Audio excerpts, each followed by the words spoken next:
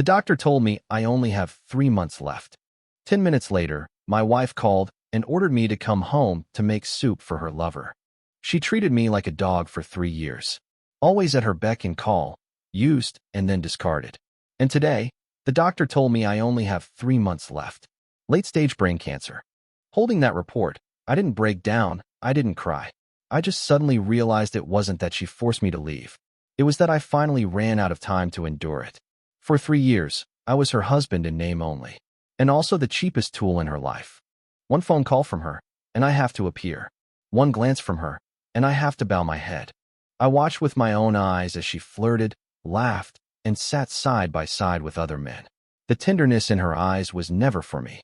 She felt no guilt or remorse towards me, only complete ignoring.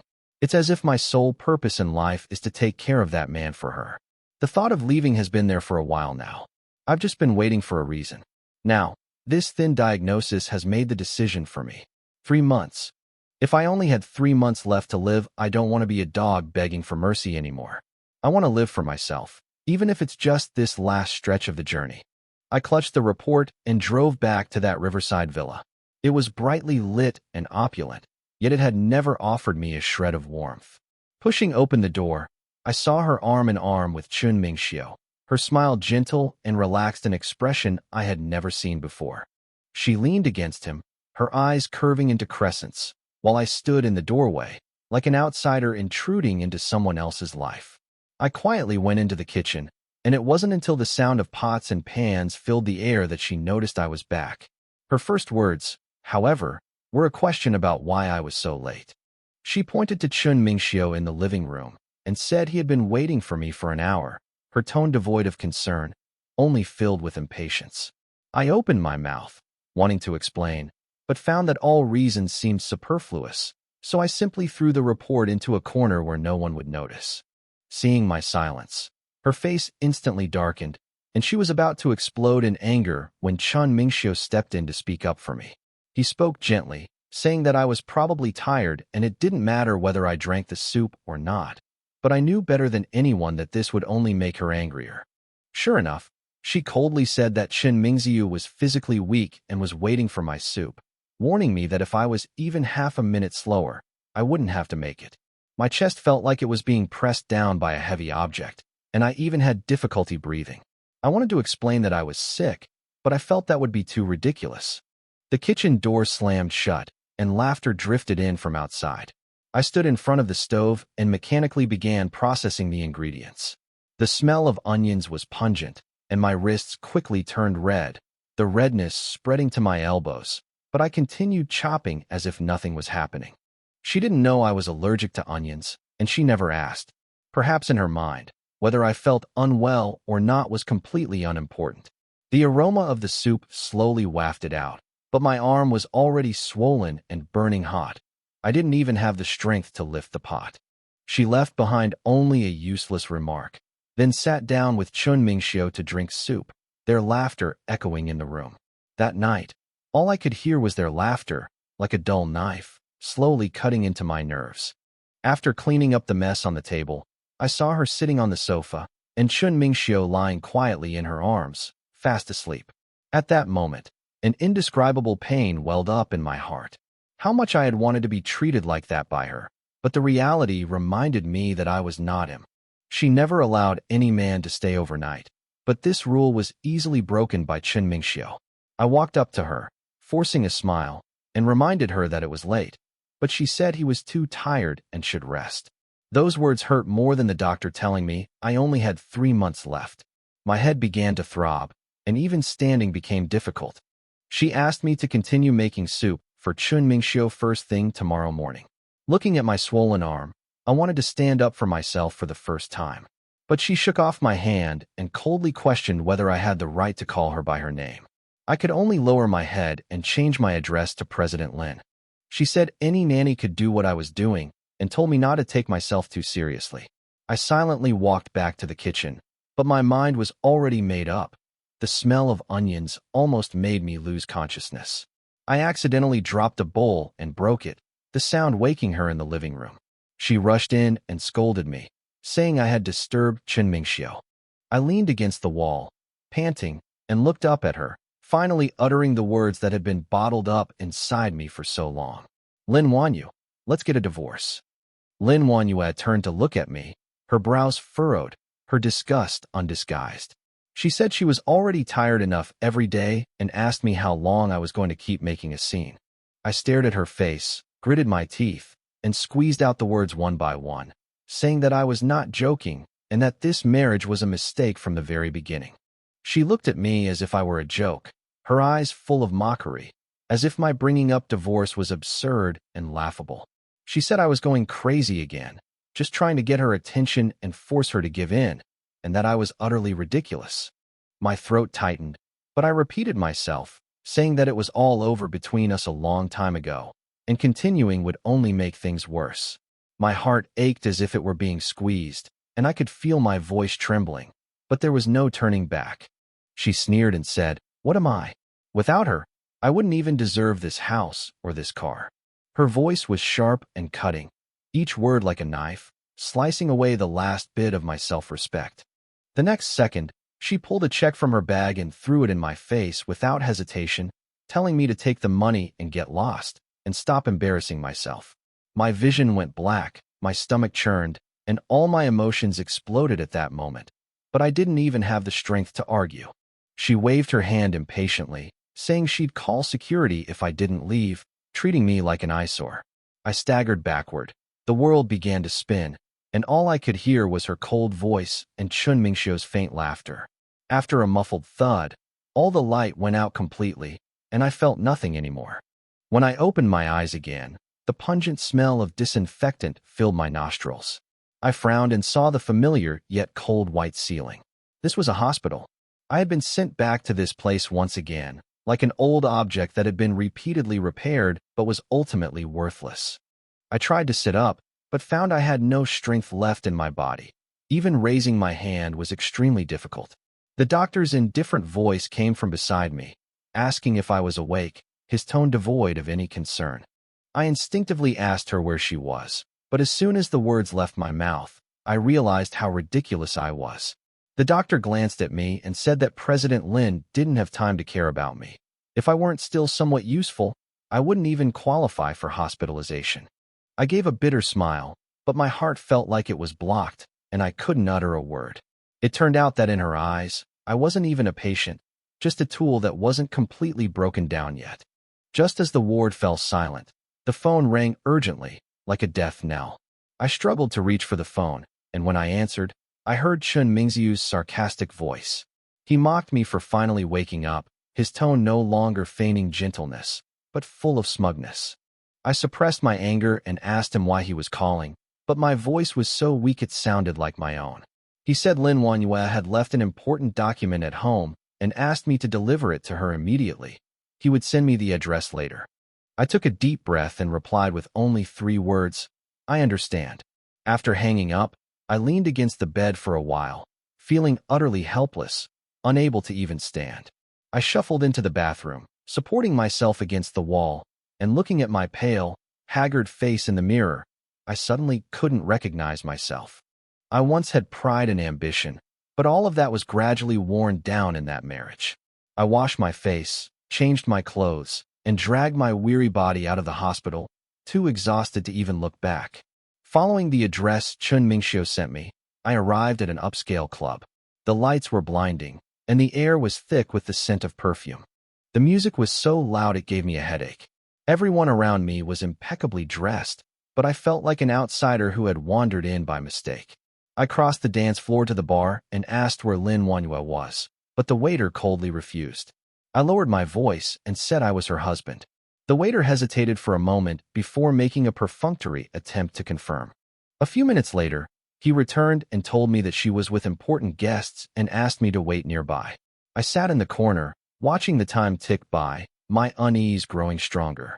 Just then, she called, her voice icy, demanding to know why the documents hadn't been delivered yet. I was about to explain when she interrupted me, telling me to get over there immediately. The call ended again. I stood up, feeling like a puppet on strings, with no choice. The waiter led me down the corridor to a private room and opened the door for me. The moment I stepped inside, The scene under the dim lighting left me frozen in place. Several men in sharp suits sat on the sofa, and Lin Wanyue was nestled beside one of them. Her smile was both charming and natural, and the man she was leaning against was Chun Mingxiu. Chun Mingxiu brought his fake smile close to me, feigning surprise, and said that the meeting had been canceled at the last minute, emphasizing how important the document was. As he spoke, his gaze deliberately swept over the waiter behind me, a subtle hint of contempt playing on his lips, as if reminding everyone how ridiculous I was. I forcibly suppressed my anger, and before I could even speak, Lin Wanyue's chilling voice came from inside the private room, telling me to come in. I took a deep breath and stepped into the private room. She sat in the center of the sofa under the lights, her black business suit outlining her cold and hard features. On the coffee table in front of her, the documents were neatly arranged, with the one I had desperately tried to deliver lying on top. She looked at me, and her first question was whether I had deliberately embarrassed her, her tone utterly impatient. Before I could explain, she interrupted me, saying that my feigning fainting to gain sympathy only disgusted her. She abruptly stood up, pointed her finger at me, and yelled that I was no longer the spirited person I once was. She called me a complete and utter failure, and those words stabbed into my heart like knives, making it hard to even breathe. I opened my mouth to argue, but found that any explanation would be meaningless in front of her and would only make me look more pathetic. I recounted what had happened in fits and starts, but she remained expressionless the entire time, as if listening to someone else's story. I even hoped she would offer a word of concern, but she said nothing. Her indifference completely crushed me. As I stepped out of the private room, I felt completely drained, my legs felt weak, and my vision blurred. Chun Mingxiu mocked me from behind, saying I acted very well, but unfortunately, she wasn't buying it. Lin Wanyue stood silently beside him. At that moment, my heart sank completely. I stumbled out of the club, my head throbbing, my stomach churning, and a metallic taste rising in my throat. I leaned against a tree by the roadside and vomited. A cold wind blew, and my whole body trembled uncontrollably. Before my consciousness faded again, I only remember the world starting to spin, and then I was plunged into complete darkness. When I woke up again, the smell of disinfectant filled my nostrils, and I knew I was in the hospital again. A cold voice reached my ears. I struggled to open my eyes and saw Yang Lin sitting on the edge of the bed, peeling an apple. She was simply dressed, her expression focused. She reached out to support me, telling me not to move. I weakly asked her why she was there. She said she was just passing by and saw me collapse, so she brought me to the hospital. She said the doctor just thought I was overworked, but I knew the real reason better than anyone. I looked at her, my heart filled with complicated emotions. Her time and status should never have been wasted on me.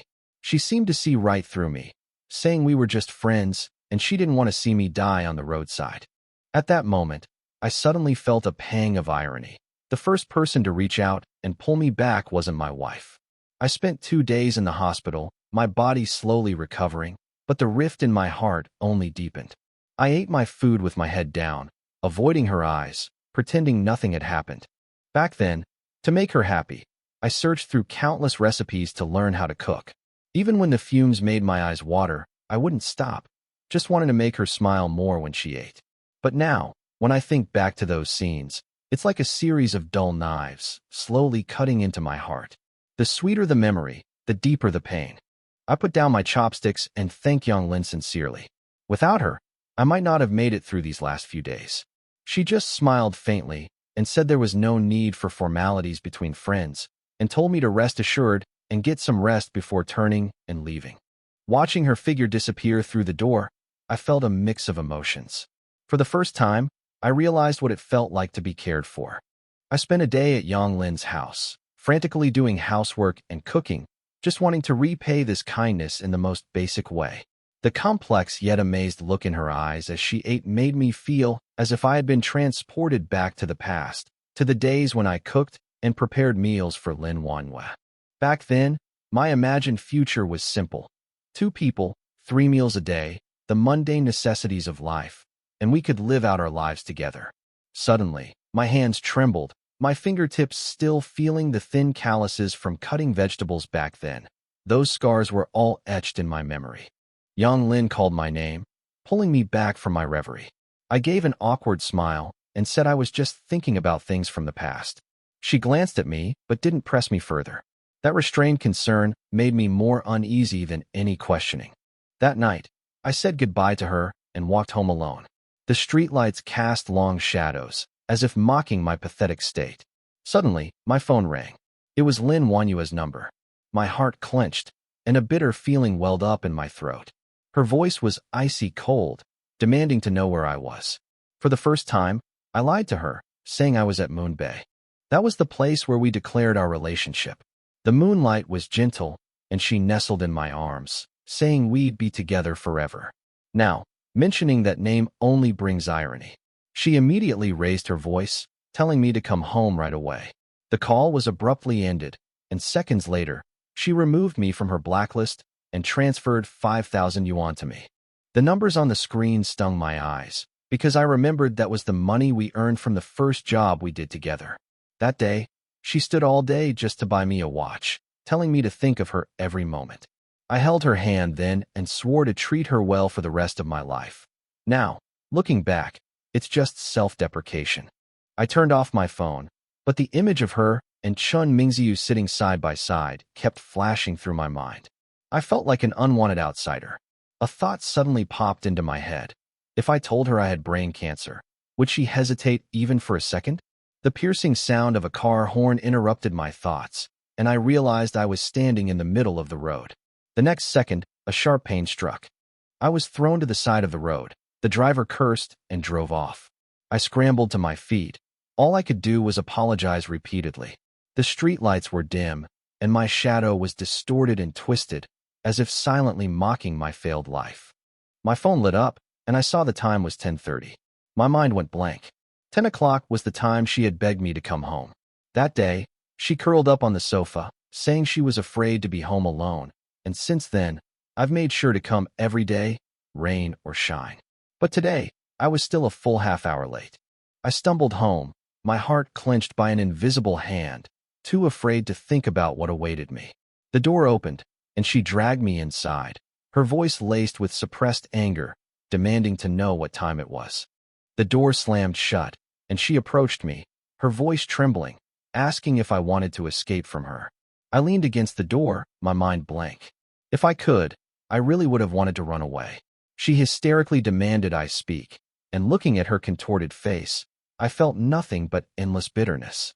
I wanted to explain, to say I almost got hit by a car, to say I was scared too, but all that came out was an apology. She shoved me away abruptly, demanding to know if I had a heart. I stumbled and bumped into the shoe cabinet. My mouth was open, but I couldn't utter a single word. My throat was dry and painful. Seeing that I was silent, Lin Wanyue suddenly pushed me onto the sofa with tremendous force, as if she were dumping all her emotions on me at once. She forced me to speak, questioning why I came back so late, why my phone was off, and where I had been. Her tone grew sharper with each word. Every sentence felt like a hammer blow to my heart. I could barely breathe, and I didn't even have the strength to argue back. I so wanted to tell her that I had gone to the place we had promised to go together. So wanted to tell her that I was dying and just wanted to be close to her. But these words were stuck in my throat. I couldn't say them, and in the end, all that was left was a hoarse denial, which even I couldn't believe. She looked at me with eyes full of suspicion and disgust, as if she were looking at a stranger who was repulsive. That gaze suffocated me, as if an invisible hand was choking me, and I even had to be careful not to breathe. Just then, the bathroom door opened, and a tall figure walked out, still steamy. Chun Mingziu was only wrapped in a towel, water droplets sliding down his hair, revealing his clearly defined muscles. He dried his hair, his expression nonchalant. He smiled and spoke up for me, his tone relaxed and natural, as if this was a place that rightfully belonged to him. He sat down next to Lin Wanyue and casually put his arm around her shoulder, a move so practiced it made my heart tighten. I clearly saw her expression soften instantly, and the corners of her mouth even curved into a warmth I had never felt before. She nestled in his arms like a docile cat, a stark contrast to the woman who had just been interrogating him. My heart clenched tightly, the pain almost numbing me. It turned out that none of her emotions had ever been for me. I thought she cared about me, still hoping for that tiny bit of attention, but now I realize it was all wishful thinking. She didn't look at me again, took Chun Mingxiu's arm, and walked into the bedroom without looking back. I returned to my room, feeling like an empty shell, my mind completely blank. Lying in bed, I couldn't fall asleep. Images of their intimacy kept replaying in my mind, each one like a pricking needle. I don't know how long it was before I finally drifted off, only to dream of returning to the time when we were in love. Back then, we were young and innocent, going to and from school together, reading in the library, running on the playground. Under the night sky, she pointed to the stars and smiled brightly. I told her that was the North Star, the direction home. I said that no matter how far I went, I should always remember the way home. She nodded vigorously, her eyes shining like starlight. We intertwined our fingers and vowed never to be apart. She asked me if I would always love her. Without hesitation, I answered that I would love her until death, and we even made a pinky promise, saying it would never change for 100 years. When I woke up, the dream was shattered, my eyelids were too heavy to open, and a familiar scent of perfume wafted into my nostrils. I opened my eyes abruptly. Lin Wanyues stood by the bed, looking down at me with a cold expression. For a fleeting moment, I thought I saw a glimmer of tenderness in her eyes, but it was quickly replaced by disgust.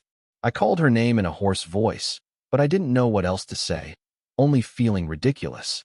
Her tone was as calm as if she were speaking to a stranger. That detachment chilled me to the bone more than anger. I vaguely thought I was still dreaming, until reality crashed down, shattering all my illusions. I murmured to myself if I was dreaming, my outstretched hand falling limply to its side, too afraid to even touch it. She frowned impatiently, and I could only manage a wry smile, turning my face away to avoid her cold gaze. She suddenly raised her voice, saying that if it weren't for me, she wouldn't be standing here at all. She questioned me about my motives for mentioning Moon Bay, her words like sharp knives tearing away my last shred of pretense. I realized then that she remembered the place, but that vow had long since become a thorn in her heart. I closed my eyes and told her to go be with Chun Mingxiu, that I didn't need her. Those words drained almost all my strength. Her voice suddenly sharpened, forcing me to repeat myself. My heart sank, and I began to waver. I wanted to explain, but I realized I didn't even have the right to speak. She brought up the old house, her grandmother's kidney disease. Every word was like a hammer blow, making me tremble. I wasn't afraid. I was ashamed, powerless, and hated myself for not being able to protect even my closest loved ones. Grandma's smile kept flashing through my mind. I hated myself for being useless, hated myself for making her suffer. Her voice suddenly lowered as she said how much she used to love me, even willing to risk her life for me. She said I left too decisively back then, and she could barely control herself, her voice filled with suppressed sorrow. She whispered something that made me glad she still had her senses, her voice growing softer and softer, as if she were lost in some old memory, until finally only a weary sigh remained. I looked at her, this woman who was both familiar and unfamiliar, and my heart was filled with indescribable emotions. We were once so close, but now there was an unfathomable distance between us. She used to get angry over a thoughtless remark I made, and she could be happy all day because of my smile. But I don't know when it started, everything changed. I want to ask her, was leaving really my choice? But these words are stuck in my throat, and I can only repeat that unanswerable hypothetical question in my heart over and over again. If I hadn't left back then, would the ending have been different? But reality never gives people a second chance.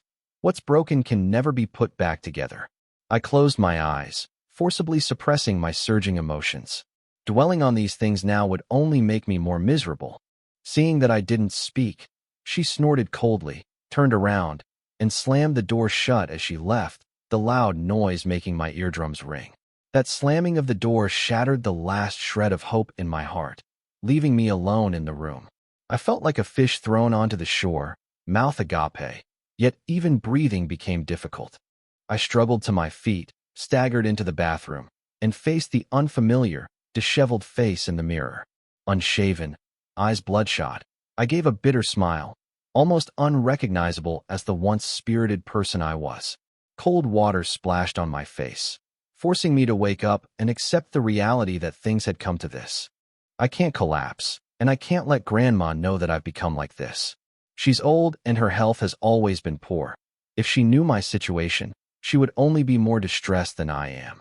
Thinking of my grandmother, my heart aches like it's being pricked by countless needles. I've thought about ending it all, feeling that life is meaningless, but every time I think of her, I can't bring myself to do it. What would she do if I were gone? Who would be by her side? I dared not think any further, so I forced myself to stand firm, went into the kitchen, and cooked myself a bowl of noodles. The steam rose, but I had no appetite. Every bite felt like it was stuck in my throat. A violent cough brought tears to my eyes, which I swallowed along with the noodles. They tasted salty and bitter. The light from my phone shone on my face as I ate a few more bites, my stomach churning, but I couldn't vomit. My phone vibrated. It was a message from Yang Lin, asking if I was all right. I looked at the message, smiled wryly, and replied, "What could possibly be wrong with me?" The next second, a news notification popped up, the headline so glaring it sent chills down my spine. In the photo, she was kissing a man in a car, and I recognized him immediately. My heart clenched, but I scrolled past the news without expression, pretending nothing had happened. Soon after, Yang Lin called, her voice filled with worry, asking me to come out and meet her. I interrupted her, saying I wouldn't do anything rash, that I still had a reason to live. She paused for a moment, then said she'd wait for me at the usual spot, and hung up. I looked at myself in the mirror and gave a self-deprecating laugh. Yes, I still have my grandma. The usual spot was a small restaurant at the end of the old street. We used to eat there on credit back in high school. Back then, I thought our friendship would last a lifetime, but I never imagined life would take us further and further apart. When I arrived, Yang Lin was already sitting by the window, holding a teacup and lost in thought. I sat down opposite her, and she glanced at me, hesitant to speak. I smiled and reassured her that I wouldn't die and that she shouldn't worry. Just then, the door was pushed open, and a familiar voice rang out, saying, "Long time no see." I froze on the spot, and when I saw who it was, I was completely stunned. Cheng Yin, my childhood friend, suddenly appeared before me. Memories flooded back, us running in the yard, playing in the snow. Those carefree days seemed like they had never left. Yang Lin called us over to serve the dishes, and I snapped out of my reverie, looking at her standing before me. She was more mature than I remembered, yet still gentle, making people unconsciously relax. The sound of the door closing made my heart tighten, and I instinctively tensed up. She noticed my unease and asked with concern if I wasn't feeling well. I quickly denied it, trying to cover up my lapse in composure, but found myself unusually sensitive.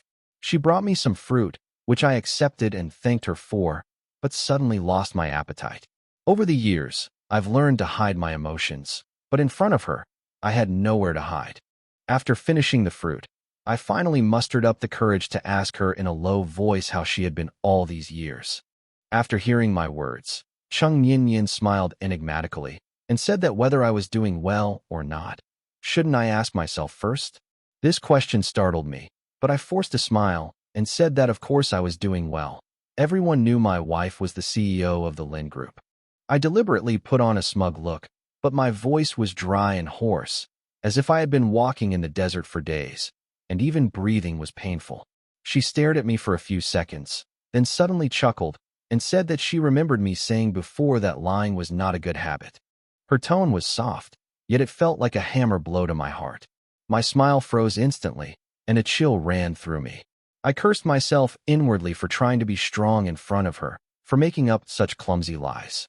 I wanted to explain, but I realized I had no idea where to begin.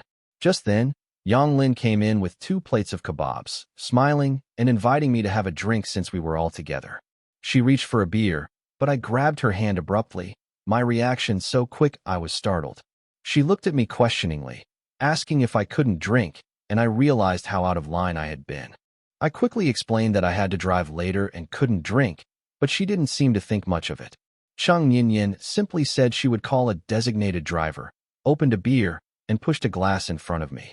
I opened my mouth to refuse, but found that I had no right to do so, so I could only bite the bullet and take it. I laughed and said, "Why can't I?" and downed the beer in one gulp. A bitter taste rushed down my throat. but I couldn't suppress the restlessness in my heart. All I wanted to do was get drunk. I didn't want to be sober. I didn't want to face these emotions, and I didn't want to recall those rotten memories of the past. Yang Lin asked Chung Yin how she had been all these years, and the atmosphere fell silent for a moment. Just as she was about to speak, I interrupted her, saying that of course she was doing well and was a true heiress. I said with a self-deprecating tone that I was still struggling to make ends meet at my age, and then felt a sudden emptiness in my heart. Chung Yin glanced at me, said nothing, and simply picked up her wine glass and silently took a sip. Yang Lin then asked her how long she had been back this time, saying that everyone hadn't seen each other in a long time and wanted to find time to get together. Just as she was about to answer, her phone suddenly rang. She glanced at the caller ID and her brows furrowed slightly. She sounded very urgent on the phone, only saying she'd be right there, her tone crisp and decisive. After hanging up, she apologized, saying there was an urgent matter at the company and she had to go back immediately. Yang Lin asked if it was very urgent, and she nodded, saying they could reschedule for another day before hurrying away. Watching her retreating figure, I suddenly felt a void in my heart, a feeling I couldn't quite describe. Yang Lin sighed, saying that it seemed we wouldn't be able to catch up properly today. I poured myself another glass of wine, gulped it down, and the bitterness exploded in my mouth. Why now of all times? Why did this have to happen when I was at my most vulnerable? My chest felt like it was weighed down by a stone, and even breathing became difficult. Yang Lin asked if I was all right, and I forced a smile, saying I was fine. But even I could hear how hollow my voice sounded. She looked at me, as if she wanted to say something, but ultimately swallowed her words. Some things you have to bear alone. No one else can help or interfere. I picked up the bottle and poured myself another full glass, wanting to drink it all down. I wanted to forget, to escape, even if only temporarily by hiding in alcohol. Just then, Yang Lin snatched the glass away, saying that drinking like this wasn't going to work. She frowned and said there was something she hadn't wanted to say, but felt I should know. Before she could finish speaking, the shrill ring of her phone suddenly rang. I glanced down and saw the name Lin Wanyue flashing on the screen. My heart clenched. Cold sweat broke out on my palms. I instinctively glanced at the clock on the wall 1 a.m. Yang Lin also saw the call. She swallowed back all the words she was about to say and remained silent. I took a deep breath, answered the phone, and tried to make my voice sound calm. She asked where I was, her tone languid, and said she was coming home to sleep tonight. That sentence made my stomach churn. I felt so nauseous I almost laughed. I forced myself to stay calm and said I was having dinner with friends and would be home right away. As soon as I finished speaking, her voice turned shrill, demanding to know who I was having dinner with, whether it was a man or a woman. I vaguely said it was just a few old classmates, all men, deliberately avoiding Yang Lin's name, as if leaving myself an escape route. Her voice immediately turned cold, warning me that I had better not lie to her, and then the phone was abruptly hung up. I clutched my phone, like an insect squeezed between someone's fingers, devoid of dignity and the right to resist. Yang Lin looked at me, her eyes filled with complex emotions. I didn't need to hear what she wanted to say. I knew it was too late. I was already stuck in this quagmire, and the more I struggled, the deeper I would sink. I smiled and said I should go back, picking up my coat, my tone so soft it didn't sound like I was talking about myself. She hesitated for a moment, then offered to give me a ride. I shook my head and refused, saying I could just take a taxi. She didn't give me a chance to insist, and immediately took my phone and called a car for me. Watching her busy herself, I suddenly felt a warmth in my heart. After all these years, she's the only one who still considers me a friend. The car arrived, and as I opened the door, she suddenly grabbed my arm. Her fingertips were icy cold, but they snapped me back to reality. She whispered to me that I wasn't alone. I still had her. Looking into her reddened eyes, I couldn't say anything, only nodding my thanks. The car door closed, the streetlights rushed past, and my consciousness was pulled back many years. Back then, Yang Lin, with her ponytail and a pure smile, would always quietly save a seat for me. Later, she entered the workforce, while I entered marriage, only to fall deeper and deeper into an abyss. A blast of cold air hit me. I pulled my coat tighter, the alcohol churning through my body. As I got off the bus, My steps were unsteady, and the world seemed to be swaying. The familiar neighborhood twisted before my eyes. I leaned against a tree trunk, trying to stay awake. Suddenly, a gentle voice rang out, calling my name. I looked up and saw Lin Wanyue standing in the doorway, looking bewildered. She didn't scold me. Instead, her tone carried a hint of concern that felt unfamiliar to me. She was wearing the nightgown I had bought her, and her makeup was off. She looked so gentle, almost unreal. I wondered to myself, in a daze, if I was dreaming. She came over to help me, but I instinctively dodged and fell backward. She gasped and caught me, and I tumbled into her arms. The familiar scent of her perfume washed over me, and for a moment I couldn't tell if I was dreaming or awake. She looked at me, her eyes filled with complex emotions, panic, yet a tenderness I couldn't quite place. She asked me softly if I was all right, but I couldn't utter a single word. My consciousness began to blur, all my thoughts swirling in my mind. I tried to speak, but everything went completely black. A blinding light jolted me awake from my daze, my head throbbing like it was being pricked with needles. I opened my eyes and saw Lin Wanyue sitting on the edge of the bed, her face as cold as ice. She held my phone in her hand. The screen lit up. I knew without looking that it was Chung Yinyan. She asked me who she was, her voice so cold it sent shivers down my spine. I sat up, my head throbbing, but I still looked at her face. She sneered, tossed the phone to me, and demanded to know if I had something to do with her. The few words of concern on the screen became evidence in her eyes. She sarcastically asked if I wanted to continue the conversation in front of her. I suddenly felt absurd. She had betrayed our marriage, yet she was judging me. I coldly retorted, "Why does she care what I do when she's not with Chen Mingxiu?" Those words instantly ignited her anger. She stood up and roared at me, asking if I still had feelings for her.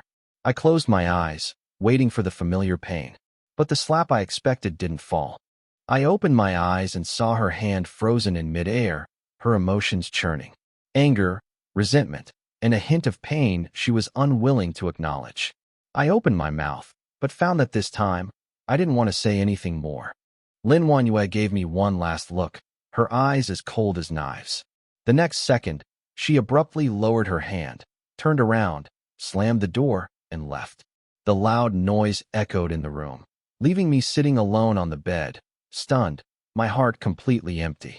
I lay sprawled on the bed, staring blankly at the ceiling, my mind a jumbled mess, my emotions twisted into a knot. I couldn't understand what she wanted, nor could I understand what I had done wrong to be driven to this point. I reached for my phone, scrolled through Chung Yinyan's chat history, and my fingertips stopped. A sudden tightness gripped my heart. Maybe I really should have a good talk with her.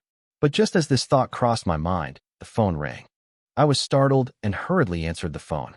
When I heard Chung Yinyan's voice on the other end, gentle and restrained, asking if I had arrived home, my stomach churned instantly. The alcohol from last night felt like a punishment. I mumbled a reply, saying I had arrived, not wanting her to sense my disheveled state. But she whispered that I had drunk too much last night, her voice full of worry.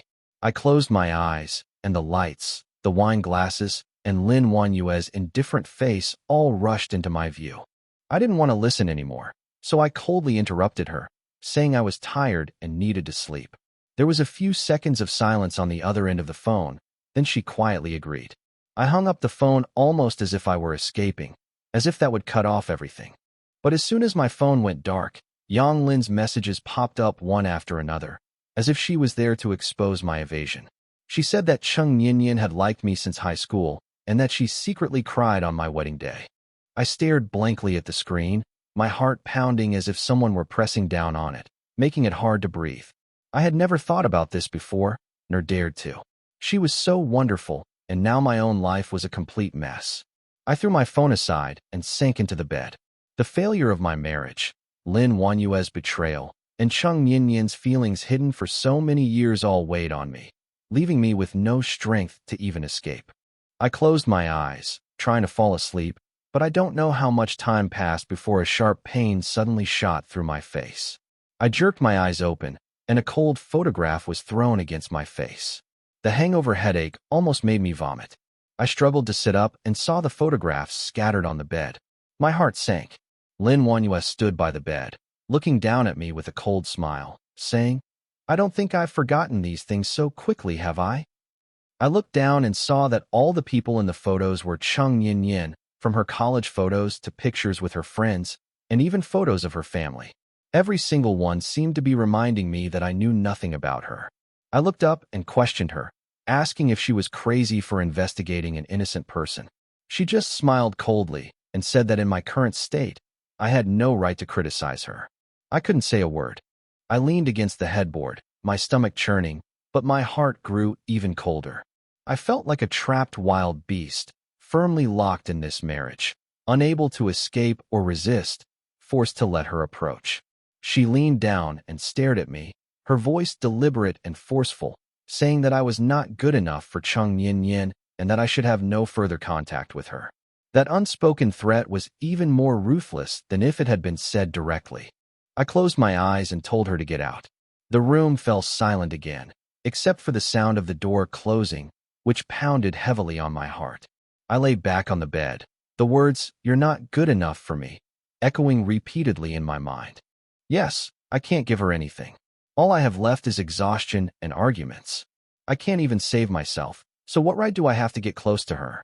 I picked up my phone and looked at the caring message she sent last night, and my heart ached.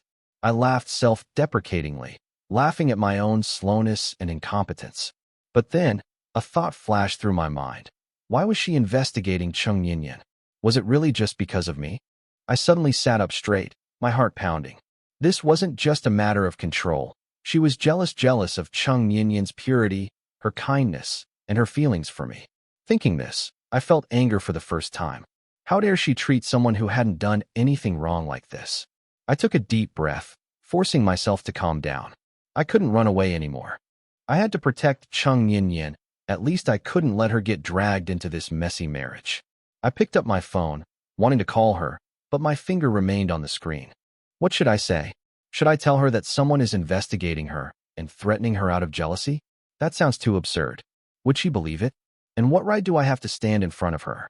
Just as I was hesitating whether to make the call, my phone suddenly popped up with a notification about the design exhibition. It felt like someone had hit me hard in the head, instantly snapping me back to reality. The world-renowned design master Dr. Rome will be holding a solo exhibition in the city this weekend. The moment I heard his name, my heart started pounding uncontrollably, and even my breathing became erratic. Dr. Rome was the pinnacle I once looked up to, the goal I desperately pursued during my university years. I fantasized countless times about standing in his position and being seen by the world. But fate kicked me in the most crucial place. An accident forced me to turn around, burying my dreams with my own hands. And in return, I have this unspeakable mediocrity. Ironically, Lin Wanhua also studied design back then. My work was more outstanding and valued more by the teachers. If it weren't for that incident, the outcome might have been completely different. I shook my head vigorously, trying to banish those unpleasant memories. Now is not the time for self-pity. I must go to this exhibition. My body acted faster than my mind. I clicked on the webpage to book tickets almost without hesitation. At that moment, for the first time, I felt the pressure in my chest ease a little. The exhibition center was packed with people on the weekend, with design enthusiasts from all over the world crowding the hall. I stood among them, but felt like an outsider separated from the world. I stared at those exquisite works, trying to immerse myself in them, but my thoughts kept drifting away, and I couldn't help but wonder how Chung Yin Yin was doing now. Have Lin Wanhua caused her any more trouble? Has she been dragged down by me, this mess, to the point of being even more miserable? These thoughts pricked me like needles. Just then, a flippant and grating voice rang out behind me, like a knife severing the last bit of my focus. I turned around and saw Chun Mingxiu's face, a face that made me physically uncomfortable. He was wearing an exaggerated pink suit, and his smile was smug and contemptuous. I suppressed my anger and coldly replied, "What's it to you?" But he only got more excited, leaned over and bumped me with his shoulder, saying disgusting and vulgar things. He mentioned Lin Wanhua, saying she was willing to do anything for him. In that instant, my stomach churned, and I almost lost control on the spot. Before I could explode, a familiar female voice interrupted, and Lin Wanhua walked up to him in high heels, her makeup exquisite, her expression indifferent. She took Chun Mingxiu's hand, speaking intimately as if declaring her stance to everyone, while I stood beside her, feeling like an abandoned old object. Watching their intimacy, I felt nothing but absurdity.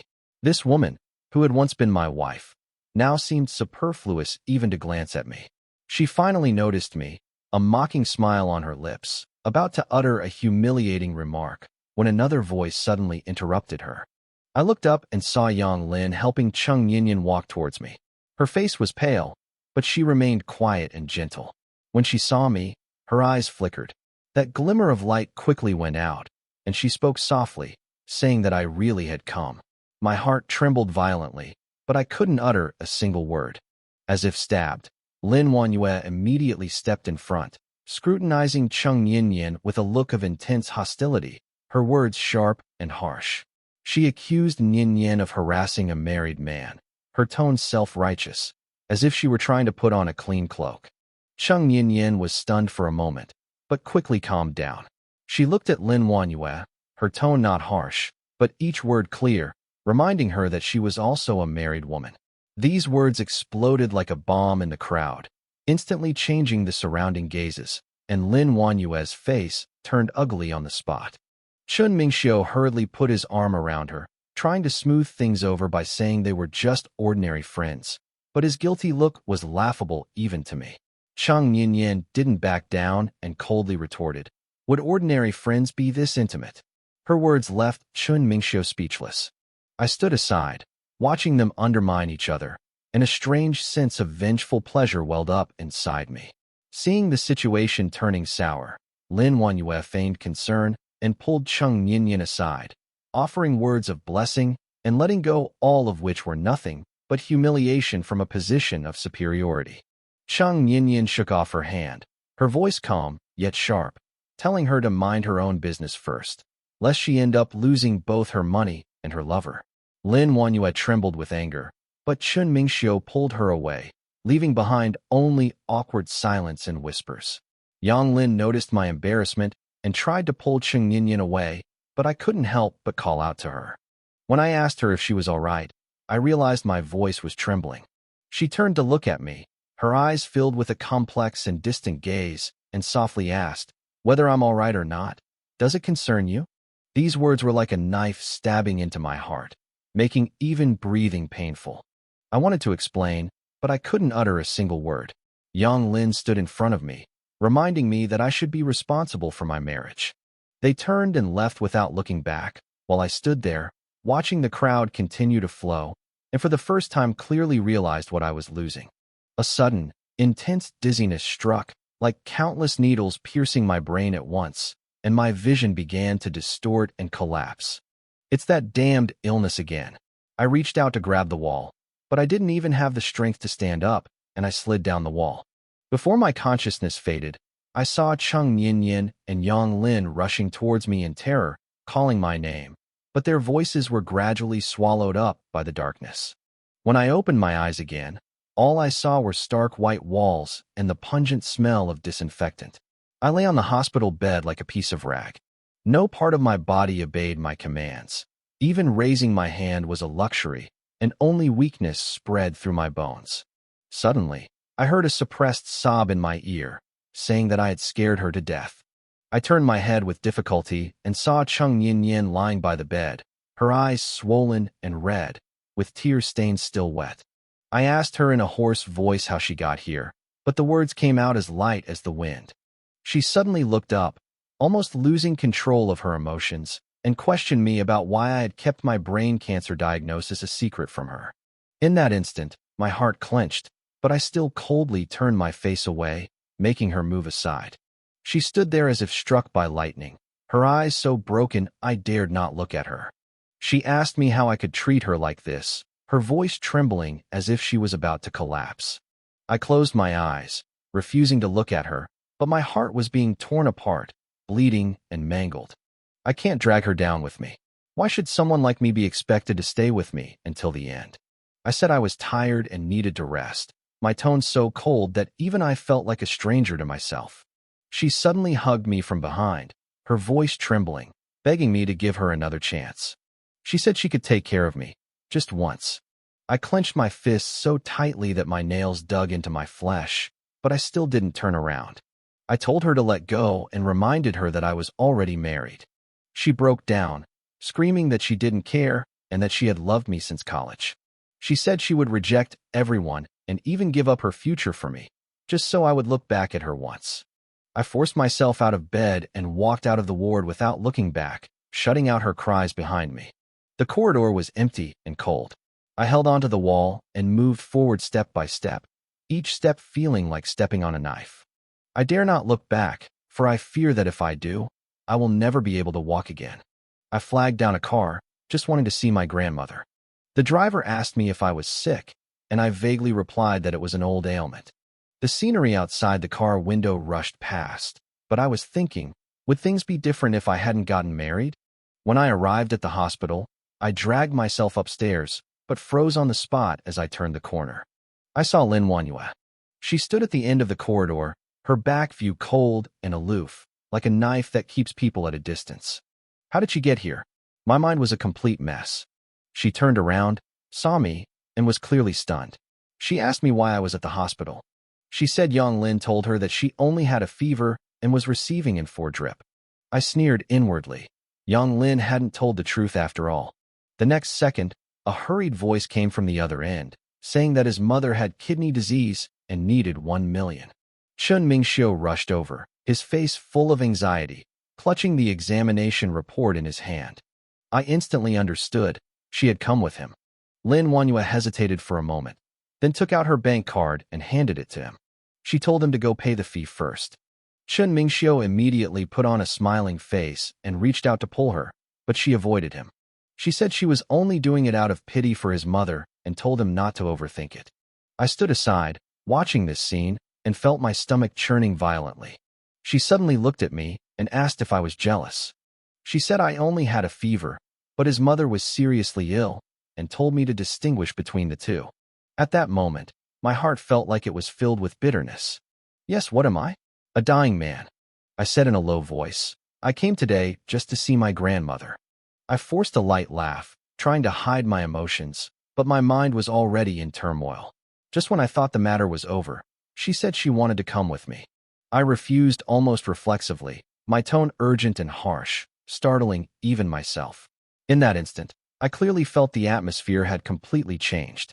Her face darkened quickly, her voice became shrill, and she questioned me about whether I was being difficult. I stood there, my heart clenching, but I forced myself to remain calm. I told her I wasn't being emotional, but that I felt she should stay and take care of Chun Mingxiu and his mother. The moment I said those words, my self-esteem was completely shattered. She was trembling with anger, pointing at me and cursing me for being unreasonable. I didn't talk back, but just turned around and left, walking towards my grandmother's ward as if I were fleeing. The corridor was long, and every step I took felt like walking on broken glass. I kept mentioning Mr. Chun, but I knew in my heart that it was where I lost most completely. When I pushed open the ward door, my grandmother was sitting on the bed chatting with the caregiver. Sunlight fell on her face, and at that moment, my eyes instantly welled up with tears. When she saw me, her eyes lit up, and she called my name. Her pure joy almost made me lose control on the spot. I walked to the bedside, took her hand, and asked about her condition. I tried to keep my voice steady, but my throat tightened, and I even had to breathe carefully. Grandma smiled and said I was recovering well. Then she started asking if I was too tired and told me not to work too hard. Her words felt like a dull knife slowly cutting me. I nodded and agreed, but my heart ached terribly. I could only repeatedly check if she had taken her medicine on time and if she was feeling unwell.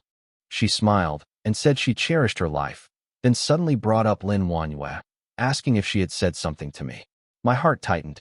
I tried to remain calm and said that she was busy with work and would be able to visit her later. But as soon as I finished speaking, the door to the ward was pushed open from the outside. At that moment, my heart sank.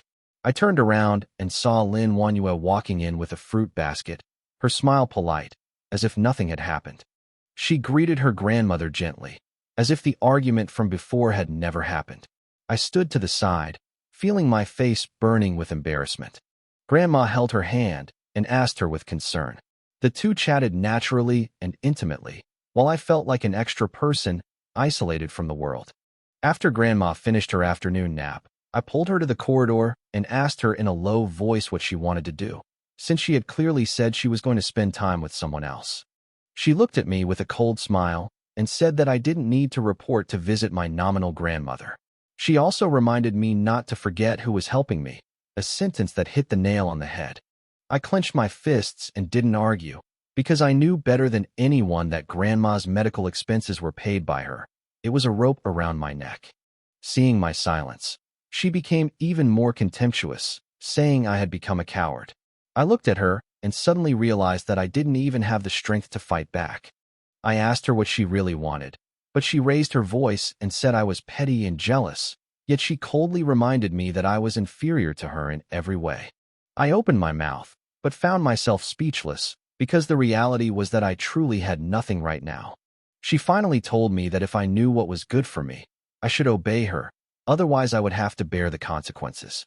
After saying that, she turned around and left without giving me any explanation.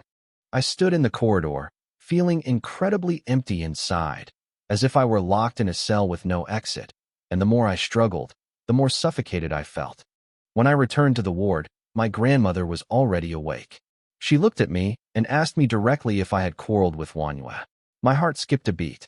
I wanted to explain, but I didn't know where to begin, so I could only whisper Grandma to her. She held my hand and said that she was getting old and only hoped to see us doing well before she passed away. At that moment, I almost dared not look into her eyes. I know how genuine her hopes are, but I also know that some things can never be undone. She advised me to be more tolerant and understanding, saying that couples always have disagreements. But at that moment, those words felt like a stone pressing on my chest. I couldn't listen to it anymore, so I stood up and said I was going out for a walk, practically fleeing the ward. The hospital garden was quiet. I walked back and forth alone, my mind filled with her cold laughter and my grandmother's admonitions. Emotions, responsibility, and self-esteem were all intertwined, suffocating me. At that moment, for the first time, I seriously asked myself, how much longer can I hold on? I wandered aimlessly in the hospital garden, the early autumn sun falling on me, but it couldn't warm my heart. Lin Wanyue's words echoed repeatedly in my mind, scraping at my nerves like a dull knife. Yeah, what am I? A good-for-nothing who lives off his wife. Even his emotions have to be approved by her. But I've really had enough. Enough of her humiliation, enough of that controlled life. I crouched down, clutching my head, my throat tight, but I couldn't even utter a sound. I can't break down. Grandma is still in the hospital room. I can't let her worry anymore. I thought I would live like this until I died, slowly wasting my life in repression. Until one day, the appearance of a certain person tore through this stagnant water. It was a Monday, and I was sitting on the sofa in my grandmother's hospital room, lost in thought, when there was a knock on the door. The knocking was neither hurried nor slow, and I instinctively assumed it was Lin Wanyue. Annoyed, I called out to him irritably, "Come in." The door opened, and a well-dressed woman with a calm demeanor stood in the doorway. Her makeup was exquisite, her eyes were calm, and the years had left her with a sense of composure. I stood up abruptly, almost unable to believe it, and blurted out, "Auntie." Jiang Ji, my parents' god-sister, is not related by blood, but she has always treated me like family. After my parents passed away, she secretly helped me through the most difficult years. Later, I married Lin Wanyue, but she suddenly went abroad and never appeared again. She came in, closed the door, smiled faintly, and asked me if I didn't recognize her. I quickly moved a chair for her to sit down, my tone flustered, both surprised and delighted. She looked at me, paused for a few seconds, and suddenly asked me, "Do you regret it?" I was stunned and didn't immediately understand what she was saying. She calmly added, "Do you regret marrying Lin Wanyue?" These words hit me like a stone, and I couldn't say a word. She didn't force me to answer. She just told me to think it through myself and then contact her again. She left her business card, got up and left, her movements swift and decisive, without any unnecessary emotion. Holding the business card, I realized for the first time that perhaps I had other options. The next day, the hospital informed me that my grandmother had been transferred to a VIP ward. I was stunned. This couldn't possibly be Lin Wanyue's decision. The nurse told me that Jiang Ji had prepaid the medical expenses and personally arranged it. At that moment, I finally understood that she wasn't there to see me. She was there to help me. I made up my mind that I could no longer be controlled by Lin Wanyue, and I had to leave. That day, I was packing my bags, preparing to move out, when I bumped into Lin Wanyue at the door. With red eyes, she questioned me about who had disturbed Grandma's hospital room. I tried to walk past her, but she grabbed my arm tightly. I pushed her away, told her to stop acting, and asked her if she was tired. She became hysterical, saying that without her I was nothing.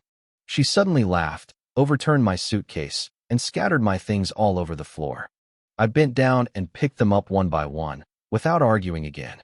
She told me to get out and never come back. I turned and left without looking back. I rented a cheap house in the suburbs. It was small, but quiet enough. I worked desperately, trying to numb myself with busyness, but I found I couldn't forget. Until one day, there was a knock on the door, and I saw Chun Mingxiu through the peephole. He stood at the door, smiling ingratiatingly, and said he had come to apologize to me. I looked at him, and all I felt was coldness. He said Lin Wanyue actually misses me a lot. I interrupted him with a cold laugh, my tone full of sarcasm. How could I possibly believe she would miss me? Even I found such words laughable and absurd. Seeing that I wasn't buying it at all, Chun Mingxiu's face stiffened, and he lowered his voice to tell her how much harm I had caused her by leaving without saying goodbye back then. I turned to look at him, and it felt like something had stabbed my heart. So, in her eyes, all of this was revenge against me. I coldly retorted, so everything she's doing now is just to make me suffer too? Even I felt a pang of sadness as I said those words. He tried to defend her, saying she was just confused, but I interrupted him, too lazy to listen to any more of his whitewashing explanations. He took out his phone and handed it to me. The news headline was glaringly obvious. In the photo, she was smiling brightly, standing next to a strange man, like someone from another world. At that moment, I understood that he wanted me to give up completely and to know that she had already started a new life. I shoved him away and told him to get lost. My voice was so cold that even I didn't recognize it. He left in a disheveled state, but I didn't even have the strength to stand up. I closed the door and slid down to the floor. My chest felt like it was being repeatedly slashed open with a knife, and the pain was so intense that I could barely breathe. I forced myself to focus on work, but the more I tried to escape, the clearer the memories became. 3 days later, Cheng Yin stood in front of me, dragging her luggage. She offered to take care of me, but I coldly refused. She questioned me with red eyes, but I didn't even have the courage to explain. I rushed out the door and vaguely saw a familiar license plate downstairs. I laughed at myself and felt like I had gone crazy. When I woke up the next day, she was gone, leaving only a note wishing me happiness. At that moment, I realized that I had already lost too much. A knock sounded at the door. I opened it and saw Lin Wanyue standing there, her makeup exquisite, as if she had stepped out from the depths of my memory. She came in, and as she approached, the smell of alcohol mixed with her familiar scent wafted over me. In the instant my reason crumbled, I still reached out and hugged her. After everything was over, I asked her in a low voice about her choice back then, but she became indifferent again, saying that it was just drunken talk and that I shouldn't take it seriously. She stood in front of me with a cold smile, her eyes full of contempt, as if mocking all my naivety and self-delusion. She directly denied Chun Mingxiu's existence, saying that such a person was not worthy of speaking in front of her, and it was not up to anyone else to explain for her. I was stunned by her forceful attitude. Before I could react, she had already grabbed my hand, her tone so firm that it brooked no refusal. She wanted me to go home with her, saying she didn't want our situation to become the subject of gossip. I tried to pull my hand away, but she gripped it even tighter, as if she had anticipated my resistance. I fell silent. She was right. I didn't want to be watched or pointed at anymore. I was led around by her like a puppet being manipulated, my mind completely blank. I yearned for freedom, yet I know perfectly well that she has already sealed off all my escape routes. Returning to that old home, I only felt a sense of unfamiliarity and coldness. The furnishings remained the same, the photos were still there, and even the plants on the windowsill had been replaced with new ones. Everything seemed like a carefully orchestrated illusion, and I was walking step by step into the trap. I discovered that the corner of my desk was empty. The notebook that recorded all my hard work was gone. I asked her, and she casually said in the kitchen that she threw it away, saying it was all useless stuff. At that moment, I understood that no matter how many appearances there are, they cannot conceal the ending. In the days that followed, we lived like an ordinary couple, eating, watching TV, and occasionally arguing. But I know this is just the calm before the storm. In the last few days of the month, she started staying out all night, and I laughed at our wedding photos all by myself. I know who she's with, and I'm too lazy to ask anymore. When I woke up the next day, she was sleeping next to me, clutching a file folder in her hand. Just as I was about to look, she immediately woke up and hid the thing behind her back.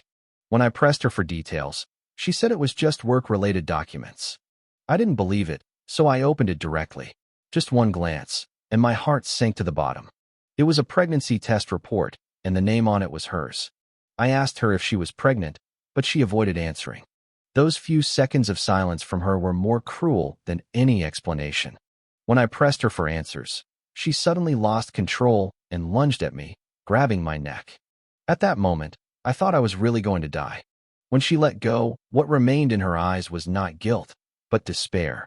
She said time would tell, then turned and slammed the door shut as she left. Over the next few days, she completely disappeared. I couldn't find her, and I couldn't get a single explanation. I started spending time in bars, numbing myself with alcohol. The waiter advised me not to drink, but I just wanted to keep chugging it down. When I vomited until only bile remained, I looked at myself in the mirror and felt like a useless person. I asked myself, is this really the life I want? I asked myself in a low voice, the empty room only echoing.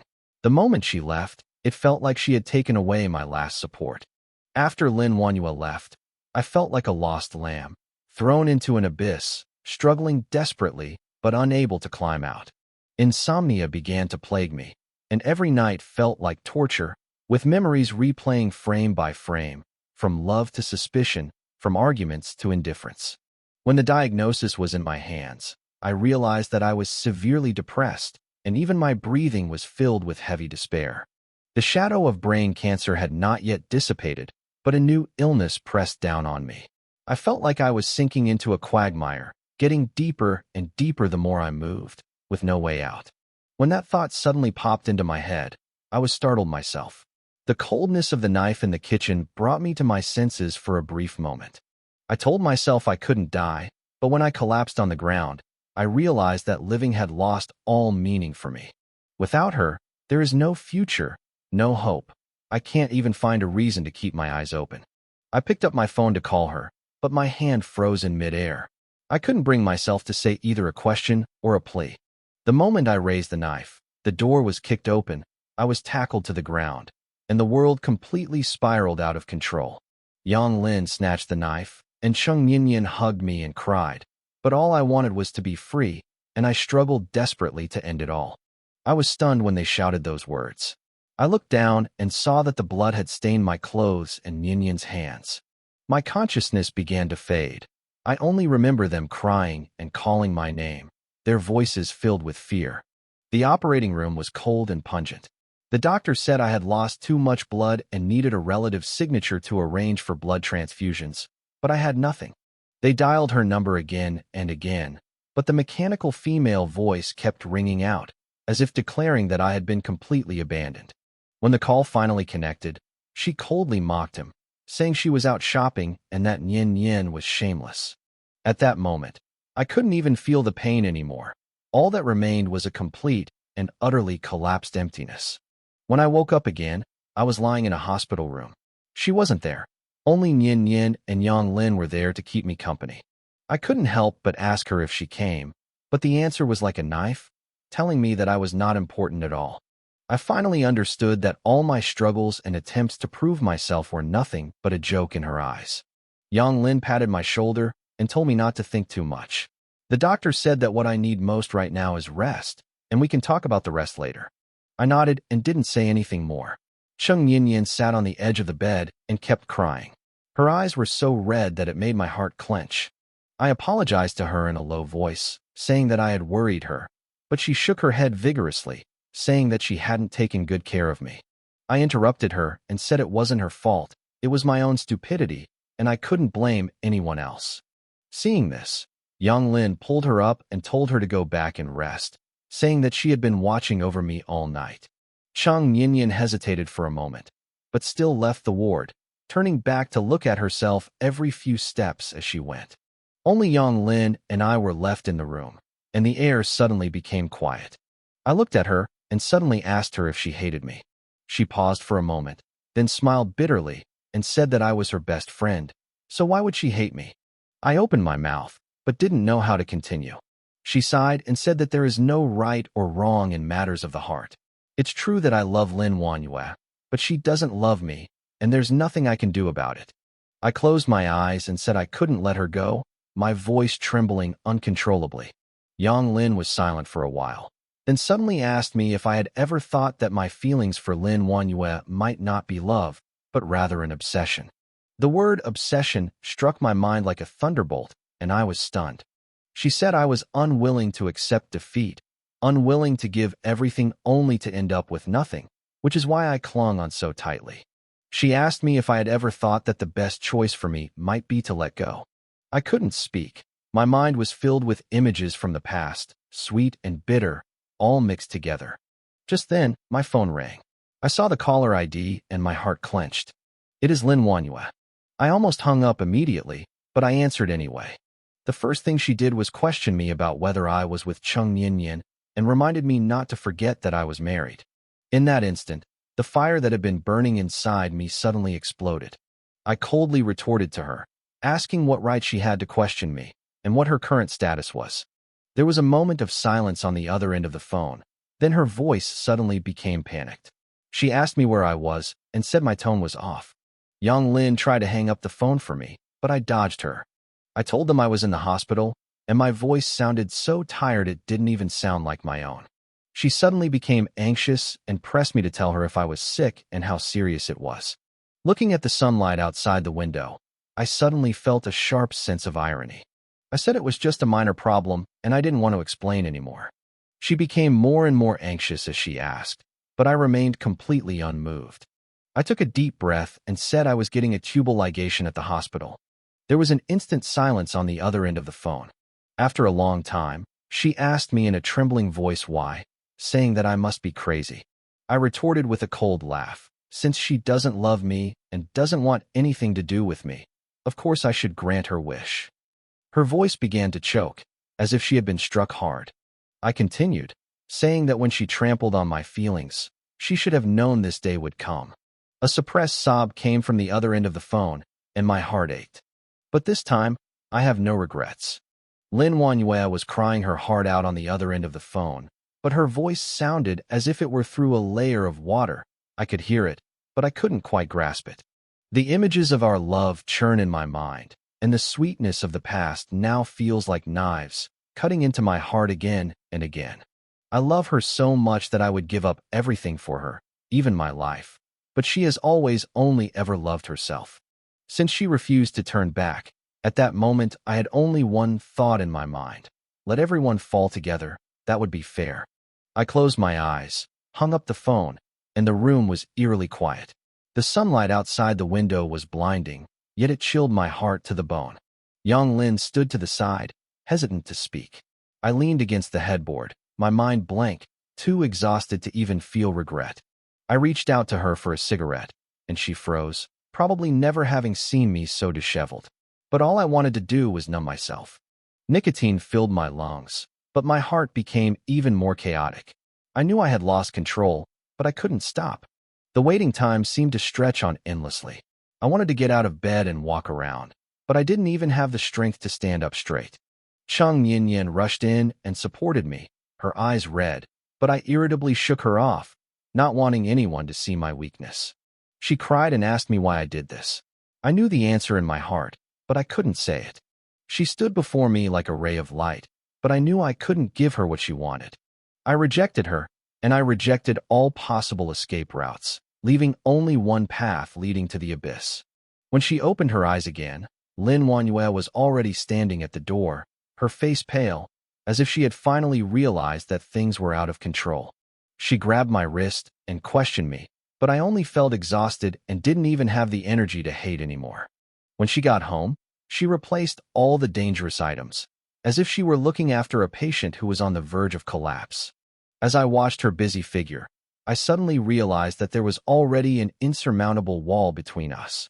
In the dead of night, I stood in front of the mirror and saw a disheveled, vacant-eyed version of myself, as if I had just crawled out of hell. Life went on, but I was like a puppet whose soul had been ripped out, only able to be led by Lin Wanyue, falling step by step into the abyss. I watched her dress up carefully every day, go out in high heels, and come back late at night, smelling of unfamiliar and pungent perfume. Entertainment news keeps popping into my eyes, and the headlines are like knives stabbing into my heart, saying that she is suspected of having a new relationship. She looked radiant in the photo, her smile bright, as if our marriage was nothing more than a trivial joke. I started having insomnia, with nightmares one after another. In my dreams, I always returned to our wedding day, where she was smiling at me in her wedding dress. The next second, she coldly said she wanted a divorce. The scene repeated itself over and over, pushing me to the brink of collapse. I started to resist going out, resist seeing people, and even eating became a burden. I locked myself in my room, drew the curtains, and let the darkness slowly engulf me. I know I'm sick, but I'm too lazy to see a doctor and don't want to tell anyone. I just lay there, feeling life slowly slipping away from my body, like sand slipping through my fingers. Until that day, Lin Wanyue brought a man home. He was tall and imposing, dressed in a sharp suit, exuding the air of a successful man, and his eyes held a hint of disdain when he looked at me. Lin Wanyue seemed not to see me, and naturally took off his coat, then linked arms with him and chatted and laughed in hushed tones. The man laughed loudly and put his arm around her waist, the two flirting as if no one else was around. As I watched all this, I felt neither anger nor sadness, only an empty numbness. She finally remembered me and coldly introduced me, saying that this was her friend, Mr. Wang. Then she added that I was her husband, her tone clearly showing annoyance. Mr. Wang sized me up as if I were a piece of discarded trash and gave me a perfunctory reply. They were drinking and laughing in the living room, but I felt like I was isolated from the world. I got up to leave, but he stopped me and asked me to have a drink with him. I took the glass and drank it down in one gulp. The bitterness burned into my stomach like fire. He poured me another drink, and I drank it mechanically, my consciousness beginning to blur. Lin Wanyue frowned and said I had drunk too much, her tone full of disgust. I stood up unsteadily, pointed at Mr. Wang, and questioned him about his right to be in my house. The next second, his expression changed. He grabbed my collar and slapped me hard across the face. I was knocked to the ground. The world spun around me, and my ears were ringing. I tried to get up, but I had no strength at all, and could only watch them walk away. Consciousness gradually faded, and darkness quickly engulfed his vision. In a daze, I heard Lin Wanyue exclaim in alarm, her voice more panicked than ever before. I wanted to respond to her, but I didn't even have the strength to open my mouth. Just as my consciousness was about to fade, a warm hand grasped mine. A familiar and reassuring voice rang in my ears, saying, "Don't be afraid, I'm here." When I opened my eyes again, I was lying in a hospital bed, and the air was filled with the smell of disinfectant. A woman in a white coat sat on the edge of the bed, calmly observing me. She told me this was a hospital, and that she was my attending physician, surnamed Zhou. I can't remember what happened after that. I only remember that slap and Lin Wanyue's eyes. Dr. Zhou flipped through my medical records and said that I had moderate depression accompanied by schizophrenia and needed to be hospitalized. I couldn't help but laugh, finding it all absurd and ironic. She told me seriously that this was not a joke and that family members needed to cooperate with the treatment. I was stunned and subconsciously asked her where Lin Wanyue was. Dr. Zhou said she was outside and told me not to move around too much, as my body was still very weak. Chapter 21. Like a thorn. I nodded, but my gaze remained fixed on the door of the ward, where Lin Wanyue was leaning against the wall with her head down, her expression unreadable. "Miss Lin," Dr. Zhou said as he approached Lin Wanyue. his tone becoming much gentler. I've explained Mr. Lin's condition to you in general. He needs to take his medication on time, have regular checkups, and most importantly, maintain a positive mood and avoid emotional fluctuations. Lin Wanyue remained silent until Dr. Zhou finished speaking, at which point she raised her head, and I could see the bloodshot eyes and the tired look in her eyes. I understand, Dr. Zhou, thank you. After Dr. Zhou left, Lin Wanyue came to my bedside and gently took my hand. Her hand was a little cool, but exceptionally soft, like the finest silk, soothing all the anxiety and unease in my heart. Afong, are you all right? Her voice was very soft, with a slight, almost imperceptible tremor, as if she was afraid of disturbing something. I gazed at her greedily feeling the warmth of her palm. At that moment, I wished time could stop, that it could remain forever. It's okay, I'm fine. I held her hand in return, savoring the tenderness of her fingertips. It's all right, Lin Wanyue murmured, her eyes slowly reddening. Wanyue, don't cry. I clumsily wiped away the tears from the corners of her eyes, but my heart ached as if it were being pricked by needles. I know that her tears were not for me, but for herself, for this marriage that had come to an end. For the next few days, Lin Wanyue stayed by my side without leaving for a moment, taking meticulous care of me. She would patiently feed me, help me get dressed and wash up, and even tell me stories like she was comforting a child. I enjoyed her gentleness and craved it, but whenever the night was quiet, I couldn't help but think of Dr. Zhou's words and the terrible illnesses I had. Depression, schizophrenia, these words are like sharp knives, cutting away at my reason and confidence piece by piece. I began to doubt myself, doubt the world, doubt everything. I even began to suspect that Lin Wanyue's kindness towards me was also a disguise, a performance to evade responsibility. I dare not ask, nor do I want to ask. I am afraid to hear the answer I do not want to hear. Afong, what are you thinking about? Lin Wanyue's voice interrupted my thoughts. No, it's nothing. I hurriedly concealed my emotions, not daring to let her notice my abnormality. The doctor said that you need to rest and avoid thinking about things. Lin Wanyue gently stroked my hair, as if comforting a frightened little animal. I closed my eyes, letting her do as she pleased, but a terrible thought suddenly flashed through my mind. There's something very important I haven't told her yet, something that could shatter all the beautiful illusions between us. As my consciousness gradually returned, I heard Lin Wanyue's anxious voice beside me. Doctor, how is he? The patient is very weak, likely due to prolonged mental stress. Thankfully, he was brought in time, otherwise. I couldn't hear the rest. I just felt a splitting headache and my stomach was churning. I forced my eyes open and saw Lin Wanyue sitting on the edge of the bed with a worried look on her face, her eyes red as if she had just been crying. You're awake? How are you feeling? Is there anything else that's bothering you? She reached out and touched my forehead, her voice full of concern. I turned my head away, avoiding her touch, and said coldly, I'm fine. You're already like this, and you still say you're fine. The doctor said if you continue like this. Her voice choked, and tears welled up in her eyes. I felt a surge of irritation and impatiently interrupted her. All right, stop crying. I'm perfectly fine, aren't I? She bit her lip, and tears finally streamed down her face as she sobbed softly. Seeing her like this, I felt a mix of emotions. I wanted to say something, but in the end, I said nothing. I thought I would live like this forever, in a daze, like a walking corpse. Until that day, I saw my phone and saw the rumors about Lin Wanyue. Well-known female entrepreneur Lin Wanyue's suspected romance has been exposed, with her behaving intimately with a mysterious man. The identity of Lin Wanyue's new lover remains a mystery, and netizens are speculating about his background. Is Lin Wanyue's marriage to a wealthy family in trouble as her husband is suspected of having a mental breakdown?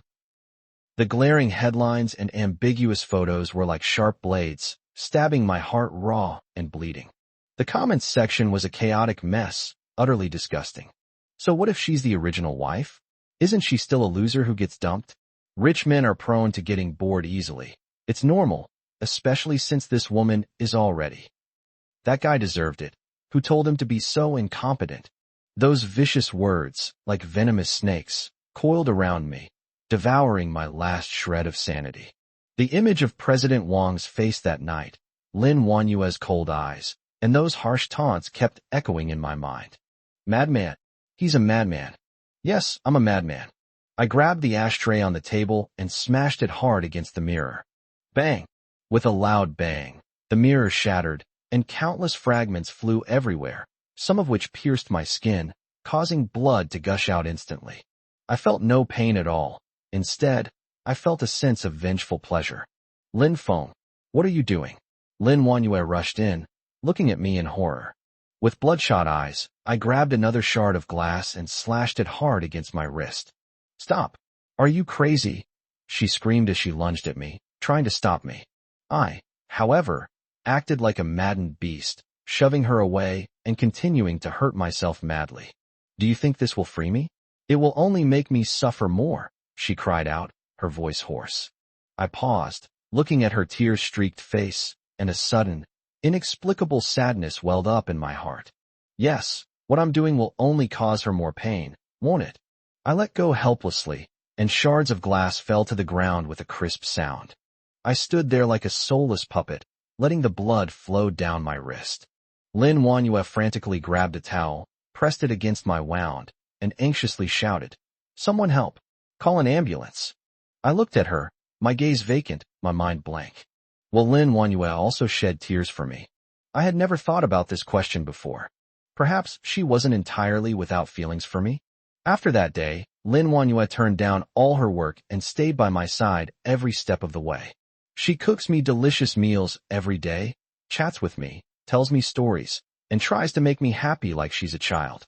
Although I didn't say it, a glimmer of hope gradually rose in my heart. Perhaps there is still a chance between us. Chapter 22, Unbearable Memories. The doctor said you need to go out more and breathe some fresh air, which will help your recovery. That evening, Lin Wanyue suddenly spoke up. I was stunned for a moment, and before I could react, she pulled me up. Come on, I'll take you somewhere. I was dazed and confused as she shoved me into the car. We bumped along the way until we arrived at a mountain in the suburbs.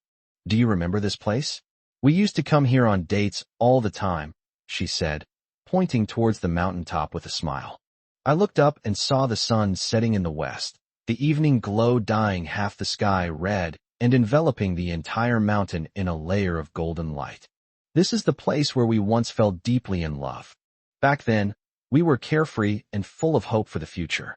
But now, let's go up and take a look. She took my hand, and we walked up the familiar mountain path step by step.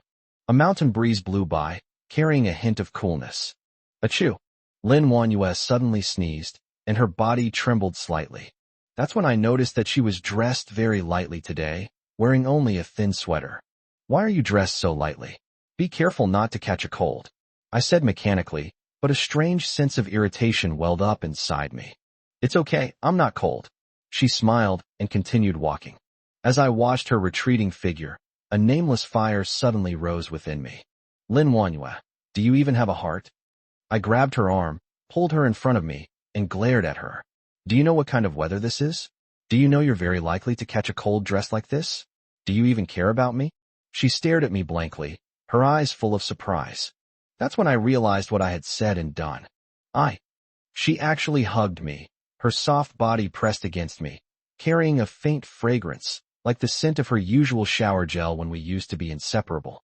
I froze, my body stiff as a stone. You were mean to me. She buried her face in my chest, her voice muffled and tinged with grievance. You never used to be mean to me. My heart skipped a beat. I knew that tone and that posture all too well. Whenever I got a little impatient, she would do this, like a frightened kitten, trying to appease me carefully. It never failed. But right now, I just feel irritable, incredibly irritable. I've had enough of this charade. I yanked her out of my arms and looked at her coldly. Lin Wanyue, don't try that. The light in her eyes dimmed, like a flower battered by frost, and she stood there dejectedly. I could even feel the sadness emanating from her. But I didn't feel the slightest bit of heartache, only relief, finally free from her hypocritical tenderness. Let's go. I turned my head and continued walking up the mountain path. The wind was strong at the mountaintop, making my clothes flutter loudly. I walked to the edge of the cliff, gazing at the distant, undulating mountains, but my heart felt desolate. Look, what's that? Lin Wanyue suddenly pointed to a tree not far away, her tone filled with excitement. I followed her gaze and saw a tree covered with red prayer ribbons and many metal locks hanging on its branches, gleaming brightly in the afterglow of the setting sun. The tree of love. I uttered those 3 words coldly, but my heart felt like it had been pricked by a needle. Of course I remember this tree. Back then, we were so deeply in love that we wanted to tell the whole world.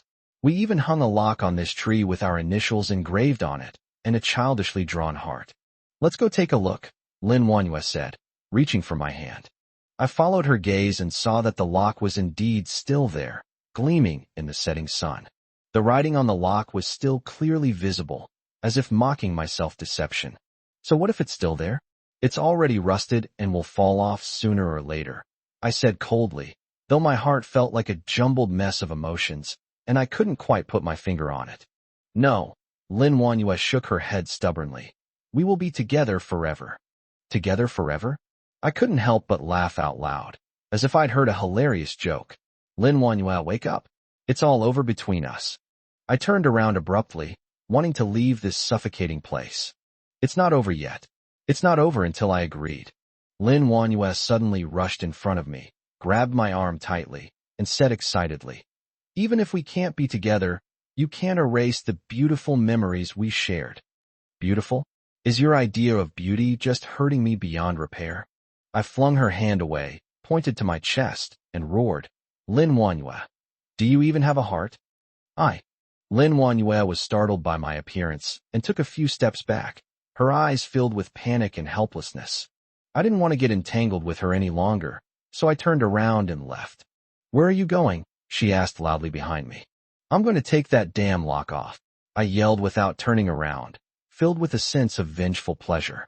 Like a madman, I climbed towards the marriage tree without any regard for anything else.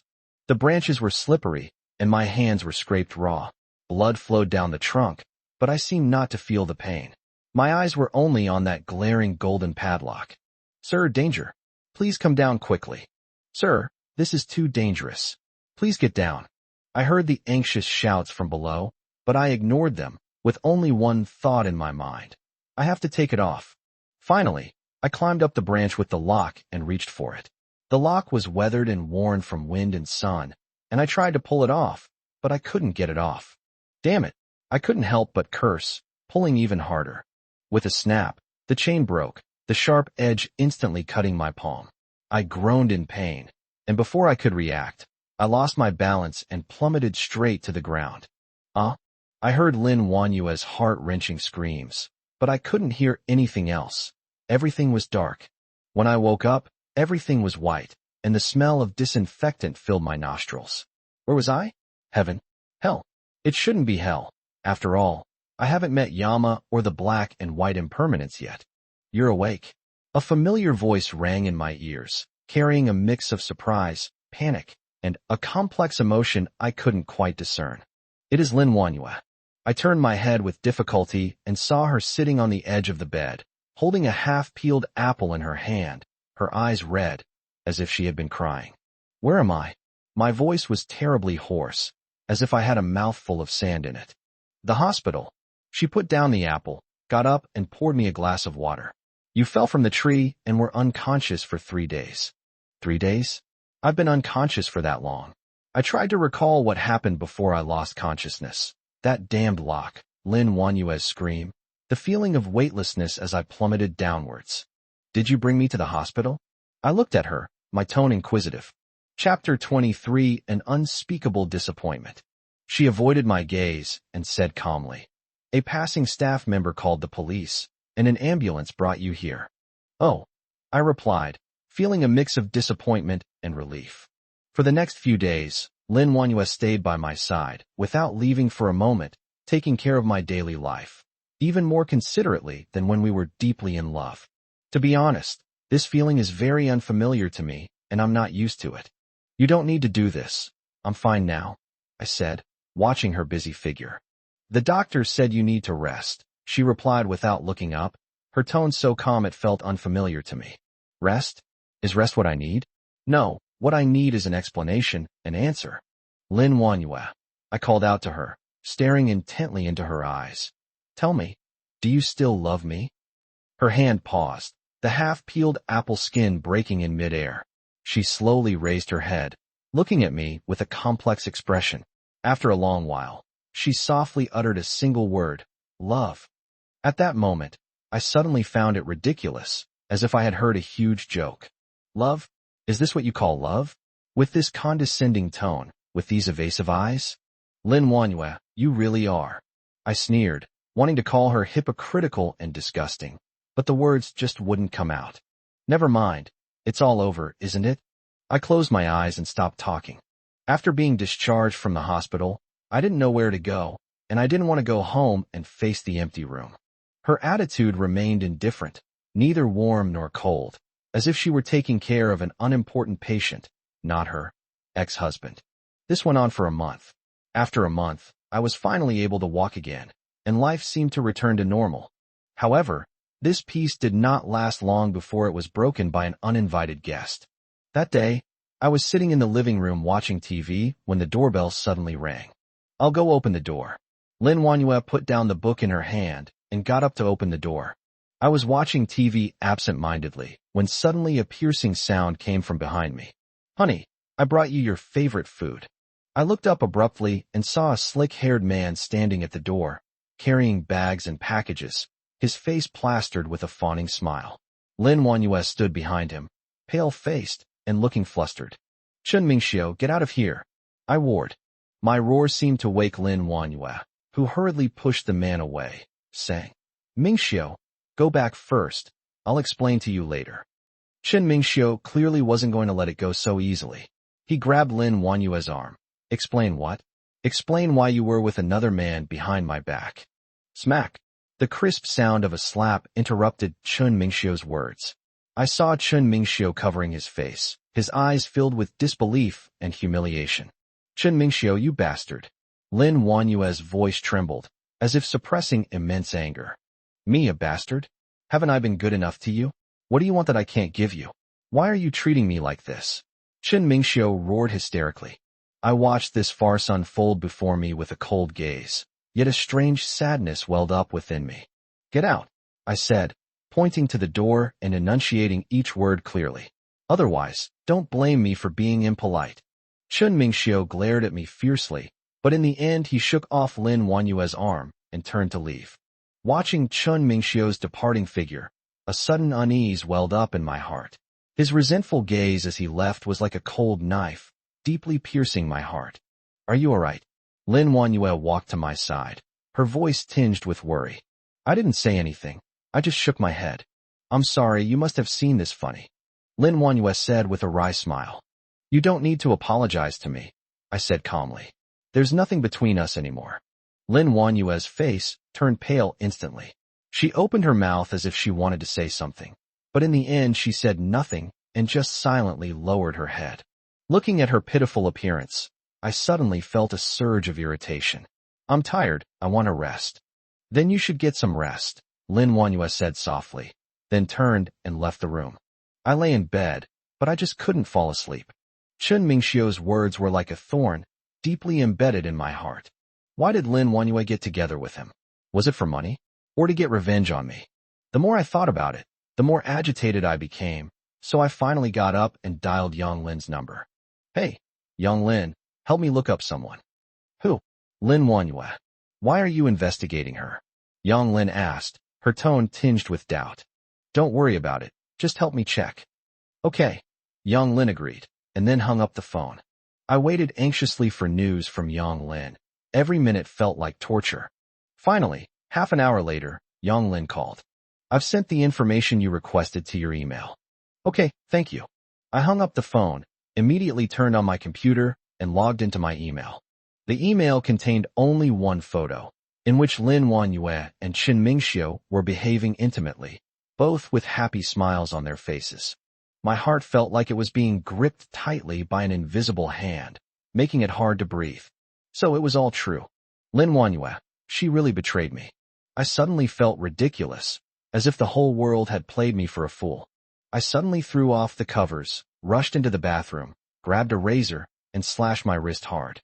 Blood instantly stained my vision. When I woke up again, I found myself lying in a hospital bed once more. "You're awake." A familiar voice rang in my ear, tinged with worry and reproach. I turned my head and saw Dr. Zhou standing by my bedside, looking at me with a serious expression. "Why?" Dr. Zhou asked, his tone tinged with anger. "Do you know your current physical condition? Do you know that what you're doing is suicide?"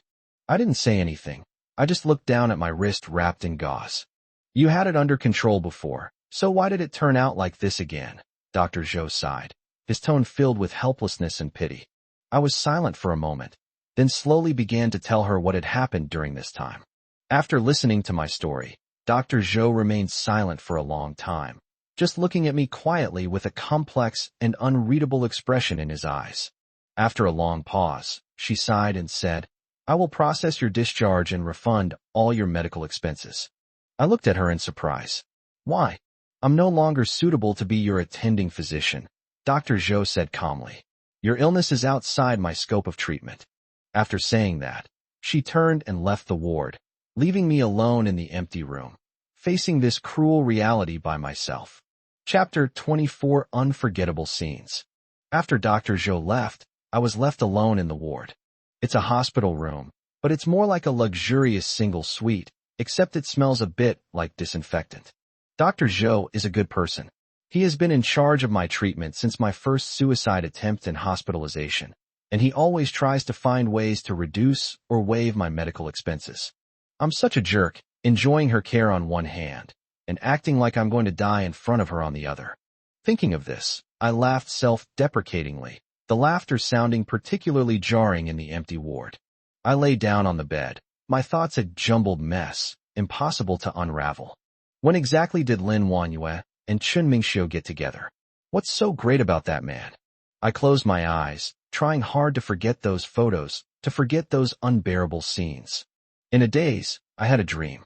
In my dream, I returned to the time when Lin Wanyue and I had just gotten married. We were holding hands, strolling in the sunset, our faces beaming with happiness. "Do you love me?" In the dream, Lin Wanyue smiled radiantly, her voice as sweet as honey. "Love, of course I love you." I hugged her tightly, afraid that if I let go, she would disappear. "Then promise me that no matter what happens in the future, you will never leave me, okay?" Lin Wanyue raised her head and looked at me with deep affection, her eyes and brows filled with a hint of pleading. "I promise you, I will never leave you." I cupped her face in my hands and lowered my head to kiss her. Ugh! I suddenly opened my eyes and found myself hugging the pillow tightly, with a trace of dampness still on my lips. I sat up and looked around, only to realize that it was already getting dark. Only a dim bedside lamp was on in the ward, casting distorted shadows on the surrounding furniture. "You're awake." A familiar voice rang in my ears. I turned my head and saw Lin Wanyue sitting on the edge of my bed, holding a bowl of porridge in her hand, looking at me with a worried expression. "Why are you here?" I asked in a cold tone. "I heard from Dr. Zhou that you had woken up, so I came to see you." As Lin Wanyue spoke, she handed the porridge in her hand to me. "Are you hungry? This is some preserved egg and lean pork porridge I made. Have a taste." Looking at the steaming bowl of porridge in front of me, I felt a mix of emotions. I used to love drinking the porridge that Lin Wanyue cooked. Whenever I was sick, she would cook porridge for me, saying it was the best for my stomach. But now, I have no appetite at all. "I'm not hungry, you can take it." I turned my head away, refusing to look at her. Lin Wanyue's hand froze in midair, and her expression became somewhat awkward. She was silent for a moment, then put down the porridge in her hand and asked in a low voice, "Do you know?" I knew what she meant, but I didn't answer. I just stared at her coldly. "Those photos, you had young Lin take them secretly, didn't you?" Lin Wanyue bit her lip, her voice trembling slightly. "Shouldn't I know? My wife is with other men every day. As her husband, don't I even have the right to know?" I gave a cold laugh, my tone full of sarcasm. Lin Wanyue's face turned pale instantly. She opened her mouth as if she wanted to say something, but in the end she said nothing and just silently lowered her head. Lin Wanyue stared at me, her eyes glistening with tears, like flower petals covered in morning dew, fragile and pitiful. I sneered inwardly. Keep pretending, keep pretending. Lin Feng. She called my name softly, her voice trembling slightly. Before I could react, she suddenly threw herself into my arms, wrapping her arms tightly around my neck like a drowning person grasping at a last straw. My body stiffened, and I instinctively wanted to push her away. I want to strangle this woman, and I want to throw her and her lover into the sea to feed the sharks.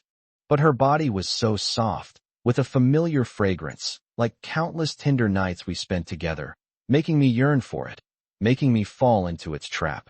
Lin Feng, I'm sorry. I know I was wrong. Please don't leave me, okay? I can't live without you. She buried her head in my chest, her voice choked with sobs, like a wronged little girl. I closed my eyes, took a deep breath, smelled the fragrance in her hair, and felt the warmth of her body. My heart, shamefully, wavered. Screw it. I cursed myself for being so spineless, still clinging to her tenderness even at a time like this. In the days that followed, Lin Wanyue seemed like a completely different person. She stayed by my side every step of the way, feeding me, wiping my body, telling me stories, and even helping me with my physical needs. She treated me with the utmost care, like a fragile treasure, as if afraid that I would break at any moment. Every morning when I wake up, she gives me a gentle good morning kiss, and every night before I go to sleep, she gives me a loving good night kiss. It felt like we had returned to the beautiful times we had at the beginning. All the betrayals and hurts seemed like just a nightmare. As I watched her busy figure and listened to her gentle voice, my heart felt like a jumbled mess of emotions, sweet, sour, bitter, spicy, and salty. I wish all of this were real. I wish time could stand still at this moment, but I know it's just a final burst of energy before death. My brain cancer has reached an advanced stage. Dr. Zhou said I only have 1 month left at most. A month? How short? I didn't even have time to properly love her or to make up for my mistakes before I had to leave. Lin Feng, what would you like to eat?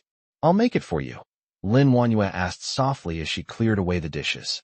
I want to eat your sweet and sour pork ribs. I looked at her, a bitter smile playing on my lips. Okay, wait here. I'll go make it for you right away. Lin Wanyue smiled happily and turned to go into the kitchen. Watching her busy figure, I couldn't help but get teary-eyed. That evening, Lin Wanyue specially opened a bottle of red wine, saying she wanted to celebrate with me. Celebrate what? I asked, looking at her, puzzled. Let's celebrate our reconciliation, Lin Wanyue said, handing me a glass of red wine.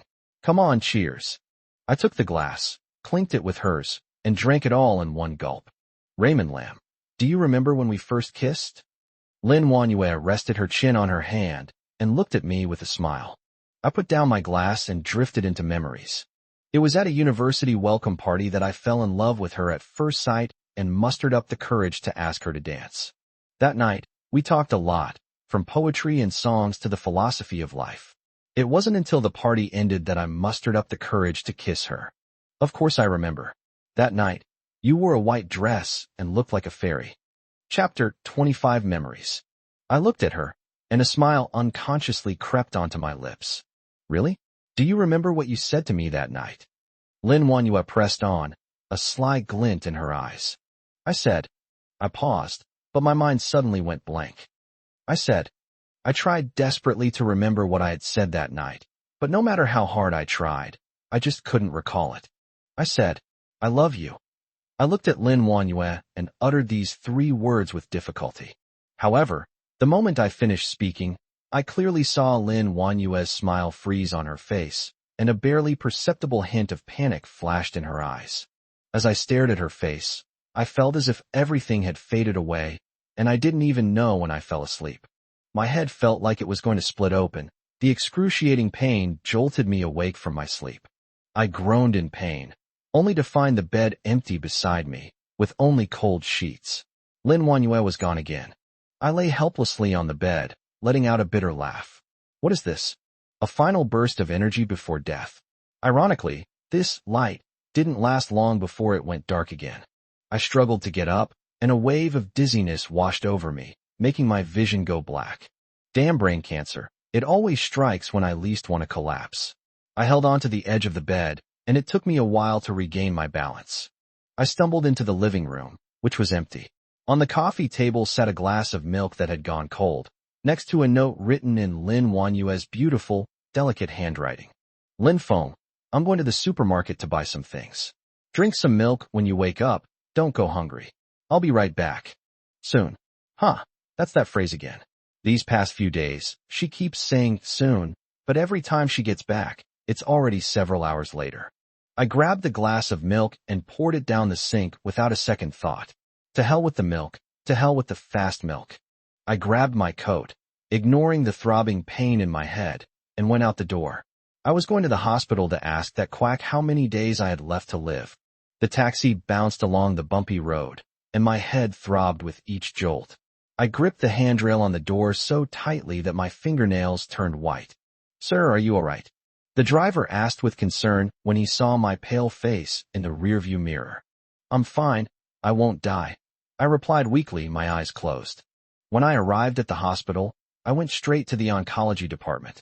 As I walked, my heart grew heavier and heavier. Dr. Zhou, how am I doing? I asked as soon as I entered the consultation room. Dr. Zhou adjusted his glasses, flipped through my medical record, and his brows furrowed more and more. Why are you only coming for a follow-up appointment now? He said sternly, with a hint of disappointment in his tone. I opened my mouth, but didn't know how to explain. Do you know that if you had lived a month earlier, you would have had 3 more years to live? Now, Dr. Zhou slammed my medical record shut, his eyes filled with regret. Now, you only have 1 month left. 1 month, 1 month. My head went buzz, as if something had exploded. I'm going to die in a month. I still have so many things to do. I haven't had time to make up for the hurt I caused Lin Wanyue. I haven't had time to. Doctor, is there any way, even just? I stared intently at Dr. Tai, as if grasping at a straw. There is a solution, Dr. Tai sighed, but it's very risky and... What's the solution? Tell me quickly. I urged impatiently. Surgery, Dr. Zhou paused. But given your current physical condition, the success rate of the surgery is less than 10%. 10%. That means there's a 90% chance I'll die on the operating table? I fell silent, my heart churning with inner turmoil. Doctor, please schedule surgery for me. In the end, I made the decision. Even if there's only a 10% chance, I'll try.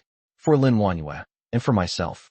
As I walked out of the hospital, I looked up at the gray sky, feeling a mix of emotions. The surgery was scheduled for a week later. These 7 days were perhaps the most agonizing 7 days of my life. Should I tell Lin Wanyue? If the surgery fails, how should I say goodbye to her?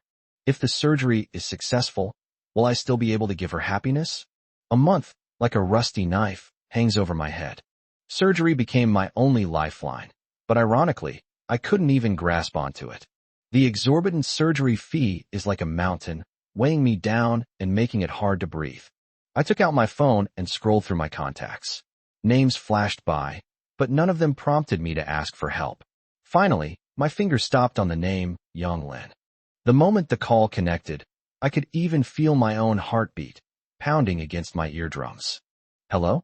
Lin Feng. What made you decide to call me? Yang. Lin's voice was as capable as ever, but it sounded a little unfamiliar. I took a deep breath and tried to make my voice sound calm. Yang Lin. I need your help. There was a few seconds of silence on the other end of the phone, followed by a soft sigh from Yang Lin. What's wrong? What trouble have you run into? I gritted my teeth and told her about my illness and the cost of the surgery. After I finished speaking, I felt as if I had used up all my strength and slumped into a chair, waiting for her rejection. However, Yang Lin simply said, Don't worry about the money, I'll bring it to you tomorrow. I was stunned. Before I could say anything, she continued, And Cheng Yinyin will be going too. Cheng Yinyin? My heart skipped a beat. The next day, Yang Lin and Cheng Yinyin arrived as promised. Lin Feng. Cheng Yinyin's voice was very soft, like a feather, gently brushing against my heart. I opened my mouth, but didn't know what to say. All my words ultimately amounted to a bitter sigh. Yang Lin placed the thermos on the bedside table. This is the soup I made. Drink it while it's hot. I glanced gratefully at Yang Lin, took the soup, but couldn't taste it. Don't blame your sister Yang for being nosy. She's worried about you. As Yang Lin spoke, she glared at Cheng Yinyin. And you insisted on coming along. Look at yourself now. You're nothing like you used to be. Chung Yin lowered her head and didn't say a word, but silently placed the fruit basket on my bedside table. I just wanted to come see you. Chung Yin's voice was as soft as a mosquito's buzz, yet it exploded in my ears like a thunderclap. I looked up at her evasive gaze, at the undisguised love in her eyes, and felt a mix of emotions. Yonglin sighed. All right, you guys chat. I'm going out for some fresh air. Chapter 26 Suppression. Only Chung Yin and I were left in the ward. The air seemed to freeze, so oppressive that it was hard to breathe. Are you all right? I broke the silence, my voice hoarse. Chung Yin looked up, her eyes slightly red. Does it matter whether I'm okay or not? I opened my mouth, but found myself speechless. Yes, in her eyes, I was probably just a heartless man who abandoned her, a stranger unworthy of her concern. Do you hate me? I asked with difficulty, each word like a knife cutting into my heart. Chung Yin did not answer, but just stared at me, her emotions complex and hard to discern. But in the end, we didn't say anything more. The surgery was performed a week later. Pushing open the door, a strong smell of alcohol mixed with the sour stench of vomit hit me. Lin Wanyue, the woman who was once as proud as a peacock, was now slumped on the floor like a pile of mud, with empty wine bottles scattered around her, like a group of silent mourners. My heart tightened, and my previous exhaustion and weakness were instantly replaced by a strange anger and heartache. I went over and gently lifted her from the ground. Her body was so light as a feather, yet it burned my skin like a branding iron. I carried her to the bed and wiped away the filth from her body bit by bit, my movements clumsy yet incredibly devout, as if I were polishing a precious piece of porcelain. Perhaps my movements startled her awake. Lin Wanyue opened her eyes groggily, her gaze unfocused and lacking its usual sharpness. Instead, she looked like a wounded kitten, pitiful and vulnerable. She was mumbling something in a daze. I leaned closer to listen and realized she was calling my name. Her voice was hoarse and nasal, but surprisingly gentle. Lin Feng, is that you? My heart softened, and I couldn't help but pull her into my arms. She leaned into my arms and clung to me like an octopus, her slender arms gently patting my back as she mumbled incoherently in her sleep, all of which were incomprehensible to me. I smelled her familiar perfume, mixed with a faint scent of alcohol, and felt a strange sense of peace. That night, I held her in my arms as if I were holding the whole world, and fell into a deep sleep. The next morning, I was awakened by a cold touch. I opened my eyes and a glass of red wine was right in front of me. The bright red liquid was particularly dazzling in the morning light, as if it were silently accusing something. Lin Wanyue, the woman who nestled in my arms like a kitten last night, is now sitting on the edge of the bed, holding a wine bottle, her eyes cold, as if looking at a stranger.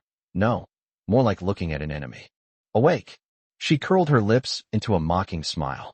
I thought you were going to pretend to be asleep for a long time.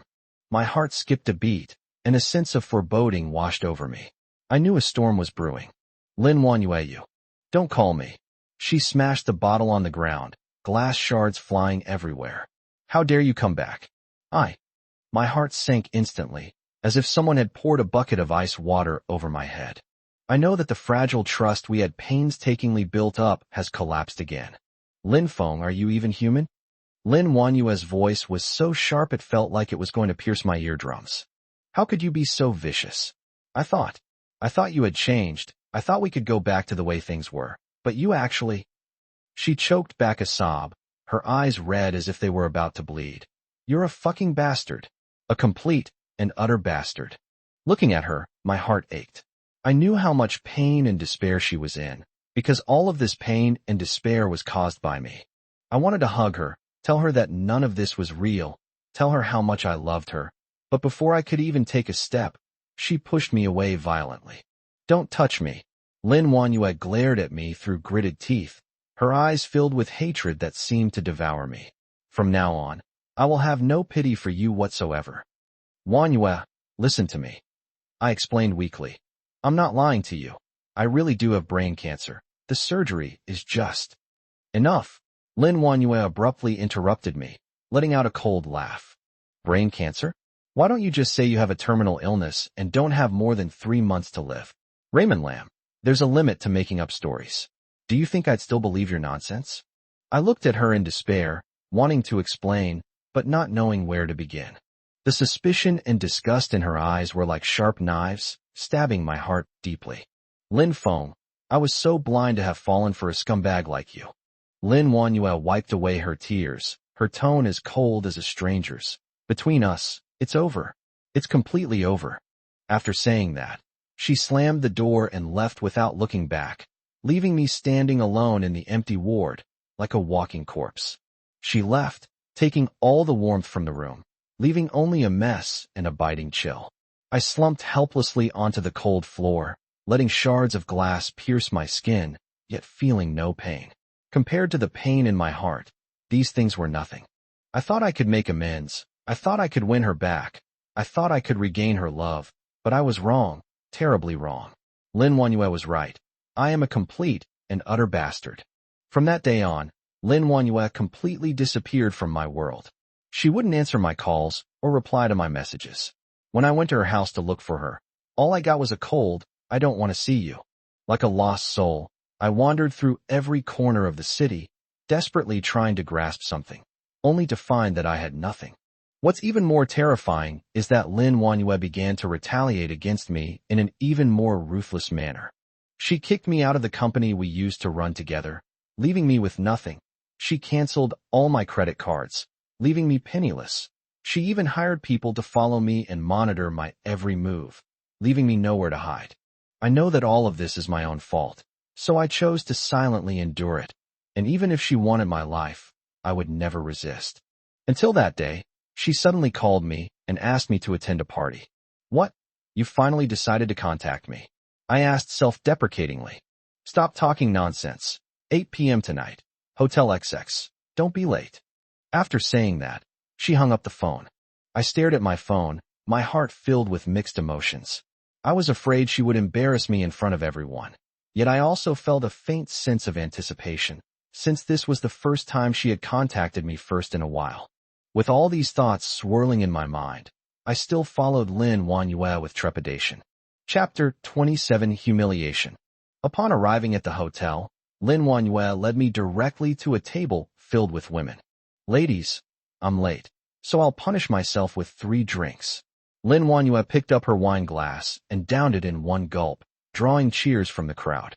It was then that I noticed that the people sitting at the table were all well-dressed and made up, and there were a few of them I seemed to have seen on TV.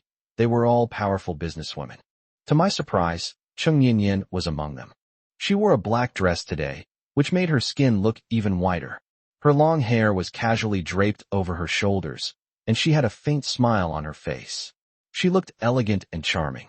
When she saw me, Cheng Yinyin was only slightly taken aback, then smiled and raised her glass to me as a greeting, without saying anything more. Just as I was feeling embarrassed, a glamorous woman next to me suddenly took Lin Wanyue's arm and said in a coquettish voice, "President Lin is really deep when it comes to love, even bringing your partner to a banquet like this." My heart skipped a beat, and I subconsciously looked at Lin Wanyue, only to see her just smile faintly and say in front of everyone, "You misunderstand. I brought him here not because of love." As she spoke, her gaze swept over me, a mocking smile playing on her lips. "I just think his face is passable enough. It's good enough to bring him out to make a good impression, and besides..." She paused, her gaze falling on my hands, her tone carrying a hint of disdain. "The food made by these hands is barely edible." One sentence from him made me blush with embarrassment and feel like I wanted to disappear. The women around me burst into laughter, their eyes filled with disdain and contempt as they looked at me, and I could only stand there like a clown, letting them mock and humiliate me at will. At that moment, I wished I could disappear into a crack in the ground. I felt a burning sensation on my cheeks, as if I had been slapped twice. The laughter of the women around me was sharp and piercing, like countless needles pricking my skin. I really wanted to yell at them, "What's it to you?" and slam the door and leave, but I didn't dare. I was afraid of angering Lin Wanyue, and even more afraid of losing her. I stood there stiffly, like a wooden doll, just wanting to find a place to sit down, even if it was just squatting in a corner. But Lin Wanyue seemed to be deliberately humiliating me. She said in a commanding tone, "Stand up straight. Standing is good for your health." I gritted my teeth, feeling like a monkey being toyed with in a circus. The women around me looked at me with even more contempt, and some even started whispering, speculating about my identity, and making up stories about me and Lin Wanyue. Just when I was about to break down, a clear, cold voice suddenly rang out from the crowd.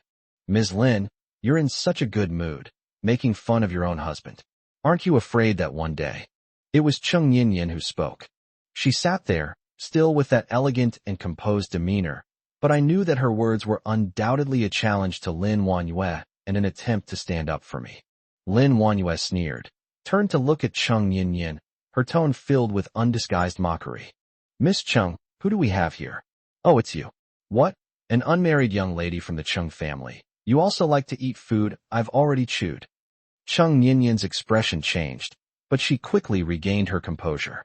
She smiled faintly and said, "I just feel that Ms. Lin's treatment of her husband is a bit too much. Excessive." Lin Wanyue laughed loudly as if she had heard a funny joke. Her laughter was full of contempt and disdain. "Miss Cheng, you don't understand the complexities of marriage. I advise you to mind your own business." I stood aside, watching the two engage in a heated exchange, feeling a mix of emotions. I know Cheng Yinyan means well, but I also know that her good intentions will only make me feel more embarrassed. Sure enough, as soon as Lin Wanyue finished speaking, the women around her erupted in a commotion. The women spoke louder and louder, their tone becoming increasingly harsh, as if they were afraid no one would hear them. I lowered my head, wishing I could disappear into a crack in the ground. I felt Cheng Yinyan's gaze fall on me. Her eyes were full of sympathy and pity, but that gaze made me feel even more ashamed. I suddenly felt very tired, very tired. I don't want to stay here any longer, enduring the humiliation and ridicule from these women. Someone couldn't stand it anymore, and a well-dressed, slightly older woman stepped in to smooth things over. "Oh, Mr. Lin, couples always make up after a fight. It's their business, so we outsiders shouldn't interfere." Lin Wanyue sneered, glancing sideways at Cheng Yinyan. "Yes, some people just love to meddle in other people's business, without even considering whether they have the right to do so." As she spoke, she grabbed my arm. "Lin Feng, don't you think so?" She turned to look at me, her voice as gentle as honey, but I knew that behind that gentleness lay a sharp knife, ready to pierce my heart at any moment. All eyes were fixed on me like searchlights, especially on Cheng Yinyan. Her eyes were filled with complex emotions, disappointment, anger, and heartache. I don't know. I just felt like a naked monster in front of her, ugly and repulsive. I opened my mouth, wanting to say something, but my throat felt like it was blocked by something, and I couldn't make a sound. "Lin Feng, this is what you owe me." I shuddered. Those words were like a bucket of ice water, instantly extinguishing the last flame of resistance in my heart. How could that be? I heard myself say in a voice that was terribly unfamiliar, "This is just a little bit of fun between husband and wife, right, Wanyue?" I forced a smile that looked worse than a grimace, and went along with her performance. Cheng Yinyan closed her eyes in disappointment, 2 lines of tears sliding down her cheeks. She choked out, "Lin Feng, is it really worth it? She just treats you like a toy." Her voice wasn't loud, but it was like a heavy hammer blow that struck my heart, causing my already fragile self-esteem to collapse completely. "Toy," I muttered to myself. "Cheng Yinyan, that's enough." Lin Wanyue's expression changed, and she shouted sharply, "My family affairs are none of your business." "Is chapter 28 worth it? Is it worth it for you?" Cheng Yinyan ignored her, and instead looked at me with a trembling voice. Tears blurred her vision. "She only treats you like a toy. Even so, do you still want to stay by her side?" I heard her sobbing, and it felt like something had hit my chest hard, the pain almost making it hard to breathe. For a moment, I really wanted to leave without a second thought. But I can't. I can't let my momentary weakness drag her into this quagmire as well. I know Lin Wanyue's methods all too well. If I dare to resist in the slightest, she will tear me to pieces without hesitation, along with Cheng Yinyan. I closed my eyes, forcing myself not to look at Cheng Yinyan's desperate eyes, and said in an almost numb tone, "What are you saying? I don't understand." Cheng Yinyan was stunned for a moment. as if she hadn't expected me to say such a thing. She stared at me blankly, her eyes gradually shifting from disbelief to icy coldness. And finally, only deep disappointment remained. Lin Feng, you disgust me. Cheng Yinyan forcefully wiped away her tears, turned around, and ran out of the banquet hall. As I watched her staggering figure disappear, my heart felt as if a piece had been ripped out, leaving it empty, filled only with endless regret and self-reproach. I feel like a sinner nailed to the pillar of shame. Lin Wanyue pinched my arm hard with her fingers, her tone tinged with impatience. All right, stop looking, everyone's gone. I looked away, forcing a smile that looked more like a grimace. Wanyue, let's go too. Lin Wanyue probably also found the farce boring, so she made up an excuse and took me away from the banquet hall. In the days that followed, I became increasingly compliant. Like a puppet on a string, I was manipulated by Lin Wanyue. She made me laugh, and I laughed. She made me cry, and I cried. I learned to play along and to hide my true emotions, becoming a complete puppet. However, Lin Wanyue's attitude towards me became increasingly worse. She was unpredictable and would often lose her temper with me, even humiliating me in front of my colleagues. I felt like a stray dog, tail between my legs, not daring to resist in the slightest.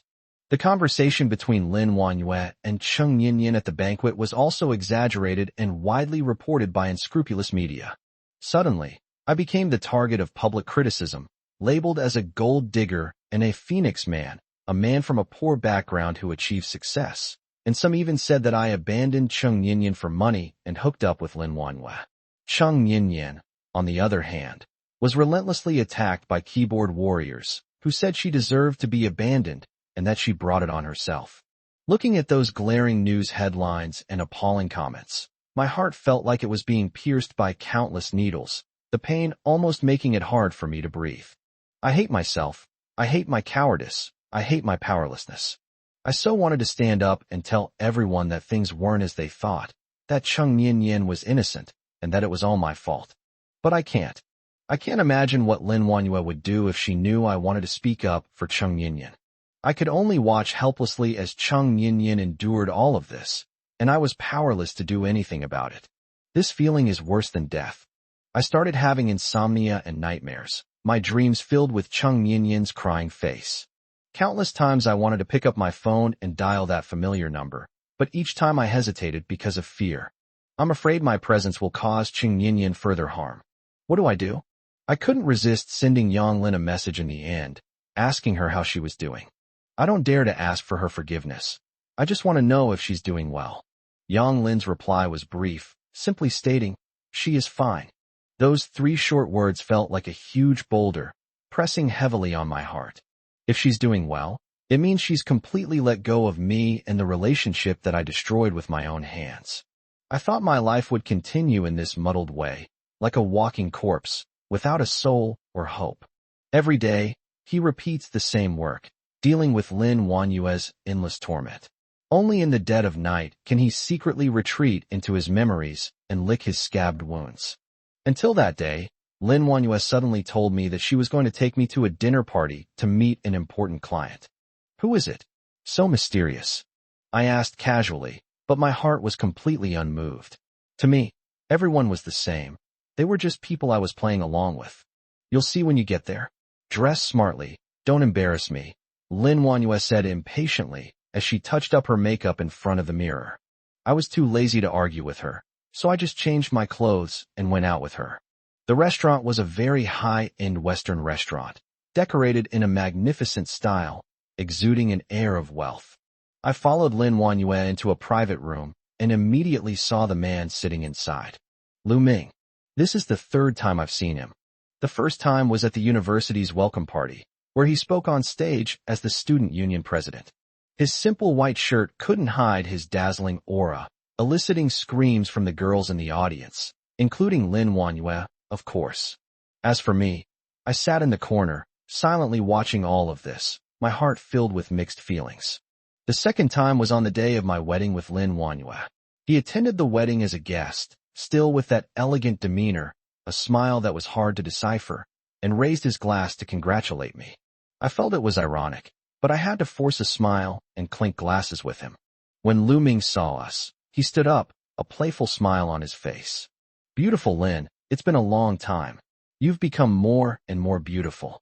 As he spoke, his gaze swept over me intentionally or unintentionally, his eyes carrying a hint of barely perceptible contempt. I know he's deliberately trying to embarrass me.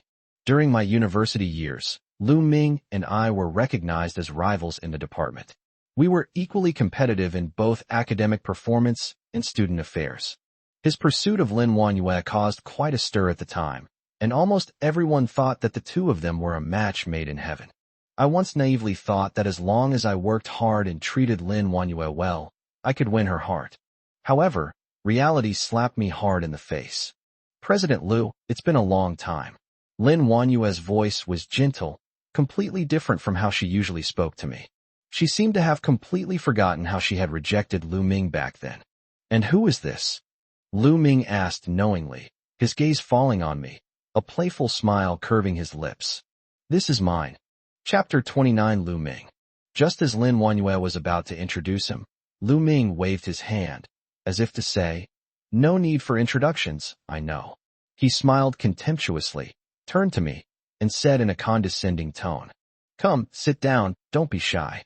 I suppressed my anger and sat down opposite him, trying my best not to look at his hypocritical face.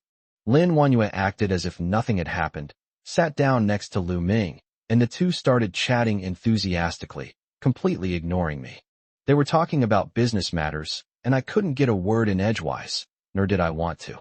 I silently drank my wine, watching them chat and laugh, my heart filled with a jumble of emotions I couldn't quite describe. After a few rounds of drinks, Lu Ming's eyes began to glaze over. He swirled his glass, the scarlet liquid gleaming eerily under the light, much like the atmosphere at the moment. "Speaking of which, you were a legendary figure in our department back in college." Lu Ming suddenly turned the topic to me, his tone full of sarcasm. "You got scholarships every year, and you almost snatched the student council president position from me. How come you?" He paused deliberately, looked at me with an almost pitying gaze, and said, word by word, "How did we end up in such a sorry state?" Lin Wanyue chimed in with a coquettish laugh. "Yeah, back in the day, everyone knew you. You were so successful. What happened to you now?" "All right, that's enough." I gulped down a glass of wine. The spicy liquid flowed down my throat, burning my internal organs, but it couldn't compare to the torment I was feeling. Looking at my dejected state, Lu Ming's mockery deepened. He put down his wine glass, leaned forward slightly, and said in a condescending tone, "In the end, you are still not good enough for Wanyue." I looked up, met his eyes, and forced a bitter smile. "Yes, I'm not good enough for you." "You." Lin Wanyue slammed her hand on the table and stood up, glaring at me with eyes full of disappointment and disgust. "How could you say that? Don't you have any dignity as a man?" I laughed self-deprecatingly. "Yes, my dignity and my pride have long been trampled to pieces by you. What do I have left now?" Seeing my reckless attitude, Lu Ming's mockery intensified. He threw his head back and laughed loudly, his laughter filled with smugness and contempt. Lin Wanyue probably couldn't stand the atmosphere, so she suddenly stood up, didn't even look at Lu Ming, and pulled me out. I stumbled after her, letting her pull me through the noisy hall and down the long corridor until we reached a quiet alleyway. There she stopped and slammed me against the wall. "Are you even a man?" Lin Wanyue's voice was sharp and piercing, like a sharp blade that stabbed into my heart. I closed my eyes in anguish, my mind flashing back like a movie, showing every detail of my relationship with Lin Wanyue, from the time we met to our marriage. "Speak up. Are you mute?" Seeing that I didn't speak, Lin Wanyue became even angrier. She shoved me hard, and I stumbled and almost fell to the ground. I looked up at the familiar yet unfamiliar woman in front of me, and a deep sense of powerlessness and despair welled up inside me. "Isn't it all your fault that I've become like this?" I laughed self-deprecatingly, my voice terribly hoarse. Nausea. I felt like I'd heard the biggest joke in the world. I wanted to laugh, but I couldn't. Only a bitter taste churned in my throat. Yes, in her eyes, isn't someone like me disgusting? Lin Wanyue released my collar and took a few steps back, as if afraid that the disgusting smell on me would contaminate her. She straightened her disheveled hair and clothes and coldly said, "Between us, it's over." As I watched her departing figure, I suddenly felt incredibly exhausted. I felt like a puppet whose strength had been completely drained, collapsing helplessly to the ground. When I got home, I was all alone in the empty room. I turned on the light, only to find that the glaring light accentuated my loneliness. I slumped onto the sofa, my mind replaying everything that had happened that night, my heart aching as if it were being torn apart. I thought Lin Wanyue would, as always, have a big fight with me, then slam the door and leave, leaving me alone to lick my wounds. But this time, she was unusually calm, so calm that it frightened me. Just when I thought she would continue to ignore me like this, she came back that evening. I heard the door open and jumped up from the sofa. I saw Lin Wanyue walk in with a document in her hand and no expression on her face. "Let's talk." Her tone was calm, yet carried an undeniable firmness. I looked at her, my heart filled with mixed emotions. I didn't know what she wanted to talk about, nor did I know what I should say. Lin Wanyue tossed the file folder onto the coffee table and said indifferently, "Take a look, this is the divorce agreement." I paused for a moment, then chuckled self-deprecatingly. Yes, divorce was inevitable. I picked up the document, opened it, and found that it wasn't a divorce agreement, but a written agreement. The agreement was simple. It required me to continue to play the role of a loving couple with Lin Wanyue, maintain an intimate relationship in public, and not do anything that would damage her image. My hands began to tremble as I looked at Lin Wanyue in disbelief. "What do you mean by this?" Lin Wanyue sat on the sofa opposite me, crossed her legs, looked at me coldly, and said, "My point is very clear. We need to maintain a semblance of peace. It's good for all of us." Good for all of us. I couldn't help but sneer. "Are you kidding me? What do you take me for? Your toy? A doll?" Lin Wanyue suddenly laughed, her laughter filled with sarcasm. "Who do you think you are? What right do you have to be my puppet? Look at yourself now. Do you even deserve it?" Her words struck me like heavy hammer blows, leaving me breathless. "Your acting skills are actually terrible, you know that?" Lin Wanyue suddenly changed her tone, as if she were chatting with me casually. "For so long, you've been playing the role of a good husband, but unfortunately, you're acting so fakely that I can see right through you." I smiled bitterly. So, she knew everything. She knew everything. "Don't worry, I won't treat you unfairly." Lin Wanyue took a check out of her bag and threw it in front of me. 5 million. That should be enough for you to splurge for a while. Looking at that check, I suddenly felt incredibly ironic. 5 million. Is that all I'm worth in her eyes? Not enough. Lin Wanyue raised an eyebrow. "Then tell me, how many do you want?" I took a deep breath, suppressing my anger, and said, "I want 1% of your company's shares." "Why in Chapter 30? Lin Wanyue was taken aback for a moment, then frowned. "Why?" "There's no reason why. I just want some money so I don't have to live like a dog anymore." I laughed self-deprecatingly, my tone filled with bitterness and despair. A hint of disgust flashed in Lin Wanyue's eyes, but it quickly disappeared. She was silent for a moment, then finally nodded. "Okay, I promise you." We signed that agreement as if we were signing a devil's pact. My soul, my dignity, was utterly crushed in that moment. "Remember to get a haircut. You look really sloppy right now." Before leaving, Lin Wanyue reminded me. I nodded mechanically, watching her departing figure, my heart filled with a profound stillness. From this day forward, I am a complete puppet, a doll controlled by her, a soulless walking corpse. I picked up the check on the table, looked at the glaring numbers on it, and suddenly wanted to burst out laughing, but I couldn't make a sound. Following Lin Wanyue's advice, I went to a styling salon that looked very expensive. "Sir, what kind of hairstyle would you like?" The hairstylist dried my hair with a towel while handing me a styling booklet. I flipped through the book casually, and the various fancy hairstyles made my head spin. I had no idea what they were all about, so I simply closed the book and said, "Let's just go with the style my wife likes, as long as she's satisfied." The hairstylist paused for a moment, then smiled and said, "Sir, you truly love your wife. Don't worry, I understand what you mean." For the next 2 hours, I was like a puppet, letting the hairstylist do whatever he wanted. After the whole process of cutting, perming, and dyeing, I almost didn't recognize myself. Looking at the slick-haired, powdered-faced guy in the mirror, I couldn't help but laugh at myself. Is this really me? It's like I'm a completely different person. However, it must be said that this outfit really suits Lin Wanyue's taste.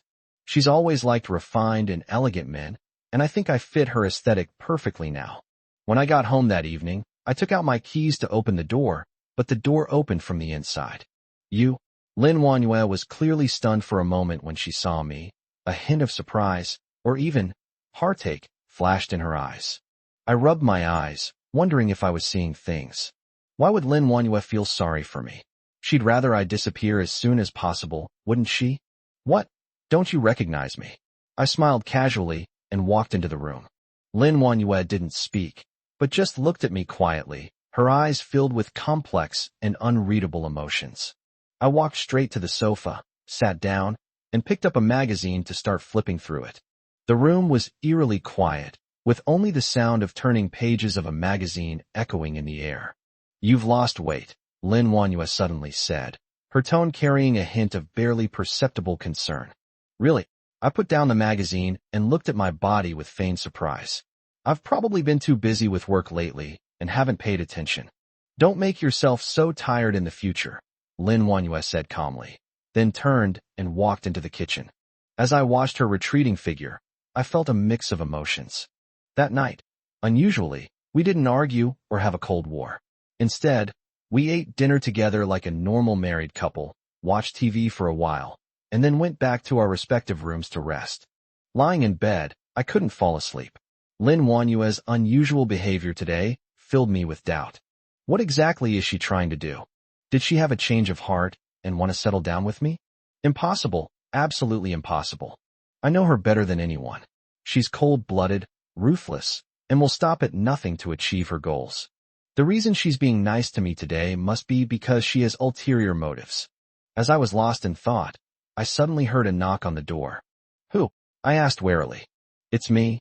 Lin Wanyue's voice came from outside the door. I opened the door and saw Lin Wanyue wearing a silk nightgown, her hair casually draped over her shoulders, her face showing a hint of fatigue, but her beauty was undeniable. It's so late. Is there something you need? I asked. Come with me to an event tomorrow. Lin Wanyue's tone was calm, yet carried an undeniable firmness. Okay, I replied casually, though my heart remained completely unmoved. The next day, before I was even fully awake, Lin Wanyue had already left. She even left a note telling me where she was, just like she always did. I chuckled to myself. Why should she need to report to me where she's going? Around noon, I received a call from an unknown number. Hello, who is this? Hello, I am Ms. Lin's driver. Are you free to go out now? I'm here to pick you up for the event. Ms. Lin? I was stunned for a moment before I realized he was referring to Lin Wanyue. Give me the address, I'll go there myself. Ms. Lin instructed that she must personally pick you up and drop you off. The other party's tone was polite, but it carried an unyielding firmness. I had no choice but to agree and gave them my address. 20 minutes later, a black Mercedes pulled up in front of me. The car windows slowly rolled down, revealing a familiar face. Chen Mingxiu? I stared incredulously at the man in the driver's seat. How could he be Lin Wanyue's driver? Chen Mingxiu seemed completely unsurprised by my surprise. He opened the car door expressionlessly and said, Get in. I hesitated for a moment, but still got into the car. We didn't speak a word the whole way. The atmosphere in the carriage was terribly oppressive. I would occasionally steal glances at Chen Mingxiu. He stared straight ahead, his sharply defined profile appearing particularly cold and aloof in the sunlight. Wanyue and I have a very good relationship.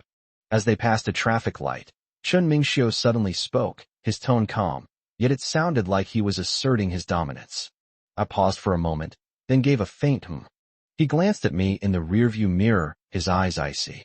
Don't you think you're superfluous? My fingers tightened slightly around my phone. In the past, I might have chosen to remain silent, but now, Wanyue and I are husband and wife. Why am I superfluous? I looked him straight in the eye and spoke each word calmly, yet with a hint of provocation. Chen Mingxiu slammed on the brakes, and the car shook violently. He turned his head, glaring at me through gritted teeth. Lin Wanyue doesn't love you at all. She's only doing this to you to get revenge. Do you understand? I raised an eyebrow, feigning surprise. Revenge on me? Why would she want revenge on me? Because... Chen Mingxiu suddenly stopped, seemingly realizing he had misspoke. He took a deep breath and tried to suppress his anger. In short, don't assume that her kindness towards you means she truly loves you. She doesn't care about you at all. Chapter 31 Pleasure. Seeing his furious expression, I suddenly felt a surge of vengeful pleasure. I deliberately sighed, feigning a hurt expression. You're right, I felt it too. She's hot and cold towards me, sometimes close and sometimes distant. Maybe it really is like you said, she's just playing with me. Shut up. Chen Mingxiu slammed his hand on the steering wheel, and the car blared its horn. His eyes were bloodshot, like an enraged beast, as he stared intently at me. You have no right to speak about her. As I watched him lose control, a cold smile crept onto my lips. I want to make him suffer, make him despair, and make him watch me and Lin Wanyue being loving with his own eyes, yet be powerless to do anything about it. Mingxiu, calm down. I pretended to be kind and advised. I know you like Wanyue, but you can't force feelings. Doing this will only make her dislike you more. Chen Mingxiu opened his mouth, but couldn't say anything. He slumped back in his chair, his face contorted in pain. Seeing his pained expression, I suddenly felt a surge of vengeful pleasure. Chen Mingxiu's pained expression gave me immense pleasure. I even wanted to add insult to injury. Actually, Wanyue she? I deliberately drew out my words, and Chen Mingxiu suddenly raised his head, a glimmer of hope flashing in his eyes. He asked urgently, as if grasping at a lifeline. What's wrong with her? Does she like me too? Does she? Looking at his pathetic state, I felt a cold laugh in my heart. This man was blinded by love, acting like a stray dog. I decided to tease him a little more. She, of course she. I deliberately paused for a few seconds, savoring the expectant yet fearful expression on Chen Mingxiu's face, before slowly saying, Of course she doesn't like you. How could you think that? She told me herself that you're just a substitute, and a cheap one at that. You're talking nonsense. Chen Mingxiu slammed his fist on the steering wheel, the horn blaring a piercing blare that drew the attention of passers-by. I'm talking nonsense. You don't believe me? Ask her. I looked at him defiantly, secretly pleased. This kid's finally gotten what he deserved. Chen Mingxiu gritted his teeth, his chest heaving violently, clearly trying his best to control his anger. After a long while, he finally spoke in a hoarse voice. What exactly do you want? I don't want anything to happen. I shrugged innocently. I just want you to face reality and stop being delusional. Wanyue doesn't love you at all. You mean nothing to her. I saw Chen Mingxiu's eyes slowly redden, but he stubbornly refused to shed a tear. His knuckles were white and veins were bulging as he gripped the steering wheel, as if he was trying his best to restrain something. You? He took a deep breath, as if he wanted to say something, but in the end he didn't say anything. Looking at him, I felt an even greater sense of pleasure than when I was with Lin Wanyue. The car arrived at its destination quickly. I opened the car door and said to Chen Mingxiu in a deliberately flippant tone, Thanks, driver. You've had a hard day. After saying that, I walked into the venue without looking back, leaving Chen Mingxiu alone in the car, like a sculpture whose soul had been taken away. I arrived at the agreed-upon restaurant according to the address Lin Wanyue gave me. It was an elegant Western restaurant with soothing music playing and the air filled with the faint scent of champagne and roses. I sat down at the table according to the seat Lin Wanyue gave me, only to find that Lin Wanyue was not there. Was she deliberately late to give me a hard time? I sneered inwardly. This woman really knows how to play games. Just then, I suddenly saw Chang Yinyan appear at the restaurant entrance. Today, she was wearing a black business suit. Her hair was styled in a high bun, and she had exquisite makeup on her face. She looked capable and elegant, completely different from her usual self. A bad feeling suddenly welled up inside me. Why was she here? Chang Yinyan walked straight towards me. When she saw my face, she was clearly stunned for a moment, a hint of surprise flashing in her eyes, but she quickly regained her composure. Neither of us expected to run into each other here, and the atmosphere became a little awkward for a moment. After all, Chang Yinyan is very important to me. Chang Yinyan sat down opposite me. She didn't rush to speak, but instead looked me up and down. Chang Yinyan just looked at me quietly, her eyes as deep as an ancient well, and I couldn't even see her emotions at that moment. I cleared my throat somewhat awkwardly, about to say something to break the eerie silence, when she suddenly laughed, a bright and captivating smile, as if the imposing aura she had just exuded was merely my imagination. "What? Don't you recognize me? I'm Cheng Yinyan." She chuckled softly, her tone tinged with a hint of teasing. "By the way, what are you doing here? Are you here to eat too?" I tried to change the subject, not wanting to dwell on the past with her anymore. "I." Cheng Yinyan gracefully picked up the wine glass on the table, gently swirling it. The scarlet liquid reflected a captivating luster under the light.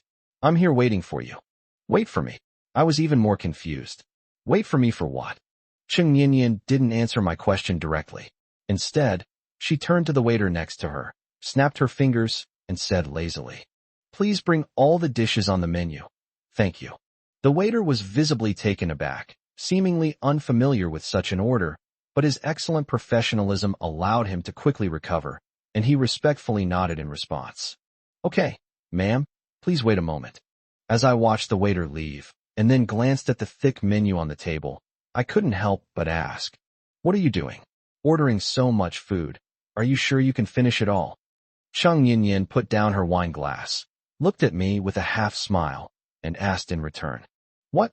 Are you worried about the money?" "Don't worry, you don't need to pay. I'm not that stingy." She continued, "You don't need to save money for Lin Wanhua. She's not that generous." "Lin Wanhua isn't that generous?" I repeated Cheng Yinyan's words, trying to glean some other meaning from them. "What do you mean by that?" Cheng Yinyan chuckled softly, leaning back in a languid manner that exuded an indescribable sense of oppression. "It's nothing. I just thought you probably wouldn't want to waste your time on this kind of boring dinner, right?" She paused, her gaze sharp as she stared at me. "Tell me, what's your relationship with Lin Wanhua now? Don't tell me you don't know what I'm talking about." I felt uneasy under her gaze and instinctively wanted to avoid her eyes, but I felt guilty for doing so I could only bite the bullet and say, We're fine now. You don't need to worry about us." "Very good. Is that so?" Cheng Yinyan smiled noncommittally, picked up her wine glass, and took a small sip. "I was just asking casually, why are you so nervous? I didn't say I wanted to rekindle our old flame. Don't worry, I don't feel like I can't live without you right now." Chapter 32, her reminder. "Thank you for the reminder, Miss Cheng Yinyan." I forced a smile, but my face felt burning hot, as if I had been slapped hard. Although Cheng Yinyan's words were harsh, they also hit the nail on the head. I really don't want to continue this entanglement with her, but I can't bring myself to completely cut off contact. In the end, I'm the one who wronged Cheng Yinyan. Looking at the woman in front of me, with her exquisite makeup and elegant demeanor, I kept thinking of the little girl who cried her eyes out for me. I ruined her with my own hands, turning her into this cold and aloof person she is now. Perhaps this is the best course of action. Keeping our distance is better for both of us. I felt a mix of emotions, a sense of guilt and relief. The wait for the food to be served was horribly long. It felt as if there was an insurmountable chasm between Cheng Yinyan and me, and the silence was suffocating. She gracefully swirled the wine in her glass, the scarlet liquid rippling gently with her movements, but it only made me more agitated. "Would you like something to drink?" Cheng Yinyan suddenly asked, breaking the silence. "No, I've quit drinking." I shook my head, instinctively refusing. "What are you thinking about? This is what I'm talking about." Cheng Yinyan chuckled, snapped her fingers, and turned to the waiter, saying, "2 bottles of grape juice, please." The waiter quickly brought over 2 bottles of chilled grape juice. Cheng Yinyan poured me a glass herself and pushed it in front of me, saying, "Don't misunderstand, I just think you're too thin and should eat more." Looking at the beautifully colored grape juice in front of me, I felt a mix of emotions. Lin Wanhua did not appear. I silently ate the food in front of me, but I could not taste it. Cheng Yinyan would occasionally put food on my plate, and I would always be taken aback. She would just smile faintly and say, "Don't be nervous. I just don't want to make things difficult for you. I just hope that you can go back to the energetic person you used to be." Her words were like tiny needles, pricking my heart. "Cheng Yinyan, I'm sorry." I put down my chopsticks, wanting to say something, but found that any words were pale and powerless. "No need to apologize, it's all in the past." Cheng Yinyan interrupted me, raising her glass. "Cheers. let's say goodbye to the past. I picked up my glass of grape juice and gently clinked it with hers. The bitter taste spread in my mouth, just like the relationship between us, which ultimately left only a mouthful of bitterness and regret. The dishes on the table were exquisitely presented like works of art, emitting an enticing aroma, but they tasted like nothing at all to me. Lin Wanyue was late in arriving, and my heart, like the dishes on the table, gradually cooled down. Why aren't you eating? Is it not to your liking? Cheng Yinyan's voice pulled me back from my reverie. She picked up a piece of fish with her slender fingers and put it into my bowl. Try this, steamed sea bass, it's very fresh. I stared blankly at the fish in the bowl, not knowing what to say for a moment. Cheng Yinyan used to like to serve me food like that. Back then, we were young and naive, full of expectations for the future. But now, all that's left is awkwardness and bitterness on the table. You don't need to do this, I can do it myself. I tried to refuse in a panic, but Cheng Yinyan interrupted me. What? Afraid that your beautiful Lin will misunderstand? She chuckled lightly, a hint of sarcasm in her voice. Don't worry, I just don't want to put you in a difficult position. After all, you're quite the catch now, and I wouldn't dare offend you. I opened my mouth, but couldn't refute it. Cheng Yinyan was right. I really was like a sandwich filling, caught in the middle. I silently picked up my chopsticks, put the piece of fish in my mouth, and chewed it carefully, but I couldn't taste anything. I just hope you can go back to the energetic person you used to be. Cheng Yinyan's voice was very soft, yet it was like a pebble that stirred up ripples in the lake of my heart. I looked up abruptly and met her deep eyes, my heart filled with mixed emotions. The once spirited and dream-filled me has long since struggled and been battered in the mire of reality, and now all that remains is exhaustion and confusion. The meal was unusually long, and my anxiety grew with each passing second. Lin Wanyuan never appeared, and my heart sank to the bottom. Finally, I could no longer bear the oppressive atmosphere. I hurriedly got up and fled the restaurant, escaped Cheng Yinyan's complicated gaze, and also escaped the tangled and complicated past between us. Wait! Cheng Yinyan's voice came from behind me. I paused, but didn't turn around. Here, take this. She quickly caught up with me and stuffed a file folder into my hand. I'm not as fragile as you think. This collaboration with Lin Wanyue is indeed because she's the most suitable partner. As for the rest, you don't need to think too much about it. I stared blankly at the file folder in my hand. It felt heavy, like a 1,000-pound burden pressing on my heart, making it hard for me to breathe. I took a deep breath, suppressed the surging emotions in my heart, turned to look at Cheng Yinyan, and forced an awkward smile. Thank you, Cheng Yinyan. After saying that, I rushed into the night without looking back, leaving Cheng Yinyan with a complicated gaze and the words she hadn't had time to say. Chen Mingxiu's car was still parked on the side of the road. I opened the car door, slumped inside, and buried my face deeply in my hands. So, did you reach an agreement?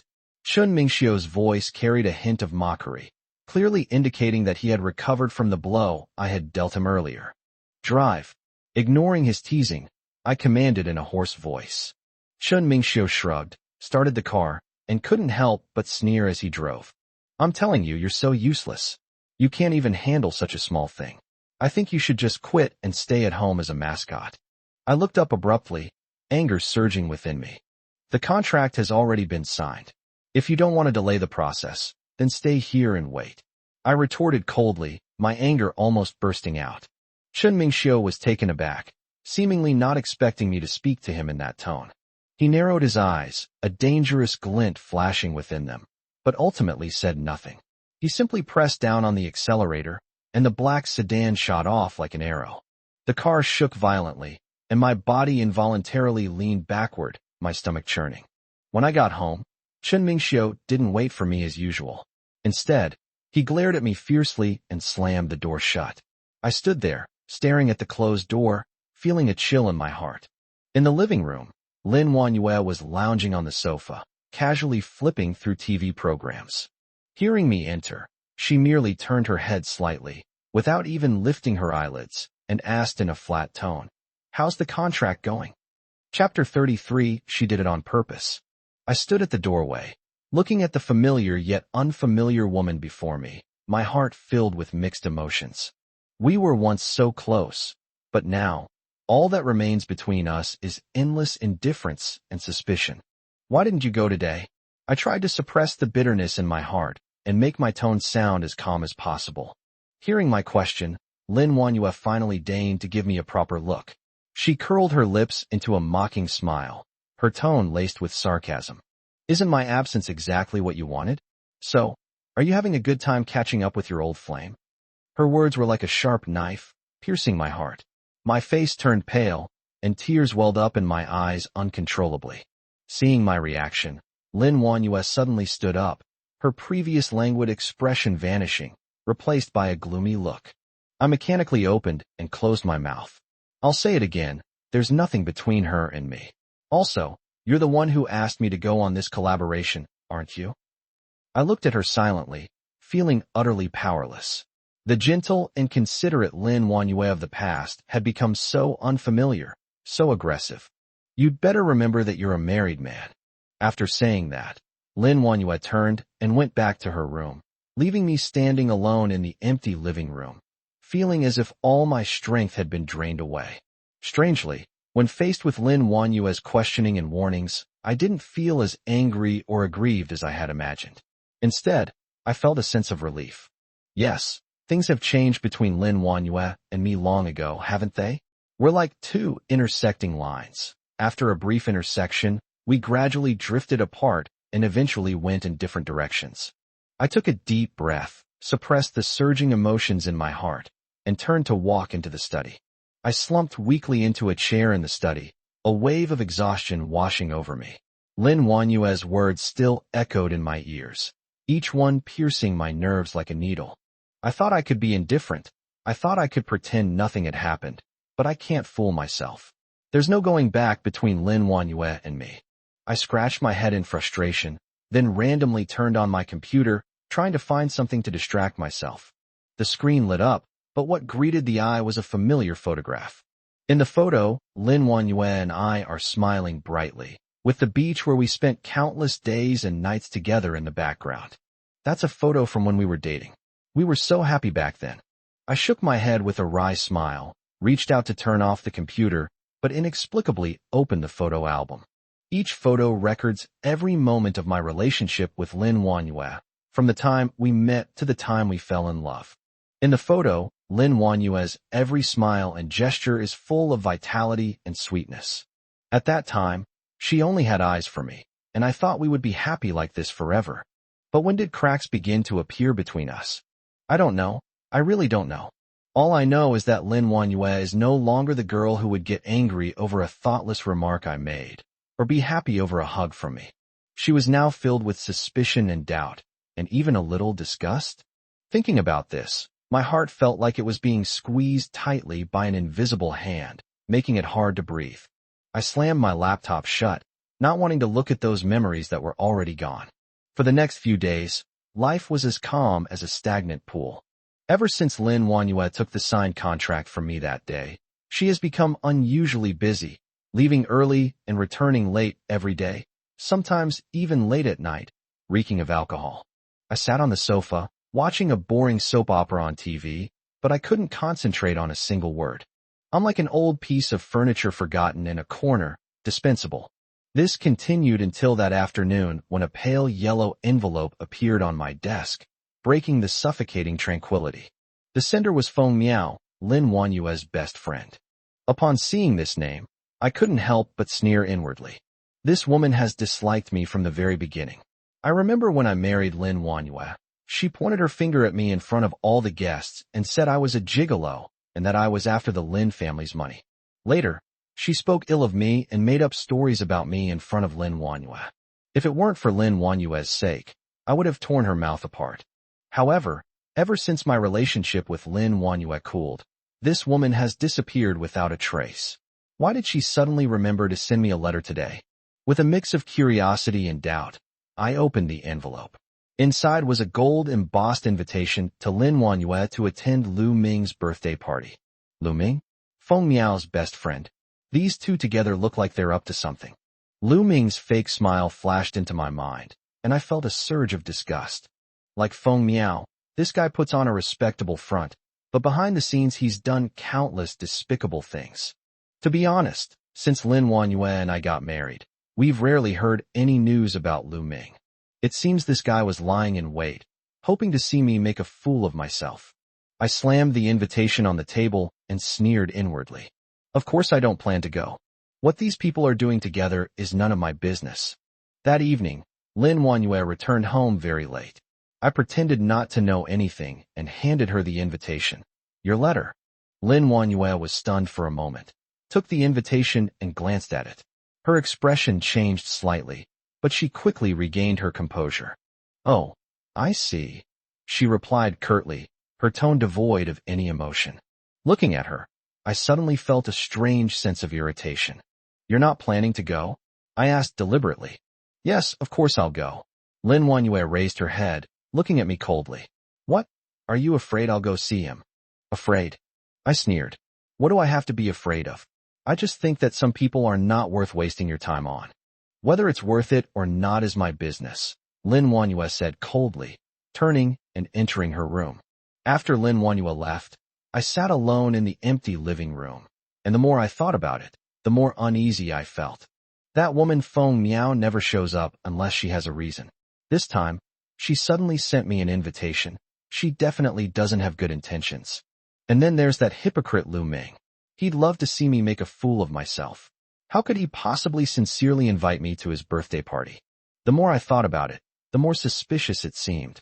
It felt like there was a fire burning inside me, and I couldn't calm down. The next day, Lin Wanyue got up early to get dressed. She wore exquisite makeup and a black dress, making her look noble and aloof. Chapter 34, Let Me Go. I sat on the sofa, watching her busy figure, feeling a mix of emotions. You stay at home and don't go anywhere, Lin Wanyue coldly said before leaving. As I watched her departing figure, my heart was filled with a jumble of emotions, a feeling I couldn't quite describe. I knew she was going to Lu Ming's birthday party. I sat alone in the empty room, restless, the image of Lin Wanyue and Lu Ming together constantly flashing through my mind. They were a perfect match, behaving intimately, while I felt like an unwanted outsider, ruthlessly abandoned in a corner. I picked up my phone, intending to call Lin Wanyue and ask when she would be back. But before I could even press the dial button, my finger fell limply to my side. What right do I have to ask her that? Our relationship has long been dead in name only. Time ticked by, and my anxiety grew. Just as I was about to break down, my phone suddenly rang. It was Lin Wanyue calling. Hello. I answered the phone, trying to make my tone sound calm. Are you home? Lin Wanyue's voice sounded a little tired. Exist. I forgot to bring the gift for Lu Ming. Could you bring it to me? What? I wondered if I had misheard. What did you say? I said, could you send the gift for Lu Ming over here for me? Lin Wanyue repeated impatiently. I'll send you the address later. Before I could even react, the call was disconnected. I sat blankly on the sofa, holding my phone, feeling as if I had been slapped hard across the face. She asked me to deliver a gift to Lu Ming? Why should I go? I jumped up, wanting to smash my phone to pieces. But when I saw the address Lin Wanyue had sent me on the screen, my heart softened. I hate my weakness. I hate my powerlessness.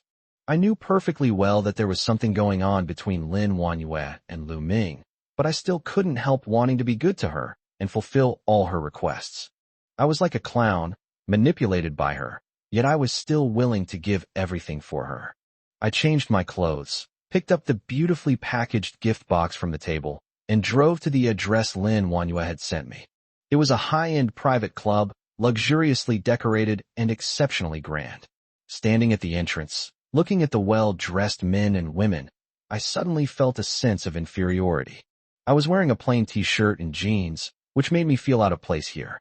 I took a deep breath and forced myself to go inside.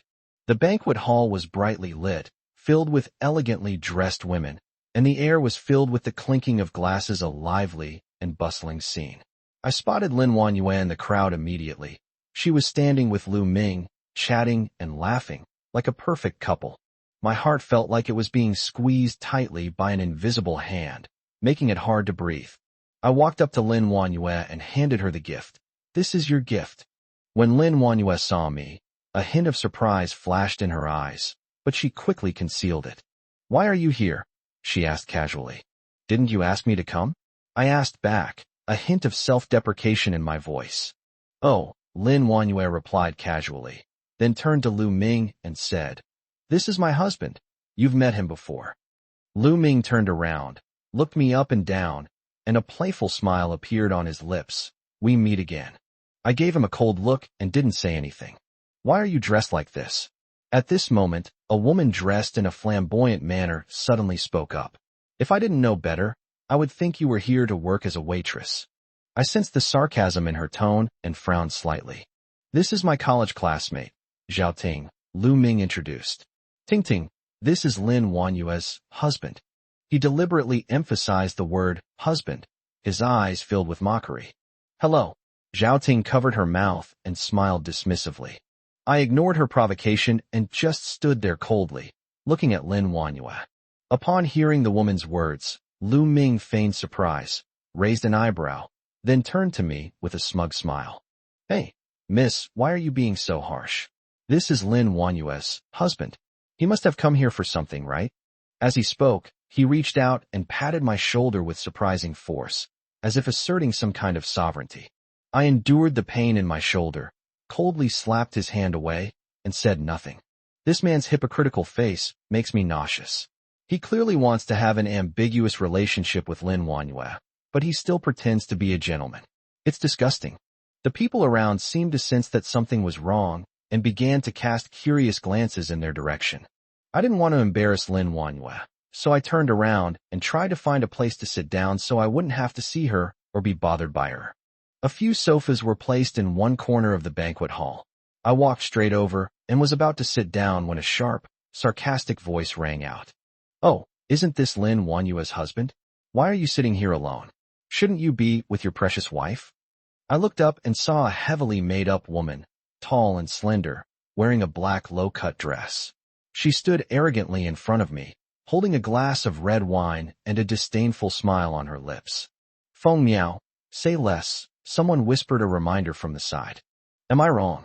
Feng Miao rolled her eyes. Lin Wanyue is really something. Instead of choosing a perfectly good young master like Lu, she had to find someone like. She looked me up and down, her tone becoming even more contemptuous, not ashamed to find a man like that. The people around burst into laughter, as if they had heard the biggest joke in the world. I clenched my fists, suppressing my anger, and coldly asked, What? Shouldn't I be sitting here? Lin Wanyue and I are husband and wife, so it's only right that I wait for her here, isn't it? Feng Miao clearly hadn't expected me to contradict her, and her expression immediately turned somewhat unpleasant. She opened her mouth, as if she wanted to say something, but in the end, she said nothing. Just then, Lin Wanyue came out of the restroom. Today she wore a red backless dress. Her hair was styled in a high updo, and she had exquisite makeup on her face, making her look radiant.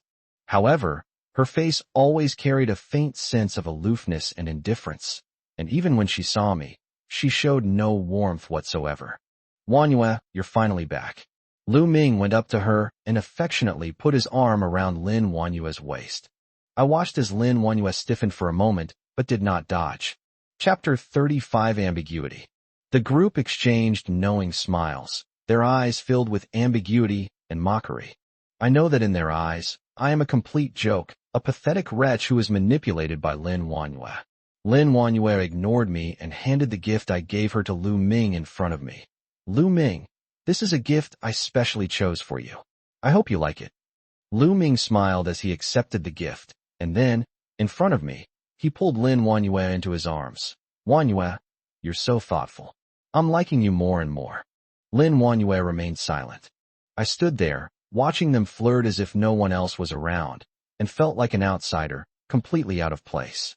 The music, laughter, and conversations around me now sounded extremely jarring. I don't know how I ended up sitting here.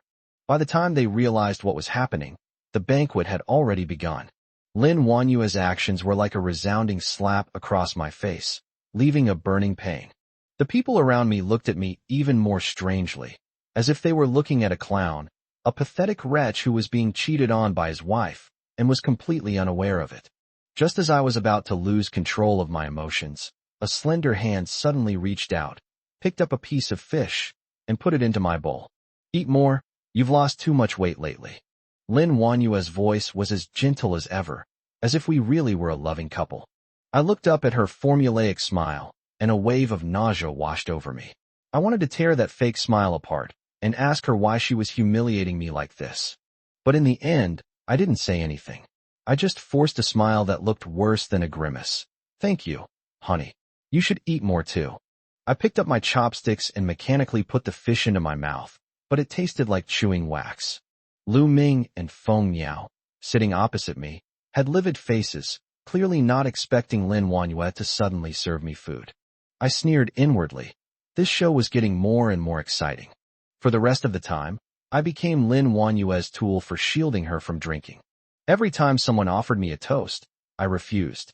Glass after glass of strong liquor went down my throat, and my stomach began to ache slightly, but I felt no intoxication whatsoever, because my heart ached more than my stomach. After the banquet, Lin Wanyue surprisingly offered to drive me home. I sat in the passenger seat, watching her profile as she focused on driving, my heart filled with mixed emotions. Soothing music was playing in the carriage, and Lin Wanyue seemed to be in a good mood, even humming along to the music. Her voice is beautiful, clear and pure, like a mountain spring, refreshing and delightful. You did well today, Lin Wanyue suddenly said, her tone carrying a hint of appreciation. I knew she was affirming my performance tonight. I was like a puppet on a string, completely at her mercy, and all I got in return was a dismissive, not bad. My feelings became even more complicated. I suddenly hated my own hypocritical mask, and hated this ridiculous marriage even more. Rest assured, I will abide by our agreement, just as you saw today. I spoke calmly, as if I were discussing today's weather. Lin Wanyue's smile vanished abruptly, and her fingers gripping the steering wheel tightened slightly. The atmosphere in the car instantly plummeted to freezing point, and the music became jarring. Back home, Lin Wanyue went straight to the wine cabinet, took out a bottle of red wine, poured herself a full glass, and drank it all in one gulp. I sat on the sofa, flipping through a well-worn magazine, but couldn't concentrate on a single word. I don't know how much time passed, but Lin Wanyue got drunk. She staggered up to me, her eyes glazed over, a bitter smile on her lips. Tell me, why did we end up like this? I looked at her silently, without saying a word.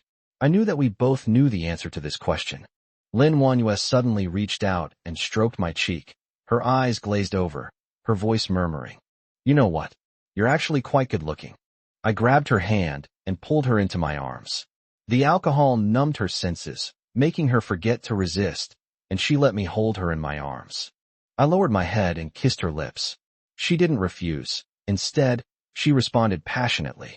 At that moment, I felt like I was going crazy. I loved her for so many years. For her, I gave up my dignity, gave up myself, and willingly became her puppet. But she trampled my love for her into nothing. I picked her up and carried her to the bedroom. When I woke up the next day, Lin Wanyue was already gone. I looked at the empty room and felt a sense of desolation. The maid came in, carrying an exquisite box, saying it was left for me by Lin Wanyue. I opened the box, and inside was an expensive men's watch. I put on the watch and gave a cold laugh. This watch was like a handout or a reward from Lin Wanyue. I suddenly remembered that Lin Wanyue once said that she hated being lied to, especially in matters of the heart. And I, in the very thing she hated most, had made an unforgivable mistake. I thought I could make this a real relationship, that I could win back her love with my sincerity. But I was wrong, terribly wrong. I walked to the window and looked at the bright sunshine outside, but my heart was filled with gloom. Just then, my phone rang. It was Lu Ming calling. Come out for a drink. His tone carried a hint of provocation. I held my phone, remained silent for a moment, and then a cold smile curled at the corner of my mouth. Okay, see you at the usual place. The place Lu Mingyue went to was a secluded bar. The dim lighting, deafening music, and the air thick with the smell of alcohol and cigarettes all disgusted me. I stared at him coldly without saying a word, and sat down opposite him. What? Are you still angry about Lin Wanyue? Lu Ming pushed a glass of whiskey in front of me. I picked up my glass and downed it in one gulp. The spicy liquor flowed down my throat, burning my internal organs. Lu Ming, what exactly do you want to say? I asked coldly, suppressing my anger. I just want to tell you that a woman like Lin Wanyue is not worth your sincere feelings. Lu Ming lit a cigarette and took a deep drag. Look at yourself now. For her sake, you've tortured yourself into a state that's neither human nor ghost. Is it worth it? Whether it's worth it or not is my business, none of yours. I put down my glass, my tone icy. What? Did I hit a nerve? Are you getting angry now? Lu Ming looked at me, a mocking smile playing on his lips. Don't think I don't know how much you gave up for Lin Wanyue, even going so far as to sign that kind of agreement with her. You really are. Chapter 36 Suffocation. Lu Ming, where did you hear this nonsense? I squinted, trying to make my tone sound calm, but my clenched fists betrayed my emotions. He smiled dismissively, exhaled a smoke ring, and the smoke filled my vision, just like the malice in his words, making me feel suffocated. Do you think Lin Wanyue is some innocent little rabbit? Do you really think I don't know about her methods? I was speechless for a moment. Could it really have been Lin Wanyue who told him? Does she really want to bring up our ridiculous secret just to humiliate me? My heart felt like it was being gripped tightly by an invisible hand, making it hard to breathe. I forced a smile, one that was tinged with self-mockery and disdain. So what?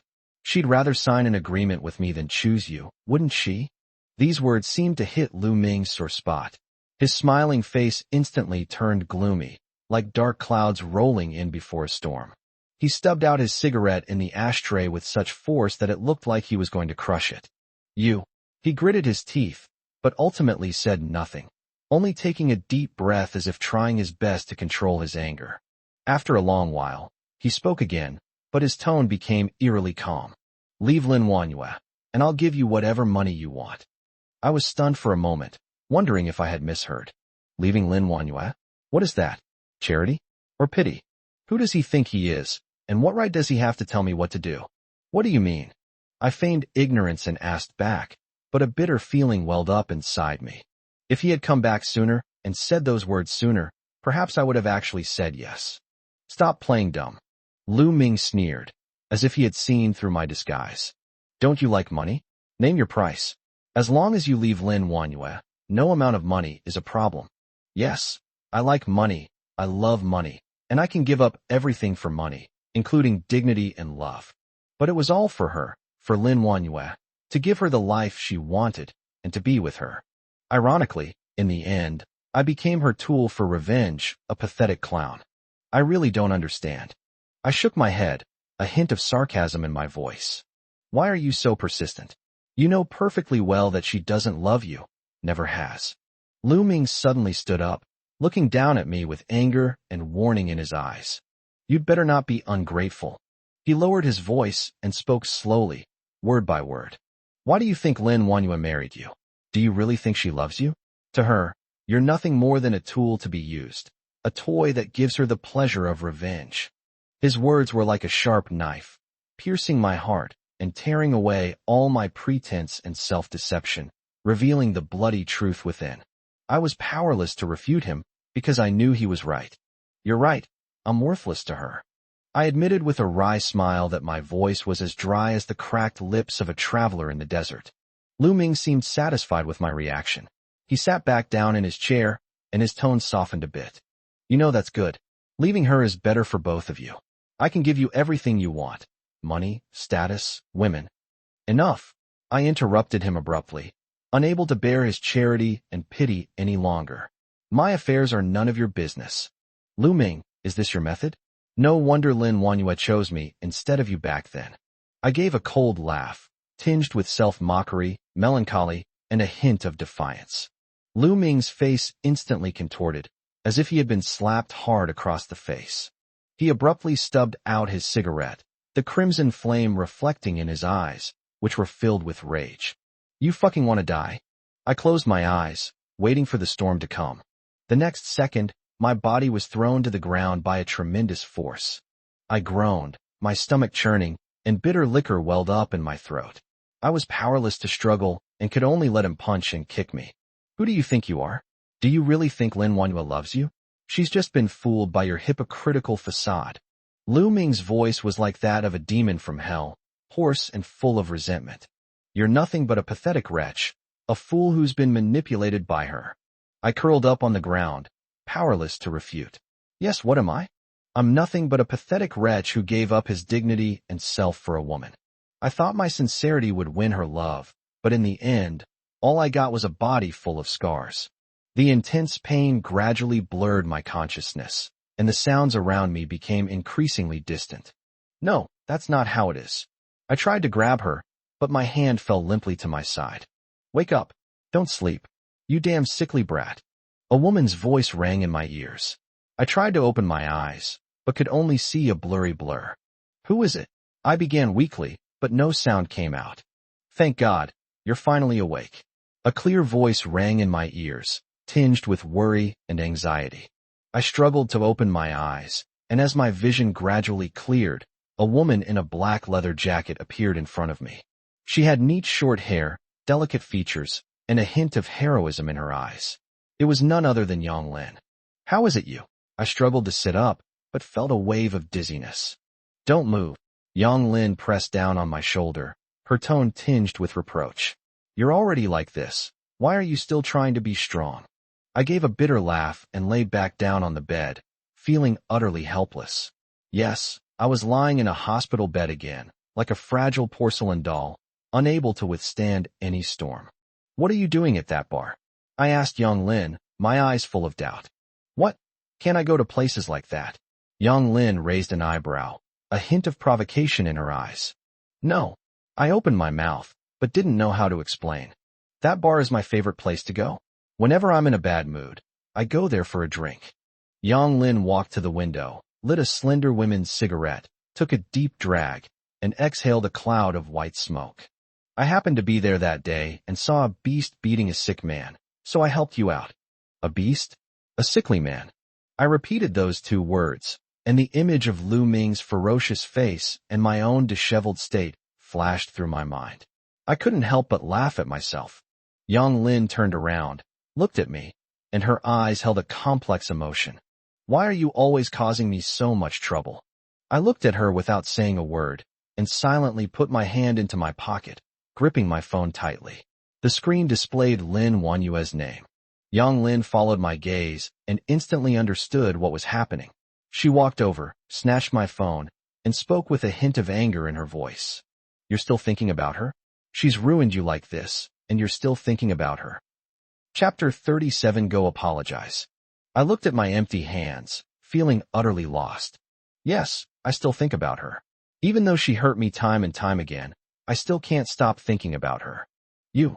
Yang Lin looked at me, hesitating to speak. What's wrong with me? I looked up at her, a hint of confusion in my eyes. You. Never mind, there's no point in arguing with someone as love-struck as you. Yang Lin shook her head. Why don't you just make a phone call? What are you doing standing here pretending to be so profound? Yang Lin threw the phone back into my hand, her tone full of disappointment and frustration. Looking at Lin Wanyue's name on the screen, I felt a mix of emotions. What should I say? Explain why I was at the bar last night. Explain why Lu Ming hit you. No, she won't listen. She'll just accuse me of incompetence in the coldest tone, just like always. Just as I was hesitating whether to press the call button, the phone screen suddenly lit up, and Lin Wanyue's name pierced my eyes like a knife. Hello. I answered the phone, my voice dry like sandpaper. Where are you? Lin Wanyue's tone was icy, devoid of any concern, only questioning. Where are you? I took a deep breath, trying to suppress the bitterness in my heart. The hospital. There was a moment of silence on the other end of the phone, followed by Lin Wanyue's impatient voice. What are you doing at the hospital? What's wrong with you now? I opened my mouth, but didn't know how to answer. Should I say that I was beaten by your new lover and am now lying in the hospital? Speak up. Are you mute? I'm fine, just a minor injury. I could only swallow my grievances and bitterness. Why go to the hospital if you're not feeling well? Come back right away. I have things to do here. What is it? I couldn't help but ask, a faint hope rising in my heart. Perhaps she was concerned about me? Why do you care so much? Lin Wanyue's tone suddenly turned sharp. Anyway, you better come back right now. Don't forget what you promised me. My fingers tightened around the phone, my nails digging deep into my flesh, causing a sharp pain. Yes, what did I promise her? I promised her I would be obedient, work hard to earn money, and listen to her every word. Even though she didn't care about me at all, and even though she trampled on my dignity time and time again, I still wagged my tail and begged for mercy like a stray dog. What do you mean? What do you mean? What do you mean? I'm telling you, you have to handle Lu Ming's matter properly. Tomorrow, you go apologize to him. Do you hear me? What? You want me to apologize to him? I couldn't believe my ears. Lu Ming beat me up like this, and she actually wants me to apologize to him. What? You have a problem with that? Lin Wanyue's tone was icy. Don't forget who Lu Ming is. If he gets angry, do you think you'll get away with it? But, no buts. It's settled then. I have something to do. I'll hang up now. The phone went dead. I let my hand fall limply, and the phone slipped from my palm and landed on the bed. Yang Lin had been listening the whole time, and finally couldn't hold back anymore and burst out. Are you some kind of teenage mutant ninja turtle? You've been bullied like this, and you're still putting up with it. I gave a wry smile and remained silent. How can you be such a spineless coward? Yang Lin stomped her feet in anger. After so many years of marriage, do you deserve to be bullied like this by her? She is, after all, my wife. I tried to explain weakly, but my voice grew softer and softer, and even I felt weak and powerless. Wife? Yang Lin felt as if she had heard the biggest joke in the world. Someone like her doesn't deserve to be a wife. What does she take you for? A dog? Yang Lin's words were like a sharp blade, ruthlessly slicing through my disguise and revealing the reality I least wanted to face deep inside. Yes, in Lin Wanyue's eyes, I'm probably not even as good as a dog, right? Seeing my silence, Yang Lin became even angrier. She snatched my phone and dialed Lin Wanyue's number again. Hey, how exactly did you raise your husband? What? They've been beaten up and are hospitalized, and you're telling them to apologize? Have you lost your mind? Yang Lin roared into the phone. On the other end of the phone, Lin Wanyue seemed startled by Yang Lin's sudden outburst of anger. After a moment of silence, she coldly asked, Who are you? Who I am is none of your business. I'm only asking you, is this how you treat your husband? Do you have any conscience at all? What happens between my husband and me is none of your business. Lin Wanyue's tone was icy, carrying a hint of warning. Enough. I helplessly stopped Yang Lin from continuing. I knew that there was no point in saying anything more. It would only make Lin Wanyue hate me even more. What? Feeling sorry for me? Yang Lin glanced at me sideways, her tone full of sarcasm. Why didn't you say so earlier? I closed my eyes helplessly, not wanting to speak. Fine. Since you're so protective of her, I'll show you just how vicious she really is. As Yang Lin spoke, she shouted again into the phone. Listen up. Your husband is in my hands right now. If you know what's good for you, you'd better get over here right now. Otherwise what? Lin Wanyue's tone was icy, with a hint of provocation. Who do you think you are? Why should I listen to you? You. Yang Lin, stop talking. I tugged at Yang Lin's sleeve, signaling her to stop. Shut up. Yang Lin flung my hand away and yelled into the phone. Don't think I don't know what you're thinking. You just want to use him and then kick him aside. Let me tell you, you won't succeed. There was a moment of silence on the other end of the phone, followed by a cold laugh from Lin Wanyue. It seems your relationship is quite special. What? Are you standing up for him? All right, I don't want to hear your nonsense anymore. Tell him I want to see him at the hospital tomorrow morning. Otherwise, he'll face the consequences. What? You want to? Beep, beep, beep. There was a busy tone on the other end of the phone. Lin Wanyue had already hung up. I looked at Yang Lin, opened my mouth, but didn't know what to say. Yang Lin hung up the phone, looking at me like I was a dead person, and said with a disappointed and angry tone, You deserve to be completely under her thumb. I was in so much pain that I was sweating profusely and had no power to argue back. My stomach was churning, and all I wanted was for this to end as soon as possible. Fortunately, the doctor arrived in time and pulled me back from the brink of death. In a daze, I heard the doctor asking the family to sign some papers, followed by Yang Lin's helpless voice. I'm his friend. He has no other relatives. When I woke up again, I was already in a hospital room. The smell of disinfectant made me very uncomfortable. I struggled to sit up, but then I heard a sharp argument next to me.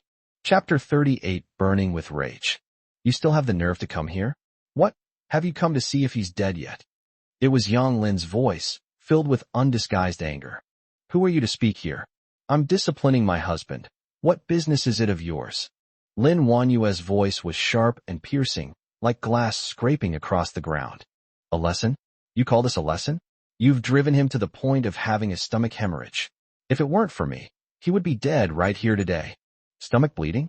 My heart skipped a beat. I struggled to get up, but the movement aggravated my wound, causing me to gasp in pain. Huh, you've gotten quite bold, haven't you? You've even learned to team up with outsiders to deceive me. Lin Wanyue gave a cold laugh. Let me tell you, he deserves it. Who told him to go to Lu Ming in the first place? He deserves to be cuckolded and deserves to be tormented by me. Lu Ming. It's Lu Ming again. This name is like a knife, piercing my heart and unearthing memories I had deliberately buried, leaving them bleeding. I closed my eyes in agony, unwilling to hear any more. Get out of here. We don't need you here. Yang Lin's voice was full of disgust and anger. Leave? I'm his wife. Why should I leave? As for you, an outsider, stop meddling in other people's business. What followed was a long silence. I felt someone pushing my hospital bed, and then the sound of the ward door opening and closing. Get out, all of you. Lin Wanyue's voice was icy cold, carrying an unquestionable authority. I closed my eyes, my mind a jumbled mess, like 100 ducks quacking incoherently. What will Lin Wanyue do? Will she continue to roar? Or will she slap me? I no longer have the strength to defend myself. Suddenly, I felt a hand gently stroking my cheek, the movement as tender as if it were handling a fragile piece of porcelain. I suddenly opened my eyes and met Lin Wanyue's complex and unfathomable gaze. I was speechless, completely unprepared for this turn of events. Lin Wanyue didn't speak, but just stared at me, her eyes seeming to hold 1,000 words, yet she didn't know where to begin. She held me like that, her body trembling slightly, as if suppressing some enormous emotion. I was even more confused. What was this? Crocodile tears? Or was it a sudden pang of conscience? It's ridiculous. How could a ruthless woman like her possibly know how to write the word conscience? I turned my head away, unwilling to look at her hypocritical face. But she hugged me even tighter, burying her head in the crook of my neck, her warm breath spraying onto my skin, sending a shiver of tingling pleasure through me. Don't go. Her voice was very soft, as if afraid of disturbing something. Don't leave me. I was stunned. Was this still the arrogant and domineering Lin Wanyue? That woman who used to beat and scold me at the drop of a hat and treated me like a plaything. Could she really have such a vulnerable side? I felt a mix of emotions, unable to describe whether it was disgust, sympathy, or something else entirely. Perhaps her tears really worked, or perhaps I was just too tired, but before I knew it, I had fallen asleep. When I woke up again, it was already evening.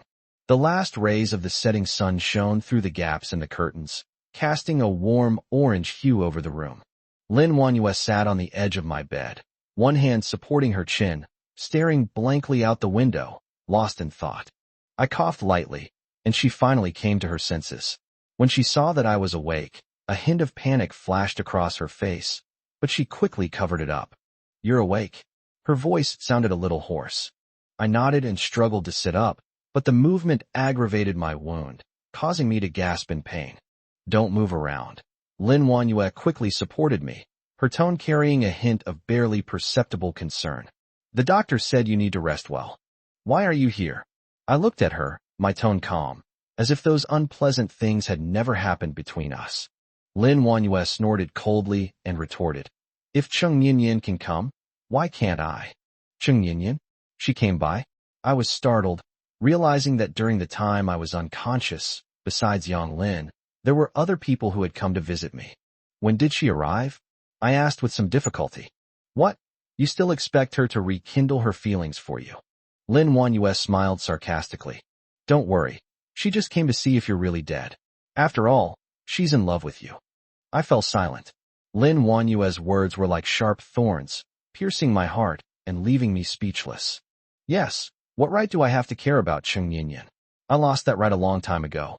Have some soup, Lin Wanyue said, picking up the thermos from the bedside table and ladling a bowl of soup in front of me. I made this myself. Looking at the steaming bowl of soup, I felt a mix of emotions. I know Lin Wanyue is a pampered young lady who has never lifted a finger to cook. And now, she's actually washing her hands and preparing a meal for me. What? Are you afraid I'll poison it? Seeing that I didn't move, Lin Wanyue raised an eyebrow, her tone tinged with self-mockery. No. I shook my head, took the soup bowl, and drank it in small sips. The soup tastes really good, fresh and rich, with a homey flavor that I've never tasted before at Lin Wanyue's place. It's funny, but I used to try so hard to please her and win her heart through her stomach, yet I never got a meal cooked by her. Now that I'm completely disillusioned with her, she started playing the role of a devoted wife and mother. It's ironic. Lin Wanyue fed me the soup spoonful by spoonful, and I felt a strange sensation in my heart. It wasn't so much that I was moved, but more like I hated myself for still having expectations of her. That evening, Lin Wanyue insisted on taking me back to the villa. I didn't have the energy to argue with her, so I could only let her make the arrangements. When I got home, I was planning to spend the night in the guest room, but Lin Wanyue carried me directly into the master bedroom. What are you doing? I frowned at her. You're my husband. It's only natural that you stay in the master bedroom. Lin Wanyue placed me on the bed, speaking as if it were the most natural thing in the world. Don't overthink it. I just don't want people to say I'm abusing you. I gave a cold laugh and said nothing more. Perhaps because of my injured face, Lin Wanyue took extra care of me, not only personally washing my body, but also feeding me medicine. I felt like a cripple, enjoying her service, but my heart was filled with mixed emotions. The next morning, Lin Wanyue told me that she was going to apologize to Lu Ming that day. I sat bolt upright in bed, a surge of anger welling up inside me. What did you say? You want me to apologize to him? Why should I? Because he has dirt on you. Lin Wanyue's tone was icy. If you hit him, he can easily sue you for intentional assault, and then you can expect to go to jail. I was so angry I was trembling, but I had no words to say. Chapter 39. The situation is out of control. Don't worry, I'll go with you. Lin Wanyue paused, her tone softening slightly. I will do my best to speak up for you and try to make this matter a minor issue and then resolve it altogether. Make a big deal into a small one, and a small deal into nothing? I sneered. Do you think Lu Ming, with his personality, would let me off so easily? Lin Wanyue didn't answer, but silently helped me tidy up my clothes. Watching her busy figure, I felt a chill in my heart. I knew that this time, I would be pushed out as a scapegoat again. All the way there, I kept thinking about how Lu Ming would humiliate me and torture me. The more I think about it, the more confused and agitated I become. The car stopped in front of a high-end club, and Lin Wanyue turned to me and said, When we go in, don't say anything. Let me do the talking. I sneered. What? Afraid I'll say the wrong thing and anger your old flame? Lin Wanyue's expression changed, and her tone turned cold. Lin Feng, I'm warning you. Don't push your luck. I closed my eyes, too lazy to argue with her anymore. As soon as I stepped into the clubhouse, I was taken aback by the sight before me. The hall was packed with reporters, their cameras and microphones pointed at us, flashing incessantly and stinging my eyes. Mr. Liu, what is your opinion on Mr. Lin's behavior? Miss Feng, what do you think were Mr. Lin's reasons for assaulting President Liu? President Lin, as the president of the Lin Group, how could your husband do such a thing? Do you have anything to say about this? The reporters bombarded us with questions, surrounding us completely. That's when I realized that Lu Ming and Feng Miao were also there. Lu Ming's arm was still in a sling, and he looked quite badly injured. Feng Miao supported him with a worried expression, her eyes filled with resentment as she looked at me. It was all an act. I didn't hit him at all yesterday. Before I could even speak, Lu Ming preemptively said to the camera, Dear friends from the media, I know you are all very concerned about this matter. I can say with absolute certainty that Mr. Lin's actions are entirely due to personal grudges and have nothing to do with the Lin Group. My heart skipped a beat. Lu Ming was clearly twisting the truth. He was trying to drive me to my death. Just as I was about to step forward, Lin Wanyue grabbed my arm. What are you doing? I asked in a low voice, glaring at Lin Wanyue. Don't be impulsive, Lin Wanyue said softly.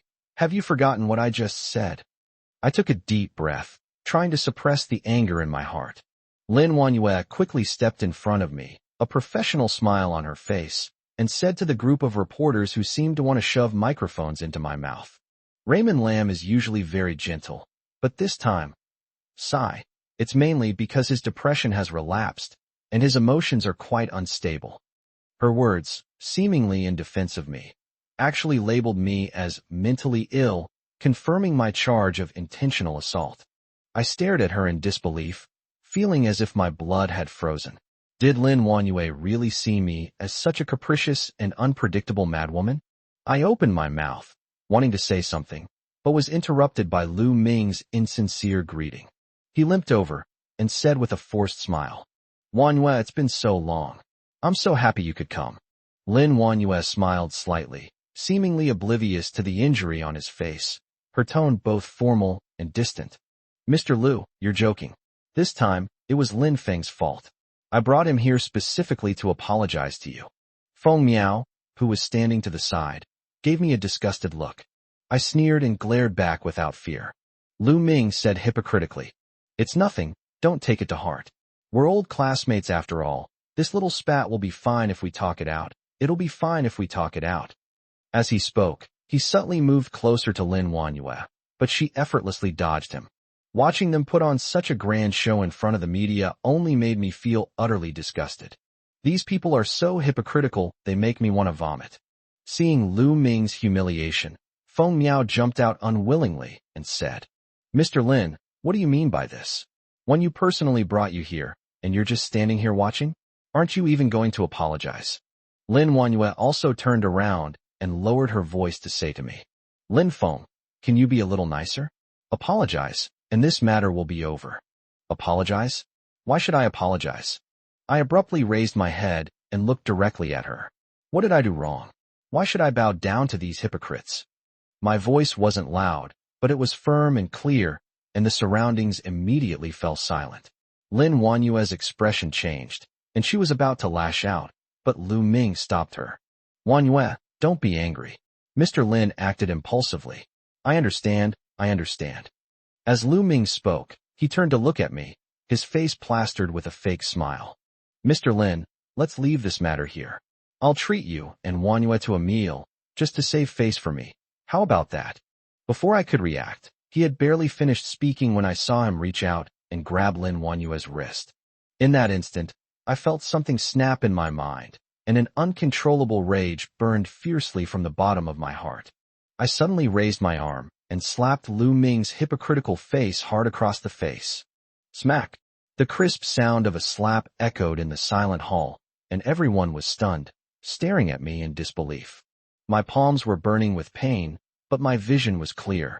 I saw Lu Ming covering his face, looking at me in disbelief, Feng Miao screaming and rushing up to grab me, while Lin Wanyue stood there with a livid face, not saying a word.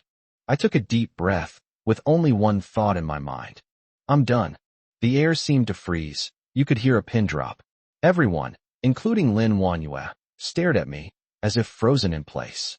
I saw the light in her eyes dim little by little, replaced by an indescribable emotion, like disappointment or annoyance. Lu Ming covered his face, and it took him a while to react. He looked at me, a sinister smirk creeping onto his lips. Lin Feng, you fucking mad dog. Wanyu, is this what you call gentle? You better control your mad dog, or I'll make sure he spends his whole life in jail. Feng Miao also screamed, Security! Security! Arrest this madman. I looked at them coldly, my heart filled with despair. I turned to look at Lin Wanyue, hoping to see even the slightest bit of protection on her face, even just a little hesitation. But no, she just stood there quietly, looking at me with a complicated expression, as if she were looking at a stranger. Chapter 40 Love, what's up? The flashbulbs kept going off, and I felt like an animal that had been stripped naked and exposed to everyone's judgment. I don't know what happened after that. I only remember being shoved into the car by Lin Wanyue, my ears were ringing, and my vision was blurry. Back home, Lin Wanyue didn't say a word, only coldly tossing out, You better stay put, before changing her clothes and slamming the door shut as she left.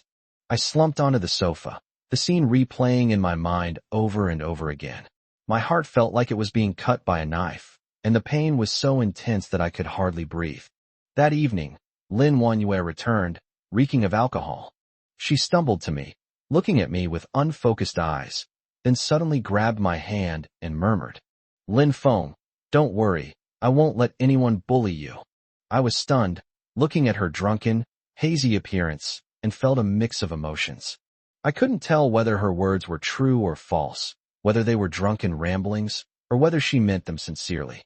All I know is that at this moment, my heart was deeply touched. For the next few days, we tacitly avoided mentioning what happened that day, as if nothing had ever occurred. As usual, I got up on time, cooked, cleaned the room, and waited for Lin Wanyue to come home from get off work. The peaceful days were shattered by Yang Lin after only a few days. That day, Yang Lin suddenly called me, her voice filled with anxiety. "Lin Feng, hurry up and go online, something's happened." Completely confused, I turned on my computer and clicked on the link Yang Lin sent me. The news headline immediately caught the eye. Shocking.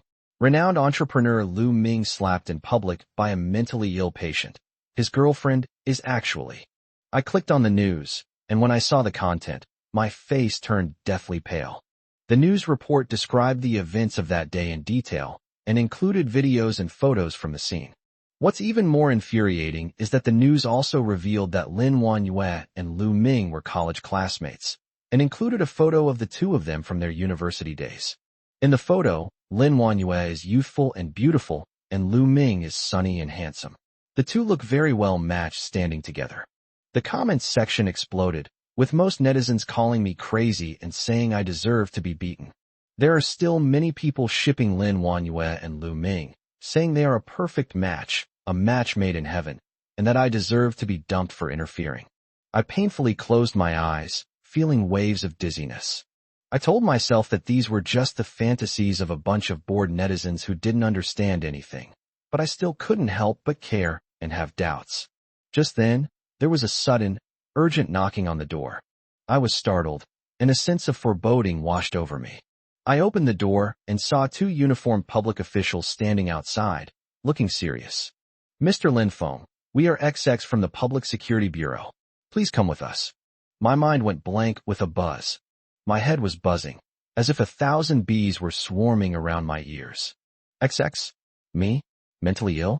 I stared incredulously at the two public officials in front of me, my lips trembling, but I couldn't utter a sound.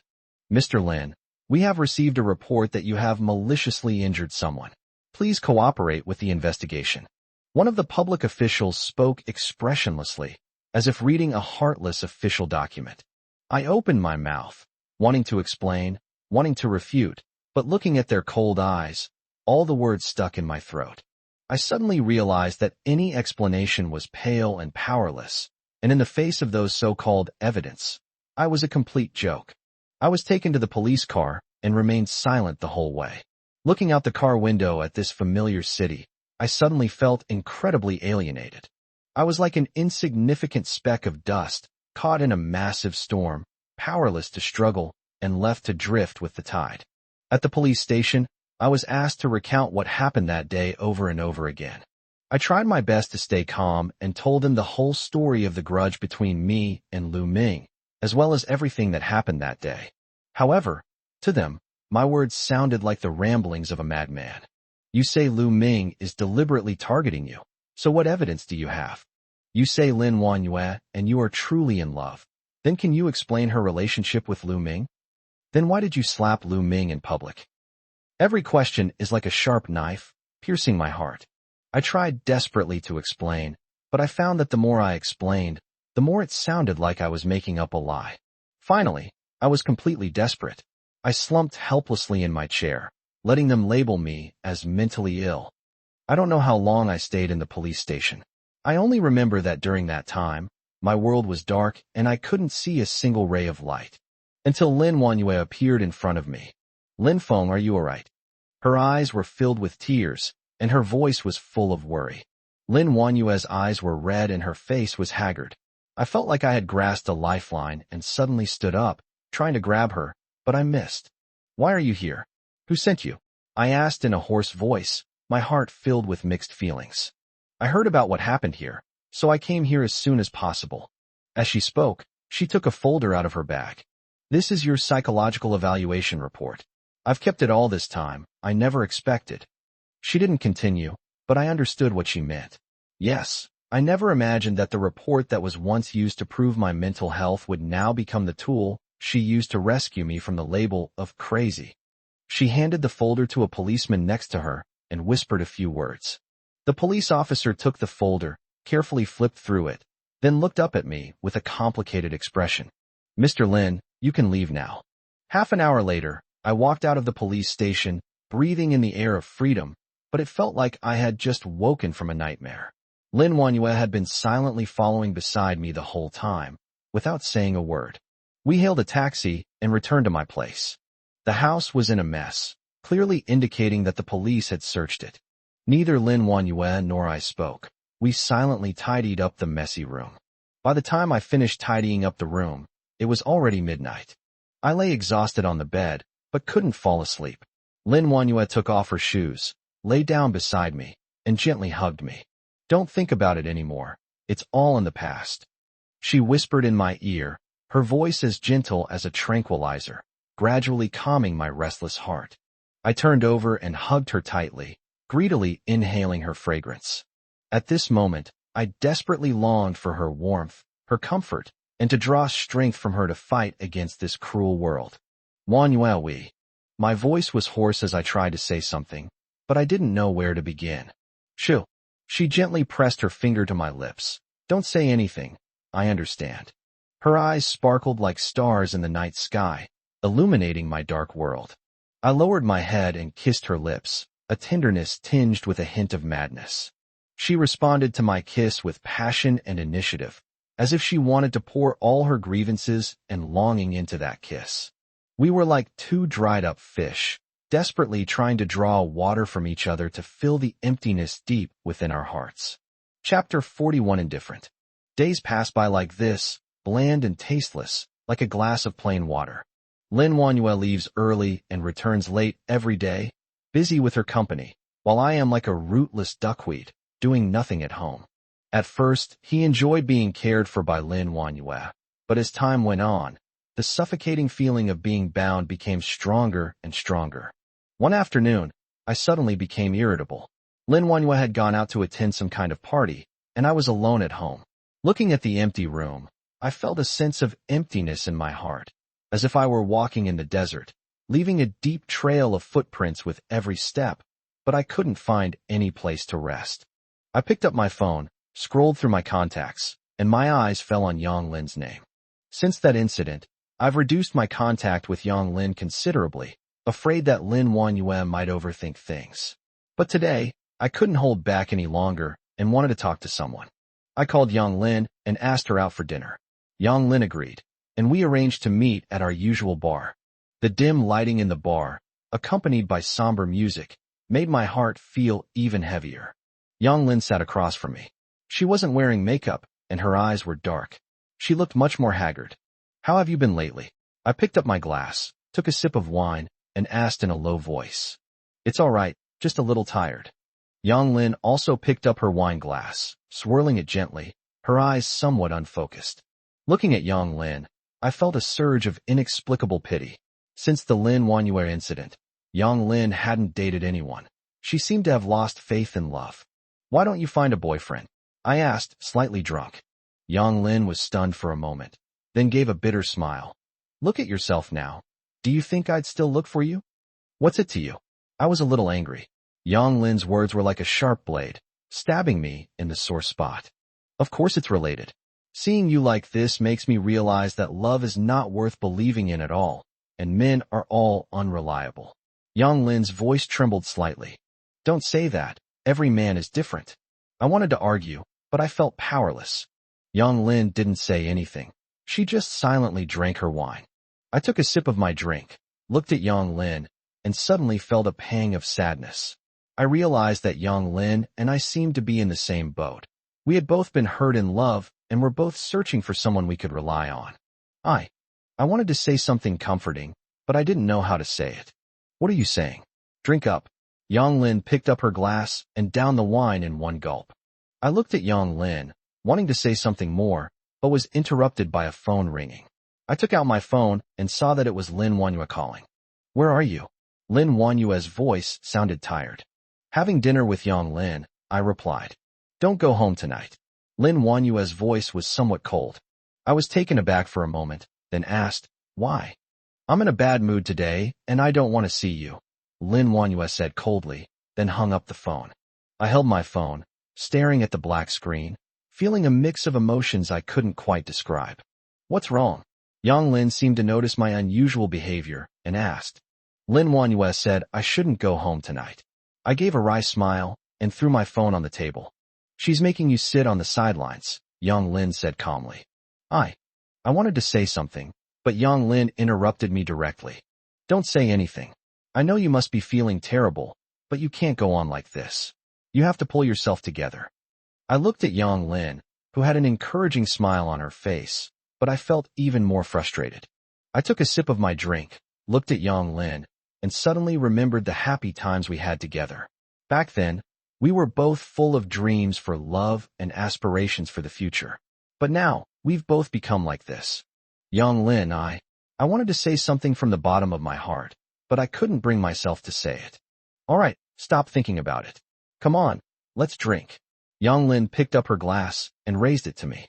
I raised my glass, clinked it with Yang Lin's, and then drank the wine in one gulp.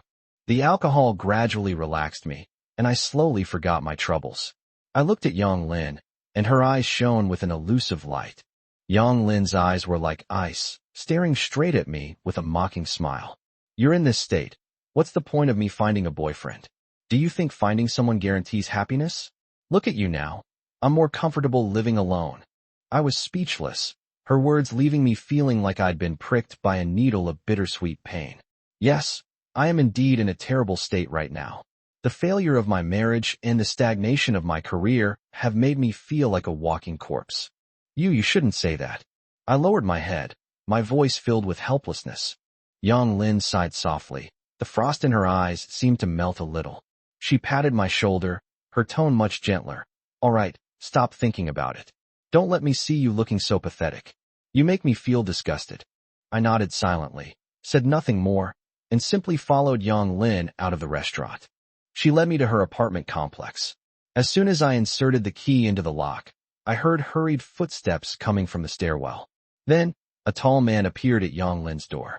The man was dressed in a dark suit, his hair was neatly combed, and he looked like a successful businessman, but there was a hint of fatigue on his face and a trace of anxiety in his eyes. Why are you here? Yang Lin's voice was somewhat cold. The man hesitated for a moment, as if he wanted to say something, but in the end he said nothing. He just stood there quietly, his eyes filled with complex emotions. I stood behind Yang Lin, watching the two of them, a strong sense of unease rising within me. There seemed to be some kind of inexplicable relationship between them. I wanted to ask, but I didn't want to break the delicate atmosphere. The man seemed to have finally made up his mind. He suddenly raised his head, looked at Yang Lin, and said, I found her. She's here now. Enough. Yang Lin abruptly interrupted him, her tone tinged with anger. I don't want to know any of this. And don't come looking for me again. The man didn't speak again, but just stood there quietly, his eyes filled with sadness. Yang Lin seemed to want to say something more, but in the end she held back. She turned around and said to me, Come in with me. I hesitated for a moment, but ultimately followed Yang Lin into her room. Chapter 42, The Mysterious Man. I sat on the sofa, looking at Yang Lin, wanting to find out about their relationship, but she seemed not to see me at all, sitting by the window, looking out, lost in thought. I could only sit there silently, waiting for my chance. Finally, Yang Lin turned around by the window, her eyes filled with exhaustion, and said in a low voice, I'm tired. You can go. I was stunned for a moment, not understanding what she meant. Didn't she intend to explain her relationship with that man? I wanted to explain, but Yang Lin interrupted me directly. She stood up, walked to the door, opened it, and said to me, Let's go. I'll take you home. I stood at the door, looking at Yang Lin, hesitating whether to continue asking questions, but in the end I didn't say anything and just silently followed her out of the house. I returned to the house where Lin Wanyue and I lived. As soon as I opened the door, I saw Feng Miao standing in the living room with his upper body naked, holding a towel and wiping his wet hair. When she saw me come in, she screamed in surprise, dropping the towel she was holding to the floor.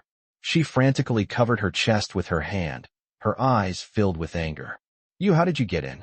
I was stunned and didn't know how to explain, because I didn't know why she was here, let alone why she was wearing such revealing clothes.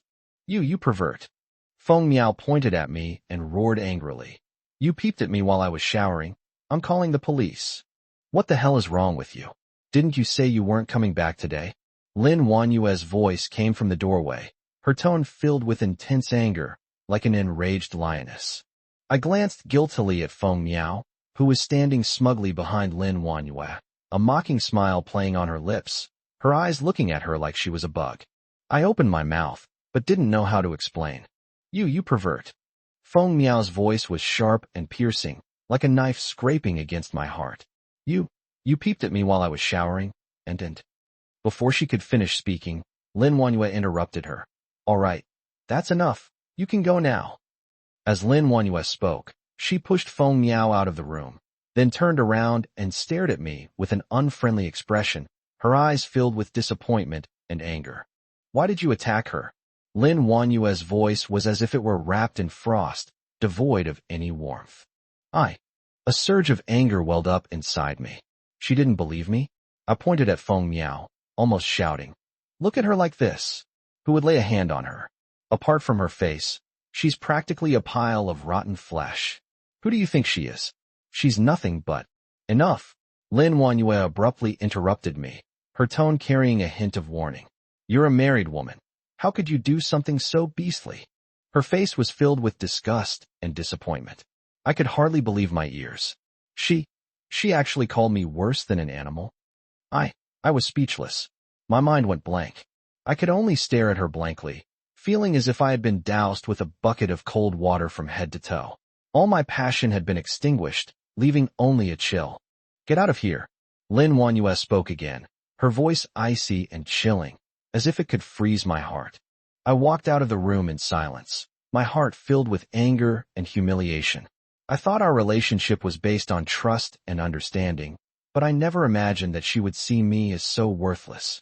I walked alone on the street, the cold wind biting, as if mocking my helplessness. I kept asking myself, what did I do wrong? Feng Miao's distorted face, her eyes, her words, and Lin Wanyue's disappointed eyes echoed in my mind. My heart felt like it was being crushed by a boulder, making it hard to breathe. What should I do? How should I explain this to Lin Wanyue?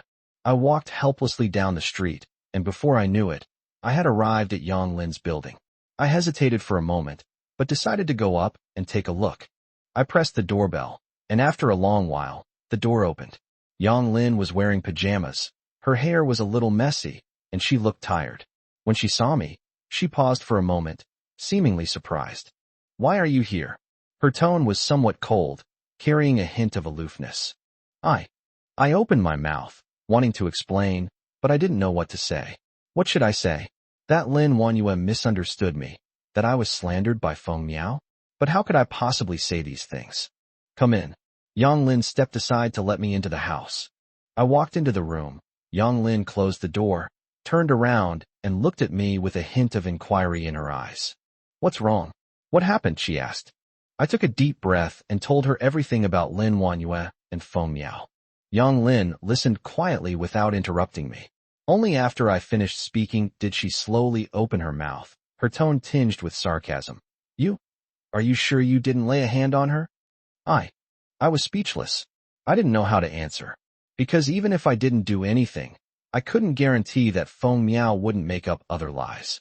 Yang Lin looked at me with a hint of sympathy and a hint of mockery in her eyes. You are so stupid. You shouldn't believe women, especially that kind of woman. She. I tried to explain, but Yang Lin interrupted me. Listen to me. You should. Her voice suddenly stopped because the doorbell rang. Yang Lin frowned, walked to the door, opened it, and there stood a man outside, the one I had just seen. The man was wearing a black trench coat, his face gloomy. When he saw me, he paused for a moment, a hint of coldness in his eyes. What are you doing here? Yang Lin asked coldly, with a hint of warning. The man hesitated for a moment, as if he wanted to say something, but in the end he said nothing. He just gave me a cold look, then turned around and left. Yang Lin closed the door, turned around and looked at me, her eyes filled with complex emotions. I wanted to ask, but Yang Lin didn't say anything, only said lightly, "You can go." I was stunned for a moment, unsure how to answer. Yang Lin didn't answer. She just turned around and walked to the window, looking at the dark street outside. She said in a cold tone, "I'm tired. Go to rest early." I stood silently in place, watching her slender back, a sense of helplessness welling up inside me. She has her own life. I turned and walked into the night, letting the cold wind whip my face. I had nowhere to go, so I could only wander aimlessly through the streets. Chapter 43: Disbelief. The images of Lin Wanyue's disappointed gaze, Feng Miao's distorted face, and Yang Lin's indifference kept replaying in my mind. I kept asking myself, what did I do wrong? Why don't they believe me? As the night deepened and the streets became increasingly deserted, I felt more and more lonely and lost. I felt like a mouse trapped in a maze, unable to find the exit or see any hope. I wandered aimlessly and unknowingly ended up in a corner of a park. I sat on a bench, lit a cigarette, took a deep drag, and tried to numb myself with the taste of tobacco. I gazed at the twinkling stars in the night sky, my mind a jumbled mess. I couldn't understand why Lin Wanyue didn't trust me. Hadn't she always known me so well? Hadn't she always loved me? I smoked one cigarette after another until the pack was empty, and then I realized it was already dawn. I felt dizzy and my body was starting to feel weak. I struggled to my feet, intending to leave, but everything went black and I collapsed onto the bench. When I woke up, I found myself lying in a hospital bed, with a girl sitting beside me, looking at me with concern. "You're awake." The girl's voice was gentle, with a hint of surprise. I was a little confused and didn't know what had happened. "Are you all right?" the girl asked. "I saw you collapsed by the lake when I was jogging this morning, so I called an ambulance for you." I suddenly realized that it was this girl who saved me. "Thank you," I said sincerely. The girl smiled slightly and said, "You're welcome, it was nothing." "Why are you jogging here in the morning?" I asked curiously. The girl pointed to an apartment building not far away outside the window and said, "I live there, and I come here to run every morning." I nodded, paused for a moment, and then asked, "What's your name?" "My name is Su Xiao," the girl said. "My name is—" I was about to say my name when I suddenly stopped. I realized that I couldn't tell her my real identity. "What's your name?" Su Xiao asked. I hesitated for a moment before saying, "My name is Li Ming." Su Xiao nodded and didn't ask any further questions. "Why are you wandering around outside so late at night, instead of going home?" Su Xiao asked. I gave a bitter smile, unsure how to answer. What should I say? That I was misunderstood by my wife, betrayed by my friends, and abandoned by my lover? "Are you all right?" Su Xiao seemed to sense my thoughts and asked with concern. I shook my head, forced a smile, and said, "I'm fine, just a little tired." I was about to explain when I suddenly heard footsteps. I looked up and saw Dr. Zhou walking towards me, carrying a large pile of medicine. I was stunned and looked at Dr. Zhou in surprise, never expecting to meet him here. Dr. Zhou walked to the bedside and said with a smile, "We meet again, Mr. Lin." I opened my mouth, wanting to explain, but I couldn't say anything.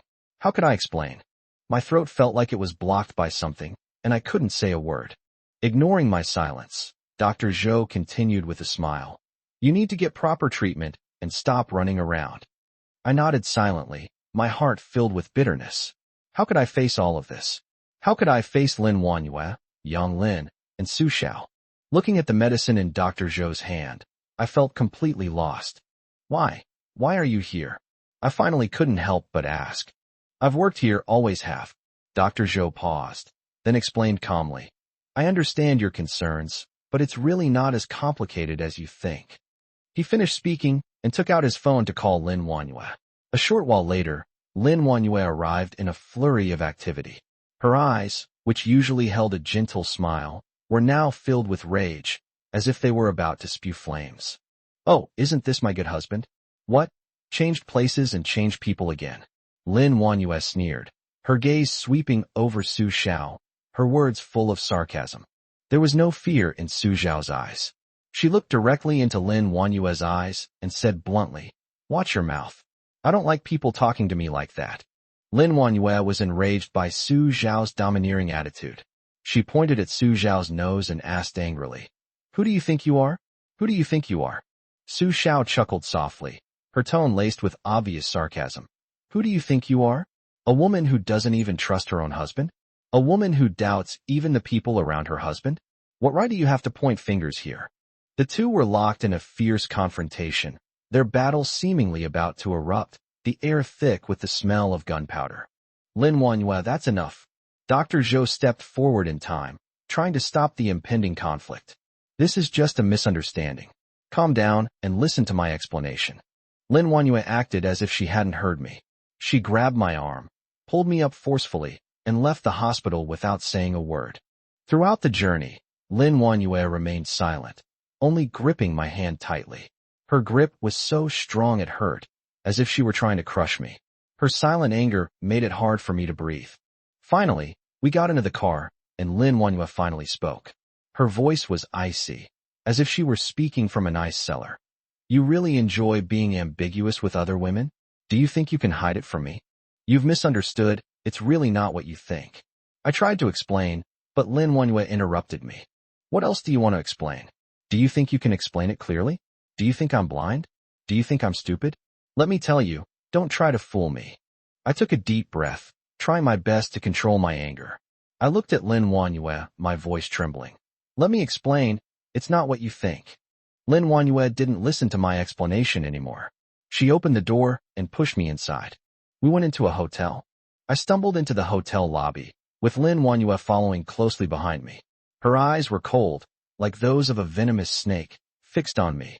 Lin Wanyue pulled me into a luxury suite. She pushed me to the center of the room, looked at me coldly, and said, "Now, tell me, what exactly is your relationship with that woman?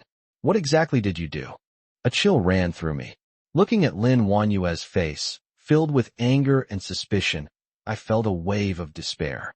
I took a deep breath, looked at Lin Wanyue, and said, Chapter 44, Transcendence. I was pushed onto the bed by Lin Wanyue.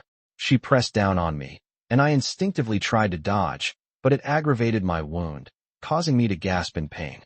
Lin Wanyue's arm accidentally touched my stomach, and I groaned. Only then did she realize that I was still wrapped in bandages.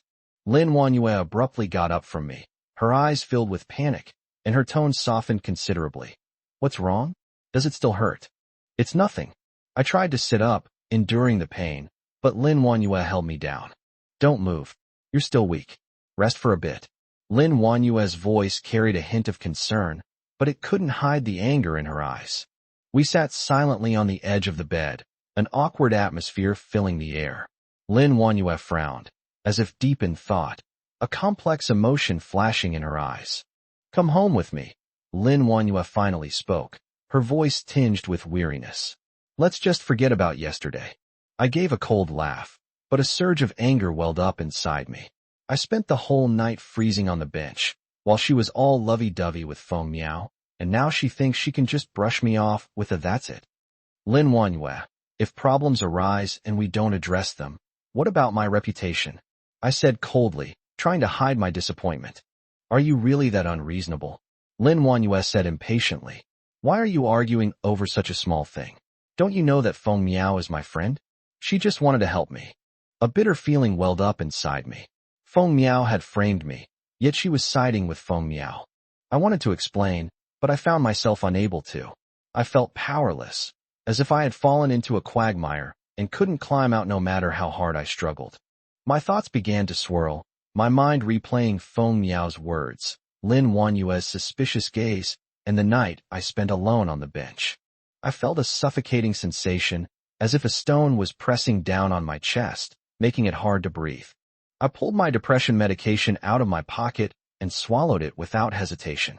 This was the third time I'd taken this medication, but it didn't seem to be helping.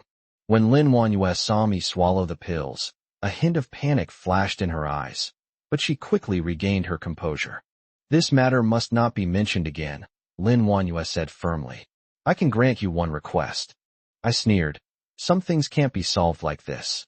After saying that, I got up and left the hotel room. I walked alone on the street, the night wind blowing, bringing a chill, but I didn't feel cold at all.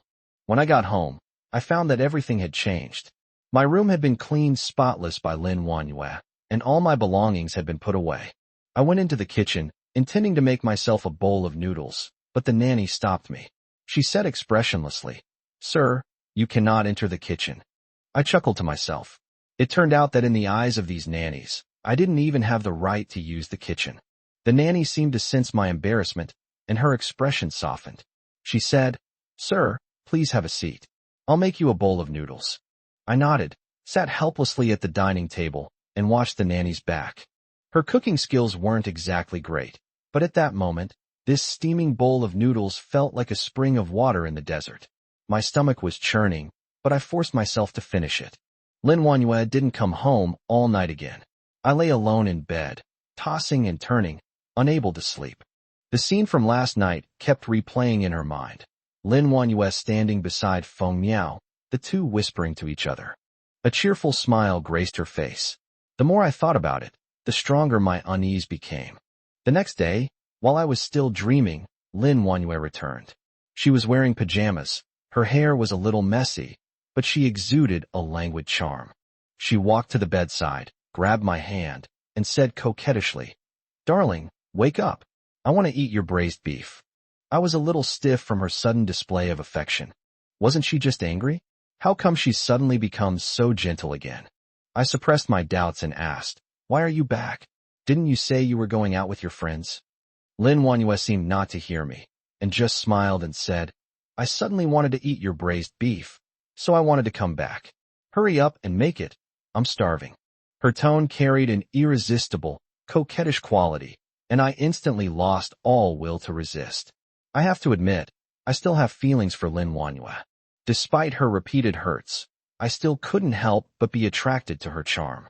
I quickly entered the kitchen and skillfully handled various ingredients, leaving the nanny dumbfounded. She seemed surprised by my cooking skills and said, "Sir, you are really amazing. Your skills are truly admirable." I smiled and didn't say anything, just focused on making braised beef. This dish is my specialty, and it's also Lin Wanyue's favorite.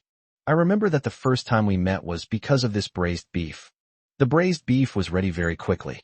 I carried the plate to the dining room, where Lin Wanyue was already sitting at the table, looking at me expectantly. "Try it, and see if my cooking skills have deteriorated," I said with a smile. Lin Wanyue picked up her chopsticks, took a piece of beef, put it in her mouth, and chewed it slowly, her eyes sparkling with joy. She nodded and said, "Your cooking is the best. This tastes amazing."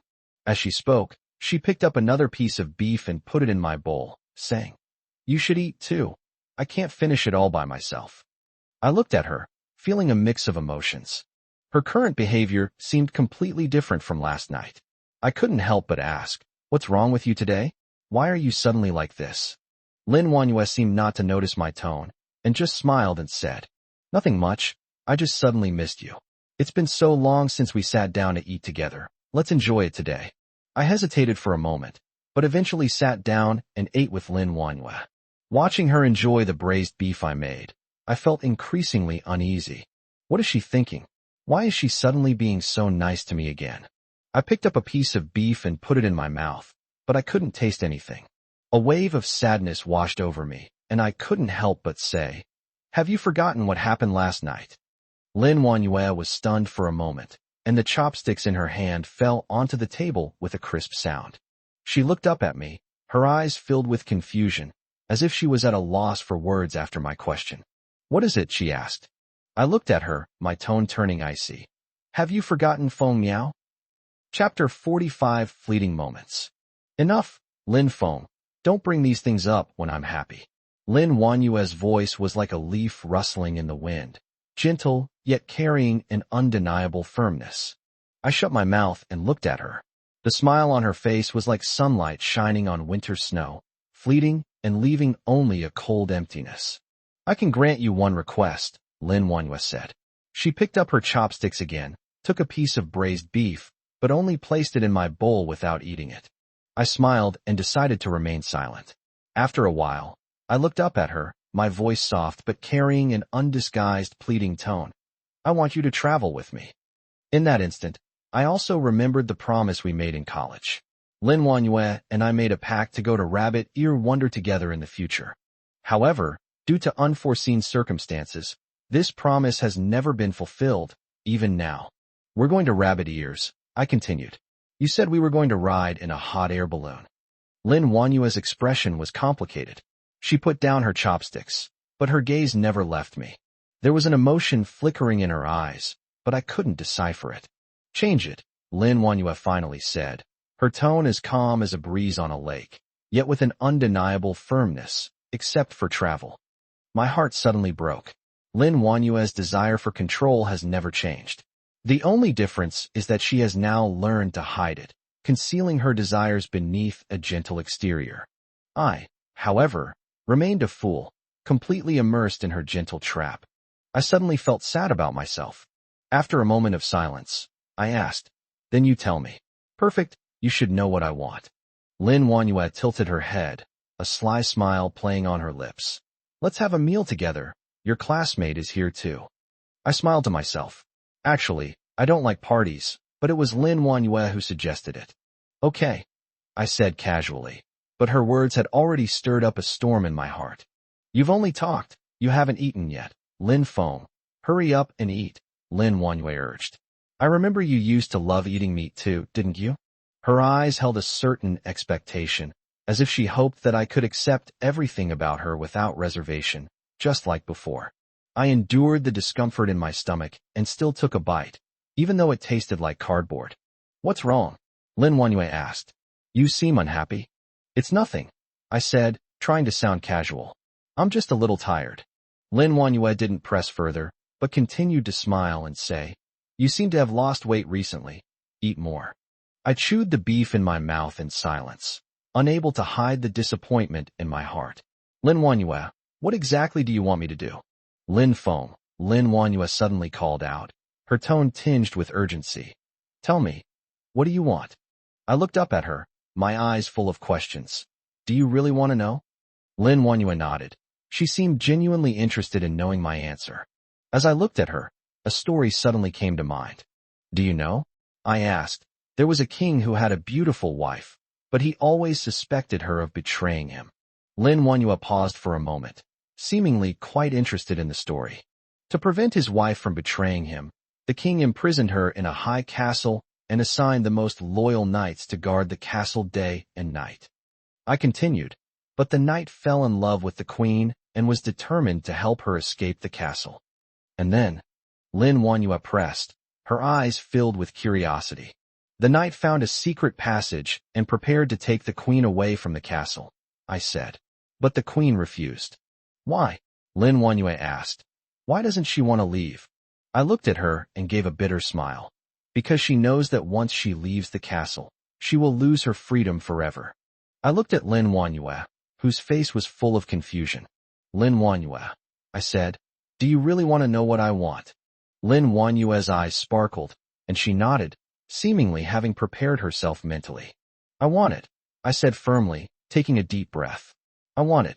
I paused for a moment, looking at Lin Wanyue, whose face was full of expectation. I suddenly realized that I had no idea what I wanted. What I want is Lin Wanyue's love, or her freedom. Do I want her company, or do I want her to leave? Do I want her promise or her lie? I suddenly felt lost. I was lost in the labyrinth of love, unable to find a way out. After dinner, Lin Wanyue, like a lazy cat, sprawled on the sofa, propping her chin up with one hand, a sly smile in her eyes, and said to me, let's go. Go and rest. I had just gotten up and was still a little tired, not really wanting to move. But her eyes held a commanding tone, so I had no choice but to stand up and follow her into the bedroom. The bedroom was simply furnished as always, with a faint fragrance filling the room, the scent of Lin Wanyue's favorite white tea. She walked to the bedside, pulled back the covers, and gestured for me to lie down. What's wrong with you today? You look like you have something on your mind. She asked softly, her tone tinged with worry. I shook my head, unsure how to explain. She seemed to sense my hesitation, a half-smile playing on her lips. She gently poked my cheek and said, stop pretending, I know what you're thinking. Her fingers touched my cheek, and I immediately felt a jolt of electricity run through my body, and my heart raced. I turned my head away, trying to avoid her gaze, but I was ultimately drawn to her captivating eyes. Lin Wanyue, I don't want to. I said in a low voice, my voice a little hoarse. Who said that? She retorted, a hint of provocation in her eyes. She gently kissed my lips, her voice becoming deep and seductive. You will always be mine, Lin Feng. Her words struck my defenses like pebbles, making my body feel weak and powerless, and my resistance dissipated. She began to move closer to me, her warm breath brushing against my ear, as soft as a feather, yet with an irresistible force. My body grew hot, and I couldn't help but want to respond to her. Lin Wanyue. I wanted to stop her, but I found my voice growing weaker and weaker. She ignored my words and continued her actions, her hand gently stroking my cheek, her eyes filled with a dreamy look, as if she wanted to suck my soul away. I closed my eyes and let her do whatever she wanted. Chapter 46, Doing Whatever You Want. After it was over, Lin Wanyue nestled beside me, gently closed her eyes, and seemed to have drifted off to sleep. I couldn't fall asleep. The scene kept replaying in my mind, and I felt a mix of complex emotions. I quietly got up, went to the bathroom, turned on the tap, and let the cold water wash over my body. Looking at my gaunt face in the mirror, I couldn't help but laugh at myself. Lin Feng, what exactly are you so fixated on? I muttered to myself. I returned to the bedroom, where Lin Wanyue was still fast asleep, breathing evenly, as if everything that had just happened was a hallucination. I gently kissed her forehead, then turned and went into the study. I turned on my computer, ready to deal with some work emails, when my phone suddenly rang. It was a message from Yang Lin. Lin Feng, how have you been lately? I haven't been in touch with you much. I replied, I'm fine, how about you? I'm doing fine lately. Yang Lin's tone was somewhat perfunctory, as if she was hiding something. What's wrong? Did something happen? I asked, sensing that she seemed to have something on her mind. It's nothing. I've just been too busy with work lately, Yang Lin replied. I frowned. My intuition told me she wasn't telling the truth. Yang Lin was a workaholic, but she never talked about work stress, especially not like she was avoiding my questions like this. I asked again, what happened? Just tell me what's wrong. I'm listening. Yang Lin was silent for a moment, then suddenly sent a series of voice messages, her voice tinged with panic and anger.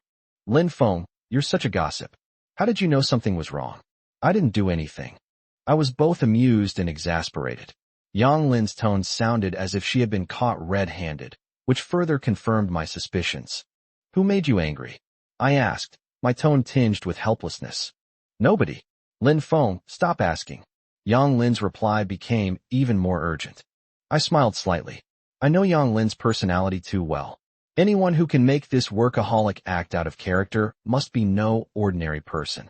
I thought of the man who made Yang Lin lose control last time, my thoughts racing. My phone suddenly received a text message from an unknown number. Meet XXX at the coffee shop at 10 a.m. tomorrow. I need your help with something. Please be on time. I stared at my phone screen, my brow furrowed, filled with confusion. I didn't recognize this number, nor did I know this person.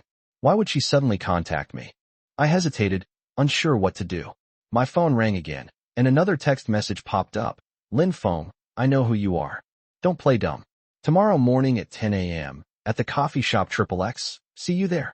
I gritted my teeth and replied, I don't know you, I won't go. The text message came again. Don't worry, I won't hurt you. I just need your help with something. Tomorrow morning at 10 o'clock, at the coffee shop XXX, don't be late. I stared at my phone screen, filled with fear and unease. Who was this person? Why did she insist on seeing me? I replied again. I'm sorry, I really don't know you, I can't go. I stared at my phone screen. The unfamiliar text message seemed to mock my slowness. After a few seconds of silence, the sender messaged again, finally revealing their true identity. Lin Feng, it's me, Cheng Yinyan. Seeing these words, I pictured a vibrant young girl, always with a sunny smile, like a sunflower that blooms forever. However, the text message in front of me sent a chill down my spine. Cheng Yinyan? How could you? I hesitated for a moment, but still decided to reply, I don't want to go. You've got the wrong person, haven't you? You really don't want to see me? Lin Feng, we still have a lot to talk about. I stared at my phone screen, a complex mix of emotions welling up inside me. Cheng Nianyan was making me feel uneasy. I took a deep breath and typed a line. Nianyan, you've misunderstood. There's nothing to talk about between us, and you should know that I already have Lin Wanyue. I paused for a moment, and a scene suddenly flashed through my mind. Cheng Nianyan was sitting across from me, her eyes filled with expectation and sorrow. She smiled and said, Raymond Lam, I really like you, and I hope we can be together. My response was, Nianyan, you and I are from different worlds. You should find a man who is more suitable for you. I ultimately decided not to say those things aloud, and simply sent a brief reply. Nianyan, you should find a man who is more suitable for you. Cheng Nianyan fell silent, and then completely disappeared. I put down my phone, let out a long sigh, but I wasn't completely at ease. Cheng Nianyan's appearance was like a nightmare that suddenly broke into my peaceful life, making me feel uneasy. I decided to ignore this matter for the time being and shift my attention to Lin Wanyue. That evening, Lin Wanyue came out of the bathroom, still carrying a faint fragrance. Seeing me sitting by the bed, she smiled and asked, Why aren't you asleep yet? I'm thinking about something, I replied perfunctorily. Are you too tired from work? Lin Wanyue walked to my side and gently stroked my face. No, I'm just a little upset, I said, avoiding her gaze. Just say what's on your mind. Don't keep it bottled up inside. Lin Wanyue said gently, her bright, watery eyes seeming to see right through me. I took a deep breath and decided to keep Cheng Nianyan's matter a secret for the time being. It's nothing. I've just been under a lot of work pressure lately, I lied. Lin Wanyue didn't press the matter, but simply nestled quietly beside me. I looked down at her. Her face held a faint sorrow, as if she too had something on her mind. I gently put my arm around her shoulder, wanting to comfort her, but I didn't know what to say. Lin Feng, are you hiding something from me lately? Lin Wanyue suddenly asked. My heart skipped a beat, but I forced myself to remain calm and replied, No, why would you think that? I feel like you've changed. Lin Wanyue's tone was somewhat disappointed. You've been absent-minded lately, and you're always avoiding me. I was immediately overcome with guilt. I couldn't explain the conflict in my heart, nor could I tell her about Cheng Nianyan. I could only hold her silently, hoping she could feel my love. A few days later, Lin Wanyue took me to that so-called dinner party. The dinner was held at a luxuriously decorated Western restaurant. Lin Wanyue wore a black dress that accentuated her shapely figure. Her face beamed with a bright smile, like an elegant peacock, drawing everyone's attention. I originally thought this dinner would be a serious business banquet, but to my surprise, it was full of a relaxed atmosphere, with laughter constantly mingling and toasting. Chapter 47, Uneasy. Lin Wanyue chatted and laughed with several well-dressed business people, while I sat quietly to the side, ignored like a transparent person. The peace was shattered by the appearance of Lu Ming. He walked into the restaurant with a steady gait, wearing a well-tailored suit, but his eyes kept lingering on Lin Wanyue out of the corner of his eye. When Lin Wanyue saw him, her smile became even brighter. She stood up and went to greet him. After exchanging a few pleasantries, Lu Ming invited Lin Wanyue to sit next to him, deliberately widening the distance between me and Lin Wanyue. I could tell that Lu Ming didn't like me, and I loathed Lu Ming too. But this was Lin Wanyue's territory, so I suppressed my disgust and put on an indifferent expression, pretending to be engrossed in tasting the red wine in front of me. After a few drinks, the atmosphere grew increasingly lively. Lu Ming suddenly put down his glass and said sincerely, Lin Feng, about what happened last time, it was my fault. I was a bit impulsive and didn't consider your feelings. I'll toast you with this glass, and I hope you can forgive me. He raised his glass as he spoke, but his gaze never left Lin Wanyue, as if he were expressing his apology to her. I looked at the strong liquor in front of me. The liquid reflected a bewitching light under the lamplight, as if mocking my powerlessness. I forced myself to swallow the nausea and gulped it down. The liquid slid down my throat and into my stomach, bringing a burning sensation. Lu Ming revealed a meaningful smile and continued, Lin Feng, I heard that you and Lin Wanyue have been getting along very well lately. I'm really happy for you. Lin Wanyue is a good girl, and I hope you can cherish her. His tone was full of provocation, and his eyes sharpened, as if he were threatening me. I clenched my fists, suppressing my anger, and coldly replied, "Mr. Liu, you're too kind. My affairs with Lin Wanyue are none of your business." Lu Ming's smile became even more meaningful, his eyes seeming to say, "You think you can escape?" I couldn't stand the oppressive atmosphere any longer, so I excused myself to go to the restroom, wanting to get some fresh air. Lin Wanyue, however, seemed oblivious to my unease, and smiled, saying, "You haven't drunk much, have a few more drinks, it's rare for us all to get together." Looking at the smile on Lin Wanyue's face, I felt a pang of bitterness in my heart. I wish I could have a few more drinks, but I just can't drink anymore. Lu Ming's gaze, his ambiguous words, and Lin Wanyue's obvious bias towards Lu Ming all made me feel suffocated. "I'm really not feeling well. I want to go for a walk," I said softly, trying to suppress the churning in my stomach. Lin Wanyue seemed to realize that something was wrong with me and asked with concern, "What's wrong? Are you feeling unwell?" "It's nothing. I'm just a little stuffy." I didn't want her to worry, so I gave a perfunctory answer. Lin Wanyue hesitated for a moment, but ultimately did not insist. She nodded and said, "Okay, then go out for a walk, and be careful not to catch a cold." I fled my seat as if escaping, rushed into the restroom, and vomited violently into the toilet. Lu Ming's drinks were clearly spiked. Every sip was indescribably bitter and painful. I felt like vomiting up everything in my stomach. After vomiting, I leaned against the sink, panting heavily. My stomach was empty, but I still felt like there was a fire burning inside me, and this burning sensation spread throughout my body, making me feel hot and restless. I unconsciously touched my face, feeling my skin burning hot. "This wine, something's wrong." I suddenly realized that Lu Ming was deliberately trying to get me drunk, and then, what was he going to do? My mind was a mess. I couldn't think of anything. I just felt that something bad was about to happen. I looked up abruptly and found that the bathroom door had been opened from the outside. "Where is that kid?" A voice rang in my ear. My heart suddenly raced, my body stiffened, and I dared not move. "President Liu said we must succeed. We must take care of that kid tonight and teach him a lesson." I slowly turned my head and saw two burly men standing at the door, holding iron bars in their hands and wearing fierce smiles on their faces. "You," I said, my voice trembling, but one of the men rudely interrupted me. "Shut up." The man glared at me fiercely.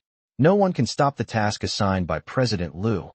I was startled by their words and instinctively wanted to run away, but my body seemed to be controlled by an invisible force, and I couldn't move. "Don't bother. Just behave, and you won't suffer any losses." Another man sneered and approached me. I closed my eyes in despair, and the image of Lin Wanyue and that once warm home flashed through my mind. I hate it. I hate Lu Ming's despicable shamelessness. I hate my own powerlessness. But at this moment, all I want is to live. "Hold him down." I was roughly dragged by two men, stumbling and staggering down a dimly lit corridor, and finally shoved into a room. The door slammed shut. The room was pitch black, with only the moonlight from outside the window shining through the cracks. You could vaguely see some simple furniture and a few gaudy oil paintings hanging on the wall. I tried to stand up, suppressing the churning in my stomach, but found my body as heavy as lead, and I couldn't muster any strength. There must have been something else mixed in that wine. My consciousness began to blur, and everything in front of me became distorted and deformed. That bastard Lu Ming. I was burning with rage, but I was powerless to resist, and could only let them do as they pleased. I heard a rustling sound coming from the room, and then a woman's voice said, "Okay, help him to bed." I was forcibly helped onto the bed, my body feeling like it had been disassembled and reassembled, with no control over my own body. I tried to struggle, but found I couldn't even move a finger, and could only watch helplessly as the woman approached. Her fragrance wafted over me, a heavy perfume that made me feel even more nauseous. I tried to close my eyes, but they felt as heavy as lead, and I couldn't close them at all. "Don't be afraid. I will take good care of you," the woman said in a hoarse voice in my ear. Her voice was like a hook, tugging at my nerves and making me even more terrified. I tried to call for help, but found that my throat felt like it was stuffed with cotton, and I couldn't make a sound. I could only watch helplessly as the woman slowly undressed me, my body burning like it was on fire, feeling like it was about to explode. "Don't touch me." I managed to shout these words, barely audible, as weak as a mosquito's buzz, as I suppressed my physical reaction.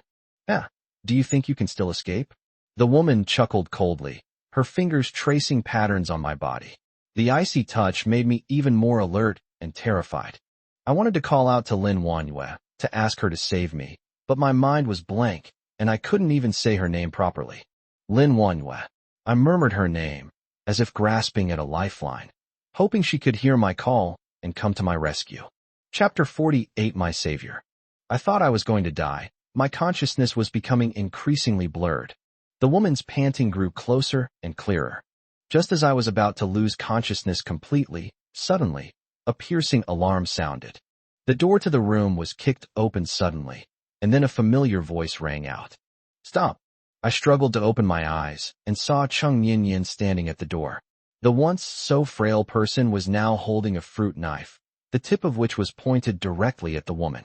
Her eyes were cold and filled with murderous intent. "Cheng Yinyan," I exclaimed in surprise, but my voice was so faint that it was almost inaudible, like the buzzing of a mosquito. "Are you all right?" Cheng Yinyan ignored the woman and quickly walked to my side, helped me up, and checked my condition. I wanted to say something, but my throat felt like it was stuck, and I couldn't say a word, only making intermittent sobs. "Don't talk, I'll take you out," Cheng Yinyan said, picking me up in her arms and running out the door. I was held in her arms, feeling her body trembling. I smelled her faint perfume, and my heart inexplicably calmed down. "Cheng Yinyan, what brings you here?" I asked in a low voice, my voice hoarse, as if it were being squeezed out of my throat. "Don't talk, let's go outside first." Cheng Yinyan didn't answer me, but hugged me tightly and ran out of the room. After we ran out of the room, I saw Lin Wanyue standing at the door, her face ashen and her eyes flashing with anger. "Lin Wanyue, how could you?" I wanted to speak, but I found that I still couldn't say anything. "How are you?" Lin Wanyue walked over, looked at me with a hint of worry on her face, but her tone was cold, as if she were blaming me. I tried to explain, despite the physical discomfort, but found that I couldn't even utter a complete sentence. "What are you doing here? Don't you know it's dangerous here?" Lin Wanyue looked at me, her tone even colder.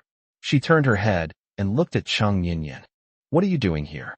Get out of here right now. You're not welcome here." "You don't welcome me? What right do you think you have to say that?" Cheng Yinyan looked at Lin Wanyue and sneered, her tone laced with sarcasm. "Who do you think you are? What gives you the right to tell me what to do?" "You." Lin Wanyue was enraged by Cheng Yinyan's tone. She pointed at Cheng Yinyan, speechless. "What do you mean? Who do you think you are? Let me tell you. I'm here today for him. You think you can keep him by your side? Let me tell you, you're dreaming."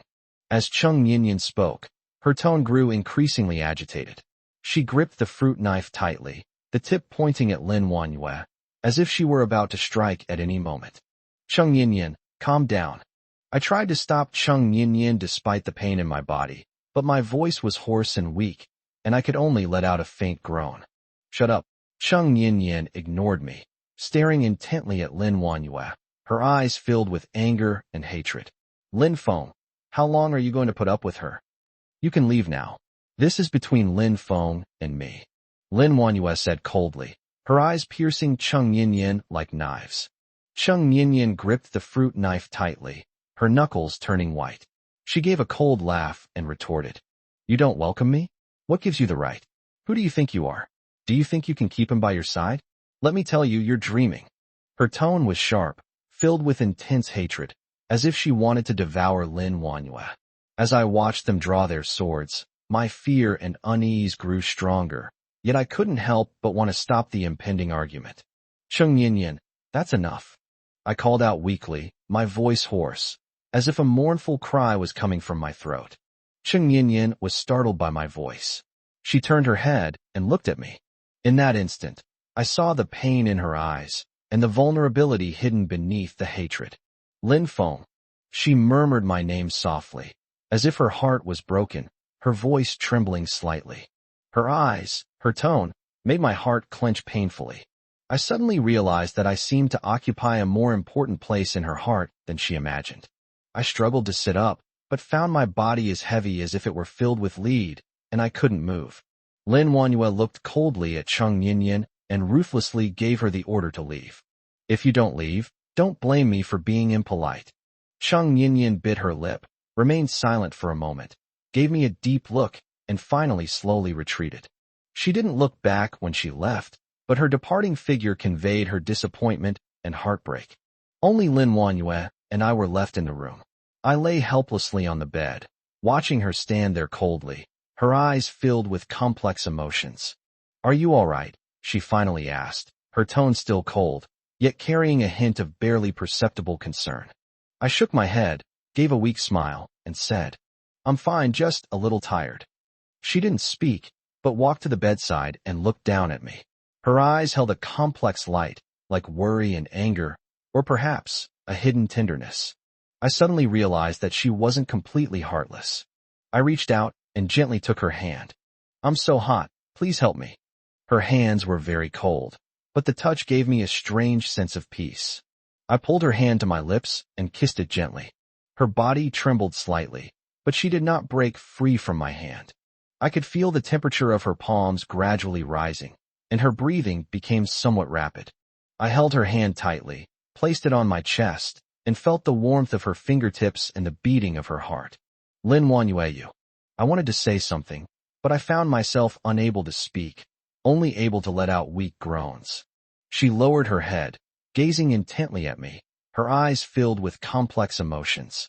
I felt my body gradually relax under her gaze. I suddenly felt a strong urge to hold her in my arms. I want to feel her warmth. I want her to know my love. I reached out and put my arm around her, pulling her body towards me. She didn't resist and let me hold her in my arms. I held her tightly, feeling the curves of her body and the faint fragrance emanating from her. I closed my eyes, greedily savoring this rare moment of tenderness. If only things could stay like this forever. Her body was soft and warm, and my body gradually relaxed in her embrace, enveloped by a sense of security I had never felt before. Chapter 49: Intimacy. I gently kissed her cheek. Her skin was delicate and soft, as smooth as silk. Under the influence of the medication, I disregarded everything else. I hugged her body and pressed her tightly beneath me. She let out a soft moan, her body trembling slightly in my arms, her cheeks flushed with a blush. I felt her body was gradually losing control. "Lin Wanyue, I want to give her everything. I want to keep her by my side forever. I want her to be the only support in my life." "Lin Feng." She murmured my name softly, her voice trembling slightly, filled with longing and infatuation. "Lin Wanyue." I murmured her name, my voice filled with love and longing. I wanted to lock her in my heart forever, to imprison her in my world forever. I felt my consciousness gradually returning, and Lin Wanyue also woke up from her daze. The confusion in her eyes gradually faded, replaced by shock and shame. She pushed me away abruptly, sat up, straightened her slightly disheveled clothes, and blushed. "You," she gasped for breath, her words incoherent, seemingly still caught up in the chaos of the moment. "Oui." I was also a little flustered, trying to explain, but I didn't know what to say. Silence filled the room. We both lowered our heads awkwardly, neither of us daring to look at the other. Finally, Lin Wanyue stood up, took a deep breath, and her face returned to its usual coldness. "Lin Feng, you have really disappointed me." When she said this, her tone was as calm as ice in winter, devoid of any warmth. I opened my mouth, wanting to say something, but found that I couldn't say anything. I lay helplessly on the bed, watching her turn and leave. Her back was like a tree in the dead of winter, lonely and desolate. "Lin Wanyue." I wanted to call out to her, but I was afraid that she would hate me even more. She didn't turn around, but closed the door, shutting me and my desires out. I was plunged into endless pain once again, my mind haunted by Lin Wanyue's icy gaze and her resolute words. I hate myself. I hate that I was controlled by drugs and did such a ridiculous thing. Why would you do something like this at a party she likes? I hate myself even more for not protecting her and causing her to suffer such painful torment. I closed my eyes in anguish, my heart filled with regret and despair. I don't know how much time passed before I finally got out of bed. My body was weak and my mind was foggy, but I had to get out of here as soon as possible. I stepped out of the room, and the banquet hall was already bustling with activity. filled with clinking glasses and constant laughter. Lu Ming was chatting and laughing with a group of people. When he saw me come out, a look of surprise flashed across his face, but then he resumed his previous fake smile. Lin Feng, are you alright? He walked over and asked with concern. His tone was undisguisedly hypocritical. I forced myself to suppress my disgust and nodded perfunctorily. You don't look well. Do you want to go and rest for a while? He then asked. No need. I'm fine, I replied coldly. Lu Ming seemed oblivious to my coldness. He smiled, patted my shoulder, and then walked back to his friends. I looked around and finally saw Lin Wanyue. She was standing with a few friends, with a faint smile on her face, as if she had completely forgotten what had just happened. I wanted to go over to her, to apologize, and to explain everything. But I suddenly realized that I had nothing to say to her and no courage to face her. Just then, a man walked up to Lin Wanyue. He greeted her with a smile. His gaze lingered on me for a moment, and then he gave me a meaningful smile. Lin Wanyue, it's been a long time. You're still as beautiful and charming as ever, he said. Lin Wanyue smiled and nodded. Feng Cheng, long time no see. How have you been lately? I'm fine. I heard you got married. Feng Cheng asked with a smile. Yes, we're getting married next month, Lin Wanyue said. You're married? Feng Cheng asked in surprise, then turned to look at me with a playful smile on his face. Raymond Lam, you two are really married? That's such a surprise.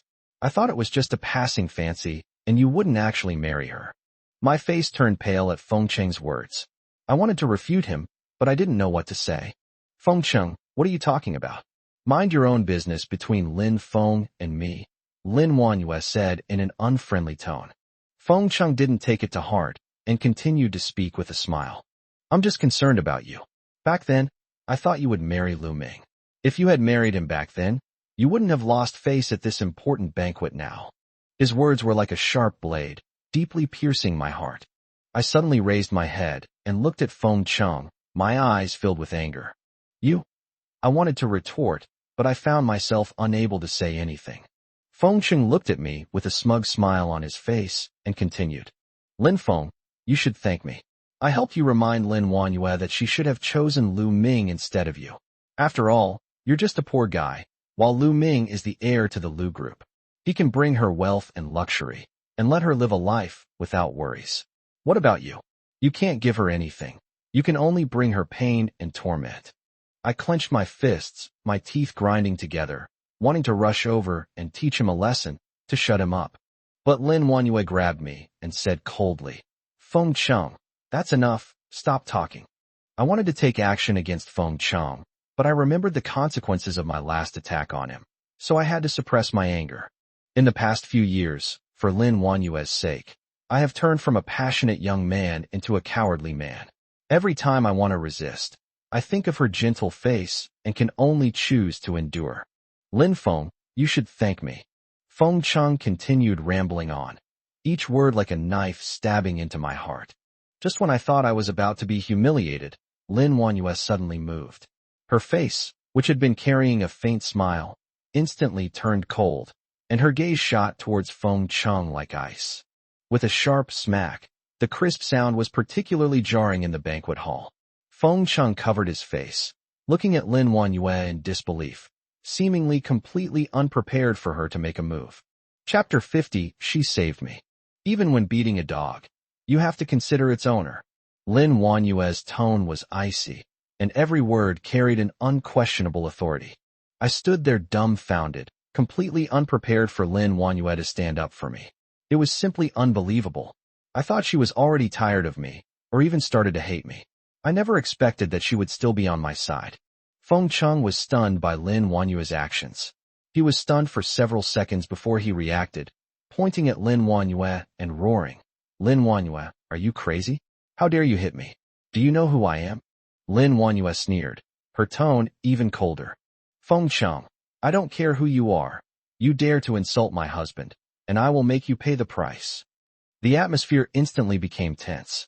Everyone around stopped talking and focused their attention on us. There was a tense standoff between Lin Wanyue and Feng Cheng, and a bigger conflict could break out at any moment. Lu Ming seemed to realize that things were not going well. He quickly came over, grabbed Lin Wanyue's arm, and whispered, "Wanyue, calm down and don't be impulsive." Lin Wanyue flung Lu Ming's hand away and glared at Feng Cheng. "Who do you think you are, daring to act so wildly?" "Lin Wanyue, you." Feng Cheng wanted to say something, but was silenced by a look from Lin Wanyue. A complex and indescribable emotion welled up within me. Lin Wanyue stood up for me, which surprised and puzzled me. Lu Ming left with Feng Cheng, leaving me standing there alone. Looking at Lin Wanyue's still angry face, I walked over, gently took her hand, and whispered, "Wanyue, I'm sorry, it's all my fault." Lin Wanyue didn't speak, she just gripped my hand tightly. The atmosphere reached an impasse, and Lu Ming realized that something was wrong, so he quickly stepped in to smooth things over. "Lin Wanyue, don't be impulsive. We're all friends. Let's talk things out," Lu Ming said. Lin Wanyue gave Lu Ming a cold look, but didn't say anything. Lu Ming then said to Feng Cheng, "Feng Cheng, stop making a scene. Today is my day. Let's all have a good time." Feng Cheng was still furious. He glared at me and Lin Wanyue, then left without saying a word. Lu Ming followed me away. As he passed by me, he snorted coldly and said, "Lin Feng, just you wait. You'll regret this sooner or later." I was enraged by Lu Ming's threat, but what could I do? I was a nobody, just a pawn toyed with by fate. At the banquet, everyone's eyes swept back and forth between Lu Ming and me like searchlights. I felt like a monkey being watched, and my heart pounded with unease. Lin Wanyue unexpectedly stood up for me, and I was sincerely grateful to her. But at that moment, she was like a busy butterfly, flitting through the crowd and chatting with all sorts of people. I couldn't even find a chance to talk to her. Is she avoiding me? As I was lost in thought, a burst of enthusiastic applause and cheers suddenly erupted in the banquet hall. Looking in the direction of the sound, they saw an elderly Italian man with gray hair being escorted by Lu Ming as he walked towards them. My pupils contracted sharply. This old man was actually Leonardo DiCaprio, the internationally renowned fashion designer. I've seen his work countless times in fashion magazines, but I never expected him to attend such an event. Like a proud peacock, Lu Ming held his head high, excitedly introducing Leonardo to those around him, his words filled with pride and boastfulness. Mr. Leonardo is a top international designer whose works enjoy a prestigious international reputation. I am truly fortunate to have met him. The Lu Group will soon be collaborating with Mr. Leonardo to create a brand new fashion brand. I felt a chill run down my spine. Lu Ming had always wanted to collaborate with Leonardo DiCaprio in order to gain a foothold in the fashion industry. I had seen through his ambition long ago. I couldn't help but turn my gaze to Lin Wanyue, who was standing next to Leonardo DiCaprio with a gentle smile on her face, talking to him. They seemed very close, and a pang of sadness welled up inside me. Could it be that she chose to be with Lu Ming because of Leonardo? "Lin Feng, what are you looking at?" "Mr. Leonardo is a friend of mine for many years. You should feel honored." Lu Ming spoke smugly, as if he could read my mind, his tone clearly provocative. I suppressed my anger and coldly replied, "Oh, really? Then you should really cherish this friendship. Of course, we're going to create something amazing together." As Lu Ming spoke, he deliberately put his arm around my shoulder and patted it hard, as if to assert his dominance over me. I disgustedly avoided his touch, forcing myself to endure the discomfort, and my gaze fell on Lin Wanyue again. She was chatting and laughing with Leonardo, her face beaming with happiness, a smile that once belonged only to me. "Lin Feng, you should be happy for Wanyu. She has finally found a man she can entrust her life to. You should wish her well." Lu Ming deliberately whispered in my ear, his tone full of sarcasm, as if he were laughing at me. I could no longer tolerate Lu Ming's provocation. I shoved him away abruptly and said angrily, "Shut up. I'm warning you, don't talk to me like that again. How dare you speak to me like that?" Lu Ming roared in fury, pointing his finger at my nose. "You're nothing but a loser. What right do you have to challenge me?" I clenched my fists, wanting to rush over and punch Lu Ming, but Lin Wanyue's voice suddenly came over. "What are you doing?" I turned around and saw Lin Wanyue walking towards us. The smile on her face had disappeared, replaced by a cold chill. I suddenly felt a pang of panic. "It's nothing, we were just chatting," Lu Ming said with a smile, his face still bearing a confident smile, as if the argument had never happened. Lin Wanyu spoke in a cold tone I had never seen before. Wait here for me. I have something to talk to Lu Ming about. After saying that, she turned around and walked towards Lu Ming, leaving me standing alone in the same spot, like a stray dog abandoned by its owner. I really wanted to rush over and confront her, asking why she treated me like this. Why was she so intimate with that old man in front of me? Could it be that she really intends to be with Lu Ming? Thinking of this, I felt waves of heartache, as if a huge rock was pressing on my chest, making it hard to breathe. You have to consider the owner before you beat a dog. Her words were like a needle piercing my heart, filling me with immense humiliation and anger. Did she really think of me, Lin Feng, as nothing more than a dog? Chapter 51: A Dog's Mission. I picked up my wine glass and wandered aimlessly to a corner, immersing myself in the crowd and letting them chat and laugh freely. As I watched them raise their glasses in celebration, as they chatted and laughed, as their faces beamed with happiness, my heart felt as if it were being frozen bit by icicles, numb and cold. I drank aimlessly, but my gaze remained fixed on Lin Wanyu. She was standing next to Lu Ming, so close that it seemed their breaths could mingle. I suppressed the bitterness in my heart, forced myself not to look at them, turned around, turned my back to them, and drank alone in silence. Senior, it's been a long time. Do you still remember me? A familiar voice came from behind me. I turned around and saw a young man standing in front of me with a warm smile on his face and eyes full of admiration. I looked closely at the boy in front of me. His face looked somewhat familiar, but I couldn't remember his name for a moment. Who are you? Senior, don't you remember me? I was your junior in college back then. My name is Chun Hao. Chun Hao? I remember now. You're in the jewelry design department at our school. I tried hard to recall, and finally remembered his name. Senior, you were truly a legendary figure in our jewelry design department back in school. The jewelry you designed was simply breathtaking, leaving everyone in awe. I still remember the phoenix soaring in the 9 heavens necklace you designed that year. It was absolutely exquisite and unforgettable. I still cherish the lucky star ring you gave me back then, and I wear it every day, feeling incredibly lucky. Chun Hao spoke excitedly, his face filled with admiration. As I listened to his words, a chill ran down my spine. Back in school, I was truly the star of the show. Those designs, those honors, those praises, they all belonged to me. But now all of that is gone. I'm like a shooting star, once shining brightly, now dim and fallen to earth. Senior, what are you doing right now? I want to say that I did nothing. I am a failure. My life is a complete failure. Senior, I heard you recently designed a very popular wedding ring called Eternal Love. I heard that the sales of that ring have exceeded 1 million. That's amazing. Chun Hao's face was full of excitement. He seemed oblivious to the disappointment and dejection in my eyes, and continued excitedly. Senior, your Eternal Love ring design is simply the most romantic ring in the world. It represents eternal love, and I will use it to propose to my girlfriend in the future. I looked at Chun Hao. His face was full of longing, his eyes brimming with anticipation for the future. But I felt only endless emptiness and despair. I silently raised my glass, took a small sip, and a bitter taste spread through my mouth. My heart felt numb, as if I had lost all feeling. Senior, why aren't you saying anything? Chun Hao asked, puzzled.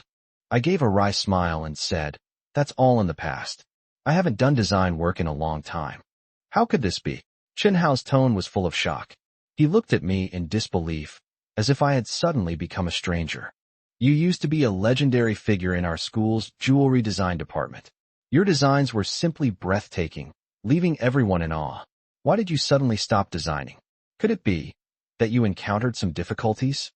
He seemed to realize something, and a worried look appeared on his face. He then said, Senior, I heard that your relationship with Mr. Lu Ming has been strained lately. Is it him? I remained silent, my gaze drifting to Lin Wanyuan not far away. She was talking quietly with Lu Ming, a happy smile on her face. My heart suddenly ached, as if I had been pricked by a needle. I clenched my fists tightly, forcing myself not to look at them. I turned around, my back to them, and drank alone in silence. Senior, were you coerced by him? He wouldn't be forcing you to give up the design, would he? Don't worry, I'll help you. Chunhao's tone was full of righteous indignation as he spoke, his eyes blazing with anger. I gave a wry smile and said, "You've misunderstood. I'm fine. Senior, don't lie to me. I know you and Lin Wanyue are husband and wife. What Lu Ming did is immoral. I will help you get justice." Chunhao said indignantly, as if he could already see Lu Ming being taught a lesson by him. I shook my head and smiled helplessly, saying, "You're still too young. This world is far more complicated than you imagine." Complex? What's so complicated about it? It's clearly that Lu Ming who's behind this. I'll definitely. Chunhao suddenly stopped talking, seemingly realizing that his words had gone too far. An embarrassed look appeared on his face, and he stammered, "Senior, please don't be angry. I just feel sorry for you." I patted him on the shoulder and said, "Thank you. I appreciate your kind offer. You should go ahead. I'd like to sit here quietly for a while." Then take care, Senior," Chunhao said, glancing at me hesitantly before turning and leaving. As I watched his retreating figure, a mix of emotions welled up inside me. He was just a naive young man. He couldn't understand the pain I had endured, nor could he comprehend the helplessness and sorrow in my heart. I picked up my glass and took a small sip, a bitter taste spreading through my mouth. I closed my eyes, and the image of Lin Wanyue and Lu Ming embracing intimately flashed through my mind, piercing my heart once again. "Lin Feng, what are you waiting for?" I muttered to myself, my voice filled with despair. Just then, Chunhao suddenly appeared in front of me. He handed me a business card and said, "Senior, this is my business card.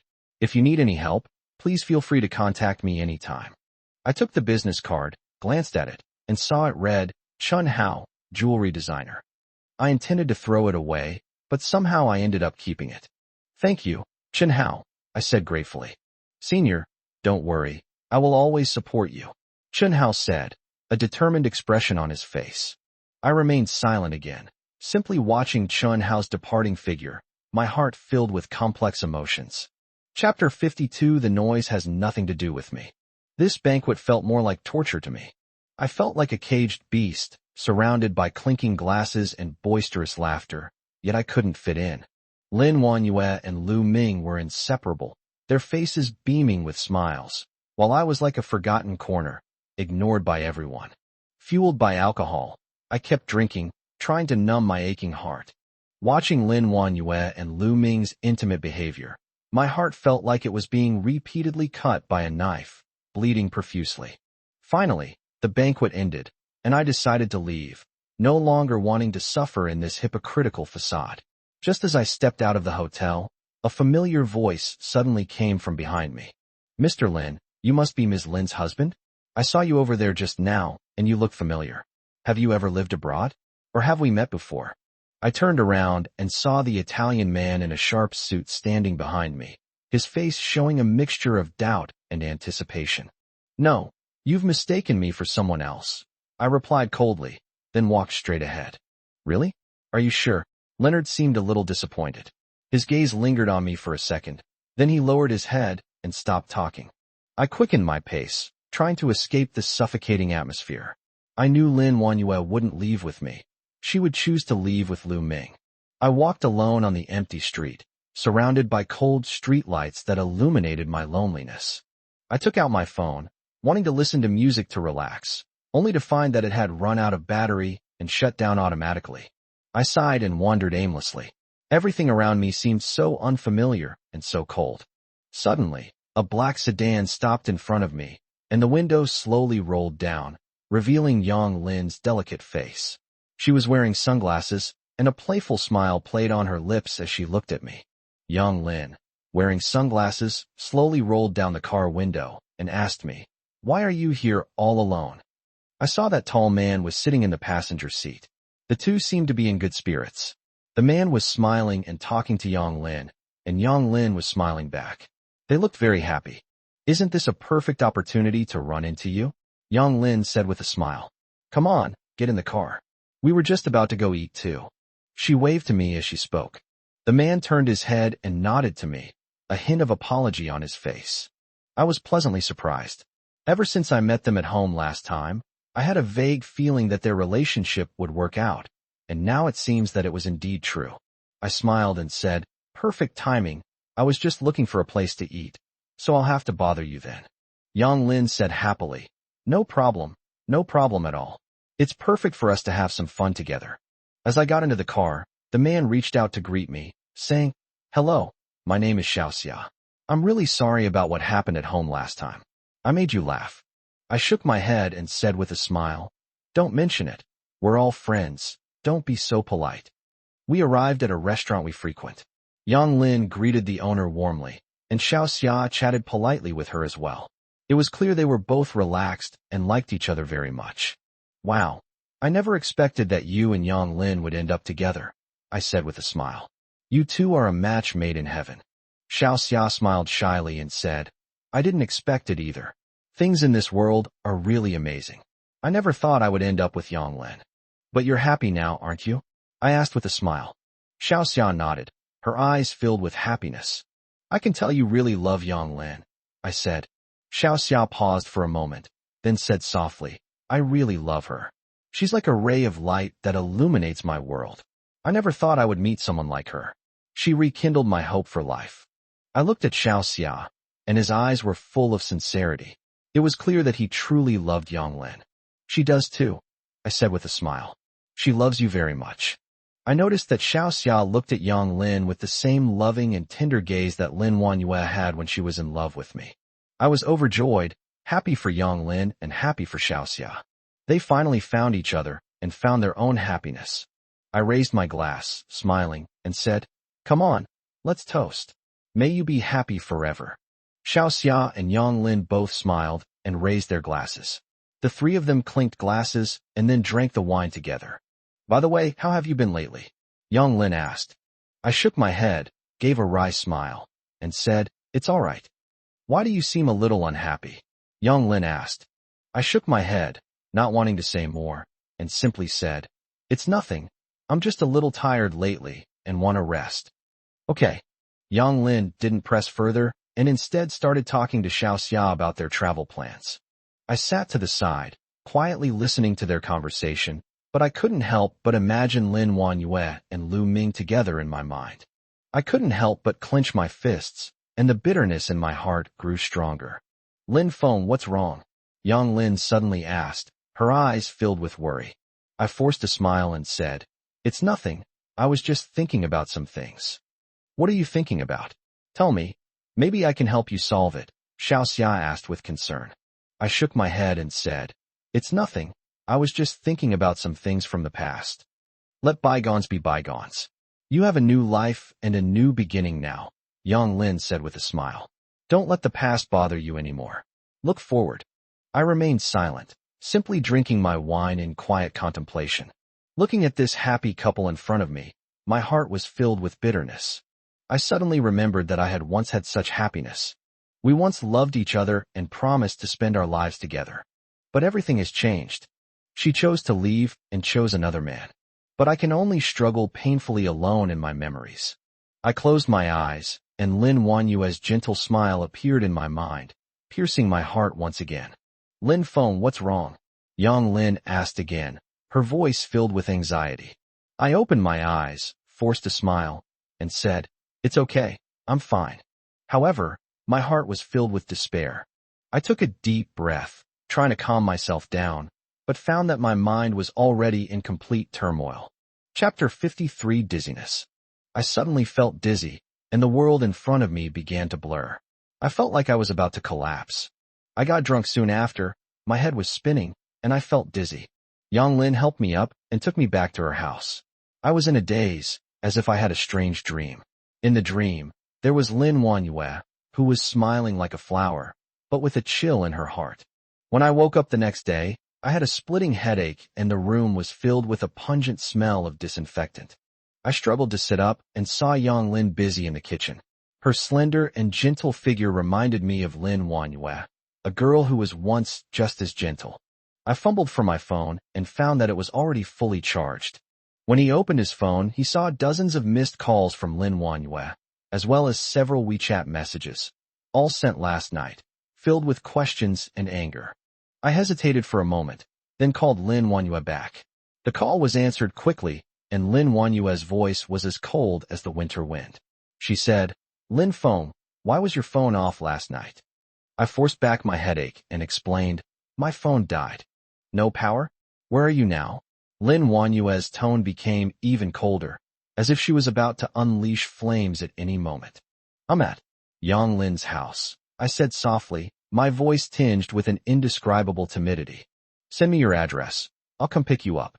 Lin Wanyue said, and hung up the phone before I could respond.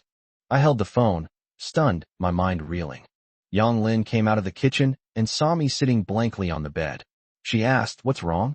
Should we explain to Lin Wanyue? I shook my head, forced a smile, and said, no need, she'll come. As I spoke, I lit a cigarette.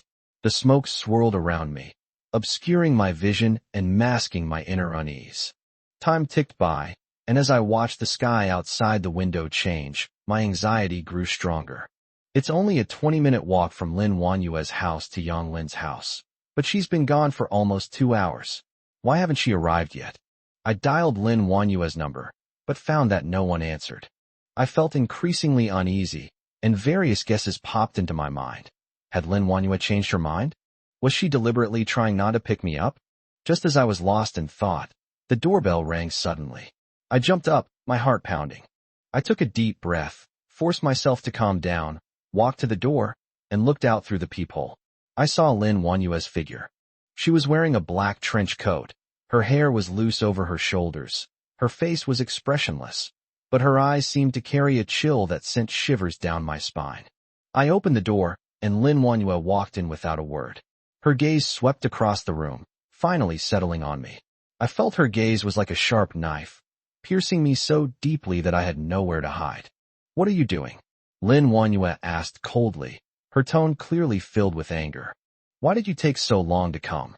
I asked her, my tone tinged with reproach, but deep down I felt a secret joy. Her coming meant she still cared about me. Lin Wanyue's face was pale, but she still forced a smile and said, traffic jam, a long traffic jam. As she spoke, she gently touched the corner of her eye. I looked at her, and I couldn't describe the feeling in my heart. Lin Wanyue walked straight to the car, opened the door, and got in. I followed closely behind, sat in the driver's seat, and started the car. In an instant, I was drawn to the man's briefcase on the passenger seat.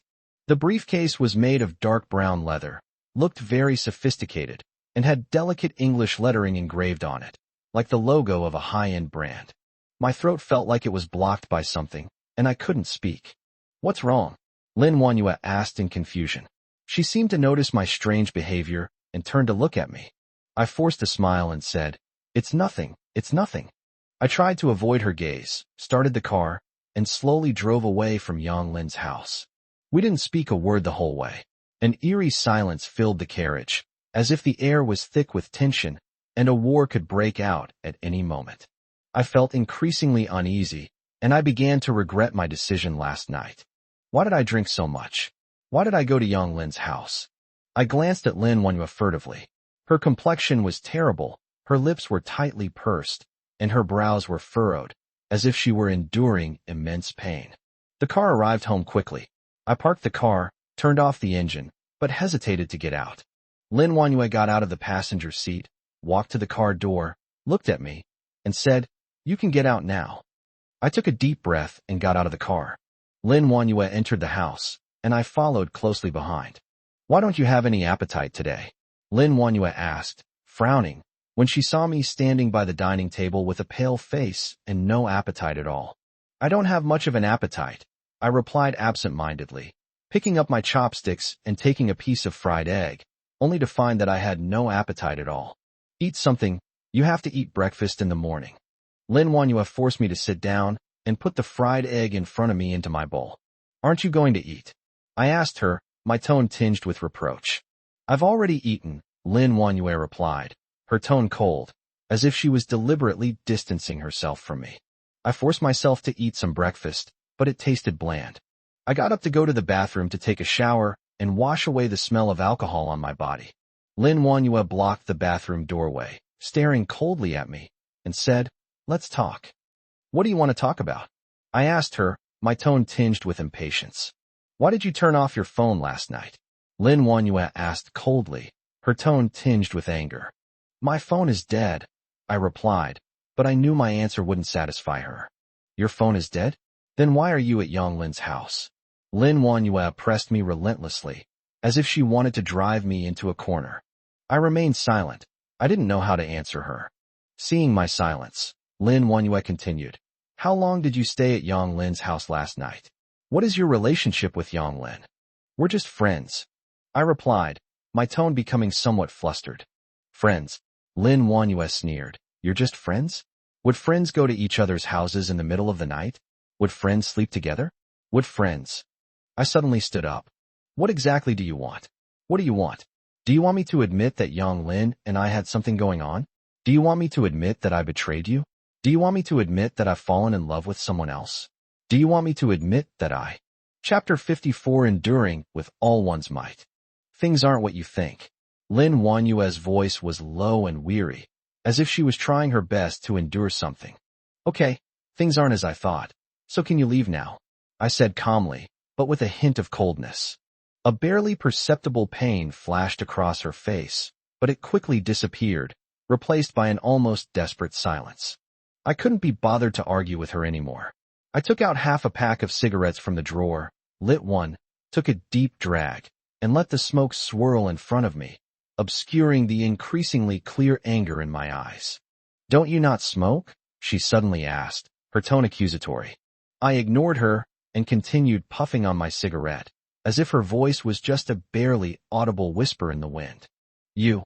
Lin Wanyue finally couldn't hold back anymore. She walked directly in front of me, stubbed out my cigarette with a swift and decisive motion, and her eyes were so cold that they seemed to want to devour me. I watched as she took my cigarette, threw it in the trash can, and then coldly asked, What are you doing? When did you learn to smoke? She asked me instead of answering my question. When I was kicked out last time, I said calmly, but with a hint of sarcasm. Does that mean I won't even allow you to smoke? I was stunned. Her tone carried a hint of incomprehensible anger. The briefcase belongs to Chun Mingxiu, she explained, seemingly unwilling to argue with me any further. That pretty boy. I sneered, my tone full of disdain. Lin Wanyue ignored my sarcasm and simply said, I'll be working with you from now on, so you don't have to worry about me getting jealous again. After saying that, she turned and left the room, leaving me standing there alone, watching her departing figure, my heart filled with bitterness. I'm jealous. I laughed self-deprecatingly, but found a hint of bitterness in my laughter. To calm myself down, I chose to remain silent again, picked up a book, but couldn't concentrate on reading a single word. A few hours later, the nanny came to call me for dinner, and I calmly sat down at the table.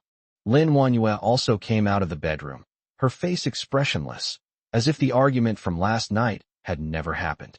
We ate in silence, neither of us saying a word. Halfway through the meal, Lin Wanyue suddenly said, I'm going to take you to the airport tomorrow. I looked at her in confusion, not understanding why she suddenly wanted to take me to the airport. A renowned international designer is coming tomorrow, and there should be quite a few people picking him up at the airport. It's a good opportunity to build connections, she explained. I'm not going. I refused coldly, my tone carrying an undeniable firmness. Lin Wanyue's expression suddenly turned serious, and her tone became cold and hard. How many times have you violated the agreement we signed? But you even refused to go on a trip with me. Isn't that a breach of the agreement? I said calmly, but with a hint of aggressiveness. Lin Wanyue was taken aback by my retort. Her face turned ugly, and a flash of anger appeared in her eyes, but it quickly disappeared, replaced by an indescribable complex emotion. You? She opened her mouth, but couldn't say anything. In the end, she just put down her chopsticks heavily, her eyes filled with disappointment and helplessness. Why do you insist on thinking about traveling? Lin Wanyue's voice carried a hint of grievance, as if she had suffered a great injustice. She stared intently at me, her gaze burning, as if she were questioning a criminal. Looking at her, my anger was ignited by her pitiful appearance. I sneered. Did you ask yourself any questions when you said that? How much affection is left between us? How many new lovers have you had outside? Who have you been flirting with without my knowledge? I grew angrier and angrier as I spoke, and my voice grew louder and louder until I finally couldn't help but shout. I also want to know where the girl who used to have eyes for me has gone. Where is the girl who would cook for me, straighten my tie, and encourage me when I was down? I closed my eyes, turned my back to her, and didn't want to see her hypocritical act anymore. The tension in my heart was mounting, as if it might snap at any moment. Go away. I don't want to go, and I don't want to see you for the time being. My voice was hoarse, but incredibly firm. Lin Wanyue didn't speak, but simply walked gently behind me and hugged me tightly. Her embrace was warm, as if trying to melt the ice in my heart. But I couldn't feel any warmth at all, only a growing chill. Can you trust me again? Love me again? She murmured in a low voice, as if trying to melt me and pull me back to the past. I tried to pry her hands open little by little, but I found that she was holding them very tightly, as if she wanted to crush my bones. A wave of bitterness washed over me, and I couldn't help but feel a surge of sadness. I admit that I have always had feelings for Lin Wanyue, but those feelings are no longer enough for me to continue loving her. Like a flower blown away by the wind, it was once beautiful and vibrant, but now it has withered and faded, leaving only a regrettable remains. Wanyue, let go. My voice was pleading. I tried my best to control my emotions, but I still couldn't help but tremble a little. After a long while, Lin Wanyue finally let go of me. She wiped away the tears from the corners of her eyes, her face showing a hint of weariness and helplessness, yet also a resolute determination. Let's go buy some clothes and see a movie, as a way of making it up to you. Without a word, she grabbed my hand and led me to the car. I let her pull me along without saying a word. The scenery outside the car window rushed past, but I felt as if I were in a fog, unable to see the road ahead. We arrived at a high-end shopping mall, and Lin Wanyue began a shopping spree. It was as if she wanted to pile all the good things in front of me to make up for what she owed me. As I watched her excitedly selecting all sorts of clothes, a bitter feeling welled up inside me.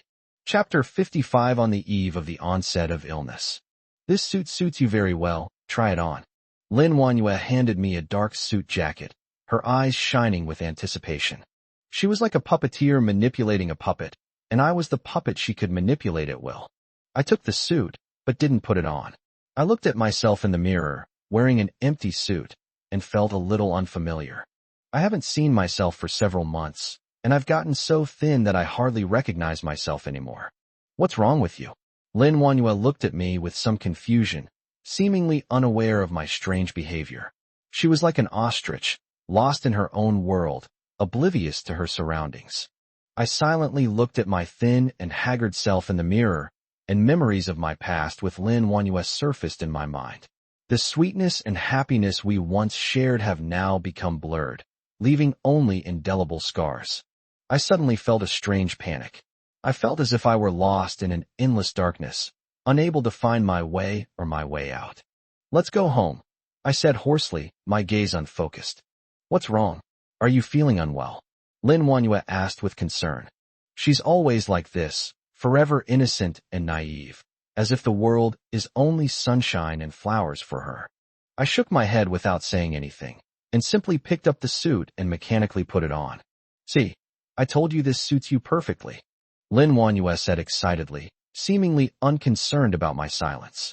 I stood in front of the mirror, looking at the unfamiliar version of myself, and suddenly felt a little ridiculous. I was like a carefully packaged commodity, manipulated and controlled by Lin Wanyue. You two have such a good relationship, it's truly enviable. The saleswoman chimed in, looking at us with an envious gaze that made me feel nauseous. I forced a smile at Lin Wanyue, suppressing my nausea.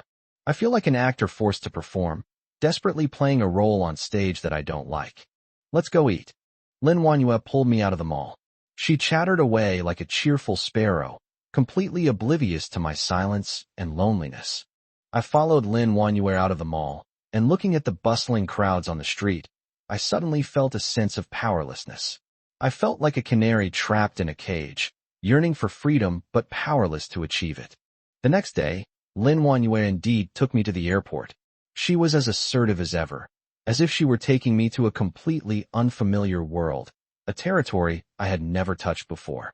I sat in the waiting room, watching the crowds come and go, feeling utterly lost.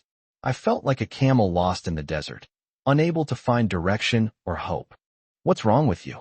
Lin Wanyue sat down next to me, and she seemed to notice my unusual behavior. It's nothing, I said calmly. I didn't want her to see my vulnerability. I didn't want her to see the pain hidden deep inside my heart. I looked up at the window, gazing at the distant sky, but my heart was filled with gloom. I felt like someone toyed with by fate, forever unable to escape its clutches. Just then, Chen Mingxiu appeared. He was holding a briefcase, a faint smile on his face, but his eyes were full of calculation. You've come. Chen Mingxiu walked up to me, his voice full of insincere enthusiasm. Yes, I replied coldly. I didn't want to have anything to do with him. I didn't want to have any connection with him. Chen Mingxiu seemed oblivious to my coldness and continued. This time the designer is a big shot, so you must perform well. Don't worry about it, I said coldly. I despised his hypocrisy and his pretense. Don't be like that. We're all friends. Why be so formal? Chen Mingxiu said with a smile. He was like a venomous snake, putting on a friendly front on the surface while secretly preparing a fatal blow. We are not friends at all, I said coldly. I wanted to leave, but he held me back tightly. Don't go. I still have something to tell you. Chen Mingxiu said, a sinister smile on his face. What do you want to do? I said coldly, sensing something was wrong. I felt he seemed to be plotting something. Just then, Lin Wanyue walked over. She grabbed my hand and pulled me aside. Shut up, Lin Wanyue said to Chen Mingxiu. What's wrong? Didn't you say you were going to take him to meet that designer? Chen Mingxiu asked, his face full of doubt and confusion. The plan has changed, so don't overthink it, Lin Wanyue said firmly. Oh, okay. Chen Mingxiu's expression turned somewhat unpleasant, and he seemed to sense a hint of unease. I looked at Lin Wanyue. She was like an impregnable fortress, protecting me from attacks from the outside world. Let's go, Lin Wanyue said, taking my hand and leading me towards the airport's boarding gate. I suddenly felt a sense of relief. I glanced back at Chen Mingxiu. He stood there, his face filled with gloom and anger. I could almost see a glint of malice flash in his sinister eyes, and I could almost hear his inner voice roaring. I won't let you get away with this. I lowered my head and held Lin Wanyue's hand tightly. Lin Wanyue pulled me along, running like a whirlwind queen, and shoved me straight into the VIP room. The place was decorated in a magnificent style, as if it were made of gold, and I couldn't help but feel a little dazed. Everyone's here. Let's get ready to go. A woman in a long black dress walked in, with a polite smile on her face, looking quite elegant. She is the designer we are going to meet, named Alina, whom Lin Wanyue went through great lengths to arrange a meeting with. I was about to greet Lin Wanyue when I noticed two more people in the room, Yang Lin and Cheng Yinyan. The two women were sitting on the sofa, talking in hushed tones. When they saw me come in, Yang Lin gave me a meaningful smile. Cheng Yinyan glanced at me briefly before looking away, but there was a clear chill in her eyes, which sent a shiver down my spine. Lin Wanyue naturally noticed the two of them as well. She just gave me a deep look, her eyes filled with emotions I couldn't decipher. Then she went up to Alina and pulled all five of us together. This is my husband, Lin Feng, who is also a designer. Lin Wanyue introduced me with a hint of barely perceptible pride in her tone. Chapter 56 Onset. Yang Lin and Cheng Yinyan turned to look at me at the same time. Yang Lin's eyes held a hint of provocation, while Cheng Yinyan's gaze became even colder. Hello. I tried to remain calm and polite. Alina was a typical European woman, blonde and blue-eyed, tall and slender. She spoke to Lin Wanyue in fluent English, saying things I couldn't understand. Yang Lin and Cheng Yinyan joined the conversation, while Lin Wanyue and I sat silently to the side, feeling isolated. I felt increasingly suffocated.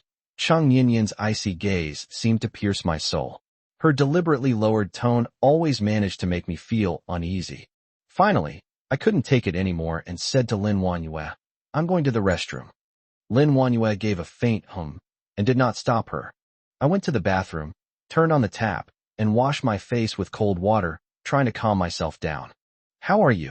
Cheng Yinyan stood behind me with a slight smile on her face. I turned around in surprise, looked at her, and asked, What are you doing here? I came with Yang Lin, Cheng Yinyan said, but her gaze was fixed on my face, as if she was observing my reaction. I thought you wouldn't want to see me. Cheng Yinyan's voice was very soft. but it felt like it cut a gash in my heart. I scratched my head in frustration and said, "I'm really not ready." A flicker of disappointment crossed Chung Yinyan's face, but she quickly regained her composure and smiled, saying, "I can introduce you to Alina. Don't you like design? It just so happens that Alina is a friend of my mentor, and she likes me very much." I suddenly looked up at her, a surge of intense anger welling up inside me. "Thank you, but I don't need it," I said coldly, then turned and walked away. I quickly walked out of the restroom, only to find Chung Yinyan still standing there, a smile still on her face, but her eyes held a complicated expression. I was flustered and quickly took out my phone to send a message to Lin Wanyue before leaving the airport. Sitting in the taxi, the scene from just moments ago kept replaying in my mind. Chung Yinyan's words, like a thorn, were deeply embedded in my heart. Was she mocking me? Was she reminding me how terrible my situation was? When I got home, I ignored the nanny's greetings and took a cold shower, trying to use the icy water to dispel the heat in my heart. Chung Yinyan, the girl who once brought me warmth and hope, has now become a lingering nightmare in my heart. I closed my eyes and let the cold water flow down my cheeks.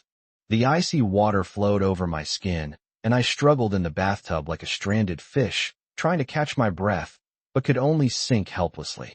Those lingering images in my mind are like needles piercing my heart, causing me unbearable pain. Chung Yinyan's gaze, Alina's indifference, and Lin Wanyue's seemingly calm, yet distant eyes all made me feel suffocated. I felt as if I were trapped in a giant cage, unable to escape, and could only watch helplessly as I was swallowed up. I started to cry loudly, crying my heart out, as if I wanted to release all the pain. However, the crying turned into a hoarse sob, as if the throat was blocked and no sound could be made. I laughed wildly, tears streaming down my face, like a madman. No one could understand my sorrow. I feel like I'm about to break down, trying to grasp something, but I can't grasp anything. Like a helpless baby, I could only curl up in the bathtub, letting the icy water flow over my body. Sir, are you all right?" The nanny's anxious voice came from outside the door. I tried to respond, but no sound came out. I could only hear her hurried footsteps and her rapid breathing. I heard her make a phone call. First, she called Lin Wanyue, but the call didn't go through. Then she dialed another number, and I vaguely heard her say, "Family doctor," and "come quickly." I heard the door being kicked open and felt someone pull me out of the bathtub. I groggily opened my eyes and saw a man in a white coat standing in front of me, a look of worry on his face. "What's wrong with you?" the doctor asked, his tone tinged with urgency. I wanted to answer, but I still couldn't speak. I could only watch helplessly as he examined me, unable to express my pain. The nanny kept making phone calls, and finally, Lin Wanyue got through. I heard her cold voice as she coldly told the nanny, "Get to the point." The nanny was startled and quickly explained my situation. "I understand, you can go now." Lin Wanyue hung up the phone after saying that. The nanny left, and the doctor and I were left alone in the room again. I lay on his examination bed, feeling a wave of weakness wash over me. "You must be under a lot of stress lately?" the doctor asked me. I nodded and said weakly, I don't know what to do." "You need to relax and not put too much pressure on yourself," the doctor comforted me. "I will prescribe some medicine for you. Take it on time, and you will gradually get better." I closed my eyes helplessly.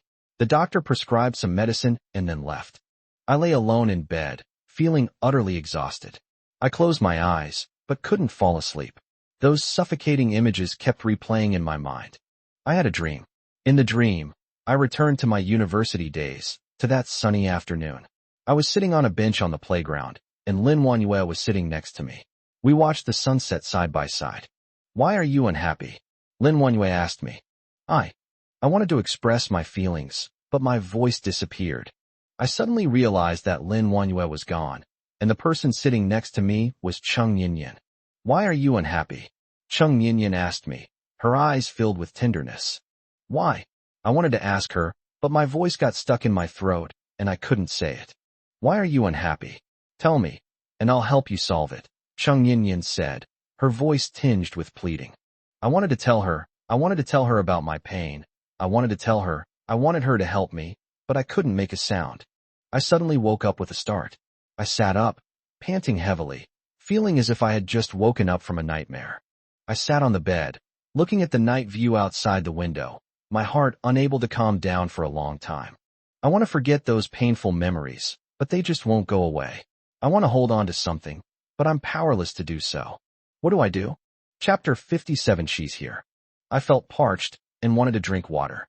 The kettle in the room was empty, so I tried to call for help, but when I opened my mouth, I found that I couldn't speak. I tried to make a sound, but all I could produce was a wheezing sound like a broken bellows. I couldn't make any noise at all. I realized something was wrong, so I sat up abruptly and frantically groped for the call button on the bedside table.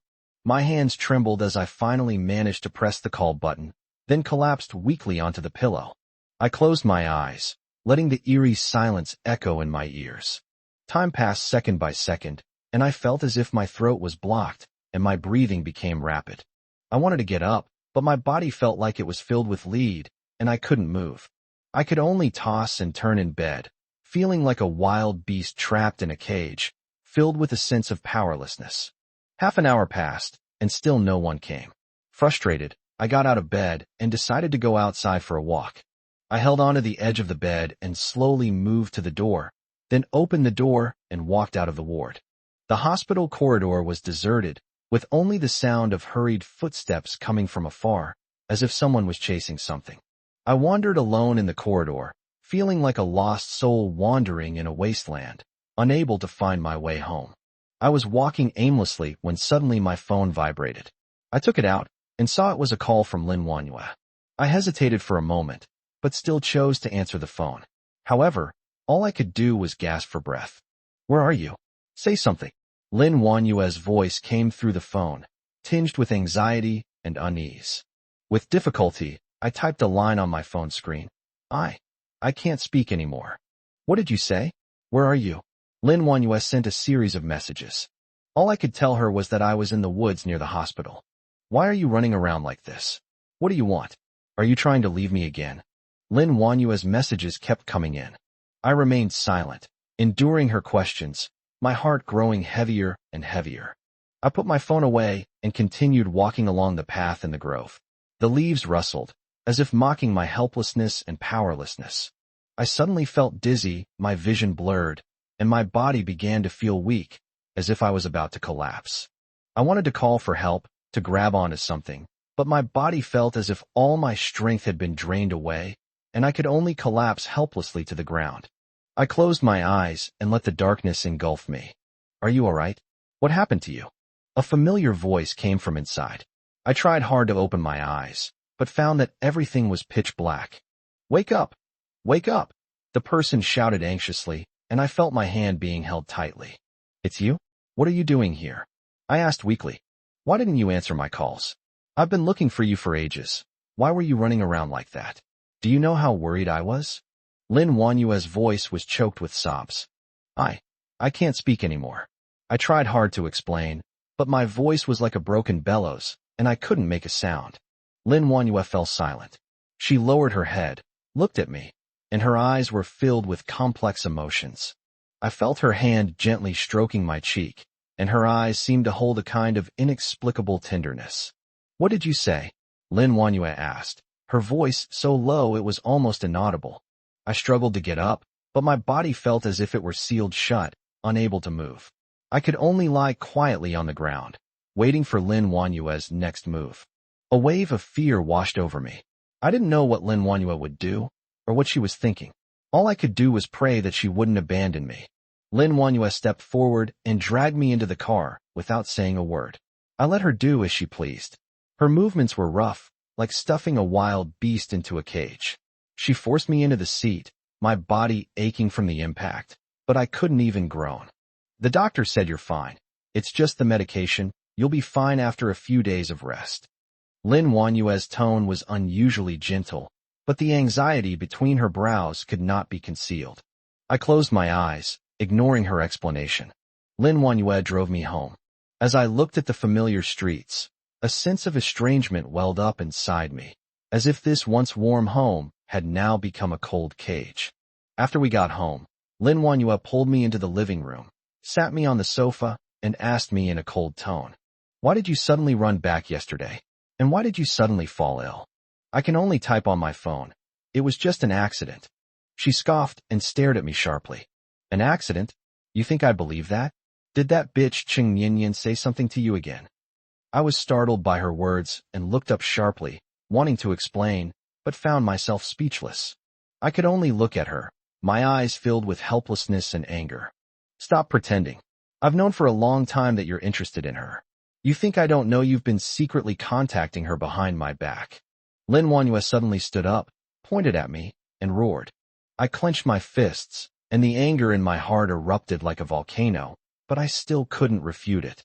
I could only watch helplessly as she raged hysterically, and I could only silently bear her accusations in my heart. I will not let you leave me. Lin Wanyue suddenly lunged at me, hugging me tightly, her face contorted with madness. My body stiffened, and I let her hold me tightly.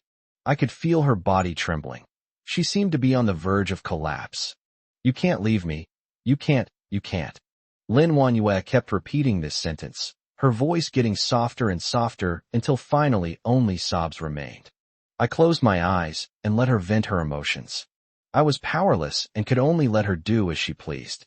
That night, Lin Wanyue was like a wild beast out of control, holding me tightly, almost strangling me to death. I slept very restlessly, my mind replaying Lin Wanyue's crazy actions and the insults she hurled at Cheng Yin. I suddenly realized that what Lin Wanyue needed wasn't love, but control. She needed someone who could never leave her, someone who could give her a sense of security. And I, unfortunately, became her prisoner. My heart was filled with fear and unease. I wanted to escape, but I had nowhere to go. I began to doubt whether my decision to marry her was the right or wrong one. I tossed and turned, unable to sleep, the thought of escaping constantly swirling in my mind. What should I do? How can I break free from Lin Wanyue's control? I've decided to see a psychologist. Perhaps only a professional can help me break free from Lin Wanyue's control. Chapter 58. What I Want. I rolled out of bed, walked to the window, and looked at the night outside, feeling lost and helpless. I opened my phone and searched for information about psychologists. I want to find someone who can help me, someone who can help me get rid of all this. I closed my eyes, my heart filled with prayer. I hope this is all just a dream, and I hope everything will be all right. I lay back down on the bed, closed my eyes, and the image of Lin Wanyue's crazed expression and her words, "You can't leave me," flashed through my mind. I was trembling, not knowing what would happen tomorrow, or where the future would lead. All I can do is pray that everything will be all right. Lin Wanyue went to work, and I sat alone on the sofa in the living room, holding a thick economics book, but I couldn't concentrate on reading a single word. Lin Wanyue's crazy actions last night are like a thorn stuck in my heart, and I can't get rid of it. Frustrated, I threw the book on the coffee table, got up, walked to the window, and looked at the street outside. The sun was shining brightly, and the streets were bustling with people, a scene of prosperity, but my heart felt as heavy as if a huge rock was pressing down on it. Bang, bang, bang. A series of urgent knocks interrupted my thoughts. I thought it was Lin Wanyue returning, so I quickly went to the door and opened it, only to see a face that chilled me to the bone. Mom. I was stunned for a moment, somewhat at a loss for words. Zhang Xian stood at the door, her face ashen, her eyes blazing with anger, looking at me as if I were a sinner. Don't call me Mom. Zhang Xian suddenly raised her voice, her tone sharp and sarcastic. Do you even deserve it? I was stunned by her words and remained silent. I suddenly remembered that I had only met this so-called mother-in-law twice. Once when I met her parents, and once at my wedding with Lin Wanyue. To please Zhang Xian, Lin Wanyue arranged a grand wedding and invited all her relatives and friends to attend. Zhang Xian didn't have a good impression of me at the time. She felt that I came from a poor background and was not good enough for her precious daughter. She always looked me up and down with a scrutinizing gaze at the wedding, as if she was about to expose me at any moment. I thought that my relationship with Zhang Xian would improve after we got married, but it's gotten even worse now. Zhang Xian, seemingly oblivious to the embarrassment on my face, continued. You think you can rest easy now that you've married Wanyue? Let me tell you, you'll never set foot in our house again. My daughter marrying you is the worst luck imaginable. I took a deep breath, suppressing my anger, and said calmly, Come in and talk. Zhang Xian sneered, pushed me aside, and walked in. She sat on the sofa, looked around, and her eyes were full of disdain. "This house is nice," she said sarcastically. "When you bought it for you, didn't she? You're a good-for-nothing. What money could you possibly earn?" I scoffed and retorted, "She likes to buy things for me." "You dare talk back?" Zhang Xian stood up angrily, pointed her finger at my nose and cursed. "Who do you think you are? You're nothing but a spineless coward who lives off a woman. Do you even deserve our Manhwa? What right do you have to talk to me like that?" I was enraged, and my tone became firm. "This is my business, and you have no right to interfere." Xian suddenly leaned closer to me, her eyes filled with malice. "You just want to rely on our Manhwa to climb the social ladder. You're a complete liar." Enough. I could no longer tolerate her slander. I stood up abruptly, looking her straight in the eye. "Lin Manhwa is my wife, and I love her. This is none of your business. What right do you have to talk to me like that? Who do you think you are? Let me tell you, I'm not afraid of you." You. Zhang Xian was so angry that she couldn't speak. She pointed at me with trembling fingers, wanting to say something, but in the end, she couldn't say anything. I suddenly found it funny. This woman was utterly ridiculous. I originally wanted to have a proper talk with her, but she immediately started spewing insults and even made personal attacks against me. It seems she never intended to communicate with me properly. She just wanted to vent her anger here. I couldn't be bothered to argue with her anymore, so I turned around and went back to my room, closing the door and leaving Zhang Xian alone in the living room, yelling. I sat on the edge of the bed, lit a cigarette, and took a deep drag. I suddenly realized that the reason I felt depressed was because I was trapped in a controlling and calculating marital relationship. I feel like a bird trapped in a cage, wanting to fly but with nowhere to escape. I heard Zhang Xian's voice outside the door. She was talking loudly into her phone. I could vaguely hear words like useless, gold digger, and divorce. I guess she was calling Lin Manhwa. She deliberately turned on speakerphone so that I could hear her. "Tell me, how could you have married such a scoundrel?" Zhang Xian's tone was filled with anger and despair. "What makes him worthy of you? You'll get nothing by being with him. Look at the life you're living now. You're looked down upon all the time. Are you going to put up with him? Tell me, do you still want him or not?" I closed my eyes and let Zhang Xian launch her relentless attack on me over the phone. I know she hates me to the core, hates that I took away her beloved daughter, hates that I made her life full of misfortune. Look at Xiao Wang, how outstanding and capable he is. He's already the company's vice president. Look at the kind of person you've found. Zhang Xian continued. All he does is play games at home all day. He doesn't go out to work, and he expects you to support him? Don't you have any shame? I sneered, thinking to myself, does she think Lin Manhwa would leave me because of what she said? Lin Manhwa was her beloved daughter. How could she bear to see her daughter suffer? How could you be so foolish? Zhang Xian continued. Do you really think you'll be happy if you marry him? Let me tell you, you're ruining your future. You need to understand, he's a complete liar. He doesn't love you at all. He just wants to use you. Now tell me, do you still want him or not? Lin Manhwa remained silent on the other end of the phone until Zhang Xian was on the verge of collapse before she finally spoke. Mom, what's wrong with you? Zhang Xian's voice trembled with a hint of tears as she spoke. How could you have married such a scoundrel? Look at the life you're living now. Don't you even care about me as your mother anymore? Lin Manhwa said calmly. Mom, calm down. Why did you call me? What did you say? What else do I need? Zhang Xian roared. I want you to divorce me right now. Don't you understand? Chapter 59 Mother-in-Law. Mom, I have something to take care of here. I'll come see you in a few days. Calm down first. After saying that, Lin Manhwa hung up the phone without waiting for Zhang Xian to say anything more. Zhang Xian dialed Lin Manhwa's number again. She couldn't accept Lin Manhwa's attitude and insisted that Lin Manhwa agree to a divorce. Manhwa, are you even listening to me? I'm your mother. You have to listen to me. Zhang Xian yelled again. Why did you marry that good-for-nothing? Don't you know he's a liar? Divorce him right now. Listen to me. Lin Manhwa was silent for a moment, then said, Mom, he is my husband, and I will not divorce him. Zhang Xian broke down, sobbing uncontrollably. She couldn't understand how her daughter could do this. How could she give up her happiness for a good-for-nothing? I sat in the room, listening to Zhang Xian's crying, and a strange sense of sorrow welled up in my heart.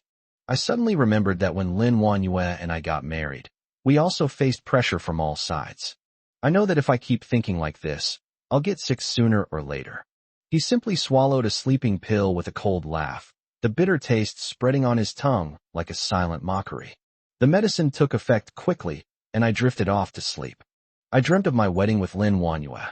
It was a sunny afternoon, with guests filling the house and laughter filling the air.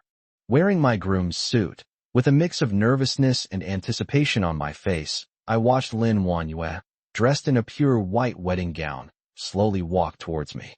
She was as beautiful as a blooming lily, and her gentle smile illuminated my entire world. The wedding ceremony went very smoothly, but when it was my turn to toast my mother-in-law, something unexpected happened. Holding my glass, I sincerely said to her, "Auntie, thank you for letting Wanyue marry me. I will definitely take good care of her." However, before I could finish speaking, my mother-in-law suddenly splashed wine all over me. The liquor dripped down my collar, soaking my shirt, and a chill spread from my chest. I was stunned. The surrounding guests were also whispering among themselves, and the atmosphere became awkward and subtle. Only Lin Wanyue anxiously walked to my side, gently wiping away the wine stains for me, and signaling with her eyes that I should ignore her mother. I took a deep breath, suppressing my inner grievances, and continued, "Auntie, I know you may not like me very much, but please believe me, I really love Wanyue, and I will prove my sincerity with my actions." However, my explanation only earned me a colder response from my mother-in-law. She glanced at me dismissively and said, "Do you think you can make her happy just because you love her? You're nothing but a good-for-nothing who lives off a woman. You don't deserve my daughter." Her words were like a sharp blade, piercing straight into my heart. I felt incredibly humiliated and angry. I clenched my fists, wanting to retort, but found myself speechless. In my dream, I observed everything from a cold, third-person perspective, my heart filled with icy indifference. I watched my younger, hopeful self being humiliated time and time again by my mother-in-law, yet I was powerless to do anything about it. I could almost see the future, the conflicts between Lin Wanyue and me, and the eventual collapse of our marriage. As the dream faded, my mood grew heavy. I forced myself to suppress the bitterness in my heart, trying to break free from the nightmare. However, the images from the dream lingered and were deeply imprinted in my mind. When I woke up, the noise outside was gone. I opened my eyes and found the room empty. My mother-in-law had left some time earlier.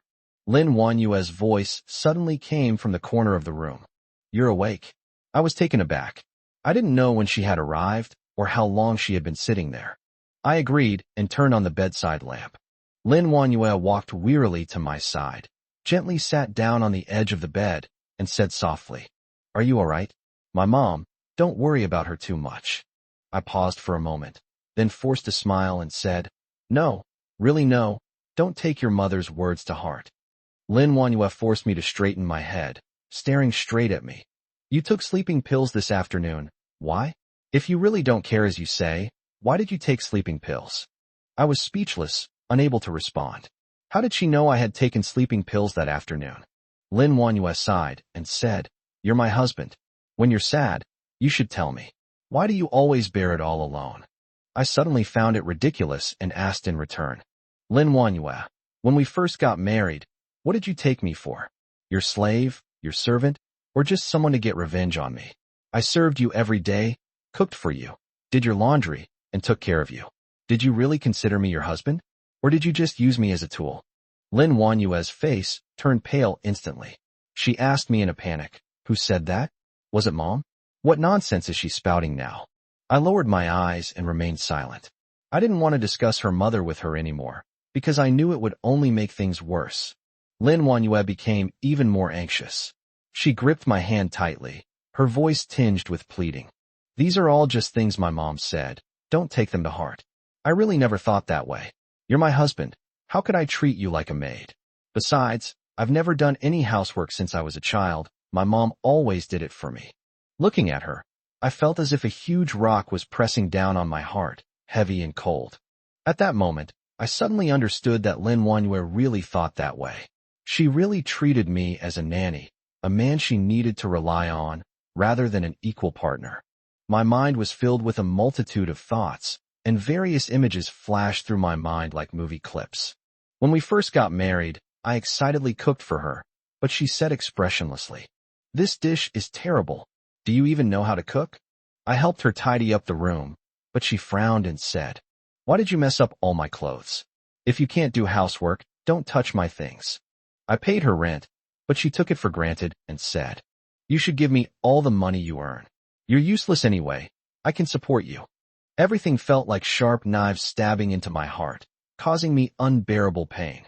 Lin Wanyuan noticed my change in mood, hurriedly lowered her head, and whispered, "That's not what I meant.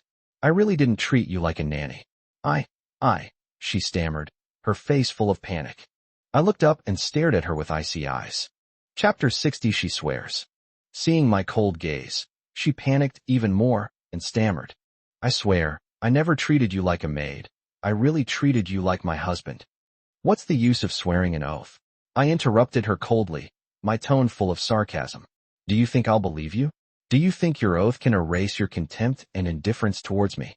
I stood up, my stomach growling loudly because I hadn't eaten all day. I didn't want to have this pointless argument with her anymore, so I decided to go downstairs for dinner.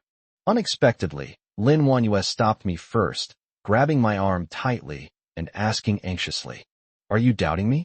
Do you really doubt that I treat you like a babysitter? What do you want from me to believe me?" I looked at her, my eyes filled with mockery, and I suddenly realized that we could no longer communicate. She doesn't understand what I want. Just like I don't know why she always wants to stick me tightly to her. Perhaps we've been on different paths for a very long time. What keeps us going? I stared into her eyes, hoping to find the answer in her tear-filled gaze. But she mistook it for my silence.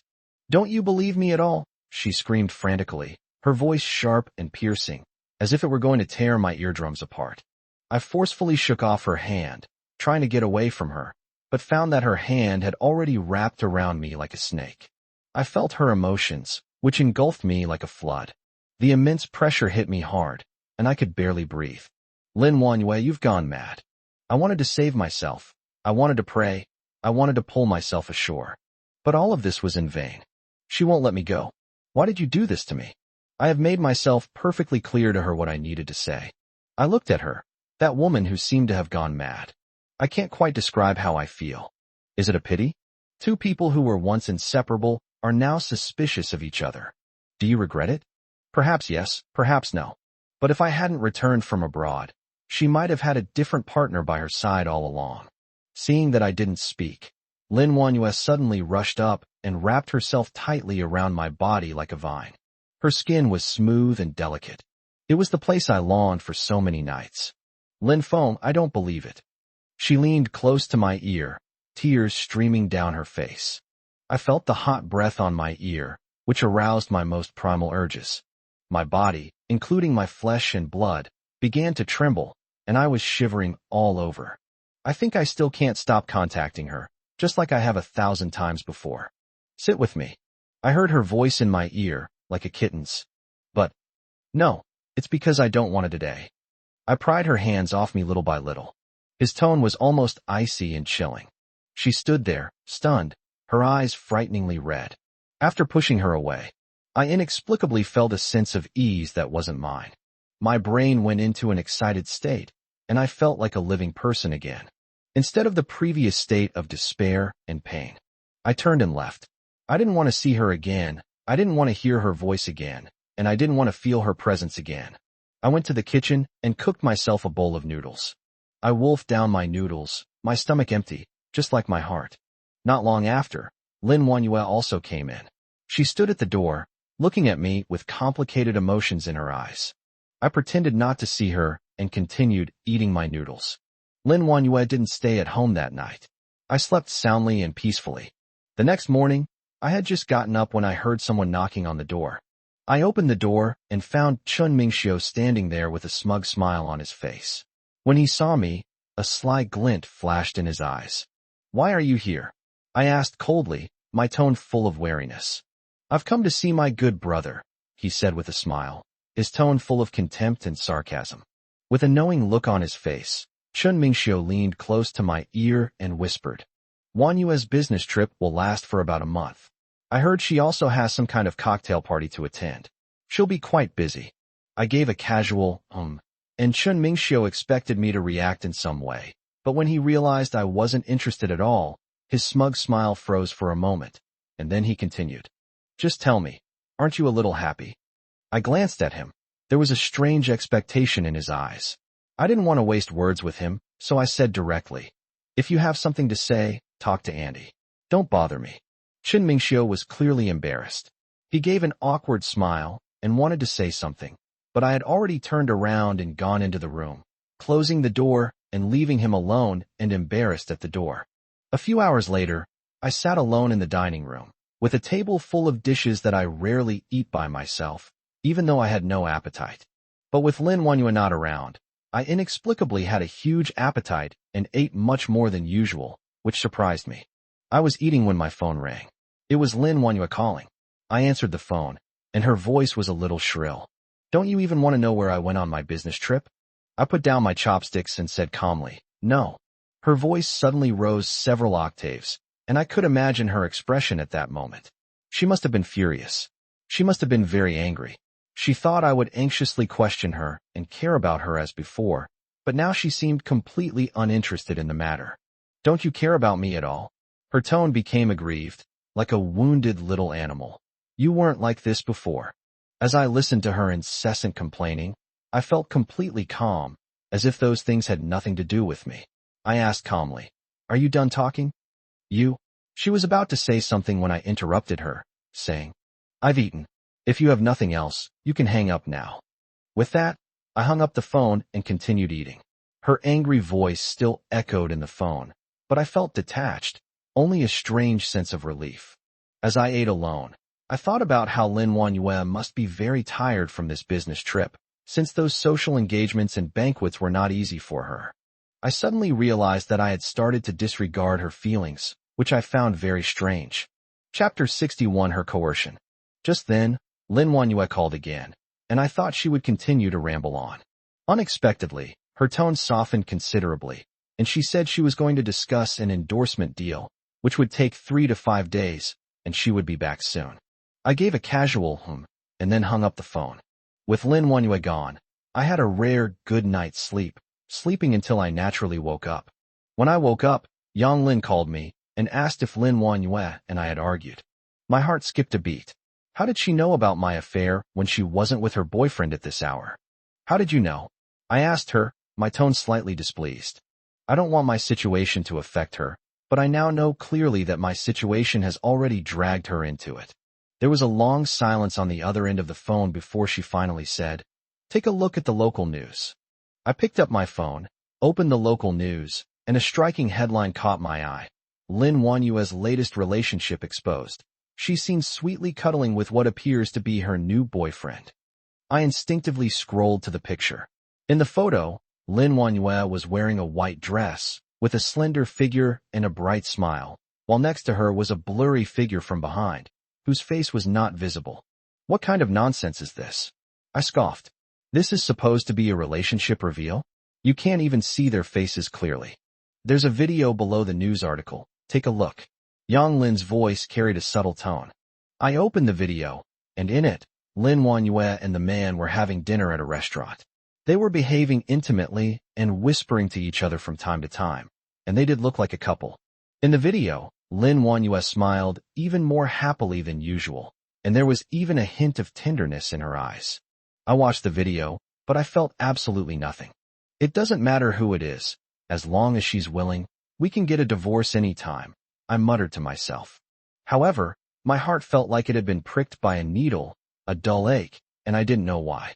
I turned off my phone, lay on the bed, stared at the ceiling, and images of Lin Wanyue and that man kept flashing through my mind. They were laughing happily, while I felt like an outsider, isolated from their bubble of happiness. I rolled over, trying to calm myself down, but my heart just wouldn't settle. I suddenly realized that I seemed to have been in a passive state all along, letting Lin Wanyue lead me by the nose. I did whatever she wanted. I never thought about changing the status quo. I closed my eyes, and all sorts of past events flooded my mind, sweet memories and painful experiences all surging up like a tide, making it hard for me to breathe. When I woke up again, a text message was flashing on my phone screen. It was from an unknown number. I randomly opened the message, and it contained only 3 simple words: "Don't be sad." I immediately realized that the text message was sent by Chung Yinyan. Who else would use anonymous text messages besides her? I replied with an then tossed my phone aside and closed my eyes to rest. My phone vibrated again. I opened it and saw that it was another text message from Chung Yinyan. This text message was a bit longer. "You saw the news, right? The guy who was holding hands with Wang Yue is a newcomer under our company. He hasn't been in the industry for long, but he's already trying to create scandals to get ahead. Wang Yue is going to collaborate with their company recently, and I guess this brat took it upon himself to try and use Wang Yue's popularity to boost his own profile." As I looked at the text message, the sadness in my heart did not dissipate. No matter how eloquently Chung Yinyan spoke, I couldn't convince myself that Lin Wanyue wouldn't really be with that man. I suppressed my discomfort and replied to Chung Yinyan with a "thank you," then turned off my phone, intending to temporarily block all information related to Lin Wanyue. That day, I didn't want to do anything. I just lay in bed and let my thoughts wander.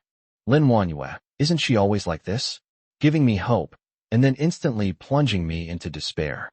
I keep replaying every moment we spent together. Those moments of happiness have now become sharp weapons that pierce my heart, making it hard for me to breathe. Just as I was wallowing in my grief, there was a knock on the door. I thought it was Chung Yinyan coming to see me, so I called out irritably, "Who is it?" The door was pushed open, and the person who walked in was not Chung Yinyan, but Lin Wanyue's mother, Zhang Xian. A man in a suit was following behind her. He was probably a lawyer. When I saw Zhang Xian, I immediately felt a surge of unease. I got out of bed, suppressing my anger, and asked, "What are you doing here?" Zhang Xian looked at me with a blank expression and simply said, "Come out with me for a moment." I didn't want to talk to her, so I turned around and went back to my room. "Don't even think about hiding from me." Zhang Xian suddenly raised her voice, her tone clearly filled with anger. "Lin Feng, do you think you can escape? This isn't your home." She was right. I was intimidated by her imposing manner and had no choice but to bite the bullet and follow her out of the room. Zhang Xian led me to the living room, then pointed to the man in the suit and said, "This is the lawyer I hired. He's here today to talk to you about the divorce." When I heard the word divorce, my mind went completely blank. I looked at Zhang Xian, my anger rising, and said through gritted teeth, "What exactly do you want?" Zhang Xian didn't answer me, but turned to the lawyer and said, "You can begin."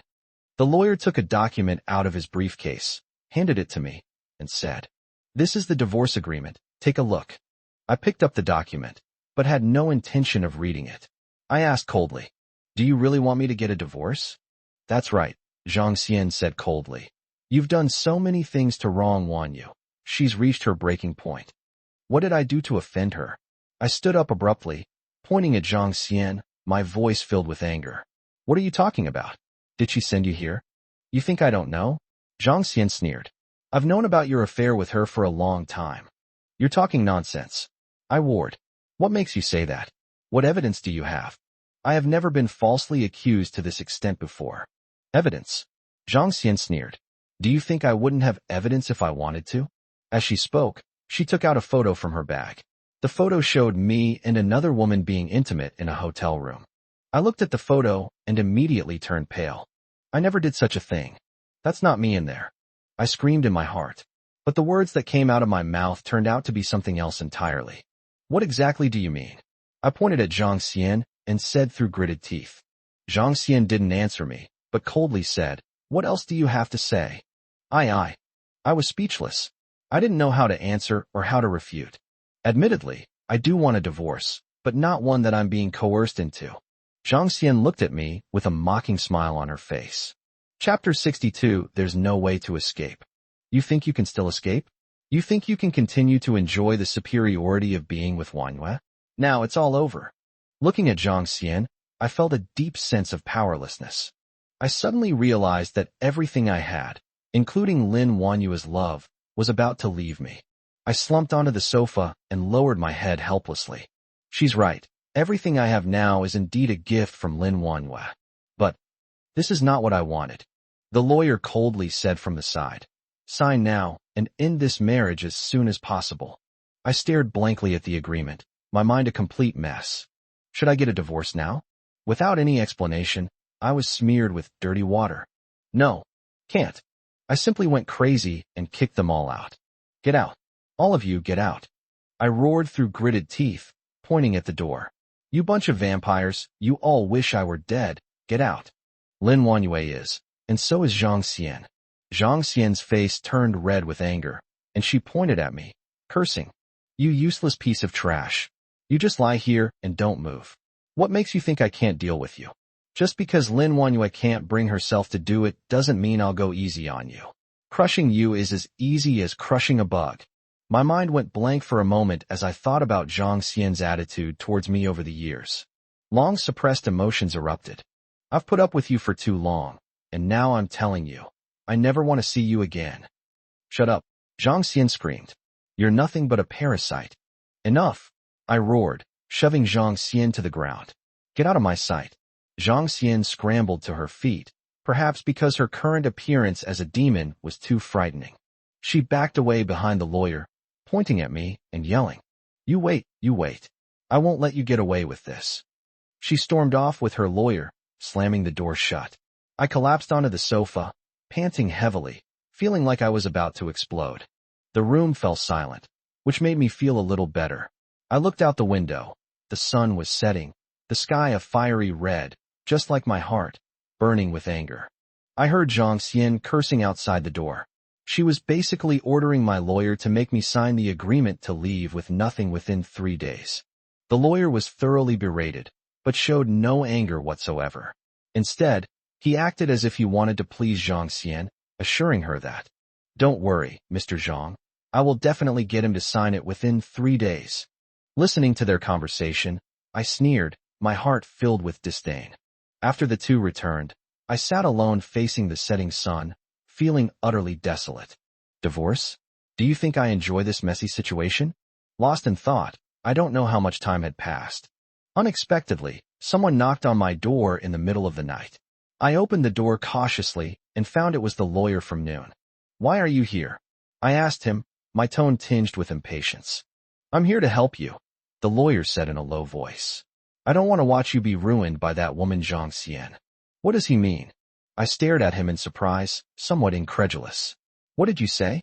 You helped me? Aren't you one of hers? I. My throat tightened, and I couldn't speak. The lawyer glanced at me, his face showing a hint of sympathy and understanding. I know it's hard to accept, isn't it? But it's all true, and I'm telling the truth. That woman is ruthless and cruel. She doesn't care about you at all. She only cares about money. Being with her will only bring you more and more pain. I remained silent, the image of Lin Wanhua and that man constantly flashing through my mind. When they were together, Lin Wanhua always smiled happily. When she was with other men, there was not a trace of fatigue or sorrow on her face, as if all her troubles had disappeared. As for me, I was like a shadow, forgotten by her in a corner, excluded from her world. Have you thought about divorce? The lawyer asked, his voice low but piercing my heart like a needle. I shook my head, a wave of sorrow and helplessness washing over me. Divorce? How could I possibly get a divorce? How could I possibly leave Lin Wanhua? You love her very much, don't you? The lawyer stared straight into my eyes, his tone carrying a hint of certainty. I nodded, unable to deny my feelings for Lin Wanhua. Despite the fact that our marriage is riddled with problems and that we are filled with conflicts and estrangement, I still love her deeply and everything about her. But the problems between you and her are beyond your ability to solve. The lawyer said in a somber tone, You're like someone trapped in a maze. The more you struggle, the more lost you get.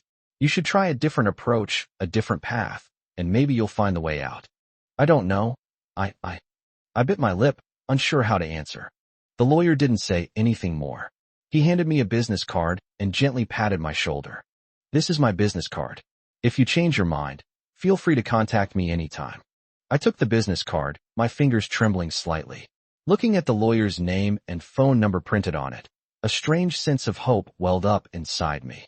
Perhaps I really should try to change things, try to change my life, and try to change the relationship between Lin Wanyue and me.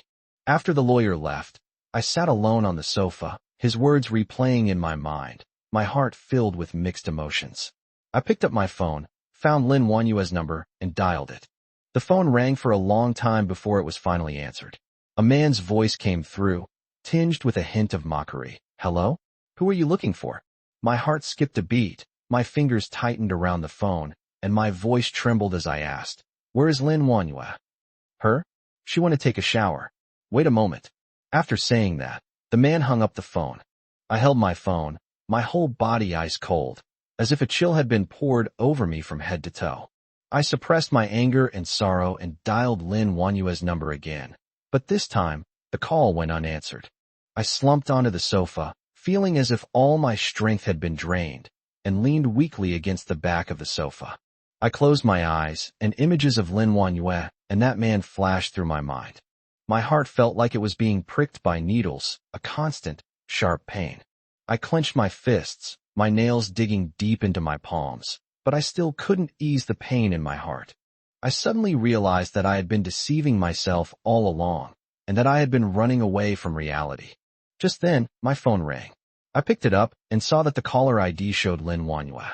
I hesitated for a moment, but finally answered the call. Hello. My voice was a little hoarse. Where are you? Lin Wanyue asked with a hint of a smile, seemingly very happy. I didn't know how to answer. My throat felt like it was blocked by something. Chapter 63 Pain. Don't you miss me? Lin Wanyue's voice carried a hint of teasing. You should know that I'm taking a shower right now, and you won't see me in a bit. I froze, a sense of foreboding creeping into my heart. Who is she talking to?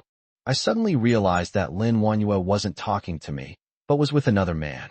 Who are you talking to? And who are you with? I asked, my voice trembling slightly. What are you talking about? Lin Wanyue's tone became somewhat anxious. Who's talking to whom? I'm chatting with my friend. You're not missing me, are you? That's why you're calling so late, is it? Why? Why did you lie to me? Thinking of that man from before, I felt angry, and my tone became sharp. She lied to me again. Realizing the problem, I suddenly stood up, grabbed the teacup on the table, and smashed it at my phone. The teacup shattered with a crack, its fragments scattering across the floor, just like my shattered state of mind. Why did you do this to me? I roared, my voice filled with unspeakable anger and pain. There was a few seconds of silence on the other end of the phone. Lin Wanyue's voice was slightly flustered, as if she was frightened by my anger. What are you talking about? What do you mean you're lying? What nonsense are you spouting? Nonsense. I gave a cold laugh, my tone laced with sarcasm. You think you've hidden it well? Do you think I can't recognize that man's voice? You're talking nonsense. I was really chatting with a friend. Lin Wanyue's voice was clearly lacking in confidence, and her tone became somewhat hurried. Friends, I repeated sarcastically. A friend would let you call so late and say you were taking a shower? A friend would let you snuggle so intimately in his arms? A friend would let you. I paused, my voice lowering. Do friends make you that happy? Lin Wanyue remained silent for a long time before whispering. If you don't know anything, then don't talk nonsense, okay? I know everything. I said through gritted teeth. I saw it with my own eyes, you and him together. You. Enough. Lin Wanyue suddenly raised her voice. Stop talking. You don't understand anything at all. I took a deep breath, suppressing my anger, and calmly said, Lin Wanyue, tell me, do you love me or not? When you're with him, how do you feel? Why did you ask that? Lin Wanyue's voice trembled slightly. Don't you believe me? How can I trust you? I said with a wry smile. Lin Wanyue, you never bother to hide your actions properly before you do them. Lin Wanyue fell silent, and in that silence, I seemed to hear her breathing. Time ticked by, and I clenched my fists so tightly that my nails dug deep into my palms, feeling as if my heart was being torn apart. I took a deep breath, fighting back my tears, and whispered, Lin Wanyue, I'm tired.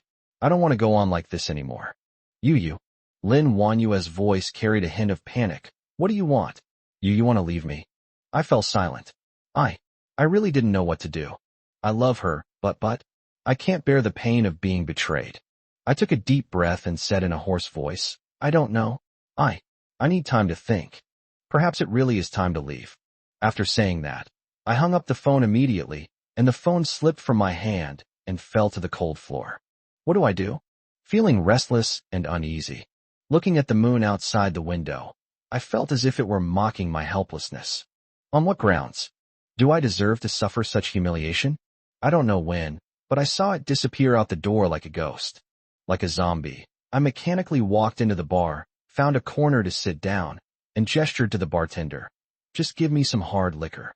The icy liquor slid down my throat, bringing a moment of numbness, but it couldn't numb the churning pain in my heart. Lin Wanyue's words were like sharp thorns piercing my heart, each one bleeding and causing me excruciating pain. She confessed to the betrayal herself. She confessed that I was not her lover. Her voice and her tone pierced me deeply, making me feel an unprecedented sense of despair. I drank cup after cup until my stomach felt like it was on fire, which finally calmed my inner turmoil. The world before my eyes blurred, the surrounding noise faded into the distance, and only the burning pain in my chest reminded me that my heart was broken.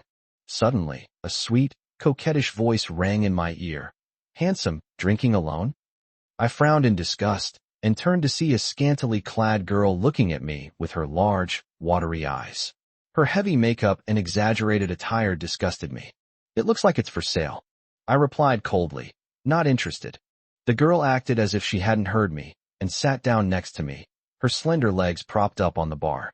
She watched me drink while humming a little tune. I suppressed my inner turmoil and continued drinking my wine, trying to ignore her. She noticed that I was ignoring her. Suddenly, the girl's tears fell like beads from a broken string. She covered her mouth with her hand, suppressing her sobs, her shoulders trembling, looking pitiful.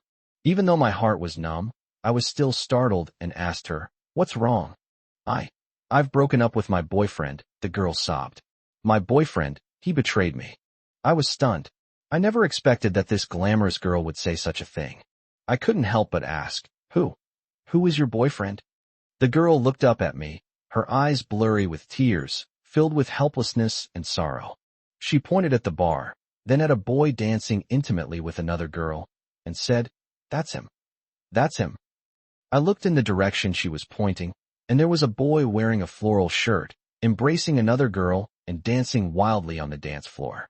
With a smug smile on his face, he was completely unaware that a girl next to him was heartbroken because of him. I suddenly felt a strange sense of sympathy.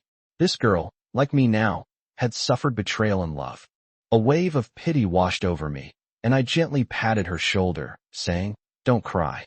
Everyone encounters setbacks. You'll find someone better."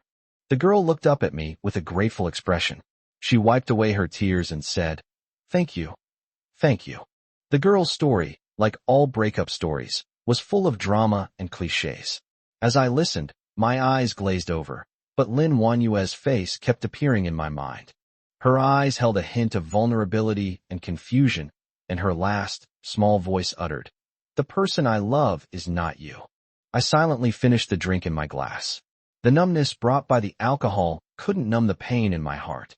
Chapter 64, So-Called Evidence. Seeing that I remained silent again, the girl leaned closer, her eyes filled with provocation, and her red lips parted slightly. "Handsome, you look very sad. How about I keep you company? Anyway, we're all heartbroken." I gave her a cold look. This cheap comfort, like the cheap liquor in this bar, made me nauseous. I pulled a wad of cash from my wallet and threw it in front of her. "Take this money and get an abortion. I'm not a good person, but I still have principles." The girl paused for a moment, looking at the money I threw in front of her. The provocation on her face disappeared, replaced by surprise and a hint of anger. She suddenly stood up, probably feeling that I had ruined the atmosphere, and pointed her finger at me, yelling, "What do you mean by that? Do you think money can buy everything?" I couldn't be bothered to argue with her, so I simply stood up and left the bar.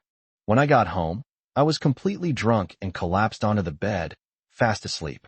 When he woke up the next day, he found Lin Wanyue standing by his bedside, her face gloomy, holding a piece of paper in her hand, the divorce agreement.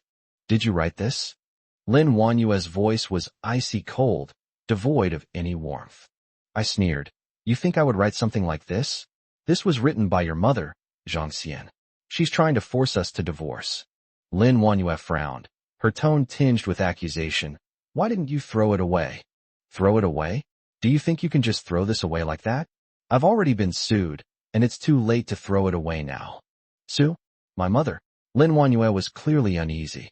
She stared at me intently, her eyes full of questions. No matter who it is, this thing has become a hot potato for me now. Throwing it away will only cause more trouble, I said casually. Lin Wanyue was silent for a while, then suddenly said, I will take care of it for you. I looked at her, a hint of doubt in my eyes, but mostly curiosity. Lin Wanyue rarely took the initiative to help me with anything. Why was she suddenly being so proactive this time? What? You're not planning to pull some trick again, are you? I said in a deliberately sarcastic tone. Lin Wanyue took a deep breath and stared at me intently. I want to have dinner with you today. I looked at her, my heart filled with doubt and unease. This sudden change made me feel uneasy. I had a feeling that something was wrong. Eat? Now? I asked, my tone wary. Yes, now, Lin Wanyue said. Let's take a shower together. Before I could react, Lin Wanyue had already pulled me into the bathroom. She gently closed the bathroom door, leaving only her and me in the room, along with the warm steam in the bathroom. I looked at her. Her eyes held a hint of confusion, a hint of pleading, and a hint of love. I suddenly felt myself being pulled into a vortex by her, a vortex that was both dangerous and tempting. I closed my eyes and let her push me down into the bathtub. The icy water instantly washed away my consciousness. I felt her hands caressing my body, her lips touching my skin. Lin Wanyue, I wanted to say something, but I didn't know what to say. Her kisses grew more passionate, her hands more daring, her body. Lin Wanyue's fingers traced my back, and I felt waves of tingling. Her breathing became rapid, and her body pressed tightly against mine. I initially thought it was just a passionate encounter, but her eyes held an indescribable desire, as if she wanted to devour me. I closed my eyes, letting her control everything, until... What are you thinking about? Lin Wanyue's voice trembled slightly as she climbed off me, her eyes filled with confusion. I opened my eyes and looked into her dazed gaze, a complex mix of emotions welling up inside me. It's nothing, I said casually, trying to pull away, only to find myself trapped by her. She gently nibbled on my earlobe and whispered, You've never been like this before. You've always been so cold and distant, always keeping me at a distance. I remained silent as her fingertips gently traced my collarbone, sending a shiver down my spine. Do you really like me? Lin Wanyue's voice grew softer and softer, as if it carried a hint of pleading. Like? I sneered. Do you think this is a game? Saying like makes it cheap. Lin Wanyue's face turned pale instantly. She closed her eyes in pain, and tears slid down her cheeks, dripping onto my skin, icy cold. Do you still hate me? She asked in a low voice. I closed my eyes and didn't answer. That night, we washed up in silence, returned to the bedroom in silence, lay down in silence, and fell asleep in silence. When I woke up the next morning, I found that Lin Wanyue was gone. I got up, got dressed, and went downstairs to the dining room for dinner, only to find the table empty except for Zhang Xian sitting there with a victorious smile on her face. Didn't you sleep well last night? Zhang Xian said with a smile when she saw me. What are you doing here? I asked coldly, ignoring her question. I've come to see my precious daughter, Zhang Xian said. How did she sleep here last night? I frowned but didn't say anything. Zhang Xian took a folder out of her bag, opened it, and found a bunch of photos and a cassette tape containing audio recordings. You were really energetic last night, Zhang Xian said with a smug smile, placing the photos in front of me. Those photos are of a young woman I met while drinking at a bar. She was dressed provocatively, leaning against me with a dreamy look in her eyes. Zhang Xian turned on the recorder again, and the younger woman's voice came through. I'm pregnant. You have to take responsibility for me. Isn't this considered marital infidelity? Zhang Xian's voice was sharp and piercing. Looking at those photos and listening to that recording, I felt a chill run through me. Lin Wanyue came downstairs and happened to hear all this. Her face turned pale, and her eyes were filled with anger and sorrow. Is this true? She asked me, her voice trembling. No, believe me, This is definitely a misunderstanding. I was eager to explain, wanting to explain exactly what had happened that night. Regardless, I don't want Lin Wanyue to know about this side of me. A misunderstanding? Do you think there's any clearer evidence in the world? Zhang Xian said coldly. Lin Wanyue, what are you still hesitating for? Divorce him immediately. This man is not worth your love at all. Looking at Zhang Xian's distorted face, I suddenly felt that everything around me had become unreal. How ridiculous.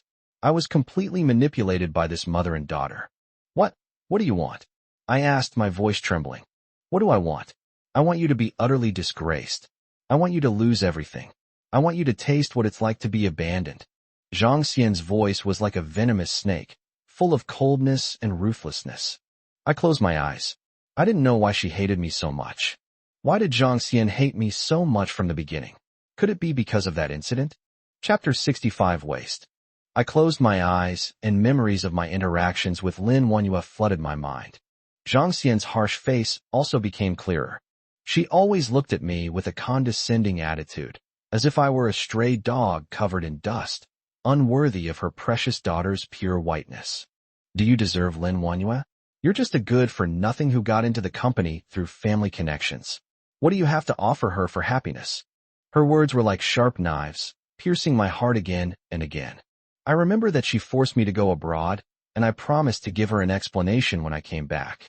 I thought time would heal all wounds, and that I would prove myself through hard work and achievements.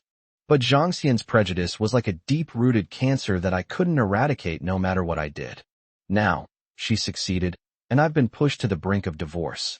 This agreement was like a cold, hard verdict, declaring my love with Lin Wanyue completely bankrupt. I picked up the pen, intending to sign my name, but found my hand trembling slightly. I looked up and saw Lin Wanyue clenching her fists, her eyes red and filled with tears. At this moment, however, she forced herself not to cry. She looked at me stubbornly, her eyes filled with pain. I suddenly felt incredibly conflicted. Given my situation, would I rather be driven away by her than make any effort for her? I clearly love her deeply, but why don't I even have the courage to protect this relationship? Lin Feng. She called my name softly, her voice carrying an ambiguous sense of vulnerability. My heart skipped a beat. I looked down at the agreement, its densely packed clauses seeming to erase all the beautiful memories between us. I closed my eyes, and those fake video clips flashed through my mind. Those photos and recordings in the bar were all part of a carefully planned conspiracy by Zhang Xian. In order to force me to divorce Lin Wanyue, she actually resorted to such despicable means.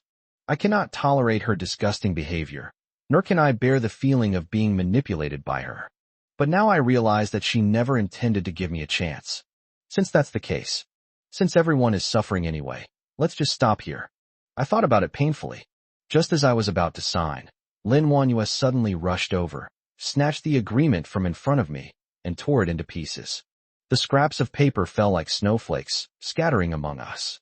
Lin Feng, I've told you before, don't even think about leaving my side. Lin Wanyue's voice was clearly filled with anger. She was staring intently at me, her eyes reddening, and a fierce fire burning within them. I was startled by her sudden action. The words I wanted to say stuck in my throat, and I could only watch helplessly as she tore the agreement to shreds. What are you doing? I asked, trying to remain calm. Lin Wanyue didn't answer, but turned to look at Zhang Xian, her tone becoming even colder. I told you not to interfere in my affairs, otherwise I will cut your and Dad's allowance in half. Zhang Xian's face immediately turned ashen. Pointing at Lin Wanyue, she said angrily, "How can you talk like that, child? I'm doing this for your own good, can't you see that?" "My affairs are none of your business," Lin Wanyue coldly interrupted her, then turned to the butler and said, "Throw her out." The housekeeper, seemingly accustomed to such scenes, stepped forward expressionlessly and respectfully said to Zhang Xian, "Madam Zhang, please leave." Zhang Xian wanted to say something more, but the housekeeper forcibly pushed her out of the room. The door closed, leaving only Lin Wanyue and me in the room. I looked at Lin Wanyue, completely bewildered. I simply couldn't understand why she was so fixated on this marriage, why she would rather endure my betrayal than stay together. "Lin Wanyue, what exactly do you want?" I couldn't help but ask. Lin Wanyue didn't speak. She walked to the window, looked at the bustling city night view outside, and remained silent. The room was eerily quiet, with only the neon lights outside the window flickering, as if mocking my current disheveled state. I looked at the scraps of paper in front of me. It was originally an agreement that promised freedom, but Lin Wanyue had torn it to shreds without any mercy. Her gaze was sharp, cutting into my heart like a knife. I couldn't deceive myself. The trust in her eyes had vanished, replaced by unbelievable anger. She seemed intent on devouring me whole. She moved closer, her reddened eyes filled with disbelief. Lin Feng, tell me the truth. Are those videos real? Her voice trembled, carrying a hint of pleading, but I could hear despair in it. Looking at her, I felt as if my heart was being stabbed with a knife, and I was in unbearable pain. I wanted to explain, but I found that any word seemed pale and powerless. She doesn't believe me either. Since you've already made up your mind, don't ask me, I said coldly, my tone tinged with sarcasm and despair. She suddenly grabbed my hand. Her fingertips were icy cold, sending chills through me, yet they burned my heart more intensely than any flame. Lin Feng, I just want to hear you say it yourself. Those videos, those photos, did you really betray me? Her voice was filled with pain, and she stared intently at me, hoping to find a trace of genuine emotion in my eyes. I remained silent. I couldn't give her the answer she wanted to hear. I looked at her pained face, but couldn't utter a single word of comfort. Lin Feng, are you really going to do this to me? Are you really going to leave me for that woman? She cried out, tears streaming down her face like a burst dam. I looked at her, my heart turned to ice. I couldn't explain, nor could I offer any comfort. All I could do was watch her suffer, watch her despair, and watch her finally push me away. Why aren't you saying anything? Do you really want to choose her? Her voice was filled with anger and despair as she approached me again, wanting an answer that could put her mind at ease. I closed my eyes helplessly, avoiding her gaze and the questions that tore at my soul. I remained silent, letting her tears and anger rage over me. I had been driven to the brink, and I was powerless to resist. Why? Why are you so cruel? What? Her voice had become hoarse, and she gripped my arm tightly, as if she wanted to merge me into her body, yet she was also afraid that my response would completely break her. Lin Feng, tell me, all of this is fake, right? Tell me. Chapter 66, Suppressed Thoughts. Her voice grew softer and softer. She was on the verge of collapse, her eyes filled with pleading. I took a deep breath and tried my best to suppress my emotions. I want to explain properly. Just as I was about to speak, her phone suddenly rang. The shrill ringtone interrupted my thoughts and made my heart sink. She answered the phone with trembling hands. Her voice and tone were unlike anything I had ever heard before. It was the tenderness she showed to another man and the indifference she showed to me. Hey, when are you coming back? You. Her words pierced my heart like a sharp blade. I looked at her, at the smile on her face. Seeing the undisguised love in her eyes, I finally understood that it was all true. She had fallen in love with someone else. I closed my eyes in anguish, a bitter tear welling up in the corner of my eye. I finally understood that our love was completely over. Lin Feng, she seemed to want to explain something, but I didn't want to listen anymore. I weakly waved her hand away, turned around and left the room, leaving this place that made me feel hopeless. I walked out of the room and bumped into Zhang Xian. When she saw me, a cold smile appeared on her lips. She didn't leave.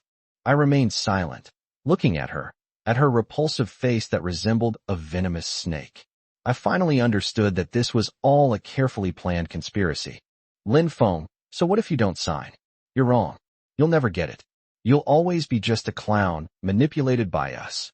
Her voice was like poison, slowly seeping into my bones. I closed my eyes in anguish, tears welling up in my eyes again. I finally understood that I had been completely defeated. I wanted to refute her, to expose her conspiracy, but I found myself powerless to do so. All I could do was watch her leave triumphantly, watch her leave me alone, immersed in endless pain. It had started raining outside some time earlier. I stumbled along the street, letting the cold rain lash my face. I couldn't control my emotions. Rainwater streamed down my hair, wetting my cheeks and blurring my vision. I wandered aimlessly through the streets, feeling dazed and confused, like a walking corpse. Lin Wanyue's resolute gaze and Zhang Xian's mocking smile kept replaying in my mind. I suddenly felt incredibly tired, as if all my strength had been drained. I want to find a place to rest, but I don't know where to go. Perhaps it was the release of lingering attachments that made me unknowingly arrive at Yang Lin's doorstep.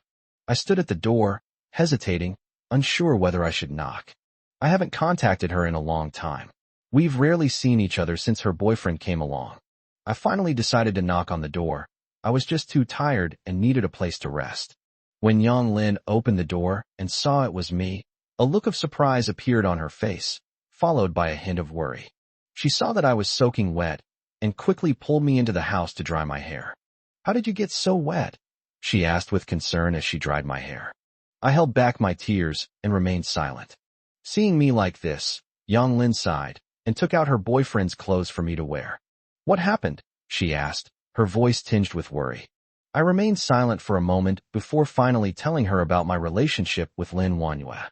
I told her everything in detail, how Zhang Xian framed me, how Lin Wanyue and I argued, and how we eventually broke up.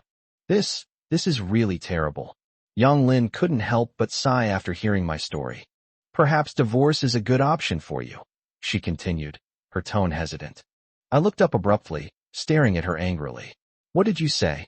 Yang Lin was startled by my reaction and hurriedly explained. "That's not what I meant. I just feel that there are too many barriers between you and Lin Wanyue. Perhaps divorce is the best way to resolve this." I know she was trying to comfort me, but I can't accept what she said. I have too many beautiful memories with Lin Wanyue, and I can't let go easily. Yang Lin knew I wouldn't listen, so she simply gave me a room to rest. I lay in bed, staring at the ceiling, my mind racing. "Where's your boyfriend?" I suddenly asked. "He's away on a business trip," Yang Lin replied. "Don't worry about him. Just get some rest." I remained silent and accepted her kindness. I slept at Yang Lin's place that night. The next day, I woke up groggily, feeling dizzy and lightheaded, as if I were being crushed by stones, making it hard to breathe. Zhang Xian's harsh words were still echoing in my mind. "Do you think you can still win Lin Wanyue's love? You're wrong. You never will. You'll always be just a clown, manipulated by us." I endured the pain in my head and tried to clear my head, but then I heard Lin Wanyue's familiar voice. "You know what kind of person Lin Feng is. Those unfounded speculations will hurt her." Yang Lin's voice carried a hint of helplessness, as if something was blocking her throat, and her words came out in fits and starts. "Who gives you the right to talk to me like that? I am Raymond Lam's wife, and you are just his friend. Don't think you can interfere in our affairs." Lin Wanyue's voice was sharp and sarcastic, like a sharp knife cutting into my heart again and again. I sat up abruptly in bed, my head buzzing. I thought I was dreaming, but Lin Wanyue's voice was so clear and real that I couldn't ignore it. I saw her. She was sitting on the sofa with a mocking smile on her face. Next to her was Yang Lin, who was looking down, as if she had been frightened and dared not move. When Lin Wanyue saw me, her previously harsh smile gradually disappeared. Instead, a complex expression appeared, a mixture of surprise, shame, and a hint of inexplicable anger. "Lin Feng, what are you doing here?" Her tone carried a hint of doubt, but more of an accusation, as if I had caught her plotting, yet she was trying to remain calm and cover it up. I wanted to argue back, to tell her that I didn't mean to bother them. I was just too tired and needed a place to rest, but when the words came out, they turned into a powerless me. I tried to stand up, but I found my body as heavy as lead, and I couldn't move. Chapter 67, Unable to Move. I could only watch helplessly as Lin Wanyue walked over. She tried to help me up, but I waved her away. "I can do it myself," I said in a hoarse voice, forcing back the pain in my body. Lin Wanyue didn't insist any further. As if realizing something, she suddenly fell silent. Her face wore a complicated expression, as if she wanted to explain but didn't know where to begin. "If you've made enough of a scene, then don't stay here." Lin Wanyue came to pick me up. I got into Lin Wanyue's car amidst Yang Lin's worried gaze and Lin Wanyue's complicated expression. Yang Lin seemed to have something to say to me, but in the end she held back, just staring at me with a look like she was seeing off a prisoner about to be executed. I sat in the passenger seat, and Lin Wanyue started the car. Her expression was calm, as if nothing had happened. But I could sense that she was hiding some kind of emotion deep inside, a complex feeling that was hard to describe. I tried my best not to look at her on the way, and I also deliberately tried not to think about what happened last night. Last night felt like a nightmare, yet it all happened so vividly before my eyes, leaving me unable to escape the pain of being deceived and betrayed. "Stop the car, I want to buy something to eat," I suddenly said as we passed a breakfast stall. Lin Wanyue seemed somewhat surprised. She stopped the car, turned around, looked at me, and asked, "What do you want to eat? I'll buy it for you." "Whatever, buy whatever you think is best." I said nonchalantly that I wasn't actually hungry. I just wanted to find something to do to temporarily stop thinking about those troubling things. Lin Wanyue got off the bus quickly, and soon returned carrying a bag of things. One of the paper bags caught my eye. It contained familiar sesame balls, my favorite food from college. "I still remember that you loved eating the sesame balls from this shop the most. You always ate them for breakfast when you were in college. You said they were sweet and delicious and that they could awaken your dormant taste buds." As Lin Wanyue spoke, she handed me the sesame ball. Her tone was gentle, but her eyes revealed a sadness. I took the sesame ball, took a small bite, and the familiar taste instantly brought me back to my college days. We were still together then, carefree, and deeply in love with each other. "Do you remember the first time we met? It was in the school library. You were wearing a white t-shirt and black-rimmed glasses. You looked very refined and handsome, like a boy next door." Lin Wanyue continued to reminisce, her voice growing lower and lower, tinged with sadness. "I was reading a book about philosophy when you came over and asked me if I liked it. I was a little shy and stammered, but you patiently explained the contents of the book to me and shared your views on life." I picked up where Lin Wanyue left off and continued to recall the scene of our first meeting. It was a beautiful memory, but now it seemed so distant and unreal. Later, we often studied together in the library, ate together, took walks together, and did many things together. We both thought we would be together forever. Lin Wanyue's voice grew softer and softer. "Yes, we all thought we would be together forever." I murmured to myself, and images of us together flashed through my mind. But what happened next? How did we end up like this?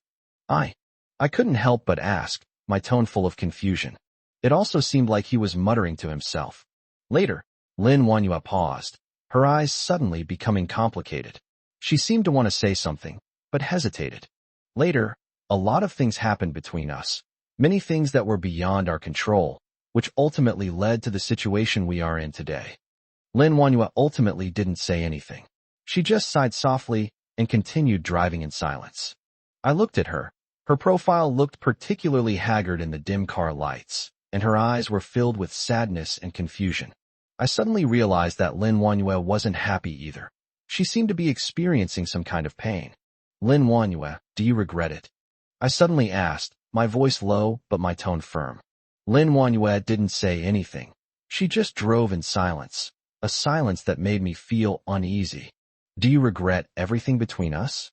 I asked again, my tone pleading.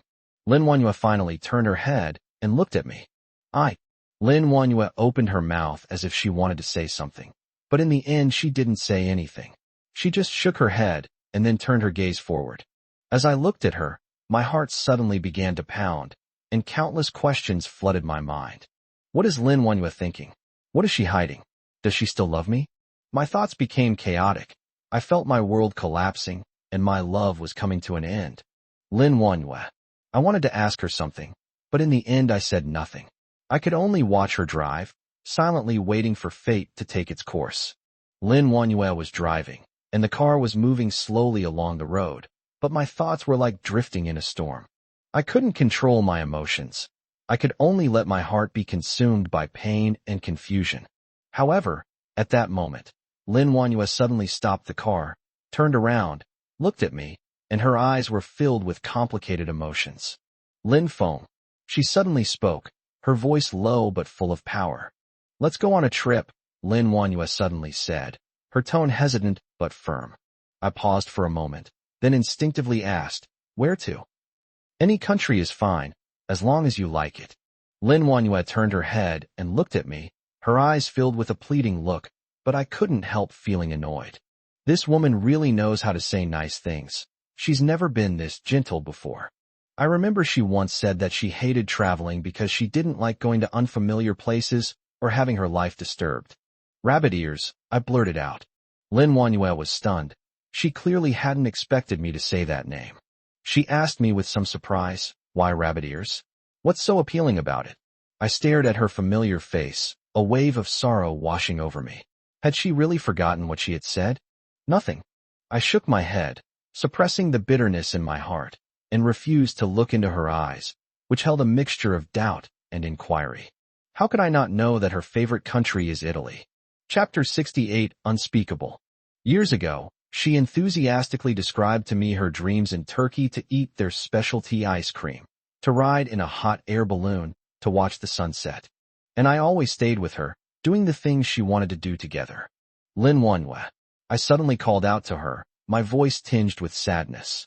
She turned around and looked at me with a puzzled expression, seemingly not understanding why I had suddenly become so serious. Have you really forgotten what you said? I asked, my tone laced with sarcasm, but inside I was filled with utter disappointment. Lin Wanyue's expression changed. She seemed to realize something and hurriedly explained. How could I forget?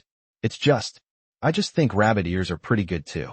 Her words were unnatural. She was trying to hide something, but it all seemed so clumsy. I looked at her and couldn't help but sneer. She's really getting worse with age.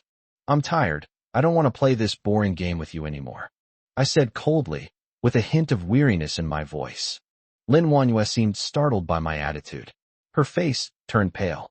She opened her mouth, but said nothing. She simply parked the car on the side of the road. We returned to Lin Wanyue's home in silence. I went back to my study and opened a book that I hadn't looked at in a long time. The pages were yellowed and had a faint smell of paper, but I couldn't muster any interest in the book. Lin Wanyue changed into casual clothes, tossing her bathrobe onto the sofa. Holding her phone, she looked impatient, as if she wanted to finish the task as soon as possible. I sat at my desk, looking at the dense text on the pages, but I couldn't concentrate on a single word. Lin Feng, do you really want to go to Turkey? Her tone was angry, but her eyes held a hint of pleading. It's still early, let's talk about it tomorrow, I said dismissively, not even bothering to lift my eyelids. Are you throwing a tantrum again? Her voice rose a few decibels, as if she were somewhat angry. I'm throwing a tantrum? I thought you were up to some trick again. I snorted coldly, finally raising my eyes to look at her, my gaze full of sarcasm. Lin Wanyue's face immediately darkened. She walked up to me, reached out to take off my coat, and spoke with a hint of threat in her tone. We've already gone this far. How long are you going to keep making a scene? I grabbed her hand and stared at her coldly. What are you going to do? What do you think? A cold smile curled at the corner of her lips, her eyes full of provocation. A wave of nausea washed over me. Every time we argued, she would use this method to ease the tension, even convincing herself that everything she did was for my own good. But I've long been tired of this game. After each session, all that's left is deeper exhaustion and emptiness. I don't need you to do this, I said firmly, shaking off her hand and getting up to lie down on the bed. Lin Wanyue seemed somewhat annoyed. She walked to the bedside, leaned down to look at me, and wore a hint of mockery on her face. Lin Feng, is this really how you're going to talk to me? Have you forgotten our agreement? Have you forgotten that you said we would never resolve issues this way? My voice was low, but my eyes were firm. Lin Wanyue was silent for a while, seemingly regretting her actions. She sat down on the edge of the bed, her eyes filled with a pleading look. Lin Feng, I know I was wrong. I won't do it again. Let's go to Turkey, okay?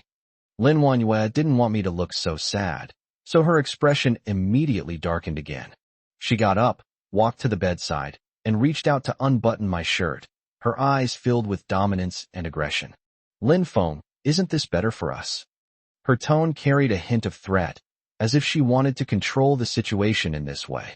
I grabbed her wrist, pushed her away forcefully, and said coldly, I don't want to. She stumbled slightly from my push, a flash of anger crossed her eyes, then she looked aggrieved, as if I had hurt her. Lin Feng, what's wrong with you? You weren't like this before. You used to love being with me the most. Her voice grew softer and softer, almost like a murmur, yet it carried a hint of seduction. I closed my eyes, and images of our past absurd scenes flashed through my mind. Perhaps it was in the past, but now it seems that none of it matters anymore. She is no longer herself, and I am no longer myself. I am not a person who is overly sensual. I don't want to do this anymore. Lin Wanyue, I've had enough. I repeated through gritted teeth, my tone filled with weariness and anger. Lin Wanyue was silent for a while, seemingly angered by my attitude. She suddenly stood up, pushed me down onto the bed, and her eyes were filled with madness and resentment. Lin Feng, do you think you can escape? Do you think you can never touch me again? Have you forgotten how you begged me to marry you in the first place? Her voice was hoarse, with a hint of hysteria. I tried to break free, but I found that she was much stronger than I had imagined. She was like a mad woman, frantically tearing at my clothes, trying to pin me down. Just then, her phone rang suddenly. The shrill ringtone broke the silence in the room. Lin Wanyue's expression changed drastically. She jumped up from me and hurriedly answered the phone. Hello? What? What did you say? I'm coming right now. Something came up at the company, so I have to go back. Lin Wanyue's voice was indifferent, as if she were talking about something that had nothing to do with her. She didn't even look at me, went straight to the wardrobe, and changed her clothes quickly. When will you be back? My voice was a little dry, like withered grass in the desert, rustling in the wind. Tomorrow afternoon's flight. Without turning her head, she coldly uttered those words, picked up her bag, and turned to leave.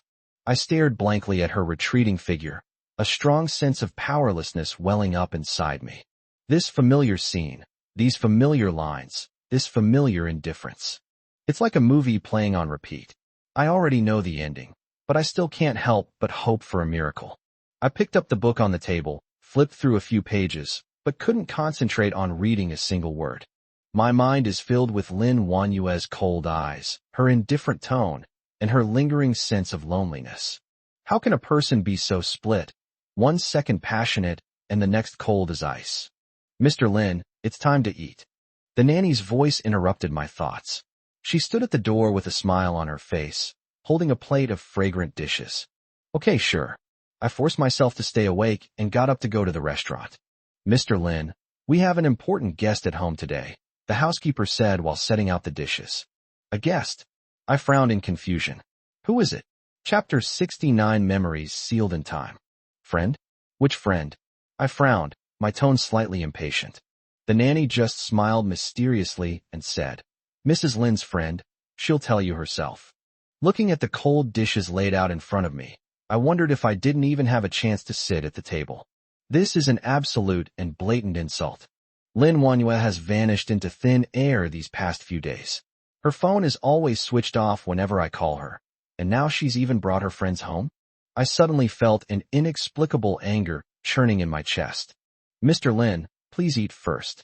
I'll go prepare something. After saying this, the nanny hurriedly left the restaurant. I stared at the exquisite but unappetizing Western food, my mind a complete mess. What was going on?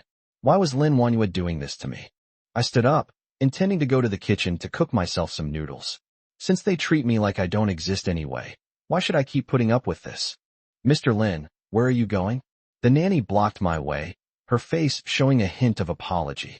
Mrs. Lin instructed that you are not allowed to enter the kitchen. When did she start controlling what I eat? I was furious. I shoved the nanny aside and went straight to the kitchen. Mr. Lin, you can't do this. You'll make Mrs. Lin angry. The nanny cried anxiously, but she couldn't stop me from moving forward. I opened the refrigerator, grabbed some ingredients, and prepared to cook myself a simple bowl of noodles. Mr. Lin, you really can't go into the kitchen. The nanny's voice grew increasingly urgent. She seemed genuinely frightened by my actions. Get out of my way, I roared, shoving the nanny aside. I quickly cooked the noodles and carried the bowl back to the restaurant. Mr. Lin, you... The nanny wanted to say something, but I had already impatiently interrupted her. Shut up, I roared, turning and leaving the restaurant. I walked out of the villa and wandered aimlessly through the streets. I took out my phone, wanting to call Lin Wanyue, but her number was still unreachable. I opened my phone and started scrolling through my WeChat moments. wanting to see where she had been lately. A news notification caught my eye. Richard Lamb, president of the well-known Lynn Group, is suspected of having an extramarital affair and spending the night with a hostess.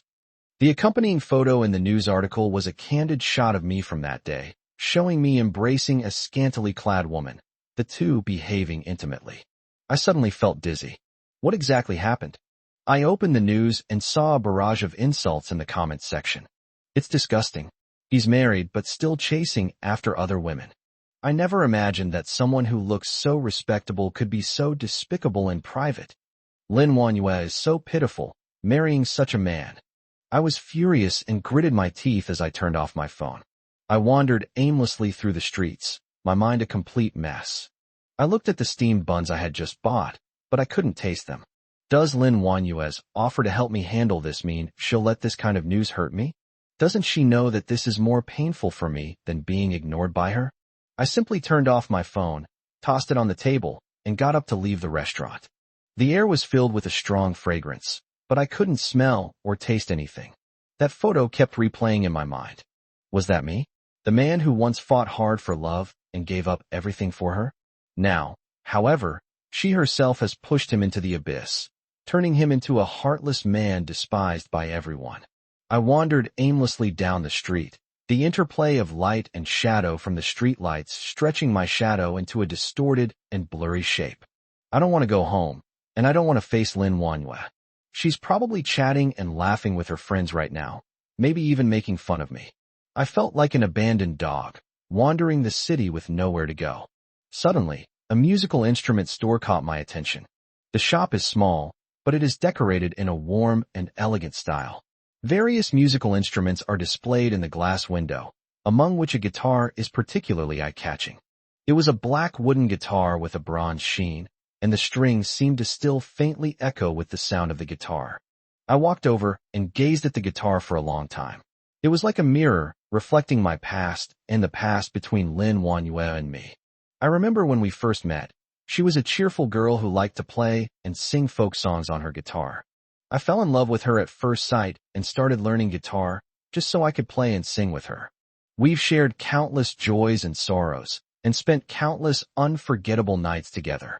As she played the guitar and I listened to her singing, my heart was filled with happiness and contentment. I still remember that cold winter night. We sat by the window. She was playing the guitar, and I looked at her with eyes full of love. She sang, "The moon represents my heart," and when she got to the emotional part, tears welled up in her eyes. I gently hugged her, comforted her, and told her that I would always protect her and love her forever. But now everything has changed. She no longer plays the guitar or sings. She has become cold, distant, and no longer loves me as she used to. I reached out and gently stroked the smooth body of the guitar. My fingertips touched the cold strings, and I seemed to feel the warmth of Lin Wanyue's fingertips, and I seemed to hear the beautiful melodies she used to play. I suddenly felt a pang of sadness, my nose stung, and my eyes welled up with tears. I turned around, intending to leave, but the shop owner called me back. "Sir, do you like this guitar? I can play you a tune." The boss was a tall, thin, middle-aged man with a kind smile on his face. "No need," I wanted to refuse, but I didn't know what to say. This guitar is my treasure. I've kept it for a long time and always wanted to find someone who understands it. As the boss spoke, he picked up his guitar and gently plucked the strings.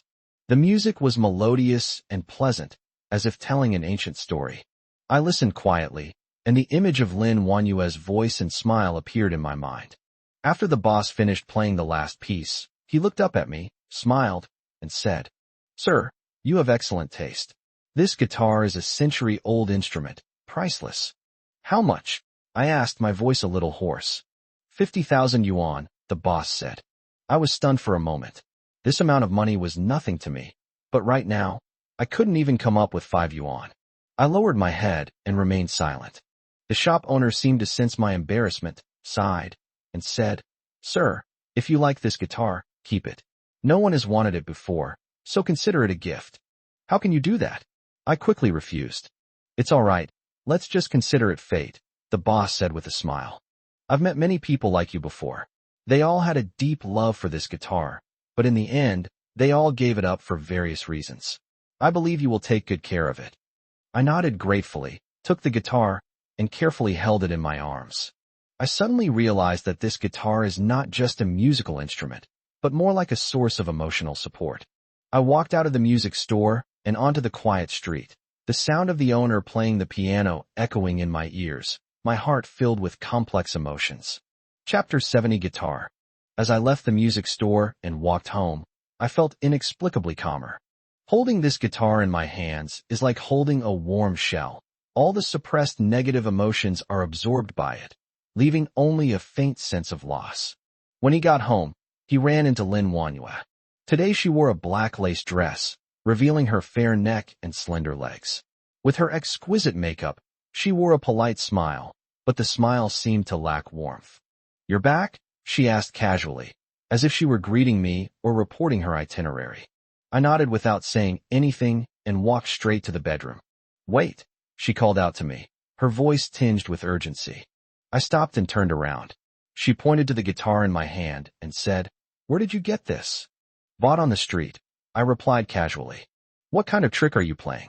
Her tone carried a hint of anger. "Don't think I don't know what you're thinking. Are you trying to gain my sympathy with a broken guitar?" "Who said I was trying to gain your sympathy?" I retorted coldly. "I just wanted to buy something. Do I need to report to you?" She took a deep breath, suppressing her anger, and said, "Stop fooling around. I have guests today. Why don't you come over and play a song for your friends? Play your best piece. The moon represents my heart." I was stunned for a moment, and looking at the forced smile on her face, a surge of anger welled up inside me. "Are you trying to humiliate me?" I asked through gritted teeth. "Do you think I would play a song I once played for you for your guest?" Her face turned pale instantly, her lips trembled slightly, but she still forced herself to speak. "Can't you just cooperate? It's very important to me." I looked at her, and tears were welling up in her eyes, about to fall. I suddenly felt very tired and exhausted. This feeling was really too tiring. I sighed and said, "Okay, I'll play." I took my guitar and walked into the living room. The living room was crowded with people, mostly men in suits. They sat around the sofa, smoking cigars, chatting and laughing, with a hint of disdain on their faces. Lin Wanhua stood in the center of the crowd, chatting elegantly with them, her eyes occasionally glancing at me with a hint of expectation. I walked over to the piano and gently plucked a string, producing a crisp sound. "Are you really going to play?" Lin Wanhua walked over and asked in a low voice. I nodded without saying anything. I took a deep breath, placed my fingers on the strings, and images of us together flashed through my mind. The first piece I played was "The Moon Represents My Heart," which was our favorite song and one I had played for her countless times. As I played, Lin Wanhua's voice and smile appeared in my mind. Her smile, her tears.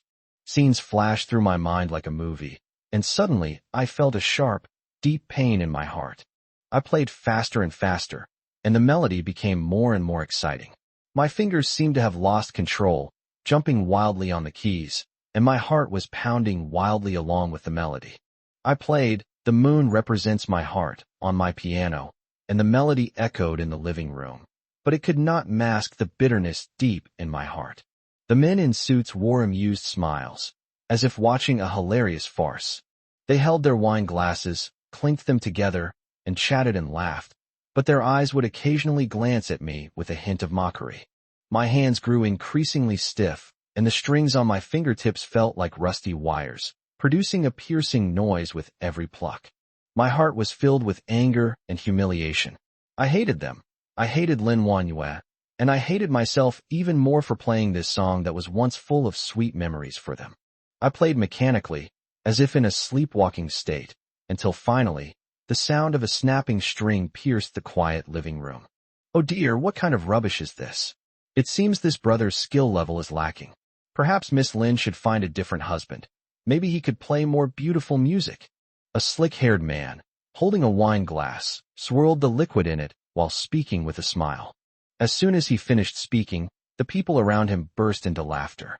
My face turned bright red, my fists clenched tightly, and I wanted nothing more than to rush up and punch each of those guys. Lin Wanhua seemed to have heard the mockery as well. Her face instantly turned ashen. She stood up abruptly, glared at the man, and said in an unquestionable tone, "Shut up. He's my man no matter what, and it's none of your business to judge him." Her tone was firm and unquestionable, and her eyes shone with a sharp light, instantly silencing those who had been so unrestrained. I looked at Lin Wanyue, my heart filled with mixed emotions. She was willing to confront those people to protect my dignity, and this act of protection moved me, but it also made me feel even more desolate. "All right, everyone, let's keep drinking and not spoil the fun." Lin Wanyue forced a smile as she spoke, pulling me to her side and whispering, "Are you all right?" I shook my head, said nothing, and just stared coldly at those people. They continued drinking and chatting as if everything that had just happened was just a minor incident. But Lin Wanyue arranged for me to sit among them, surrounded by people I loathed. I felt incredibly oppressed and suffocated. I want to escape this incredibly oppressive environment. I want to go back to my own little room. Returning to that world where it's just me and my guitar, a world without fake smiles or sarcastic remarks, just myself and my music. I made an excuse to go to the bathroom and escape the suffocating living room, returning to my room and locking the door tightly. I collapsed onto the bed, utterly exhausted. I picked up the broken guitar and stared at it blankly, as if I could see all the sweet memories we had shared together. Chapter 71 performed very well. By the time the banquet ended, I had been there for an unknown amount of time. Lin Wanyue seemed to have drunk even more, and she was walking unsteadily. Her face was flushed with an unnatural redness, and her eyes were somewhat dazed. She walked up to me, wrapped her arms around my neck, kissed me on the cheek, and then said in a slightly drunken voice, "You did a great job today, Lin Feng." Her voice was soft and carried a sweet, alcoholic scent, but I found it disgusting. I tried to push her away, but her arms wrapped around my neck like vines, tightening their grip. "What's wrong?" Lin Wanyue seemed to sense my resistance. She tilted her head, staring at me with her hazy eyes, her voice tinged with grievance. "You did a great job today. Your rendition of The Moon Represents My Heart was really beautiful. I'm so happy. Don't you want to hug me?" As she spoke, she pressed her face against my chest, rubbing against me like a lazy cat. I frowned in disgust, wanting to push her away, but she only hugged me tighter, as if she wanted to completely merge my body into hers. "Lin Wanyue, let me go," I said coldly, my tone tinged with anger. "No, you played very well today, so I want to hug you and you have to dance with me." As Lin Wanyue spoke, she tried to pull me towards the outside. I pushed her away in disgust, but she collapsed onto me like a lump of soft mud. I angrily straightened her up, only to find her staring at the guitar in my arms with a dazed look. "What is this?" Lin Wanyue pointed to the guitar in my arms, her delicate face full of curiosity. "My guitar," I replied coldly. "A guitar? Let me see," Lin Wanyue said, reaching out to grab my guitar. I instinctively dodged her hand and hugged the guitar tighter. I didn't want her to see what seemed like an object of my possession. Lin Wanyue seemed to notice my evasiveness. She frowned, her tone carrying a hint of displeasure. "What's wrong with you? Why won't you let me see?" "It's nothing. I just didn't want you to get it dirty." I made up an excuse. "You're lying." Lin Wanyue snatched my guitar away abruptly. She examined it closely, a flash of anger in her eyes. "Whose lipstick is this? Tell me the truth." I was stunned. I looked at her, my eyes filled with confusion. "What lipstick? What are you talking about? Don't pretend. There's clearly lipstick on this. Do you think I don't know?" Lin Wanyue pointed to the lipstick stain on the back of the guitar, her tone tinged with anger. "Tell me the truth. Whose lipstick is this? Are you cheating on me?" My mind went blank. I stared at the lipstick mark on the back of the guitar, and I had absolutely no recollection of it. I had no idea whose lipstick it was. "I really don't know whose lipstick that is," I explained in a panic. "Maybe the previous customer accidentally smudged it on." "Shut up." Lin Wanyue suddenly threw the guitar to the ground, where it crashed heavily with a piercing sound. She suddenly grabbed my neck, her eyes filled with rage. "Tell me the truth. Have you been cheating on me again?" She was choking me so hard I could hardly breathe, and I tried desperately to struggle. But she was incredibly strong, and I couldn't break free at all. I felt my neck getting tighter and tighter, and my vision started to go black. Looking at Lin Wanyue's frenzied state, I opened my mouth, but didn't know what to say. Her once clear eyes were now bloodshot, like a wild beast trapped in a cage, mad and dangerous. You'll never leave me. She suddenly scrambled up from the ground, pinned me down, and roughly tore at my clothes, like a hungry wolf pouncing on its prey. You think you can escape? You'll never escape. Her voice was hoarse and full of resentment, whispering in my ear like a viper's hiss, sending a chill down my spine. She smashed my guitar to pieces, wood chips flying everywhere, just like our past relationship, shattered into pieces. That night, she clung to me like a ravenous beast, frantically taking everything from me until we were both exhausted. The next morning, I woke up to find myself in a strange bed, surrounded by a mess, the air thick with the smell of alcohol and cheap perfume. Lin Wanyue was gone, leaving only a note with her familiar handwriting. Don't even think about running away anymore. You'll always be mine. As I looked at the note, a wave of despair washed over me. For the next few days, Lin Wanyue did not return to the villa. I felt as if I had been exiled to a deserted island, lonely and helpless. One evening, young Lin sent me a video. In the video, Lin Wanyue, dressed in a smart business suit, sat in front of the host, smiling as she was interviewed. When the host asked her about her attitude towards marriage, she paused for a moment and said calmly, "I would consider divorce." As I watched the video, my heart felt like it had been stabbed with a needle, and a wave of bitterness washed over me. She actually wanted a divorce. She really wanted to end everything between us. Young Lin sent me a message. "What's wrong? You don't look well." I forced myself to stay awake and replied, "It's nothing. I'm just a little tired." "You should think about yourself," Young Lin said with a hint of worry in her voice. "I have nowhere to retreat. What else can I do?" I replied, trying to appear calm. "Do you really want to live like this for the rest of your life? Do you really want to be controlled by her for the rest of your life? Do you really want to give up on your life?" Yang Lin's voice grew increasingly shrill. I fell silent. I knew Yang Lin was right, but I couldn't break free from Lin Wanyue's control. I was already mired in this quagmire, unable to extricate myself. I replied to Yang Lin's message, trying to appear calm, saying, "What else can we do now that things have come to this? Don't worry about me. I'm fine." Yang Lin sighed and sent another message. "I know you're feeling bad, but you have to cheer up. I'm getting married." I paused for a moment, carefully considering her words, before realizing she was trying to comfort me. I typed back, "Congratulations, you finally found happiness. You must be happy." "Thank you." Yang Lin replied quickly. "You too, don't shut yourself off all the time. Face life bravely. If you ever can't take it anymore, come to our house. My parents really like you."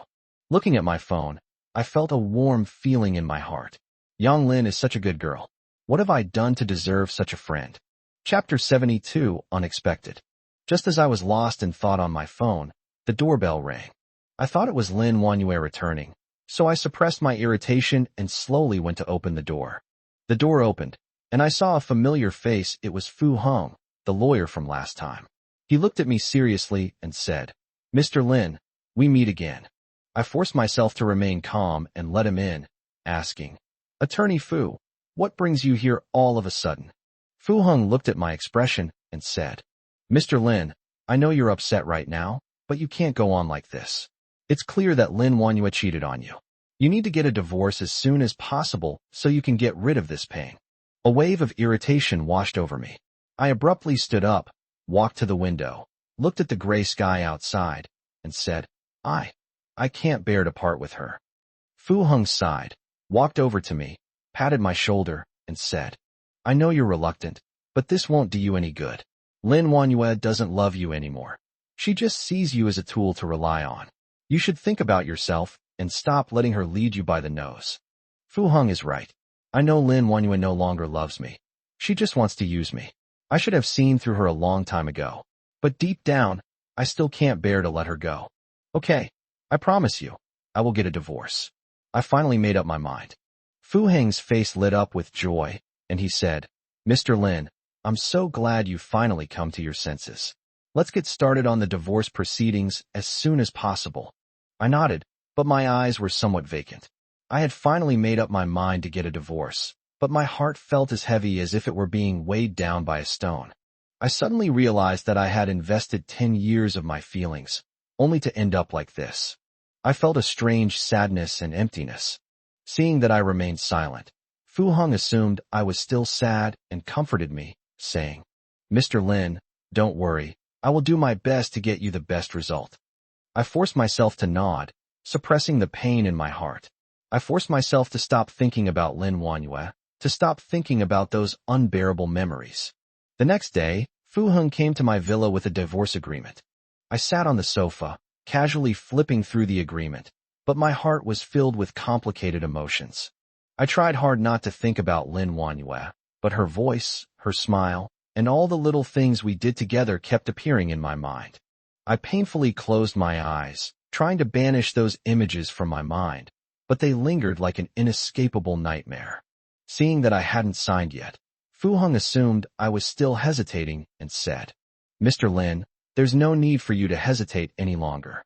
You've already decided to get a divorce, so you should sign the papers as soon as possible to get rid of the pain."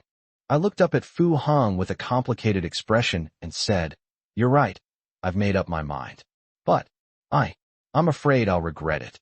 Fu Hong was stunned for a moment. He seemed not to have expected me to say such a thing. He looked at me and said, "You won't regret it. You've had enough of her torment. Divorce is the best choice." I fell silent. I had truly had enough of her torment. Yet, the thought of ending this relationship filled me with a strange sense of loss and sorrow. I picked up the pen and signed my name on the divorce agreement. Fu Hong took the divorce papers with a joyful smile on his face. He said, "Mr. Lin, congratulations. You will have a better life from now on."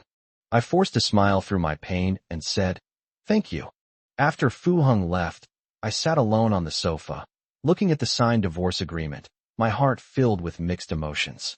I was finally getting a divorce, but I felt incredibly empty and lost. I thought I would be happy, that I would feel relieved, but I realized I was wrong. I still loved Lin Wanyue, and I still hoped to be with her. Lin Wanyue's voice and smile reappeared in my mind. I seemed to see her standing in front of me, with a gentle smile on her face, softly calling my name. That was her before. My heart skipped a beat, and I couldn't help but reach out to touch her face. But my hand passed through a layer of empty air and touched nothing. I closed my eyes in anguish, and tears streamed down my face uncontrollably. I'm finally getting a divorce, but I've lost the person I love. I stared at the divorce agreement, written in black and white, with my signature on it, like a brand, deeply engraved in my heart. I gave a wry smile. I thought I would be heartbroken and in unbearable pain, but in fact, I was numb, as if all my emotions had been drained away, leaving only an empty shell. "Mr. Lin, I've packed your things for you. Please take a look." Fu Hong's voice interrupted my thoughts. I opened my eyes and saw him standing in front of me, holding a box in his hand. I nodded and took the box. Inside were photos of Lin Wanyue and me together, some old letters, and a sweater she had knitted herself. I gently stroked those items, as if I could still feel her warmth and smell her faint fragrance. "Mr. Lin, are you really determined to get a divorce?" Fu Hong asked, his tone tinged with worry.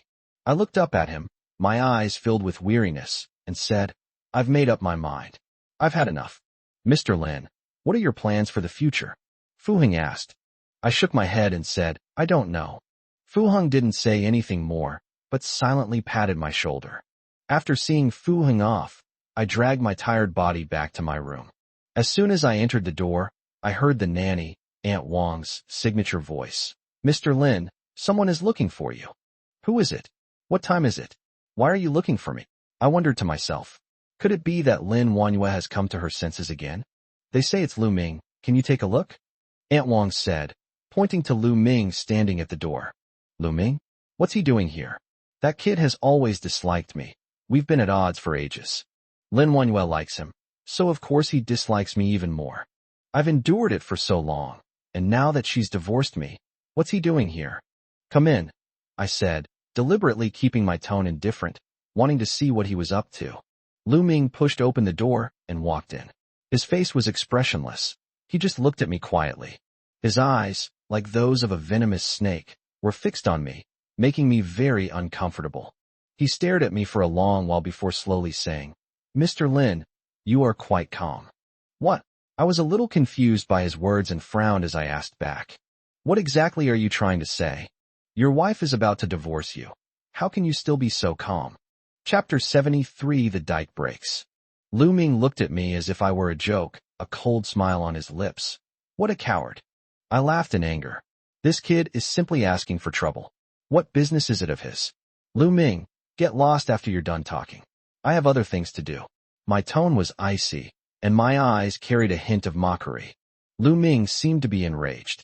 He took a step forward, gripping the door frame tightly, and said in a vicious tone, "You coward. Do you think you can still hide from me now? Do you think she will really choose you just because you divorced her? Don't dream." As he spoke, he reached out his hand. I instinctively took a step back, about to retort, when I heard the crisp sound of high heels coming from outside the door. "What are you doing?" Lin Wanyue stood at the door, a hint of doubt on her face. Lu Ming immediately changed his tune, smiling as he said to Lin Wanyue, "Lin Wanyue, long time no see. What brings you here?" I saw a mocking smile curl at the corner of Lu Ming's mouth. He said in a flat tone, "I came to see you and also to check on your husband. He's so quiet. I'm afraid he'll get sick from being so bored." I sneered inwardly. Lu Ming's words were truly sarcastic and unsettling.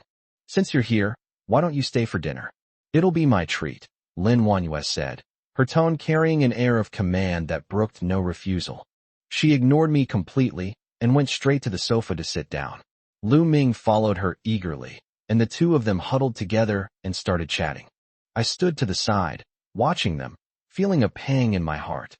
I thought Lin Wanyue would feel a little guilty or reluctant to leave me, but she seemed to completely ignore me, not even bothering to glance at me. Lu Ming and Lin Wanyue had a very engaging conversation. Their topics were things I didn't know about, including their memories of their university days and their future plans. I couldn't help but wonder, what were they talking about? What were they planning? Were they really going to be together? "Lin Wanyue, what would you like to eat?" Lu Ming asked, while casually touching Lin Wanyue's hair. Lin Wanyue smiled and said, "Whatever, it's up to you." Seeing Lu Ming's ingratiating manner, my heart was stabbed again. Could this man really like Lin Wanyue? Seeing me standing to the side, Lin Wanyue suddenly said, "Why are you still standing here? Let's go together." Her tone was devoid of any warmth, as if she were commanding her pet. I was silent for a moment, then said, "I don't want to go." Lin Wanyue seemed to be enraged. She suddenly stood up, pointed her finger at my nose, and said, "How dare you talk back to me? Let me tell you, you'll never escape my grasp." I looked at her coldly and said, "You've crossed the line, Lin Wanyue." Lin Wanyue was stunned. She had never imagined that I would speak to her like that. She thought I still loved her and that I would let her do as she pleased, just like before. I looked into her eyes and said, word by word, "I loved you, but you no longer deserve my love." Lin Wanyue was completely enraged by my words. She reached out to hit me, but I grabbed her wrist and pushed her away forcefully. She staggered and almost fell. "Let me go," Lin Wanyue roared, her face contorted with rage. I looked at her, my eyes icy, and said, "You've lost your right." Lin Wanyue looked at me, her eyes filled with disbelief. She had never imagined that I would speak to her like that, and she had never imagined that I would be so resolute towards her. "Lu Ming, you can go out first. You can postpone this meal." Lin Wanyue spoke coldly, her once clear eyes now seemingly shrouded in gloom, which suddenly reminded me of the hopeful and expectant look in her eyes when she first entered our home. Upon hearing this, a flicker of disappointment crossed Lu Ming's face, but he quickly put on a smile again, patted my shoulder, and gave it a firm pat. "Don't worry, I have something to do. Let's meet up for a drink another time." As I watched his departing figure, an inexplicable sense of irritation rose within me. I shook my head violently, trying to clear these chaotic thoughts from my mind. Lin Wanyue waited until Lu Ming had completely disappeared outside the door before turning around. Her cold eyes were like sharp swords, piercing straight at me. "What makes you think I've overstepped my bounds?" I tried my best to remain calm and said in a flat tone, "We are now a couple by agreement, and you have no right to make me do anything. A marriage of convenience? You dare say you haven't crossed the line?" She suddenly raised her voice, pointed her finger at my nose, and roared, "Don't forget, we're not divorced yet. You have to do your job. Behave yourself." I sneered, my gaze sweeping over her expensive dress, and said sarcastically, "Lin Wanyue, tell me, have you fulfilled your duty?" Over the years, the men you've brought home have all been more outrageous than the last. Tell me, do you think you deserve the word loyalty? You think this is an insult to me? Lin Wanyue burst into laughter as if she had heard the funniest joke in the world. She laughed so hard that she was doubled over, and tears streamed down her face. Looking at her, I felt like a joke. I held back and said, "Yes, I feel this is an insult to me, and I want to retain the last bit of dignity." Lin Wanyue stopped laughing. She looked at me with a hint of mockery in her eyes and said, "Do you have any dignity left? Who do you think you are? You're nothing but a pathetic worm I can manipulate." I clenched my fists, looked at her, and said, "That's enough, Lin Wanyue. It's over between us." After saying that, I turned and left. I took the broken guitar and walked into the night. I found a rundown hotel and checked in. I lay in bed, tossing and turning, unable to fall asleep. My mind was filled with Lin Wanyue's mocking face and her words. "Do you have any dignity left? Who do you think you are?" I feel incredibly frustrated. I've already decided to divorce her, but why am I still in so much pain? I picked up my guitar and played the song we used to sing together. We once walked a long road together. My fingers gently plucked the strings, and the music was deep and somber, just like my heavy heart.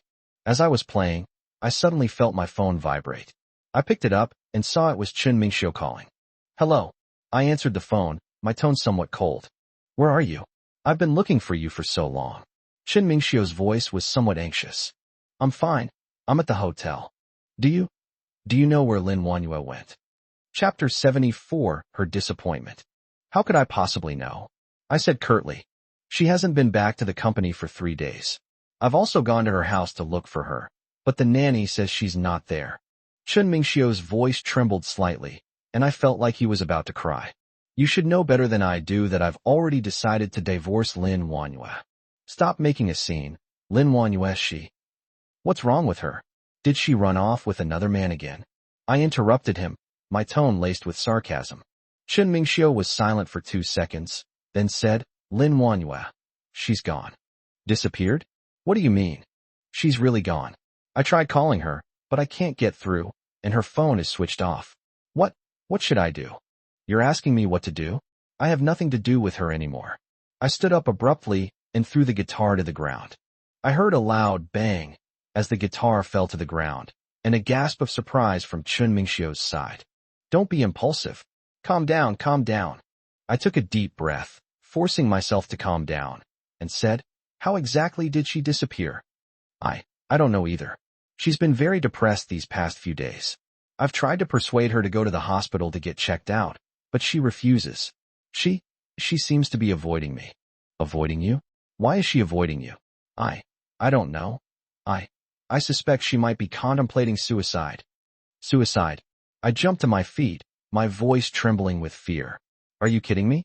Why would she want to commit suicide? What reason could she possibly have? She might be doing this because of you." "Because of me? What are you talking about? Tell me right now, what happened to her?" I don't know. I really don't know." Chun Mingxiu's voice grew softer and softer, as if he was about to collapse. Please help me find her. I beg you." I fell silent, the image of Lin Wanyue's cold face and her empty eyes flashing through my mind. I suddenly felt as if I had done something wrong, as if I had hurt her. "Okay, I'll go find her." I finally gave in and promised Chun Mingxiu that I would go find Lin Wanyue. You're really willing to help me find her?" Chun Mingxiu's voice carried a hint of surprise. "I will," I said coldly. "But don't expect me to treat her the same way I used to after I find her." I hung up the phone and took a deep breath. I don't know why I agreed to Chun Mingxiu's request. I had already decided to divorce her, and I clearly didn't want to have anything to do with her anymore. I picked up my guitar, walked to the window, and looked at the night outside. I suddenly realized that the night seemed as heavy as my mood. It was like a black net, enveloping me and making me feel helpless and desperate. I closed my eyes, and Lin Wanyue's familiar face appeared in my mind. I suddenly realized that I hadn't really looked at her properly in a long time. I started to wonder why she was driven to this point. Was I really wrong? Should I really not have let her leave? I searched everywhere Lin Wanyue might go, from her favorite coffee shops to her friends' houses, and even her favorite bookstores. But they found nothing. It was as if the person had vanished into thin air. Her phone was off, no one was home, and her friends didn't know where she had gone. I started to panic a little. Although Lin Wanyue always argued with me, I knew in my heart that she was not the kind of person who would run away from home. As the night deepened, a wave of exhaustion washed over me, and I slumped onto a roadside bench, my mind blank. Suddenly, a place flashed into my mind: Moon Bay. That was a place we used to frequent. Lin Wanyue loved the artificial sea there and its quiet atmosphere. I drove straight to Moon Bay, clinging to a sliver of hope. The night at Moon Bay was exceptionally peaceful. The sea breeze, carrying a salty and damp scent, swept over me. I wandered aimlessly along the beach, my mind filled with images of Lin Wanyue's voice and smile. Before I knew it, I had arrived at our favorite farmhouse. The owner of this farmhouse is very familiar with Lin Wanyue. We stay here every time we come to Moon Bay.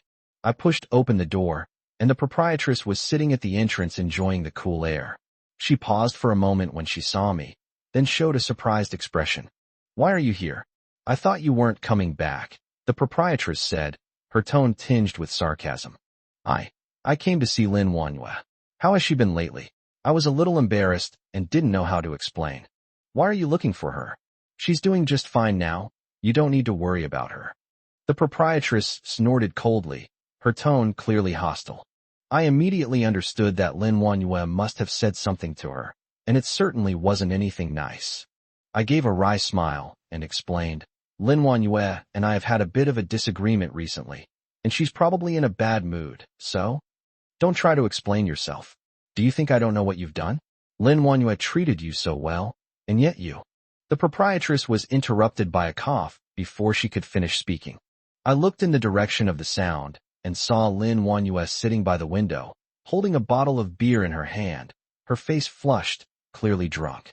Her eyes were somewhat unfocused, her gaze unsteady, and a bitter smile lingered on her lips. "Lin Wanyue, what are you doing here? Are you all right?" I walked over quickly, intending to help her up, but she pushed me away. "Don't touch me.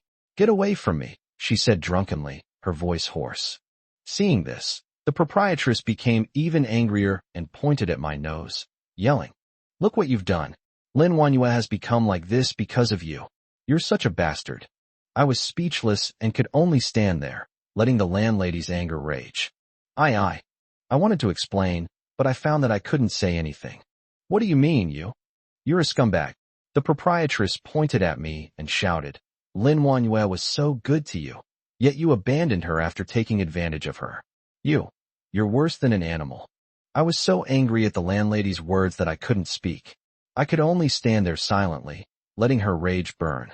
"Get out of here. I don't want to see you again," the landlady shouted, pointing to the door. I nodded silently, turned around, and left the farmhouse. As the night deepened and the sea breeze grew colder, I wandered aimlessly along the beach, the image of Lin Wanyue drunk and the landlady's angry accusations constantly flashing through my mind. It was none of my business in the first place. I suddenly felt incredibly lonely and helpless. It was as if I had really done something wrong, but I didn't know how to make amends. Chapter 75: Bridge of Tears. I stopped and looked at the surging sea.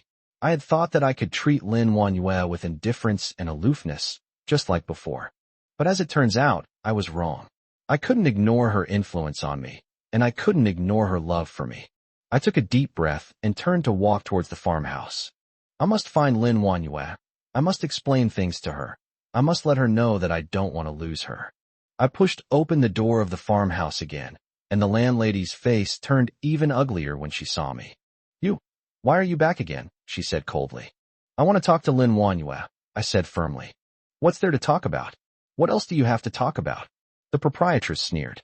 "Lin Wanyue doesn't want to see you right now, so you'd better get lost." "I know she doesn't want to see me right now, but I have to talk to her. I have to explain things to her," I insisted. "What are you going to explain? Are you going to explain that you betrayed her? Are you going to explain that you deceived her? Are you going to explain that you abandoned her?" The proprietress's voice grew louder and louder. "Do you think you can make up for your mistakes by explaining? Do you think you can win her back by explaining?" I was speechless at the landlady's question. These were all things Lin Wanyue had done to me. Now a stranger is using this to attack me. How ironic. She's drunk right now, You should wait until she sobers up before you talk to her. The landlady sighed. I'll make room for you. You can wait for her here. Looking at Lin Wanyue's drunken state in front of me, calling my name, I couldn't quite describe my feelings. Her once delicate face was now flushed with an unnatural redness due to the alcohol, and glistening tears clung to the corners of her eyes, as if she had been bullied by someone. I was originally planning to turn around and leave, but seeing her pitiful appearance, I finally sighed and sat down next to her. Lin Wanyue, what's wrong with you? I asked tentatively, my tone tinged with impatience. She seemed not to hear me, continuing to mutter to herself in ways I couldn't understand. I frowned, and was about to get up and leave when she grabbed my arm. Don't go, stay with me. Her voice was weak and pleading. I froze. This was the first time I'd ever heard Lin Wanyue speak to me in such a tone. I hesitated for a moment, then finally sat down. What's wrong with you? I asked patiently. She simply shook her head, gazing into the distance with a dreamy look, seemingly lost in her own world. Do you remember how we met? She suddenly asked, her voice as soft as a whisper.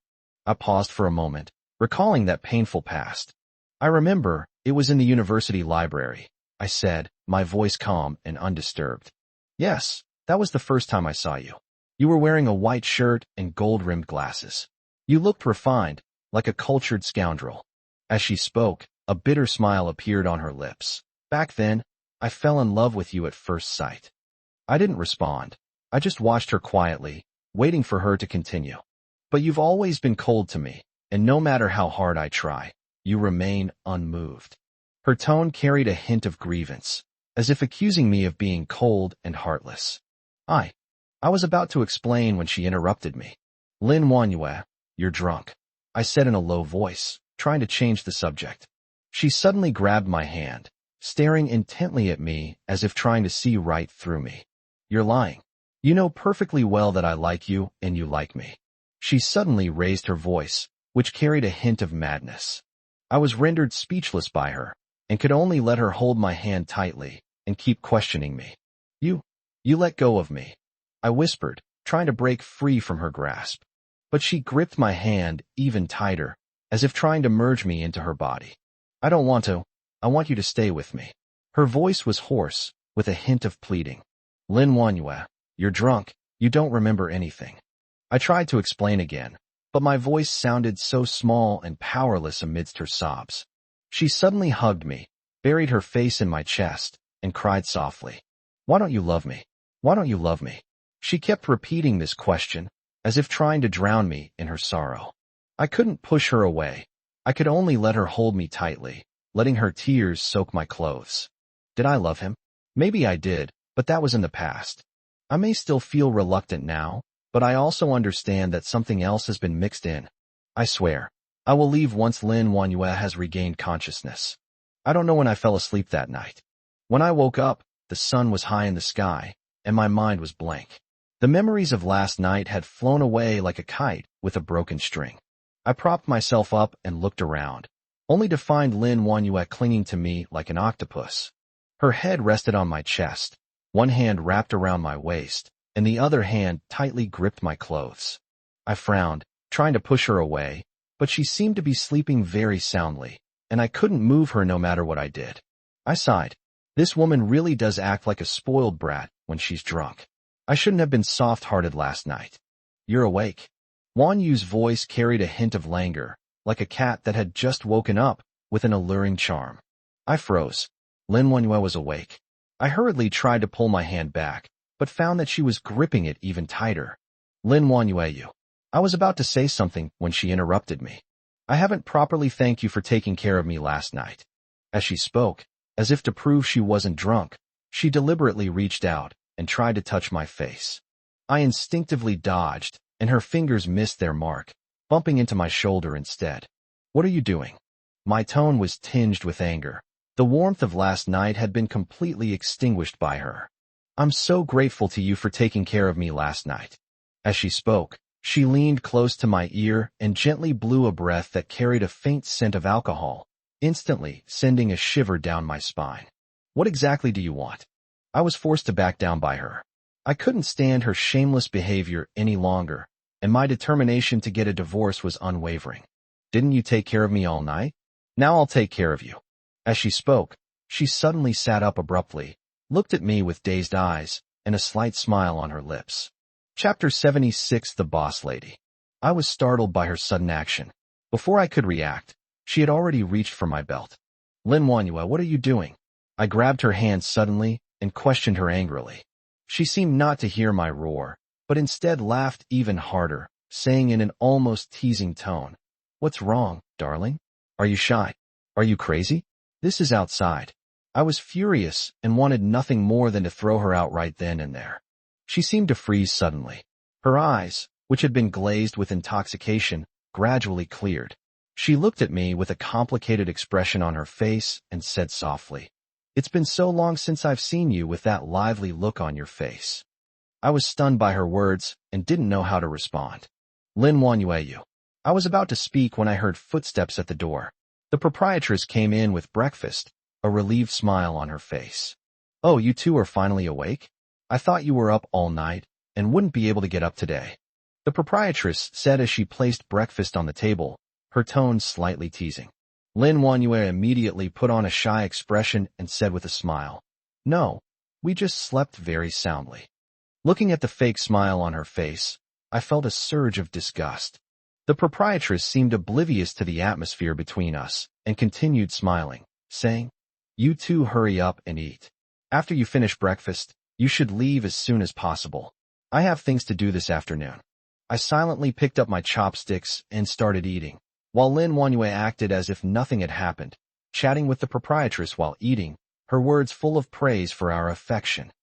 "You two have such a wonderful relationship. It's truly enviable," the proprietress said, her voice full of blessings. "That's right.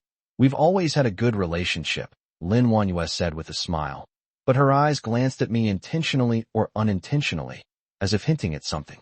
I remained silent, but a bitter feeling welled up inside me. I finally understand why Lin Wanyue said I had a living, breathing face. She hadn't seen genuine emotion on my face for a long time, because I had long since suppressed all my feelings, leaving only a cold shell. The feelings between us had long since become fake because of that agreement. Those affectionate gestures were merely tools to maintain our relationship. As I watched Lin Wanyue casually tease the landlady about our relationship at the dining table, a chill ran down my spine. I know our relationship is in jeopardy. I thought there was really something wrong in your relationship, but it turns out it was all just media hype. Those unscrupulous media outlets. The proprietress breathed a sigh of relief, her tone tinged with a hint of joy. I opened my mouth to tell her that our relationship was no longer what it used to be, but when I met Lin Wanyue's cold gaze, I swallowed all my words. I helplessly put down my chopsticks, watching Lin Wanyue and the proprietress chatting and laughing. My mind went blank, and I didn't know what to do. I suddenly felt like a canary trapped in a cage, having lost both freedom and happiness. I hate this feeling of being controlled. The proprietress then asked, "What are your plans for this afternoon? Would you like to go shopping together?" Lin Wanyue smiled and said, "We have things to do this afternoon, so we won't go. Let's do it another day." I remained silent, but in my mind I was calculating an escape route. Finally, I put down my chopsticks and said, "I'm full." Then I got up and walked out of the inn without looking back. Lin Wanyue, who was behind her, seemed to be stunned for a moment before she reacted. She quickly caught up with him, her face full of anger, and said, "Lin Feng, are you still going to run away?" I stopped, turned around, looked at her, and said calmly, "Lin Wanyue, Chen Mingxiu and Lu Ming are both looking for you. You don't need to waste your time on me. Besides, let's get a divorce. I promise to stay with you during the cooling-off period." I thought she would angrily retort or lash out at me, but to my surprise, she was stunned, her eyes filled with disbelief and even a hint of hurt. "So, all you've come to me for is to tell me this?" Her voice trembled slightly, as if I had broken her heart. My heart ached for no reason, but I still forced myself to say, "Yes, that's why I'm telling you this." Lin Wanyue remained silent for a while before slowly saying, "I won't sign it. I'll make you give up on that idea." Her tone was terrifyingly calm. I could even feel the coldness and resolve hidden in her words. I suddenly realized that our relationship had completely collapsed and could never go back to the way it was before. Are you crazy? Do you think you can still control me like before? I couldn't help but roar, my voice filled with disappointment and anger. Lin Wanhua sneered and said, Lin Feng, don't forget who got you to where you are today. Do you really think you could still be standing here without me? I was speechless at her words. Yes, without her, I might not even be able to afford my grandmother's medical expenses. I could never stand in that position. But I know even better that I'm already tired of this feeling of being manipulated. I want to take control of my life again, instead of being a puppet in her hands like I am now. Lin Wanhua, there are no feelings left between us. Do you still want to maintain this fake marriage? I took a deep breath, suppressing my anger, and asked, Feelings? What do you think feelings are? Have you forgotten our agreement? Lin Wanhua suddenly revealed a sinister smile, her tone full of sarcasm. I immediately understood that the agreement she was referring to was not just the prenuptial agreement, but something deeper, an unspoken agreement hidden between us. She always wanted to control me, and I always endured her control. I'm tired, Lin Wanhua. I sighed and smiled bitterly, feeling that these days were endless. I eventually went back. Lin Wanhua didn't seem to expect me to go back so obediently. She just snorted and turned to go into her room. We didn't speak a word all night, like two strangers living under the same roof, but separated by an insurmountable chasm. I sat on the sofa, scrolling through my phone, but couldn't concentrate on a single word. The scene of arguing with Lin Wanhua kept replaying in my mind. I suddenly realized that our relationship was like a broken mirror. Even if we pieced it back together, it could never regain its original luster. And I was like that powerless bystander, watching the mirror shatter into countless pieces, unable to do anything about it. These days are like torture, and I don't know how to escape them. Chapter 77: The Days I Don't Want. Finally, I couldn't stand the oppressive atmosphere any longer, so I decided to go for a walk, hoping it would help me calm down. I walked out of the room. Lin Wanhua was sitting at the dining table, looking down at her phone, seemingly unaware of me. I didn't say anything and left the house. I wandered aimlessly through the streets, watching people come and go, but I felt like an outsider, out of place in this world. Just as I was about to turn around and go home, my phone suddenly rang. It was Yang Lin's number. I hesitated for a moment, but still answered the phone. Lin Feng, come to the hospital quickly. Yang Lin is in trouble. A man's anxious voice came from the other end of the phone. I suddenly realized that this voice wasn't Yang Lin's boyfriend, Xiaoliang, but, Who are you? I asked in surprise. I am Xiaoliang, Yang Lin. Yang Lin was in a car accident.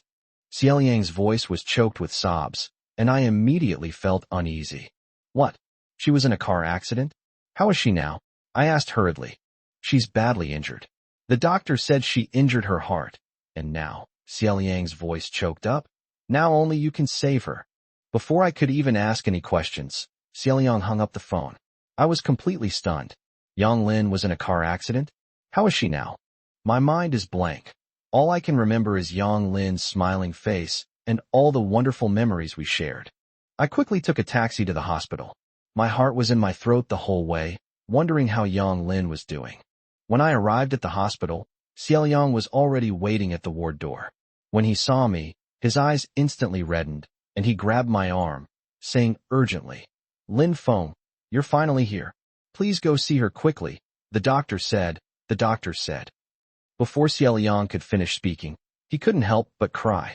I followed him into the ward and saw Yang Lin lying on the bed, her face pale, her breathing weak, and her body covered in tubes, looking extremely painful.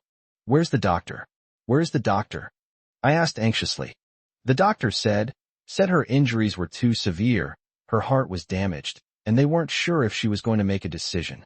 Xiaoliang said in a low voice. What? You're not sure? What have you done? I roared, my heart filled with anger and despair. Xiaoliang hesitated, a pained look on his face. I immediately realized that things might not be so simple. Tell me, what exactly happened? I grabbed his shoulders, completely flustered.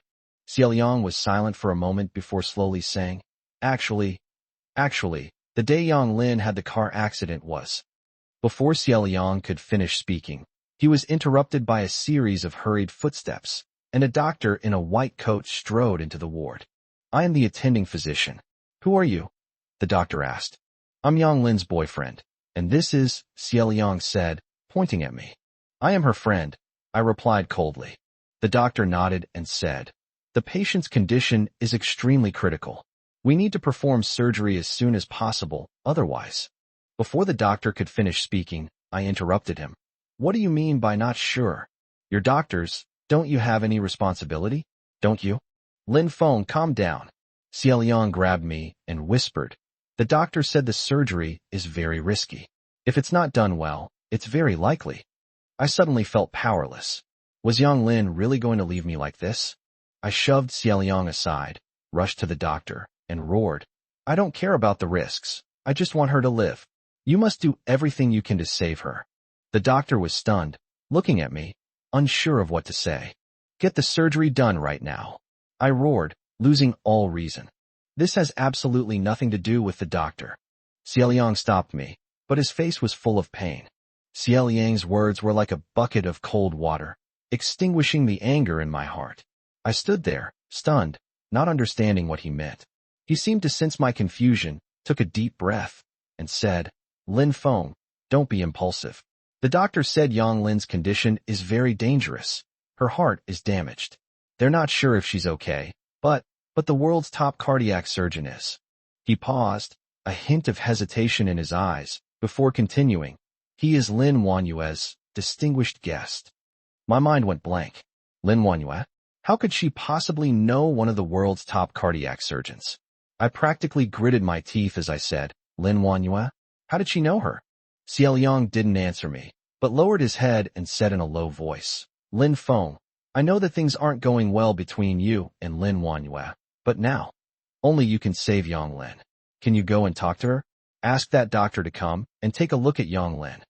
I fell silent, looking at Yang Lin, who was pale on the hospital bed. She was my best friend. We had been through so much together. How could I just watch her leave? But when I thought of Lin Wanyue, my heart felt heavy. I tried hard to suppress my anger and force myself to calm down, asking, "Lin Wanyue, can she really contact that doctor?" Xiao Yang shook his head and said, "I don't know where she is, but I believe she can definitely contact that doctor. Lin Feng, please, only you can save Yang Lin." I took a deep breath and nodded in agreement, but my heart was filled with mixed feelings. I don't want to ask her for help. Lin Wanyue, this woman, has always been high above me. She is like the bright moon in the sky, while I am just a speck of dust on the ground, forever unable to touch her. But now, I have no choice but to lower my head and ask her for help. That evening, I returned home and looked at the empty room, which only intensified my restlessness. I took a deep breath, took out my phone, and dialed Lin Wanyue's number.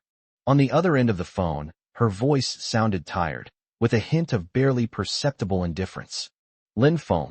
I suppressed my unease and asked, "Are you free tonight? Let's have dinner together." Lin Wanyue seemed taken aback for a moment. Then her tone became somewhat sharp. "Why do you suddenly want to invite me to dinner?"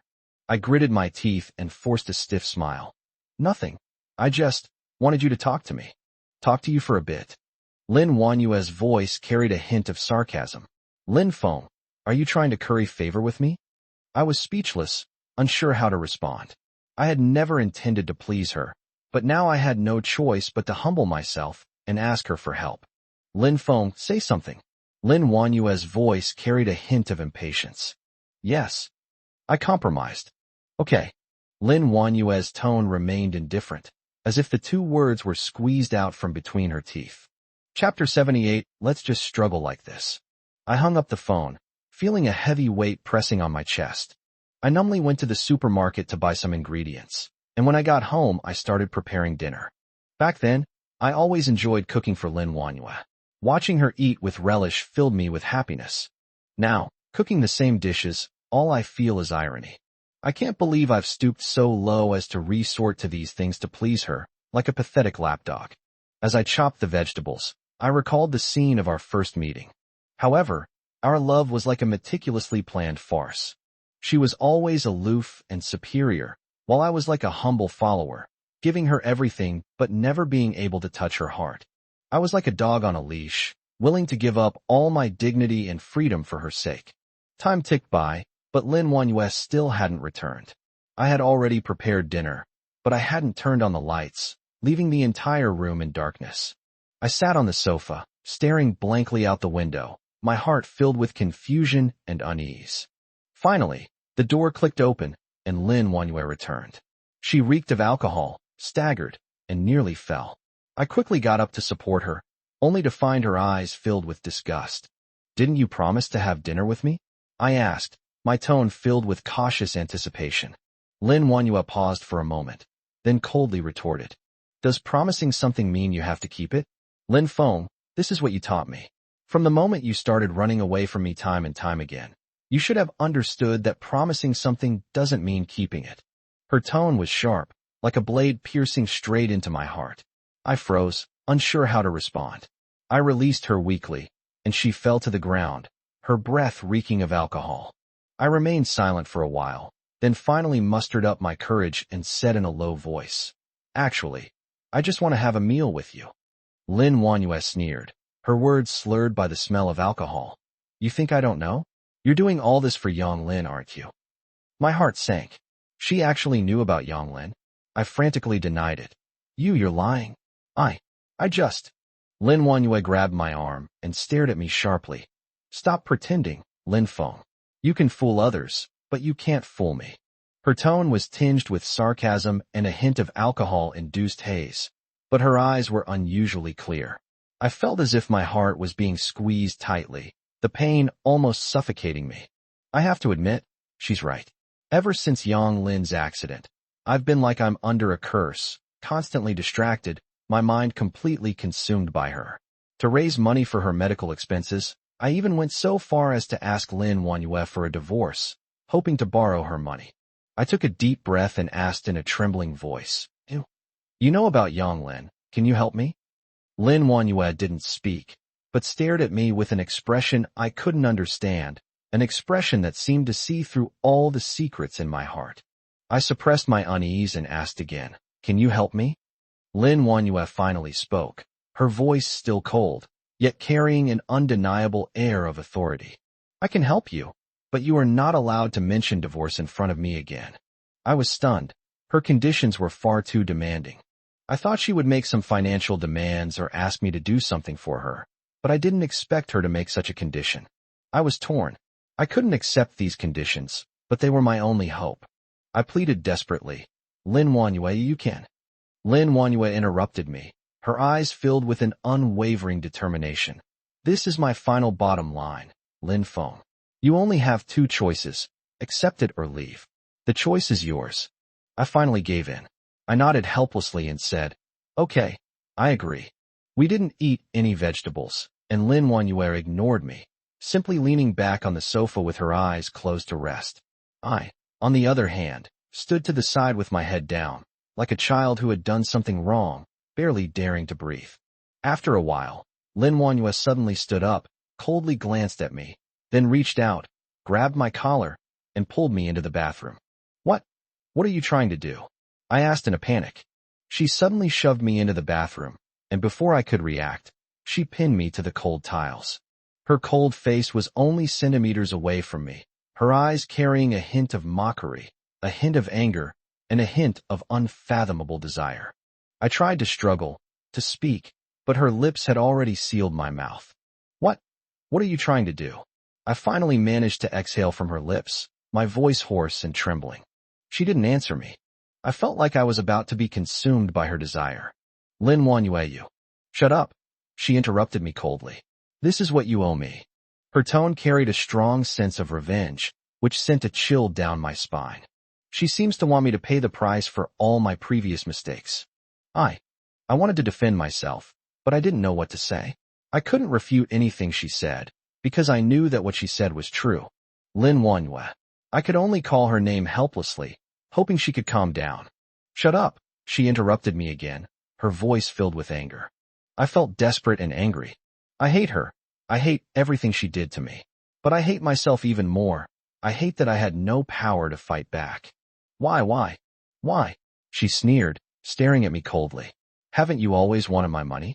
Here you go, use it however you want." Her words were like a knife, piercing deep into my heart. She's right. I do want her money. I want to use her money to save young Lin. But I never expected that I would receive her help in this way. I wanted to explain, but I found myself speechless. In the end, I could only let her torment me until I was completely exhausted. The next morning, I woke up from a deep sleep to find myself in an unfamiliar room. You're awake. Lin Wanyue's voice came from the doorway. She was wearing a red dress and had a smug smile on her face. Chapter 79. Her thoughts.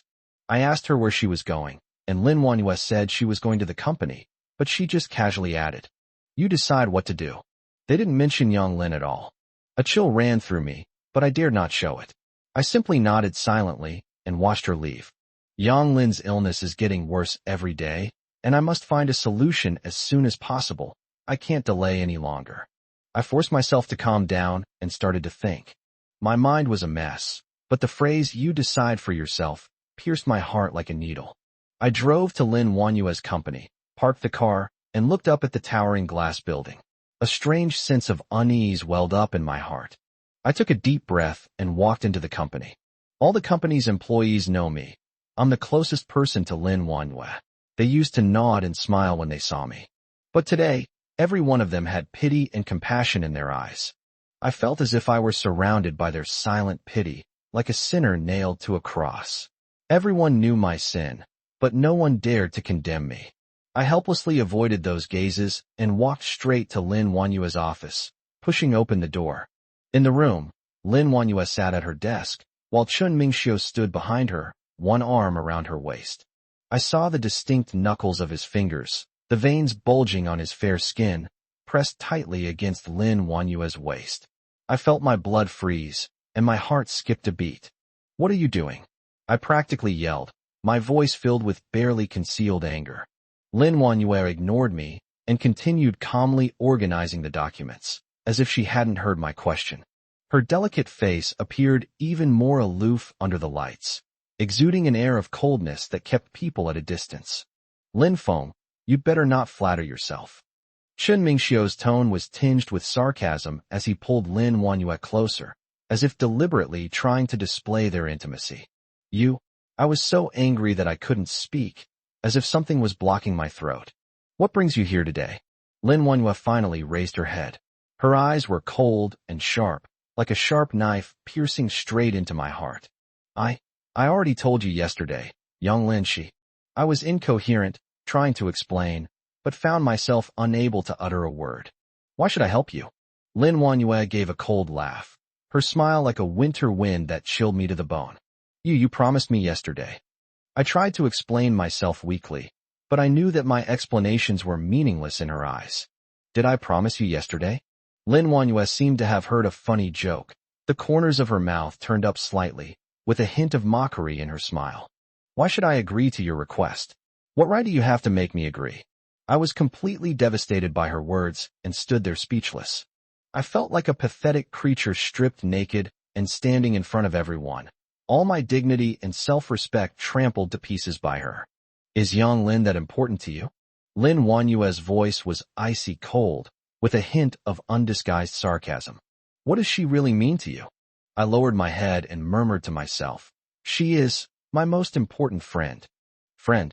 Lin Wanyue laughed loudly, as if she had heard the biggest joke in the world. Her laughter was particularly jarring in the quiet office. "Friend? What do you have to offer in exchange for my help?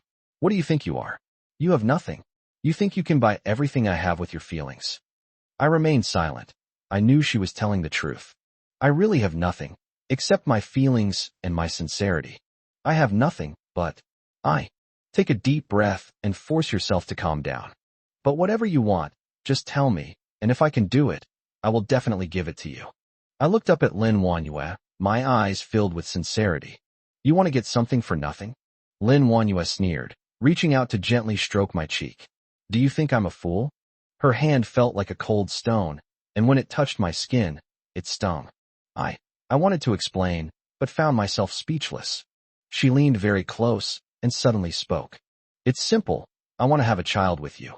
There was a light in her eyes that I couldn't understand, like the gaze of a cheetah locking onto its prey, with a hint of cruel excitement. My instinct was to back away, but I found myself firmly locked in place by her powerful aura, unable to move. What did you say? I stammered, my voice dry and weak, as if stuck in my throat. I said I want a child. Lin Wanyue's voice carried an undeniable firmness.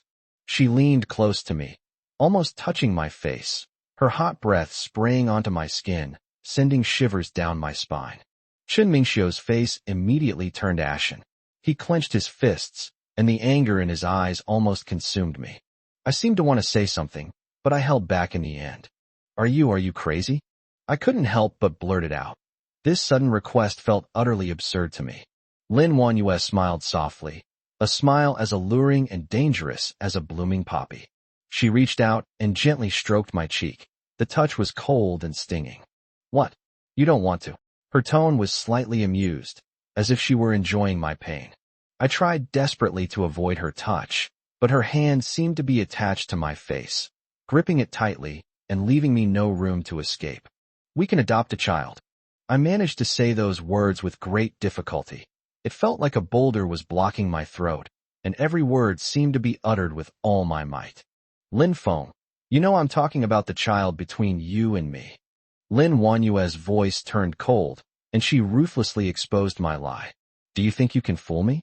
My heart sank suddenly, as if I had fallen into an abyss, and a feeling of despair instantly engulfed me. No one knows better than me that I simply cannot have children. My body has long been ravaged by illness, and I can't even take care of myself. So how can I raise a child? You calm down, you. I was rambling incoherently, trying to persuade her, but when the words reached my lips, I found myself unable to say anything at all. Calm. Lin Wanyue sneered, her eyes filled with mockery. Do you think this is the time for me to calm down? I tried to explain again, but Lin Wanyue had already lost patience. Chapter 88 Child. Just tell me, do you want it or not? She asked in an unquestionable tone, her gaze like a sharp knife piercing straight into my heart, leaving me nowhere to escape. I lowered my head helplessly, my heart filled with struggle and contradiction. I can neither refuse her nor agree to her request. My body was trembling violently, as if I would collapse at any moment. You should think about it carefully. That was all I could say in the end. I tried helplessly to break free from her control, but my body seemed to be under her spell, unable to move. Why should I consider it? You just need to tell me whether you want it or not. Lin Wanyue's voice became even more forceful, her tone filled with an unquestionable command. I was cornered by her, and looking into her aggressive eyes, my heart was filled with fear and despair. I felt my breathing becoming increasingly difficult, and my body felt like it was about to be crushed by her powerful aura. Under her questioning gaze, I finally nodded and weakly agreed to her request. Very good. A satisfied smile appeared on Lin Wanyue's face. She gently released me, and the cold touch disappeared. I felt as if I had been liberated. Lin Wanyue suddenly laughed, and that laugh was like a sharp blade that pierced straight into my heart. I don't know what I did wrong, but I felt that her smile was full of danger, which made me shiver. You go out first, Lin Wanyue said to Chen Mingxiu beside her, her tone leaving no room for argument.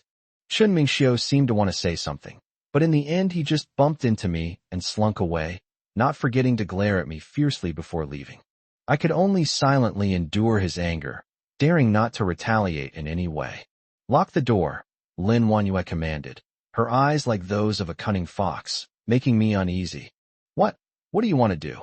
I stammered, my heart pounding so hard it felt like it would jump out of my throat at any moment. I need to collect some deposit first, Lin Wanyue said with a contemptuous smile, her tone full of sarcasm. I blushed and said somewhat embarrassedly, Here? Wasn't yesterday's enough? That's not enough. I want to get pregnant as soon as possible. As Lin Wanyue spoke, she pressed me down onto the desk without saying a word. I struggled to resist, but her strength was astonishing, and I couldn't break free at all. Are you crazy? I asked in anguish, my body already trembling. You promised me this. Lin Wanyue's voice grew even colder as she ruthlessly tore at my clothes. Lin Wanyue straightened her clothes, then gently stroked my face with her hand, her tone as tender as if she were coaxing a child. I'll take you to see someone, she said. I remained silent, wondering who she was taking me to see. She even turned down important documents that Chun Mingxiu had brought her, and without hesitation pulled me out of the office. She led me downstairs and into her car. As I watched the scenery rushing past the window, my heart was filled with confusion. The car stopped at the entrance of a luxurious villa area. Lin Wanhua led me into the villa area and into one of the detached villas. "This is where the doctor I'm looking for lives," Lin Wanhua said. "Let's go." I followed closely behind her into the villa. When Lin Wanhua led me into the villa, a sprightly old butler with gray hair came towards us. When he saw Lin Wanhua, his face immediately lit up with a smile, and he bowed deeply. "Miss Lin, you've arrived." His gaze completely ignored me, as if I were invisible. I felt very uncomfortable, but Lin Wanhua seemed used to it, and simply nodded indifferently. "I'm here to see Dr. Yang." The old butler smiled and nodded, saying, "Please wait a moment. I will notify Dr. Yang immediately." As she spoke, she walked aside to make a phone call. I couldn't help but ask Lin Wanhua, "Are you very close to him?" Lin Wanhua didn't speak, but looked at me with a slightly mocking gaze, a faint smile playing on her lips, as if she were laughing at my ignorance. That look made me very uncomfortable, like a mouse being toyed with by a cat, and I could only silently lower my head. Half an hour later, the old butler led us through a long corridor to a spacious and bright reception room. The living room was decorated in a very luxurious style, with antiques and works of art everywhere, which made it clear that the owner was of extraordinary status. Lin Wanhua walked to the sofa and sat down without caring, and the old butler tactfully withdrew. I could only stand aside and quietly wait for Dr. Yang to appear. Not long after, a young man walked over from the other end of the corridor. He had blonde hair, deep blue eyes, a high nose bridge, and a sharply defined face. He was practically a handsome male lead straight out of a movie. Seeing him, I immediately felt a deep sense of inferiority. With a polite smile on her face, Dr. Yang walked up to Lin Wanhua. "Miss Lin, it's been a long time. What brings you here all of a sudden?" His tone was gentle, but his gaze remained fixed on Lin Wanhua's face, which made me feel a strange sense of jealousy. Lin Wanhua seemed to sense my emotions as well, and said to Dr. Yang with a smile, "Dr. Yang, I brought someone with me today." Lin Wanhua looked at Dr. Yang, her smile deepening, as if she were admiring a fine work of art. She parted her lips slightly and said in a captivating voice, "Dr. Yang, I've come here today to ask you to save someone." Dr. Yang's smile remained unchanged, but with a hint of amusement, as he said, "Miss Lin, you know I haven't left the mountain for a long time, right?" Lin Wanhua answered calmly, "I know your rules. You only help specific people, and the price for your help is high." Dr. Yang laughed loudly, his voice so loud that the air in the entire reception room seemed to tremble. He looked at Lin Wanhua, his eyes full of admiration, and said, "Miss Lin is indeed a smart woman. Whom do you want me to save?" Only then did Dr. Yang's gaze fall upon me. He looked me up and down and asked Lin Wanhua, "Who is he?" Lin Wanhua glanced at me, her smile fading slightly, and said a single word in English, "Ex-husband." I was stunned and didn't understand why she said that. I looked at Dr. Yang and noticed that his expression had also become somewhat serious, with an unspeakable look between his brows. Chapter 81, I am her ex-husband. I wanted to explain, but Lin Wanhua gently pressed my hand, stopping me. She said to Dr. Yang, "She is the person I want to save. Her illness is very serious, and only you can cure her." I fell silent, knowing that my position here was indeed somewhat awkward. Lin Wanhua brought me here to save Yang Lin, and Dr. Yang is her private doctor. He only helps a few specific people, and it requires paying a huge price. Dr. Yang pondered for a moment, then finally nodded and said, "I can save her, but—" He paused, his tone becoming serious, and said, "I need to examine her injuries first. Also, I must warn you that my treatment methods may be very painful. Are you sure you want to continue?" Lin Wanhua replied without hesitation, "Of course." Dr. Yang smiled, a hint of slyness in his smile, and said, "That's good. Meet me at the usual place in 3 days." I was pulled away from that luxurious villa by Lin Wanhua. As the car drove on the road, I was so tormented by the question on my mind that I couldn't speak. I opened the car door and pulled Lin Wanhua out. "Stop the car and explain yourself." Lin Wanyue stumbled as I pulled her, her hand still gripping my arm. Calm down, this is the side of the road. I was panting and pointed to the streetlights not far ahead, saying, Stop the car, it's right there. I wanted to shake Lin Wanyue awake. Her calm demeanor only made me angrier. She finally gave in, and the car slowly stopped under the streetlights. I slammed the car door shut and, panting, asked her, You and that Dr. Yang, you're very close to him? Lin Wanyue seemed startled by my sudden outburst of anger. She stared at me blankly for a while before saying, We're not exactly close. He's my personal doctor. I scoffed. Private doctor? Does he look like a private doctor? You two look more like a couple. Lin Wanyue bit her lip, avoiding my gaze, and said, We're just friends. You shouldn't overthink it. I grabbed her arm and said angrily, Don't lie to me. What do you mean by don't overthink it? Tell me, what conditions did you agree to? And where is that old place? How many things are you hiding from me? Lin Wanyue gently patted the back of my hand and said, You're jealous? Her tone was laced with sarcasm, and I immediately felt a chill run from my feet to the top of my head. Jealous? I flung her hand away, my eyes blazing with anger. What do I have to be jealous of? I want a divorce. Can't I at least ask why? Lin Wanyue fell silent. She lowered her head, her eyes darting away, and said, I've already gotten what I wanted, so stop worrying about it. I felt a chill run down my spine, and a nameless fire burned within me. I took a deep breath, forcing myself to calm down, and asked her, What are you talking about? What do you want? What do you want? Why are you doing this to me? Do you think I'm a fool to be manipulated by you? Lin Wanyue looked up at me, her eyes filled with complex emotions, and she sighed softly. Her tone was cold and devoid of any emotion. I suddenly felt powerless and didn't know what to say. I wanted to confront her, to find out why she treated me this way, but I realized I couldn't understand her or change her. I sat there silently, looking at her, my heart filled with confusion and anger. There seems to be an invisible chasm separating us. I can't find any way to communicate, nor can I cross this chasm. I suddenly felt a wave of despair.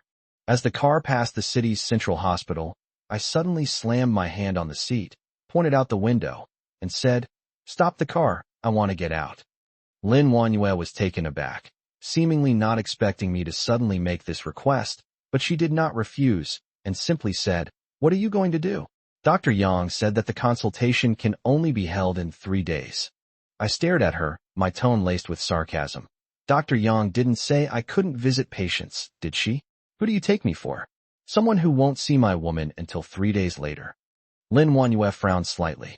She seemed reluctant for me to go to the hospital, but ultimately relented. She pulled the car over to the side of the road and said, Come back soon, and don't forget your promise. I pretended not to understand her implied meaning, nodded, opened the car door, and got out. The hospital reeked of disinfectant, and a strange, tense atmosphere hung in the air. When I entered the ward, I saw Xiao Liang sitting by the bed, looking haggard with red-rimmed eyes. He looked up at me, forced a smile, and said, What brings you here? I walked to the bedside and looked at Yang Lin, who was covered in tubes, and felt a pang of pain in my heart. Her once fair face was now completely bloodless. Her once bright eyes were now tightly closed, and she looked so thin that she seemed as if she could be blown away by the wind at any moment. I tried to suppress the sob in my throat and said, I found that doctor. He will save Yang Lin. A glimmer of hope immediately lit up Xiao Yang's face. He grabbed my hand and said in a trembling voice, Really? That's wonderful, that's wonderful. Seeing Xiao Yang's excited expression, I felt a pang of sadness. I couldn't imagine if I were lying in a hospital bed. Would I have someone taking such meticulous care of me? After his initial excitement subsided, Xiao Yang gradually calmed down. He sat on the edge of the bed and whispered. Cheng Yinyan also found out about this. She was going to fly back from abroad. I told her to focus on her studies and to tell her that Yang Lin was fine. Hearing his words, I felt a pang of guilt. I know that Xiao Yang concealed Yang Lin's situation from Cheng Yinyan out of concern for me. He knew about the relationship between me and Cheng Yinyan, as well as the complicated relationship between me and Lin Wanyue. He didn't want to make things more complicated. Why? Why don't you let her come back? I couldn't help but ask. Xiaoliang remained silent for a while before saying in a low voice, "What can she do if she comes back? She'll only increase her suffering." But, but she is Yang Lin's best friend after all. She has the right to know, I argued. Xiaoliang stood up, walked to the window, looked at the bustling crowd outside, and said, "Some things, the more you know, the more painful it will be." I remained silent. I knew Xiaoliang was right, but I still couldn't accept his actions. If Cheng Yinyin comes back, she can at least keep Yang Lin company and offer her some comfort, given Yang Lin's current condition. As I watched Xiaoliang's retreating figure, a strong sense of powerlessness welled up inside me. I suddenly felt as if I could do nothing but watch them suffer, powerless to do anything about it. Xiaoliang turned around, looked at me, and gave a wry smile. "Why did you suddenly come today? Did Lin Wanyue send you?" Chapter 82 Sex Toys. I paused for a moment, realizing that I had acted somewhat inappropriately, and quickly explained, "No, it's just that I wanted to come and see Yang Lin myself." Xiaoliang didn't speak, he just nodded. He walked to the bedside, gently stroked Yang Lin's face, and said, "She knows nothing and feels nothing right now. Only we can be with her." Looking at Xiaoliang, I felt a pang of sorrow.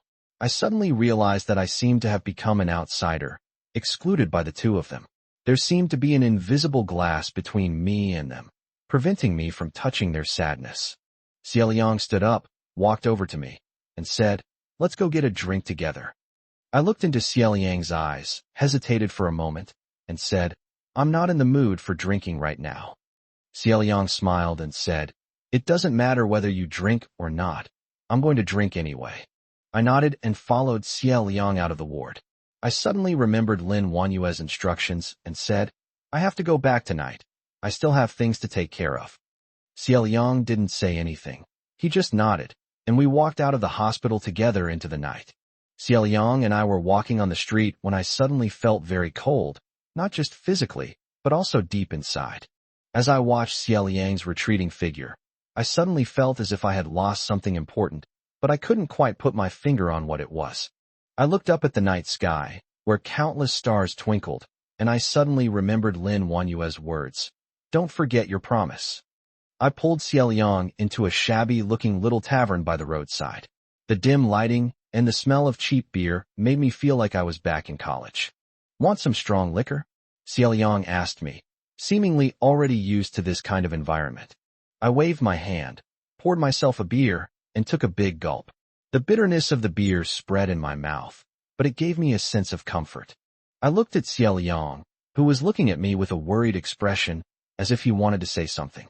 "You guessed right," I said with a wry smile. "I paid a price, but not for myself." Xiaoliang frowned and asked, "What did you promise her?" I picked up my glass, downed it in one gulp, and said, "A child." After I finished speaking, the tavern became so quiet that only the hissing sound of beer foam could be heard.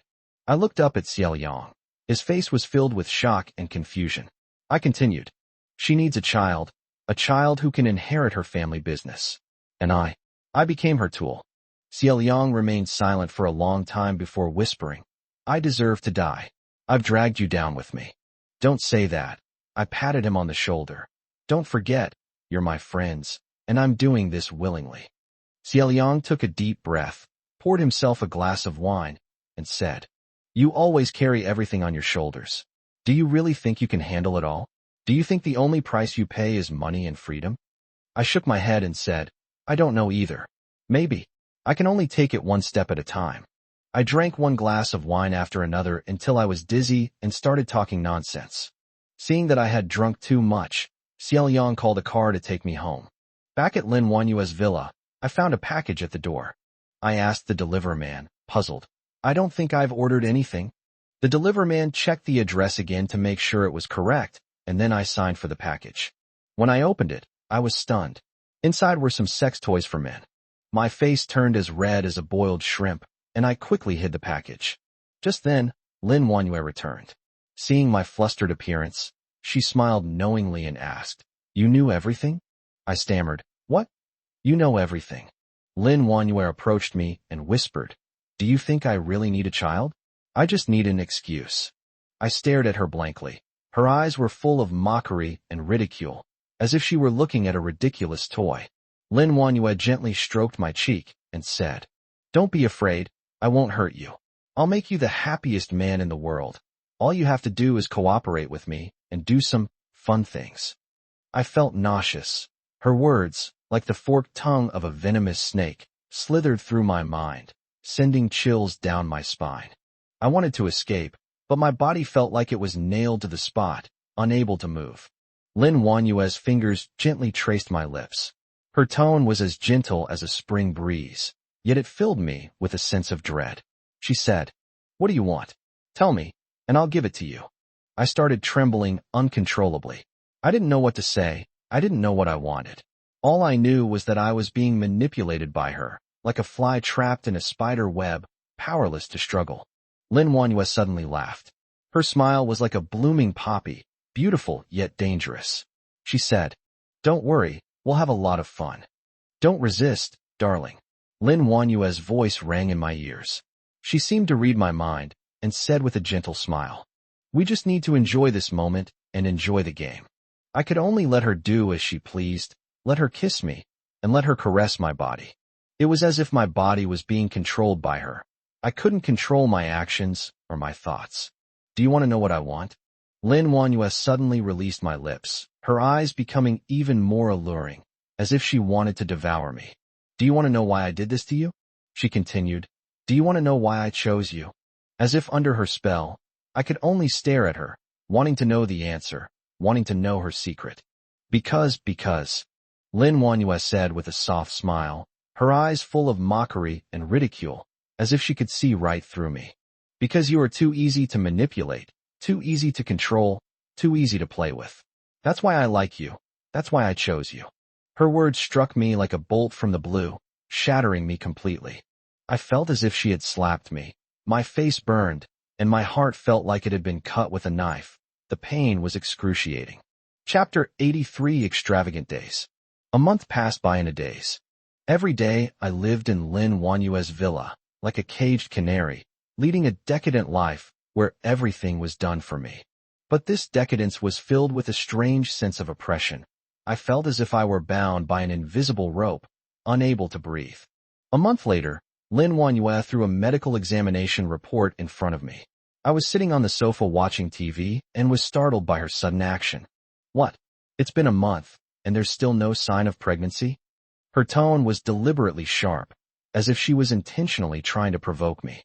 I was taken aback for a moment, then explained guiltily. This might take some time after all." "After all what?"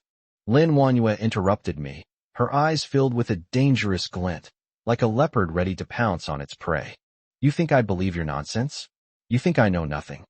I was intimidated by her sharp gaze and stammered. I'm perfectly healthy. The doctor checked me." "Inspect? Who knows if you've secretly done anything wrong?" She sneered, her gaze sweeping over my phone on the sofa armrest, as if trying to glean some clue from it. "You don't think I know nothing, do you? You think you can hide it from me? I know all your dirty little schemes better than you do." My heart sank. This woman was like a venomous snake. She always managed to pinpoint my weaknesses, leaving me speechless. What exactly do you want?" I finally couldn't help but ask. "How about it?" Lin Wanyue's lips curled into a mocking smile, her eyes looking at a worthless toy. Her words were like a bucket of cold water, extinguishing all my hopes. I suddenly realized that from the very beginning, she had been using me, using my feelings for her, and using my love for her. "Are you going to take me to the hospital for a checkup?" I asked, my voice tinged with despair, feeling as if all my strength had been drained from my body, and I slumped onto the sofa. "Certainly." Lin Wanyue spoke calmly, her eyes filled with cold indifference, as if in her eyes I was nothing more than a tool that could be manipulated at will, a pawn that could be discarded at will. She pulled me out the door, and I was like a puppy being led by the nose, with no room for resistance. The results of my andrology exam at the hospital came back, and the doctor said there was nothing wrong with my body. Upon hearing the result, Lin Wanyue's face darkened horribly. She coldly questioned the doctor. "Why haven't I gotten pregnant after all this time? Is there something wrong with me?" The doctor said with difficulty, "This may require further examination." I suggest you go to the gynecology department next door for a detailed examination. Lin Wanyue hesitated for a moment, but finally agreed to the doctor's advice. When the gynecological examination results came out, Lin Wanyue's expression became even more solemn. She gripped the report tightly, her face pale, as if all the color had been drained from her. While comforting Lin Wanyue, the female doctor turned to me sternly and questioned me. Why are you being so irresponsible with your own body? Don't you know that stress can affect a woman's fertility? Why are you putting so much pressure on Ms. Lin? Upon hearing this, I couldn't help but sneer inwardly. I was clearly following her instructions, taking my medicine on time every day, exercising on time, and having sex with her on time. But now it's become my responsibility? I suppressed my anger, feigned a humble and receptive demeanor, and said in a low voice, "I'm sorry, doctor, I'll be careful." Seeing my sincere attitude, the female doctor softened her tone slightly and continued. Ms. Lin is physically healthy, but she may be unable to conceive due to some psychological factors. The female doctor's questioning made me feel nauseous. It was clearly Lin Wanyue who brought this upon herself, but now it's become my responsibility? I suppressed my anger and answered calmly, "Doctor, I will be careful. It's all my fault. I will take good care of Lin Wanyue." "You took good care of her? You took good care of her like this? She can't even get pregnant now. Do you know how much pain she's in?" The female doctor's tone became even harsher, as if she wanted to devour me. I sneered inwardly. Pain? What pain could Lin Wanyue possibly have? She spends every day with different men and frequently goes to bars to drink and dance. How can she show any sign of distress? I really don't know where she gets the nerve to say she's in pain. I suppressed my anger, feigning a humble and receptive demeanor, and nodded repeatedly.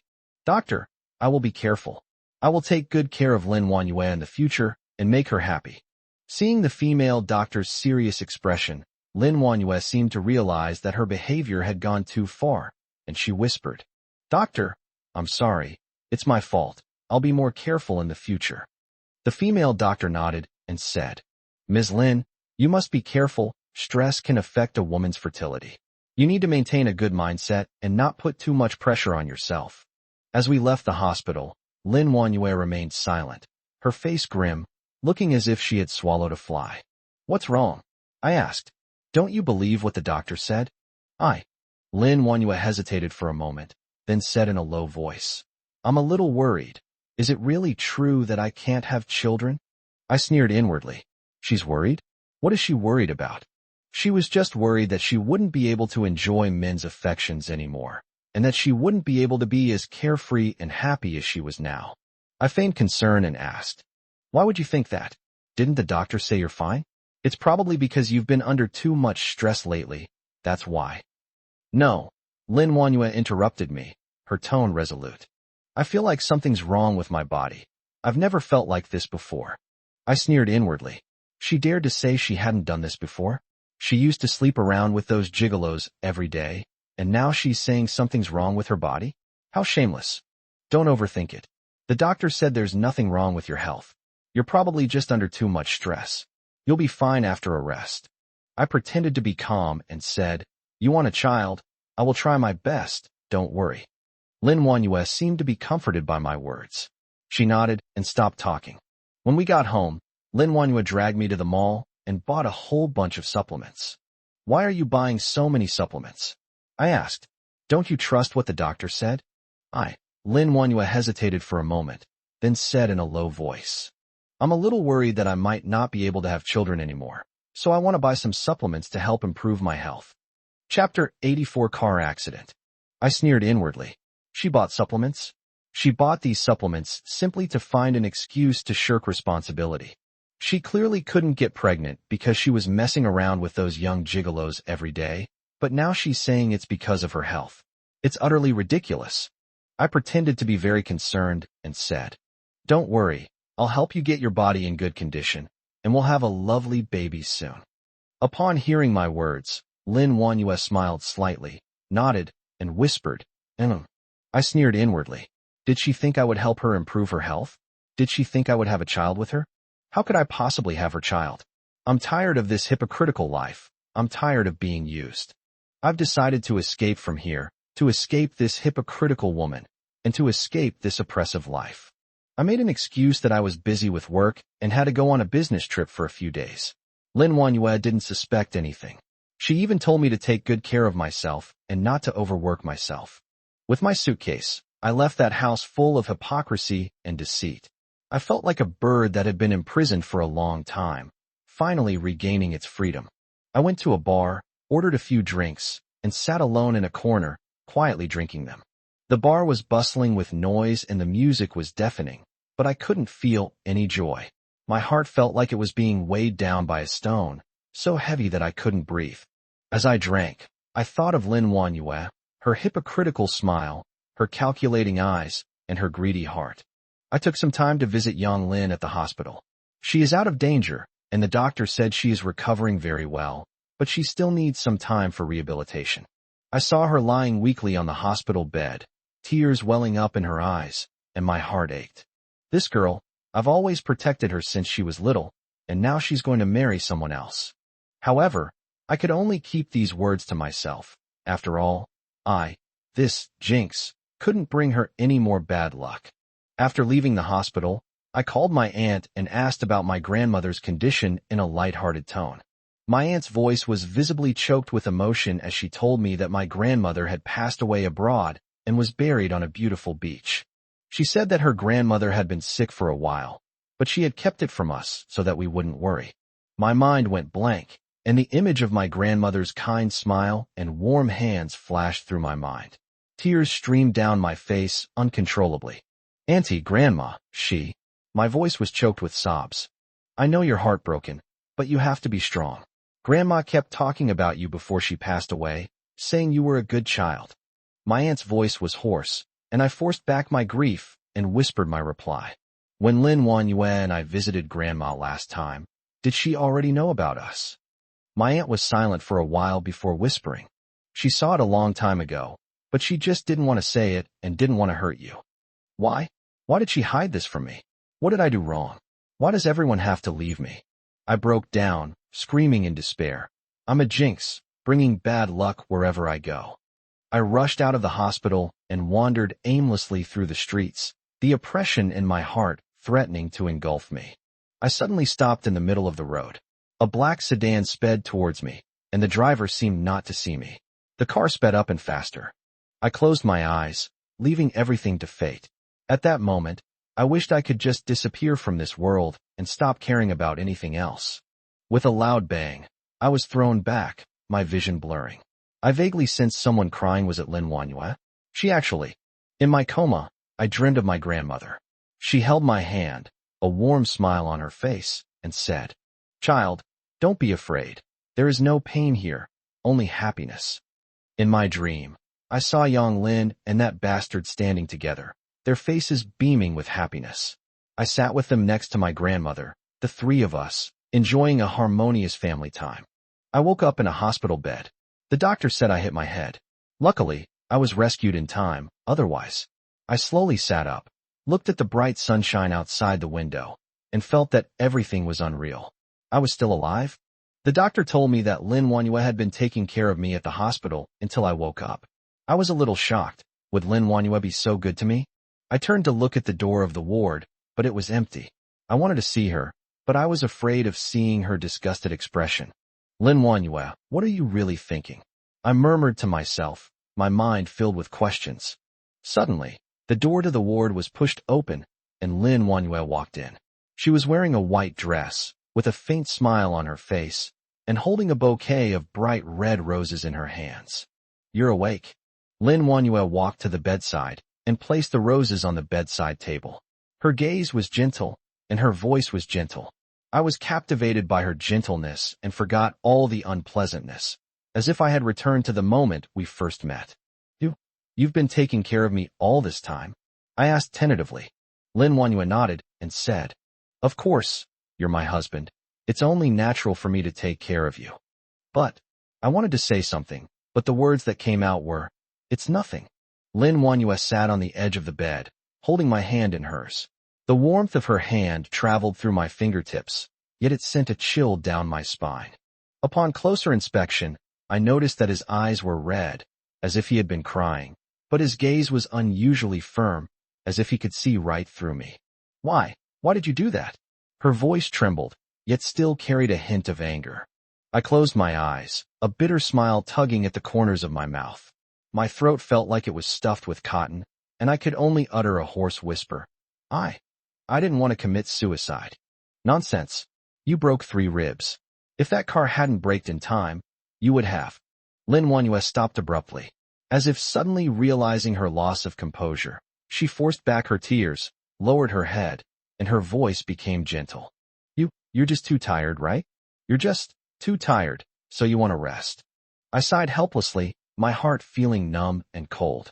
I used to think that Lin Wanyue understood me and loved me, but now it seems that she is just a self-righteous woman who thinks she can control everything and decide my fate. I took a deep breath, wanting to explain, wanting to tell her my true feelings, but my throat felt like it was stuck, and I couldn't say anything. Chapter 85 Victims. Lin Wanyue gently held my hand, as if trying to draw strength from it. Her voice sounded pleading. If you don't want to have children, we can take it slow, but don't hurt me in this way. I suddenly opened my eyes and looked at her face. Her eyes were full of pleading, but also a hint of questioning. I suddenly found it ridiculous. I was the one who was about to die, yet she acted like a victim, questioning me about why I didn't care about her feelings. Hurt you? I scoffed, my voice dripping with sarcasm. Who do you think you are? Do you think your feelings are more important than mine? Lin Wanyue seemed to be provoked by me. She suddenly stood up, her eyes flashing with angry flames. What's wrong with you? Why have you become so cold and heartless? Looking at her, I felt a deep sadness. I once thought she was the light in my life, but now I realized that she was just a passerby in my life, someone who could leave me at any moment. I closed my eyes, not wanting to see her face or hear her voice anymore. I lay in my hospital bed, looking at the gray sky outside the window, feeling utterly desolate. Lin Wanyue stayed by my side the whole time and was very obedient to me, but the forced smile on her face only made me more miserable. The doctor told me that I had given up the will to live and that my life could end at any moment on a ventilator. When Lin Wanyue learned of this news, she went crazy, staying by my bedside all day, constantly saying comforting words, but her eyes were filled with despair. I looked at her, but felt nothing. I felt as if I had entered another world, a world without pain or sorrow, only coldness and emptiness. I watched her cry for me, worry about me, but I couldn't give her any response. I feel like a bird trapped in a cage, struggling helplessly, yet unable to escape the shackles of fate. One day, Lin Wanyue sat by the bed as usual, held my hand, and whispered some comforting words. I closed my eyes, pretending to be asleep, but secretly observed her reaction. She gently stroked my cheek, her eyes filled with sorrow, and whispered, You must get better. You still have to watch the sunset with me. You still have to stay with me, together. Her voice suddenly choked up, and tears slid down her cheeks, dripping onto my hand. I suddenly felt sorry for her, and that she was pitiful and pathetic. She was like a canary trapped in a cage of love, unable to escape forever. I suddenly wanted to do something that would make her happy. Some things could make her feel my love, but my body felt bound, and I couldn't do anything. As I looked at her, I suddenly remembered a long time ago, when we first met. She was still an innocent and carefree girl, her eyes filled with longing for the future. And I was just an ordinary person who was insignificant in her eyes. I once thought I would protect her and stay by her side forever. But now it seems that it was all just my imagination. I'm like a butterfly trapped in a dream, forever unable to touch reality. I closed my eyes, trying hard to remember our past. I wanted to recall her smiling face. I wanted to recall her voice, but my mind was completely blank. But I had already resolved to die. Watching the lines on the ventilator become more stable day by day, I felt as if I could see my life slipping away bit by bit. Lin Wanyue also fell into a long silence. She sat by the bed, holding my hand, but no longer offering me the incessant comforting words she used to. She just looked at me quietly, her eyes filled with sorrow and despair. I closed my eyes, letting her hand caress my palm. I could even feel her body temperature, her heartbeat, her breath, but she seemed like someone from another world, drifting further and further away from me. Until one day, the door to the ward was suddenly pushed open, and a familiar voice entered my ears. "Congratulations, you're finally free." I suddenly opened my eyes and saw Cheng Yinyan, the woman I once thought would be my life partner. She stood in the doorway, a strange smile on her face, but her eyes were full of indifference and mockery. Lin Wanyue seemed to be enraged. She suddenly stood up, pointed at Cheng Yinyan, and shouted, "Get out of here! Are you here to curse him?" Cheng Yinyan seemed not to hear me. She walked step by step to the bedside, looked down at me, and sneered. "Do you think I'll still be as foolish as before and worry about you? Do you think I'll waste my youth like Lin Wanyue did for someone who's about to die?" I looked at her, a surge of inexplicable anger rising within me. I once thought she loved me too. She had once said she wanted to grow old with me. But now, she was mocking me with such cold words. What exactly do you want to say?" I asked with difficulty, my voice hoarse like a broken bellows. Cheng Yinyan leaned down, close to my ear, and whispered, "I'm telling you, you'll never have my love. You're just a loser, a dying man. You have no right to my love." After she finished speaking, she turned and left the ward. Watching her departing figure, I was filled with anger and humiliation. I thought she would come to comfort me, to care about me, but instead she used such cruel words to humiliate me. My heart felt like it was being torn apart. Lin Wanyue looked at me, her eyes filled with worry and heartache. She gently stroked my cheek and whispered, "Don't be angry. She's just jealous of you. She just..." Her words were broken and intermittent, as if she were about to cry. "No, she's not jealous of me. She's just taking revenge on me," I murmured. Chapter 86 Healed.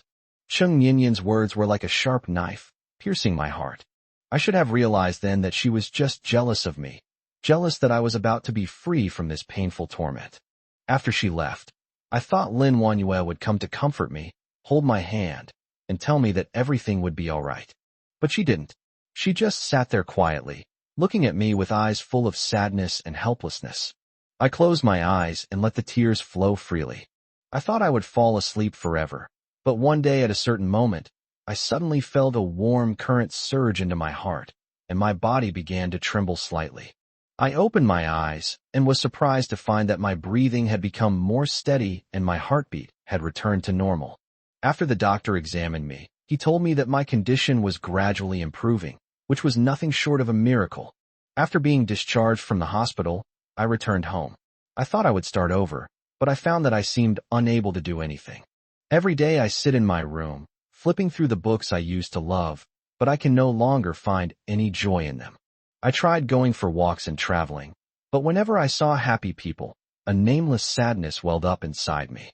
I felt incredibly empty and lost. I didn't know where to go or what to do. All I can do is keep reminiscing about the past, recalling the laughter and tears we once shared. This is probably the realization of someone who has died once. Lin Wanyue has been taking care of me, but I can't feel her love. She acts like a robot every day, routinely taking care of me, but she never speaks to me on her own initiative, and she never shows me any concern like she used to. I looked at her and noticed that she was becoming more and more silent and distant. Her eyes were no longer filled with the tenderness they once held. Instead, they held an indifference and coldness. I watched as her clothes changed from being increasingly plain to increasingly glamorous. She started wearing bright clothes, heavy makeup, and high heels. I always see her grinning at her phone, a smile that's hard to decipher. One day, I saw her on the phone. Her voice was so gentle it was almost dripping with tenderness. She was calling out Ash. I recognized the name immediately. It was Chun Mingxiu, the male colleague she used to have a crush on. I stared at her coldly, a strange anger rising within me. I finally understand that she has been deceiving me all along. She never truly accepted me. "Are you going out?" I asked her coldly. Lin Wanyue hurriedly hung up the phone, an unnatural smile on her face, and said, "Yes, I'm going to an important meeting." I looked at her with a mocking gaze. Her legs were bare, and she was wearing red high heels. Her skirt was so short that it almost revealed her legs. "I'm not going," I said coldly. Lin Wanyue seemed relieved. She thought I couldn't tell, but in reality, I just didn't want to dwell on it anymore. I decided to stop caring about her affairs and stop trying to keep her. I got up, walked to the window, and looked at the sunset outside. My heart was at peace. I suddenly remembered Chung Nyenyen's words. Looking back on what she said back then, I find it laughable. She was just a pitiful woman who kept searching for love but could never find it. I turned around and looked at Lin Wanyue. There was a hint of panic on her face. She seemed to have noticed my change as well. What's wrong with you?" she stammered. I looked at her, a slight, cold smile playing on my lips, and said, "It's nothing. I just think you should go find your Ash. He's the one you really want." Lin Wanyue placed her hand on my shoulder, lowered her head, looked directly into my eyes, and asked, "Are you jealous?" I forced a smile and said, "No, whatever makes you happy." I looked into her eyes. They were empty, but my heart felt like it was being scraped by a knife. I remember when we first got married, I always liked to ask her where she was going and who she was with, and she would always reply impatiently, "Why do you care so much?" Gradually, I stopped asking. I can no longer enter her world, and I'm too lazy to bother anymore. Lin Wanyue seemed to sense my perfunctory attitude, and her tone was somewhat dissatisfied. "Can you please stop talking to me like that?" I looked at her, a slight, sarcastic smile playing on my lips. "What did you say? I didn't hear you clearly." She frowned, as if she wanted to say something, but I didn't want to listen anymore. I turned to go back to my room, but she called out to me again, "Ew, what's wrong? What's wrong?" I turned around and looked at her, my tone eerily calm. "Can't you tell? I'm about to die, and you're asking me what's wrong."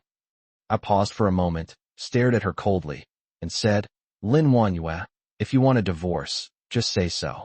Don't resort to these tactics." She paused for a moment, seemingly not expecting me to say such a thing. A look of astonishment appeared on her face, and the smile in her eyes disappeared. What are you saying?" she stammered. I looked directly into her eyes and repeated myself calmly. I said, "If you want to be with Chun Mingxiu, then divorce me. I won't stop you." After I finished speaking, I turned around and went into the room, slamming the door shut. I leaned against the door, took a deep breath, and then slowly slid down to sit on the floor. I closed my eyes and recalled every little thing we did together. All that sweetness has now turned into mockery. The room was dark, with only dim light shining in. I fumbled to open the bedside table where my guitar was. I had smashed it, and the strings were broken. Looking at it, I felt a pang of sadness. I gently stroked the guitar, and the image of Lin Wanyue's smile from her university days floated into my mind. Her smile used to be so bright and beautiful, but now it had become so fake and disgusting. I picked up the guitar and tried to pluck the strings, but found that it could no longer produce any sound. I sighed, put the guitar aside, leaned against the headboard, and closed my eyes. I heard Lin Wanyue's voice outside the door as she left. I opened my eyes weakly and watched her departing figure, a wave of sorrow washing over me. I don't know how much time passed. The phone ringing seemed to come from a very far place, intermittent, pulling me out of my daze. I groped my way up from the ground and realized that my phone had been vibrating in my pocket the whole time. I answered the phone and impatiently said, "Hello." "Hello, are you Mr. Lin? I am an editor from Bianzhong Publishing House, and my surname is Li." Chapter 87 published. The voice on the other end of the phone was that of a young woman, polite and enthusiastic. "Publishing house." I was taken aback, thinking I'd misheard. "You must have the wrong number." "No mistake, Mr. Lin. It's like this. We saw your novel that you previously published on the website." The female voice on the other end of the phone paused, as if confirming something. "Our editorial team greatly admires your work, The Wife's Redemption. We find your writing delicate, your emotions genuine, and it has great market potential. Therefore, we would like to invite you to sign a contract with us and publish your work." I almost choked on my own saliva. Publishing? Why should I, a dying man, be thinking about publishing? Just as I was about to refuse, the woman's voice on the other end of the phone said again, "Mr. Lin, we have great confidence in your work and are willing to offer you very favorable terms. When would be a convenient time for you to meet and discuss this further?" I hesitated for a moment, and then a thought suddenly flashed through my mind. If my novel gets published, will I be able to make money? If I can make money, will I be able to? Mr. Lin? Mr. Lin, are you still listening? The voice on the other end of the phone pulled me back to reality. "Oh, I'm here.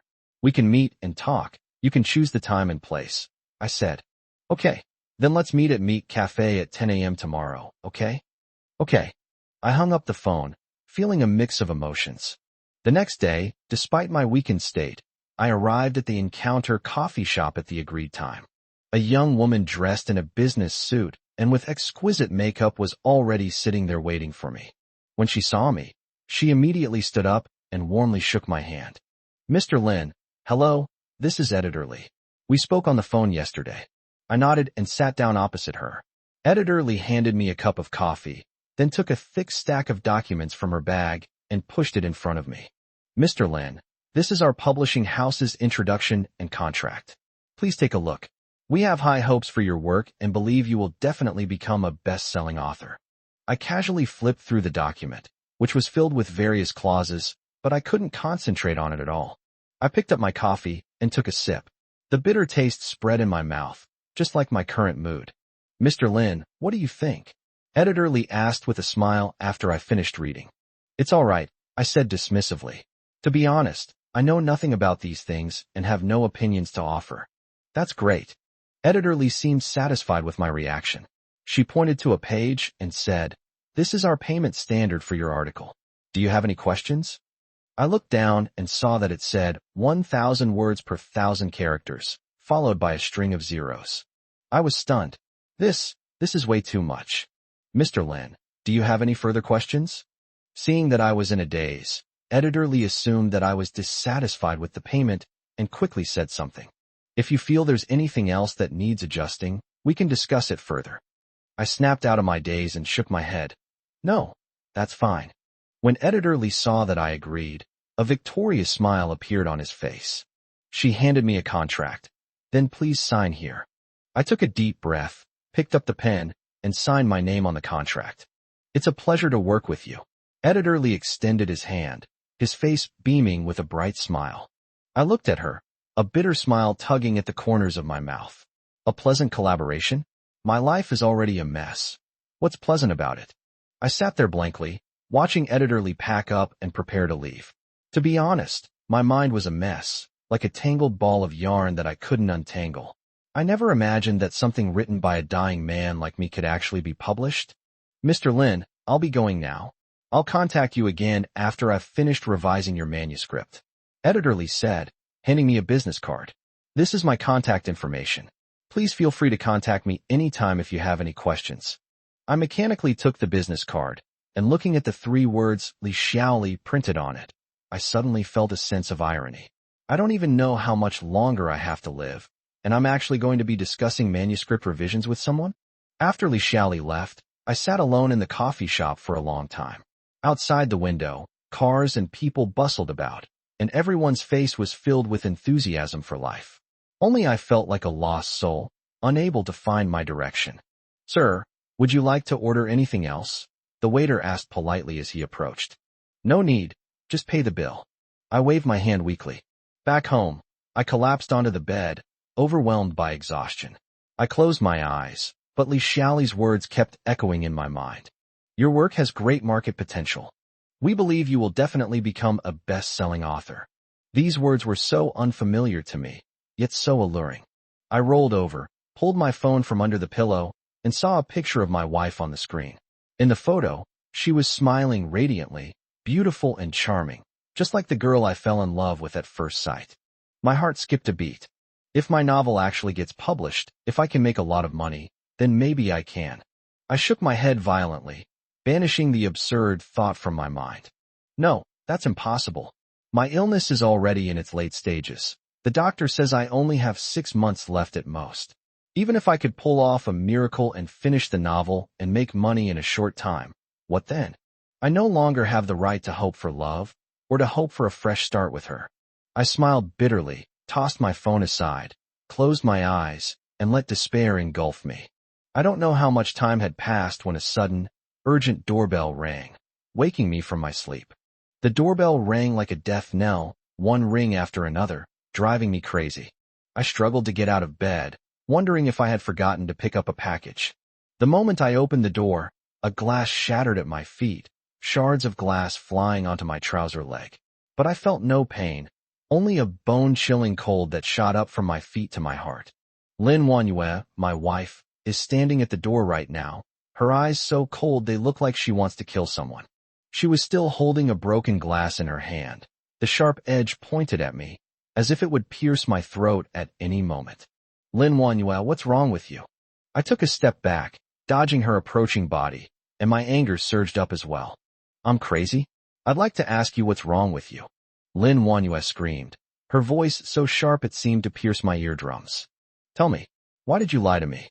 Why did you go to see other women behind my back? What nonsense are you talking about? I frowned, my mind filled with questions. I'm talking nonsense. Lin Wanyue sneered, pulled a stack of photos from her bag, and threw them at my face. Look for yourself. Chapter 88 Twisted. The photos were scattered all over the floor. Each one depicted a scene of me and Editor Lee talking in a coffee shop, taken from different angles and at different times. The only thing they had in common was that the distance between us was terrifyingly close. My heart felt like it was being gripped tightly by an invisible hand, making it hard to breathe. Speak up. Are you mute? Seeing that I didn't speak, Lin Wanyue became even angrier. She suddenly rushed forward and grabbed my collar. Weren't you very talkative? Why are you silent now? Lin Wanyue, calm down. I grabbed her wrist, trying to push her away, but she acted like a mad woman, with astonishing strength. I can't calm down. Lin Wanyue roared, tears mixing with her makeup, leaving 2 shocking streaks on her face. Do you know how many places I've searched for you? Do you know how worried I was about you? You're worried about me? You've been stalking me. I stared at her in disbelief, my eyes filled with hurt and anger. Lin Wanyue, is this what you meant by worrying? Lin Wanyue's voice weakened, but quickly became firm again. I'm only thinking about your safety. Have you forgotten about your car accident? If it weren't for me, would you still be standing here? So you stalked me? Monitored me? Treated me like your personal property? I flung her hand away, utterly disheartened. Lin Wanyue, think what you want. What do you mean? Lin Wanyue was enraged by my cold attitude. She pounced on me and grabbed my neck tightly with both hands, her nails digging deep into my flesh. Speak. Who is that woman? What is your relationship with her? I was being choked so hard I could hardly breathe, my vision blurred, and all I could hear was her furious roar. Say something. Why won't you speak? Are you having an affair with her? Have you fallen in love with her? I struggled to breathe, looking at the woman in front of me who had lost her mind, and suddenly felt completely unfamiliar with her. The rose slipped from her hand, its bright red color stinging my eyes. The contract hidden in her sleeve also fell out, standing out starkly against the mess. With my last ounce of strength, I managed to speak. Lin Wanyue. Calm down. Let me explain. Explain? What's there to explain? Lin Wanyue screamed hysterically. You've already been with her. Her words abruptly stopped, and her gaze fell on the floor behind me, where a contract lay quietly, proof of my novel-writing contract. I put it in my sleeve and forgot to take it out. But now it has fallen out. I clutched my neck and coughed violently, my throat filled with the taste of blood. Lin Wanyue deflated like a punctured balloon, collapsing weakly to the ground, staring blankly at the contract behind me. With trembling hands, she picked up the contract, handed it to me, and asked in a hoarse voice, as if it had been sanded, "What is this?" I glanced at it, but didn't say anything. Explanation? What else is there to explain? Explain why I was still discussing work with a female editor late at night. Explain why this damn contract is in my sleeve. Speak up. Are you mute? Lin Wanyue suddenly stood up, threw the contract in my face, and tears streamed down her face. Do you remember what day it is today? Of course I remember. Today is our 3rd wedding anniversary. What an ironic day. On this day last year, I carefully prepared a room full of roses and a candlelight dinner, eagerly anticipating a romantic evening with her. And what was the result? I waited until late at night, but all I saw was her back as she and Chen Xiuming walked into the hotel together. That night, I wandered the streets like a stray dog, my heart aching as if it were being torn apart alive. Countless times I wanted to rush up to her and confront her, to ask her why she treated me this way, but in the end I chose to run away. I thought I could pretend nothing had happened. I thought I could pretend we were still as loving as before, but I couldn't fool myself. and I couldn't fool her either. Lin Wanyue, stop messing around, okay? I still have work to do. I closed my eyes wearily, not wanting to argue with her anymore. Work? Is work more important than me? Lin Wanyue roared hysterically. Do you know what I gave up for you? Do you know what I? Enough! I snapped my eyes open, interrupting her. Stop talking, I don't want to hear it. Why? Why won't you let me speak? Lin Wanyue seemed to have been greatly stimulated, and her emotions became even more agitated. Do you find me annoying? Haven't you been wanting to all along? Yes. I roared, stood up from the sofa, and looked down at her. I'm fed up. I'm fed up with your constant suspicion. I'm fed up with your endless stalking and surveillance. I'm fed up with this damn marriage. Lin Wanyue was stunned. She looked at me in disbelief, tears streaming down her face. What did you say? Her voice trembled, as if she was about to collapse at any moment. Looking at her tear-streaked face, I suddenly felt an indescribable sense of irritation. She betrayed our relationship first, yet she's now acting like a victim. It's utterly ridiculous. But I held back, forced a smile, and pretended to be relaxed. Lin Wanyue, stop making a scene. Let's both calm down. I just don't want to put you in a difficult position. You know you deserve better. I deliberately avoided her gaze, refusing to look into her eyes filled with hurt and disbelief. I know that she has feelings for more than just me. Perhaps from the very beginning, I was just a safe haven for her, not a destination for love. Difficult. Lin Wanyue's tone was sharp and grating, as if she had heard the biggest joke in the world. You actually said I'm in a difficult position? I remained silent, not saying a word, just quietly watching her, my eyes revealing a hint of weariness and indifference. Lin Wanyue suddenly fell silent, staring intently at me with a complex and unreadable expression. Sometimes, I really think you're cruel. I sneered inwardly. Cruel? Who's truly cruel? I poured my heart out to her, only to be met with betrayal and deception. Now she accuses me of cruelty. What a ridiculous joke. Think what you want. I turned away, not wanting to argue with her anymore. Lin Wanyue eventually left, slamming the door behind her, leaving me alone in the empty room.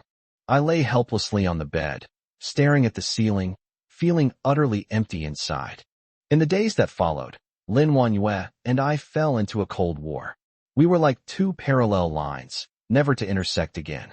Every day when I returned home, I was greeted only by endless silence and oppression. I began to devote all my time to writing. Only when I was typing could I briefly forget the pain and troubles of reality. Ring, ring. My phone suddenly rang. I picked it up and saw it was Editor Lee calling. Chapter 89 Press Conference. Hello, Editor Lee, what's up? Mr. Lin, your book is selling like hotcakes. Editor Lee's voice was filled with disbelief and excitement, but I just smiled faintly and said, really? To be honest, I wasn't too surprised. This book is filled with all my emotions. It's like a mirror, reflecting every detail of my failed marriage. Mr. Lin, when would be a good time for you? We'd like to host a book signing for you. What do you think? Editor Lee asked cautiously. A book signing? I was taken aback for a moment, then laughed self-deprecatingly. I never thought that after studying design for so many years, I would become famous unexpectedly because of a novel. It's really a twist of fate. After thinking about it for a while, I finally accepted Editor Lee's invitation. So be it, a book signing. I'll just treat it as a way to put an end to this failed marriage, I thought to myself with a self-deprecating smile. The next day, I got up very early. It's funny, but I haven't gotten up this early in a long time since I married Lin Wanyue. I've gotten used to going to bed late and waking up late, used to facing an empty room alone in the dead of night, used to being surrounded by loneliness and solitude. Before leaving home, I inexplicably decided to visit Yonglin. Yonglin is one of my few close friends. When I arrived at Yonglin's building, I learned from her neighbors that Yonglin and her husband had gone on a trip abroad last week. That brat, she ran off without a word, without even telling me to take her with her. I smiled helplessly, but a sense of indescribable disappointment welled up inside me. It turns out that, without realizing it, everyone around me had gone far away, leaving only Lin Wanyue.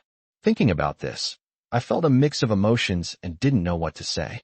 I took a deep breath, mustered my strength, and drove to the book signing event. As soon as I got off the bus, I was stunned by the sight before me. The place was packed with people, so crowded that it was impossible to move. Readers had come everywhere to attend the book signing. The long queue stretched from the mall entrance all the way to the street and seemed to go on forever. Is this really my autograph session?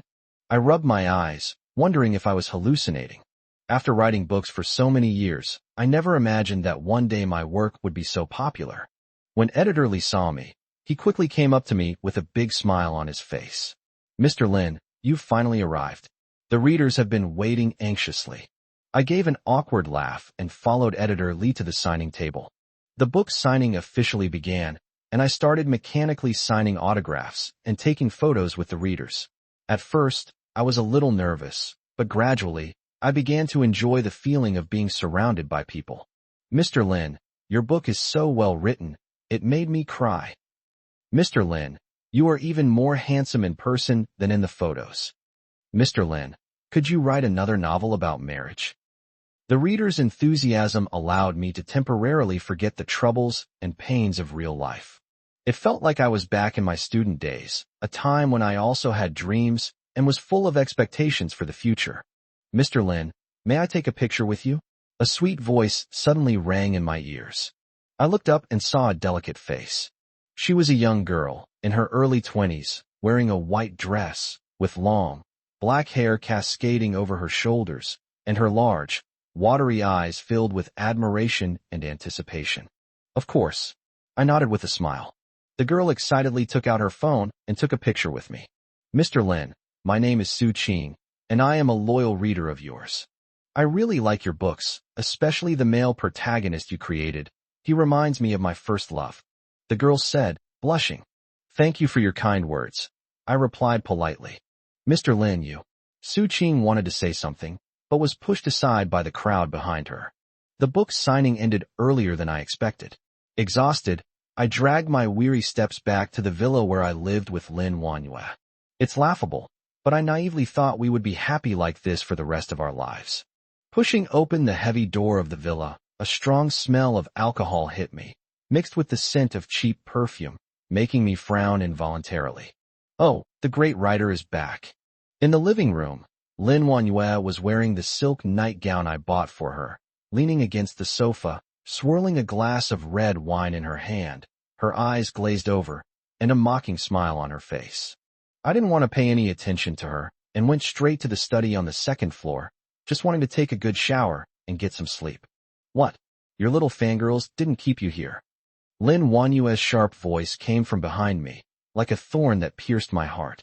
I stopped, turned around, and looked at her coldly. "Lin Wanhua, what exactly do you want to say?" "What do I want to say? I want to say you're a hypocrite." Lin Wanhua suddenly stood up and smashed the wine glass in her hand on the ground, splashing the scarlet liquid all over me. "You flirt with those women outside, putting on a loving act, but when you come home you're cold to me. What do you take me for? When did I ever flirt with other women?" I was enraged by her inexplicable accusation. "Lin Wanhua, you need evidence to support your claims." "Evidence? You want evidence, is that it?" Lin Wanhua suddenly sneered, picked up her phone from the coffee table, pulled out a photo, and threw it in front of me. "Take a look for yourself. What is this?" I looked down and saw that the man in the photo was indeed me, and next to me stood a young and beautiful girl, affectionately holding my arm. "This is a reader from the book signing event. I just took a picture with her," I explained. "A photo together? You're kidding me." Lin Wanhua screamed hysterically. "You think I don't know? She's the prototype for your novel, that woman named Su Qing." My heart sank. I never expected that Lin Wanhua would know about Su Qing's existence. "Lin Wanhua, calm down. Things aren't what you think." "Not what I think. Then what is it like? You dare say you have absolutely no feelings for her?" Lin Wanhua pressed closer, her eyes filled with resentment and despair.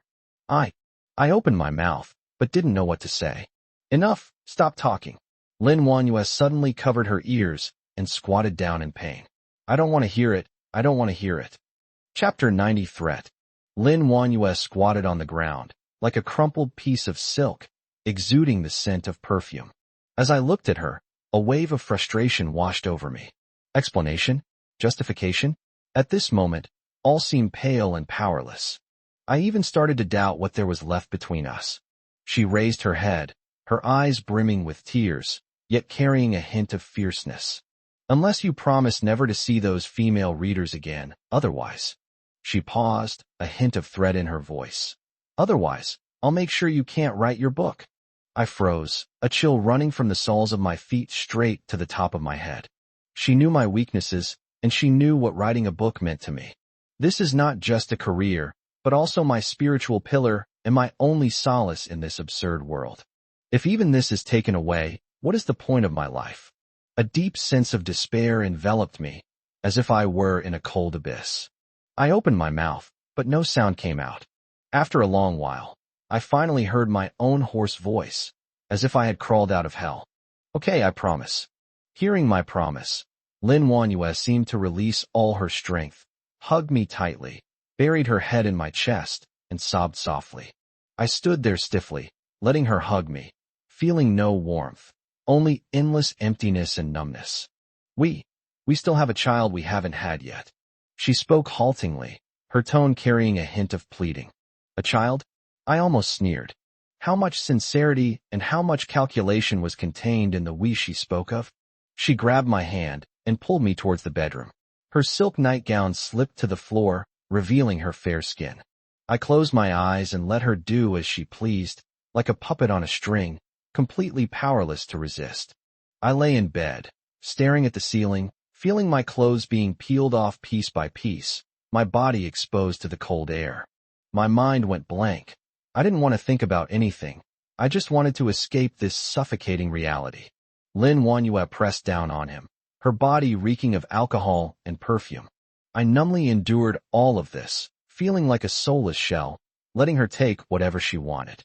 When I woke up, the room was a mess, as if it had been through a storm. Lin Wanyue is no longer here. Only a glass of warm water and 2 white pills on the bedside table silently remind us of everything that happened last night. I closed my eyes and sighed helplessly. Lin Wanyue acted as if nothing had happened, going to work and leaving get off work as usual, and even more gentle and considerate than before. She would prepare breakfast for me when I woke up, iron my shirts, and pour me a glass of milk before bed. If it weren't for last night's farce, I would have almost been deceived by her pretense. That day, I was writing in my study when Chun Mingxiu suddenly arrived. This guy hasn't shown up in front of me for a long time. Hey, great writer, still making up stories. As soon as he entered, he spoke in a sarcastic tone, his eyes filled with undisguised mockery and schadenfreude. I put down my pen and looked at him coldly. What are you doing here? Chun Mingxiu sat swaggering on the sofa, legs crossed, his smug expression making me want to punch his greasy face. I've come to see you, to see when you're finally going to get a divorce. As he spoke, he took out a pack of cigarettes from his pocket, lit one, and began to puff away. What? You really want me to get a divorce? I asked back. Of course, you should have left long ago. What good is it for Lin Wanyue to stay with you? Look at yourself, so poor and pathetic. Besides writing a few pretentious, cliched lines, what else can you do? Chun Mingxiu exhaled a smoke ring, his face full of disdain. I suppressed my anger and said coldly, Chun Mingxiu, let me tell you, what happens between Lin Wanyue and me is none of your business. If you're so bored, go find something worthwhile to do and stop wasting your time on me. Chun Mingxiu, you've got it wrong. It's not that I don't want a divorce, it's that she refuses to. I stared at him, my tone icy, as if stating a given fact. If you don't believe me, go ask him yourself. Chun Mingxiu chuckled, flicked his cigarette ash, and his face looked even more greasy and lewd in the swirling smoke. Oh, Lin, the great writer, your storytelling skills have improved quite a bit. You're full of sweet talk. What, trying to make a fool of me? I was too lazy to waste words with him and was about to tell him to leave when my phone suddenly rang. The words Lin Wanyue flashed on the screen. I glanced at Chun Mingxiu, and an idea suddenly popped into my head. I pressed the speakerphone button. Lin phone, what are you doing? Lin Wanyue's gentle voice came from the phone, forming a stark contrast with Chun Mingxiu's sharp and sarcastic tone. I deliberately acted nonchalant, sprawled out on the sofa, and said lazily, what else can I do but lie down? My gaze met Chun Mingxiu's in midair, and I saw the mockery and disdain in his eyes. I curled the corners of my lips into a cold smile, then said into the phone, Manhwa, I need to tell you something. What if someone forces me to divorce you? There was a few seconds of silence on the other end of the phone.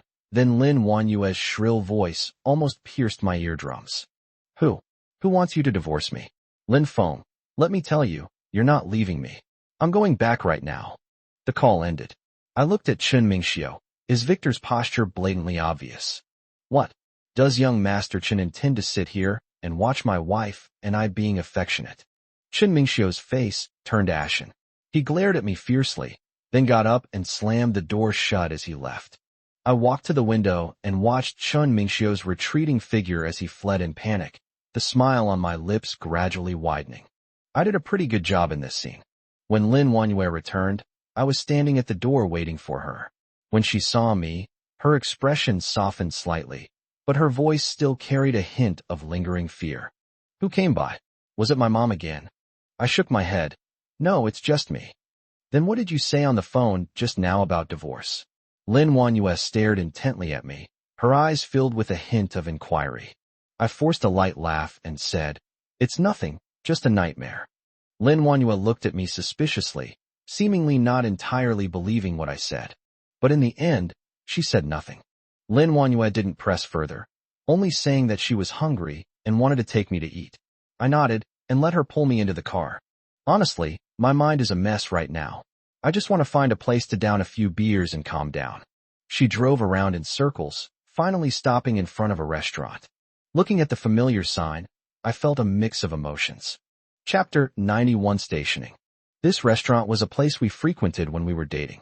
Back then, we were poor students, and having a meal here was considered a treat. Why did you think of bringing me here? I asked her, a hint of self-deprecation in my voice. What?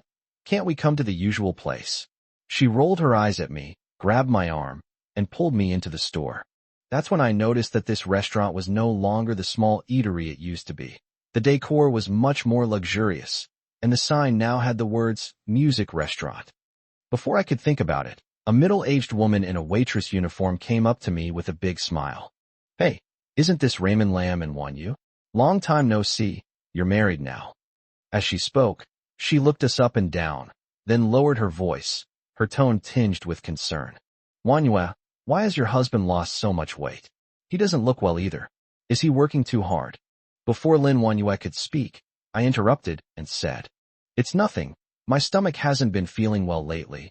It's an old problem. Oh dear, you must take care of yourself, the waitress said with a worried expression before taking the menu and turning to leave.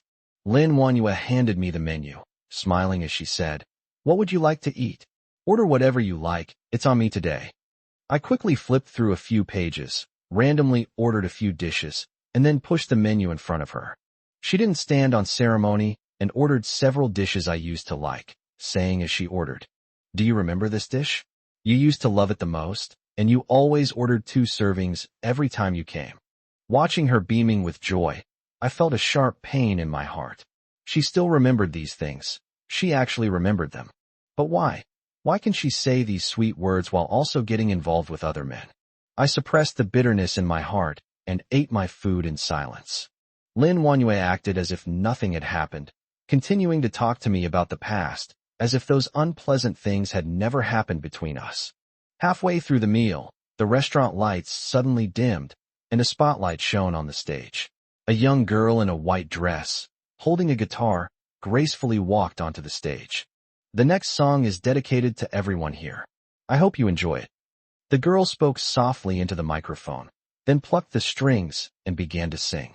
Her voice was clear and ethereal, like a clear spring flowing gently into my heart. Looking at her youthful face, I suddenly thought of Lin Wanyue from many years ago. Back then, she was just like that, full of energy and hope for the future. We once had beautiful dreams, and we once thought we would be together forever. But now, everything has changed. My vision gradually blurred, and the girl in front of me gradually overlapped with Lin Wanyue from many years ago. I felt as if I could see that girl in the white dress singing her heart out on stage again, and I was sitting in the audience, watching her quietly, my eyes and heart filled with happiness and love. What's wrong? Lin Wanyue's voice pulled me back from my reverie. I turned to look at her and saw her staring at me. I shook my head, forcing back the tears welling up in my eyes, and said in a light-hearted tone, "It's okay. This song is quite nice. Why are you staring at that girl? Do you like her? Do you want me to give her your contact information?" Lin Wanyue covered her mouth, feigning coquettishness as she spoke, but a hint of coldness was barely perceptible in the corner of her eyes. I sneered inwardly. Her ability to change her expression was truly masterful. In the past, I would have eagerly explained, and might even have pretended to be disgusted to prove my innocence. "TCH, what kind of taste do you have? She's not even half as good-looking as you." But now, I'm too lazy to explain, and I don't want to explain. Why aren't you saying anything? Did I hit the nail on the head? Lin Wanyue thought I was guilty when she didn't speak, and her tone became even more sarcastic. I put down my chopsticks, picked up a tissue from the table to wipe my mouth, and said casually, "I want to go up and sing." "Sing?" Lin Wanyue was taken aback, seemingly not expecting me to say that. "You? What songs can you sing? Just because you can't sing doesn't mean you can't sing?" I retorted, my tone slightly provocative.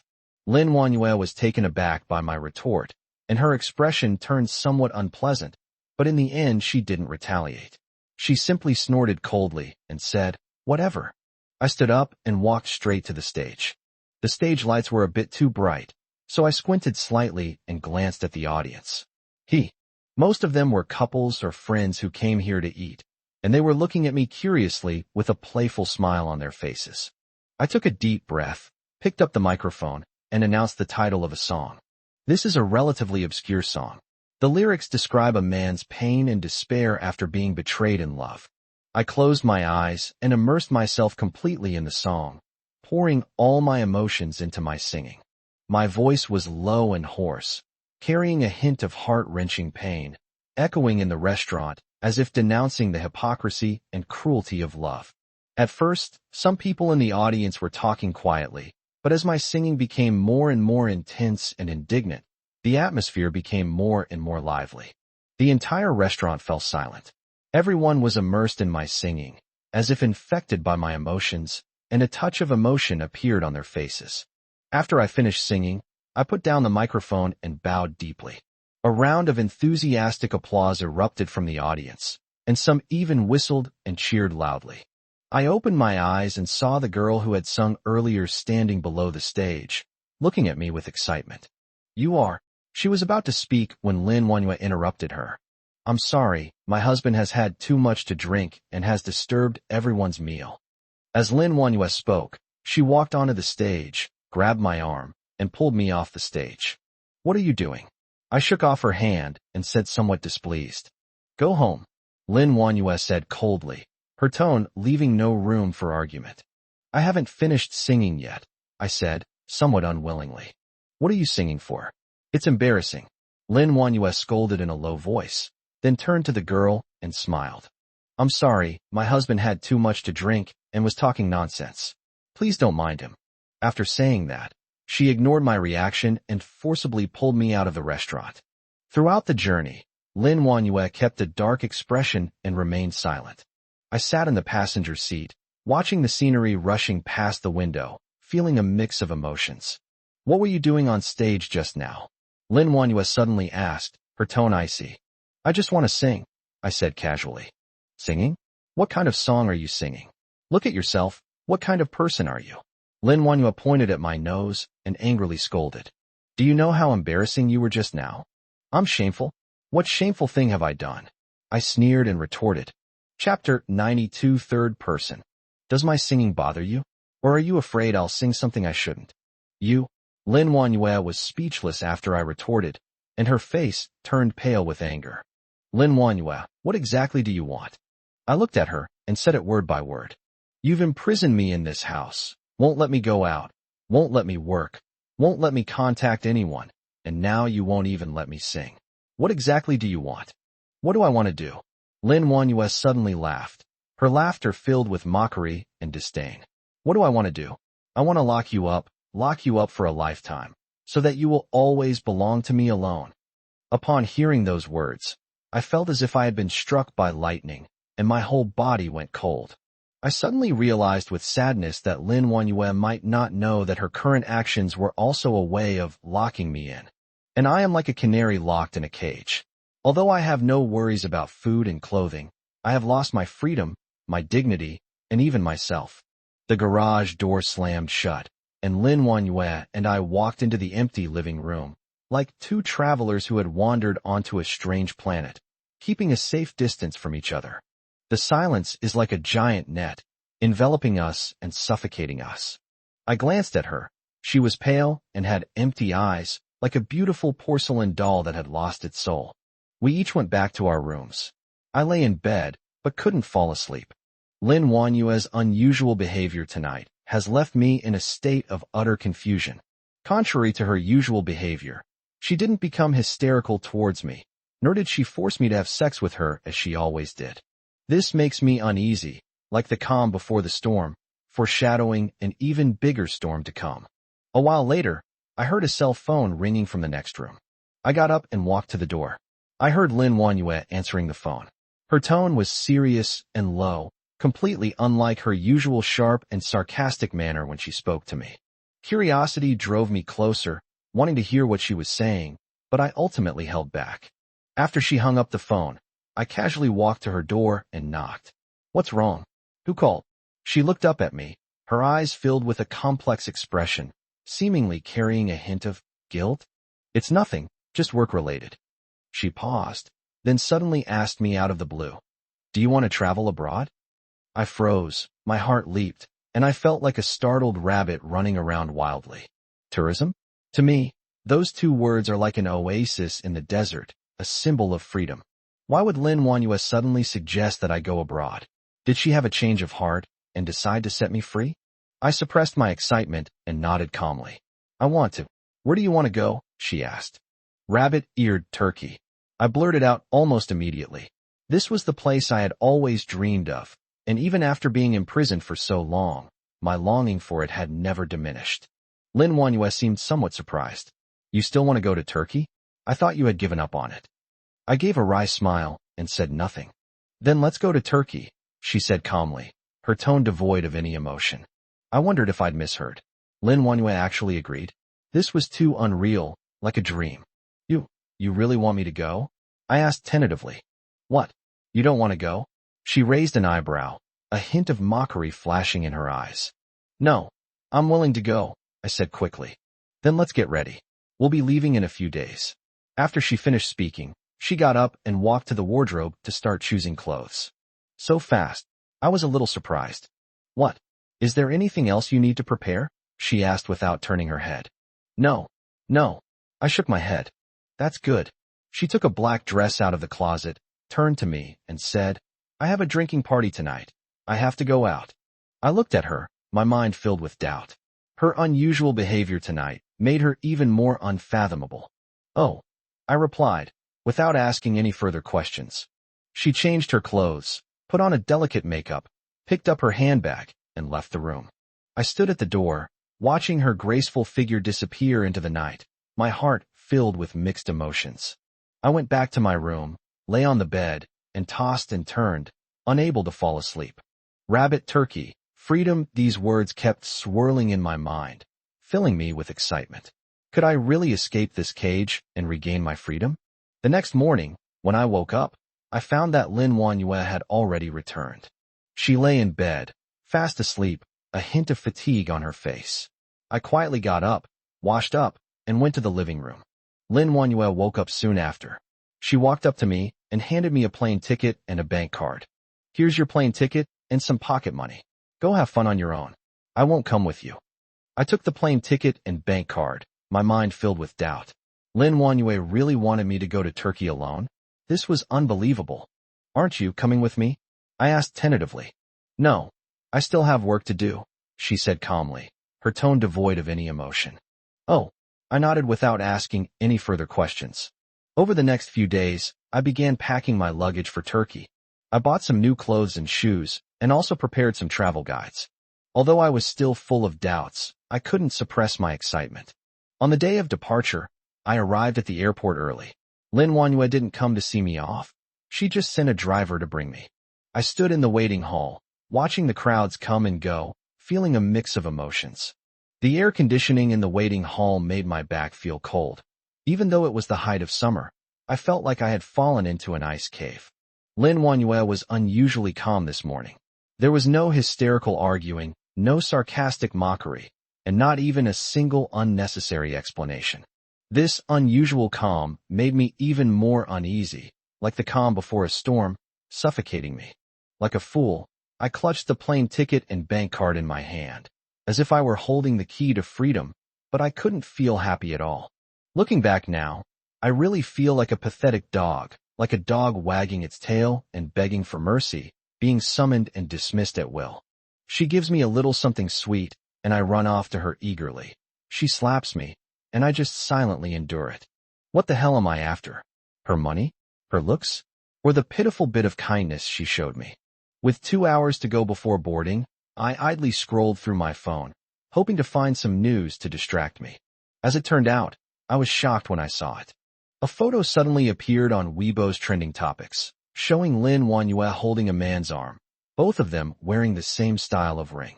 I recognized the man at a glance. It was Dr. Liu, the doctor who treated young Lin before. Chapter 93 Rabbit Ears. In the photo, Lin Wanyue smiles radiantly, nestled beside Dr. Liu, looking like a little bird seeking shelter. I suddenly understood why Lin Wanyue had suddenly asked me to go to Rabbit Ears, why she had given me a plane ticket and a bank card, and why she had acted so calmly. It turns out she sent me away so she could be with Dr. Liu. A sour liquid welled up in my throat, and I felt as if my heart was being tightly gripped by an invisible hand, making it difficult to breathe. I suddenly felt like laughing at my own foolishness, laughing at my own wishful thinking. I thought she still cared about me even a little bit. Even if it was hatred, it would at least prove that I still had a place in her heart. But I was wrong. She didn't care about me at all. She couldn't wait for me to leave so she could run away with her new lover. I gripped my phone tightly, my knuckles turning white, my nails digging deep into my flesh, yet I felt no pain whatsoever. I really wanted to rush back and confront her, asking why she did this to me. Why did you lie to me?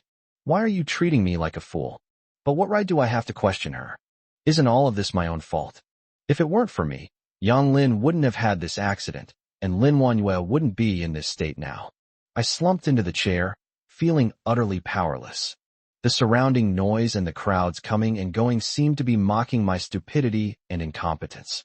I felt like an orphan abandoned by the world, lost and helpless, not knowing where to go or what to do. Just then, my phone rang. It was Yang Lin calling. I hesitated for a moment, but then answered the phone. Hello. My voice was incredibly hoarse. Where are you? Yang Lin's voice sounded anxious. The airport, I replied weakly. Airport? Where are you going? Rabbit Ears wonder. Rabbit Ears. You went with Lin Wanyue. Yang Lin's voice trembled slightly, and I could even imagine her biting her lip and frowning. She dumped me and ran off with that pretty boy doctor. What the hell am I supposed to do at Rabbit Ears? I laughed self-deprecatingly, a bitter taste spreading in my mouth. There was a few seconds of silence on the other end of the phone, and then Yang Lin said cautiously, my boyfriend, and I also came to Rabbit Ears. If you don't mind, we can meet up. I was stunned for a moment, not expecting Yang Lin to say that. To be honest, I have mixed feelings right now. On the one hand, I don't want to see her. After all, Yang Lin's appearance was the fuse that ignited the tragedy in my life. On the other hand, I long to see her. In this foreign country, I need someone to confide in. Even if it's just someone silently keeping me company, it's better than being all alone. Where shall we meet? I finally agreed. Let's talk about it when we get to the airport. What's your flight number? After hanging up the phone, I took a deep breath and dragged my heavy suitcase toward the boarding gate. Looking back at the familiar city, I suddenly felt an urge to escape, yet it was also mixed with a deep sense of attachment. I felt like a wild beast being chased by a hunter, fleeing a familiar forest, unaware of what awaited me ahead. On the plane, I closed my eyes, and my mind flashed back to all the moments I shared with Lin Wanyue, like a movie playing in my head. From initial sweetness to later arguments, and finally a complete breakup. It's like a melodramatic love story, full of laughter, tears, and regrets. I once thought that Lin Wanyue was the soulmate of my life, the only person I could rely on. I am willing to give everything for her, even if it means giving up my dignity. However, reality slapped me hard in the face, making me realize that my so-called love was just a joke, a self-deceiving lie. When the plane landed at Istanbul airport, the exotic scenery that greeted me did not excite me. Instead, it intensified my sense of loneliness. I feel like a traveler lost in the desert, unable to find my way or my home. I suddenly longed for someone to be with me. Even just sitting quietly without saying a word would give me a sense of comfort. My thoughts began to wander. One moment I thought of Chung Yin, the girl who once loved me deeply, and the next I thought of Lin Wanyue, the woman who once haunted my dreams. I'm so damn greedy. I didn't know how to cherish what I had, and now I regret it so much. I'm like a child picking dates in an orchard. When I see the biggest date, I try my best to climb it, but I ignore the fruits that are within easy reach around me. When they reached the top, they discovered that the biggest dates had already been picked by someone else, and they themselves had fallen and were covered in bruises because they had climbed too high. Just as I was lost in thought, I suddenly felt someone tap me on the shoulder. I turned around abruptly and saw a familiar figure standing behind me, holding 2 cups of coffee in his hand and wearing a warm smile on his face. "Long time no see," Chung Yin said softly. I froze, as if someone had struck my pressure point, standing motionless in place, my mind completely blank. I thought I was hallucinating, so I rubbed my eyes hard and looked at the person in front of me again. It really was Chung Yin. She was wearing a white dress, her hair was casually draped over her shoulders, and she had light makeup on her face. She looked more mature and charming than before. "How did you get here?" I finally found my voice, but it sounded a little hoarse. Chung Yin smiled and handed me a cup of coffee. "I'm here on vacation. I didn't expect to run into you here." I took the coffee, mechanically took a sip, and felt it was somewhat bitter, yet also had a hint of sweetness. I looked up into Chung Yin's eyes, trying to find the answer in her gaze, yet I dared not look directly into her eyes. Did you come alone?" I asked a stupid question. Chung Yin shook her head and pointed to a man not far away. "I came with him." I looked in the direction she was pointing and saw a tall, handsome man standing there, holding a suitcase, smiling at us. My heart sank, and a sour liquid welled up in my throat. I felt like an abandoned clown, performing a ridiculous act on stage, but no one applauded or cheered for me. He's your boyfriend?" I tried hard to control my emotions and keep my voice from trembling. Chapter 94: Yin Yin's Boyfriend. Chung Yin's answer made my heart clench, as if I had been punched hard. I smiled, feigning composure, and said, "Oh, that's good. You look very happy." Chung Yin smiled, but didn't say anything, only turning her gaze to the man. The man walked over, naturally put his arm around Chung Yin's shoulder, and said in broken Chinese, "Hello, my name is Alex, and I'm Yin Yin's boyfriend." I shook hands with him politely, but my heart was filled with mixed feelings. Alex is indeed very handsome, with deep-set features and a tall stature. Standing next to Chung Yin, they are simply a perfect couple. What surprised me even more was that Alex's temperament was somewhat similar to mine. We were both the type who were taciturn yet very insightful. "Let's go eat together, it's on me," Chung Yin invited warmly. I wanted to refuse, but seeing her expectant eyes, I felt bad about spoiling her fun, so I had no choice but to agree. We found a Turkish restaurant and ordered several local specialties. During the meal, I tried to act naturally, but I still felt very uncomfortable. Alex was quite talkative. He told us that he was an architect and that he had come to Istanbul to attend a design seminar. "I met Yin at a seminar," Alex said with a smile. "She is very interested in architectural design, and we have a lot in common." Chung Yin added with a smile, "Alex's designs are very creative, and I admire his talent." As I watched them chat, one after another, I felt a mix of emotions, unable to describe the feeling. On the one hand, I was genuinely happy for Chung Yin, who had finally found her happiness. On the other hand, I felt a void in my heart, as if I had lost something important. Before, Chung Yin always revolved around me, but now, there is no place for me in her world. "By the way, I saw your book in a bookstore in London a while ago." Chung Yin suddenly turned to me, and said excitedly, "I didn't expect your book to be so popular abroad." I was taken aback for a moment, then smiled wryly and said, "Really? I thought my book was only somewhat famous in China." "How could that be? Your book is so well written and has touched so many people," Cheng Yinyan said earnestly. "I saw your book in the bookstore and I was so moved that I almost cried." I took a sip of my drink to hide my embarrassment. Honestly, I don't want to talk about my book in front of Cheng Yinyan and her boyfriend. It would make me feel like a show-off. "Alex also really likes your book," Cheng Yinyan continued. "He said your writing is very delicate and very moving."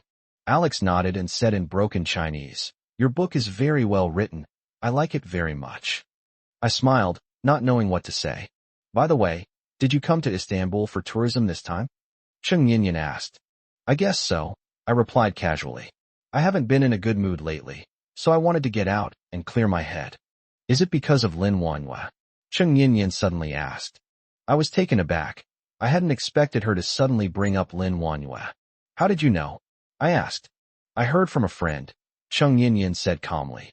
"You and her had a fight?" I nodded without saying anything. "Actually, I knew you would do this a long time ago," Cheng Yinyan said calmly. I looked up and stared at her in surprise. "Why?" I asked.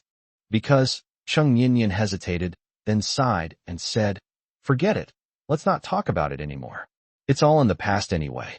"What exactly are you trying to say?" I pressed. "What I want to say is," Cheng Yinyan looked into my eyes and said, word by word, "You have never truly understood women."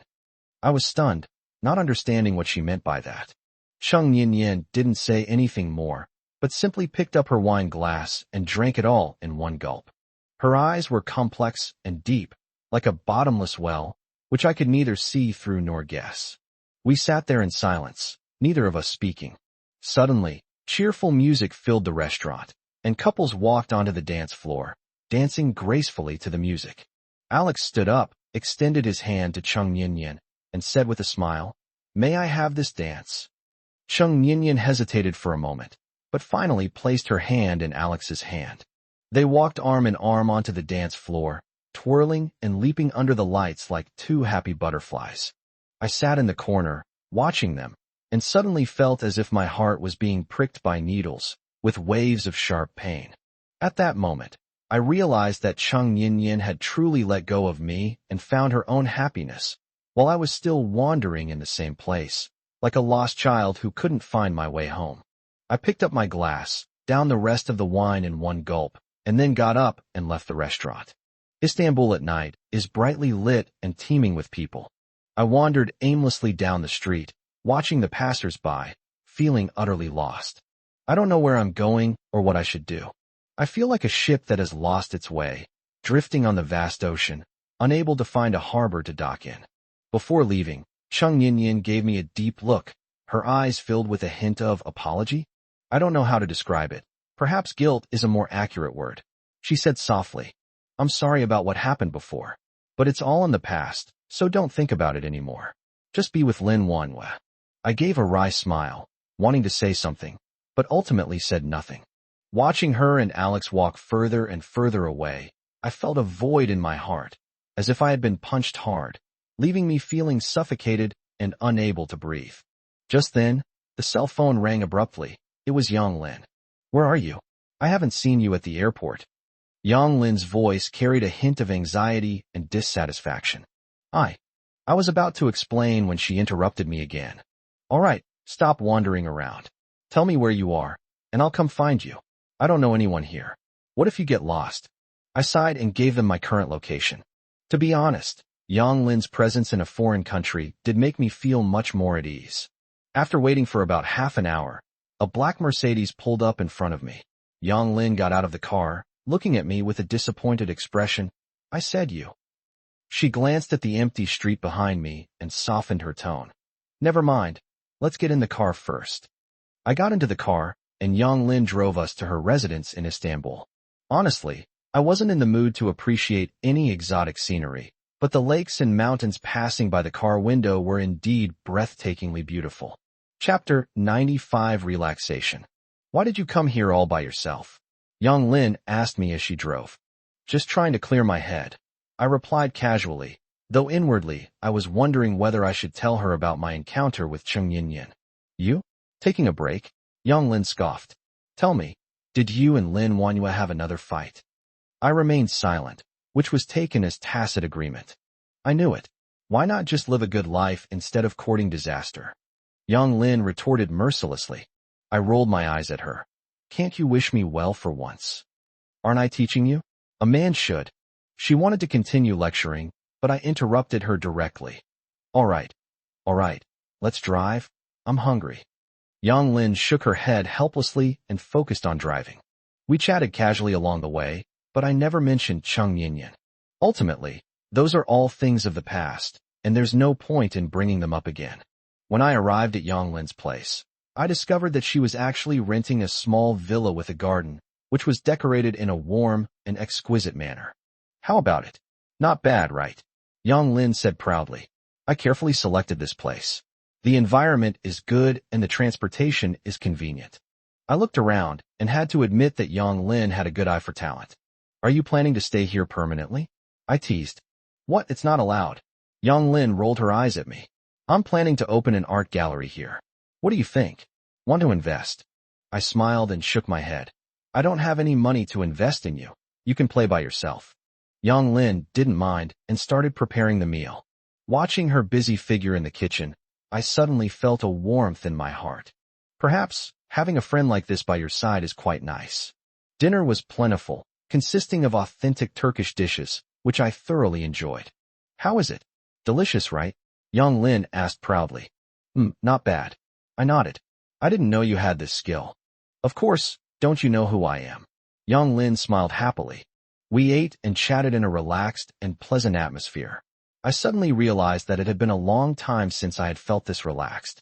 When I'm with Lin Wanyue, I'm always very careful, afraid that I might say something wrong and make her angry. What's wrong? Yang Lin asked, noticing that I was lost in thought. It's nothing. I shook my head, picked up my glass, and said, Come on, let's drink. We clinked glasses and each took a sip.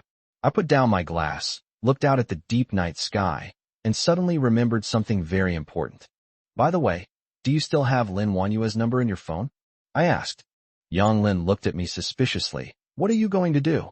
Contact her, I said matter-of-factly. Otherwise, she'll worry. Yang Lin sneered. Worried? I think you'd rather never go back. I was speechless at her words and didn't know how to refute her for a moment. Yang Lin looked at me and sighed. You really are. She hesitated, then shook her head and got up to go to the study to get her phone. I sat there, feeling a mix of emotions. Yang Lin is right. Is Lin Wanyue really worried about me? Or rather, does she still have feelings for me? After Yang Lin went to the study, I sat alone in the living room, scratching my head in frustration. The streetlights outside the window were dim, and I could faintly hear a few barks in the distance, which reminded me of the local dog named Wonkai that I had when I was a child. It always likes to chase after my bicycle. When I stop, it lies down at my feet, sticking out its tongue and wagging its tail. Damn it, I couldn't help but curse out loud. Why are you bringing up these old, trivial matters again? Yang Lin came out of the study with her phone, handed it to me, and said in a nonchalant tone, Go ahead and make the call. It's an international call. You'll pay for it yourself. I took the phone, looked at the familiar number on the screen, and hesitated. What? Chickened out. Yang Lin crossed her arms and leaned against the door frame, looking on with amusement. Weren't you so capable? Running away from home, living the world freely, and now you're scared. I glared at her and said irritably, Who said I'm scared? I'm just worried that she's not available to answer the phone right now. Oh, so you're actually thinking about other people now? Yang Lin rolled her eyes. When you married her, why weren't you this considerate? I was rendered speechless by her retort, and had no choice but to grit my teeth and dial Lin Wanyue's number. The phone rang for a long time before being answered, and Lin Wanyue's tired voice came through. Hello. Hearing her voice, my heart suddenly felt like it was being tugged by something, and an indescribable bittersweet feeling welled up inside me. It's me. I tried to keep my voice calm. Where are you? Are you all right? I'm at home. Lin Wanyue's voice sounded indifferent. And you? Where have you gone off to have some fun? I opened my mouth, but didn't know how to explain. Why aren't you saying anything? Lin Wanyue sneered. What? You've had so much fun outside that you don't even recognize your own home anymore. I licked my dry lips. My mind felt as heavy as lead, and I couldn't squeeze out a single word for a long time. After a few seconds of silence on the other end of the phone, Lin Wanyue's icy voice came through again. What's wrong? You've been having such a good time outside that you can't even speak properly anymore. I took a deep breath, swallowing back those pathetic concerns and longings, and said, trying to sound casual, no, I was just afraid of bothering you. By the way, are you home? It sounds pretty noisy over there. I'm at the hospital, Lin Wanyue said calmly, her tone revealing no emotion. The hospital? My heart skipped a beat, and I quickly asked, what's wrong? Are you sick? I'm fine, Lin Wanyue said calmly. But you, why aren't you home so late? Do you want me to call the police and have you taken back? I was taken aback by her words, and felt inexplicably angry. Lin Wanyue, can't you speak properly? I'm just concerned about you. You care about me? Lin Wanyue sneered. If you really cared about me, you wouldn't have gone to someone else's house without saying a word, not even a greeting. I was speechless and didn't know how to refute it. Yes, what right do I have to say I care about her? When we got married, I vowed to take care of her for the rest of my life. But what happened? I'm like a coward, always running away from problems, and in the end, I'm leaving her to face all of this alone. Lin Wanyue, I opened my mouth, but didn't know what to say. All the words I wanted to say ultimately amounted to a helpless sigh. What do you mean? What do you mean? Lin Wanyue's voice suddenly turned shrill. What exactly are you trying to say? Chapter 96 Foreigners. I gritted my teeth, steeled myself, and finally asked the question that had been weighing on my mind for so long. What exactly is your relationship with? What is your relationship with that doctor surnamed Liu? There was a moment of silence on the other end of the phone. Then Lin Wanyue said coldly, it's none of your business. None of my business. I jumped up from the sofa, a surge of anger rising to my head. Lin Wanyue, don't think I don't know what happened that night. What happened that night? Lin Wanyue interrupted me, her tone laced with sarcasm. Did I get in your way by having dinner with Dr. Liu that night? Or were you jealous? I was speechless, not knowing how to answer for a moment. Jealous? Maybe. Dr. Liu has helped me a lot. What's wrong with me treating him to a meal? Lin Wanyue sneered. As for you, all you do is be suspicious all day long, like a resentful woman. Is that interesting? Lin Wanyue, don't go too far. I warned. I'm just concerned about you, don't you understand? I don't need your concern. Lin Wanyue retorted without backing down. Instead of worrying about me, you should think about how to solve your own problems. If it weren't for saving your friend, I wouldn't be. It's nothing. Lin Wanyue's voice returned to calm. Don't worry about it. Just come back as soon as possible. I have something to do, so I'll hang up now. Hello? Lin Wanyue. Before I could ask any more questions, the phone went dead. Yang Lin was sitting next to me, and Lin Wanyue's sharp voice clearly penetrated her ears through the phone's receiver. She suddenly grabbed my arm, her face pale and her lips trembling slightly, as if she had been greatly frightened. You, the person you saved, was it me? Her voice was barely audible, filled with disbelief and deep self-reproach. I nodded silently, avoiding her probing gaze. So that's how it is. Yang Lin let go of my arm weakly, leaned back, and seemed to have lost all her strength. Large tears rolled down her cheeks, soaking my jeans and feeling like they were hitting my heart, making me feel suffocated. If I had known that saving me would leave you with such a huge debt of gratitude, I would rather have never woken up. Yang Lin choked up as she spoke, her voice filled with self-blame and pain. I scratched my hair in frustration, tossed my phone haphazardly onto the coffee table, and growled under my breath. Yang Lin, what nonsense are you talking about? We're friends. Why are you saying such formal things? Yang Lin looked at me with teary eyes. Her lips moved as if she wanted to say something, but in the end she remained silent. She wiped away her tears haphazardly with the back of her hand, trying to calm herself down. Looking at her like this, I felt a mix of emotions. Ultimately, Yang Lin was one of the reasons why my marriage with Lin Wanyue has come to this point. That night, I received a call from the hospital saying that Yang Lin had been in a car accident and was in critical condition. My mind went blank, and I rushed out without thinking.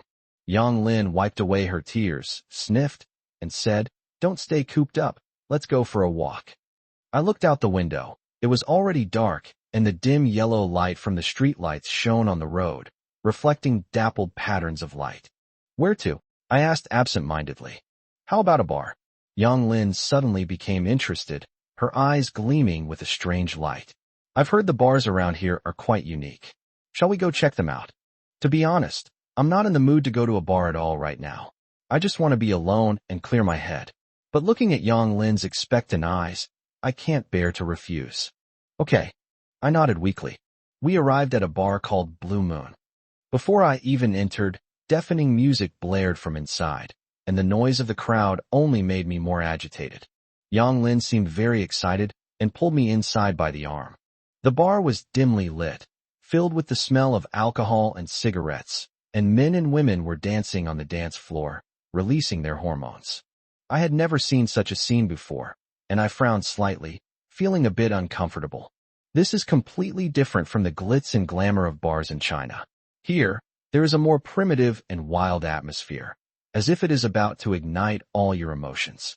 Yang Lin pulled me to sit down at the bar and ordered 2 cocktails. I picked up the glass and gulped it down. The spicy liquor flowed down my throat and into my stomach, feeling like a fire burning inside. "Drink slowly. No one's going to take it from you," Yang Lin said with a smile, but a hint of bitterness flashed in her eyes. I shook my head with a wry smile and didn't say anything. Just then, a small, thin figure squeezed through the crowd and walked up to us. "Sir, would you like to buy a box of matches?" I looked down and saw a boy who looked about 10 years old, wearing a tattered t-shirt and holding boxes of matches. "No need." I waved my hand. Why would a child be selling matches in a place like this? "Sir, please buy just 1 box. I haven't made a single sale yet today." The boy looked at me pitifully, his voice trembling with a hint of tears. I wanted to refuse, but looking into his clear eyes, I softened. "Okay, how much is 1 box?" $5. The boy's eyes lit up, and he quickly handed over a box of matches. $5? That's too expensive.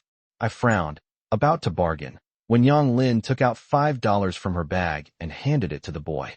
"Keep the change, please." The boy took the money, happily said thank you, then turned and squeezed into the crowd, quickly disappearing from sight. As I watched the boy walk away, I felt a mix of emotions. "Why did you give him money?" I asked Yang Lin. "These matches aren't worth that much at all." Yang Lin took a sip of wine and said calmly, "Just consider it doing a good deed." I looked at her and suddenly felt that she was a stranger. I've never seen her like this before. She used to be carefree and easygoing, but now there's something in her eyes that I can't understand. "Are you all right?" I couldn't help but ask. Yang Lin shook her head, forcing a smile. "I'm fine. Come on, let's drink." I picked up my glass, clinked it with hers, and drank it all in one gulp. Just then, a tall figure blocked the light in front of us. "Gentlemen, would you mind if I sat down?" I looked up and saw a blonde, blue-eyed foreign man with a muscular physique and a cynical smile on his face. Chapter 97, Taking Action. "Ladies, would you mind if I sat down?" The blonde, blue-eyed guy spoke fluent American English and was quite polite, but the frivolous expression on his face was very unpleasant. Before I could even speak, Yang Lin rolled her eyes and said coldly, "You mind?" The foreigner clearly didn't take Yang Lin's words seriously. He pulled out a chair, plopped down, and put his arm around Yang Lin's shoulder, saying in broken Chinese, "Hey beautiful, don't be so cold, let's be friends." I saw Yang Lin's shoulders tremble slightly, and a hint of disgust flashed in her eyes, but she quickly regained her composure and simply said, "Sir, please have some self-respect." "Self-respect? Ha ha ha. I'm here to have fun. What's there to respect?" As the foreigner spoke, he tightened his grip and brought his face close to Yang Lin's ear, breathing heavily with alcohol, saying, "Spend the night with me, and I'll pay whatever it takes." I saw Yang Lin's face turn pale instantly, and her eyes redden, but she still did not resist. She just lowered her head and remained silent. A sudden surge of anger welled up inside me. I grabbed the foreigner's wrist and twisted it hard. With a crack, the foreigner let out a pig-like scream and collapsed to the ground, clutching his wrist. "Are you fucking tired of living?" I roared, pulling Young Lin behind me and shielding her in my arms. Everyone around us was stunned by this sudden turn of events. The music in the bar stopped, and everyone stared at us in disbelief. You dare hit me? The foreigner lay on the ground, his face contorted, pointing at me and gritting his teeth as he said, "You're dead. I'm calling the police to arrest you." I sneered and said dismissively, "Call the police? Go ahead and call them. Do you think I'm afraid of you?" As soon as I finished speaking, several security guards rushed over and surrounded me. "Sir, please calm down and let's talk things out," a security guard said. "Get out of my way." I shoved him aside and pointed at the foreigner on the ground, saying, "He harassed us first. I was just acting in self-defense." "Sir, hitting someone is wrong no matter what," another security guard said. "Please come with us." Just as I was about to resist, Young Lin grabbed my arm and whispered, "Don't be impulsive. Let's go with them first." Looking at Young Lin's worried eyes, I finally suppressed my anger and let the security guards take me away. At the police station, I learned that the foreigner was a senior executive of a local multinational company, and that I had injured his wrist, which could very well lead to huge compensation claims and imprisonment. I suddenly felt dizzy, and a wave of despair washed over me. What should I do? Just when I was feeling utterly hopeless, a familiar voice suddenly rang in my ears. "Are you all right?" I looked up and saw Lin Wanyue standing in front of me, her face showing a hint of anxiety and worry. "Why are you here?" I asked in surprise. "I heard about what happened here, so I rushed over here." As Lin Wanyue spoke, she walked to my side, looked me over carefully, and asked, "Are you all right? Did they give you any trouble?"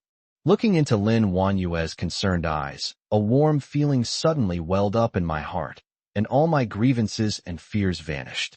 "I'm fine," I said softly, shaking my head. "That's good." Lin Wanyue breathed a sigh of relief, then turned to the police officer standing to the side and asked, "Officer, what's his condition now?" "This gentleman is suspected of intentionally causing harm to others, and we need to conduct further investigation and collect evidence," the police officer said matter-of-factly. "Can I bail him out?" Lin Wanyue asked. "Yes, but you'll need to pay bail," the police officer said. Lin Wanyue nodded, took out a credit card from her bag, and handed it to the policeman. Swiped the card. After completing the formalities, I followed Lin Wanyue out of the police station. "How did you end up here?" I asked, my voice filled with both confusion and gratitude. "I told you. I heard about what happened here and rushed over as soon as possible," Lin Wanyue said calmly. "Let's go. Let's find a place to stay first." I nodded and followed her to a hotel without saying anything more.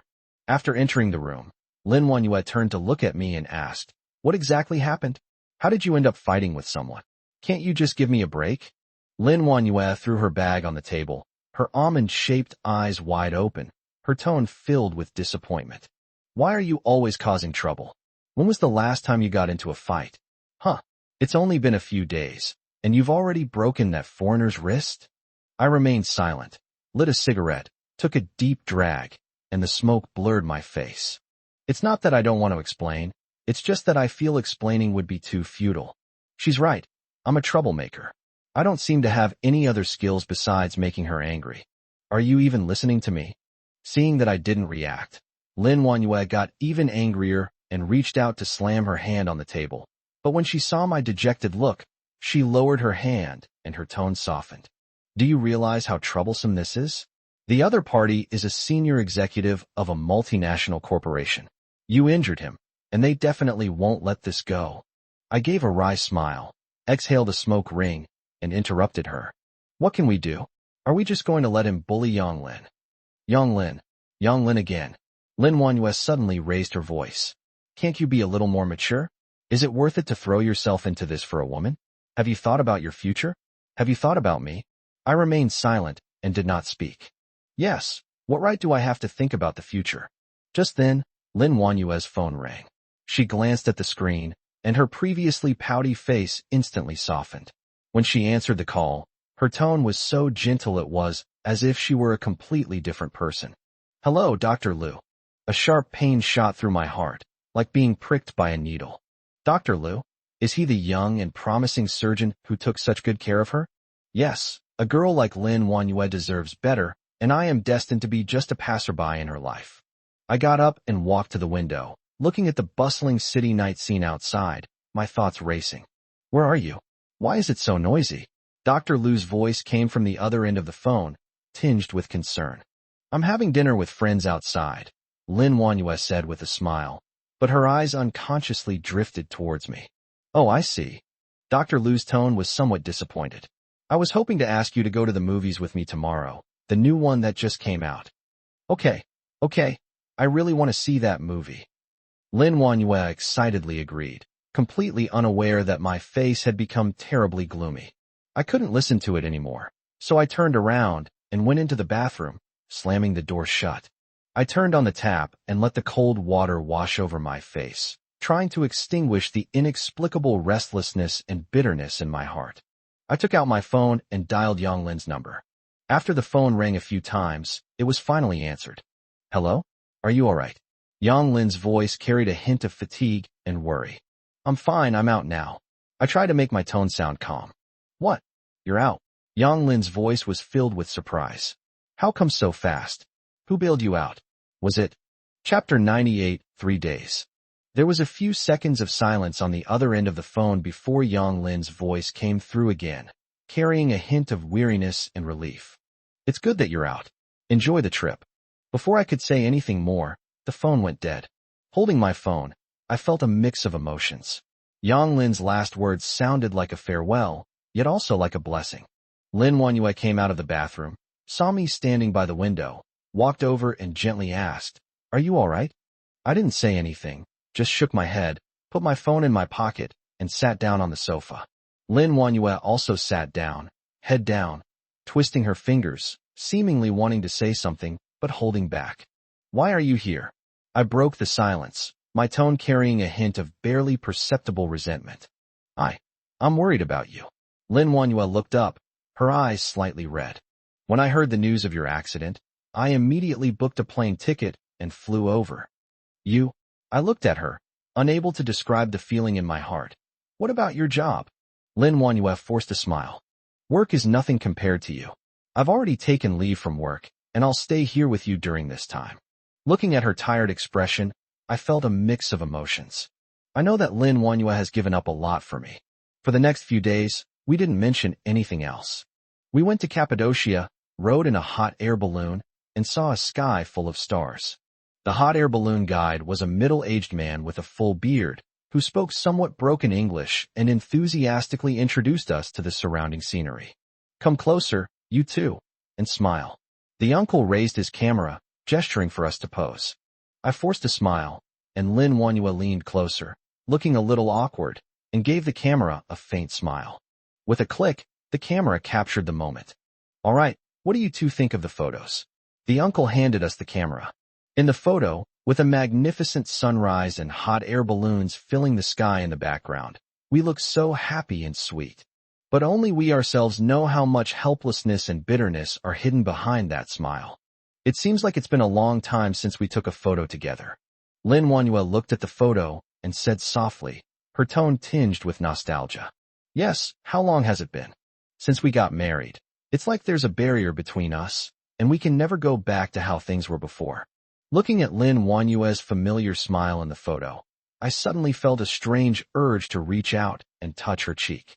I ultimately held back. The hot air balloon slowly rose into the air, the wind brushing past my ears, bringing a strange tranquility. I looked down and saw that the earth was like a huge canvas, covered with strange colors. In the early morning in Cappadocia, before the mist has dissipated, the various stone pillars and caves, bathed in sunlight, appear as if draped in a golden veil, almost unreal in their beauty. At that moment, I was suddenly struck by a powerful force. I used to think that after seeing so many sights and experiencing so many things, I would no longer be easily moved by anything. But now, standing here high in the sky, I suddenly feel that the world is so vast, and I am so insignificant. If my life weren't already nearing its end, I would definitely travel all over the world to see the sights I've never seen before and experience the lives I've never felt before. What are you thinking about? Lin Wanyue asked softly, standing beside me. I concealed my emotions, smiled, and said, It's nothing. I just feel that if time could stand still at this moment. Lin Wanyue remained silent for a moment, then turned her gaze into the distance. I know that at that moment, she might have been thinking of Chun Mingxiu or Dr. Liu, or perhaps someone else entirely. She never seems to lack people to accompany her. Thinking about this, a strange sense of relief suddenly welled up in my heart. That's good too. After I die, someone will be with her. She won't be lonely or bored. The hot air balloon slowly descended, but I was still a little dazed. Let's go, Lin Wanyue said softly, pulling my hand. I followed her blankly off the hot air balloon and walked to the rest area. Lin Wanyue suddenly stopped, her brows furrowing slightly, and said, I can only stay here with you for 3 days. After 3 days, I have to go back to work in China. I nodded without saying anything. Actually, I know in my heart that I am already very grateful that she came to be with me. So what right do I have to ask for more? You. Lin Wanyue seemed to want to say something, but in the end she didn't say anything. She just gave me a deep look and then turned and left. At this point, the tour guide started shouting again. All right, you two. Our next stop is the fairy chimneys. They're Cappadocia's most famous site. It would be a huge loss if we didn't go. I nodded, forced a smile, and followed the crowd toward the hot air balloon. For the rest of the trip, we remained silent. As I watched her retreating figure, I felt a mix of emotions. Over these 3 days, we went to many places and saw many sights, but I always felt that there was something between us. Perhaps this is fate. Over the next 2 days, we visited the Goryeo Open-Air Museum and toured the ancient churches and monasteries. We went to the underground city and experienced its mystery and darkness. We also went to Pigeon Valley, released the white doves in our hands, and made a wish. In the past 2 days, Lin Wanyue has been exceptionally gentle and considerate towards me, as if she wanted to pour all her love into these short few days. We ate together, chatted together, and took walks together, just like a real couple. But I know that all of this is just an illusion. 3 days is neither a long nor a short time, but it was enough for me to develop an inseparable affection for rabbit ears. As I left, I stood at the boarding gate and took one last look at the city, my heart filled with mixed emotions. What's wrong? Lin Wanyue noticed my silence, gently nudged my arm, and asked with a hint of doubt, You don't want to leave? I forced a smile and said, No, I just feel I might never come back in this lifetime. Lin Wanyue didn't speak again, only gave a faint hum before turning her head away, her eyes wandering, seemingly lost in thought. Returning home, the familiar environment did not make me feel relaxed. Instead, it intensified that inexplicable sense of emptiness.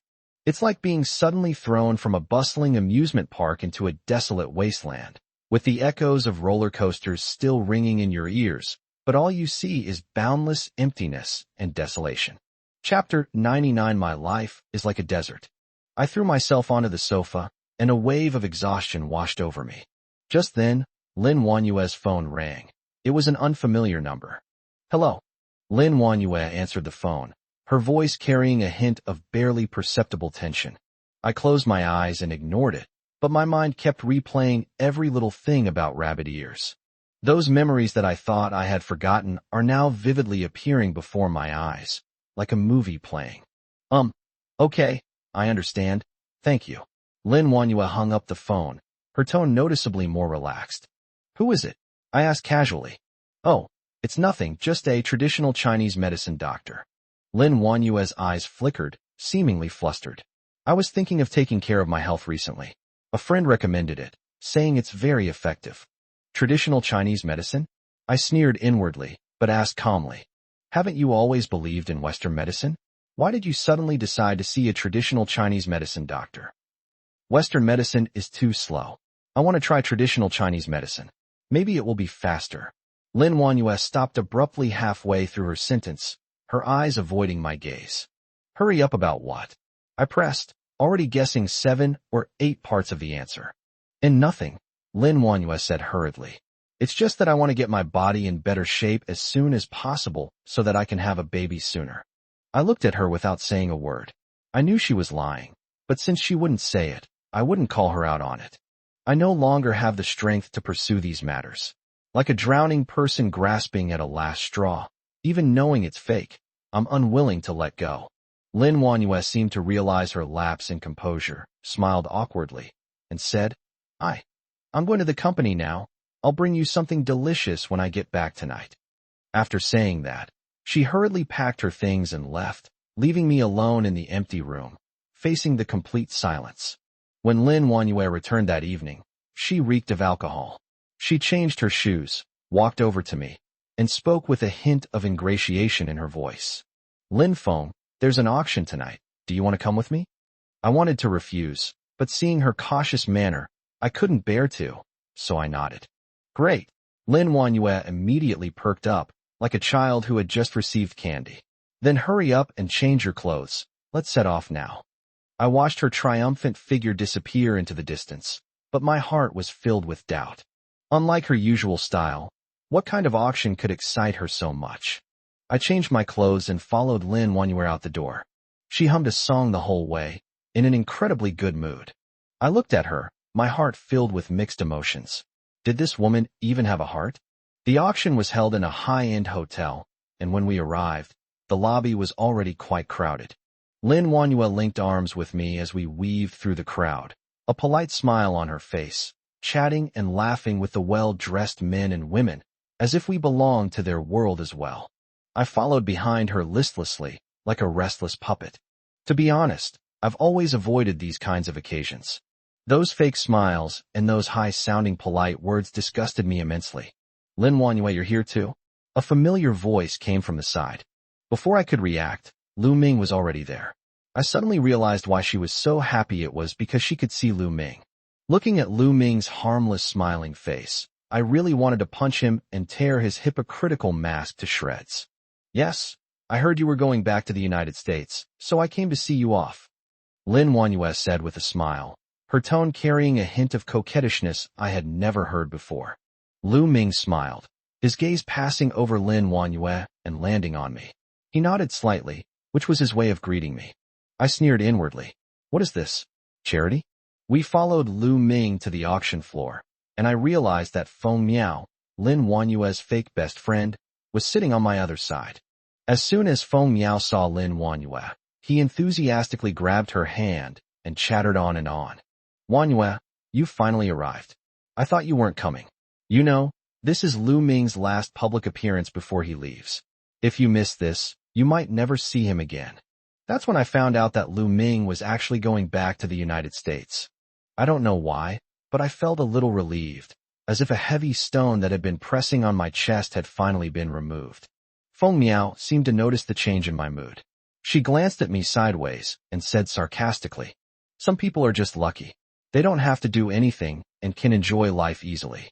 Unlike us ordinary people, we have to run around to make a living and have to be mindful of other people's feelings." I couldn't be bothered with her, and simply replied, "Miss Feng is joking. I'm just an idle person. What does it matter if I have a good or bad fate?" Feng Miao was about to say something when Lin Wanyue interrupted him. "All right, the auction is about to begin. Let's watch the auction first." The auction went very smoothly, with priceless items being snapped up at high prices. The wealthy seemed to treat money like paper, spending it lavishly without a second thought. Looking at those frenzied people, a sudden, inexplicable sadness welled up inside me. These people possess the wealth and status that ordinary people can only dream of, yet they remain insatiable, willing to pay any price to satisfy their desires. In contrast, Lin Wanyue and I were like two pitiful creatures forgotten by this decadent world, struggling on the edge of survival, unable to see hope or find direction. As the auction progressed into its later stages, the atmosphere gradually became tense. As the prices of the items soared, those usually dignified and successful people were now like roosters with their throats cut, hoarsely shouting out astonishingly high prices. I was idly playing with my phone, while Lin Wanyue was quite engrossed, whispering to Feng Miao from time to time, her gaze always drifting intentionally or unintentionally towards Lu Ming. Next up is our grand finale auction item for tonight. As the auctioneer spoke in an exaggerated tone, a spotlight shone on the display stand, and a dazzling diamond brooch gleamed on the black velvet. This brooch was designed by the late master designer Victoria, and it is the only one of its kind in the world, making it a true masterpiece. The auctioneer announced with great enthusiasm, starting price, 1 million. A gasp of amazement erupted from the crowd. 1 million might not mean much to these extravagant millionaires, but for a work of art, this price was enough to prove its value. 2 million. 3 million. Chapter 100. Such a farce. Bidding was in full swing, and the price soared, quickly breaking through the 5 million mark. I watched those guys arguing so fiercely and sneered inwardly. It's just an inanimate object. Why are they fighting so hard? Lu Ming, are you really not going to take a picture of this and give it to Wanyu? Feng Miao suddenly leaned close to Lu Ming's ear, her voice so sweet it gave him goosebumps. This is a Victoria's masterpiece. You'll never find it again if you miss it. Lu Ming smiled, feigning hesitation. This brooch is indeed very beautiful, but it's too expensive. I can't afford it. Feng Miao covered her mouth and smiled. Oh, Lu Ming, don't be modest. Everyone knows you're a financial genius. What's a little money to you? Besides, haven't you always admired Wanyu? This is the perfect opportunity for you to express your feelings. I suddenly raised my head and stared coldly at Lu Ming, my fists clenching involuntarily. Yeah, Lu Ming, why don't you take a picture and give it to Wanyu? How romantic, someone nearby chimed in. Lu Ming sighed, feigning helplessness. Since everyone has said so, I'll give it a try. Looking at Lu Ming's hypocritical face, I was filled with rage, wishing I could rush up and tear that fake face apart. 5 million once, 5 million twice, 5 million. 6 million. Lu Ming raised his paddle, a confident smile playing on his lips. I stared intently at the brooch, and a thought suddenly flashed through my mind. This brooch. I feel like I've seen it somewhere before. Suddenly, a thought popped into my head, and I quickly glanced at my phone before finally letting out a sigh of relief. Thankfully, mine has always been locked in a safe, so it couldn't possibly be here. The auctioneer's voice grew louder and louder, as if he were performing a one-man show. The mallet in his hand seemed about to fall at any moment, and my heart beat faster and faster with his rhythm. $6 million a time. Is there any price higher? This is the Victorian era. 10 million US dollars. Lu Ming raised his paddle again, his smile growing wider, as if victory was assured. He gave me a defiant look, as if to say, "Look, your woman will eventually fall at my feet." I clenched my fist, my nails digging deep into my flesh, bringing a sharp pain. I so wanted to rush up to him, tear off his hypocritical mask, and tell everyone that this man was nothing but a wolf in sheep's clothing. 15 million US dollars. A deep male voice came from the corner, and the crowd immediately erupted in discussion, wondering who was so generous. Lu Ming was clearly stunned for a moment, but quickly regained his composure. He turned his head to look in the direction from which the sound came, his eyes filled with malice, as if he wanted to devour the other person alive. 20 million US dollars, Lu Ming said through gritted teeth, as if each word was squeezed out from between his teeth. The price soared all the way up, eventually settling at a staggering $30 million. $30 million once. $30 million twice. $30 million 3 times. Deal. As the auction gavel fell, Lu Mingji triumphantly obtained the brooch. He walked up to Lin Wanyue, knelt on one knee, held the brooch in his hands, and said with deep affection, "Wanyue, accept this brooch. It represents my love for you, and will bear witness to my feelings for you." Feng Miao, standing to the side, exaggeratedly covered her mouth and screamed, "Wow, how romantic. Wanyue, just say yes." The people around her started to jeer, while Lin Wanyue seemed a little helpless. She looked at me for help, her eyes filled with panic and despair. Looking at Lu Ming's hypocritical face, I felt a wave of nausea. He didn't love Lin Wanyue at all. He just enjoyed the thrill of conquest and the sense of superiority of trampling me under his feet. "Lu Ming, don't do this, Lin Wanyue was about to refuse when Lu Ming interrupted her. "Wanyue, I know you're still angry with me, but please believe me, my feelings for you are genuine. I will spend my whole life proving that I am the one you can entrust your life to, not your current marriage partner. I can't listen to this anymore. It's a complete farce." The color drained from Lin Wanyue's face at a visible speed. She waved her hands frantically and stammered, "Lu Ming, please don't. This is too valuable. I can't accept it." Feng Miao persisted relentlessly from the side. Oh, Wanyue, please accept this. It's a token of Mr. Lu's good intentions. As she spoke, she deliberately nudged Lin Wanyue with her shoulder, winking and making suggestive gestures. I watched all of this with a cold eye, finding it utterly ironic. Lu Ming was the one who swore he loved her back then, and now he's the one who's put Lin Wanyue in this awkward situation. Lu Ming seemed completely oblivious to Lin Wanyue's refusal. He stubbornly held up the brooch, his tone forceful. Wanyue, I know you have feelings for me too, but you can't accept me right now. That's okay. I can wait until the day you change your mind. He kept rambling on about true love and forever, but I couldn't hear a single word he said. I felt a churning in my stomach, as if I had swallowed a fly. Just then, a thought suddenly flashed through my mind, a crazy yet daring thought. I stood up abruptly, strode over to Lu Ming, and snatched the brooch from his hand. Lu Ming was clearly startled by my actions. He froze for a few seconds before reacting and roaring. What the hell are you doing? I sneered, raised the brooch in my hand, examined it carefully under the light, and then said in an extremely contemptuous tone, Mr. Lu, is this what you call true love? Aren't you afraid of buying a fake and becoming a laughingstock? My words were like a bomb, instantly detonating the entire banquet hall. Lu Ming's face immediately turned even more ashen, like a pig's liver. He pointed at me and said through gritted teeth, What did you say? Say it again. I met his gaze without fear and said, word by word. I said this brooch is fake. A gasp erupted from the crowd. Everyone stared at me in disbelief, as if I were a madman. Is this kid crazy? How dare he say that what President Lu bought is fake? That's right. Doesn't he even know his place? How dare he question President Lu's judgment? I think he's just jealous that President Lu is able to pursue Lin Wanyue. So he's deliberately trying to cause trouble here, isn't he? Various opinions surged like a tide, but I remained unmoved. My gaze remained fixed on the brooch in Lu Ming's hand, a cold smile playing on my lips. Mr. Lu, you don't know the origin of this brooch, do you?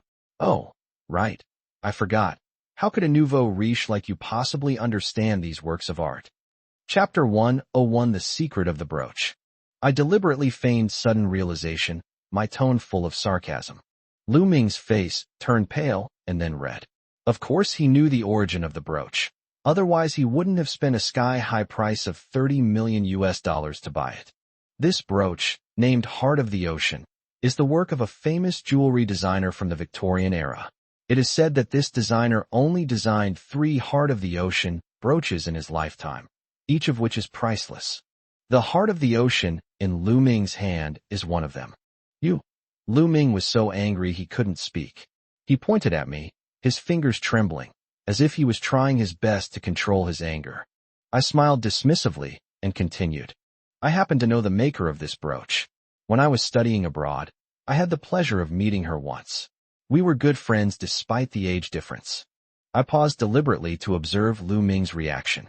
Sure enough, upon hearing my words, Lu Ming's expression instantly turned even more unpleasant, and the hand holding the brooch unconsciously tightened its grip. I know that my words have successfully planted a seed of doubt in his heart. Of course, you don't have to believe what I'm saying. I shrugged and said in a relaxed tone. However, if you want to know the truth, I can tell you a way to verify whether it's true or false. I deliberately lowered my voice, leaned close to Lu Ming's ear, and said in a voice only the two of us could hear. There is a special mark on the back of this brooch, a secret known only to the maker. After I finished speaking, I took a step back and looked at Lu Ming with a calm and composed expression. I know he won't be able to resist verifying it.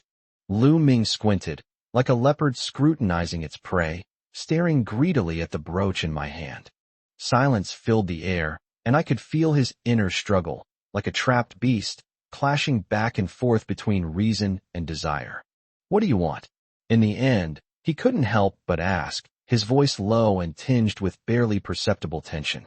I chuckled, tossed the brooch into the air, and caught it steadily. It's simple. Let's take a gamble. We'll bet on whether this Heart of the Ocean is real or fake. Lu Ming frowned, clearly surprised by my suggestion. What do you want to bet? If I win.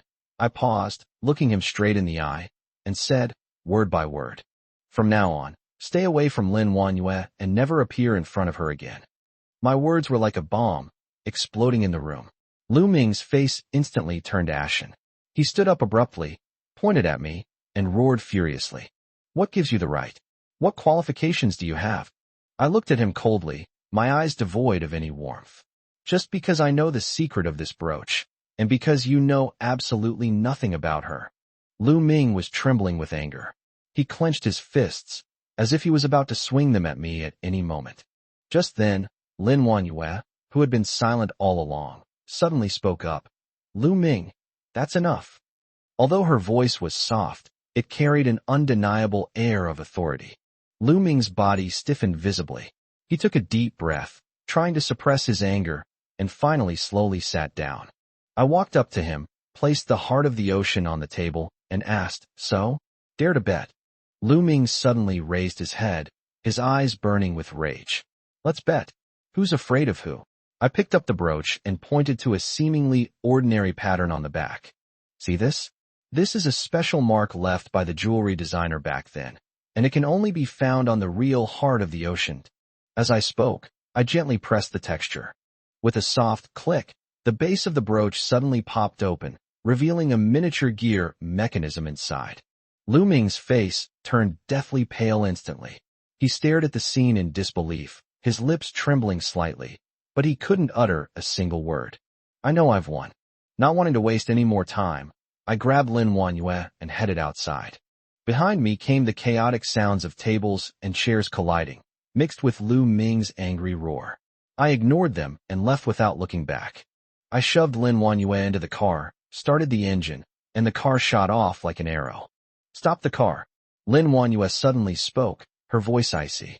I hesitated for a moment, but still obediently parked the car on the side of the road. Why? Lin Wanyue turned her head, staring intently at me. Why did you stop Lu Ming? You clearly. She didn't finish her sentence, but I understood what she meant. Yes, why should I stop Lu Ming? I clearly don't love her anymore, do I? My heart suddenly felt like it had been pricked by a needle, and an indescribable bitterness spread through my chest. Yes, why? I've asked myself this question countless times. I gave a wry smile. Because I don't like him. That's it. Lin Wanyue's voice was filled with disbelief. Just because you don't like him, you're going to stop us from being together? Yes, that's it. I took a deep breath, looked up, and met Lin Wanyue's incredulous gaze. I fucking dislike him. I get annoyed just seeing him hanging around you. Is that not allowed? Lin Wanyue's face turned deathly pale instantly. She shook her head in disbelief, tears welling up in her eyes. You, how could you? Her voice choked with emotion, and glistening tears slid down her cheeks. I longed to reach out and wipe away her tears, but I couldn't. I turned my head away, avoiding Lin Wanyue's gaze. My heart felt like it was being tightly gripped, and I was about to suffocate. Silence spread through the carriage, the atmosphere oppressive and suffocating. I started the car, ready to leave this heartbreaking place. Wait a minute. Lin Wanyue suddenly grabbed my hand. Her hand was icy cold, like ice in winter. Why? Her voice trembled, tinged with despair. Why? Why do you still want to provoke me? I turned my head and met Lin Wanyue's eyes, which were filled with sadness and despair. My heart trembled violently, as if I had been struck hard by something. I didn't know how to answer her, or rather, I didn't dare to answer. Yes, why? Why does he keep appearing in her life even though she has already decided to let go? Why do I still feel compelled to get closer to her even though I know there's no future for us? Why? My mind was a mess, a jumble of complex emotions that made it impossible for me to think. Chapter 102. What do you want? What do you want? Lin Wanyue took a deep breath, her tone unusually calm, like the calm before a storm, or like she had completely given up the struggle. I closed my eyes, leaned back wearily in my chair, and spoke my truest thoughts. I don't want to see you and Lu Ming entangled anymore. The carriage fell silent again, with only the sound of our slightly rapid breathing. Lin Wanyue's hand slipped weakly from mine, as if it had drained all my strength. You are so selfish, Lin Wanyue suddenly spoke, her voice trembling with disbelief. What right do you have? What right do you have to treat me like this? I laughed self-deprecatingly, finding it incredibly ironic. Yes, What right do I have to make demands of her? What right do I have to interfere in her life? Am I selfish? I turned to look at Lin Wanyue, my eyes filled with bitterness. Even if I'm selfish, I'm not as selfish as you. Have you ever considered my feelings? What do you take me for? Lin Wanyue didn't speak, but turned her head away, letting her tears fall silently.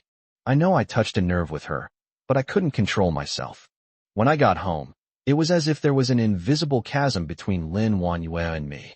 We were silent, and the atmosphere was so oppressive that it was suffocating. I sat on the sofa, watching the sky outside the window gradually darken, my thoughts racing.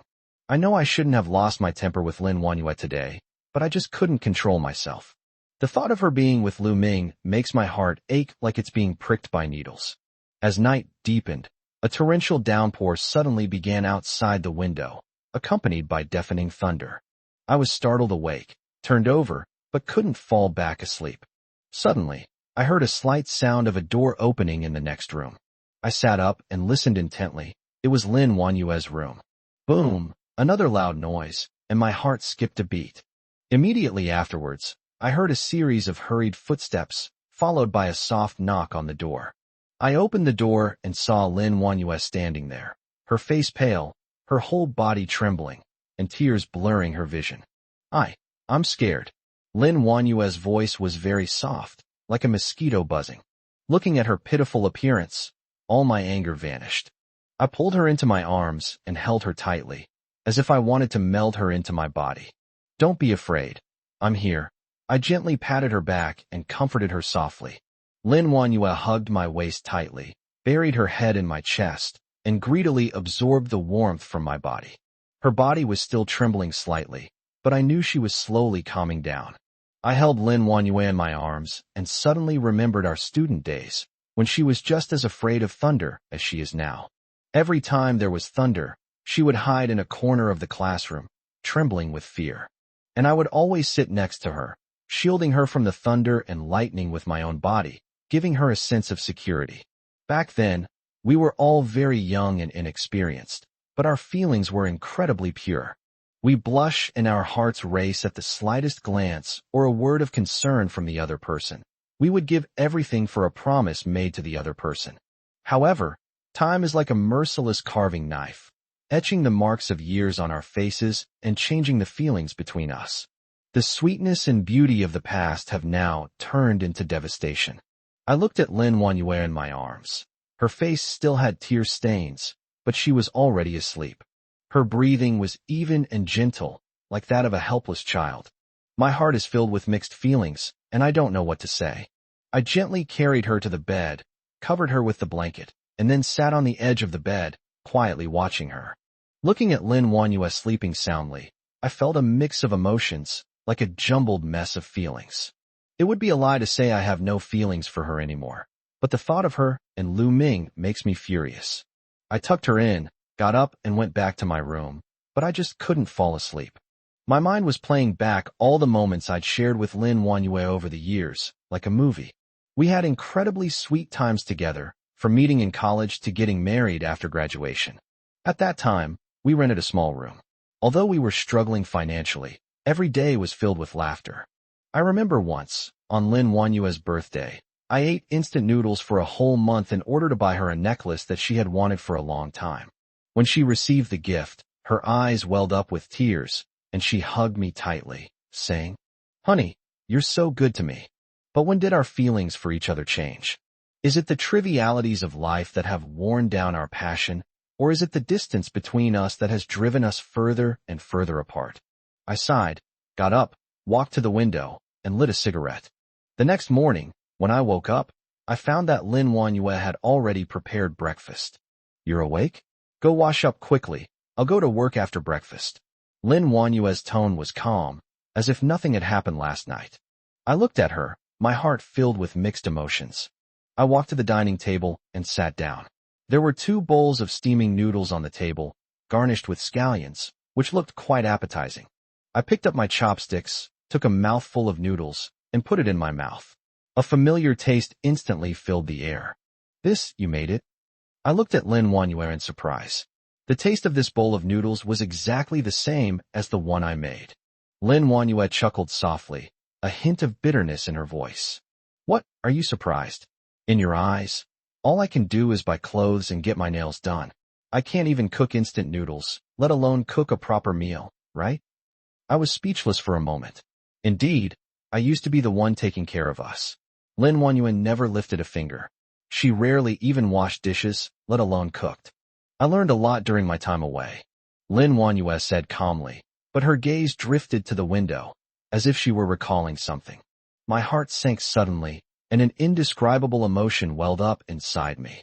I originally thought that I was the only one suffering and in pain during this period, but now it seems that Lin Wanyue has changed too. I ate my noodles in silence, but I couldn't taste them. The once familiar aroma now felt like sharp thorns, pricking my taste buds and my heart. You still haven't told me why you wanted to go abroad in the first place. Lin Wanyue's voice pulled me back from my thoughts. She was still looking out the window, her tone calm, as if she were asking a trivial question. I didn't say anything. I just put down my chopsticks and lit a cigarette. Back then, I suffered from severe anxiety disorder due to excessive work pressure. I often experienced insomnia, headaches, and even hallucinations. I dared not tell anyone, afraid of being treated like a monster, so I could only secretly go to see a doctor. Chapter 103 Beyond the Secret. The doctor suggested that I change my environment and relax, so I decided to go abroad to clear my head. I lied to Lin Wanyue, saying that the company was sending me on a business trip abroad for a year. In reality, I just wanted to hide away and lick my wounds alone. I thought time could heal everything, including the shadows in my mind. But I was wrong. I overestimated my ability to heal myself and underestimated the stubbornness of mental illness. During my time abroad, I lived in fear and anxiety every day. I dare not contact anyone, dare not answer any phone calls, and even dare not look in the mirror, because I am afraid that the haggard, unfamiliar man in the mirror is not me. But countless times I wanted to give up and end it all, but when I thought of Lin Wanyue, I gritted my teeth and persevered. I told myself I couldn't just give up like this. I had to go back to her side. A year later, I finally returned to China and to Lin Wanyue's side. I thought I could pretend nothing had happened, that I could start over, but I took a deep drag of my cigarette, the bitter taste spreading in my mouth, just like my life, full of bitterness and helplessness. Nothing, I just want to see the outside world. I said it casually, my tone sounding nonchalant, but only I knew how heavy my heart was. Lin Wanyue turned her head and stared at me intently, her eyes filled with a complex and unreadable expression, as if she wanted to see right through me. Really, her voice was soft, yet it exploded in my ears like a thunderclap. I avoided her gaze, not daring to meet her eyes, because I knew that my lies would crumble before her. Lin Wanyue wanted to say something, but was interrupted by a series of urgent doorbell rings. I got up to open the door, and there was a delivery man standing outside, holding a document bag in his hand. "Excuse me, are you Ms. Lin Wanyue?" the delivery man asked. I nodded, took the file bag, and turned to close the door. "Who is it?" Lin Wanyue asked. "Express delivery," I said, handing her the document bag. Lin Wanyue opened the package without a trace of emotion, as if she had expected what was inside. She pulled out the documents and casually placed them on the coffee table in front of me, as if they were not a company transfer agreement, but a supermarket flyer. "Take a look," she said. I picked up the document with suspicion and glanced at it briefly. Sure enough, it was a company transfer agreement, and my name was listed as the transferee. I looked up at Lin Wanyue, who was elegantly sipping her tea, as if nothing had happened to her. "What do you mean by this?" I tried to suppress my anger. This woman is always like this, making decisions on her own without ever considering my feelings. "So you won't be bored at home. I'll find you something to do," Lin Wanyue said calmly, her tone devoid of any emotion. I sneered and threw the agreement on the coffee table. "Whether I need to do anything or not is none of your business." Lin Wanyue put down her teacup, looked up at me, and a hint of barely perceptible annoyance flashed in her eyes. "This company is in the cultural media business, which corresponds to what you like. You should be interested." Looking at her delicate face, I just found it funny. When did Lin Wanyue start caring about my hobbies? When did she give me the authority to get involved in her business? "Lin Wanyue, what exactly are you trying to do?" I looked directly at her and asked, word by word. I told you, I'll find you something to do. Lin Wanyue avoided my gaze, her tone revealing a hint of impatience. Oh, I sneered. Don't think I don't know what you're thinking. You want to use this method to tie me to your side, make me grateful to you, and then obediently listen to you, right? Lin Wanyue stood up abruptly, her face ashen. What nonsense are you spouting? Whether I'm lying or not, you know in your heart. I retorted without backing down. Lin Wanyue, let me tell you, I won't let you manipulate me. After I finished speaking, I turned to leave, but Lin Wanyue grabbed me. Stop right there. Lin Wanyue's voice was filled with anger. I forcefully shook off her hand and left without looking back. I wandered aimlessly through the streets, my mind a jumbled mess. Lin Wanyue's sudden actions made me uneasy. What exactly is she planning? Without realizing it, I found myself at the coffee shop we used to frequent. This coffee shop holds so many memories for us. We used to chat and dream about the future here. We also used to argue and have cold wars here, but we always made up in the end. I pushed open the door and walked into the coffee shop. The familiar environment made me feel a sense of warmth. I found a seat by the window and ordered a bitter coffee, just like my current mood, bitter and unbearable. Sir, your coffee. The waiter's voice interrupted my thoughts. I took the coffee and casually said, thank you. The waiter turned and left, but I looked up abruptly, as if struck by lightning. That face was clearly Lin Wanyue when she was young. It's just a bit greener, like an unripe peach on a branch, fresh and juicy. If Lin Wanyue had that kind of expression, she probably wouldn't have ended up looking like this now. The waiter, feeling uneasy under my gaze, timidly asked, Sir, is there a problem? I snapped out of my reverie and chuckled self-deprecatingly. Of course, there are plenty of people in this world who look alike. How could it possibly be her? It's nothing, it's just... I remembered an old friend. I waved my hand, signaling her to go about her business. The waitress walked away hesitantly, glancing back at me every now and then, probably afraid I was some kind of pervert. Speaking of which, Lin Wanyue was just as innocent and easily embarrassed when she was young. But people always change, just like this coffee shop, which used to be our favorite dating spot, but now it feels unfamiliar. The bitterness of the coffee spread across my tongue, and I drank it sip by sip, as if I were swallowing the bitterness in my heart as well.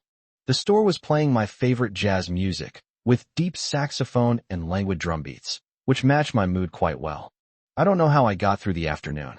Maybe the music gave me some comfort and allowed me to temporarily forget Lin Wanyue's scheming and all that messy stuff. It wasn't until a staff member reminded me that the cafe was closing that I realized it was getting late. I rubbed my throbbing temples and dragged my tired body out of the coffee shop. The early autumn night was already a bit chilly, so I wrapped my coat tighter and wandered aimlessly down the street. As I passed through a dimly lit alley, I suddenly heard a familiar exclamation. It's that waitress who looks like Lin Wanyue. Chapter 104. Back then, my heart tightened, and I quickly walked over, only to find her cornered against the wall by several thugs with brightly colored hair. The thugs grinned and swore, spewing vulgarities. The girl was clearly terrified, huddled in the corner trembling, yet stubbornly holding her head up, her eyes filled with anger and humiliation. Don't do anything reckless. I've already said I'll find a way to pay back the money my dad owes. If you keep doing this, I'm calling the police. Oh, you're calling the police? With your small frame, even if we do something to you, what can you do to us?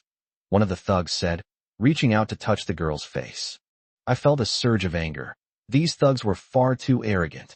I clenched my fists, ready to rush out, but then I heard what they said next. Little Peach Blossom, don't blame us for being ruthless. It's just that this money has been dragging on for too long. Your dad patted his chest and said he could make a lot of money, but what happened? We're the ones who have to clean up this mess. Exactly. If you really want to pay off your debts, there are ways. Hearing this, I roughly understood. It was another old trick of forcing a good woman into prostitution. I took a deep breath, ready to go out and play the hero, but then I suddenly remembered Lin Wanyue's mean face. If I do this, will she find another excuse to say that I have no feelings for her and that I still have feelings for another woman? I hesitated for a moment, but in the end, reason prevailed over impulse. I turned around, ready to leave this place of trouble. Bang! There was a muffled thud, as if something had fallen to the ground. When I turned around, I saw that the girl's bag had been snatched, and its contents were scattered all over the ground. Several hundred yuan bills looked particularly glaring in the dim light. "Oh, you still have money? Looks like you don't need our help anymore." The girl slumped to the ground, covering her face with her hands, and began to sob softly. "Stop!"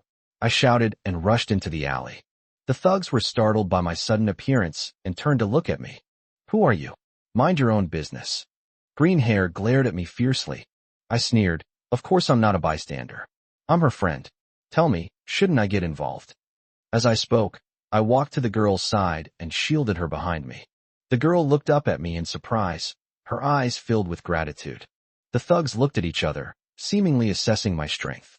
"Kid, I advise you not to meddle in other people's business. These days, you might get yourself into trouble," the green-haired man threatened, his tone fierce but his words betraying his fear. "Stop talking nonsense." I was too lazy to waste words with them, so I kicked the green-haired guy in the stomach. Although I was suffering from a serious illness, I still had a good foundation from my previous fitness training. Dealing with those few scumbags is more than enough. Green hair was caught off guard by my sudden attack and was kicked to the ground, clutching his stomach and howling in pain. Seeing this, the other thugs shouted and rushed forward. Although I haven't been in a fight in a long time, I was more than capable of dealing with these thugs. In no time at all, I had them all on the ground. "Get out!" I yelled at the thugs groaning on the ground. The thugs helped each other up and fled the alley in a disheveled state. I walked over, picked up the bag from the ground, and handed it to her. "Thank you." The girl looked up at me with teary eyes. Under the dim street lights, I could finally see her face clearly.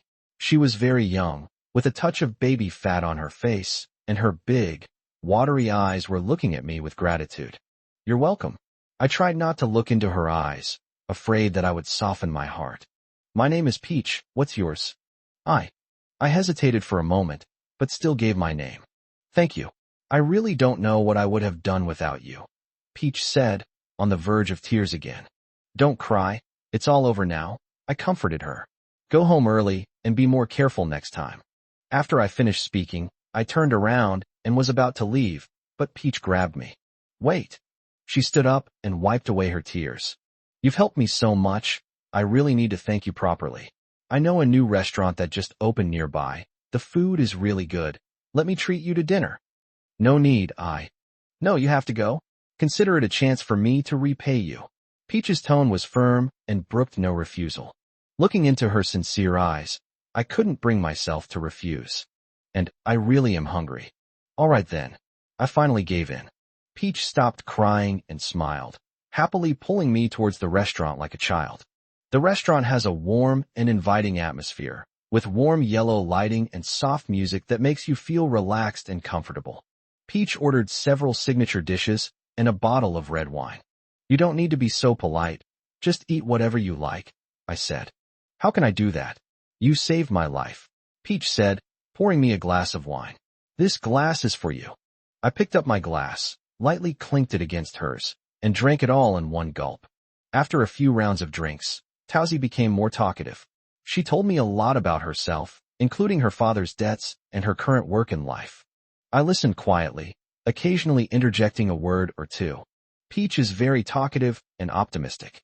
Even though life is full of hardships, she still faces life with a smile. I suddenly felt a little envious of her simplicity and happiness, and also envious that she didn't have so many worries and burdens. "And you? Are you married?" Peach suddenly asked. I was stunned for a moment. This question caught me completely off guard. I opened my mouth, but didn't know how to answer. Seeing my embarrassed expression, Peach quickly waved her hand and said, "I'm sorry, was I too abrupt in asking?" "No, I took a deep breath and finally decided to tell the truth. I'm already married."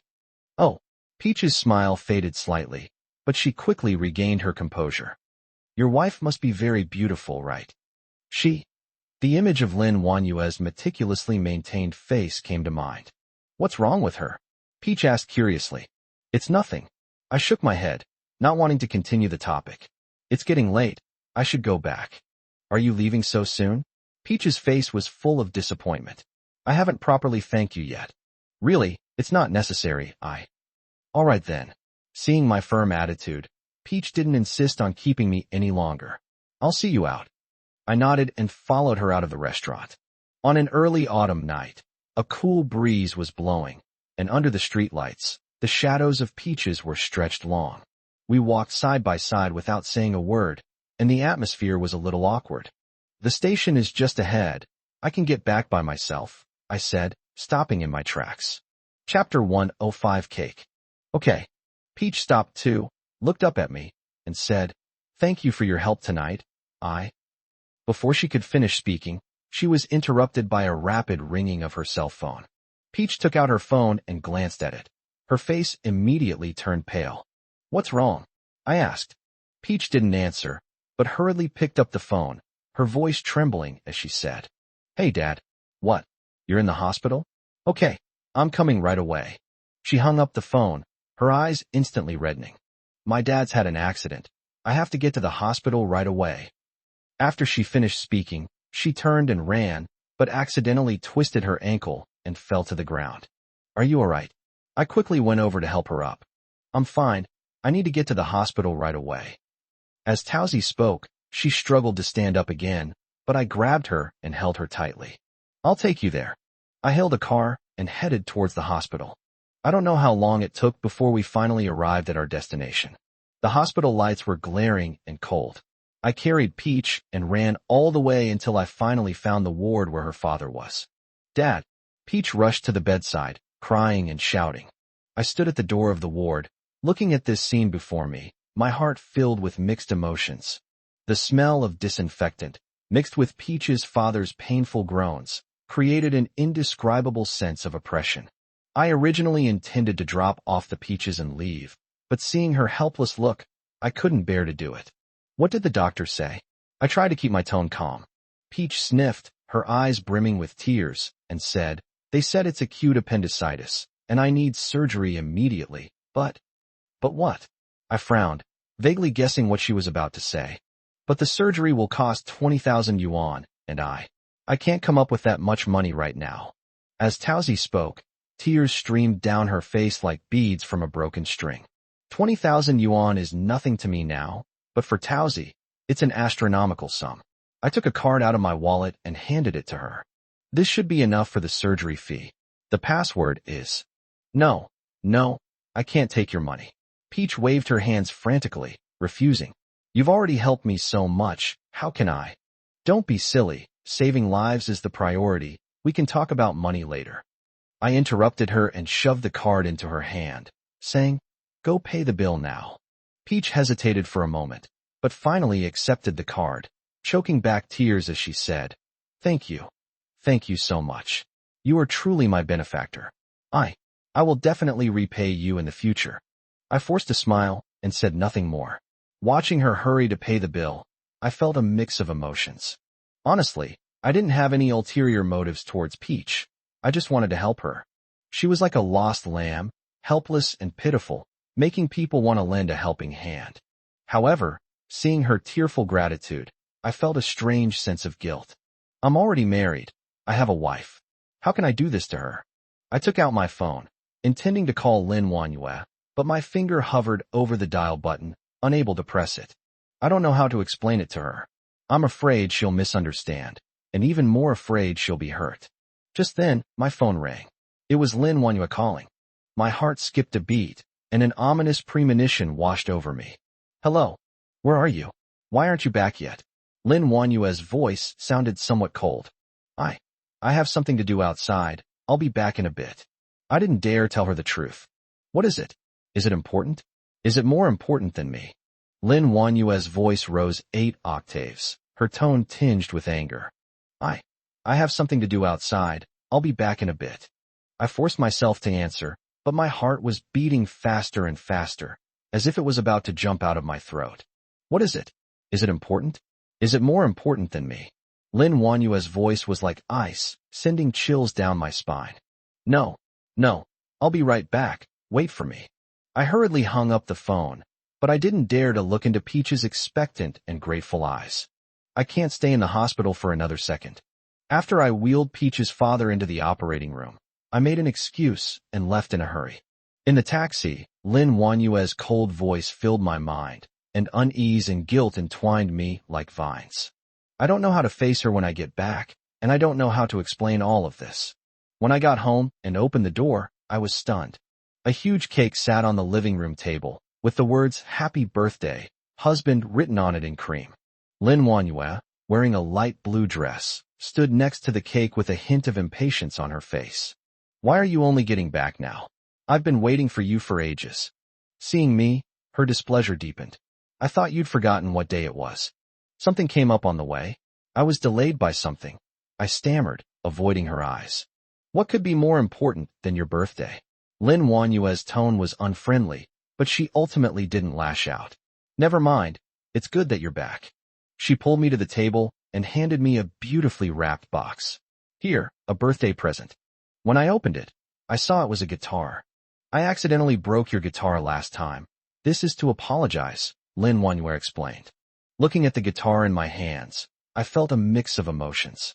This guitar is my favorite, and it was a gift from Lin Wanyue when we were dating. Back then, we were all penniless students. She didn't eat lunch for a whole month in order to buy this guitar. But because of another woman, I almost forgot that today is her birthday. "What? Don't you like it?" Lin Wanyue asked when I didn't speak for a while. "No, I like it very much." I forced a smile and put the guitar away. I sat stiffly at the table, overwhelmed by a wave of guilt. Lin Wanyue, however, did not notice anything amiss with me. She enthusiastically unwrapped the cake, lit the candles, and pulled me to sing the birthday song. "Make a wish," she said, smiling at me with her eyes sparkling with anticipation. Chapter 106 World Peace. I wish for world peace. I uttered those words dryly, forcing a smile that looked worse than crying. Lin Wanyue burst out laughing. "You're always so old-fashioned." Her eyes shone like stars, completely oblivious to the turmoil in my heart. For the next few hours, I felt extremely uneasy. I mechanically ate my cake, listening to Lin Wanyue ramble on about the interesting things that happened at the company, occasionally chiming in with a few words, but I was completely out of it. My mind was entirely on Taozi and her father. I wondered how the surgery was going and what Taozi was feeling. This torment continued until the dividends arrived. Lin Wanyue tossed me a bank card and said casually, "This is your share, do what you think is best." My hand trembled slightly as I held the card. This money was originally intended for a trip with Lin Wanyue, but now I had to make other plans. I transferred a large sum of money to Peach almost without hesitation. I know this is just a drop in the bucket for them, but it can at least solve their immediate problem. After transferring the money, I felt a little relieved, but I still couldn't completely let go. I bought some fruit and went to the hospital. Peach's father has woken up. Although his face is still a little pale, his spirits are not bad.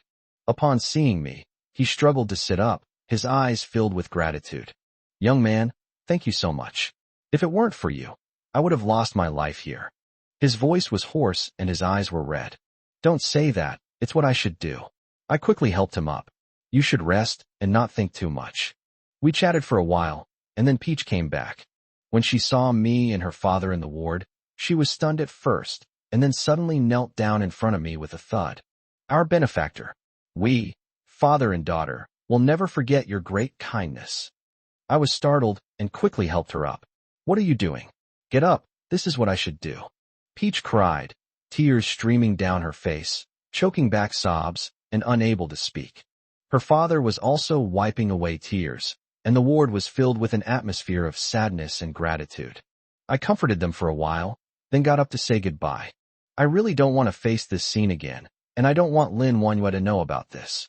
After leaving the hospital, I wandered aimlessly through the streets, my mind a jumbled mess. I feel like a puppet, being pulled back and forth between two strings. One is responsibility, and the other is love. I don't know how to choose, or how to balance them. When he got home, Lin Wanyue was already asleep. I tiptoed to the bedside and looked at her peaceful sleeping face, feeling even more guilty. I gently kissed her forehead, then turned and went to the study. I sat in front of the computer and opened the photos Peach had sent me. In the photo, Peach and her father stand together, smiling brightly at the camera. Although Peach's father was still very weak, His face radiated happiness. Looking at this photo, I feel a mix of emotions. I did a good deed, but I also planted a time bomb. I don't know when this bomb will explode, nor do I know what the consequences will be. The next few days were filled with fear and trepidation. I dared not answer Taozi's call, nor did I dare to go see her, for fear that Lin Wanyue would find out something. I felt like a guilty thief, living in constant fear and anxiety. Lin Wanyue didn't seem to notice anything unusual about me. She still went to work happily every day, and after get off work, she would cook, watch TV, and chat with me. She chattered away like a happy little bird, while I felt like a trapped beast, imprisoned in a cage of lies, unable to breathe. This state continued until an afternoon on a weekend. Lin Wanyue suddenly received a phone call, and her face instantly turned deathly pale. What? What did you say? Okay, I understand, I'll be right there. After hanging up the phone, she collapsed onto the sofa, tears streaming down her face. Lin Wanyue collapsed onto the sofa, sobbing uncontrollably. I was distraught, but I had no choice but to patiently ask, "What's wrong? What happened?" She sobbed intermittently, unable to articulate her thoughts for a long time. A nameless anger surged within me, and my tone became impatient. "Say something. What's wrong?" She then raised her head, her eyes red and swollen like two ripe peaches, and said in a tearful voice, Chun Mingxiu, his mother, passed away. Chun Mingxiu. It's that pretty boy again." Hearing that name only fueled the nameless anger burning within me. His mother passed away. What does this have to do with Guan Linwenyu? She cried as if her parents had died. I suddenly found it a little funny. Lin Wanyue was always extremely kind to others, gentle, considerate, and understanding. He was always cold to me, like a stone that could never be warmed. I took a deep breath, trying to suppress my anger, and said as calmly as possible, "Please accept my condolences. What are you planning to do?" I want to go see him," Lin Wanyue said, choking back tears. "Go see him," I sneered. "His mother died. Why would you want to get involved?" He must be so sad." Just because he's upset doesn't mean you have to comfort him. Are you my wife or his wife?" I could no longer control my emotions and yelled at Lin Wanyue. Lin Wanyue was startled by me, and her tears flowed even more fiercely. Why are you being so mean?" I yelled at you. "I haven't even asked you yet. What the hell do you take me for?" I pointed at Lin Wanyue and roared. This is the first time I've lost my composure. In front of Lin Wanyue. Lin Wanyue was stunned. She seemed not to have expected me to ask that question. She opened her mouth, wanting to explain, but didn't know how to say it. Seeing her like this only made me more irritated. "All right, I don't want to hear your explanation. Go away, let me have some peace and quiet." Lin Wanyue didn't say anything more. She silently stood up, picked up her bag, and left. Watching her departing figure, a strange emptiness suddenly welled up in my heart. I went back to my bedroom, lit a cigarette, and took a deep drag. Amidst the swirling smoke, I looked at the bank card on the table and suddenly felt like a joke. And Lin Wanyue? She's all lovey-dovey with that gigolo. I'm the real gigolo. I suddenly felt that my life was meaningless. I risked my life for a woman who didn't love me. I threw away my cigarette, but put on my coat and left home. I wandered aimlessly through the streets, letting the cold wind whip my face. As I passed the street corner, a ragged, deaf-mute man begged from me. Chapter 107. Me and Lin Wanyue. Looking into his eyes, I suddenly felt a surge of sympathy. Without hesitation, I took out all the cash I had and stuffed it into his hand. The deaf-mute man took the money, gestured excitedly at me, and made ah-ah sounds. Looking at him, I suddenly felt a sense of relief. Perhaps my life wasn't so bad after all. At least, I can still help others. I continued walking forward and unknowingly arrived at a bar. I pushed open the door and was instantly surrounded by loud music and noisy voices. I went to the bar, ordered a whiskey, and downed it in one gulp. The alcohol made me temporarily forget my troubles. I started observing the people around me. All sorts of people, each with their own story. A heavily made-up woman sat next to me. She was dressed provocatively and had a glazed look in her eyes. It was obvious that she was out hunting for women. She struck up a conversation with me, her words full of flirtation. I looked at her, and a sudden feeling of disgust rose in my heart. I don't want to have anything to do with a woman like that. I got up to leave, but she grabbed my arm. Handsome, don't go? Have a drink with me. I shook off her hand and said coldly, Sorry, I'm not interested. The woman seemed to be angered by my attitude. She stood up, pointed at me, and yelled, What the hell are you pretending to be so high and mighty for? You're just a poor wretch. It's your good fortune that I even bother with you. I gave a cold laugh and turned to leave the bar. Walking in the cold night, I suddenly felt a sense of relief. I finally got rid of Lin Wanyue, got rid of Taozi, and got rid of all the people and things that bothered me. I walked to the riverbank and looked at the shimmering surface of the river. Suddenly, an impulse welled up in my heart. I want to jump and end it all. Just then, a clear voice rang out behind me. Sir, would you like to buy some flowers? I took out my wallet, and luckily, there were still some coins inside. Regardless of the amount, I handed all the cash in it to the flower girl. No need to look anymore. Looking at her surprised smile, a warm feeling welled up in my heart. This feeling is even more intoxicating than downing a bottle of whiskey. Helping others can feel so good. I felt like I had discovered a new continent. The feeling was addictive, like taking drugs. A crazy idea suddenly popped into my head. I want to start a foundation to help all those in need. I want to fill the whole world with smiles. I immediately turned around and ran like a madman into a welfare institution. The staff member was organizing documents when I startled them. I want to set up a foundation, I said excitedly, speaking rapidly, like a machine gun firing off a string of words. The staff member was stunned for a few seconds before they realized what was happening. Sir, you want to set up a foundation? He adjusted his glasses and looked at me with the eyes of someone looking at a lunatic. Yes, I want to help everyone. I pulled out the bank card Lin Wanyue had given me and slammed it on the table. There's money in here. The staff member picked up the card, looked at it, and then put it down awkwardly. Sir, this is probably not enough. Then I remembered that all the money in this card had gone to Peach and her vampire-like family. I plopped down in the chair like a deflated balloon.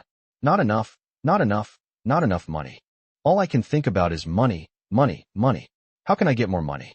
I was like I was possessed, muttering to myself as I walked down the street, asking everyone I met, lend me some money, I want to do good deeds. The result was naturally that people regarded him as crazy or a liar and avoided him like the plague. When he got home, Lin Wanyue was already back.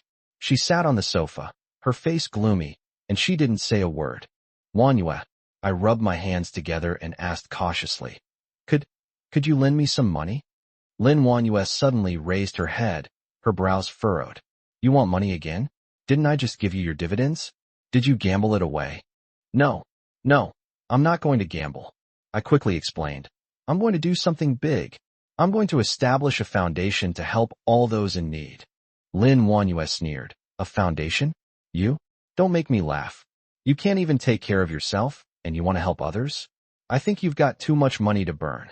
I panicked. I'm serious. I feel like I've found the meaning of life. Meaning? Your meaning is to give all the money to Taozi's family, and then come to me to borrow money. Lin Wanyue said sharply. Let me tell you, I have no money. Even if I did, I wouldn't lend it to you. Wake up, stop dreaming. She actually knew all of that. I felt like I'd been doused with a bucket of cold water. My whole body was ice cold. I looked at Lin Wanyue. Her eyes were cold, devoid of any warmth. I suddenly realized that not only did I have no money, but I had also lost her trust. I slumped onto the sofa, feeling as if the world had turned gray. All I want is to help others and make the world a better place. Why is that so difficult? Just then, the doorbell rang. Lin Wanyue went to open the door, and a young man stood outside, holding a bouquet of bright red roses. Wanyue, it's been a long time. The man had a charming smile on his face. Lin Wanyue smiled too, a radiant smile I had never seen before. Long time no see, come in and have a seat. Looking at them, a wave of sadness washed over me. I've seen this man before. That's the pretty boy who was all lovey-dovey with Lin Wanyue in the coffee shop that day. He was dressed in an expensive suit, wore a gleaming watch on his wrist, and exuded an aura of wealth. He walked into the room, saw me, paused slightly, then smiled and said to Lin Wanyue, And this is? Lin Wanyue said indifferently. An insignificant person. I felt as if a knife had stabbed me hard in the chest, and the pain was so intense that I couldn't breathe. An insignificant person. In her heart, I was just an insignificant person. Wanyue, this is for you. The man handed the roses to Lin Wanyue. I hope you like them. Lin Wanyue accepted the flowers with a happy smile on her face, though it was unclear whether it was a provocation or something else. Thank you, I like it very much. The man turned to look at me, a hint of disdain in his eyes. Brother, let me give you a piece of advice. Don't be a toad trying to eat swan meat. There are some women you can never reach in this lifetime. I clenched my fists so tightly that my nails dug deep into my flesh. I wanted to argue back. I wanted to yell at him, but I couldn't utter a single word. The man put his arm around Lin Wanyue's shoulder and walked into the bedroom. I heard them close the door, and my heart ached. I wandered around the empty living room like a ghost. I walked to the window, looked at the night outside, and felt completely lost. My life is like an absurd comedy. I tried my best, but I gained nothing. I wanted to help others, but I was treated like a madman. The person I loved has fallen into someone else's arms. Chapter 108 Another Mental Illness. I suddenly felt nauseous, and my stomach churned. I rushed into the bathroom and vomited violently. I leaned against the sink and looked at myself in the mirror. My face was pale, my eyes were bloodshot, and I had a stubble beard, looking like a homeless man. What do I have left? At that moment, the bathroom door was pushed open. Lin Wanyue walked in, a hint of disgust on her face. Can't you be a little more hygienic? You've made the whole house smell. I looked up at her and suddenly laughed, a hysterical laugh. Lin Wanyue, I said in a hoarse voice, you disgust me. Lin Wanyue's expression changed drastically. What did you say? I staggered up to her and grabbed her wrist. I'm asking you one last time. Do you love me or not? Lin Wanyue forcefully shook off my hand. Love? Do you deserve it? I looked at her, her eyes vacant, my heart utterly desolate. Okay. I murmured to myself. I understand. I turned and left the bathroom, leaving behind this home that was once filled with laughter, but is now filled with pain. I walked unsteadily down the street, feeling like a lost soul abandoned by the world. Lin Wanyue's words were like sharp knives, stabbing my heart again and again, causing me unbearable pain. I wandered aimlessly, my reflection shone in the shop windows as I passed by. With a scraggly beard, disheveled hair, and vacant eyes, he looked exactly like a stray dog. I suddenly woke up with a start. What could I possibly do looking like this? I need to pull myself together. I decided to find a job that would allow me to forget my pain and start my life anew. I was browsing through the job postings on my phone when suddenly one caught my eye. A welfare home is hiring. Orphanage. As I looked at those 3 words, a warm feeling suddenly welled up inside me. Yes, I can go to the welfare home to help those children in need, warm them with my love, and let them feel the warmth of humanity. The next morning, I arrived at the Love and Care Welfare Home. The head of the welfare home was a kind and approachable woman. She frowned slightly when she saw my dejected appearance. Young man, what brings you to our orphanage? The older woman asked. I'm here to apply for a volunteer position, I said, forcing a smile. I want to take care of the children. The older woman looked me up and down and said hesitantly, Young man, I'm not trying to be mean, but look at you now, all disheveled and dirty. The children will be scared of you. Big sister, please give me a chance, I pleaded. I'm really sincere. I promise I'll take good care of the children. Seeing my sincere attitude, my older sister sighed and said, All right, since you're so sincere, I'll give you a chance. However, the volunteer work at our orphanage is very hard. Are you sure you can stick with it? Don't worry, I will definitely persevere, I said confidently. And so, I began my volunteer life at the welfare home. On my first day at work, the older sister showed me around and introduced me to the welfare home. Our orphanage has taken in more than 30 children, the oldest being 15 years old and the youngest only 3 years old. The older sister pointed to the children playing not far away and said, These children are very pitiful. Some were abandoned by their parents when they were young, and some lost their relatives for various reasons. So you should be more patient and more caring towards them. I listened attentively, nodding occasionally. Oh, right. The older sister suddenly lowered her voice. That little girl in the corner, her name is Xiaoyu. She's rather withdrawn and doesn't usually like to play with other children. Keep an eye on her. Following my older sister's directions, I saw a thin little girl sitting alone in a corner, head down, seemingly lost in thought. I walked over, squatted down, and asked softly, "Little friend, why are you sitting here all alone?" The little girl looked up at me warily, without saying a word. "Your name is Xiaoyu, right?" I tried to appear as friendly as possible. "I'm a new volunteer. My name is—" "It's none of your business," the little girl suddenly shouted, then turned and ran away. I was taken aback. This little girl had quite a temper. Over the next few days, I discovered that Xiaoyu was indeed very withdrawn. She always shut herself off in her own world and was unwilling to communicate with others. One day, I saw a little boy try to invite Xiaoyu to play a game, but Xiaoyu pushed him to the ground. "What are you doing?" I rushed over and helped the little boy up. Xiaoyu looked at me with disdain and said, "What's it to you? How could you hit someone like that?" I said, getting angry. "Don't you know that's wrong? Mind your own business." Xiaoyu glared at me, then turned and ran away.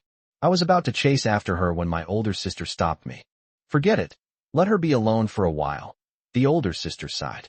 "Xiaoyu has a hard life. She was abandoned by her parents when she was young, which is why she is so withdrawn." When I heard that, I felt a pang of sadness. Seeing my dejected look, my older sister patted me on the shoulder and said, "Xiao-chun, I'm not trying to be mean, but these days it's hard to be a good person. Let me tell you, Xiaoyu isn't an ordinary child. She has autism. The doctor said it's a difficult disease to treat, and we have to take it slowly. We can't rush it." I was stunned. Autism? No wonder Xiaoyu always shut herself off. Now I know why. "Then why did you ask me to take care of her?" I was a little confused. Since they knew Xiaoyu had autism, why did they ask me, an outsider, to take care of her? The eldest sister sighed. "Sigh, you know the welfare home has limited funds, and we can't afford to hire professional caregivers. Besides, didn't you say you came here to do volunteer work? Just consider it an act of kindness." What could I say? I could only bite the bullet and agree. To be honest, I know nothing about autism, let alone how to get along with such a child. I started researching online to learn about the symptoms and treatments for autism. I even bought some books on child psychology, hoping to find some inspiration from them. I tried various methods to get close to Xiaoyu, telling her stories, playing games with her, and buying her snacks and toys, but Xiaoyu remained indifferent to me and wouldn't even look at me. This child is so stubborn. I was a little discouraged. Was there really no way for me to enter her world? "Don't be discouraged," my older sister comforted me. "All autistic children are like this. You have to be patient." I nodded, deciding to keep up the good work. Chapter 109: The Strange Girl and the Painting. I started to observe Xiaoyu's preferences and found that she seemed to be very interested in drawing. Every time we passed by the small garden of the orphanage, she would stare at the flowers and plants for a long time. So I bought paintbrushes and drawing paper and placed them in the place where Xiaoyu often stayed. "Go ahead and draw, don't worry about getting it dirty," I said to Xiaoyu in a gentle tone. Xiaoyu looked at me, then at the paintbrush, and didn't say anything, but I knew she had taken my words to heart. Since then, I often see Xiaoyu drawing. She is very focused when she draws, as if the whole world has disappeared and only she and her painting remain. I didn't dare disturb her, but just watched silently from the side as she sketched out one strange picture after another with her childish strokes. One day, Xiaoyu suddenly walked up to me and handed me a drawing. I took the painting and was surprised to find that she had drawn a blue whale. The whale's shape is strange, its lines are twisted, and its colors are eerie, but for some reason, I felt a strange sadness and loneliness from this painting. "Did you draw this?" I asked cautiously. Xiaoyu nodded, staring at me intently, as if waiting for my evaluation. "It's beautifully drawn," I said with a smile, trying to suppress my unease. "I really like it." Hearing my praise, Xiaoyu finally smiled, the first time I had ever seen such an expression on her face. Since then, Xiaoyu seems to have lowered her guard against me a bit. She started to talk to me, even if it was just a few simple words, but for me, it was a huge step forward. I started bringing Xiaoyu gifts more frequently, all sorts of toys, pretty clothes, but she didn't seem interested in any of them. She only seemed to have a special fondness for the paintbrushes and drawing paper I gave her. I know that I am slowly entering her world. Although the process is slow and difficult, I believe that one day I will be able to open the door to her closed heart. However, things always take unexpected turns. One afternoon, I went to visit Xiaoyu at the orphanage as usual, but I found that she was not in her room. "Where's Xiaoyu?" I asked the cleaning lady. "Playing in the garden," the aunt replied without looking up. "This child is getting more and more lively. I wonder if it's because of you." I smiled, but a vague unease lingered in my heart. I had a feeling that something was about to happen. I walked into the garden and saw Xiaoyu squatting on the grass in the distance, not knowing what she was doing. I tiptoed closer, wanting to see what she was doing. "Xiaoyu, what are you doing?" I asked softly. Xiaoyu didn't answer, but just looked up at me, then handed me what she was holding. "This is for you," she said. I took the things from her hands and was immediately stunned. It was a painting, a portrait of me. In the portrait, my face is ferocious, a grotesque grin spreading across my lips to reveal gleaming white teeth, and my eyes gleam with a scarlet light, like a demon crawling out of hell. "This." I opened my mouth, but didn't know what to say. Xiaoyu tilted her head, looked at me, and showed an innocent smile. "Do you like it?" she asked. I felt my blood freeze, and my heart felt like it was being gripped tightly by an invisible hand. Xiaoyu's innocent smile now seemed incredibly eerie to me, even carrying a chilling undertone. "Do you like it?" she asked again, her voice clear but like a sharp needle piercing my eardrum. I swallowed hard and forced a smile that looked worse than a grimace. I like it." Xiaoyu's smile grew even brighter, and she jumped up joyfully, like a carefree little bird. "I knew you would like it." Looking at her, I felt like I had fallen into a huge whirlpool, sinking deeper and deeper, unable to extricate myself. For the next few days, I didn't go to the orphanage again. That painting was like a persistent nightmare, constantly haunting my mind and making me restless and unable to eat or sleep.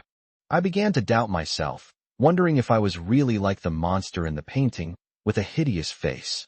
I even started to be afraid of Xiaoyu, afraid that behind her innocent smile there might be some unknown secret. I locked myself in my house and looked at the painting over and over again, trying to find some clues, but to no avail. Lin Wanyuet keenly noticed my unusual behavior. "What's wrong?" she asked me with concern. "You seem distracted lately. Is something wrong at work?" I shook my head, not wanting her to worry. "It's nothing. I'm just a little tired," I replied casually. Min noticed something was wrong with me and asked, "Are you really okay? You look terrible." I forced a smile and said, "It's really nothing. I guess I haven't been sleeping well lately." She gave me a suspicious look and didn't ask any further questions, but I knew she didn't completely believe me. She's always like this. She tries to flirt with me even when my eyes aren't on her. I became increasingly anxious and irritable, and even started to take my anger out on her. "Can you please leave me alone?" I yelled at her. "I told you I'm fine." She was startled by my sudden outburst of anger, and tears welled up in her eyes. I just care about you," she said, her voice choked with emotion. Seeing her aggrieved look, I felt a pang of annoyance, but I didn't know how to explain it. All I could do was hold her tightly and say sorry over and over again. I know I can't go on like this anymore. I need to find out why Xiaoyu painted that picture. The next day, I went to the welfare home again. When Xiaoyu saw me, she immediately smiled brightly and ran over to hug me. "Uncle, you've finally arrived," she said happily. I suppressed my unease and patted her head. "Xiaoyu, what does that painting you drew mean?" I asked, trying to keep my voice calm. Xiaoyu tilted her head and looked at me with a puzzled expression. "What painting?" My heart sank. Did she not remember? "It's the painting you drew of me," I reminded him. Xiaoyu thought for a moment, then suddenly realized. "Oh, you mean that painting? I like to draw, so I drew you. But why did you draw me like that?" I pressed. "Do I look scary?" Xiaoyu blinked her big eyes innocently and said, "No, Uncle is very handsome." My head was buzzing, and I felt like I was about to break down. "Then why did you draw my mouth so big and my eyes so red?" I asked through gritted teeth. Chapter 1:10 Xiaoyu's Mother. Xiaoyu's eyes were as clear as a mountain spring, pure and without a trace of impurity. As I looked at her, the inexplicable fear in my heart grew stronger. Am I just overthinking things? "Uncle, why aren't you saying anything?" Xiaoyu's voice pulled me back from my thoughts. I forced a smile. It's nothing. Uncle was just thinking about something. Oh, Xiaoyu nodded, then said excitedly, Uncle, let's go play hide and seek. I really wasn't in the mood to play games with her, but looking at her expectant eyes, I couldn't bear to refuse. Okay, Uncle will play with you, I replied. After playing hide and seek with Xiaoyu for a while, I felt a little more relaxed. Perhaps I'm overthinking it. Xiaoyu was just an innocent child. She probably drew that picture simply out of childlike innocence and curiosity. Just as I was about to take Xiaoyu to lunch, the dean came over. Xiaoyu, your mother has come to see you, the director said. My heart sank. Xiaoyu's mother? I've never heard of Xiaoyu's mother. A stylishly dressed woman walked over. She was tall and beautiful, but her eyes revealed a coldness and aloofness. Xiaoyu, the woman called softly. When Xiaoyu saw the woman, her face did not show joy, but rather some fear. Mom, Xiaoyu called out timidly. The woman ignored Xiaoyu's awkwardness, walked straight up to me, and looked me up and down. Who are you? She asked in an icy tone. I am Xiaoyu's friend. I hesitated for a moment, but still didn't reveal my true identity. The woman sneered. Friends? I don't think so. I was taken aback. What do you mean? I asked, trying to remain calm. The woman didn't answer my question, but turned to Xiaoyu and said, Xiaoyu, let's go. Xiaoyu glanced at me, her eyes filled with reluctance. Mom, can I stay with Uncle for a while? Xiaoyu pleaded. The woman frowned impatiently.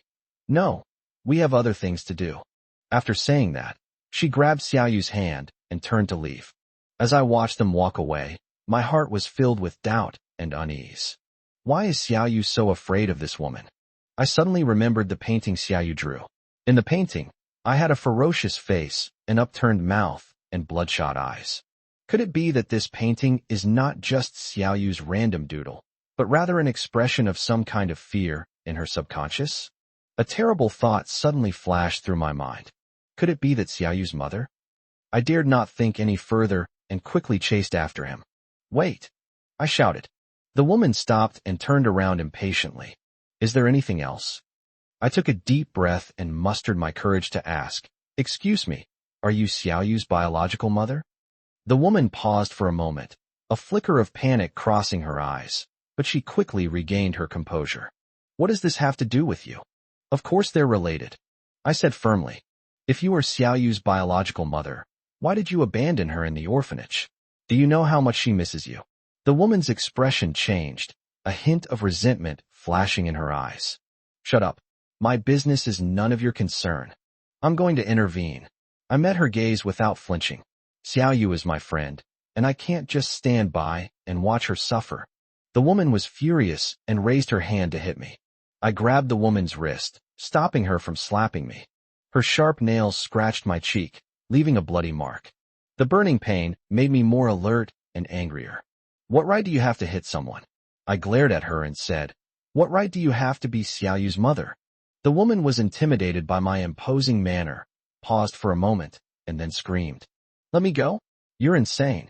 People around us were drawn to our argument and started pointing and whispering. I then realized that I had lost my composure. I released the woman's wrist, took a deep breath, and tried to calm myself down. Let's have a good talk, I said, trying to keep a calm tone. The woman snorted coldly. I have nothing to talk to you about. As she spoke, she tried to pull Xiaoyu away. Wait.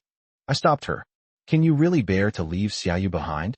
She loves you so much. Don't you care about her feelings at all? A flicker of struggle crossed the woman's eyes, but she quickly hardened her heart. My affairs are none of your business. Xiaoyu, do you want to come with mommy? I turned to ask Xiaoyu. Xiaoyu glanced timidly at the woman, then at me, her eyes filled with contradiction and pain. She bit her lip and remained silent. Seeing Xiaoyu like this, my heart ached as if it had been pricked by needles.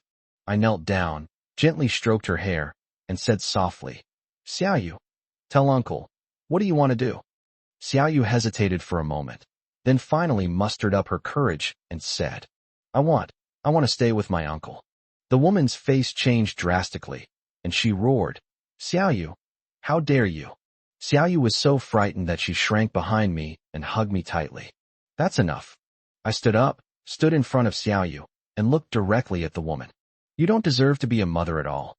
You only care about yourself and never consider Xiaoyu's feelings. You abandoned her in the orphanage and haven't cared about her for so many years, and now you suddenly reappear. What are you trying to do?" My words struck a nerve with the woman, and her face turned deathly pale. Her lips trembled, but she couldn't utter a word. She finally spoke, her voice hoarse. I have my reasons." "Difficulties?" I sneered. "What difficulties could make you so heartless as to abandon your own child?" Tears welled up in the woman's eyes. She covered her face and choked out. I was forced into this situation back then." Seeing her crying, I couldn't help but feel a little wavering. Could it be that she really has some unspeakable secret? "Go ahead and say it. I'm listening." I softened my tone.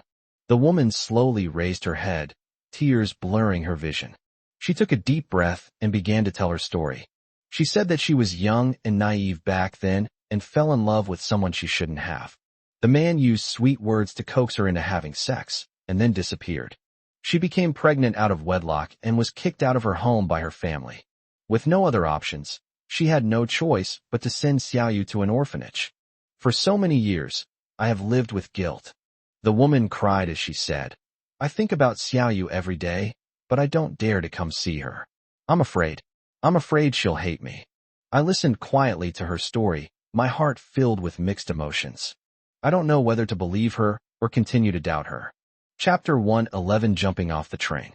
Just then, the dean walked over. She looked at us, sighed, and said, "This woman is indeed Xiaoyu's biological mother. Over the years, she has been quietly watching over Xiaoyu, sending money to the orphanage every month, but she dares not show her face." The dean's words took me by surprise. Had I really wronged her? I looked at the woman. Her eyes were filled with pain and helplessness. I want to take Xiaoyu home," the woman said timidly. I hesitated. I didn't know what to do. Xiaoyu hugged me tightly and wouldn't let go. "Uncle," she called out to me softly, her voice filled with fear and unease. I looked at Xiaoyu, then at the woman, my heart filled with conflicting emotions.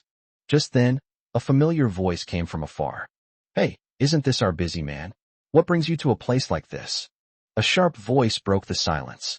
I turned around and saw Lin Wanyue standing at the entrance of the orphanage, arms crossed, looking at me with a mocking expression. She wore a tight-fitting dress that accentuated her beautiful figure, and her face was covered in exquisite makeup, giving her an arrogant and domineering appearance. I opened my mouth, but didn't know how to explain. Lin Wanyue's gaze swept back and forth between me and the woman in front of me, her eyes filled with wariness and suspicion. "Who's this? Your new lover?" she asked sarcastically, her tone dripping with jealousy. Before I could answer, Lin Wanyue grabbed my arm and dragged me to her red sports car parked by the roadside without saying a word. "Come on, come back with me." I stumbled a few steps as she pulled me, almost falling. I glanced back at the woman and Xiaoyu. Their faces were filled with worry and unease. I felt a pang of guilt, but I was powerless to break free from Lin Wanyue's grip. Lin Wanyue dragged me into the car, forcefully pushed me into the passenger seat, then got into the driver's seat herself and started the car abruptly. The sports car sped off like an arrow, leaving the orphanage, the woman, and Xiaoyu far behind. "Tell me what happened." As Lin Wanyue drove, she coldly asked me, "Haven't seen you for a few days, and you've hooked up with someone else? No wonder you've been going out so much lately. Turns out you're keeping a mistress hidden away." I felt a surge of irritation as I listened to her sharp and sarcastic words. I didn't answer, but just silently watched the scenery rushing past the window. "Why aren't you saying anything? Are you feeling guilty?" Seeing that I remained silent, Lin Wanyue became even more enthusiastic. "You asked you for money before. Was it so you could be keeping this woman as a mistress? No wonder you were so generous. Now I know what it was all about." Every word she said was like a sharp knife, piercing my heart. I felt increasingly difficult to breathe, as if a huge rock was pressing on my chest, making it hard for me to catch my breath. I struggled to speak, wanting to explain, but not knowing where to begin. "No? Then explain why you're at the orphanage. And who is that woman?" Lin Wanyue pressed on relentlessly. I fell silent. I couldn't explain, and I was powerless to explain. I felt my emotions getting out of control, and a nameless despair and fear welled up inside me. Stop the car. I suddenly said, my voice trembling. Let me out. Get down? What do you want to do? Lin Wanyue glanced at me, her tone full of disdain. Don't try to play these tricks on me. I won't fall for it. Stop the car. I told you to stop the car. I suddenly yelled and grabbed the door handle. Lin Wanyue was startled by my sudden action. She slammed on the brakes, the car screeching as it came to a screeching halt. Are you crazy? Lin Wanyue roared. Do you want to die? I ignored her, flung open the car door, and jumped out. Ah! Lin Wanyue screamed. I fell heavily to the ground, feeling as if every bone in my body was broken. The intense pain caused my vision to go black, and I lost consciousness. My consciousness slowly gathered in the chaos, and intense pain surged like a tide, making me groan involuntarily. I struggled to open my eyes, and through my blurry vision, I saw Lin Wanyue's terrified face. Are you alright? Her voice trembled, and her eyes were filled with panic. Her previous arrogance was nowhere to be seen. I tried to move, and my bones felt like they were falling apart. The excruciating pain made me gasp. Hiss, it hurts. Lin Wanyue hurriedly helped me up, her face full of self-reproach. It's all my fault. I was too impulsive. I'll take you to the hospital. She half carried, half helped me into the car, and the sports car sped off. I was in so much pain that I almost fainted. In my daze, I heard Lin Wanyue apologizing repeatedly, her tone filled with regret and fear. When I arrived at the hospital, after a series of examinations, the doctor said I had a leg fracture and needed to be hospitalized for treatment. Lin Wanyue accompanied her throughout the entire process, running around taking care of everything from paying fees to contacting wards, acting like a dutiful and responsible wife. To be honest, seeing her like this, I felt a mix of emotions. 5 years into our marriage, we've been arguing more and more. She's become increasingly domineering and unreasonable, while I've become increasingly silent and withdrawn. We are like two hedgehogs, hurting each other, yet unable to separate. The days in the hospital were boring and tedious, but Lin Wanyue would come to the hospital to keep me company every day, bring me food, and chat with me. She seemed like a completely different person, gentle, considerate, and obedient, as if we had returned to the sweet days of our courtship. Wanyue, why are you suddenly being so nice to me? I couldn't help but ask the question that had been bothering me. Lin Wanyue paused in her apple-peeling motion, then looked up at me, a complex emotion flashing in her eyes. I just don't want to lose you. I looked at her, and a feeling stirred within me. Perhaps there was still a chance for us, a possibility of starting over. However, this brief period of tranquility was soon shattered. One afternoon, Lin Wanyue went out to buy fruit. I was idly scrolling through my phone when suddenly a WeChat message popped up. It's news about that woman. How did she get my contact information? Are you alright? Xiaoyu misses you so much. Seeing this message, my heart sank. My first instinct was to delete it, but I hesitated. What are you looking at so intently? Lin Wanyue had returned at some point, carrying a bag of fruit and wearing a gentle smile. I frantically locked my phone and, forcing a calm expression, said, "In nothing." Lin Wanyue placed the fruit on the bedside table, then walked to my side and reached out to touch my forehead. Why do you look so pale? Are you feeling unwell? I dodged her hand, my eyes darting around. I want to rest for a while. Lin Wanyue looked at me with a hint of doubt in her eyes, but she didn't say anything more. She just silently turned around and left the ward. As I watched her departing figure, my heart was filled with guilt and unease. Chapter 112: How to Face It. What should I do? How should I face Lin Wanyue? And how should I face that woman and Xiaoyu? Just as I was in a state of great anxiety, the door to the ward was suddenly pushed open. A man walked in, carrying a bouquet of flowers and wearing a bright smile. Excuse me, is this Lin Wanyue's hospital room? I froze, staring at the unfamiliar man before me, a sudden sense of foreboding rising within me. I stared at him blankly, not reacting for a moment.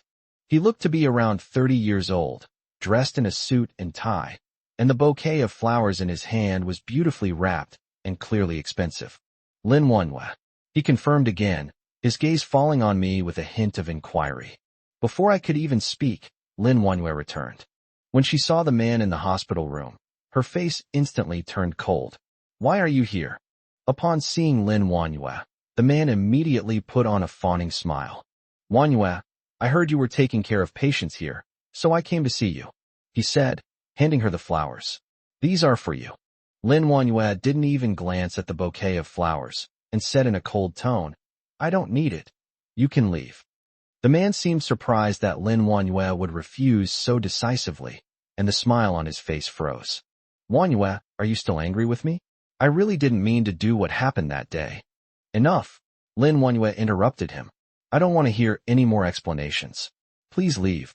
The man wanted to say something more, but Lin Wanyue had already lost her patience. Get out, she said, pointing to the door, her tone icy and leaving no room for argument. The man's face flushed red and then turned pale, and he finally slunk away, giving me a fierce glare before he left. I sneered inwardly. What is this? Jealousy? I am Lin Wanyue's legal husband, but the fact that he is a legal husband makes me feel incredibly ironic.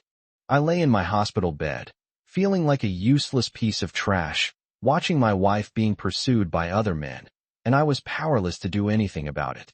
The ward quieted down. Lin Wanyue put away the fruit she had bought, then walked over to me and asked gently, Are you feeling better? I looked at her, my heart filled with mixed emotions. Why? Why did you send him away? Lin Wanyue paused for a moment, then said calmly, I don't like him. Don't you like him? I repeated the question, but my doubts only deepened. If you didn't like him, why did you spend that night with him? I opened my mouth, wanting to ask the question that was on my mind, but I didn't know how to start. Lin Wanyue seemed to sense my hesitation. She sighed and sat down by my bedside. There are some things I can't tell you right now. You can't tell me? I looked at her, my eyes filled with confusion and pain. Wanyue, is there anything between us that we can't talk about? Lin Wanyue fell silent, her head bowed, seemingly deep in thought. Just then, the door to the ward was suddenly pushed open, and the man rushed in again, holding a gleaming fruit knife in his hand. You bastard. It's all your fault. It's all because of you. He roared, his eyes bloodshot, like a wild beast that had lost its mind. Before I could react, he had rushed to my bedside, raised the knife, and stabbed at me. At that moment, I felt like my heart had stopped beating. Ah! With a scream, Lin Wanyue threw herself on top of me, using her body to block the knife. Wanyu!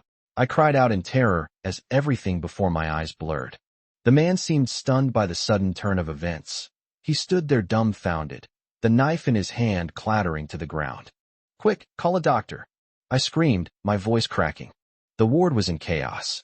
Nurses and doctors quickly arrived and took Lin Wanyue to the emergency room. I sat at the door of the operating room, trembling all over, my mind blank. I can't imagine what would have happened if that knife had hit me. What I find even more incomprehensible is why Lin Wanyue would take the knife from me. She clearly doesn't love me anymore. Time passed second by second, and my heart grew heavier and heavier. Finally, the operating room door opened, and the doctor came out. Doctor, how is my wife? I asked anxiously. The doctor removed his mask and sighed. The patient has lost too much blood. The situation is not optimistic. My heart sank suddenly, as if I had fallen into an abyss. At this time, the police arrived at the scene and took the man who committed the crime away. As I watched the man being led away, my heart was filled with anger and hatred. But what can all of this change? Lin Wanyue is still struggling between life and death, and I can't do anything about it. The doctor's words hit me like a hammer blow, leaving me breathless. Excessive blood loss. The situation is not optimistic. I mechanically repeated this sentence, feeling as if the whole world had collapsed. I staggered to the emergency room door and, through the glass window, saw Lin Wanyue lying on the hospital bed, pale and lifeless. At that moment, I suddenly realized how afraid I was of losing her. I slumped down on the bench in the corridor, covering my face with my hands, tears streaming through my fingers. I hate myself. I hate my incompetence. I hate myself for not being able to protect her. I began to recall every little detail of how I met Lin Wanyue. At that time, she was so beautiful and gentle, like a blooming lily, exuding a captivating fragrance. We've shared so many wonderful moments together, laughed together, cried together, and dreamed about the future together. But all of that has changed. Everything changed. I became a useless person, only able to lie in bed, watching her work hard for me, watching her endure tremendous pressure. I even started to wonder if she no longer loved me. Was her concern for me merely out of a sense of responsibility or out of sympathy? I closed my eyes in anguish, unwilling to think about these issues anymore. I don't know how much time passed, but a nurse came over and told me that Lin Wanyue was out of danger and could be transferred to a regular ward. I suddenly looked up, a surge of immense joy welling up inside me. She's still alive, and that's more important than anything else. I followed the nurse to Lin Wanyue's ward and saw her lying quietly on the bed. Although her face was still pale, her breathing had become much more stable. I walked to the bedside and gently took her hand. Her hands were cold and soft, just like before. Wanyue, I called her name softly. She slowly opened her eyes, saw me, and a weak smile appeared on her lips. You've come. Looking at her smile, I felt a pang of sadness. I so wanted to tell her how much I loved her and how afraid I was of losing her. However, the words stuck in my throat. Thank you, I said, my voice choked with emotion. Thank you for saving me. Chapter 113, The Abandoned Child. Thank you. I choked up again, my voice hoarse like a broken bellows. Thank you for saving me. Lin Wanyue smiled weakly, but her eyes darted around, and she didn't look me in the eye. Don't say that. I was just reacting instinctively. Her subconscious reaction? A sharp pain shot through my heart. Does she no longer think I'm worthy of her love and protection? But if it wasn't love, what made her so willing to stand in front of me without hesitation? The light in Lin Wanyue's eyes was like a thin mist, hazy and unclear, making it impossible for me to see through it. She saved me, but this subconscious reaction is like a thorn, causing me a dull ache in my heart. I opened my mouth, wanting to ask her what she was thinking, but I was afraid to hear the answer I didn't want to hear. Days passed by, and Lin Wanyue's injuries gradually healed. She continued to take care of me, showing concern and warmth, as if nothing had happened. But I know that some things have changed. There's an invisible wall between us. We probe each other, yet we're careful not to touch it. That day, I was staring blankly at the computer screen when my phone suddenly rang. It was an auntie from the orphanage calling. Hello, is this Lin Feng? Xiaoyu. Xiaoyu has been sent back again. The aunt's voice carried a hint of anxiety and helplessness. My mind went blank with a buzz. Wasn't she picked up by her mother? They had finally stabilized a bit. So why were they sent back again? What happened to her? I asked, trembling. Sigh. The child is throwing a tantrum again, crying and wanting her uncle, and no one can soothe her. And her autism seems to have worsened. She doesn't talk much anymore. My heart is breaking. Xiaoyu, my daughter, she's so young, yet she has to endure so much pain. As his uncle, there's nothing I can do. I helplessly put down my phone and slumped back in my chair. Only then did I realize that Lin Wanyue was standing at the door, watching me for who knows how long. Her eyes held a complex mix of emotions, a hint of pity, a trace of worry, and another emotion I couldn't decipher. I opened my mouth, wanting to explain something, but I didn't know where to begin. I never mentioned Xiaoyu's matter to her. The orphanage called? Lin Wanyue asked softly. I nodded and remained silent. Let's go see her, Lin Wanyue suddenly said. I froze, staring at her, unable to react for a moment. What did you say? I said.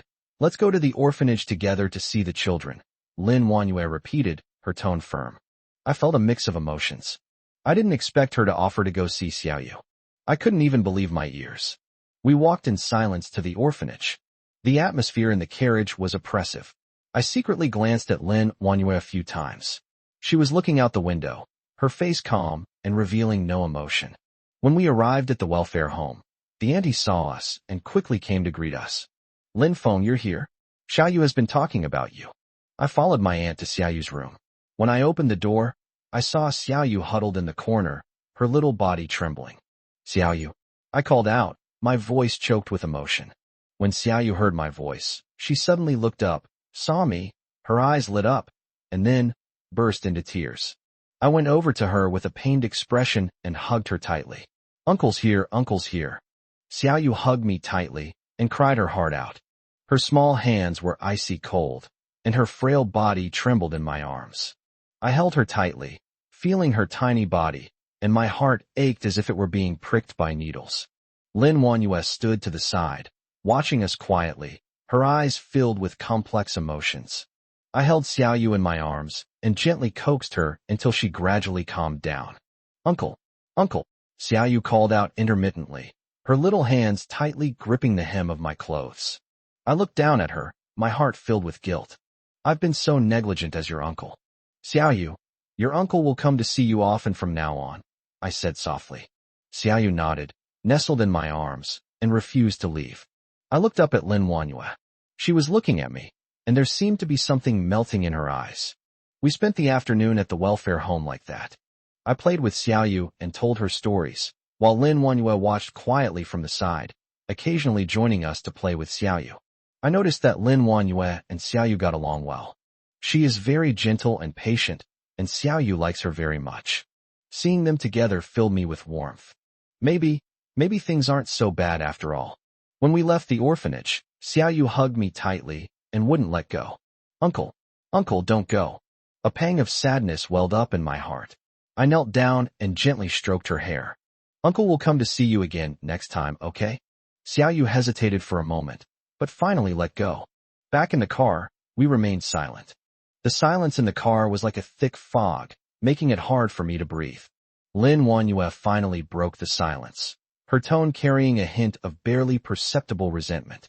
"I hate irresponsible people who just leave without saying a word." I know she was referring to the time I left without saying goodbye back then. But what could I do? What can a person sentenced to death do besides silently leave? I gave a wry smile and swallowed back the explanation that was on the tip of my tongue. Brain cancer, these two words hang like the sword of Damocles over my head. I dare not speak of them, nor can I speak of them. When I got home, Lin Wanyue simply told me to get some rest before rushing off to the company. I lay in bed, but couldn't fall asleep. Xiaoyu's frail figure and her heart-wrenching cries kept replaying in my mind. I have to do something for her. I can't let her drift like duckweed any longer. I got out of bed, went to the study, turned on the computer, and began searching for legal provisions regarding child custody. The screen was filled with dense text, making my head spin, but I still couldn't find any useful information. Where did Xiaoyu's mother, that heartless woman, go? I don't even know her real name. Just then, my phone vibrated, and a text message from an unknown number caught my eye. "Don't go near Xiaoyu again, or you'll regret it." A surge of anger welled up inside me, and I gripped my phone tightly until my knuckles turned white. This woman actually dared to threaten me. I dialed the number without hesitation, but only heard a cold, mechanical female voice. "The number you dialed is not in service." A disconnected number? She actually threatened me with a disconnected number. I was so angry I almost threw my phone on the ground. What the hell is that woman trying to do? I forced myself to calm down, took a deep breath, and dialed the number of the aunt at the welfare home again. Chapter 114, I need to get this clear. "Auntie, I'd like to ask, do you know any information about Xiaoyu's mother? Like her name, contact information, etc." There was a moment of silence on the other end of the phone, and the aunt's voice sounded hesitant. "Lin Feng, I know you care about Xiaoyu, but Xiaoyu's mother's situation is rather special, and we can't reveal too much. However, I can tell you that she is also a pitiful person." "A pitiful person? She abandoned her own daughter. What right does she have to be pitiful?" I almost sneered. "Auntie, I know you're in a difficult position, but I really want to help Xiaoyu. If you know anything, please tell me." I try to make my tone sound as sincere as possible.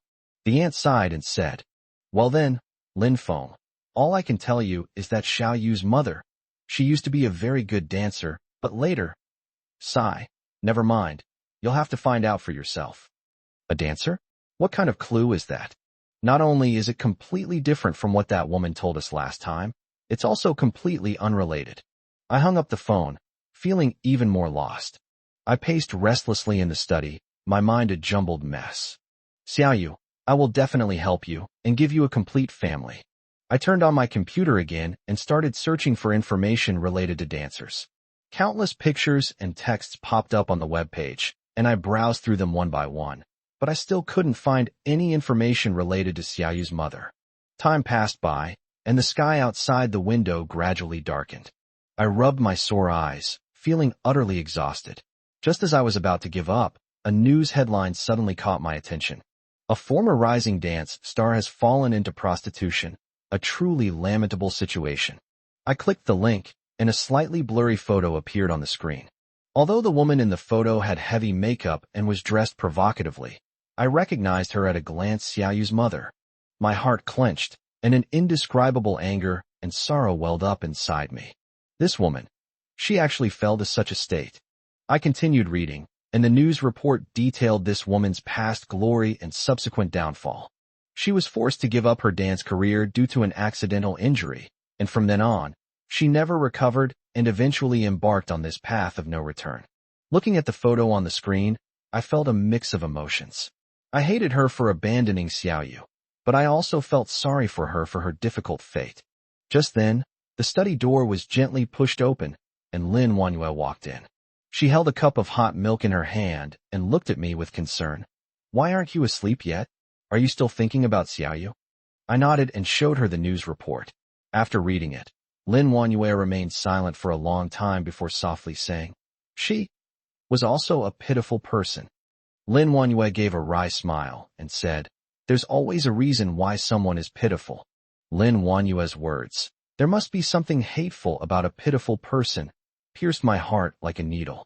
I gulped down a large mouthful of milk. It was cold and tasteless.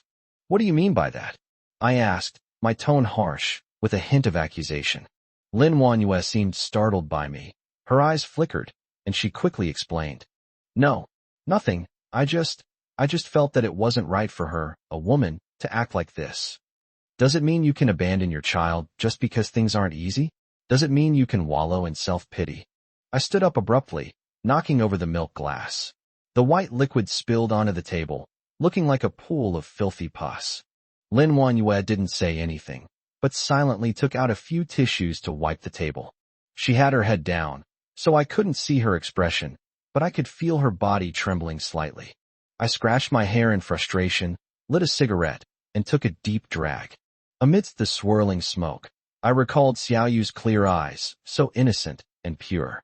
"Wanyue," I tried to calm myself down. "I know you're kind and have a lot of compassion.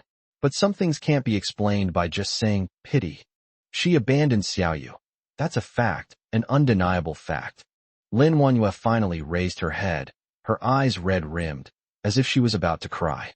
I know, but she is, after all, Xiaoyu's mother." "Mom," I sneered. "Does she deserve to be called a mother? What right does a woman who doesn't even want her own child have to be a mother?" Lin Wanyue bit her lip, tears welling up in her eyes. She wanted to say something, but swallowed it back. Seeing her like this only made me more irritated. I don't want to argue with her, especially in this situation. "Never mind." I stubbed out my cigarette. "Let's not talk about this anymore. You should get some rest. I have something to do." After saying that, I turned and left the study, leaving Lin Wanyue to silently clean up the mess. I went back to my bedroom, lay on the bed, but couldn't fall asleep. The image of Xiaoyu's mother keeps lingering in my mind. Her heavy makeup and revealing clothes sting my eyes and my heart. I took out my phone, opened the news report again, and carefully read every line of text and every picture. The report mentioned that Xiaoyu's mother was once a leading performer in the city's song and dance troupe, winning numerous awards and having a bright future. However, an unexpected car accident caused her to lose her ability to dance and her hope for life. She began to drink heavily and gamble, eventually ending up in prostitution. Looking at the photos on the screen, I was overwhelmed with mixed feelings. I hate her for abandoning Xiaoyu, depriving her of her mother's love from a young age. But I also pity her for her difficult fate, for her past glory and her current destitution. Suddenly, my gaze fell on the background of the photo. It was a bar called Nightfall. I remember it was located in the city center, not far from my home. A thought suddenly flashed through my mind. I have to go find her. I want to ask her myself why she abandoned Xiaoyu. I immediately jumped out of bed, grabbed my coat, and rushed out of the house. Night had fallen, and the streets were nearly deserted. The streetlights cast a dim, yellowish glow, making my shadow stretch long. I hailed a taxi and gave them the address of the Nightfall bar. The taxi sped through the night, and my heart pounded faster and faster as the car accelerated. I don't know what will happen after I see her. I don't know how to face her. But I have to go. I have to find her and get to the bottom of this. When I arrived at the bar, I took a deep breath, pushed the door open, and went inside. The deafening music, flashing lights, and strong smell of alcohol made me feel somewhat uncomfortable. I looked around, searching for Xiaoyu's mother. Chapter 115. Everyone has their own dilemmas. The bar reeked of cheap perfume, mixed with sweat and alcohol, like a pot of spoiled soup. I struggled across the dance floor. The deafening music sent chills down my spine. In the dim light, the distorted faces looked like demons crawling out of hell. I finally found her in the corner. She looked more haggard and worn out than in the photos. Heavy makeup couldn't hide the wrinkles around her eyes, and her revealing clothes looked empty on her thin body. She was embracing a pot-bellied, greasy-faced man, talking in a coquettish voice, occasionally letting out a sharp laugh, like a female cat in heat. My stomach churned violently. Is this Xiaoyu's mother? Is this the dancer who once shone brightly on stage? I strode over, ripped the fat man aside, and yelled at him. How dare you have the nerve to be here having fun? Do you even know what kind of life your daughter is living now? She was clearly startled by my sudden action, and it took her a few seconds to react. She looked at me with bleary, drunken eyes, her gaze filled with confusion and disgust. Who are you? Are you crazy? She shook off my hand and snuggled back into the man's arms. The man glared at me with displeasure. Who are you? Why are you bothering us? Trying to cause trouble? Who I am is none of your business. I was furious. Ask her, does she even deserve to be a mother? She abandoned her daughter to someone else while she herself lives a life of debauchery here. He's crazy. Honey, ignore him. She said to the man coquettishly. Let's continue. A madman. I sneered, grabbed the wine glass on the table, and smashed it on the ground with a loud crack, sending shards of glass flying everywhere. The man jumped up in fright. His face turned pale, and he pointed at me, stammering and unable to speak. What's wrong with you? She screamed, her eyes filled with fear. People around were drawn to this sudden turn of events and gathered to watch. I pointed at her and said loudly to the crowd, look at her. This is a woman who abandoned her own child. She doesn't deserve to be a mother. Her face was pale, her eyes darted away, and she dared not meet my gaze. You're talking nonsense. She screamed hysterically. I didn't abandon her. She wanted to leave on her own. Is that so? I moved closer to her, my eyes like knives. Do you dare swear to everyone here? Do you dare say you didn't abandon Xiaoyu? She shrank back, her lips trembling, but she couldn't utter a word. The surrounding chatter grew louder and louder, with people pointing and whispering, like countless needles pricking my skin. I felt nauseous and turned away from that filthy place. Walking in the cold night wind, I felt a strange emptiness. I wanted to question her, to make her repent, and to make her pay the price for her actions. But seeing her like this now, I don't know what to say. She has completely fallen into depravity. Her soul has long been corrupted. I suddenly thought of Xiaoyu, that sensible child who broke my heart. Where is she now? What is she doing? Is she also missing her mother? I took out my phone and dialed Lin Wanyue's number. Wanyue, I want to go see Xiaoyu. There was a moment of silence on the other end of the phone before Lin Wanyue's calm voice came through. Okay, I'll take you there. The next morning, I followed Lin Wanyue to the welfare home where Xiaoyu lived. Xiaoyu was playing with the other children in the yard. She wore a simple blue dress. Her hair was tied into 2 small braids, and her face was filled with an innocent and carefree smile. When she saw me, she paused for a moment, then ran over quickly and threw herself into my arms. Uncle, she called out sweetly, her voice clear and melodious. I held her tightly, feeling the warmth of her small body, and my heart was filled with tenderness. Xiaoyu, do you miss your uncle? I gently stroked her hair. I miss it. She tilted her little face up, her clear eyes filled with longing. Uncle, when will you take me home? My heart suddenly ached. It'll be soon, Xiaoyu, it'll be soon, I said, forcing back the tears welling up in my eyes. Lin Wanyue stood to the side, silently watching us, her eyes filled with complex emotions. I held Xiaoyu's hand, and we took a walk together in the yard. The sun shone warmly on us. Little Rain chattered excitedly about the fun things that happened at kindergarten, her face beaming with a happy smile. Looking at her innocent and naive appearance, my heart was filled with hope. Perhaps I can give her a complete family, a family full of love. Suddenly, Xiaoyu pointed at a woman in the distance and exclaimed, "Mommy." My heart sank. That woman was Xiaoyu's mother.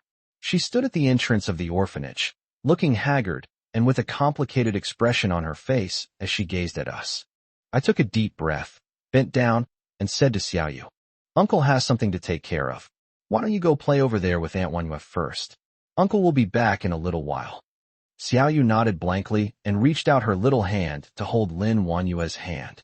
Lin Wanhua gave me a worried look, then led Xiaoyu to the bench under the swing set. I turned around and walked towards the woman. She was still standing at the entrance of the orphanage, motionless like a statue. With each step I took closer, the terror on her face deepened. When I got close to her, she turned and ran like a startled rabbit. "Stop!" I growled and quickly chased after him. She ran unsteadily, her high heels making a clattering sound on the concrete, like a chaotic melody. I quickly caught up with her and grabbed her arm. "Why are you running?" I demanded, my tone icy. She flinched, desperately trying to break free of my hand, her eyes filled with fear, as if she were looking at something dirty. "Let me go? What? What do you want to do?" Her voice trembled, almost breaking into tears. Looking at her, I suddenly felt a wave of powerlessness. I wanted to question her, to get her to explain, to make her turn back. But looking at her like this, I suddenly realized that it was all in vain. Some people, once they fall into depravity, can never go back. I let go of her hand. She staggered a few steps, then ran away without looking back, quickly disappearing around the street corner. I stood there, took a deep breath, and let the cold air fill my lungs, trying to cool the burning anger in my chest. I felt a deep sense of powerlessness, like punching cotton. When I returned to the orphanage, Xiaoyu was already asleep, curled up in Lin Wanhua's arms like a well-behaved kitten. Lin Wanhua sat on the bench, holding a book in her hand, quietly watching her. Seeing me return, Lin Wanhua gently placed Xiaoyu on the bench, then got up and walked over to me. "She's gone?" Lin Wanhua asked softly. Chapter 116 Foundation. I nodded without saying anything. "Are you all right?" Lin Wanhua asked with concern, her eyes filled with worry. I shook my head. "I'm fine." We were silent for a moment. Then Lin Wanhua suddenly spoke. "If you want to help Xiaoyu, I can give you some money. You can set up a foundation in Xiaoyu's name or donate it to an orphanage." I looked at her, somewhat surprised. "No need." I shook my head. "I don't need money right now." Lin Wanhua was stunned for a moment, her eyes filled with doubt. "Right now? I just want to do my job well. I don't want to worry about anything else." I said calmly, "Some diseases are incurable." Lin Wanhua looked at me with a complicated expression, as if she wanted to say something, but in the end she said nothing. The sun is setting. Xiaoyu was still fast asleep, a sweet smile on her face. I looked at her, my heart filled with mixed emotions. Perhaps I can give her a home without a mother. The next morning, I got up very early, my mind filled with Xiaoyu's peaceful face as she slept. I hastily ate a few bites of breakfast, and then drove to the welfare home. The air in the orphanage was filled with the noise of the children, creating a peculiar atmosphere. I found Aunt Lu at the welfare home and explained my purpose.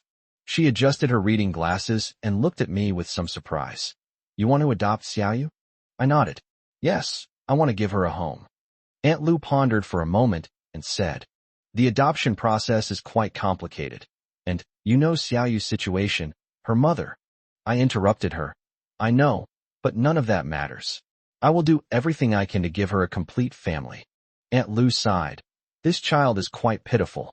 How about this? I'll ask Xiaoyu's opinion first, and if she agrees, we can talk about the next steps." When I found Xiaoyu, she was playing hide and seek with some other children. She was wearing slightly oversized old clothes, but they couldn't hide her bright, expressive eyes and innocent, cheerful smile. I crouched down to her eye level and said, "Xiaoyu, Uncle wants to discuss something with you." She tilted her head, looking at me curiously. "What is it, Uncle?" "Uncle wants you to live with him, okay?" I tried to speak in a gentle tone. "Uncle will give you a warm home, buy you lots and lots of beautiful clothes and toys, and let you eat whatever you want." Xiaoyu's eyes lit up for a moment, but quickly dimmed again. "But Mom said she would come back to pick me up. My heart felt like it had been pricked by a needle, a dull ache. I gently stroked her hair. Xiaoyu, your mother? She might be held up by something. Uncle can take care of you for now, and you can go see her when your mother comes back, okay? Xiaoyu bit her lip, hesitated for a moment, and finally nodded.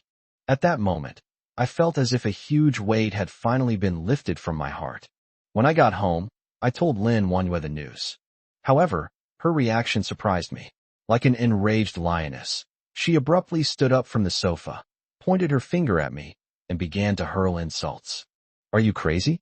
You don't even have your own child, and now you're going to adopt some unknown wild child. I was stunned. I hadn't expected her to react so strongly. Wanyue, calm down. Xiaoyu is so pitiful. Pity me? I should be the one pitying you. Lin Wanyue screamed hysterically. You're doing this for an outsider. But have you ever thought about my feelings? Have you ever thought about our children's feelings? I tried to explain. It's not that I don't want our child. What are you? You're just self-righteous. You just want to play the savior. Lin Wanyue interrupted me. Do you think that by adopting her, you can make up for your guilt? Do you think you can become a good man? Every word she said was like a sharp knife, piercing my heart. I remained silent, knowing that nothing I said at that moment could quell her anger. Seeing my silence, she suddenly let out a cold laugh. Why are you so quiet now? Did I hit a nerve? Let me tell you, I will absolutely not agree to you adopting that wild child. If you dare to bring her home, I'll take the child and leave. After saying that, she turned around and slammed the door, leaving me standing alone in the empty living room, the sound of her angry roar echoing in my ears. I slumped helplessly onto the sofa, rubbing my throbbing temples. I originally thought that adopting Xiaoyu was a good thing, something that could make up for my guilt. However, I overlooked Lin Wanyue's feelings and a rift that already existed between us. Just as I was sinking into deep self-reproach, the doorbell suddenly rang. I opened the door and saw a tall man in a black suit standing outside. He was wearing sunglasses and carrying a black briefcase. May I ask who you are? I asked, puzzled. The man took off his sunglasses, revealing a pair of sharp eyes. He smiled slightly, revealing a meaningful expression. I am Ms. Lin Wanyue's lawyer. My surname is Li. I nodded blankly and invited him in.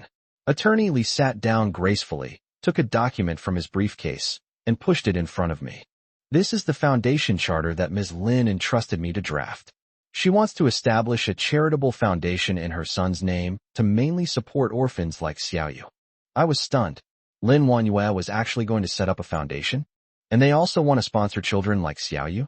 This is completely inconsistent with her outburst of rage just now. I picked up the document and quickly glanced through it.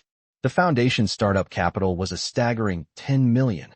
Ms. Lin said that she hopes to help more children in need through this foundation and also hopes to make up for some past regrets. Attorney Li paused, then gave me a meaningful look. I understand what he meant. Lin Wanyue's so-called regret probably refers to the relationship between me and her, as well as the relationship between me and my son. I felt a mix of emotions, and I couldn't quite describe the feeling. Where is she now? I asked. Ms. Lin is currently arranging specific matters for the foundation and is not available for a meeting at the moment. Attorney Li replied. She asked me to tell you that she hopes you will seriously consider Xiaoyu's situation and that you can understand her actions. I gave a wry smile. Understand? How am I supposed to understand? She was cursing at me 1 minute, and the next minute she set up a foundation to help children like Xiaoyu. Isn't that ironic? Attorney Li got up to leave, leaving me alone staring blankly at the document. 10 million, that was almost all of Lin Wanyue's savings. Why did she do this?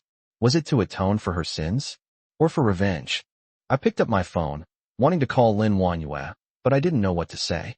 In the end, I put down my phone and leaned back on the sofa, feeling utterly helpless. Just then, the doorbell rang again. I thought it was Attorney Li who had forgotten something, so I got up to open the door. However, when I opened the door, I was completely stunned. Standing at the door was neither Attorney Li nor Lin Wanyue, but a strange woman. She was tall and stylishly dressed, with wavy hair cascading over her shoulders, exquisite makeup on her face, and carrying a suitcase. Excuse me, who are you? I asked, puzzled. Chapter 117. Xiaoyu is sick. Excuse me, who are you? I asked again, feeling my tongue getting tied. The woman smiled sweetly, revealing a set of pearly white teeth. Hello, I'm Su Yan, Ms. Lin's new nanny. A nanny? I was even more confused. When did Lin Wanyue hire a nanny? Moreover, this was after I clearly expressed my desire to adopt Xiaoyu, but she strongly opposed it?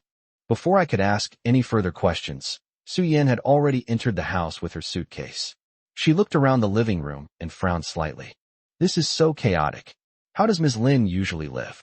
Before I could answer, she had already started tidying up on her own. She worked quickly and efficiently, soon tidying up the messy living room. I stood by, watching her busy herself like an idiot, completely unable to help.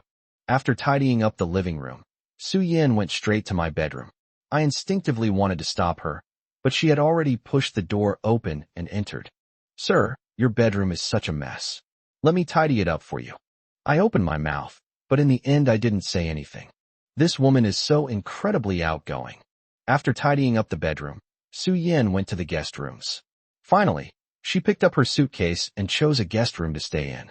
Sir, I'd like to rest for a bit. Call me if you need anything. With that, she closed the door. I stood in the corridor and felt a chill run down my spine. What exactly does Lin Wanyue mean? She hates it when I associate with young women, but now she's hired a young and beautiful nanny to live in her house. Moreover, this nanny was so proactive. The more I thought about it, the more uneasy I felt, so I immediately took out my phone and dialed Lin Wanyue's number. The phone rang for a long time before being answered, but a strange male voice answered. Hello, who is this? I'm looking for Lin Wanyue. Wanyue is already asleep. Let's talk about it tomorrow. Who are you? I asked, barely suppressing my anger. I am her friend. The other person answered vaguely, then quickly hung up the phone. Holding my phone, I felt like I had fallen into an ice cave. My whole body was freezing cold. Lin Wanyue slept? With a man? Actually, this isn't the first time something like this has happened. Since our relationship started to crack a few years ago, Lin Wanyue has often stayed out all night, and sometimes even brought different men home. Each time, I chose to turn a blind eye because I knew that our relationship was already dead in name only. But this time it's different. She actually hired a young and beautiful nanny to move into our house at such a sensitive time. This is clearly a deliberate provocation. I scratched my head in frustration, feeling as if a huge rock was pressing on my chest, making it hard to breathe. I walked up to Su Yan's door, hesitated for a moment, and finally knocked. Miss Su, could you come out for a moment? I have some questions for you. The door opened, and Su Yan stood in the doorway in her pajamas, her hair still wet, clearly having just taken a shower. She exuded a faint scent of shower gel, mixed with an indescribable allure. Sir, is there anything I can help you with? I took a deep breath and tried to stay calm. I want to know, how much money did Lin Wanyue pay you to come work as a nanny in my house? Su Yan was slightly taken aback, then smiled. Sir, what do you mean by this? I am Ms. Lin's legitimately employed nanny. How can you insult me like this? Insult you? I sneered. A young and beautiful woman like you, instead of finding a proper job, chooses to work as a maid in my house. Do you think I'd believe that? Su Yan's expression changed, but she quickly regained her composure. Sir, if you have any doubts about my identity, you can call Ms. Lin. If you have nothing else, I'll take a break now. After she finished speaking, she was about to close the door, but I grabbed the doorknob and pushed the door open forcefully. Miss Su, don't rush off, we haven't finished talking yet. I'm telling you, I don't need a nanny. I pointed at Su Yan, my tone firm. Go back to where you came from, and don't play dumb with me. Su Yan crossed her arms and sneered, a hint of provocation in her eyes. Sir, you seem to have made a mistake. It was Lin Wanyue who hired me, not you. Your word doesn't count. A surge of anger rushed to my head, and I clenched my fists, almost wanting to smash them against the wall. This woman is truly sharp-tongued. Every word she says is barbed. Lin Wanyue, what exactly are you trying to do? Just as I was about to retort, my phone suddenly rang in my pocket. Frustrated, I pulled it out and saw it was Aunt Lu's phone number from the orphanage. Hello, Aunt Lu, what's up? I tried my best to control the impatience in my tone. Xiaofeng, something terrible has happened. Xiaoyu, she suddenly vomited blood. You need to come right away. Aunt Lu's voice was choked with sobs, and my heart tightened at the sound. Xiaoyu, that thin, pale little girl, is also a soft spot in my heart. What? He vomited blood. My voice suddenly rose, anger instantly replaced by worry. I'm coming right away. Aunt Lu, don't panic. Take good care of her. I hung up the phone, not caring about getting entangled with Su Yin any longer, and turned around and rushed out. I couldn't hear what Su Yin shouted behind me anymore. My mind was filled with Xiaoyu's pale face and the blood she coughed up. I sprinted to the garage, started the car, floored the gas pedal, and sped away. All the way there, my heart was pounding like it was hanging in midair. What is Xiaoyu's condition? Is her life in danger? By the time I arrived at the orphanage, it was already late at night. I rushed into the ward and saw Xiaoyu lying on the bed, her face as pale as paper and her breathing weak. Aunt Lu sat on the edge of the bed, her eyes red and swollen, clearly having cried for a long time. Aunt Lu, how is Xiaoyu? I grabbed Aunt Lu's hand and asked anxiously. The doctor said Xiaoyu's condition is very dangerous and she needs surgery immediately, but... Aunt Lu choked up and couldn't speak. But what? My heart sank, and I sensed something bad was about to happen. But the surgery will cost 200,000 yuan, and the orphanage simply can't afford that much. Aunt Lu covered her face and began to sob softly. 200,000. That's not a small sum for me, but for Xiaoyu's sake, I have to find a way. I took a deep breath, trying to calm myself down. Aunt Lu, don't worry, I'll find a way. 200,000 yuan felt like a mountain pressing down on me, making it hard to breathe. I took out my phone, wanting to call Lin Wanyue, but I couldn't get through no matter how many times I dialed. Damn it. This woman is always nowhere to be found when it matters most. I slammed my phone down on the chair in frustration, making a dull thud. Aunt Lu was startled and looked at me with concern. Chapter 118. Xiaofeng, don't worry, let's think of another way. She comforted me, but I knew that besides Lin Wanyue, who else could I turn to? I've long lost contact with relatives and friends. I'm all alone in this city, and apart from the apartment Lin Wanyue provided, I have nothing. Wait a minute. Cheng Yinyan. A name suddenly popped into my mind. Cheng Yinyan, my ex-girlfriend. We were once madly in love, but in the end we broke up because of the pressures of reality. She went abroad, and we lost contact. But now, besides her, who else can I turn to? With trembling hands, I dialed that long dormant number. The phone rang for a long time before being answered. Hello. A slightly tired voice came through. It was Cheng Yinyan. My throat felt like it was blocked, and I couldn't speak for a long time. Yinyan, it's me. There was a moment of silence on the other end of the phone, followed by a soft sigh. I knew it was you. All these years, how have you been? I'm not good.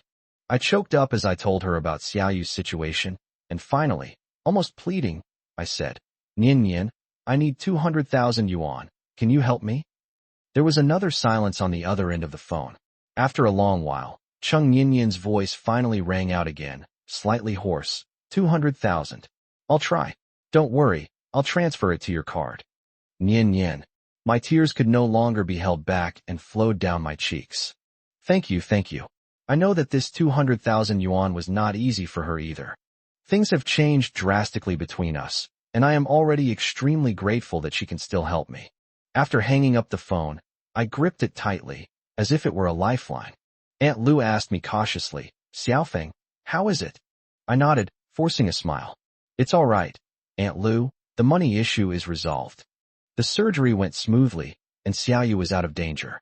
I sat outside the ward, looking at the thin little figure on the bed, my heart filled with mixed emotions. I don't know what I would do without Cheng Yinyan. I owe her a debt I can never repay in this lifetime. The next morning, I received a text message from the bank that 200,000 yuan had been deposited into my account. I sent Cheng Yinyan a WeChat message. I received the money. Thank you. She quickly replied, You're welcome. Take good care of Xiaoyu. Those few words brought a pang of sorrow to my heart. Between us lies a vast distance, an insurmountable chasm. Aunt Lu insisted that I go home and rest, saying that Xiaoyu had a nurse to take care of her, and that there was no point in me just sitting here doing nothing. I was utterly exhausted. My body felt as heavy as if it were filled with lead. When I got home, I collapsed onto the bed, and my consciousness was instantly swallowed by darkness. I don't know how much time had passed when I was awakened by a sharp, questioning voice. Tell me, what's the deal with that 200,000 foreign exchange in your account? Lin Wanyue's delicate face was now twisted and ferocious, like a furious lioness. I rubbed my sleepy eyes, my head still foggy. What 200,000? What are you talking about? Don't play dumb with me. She grabbed my collar with surprising strength. I found it this morning when I checked the accounts. A whole 200,000 in foreign exchange. Tell me, was it Cheng Yinyan who transferred it to you? Cheng Yinyan's name struck me like a bolt of lightning, cleaving through my chaotic thoughts. I sat bolt upright and shoved her away. What right do you have to check my accounts? Why should I? Lin Wanyue screamed as if she had heard the funniest joke in the world. I'm your wife. It's perfectly reasonable for me to check your accounts. Don't try to change the subject. Tell me, have you and that bitch hooked up again? I was completely enraged by her unreasonable attitude. Calm down. That money is for Xiaoyu's surgery. Cheng Yinyan only helped me out. Surgery fee? 200,000? Do you think I'm stupid? Lin Wanyue gave a cold laugh. My temples throbbed, and I struggled to suppress my anger. Lin Wanyue, can't you speak properly? I'm speaking nicely. Haven't I been good enough to you? She screamed hysterically. I gave up my career for you, and you've been having an affair with another woman behind my back. How could you do this to me? Enough. I jumped up, pointing to the door. Get out. I don't want to see you right now. I'm leaving? This is my house. You want me to leave? Lin Wanyue, like a cat whose tail had been stepped on, jumped up and down, cursing. You heartless wretch. You eat my food, drink my water, live in my house. And now you dare to kick me out. I was completely enraged by her words and pointed my finger at her and cursed. Lin Wanyue, don't forget. Whose house is this? I contributed to its construction. What right do you have to act so arrogantly here? Lin Wanyue's face turned deathly pale instantly, as if she had been slapped hard across the face. She stared intently at me, her eyes filled with resentment. Fine. Lin Feng, you're something else. You're really something. I've seen through you now. You're just an ungrateful scumbag. She turned and slammed the door shut, the loud slamming making my eardrums ring. I slumped to the ground, feeling as if all my strength had been drained away. I collapsed to the ground, Lin Wanyue's sharp curses echoing in my ears, like countless needles piercing my heart. This house, a place that was once filled with our sweet memories, has now become the battlefield where Lin Wanyue and I argue. Ironically, Cheng Yinyan was also the catalyst for this war. I grabbed the cigarette pack on the table, only to find it was empty. Frustrated, I crumpled the cigarette pack into a ball and slammed it onto the ground. I need alcohol. I need to numb myself. I need to forget all of this. I stumbled to the door, grabbed my coat, and rushed out of the house. As night falls, the city's neon lights shimmer with a mesmerizing glow. I wandered aimlessly through the streets, feeling like a ghost, drifting through this noisy world. Finally, I went into a bar. The dim lighting, the loud music, and the smell of alcohol and cigarettes in the air all gave me a sense of comfort.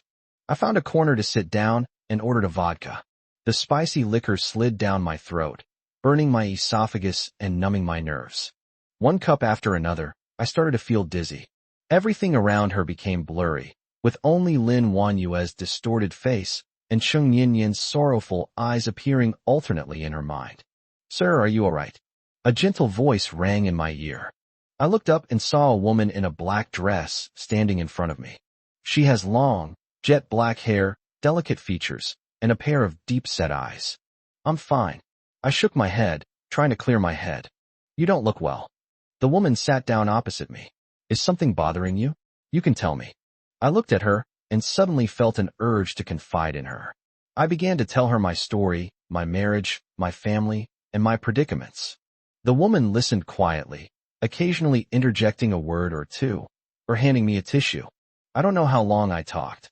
I only know that I poured out all the emotions that I had been suppressing for a long time. Chapter 119 Worship. She listened quietly as I finished speaking, her eyes filled with a mixture of pity and understanding.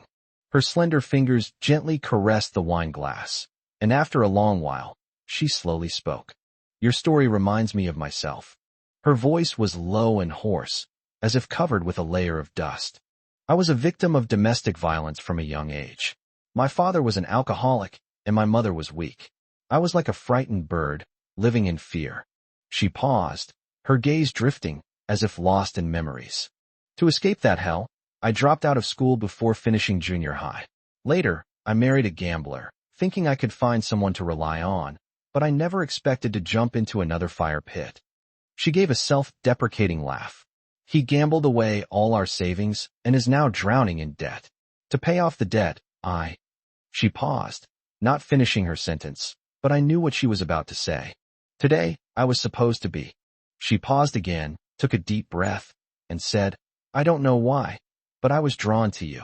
Maybe it's because you seem lonely and need someone to talk to.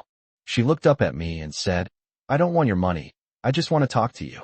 She paused, then added, and you look very familiar. I gave a bitter smile. Yes, I felt lonely and needed someone to talk to. That's how I feel right now. As for being recognized, I'm a washed-up writer, besides Lin Wanyue and Chung Yinyan. Who else would recognize me? Her eyes suddenly lit up. I remember now. You're Raymond Lam, the Raymond Lam who wrote The Wife's Secret. I've seen you at your book signing before. I smiled bitterly. It turns out that someone still remembers me, remembers that novel that has long been forgotten by the market. You still remember me? I was somewhat surprised. Of course I remember, she said, somewhat excitedly. Your book and your stories gave me so much strength. I've always wanted to thank you in person, but I never expected to meet you here today.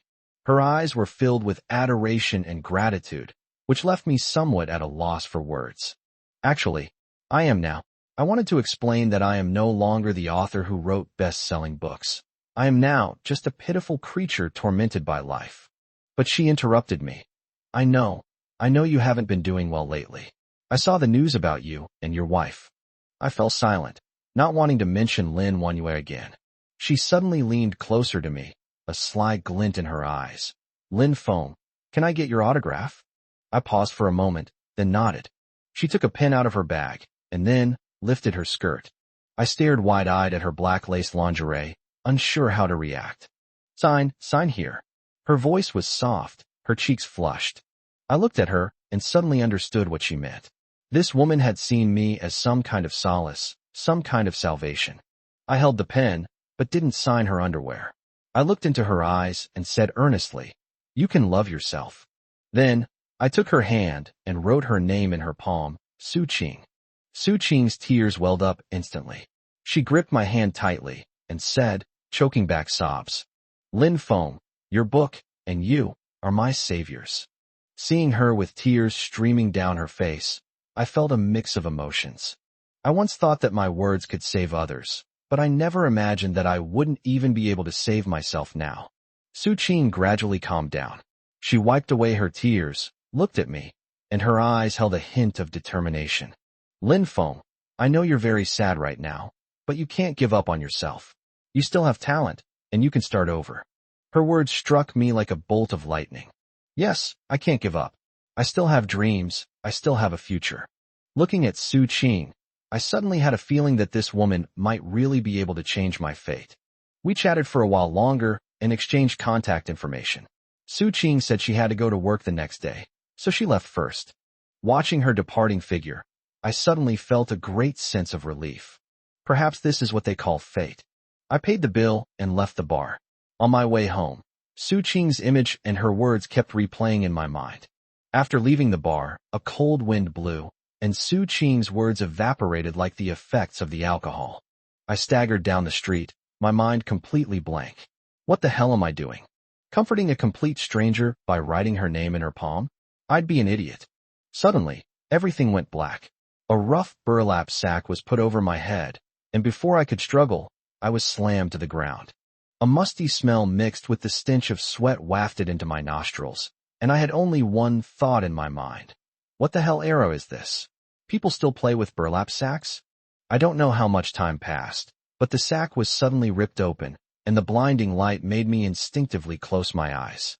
After my eyes adjusted to the light, I found myself in a damp basement, surrounded by clutter, with a rotten smell in the air. Su Qing stood right in front of me, her eyes darting away, not daring to look at me. I instantly realized it was a honey trap. I was such an idiot, completely fooled by a woman. A burly man with a fierce face walked up to me, holding a baseball bat in his hand and waving it in front of me. "Kid, be smart and hand over the ransom right now." I sneered. "Randomization? I'm penniless. You've kidnapped the wrong person." The big man clearly didn't believe it and slammed his stick down on the ground next to me, instantly creating a dent in the concrete. "Stop talking nonsense. Do you think I'm stupid? Your wife is rich. She'll give you a lot of money in the divorce settlement, right?" "Divorce?" I left with nothing, not a single penny. I spat, the blood seeping from my mouth. The burly man paused for a moment, then looked at Su Qing with a fierce gaze. "You bitch. You fucking tricked me? What happened to the fat sheep you promised?" Su Qing trembled with fear, sobbing as she explained, I don't know. He looks quite wealthy."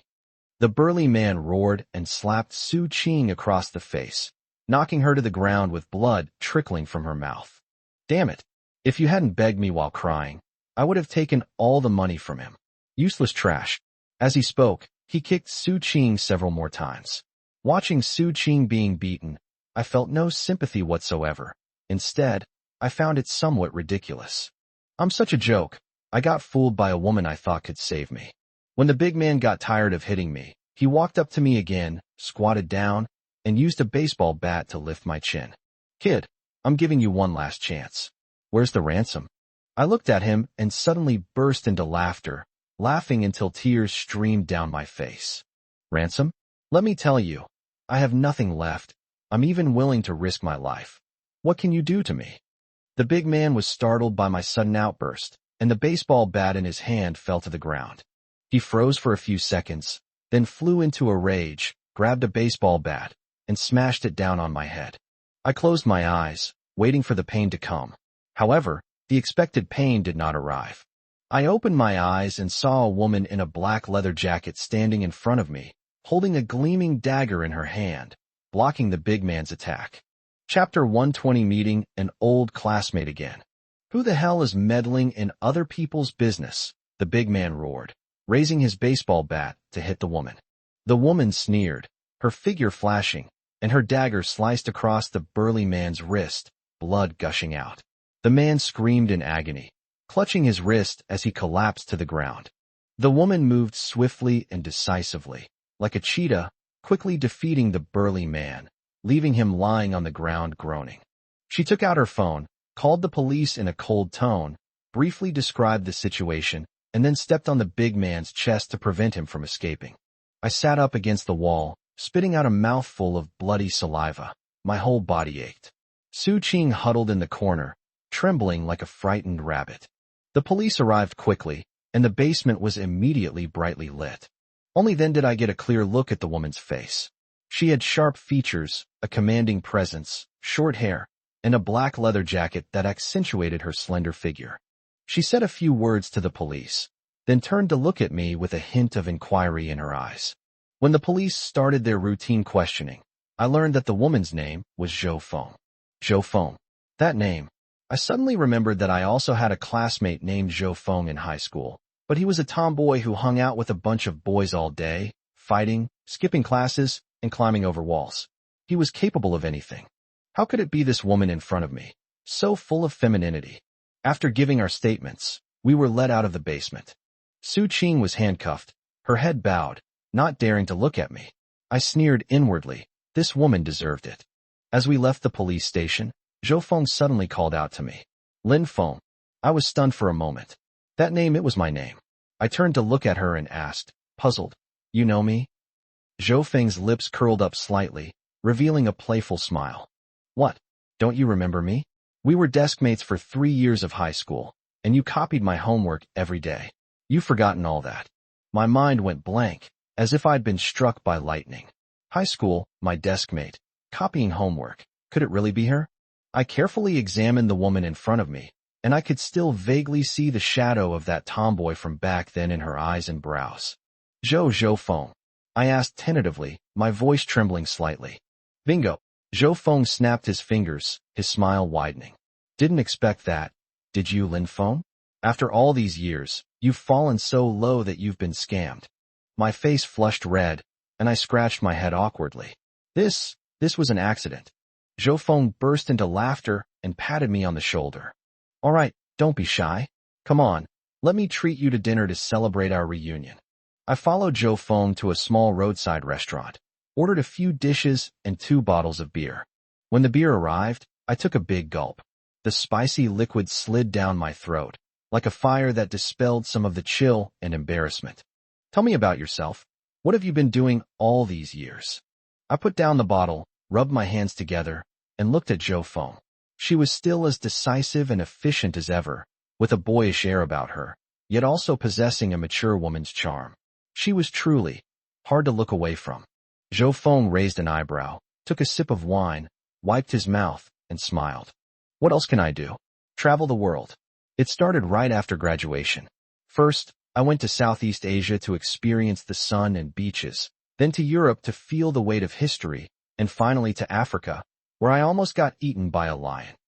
I was completely stunned. This was too cool. A lion? Really? Of course it's true.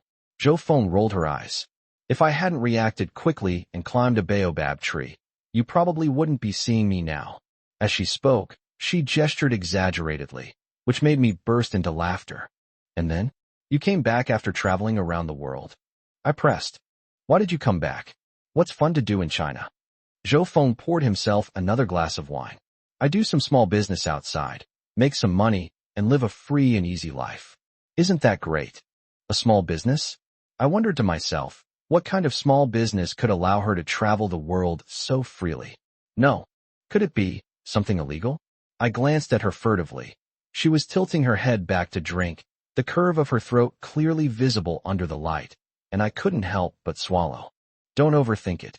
Zhou Feng seemed to read my mind. He put down his wine glass and looked at me with a half smile. My business is very legitimate. I just deal in antiques. Antiques? I was even more puzzled. This stuff is incredibly risky. One wrong move, and you're bankrupt. How could a woman like her dare to? All right, let's not talk about this anymore.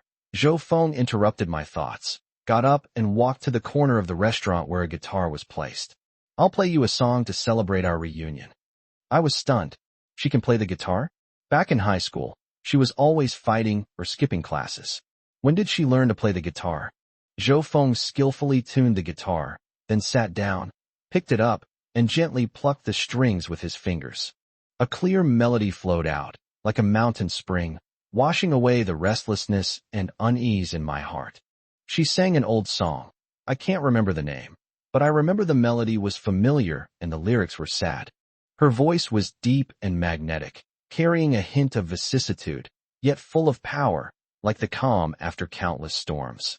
I listened quietly and watched her, and suddenly I felt very envious of her. She is free and unrestrained, able to go wherever she wants and do whatever she wants, unlike me, who is overwhelmed by life and cannot even control my own destiny. When the song ended, I clapped and cheered. I didn't know you could play the guitar, and you sang so well. Zhou Feng smiled, put down his guitar, and sat down in front of me. I'm just showing off, having some fun. This isn't just casual fun. I shook my head. You sing better than any of those pop stars. Zhou Feng burst into laughter and patted me on the shoulder. All right, stop flattering me. Seriously, how have you been these past few years? I sighed and briefly told her what had happened over the years, including being scammed by Su Qing, being chased by loan sharks, and my wife running off with someone else. After listening, Zhou Feng remained silent for a moment, then said, I never expected you to be so unlucky. I gave a wry smile. What else could I say? However, Zhou Feng changed the subject.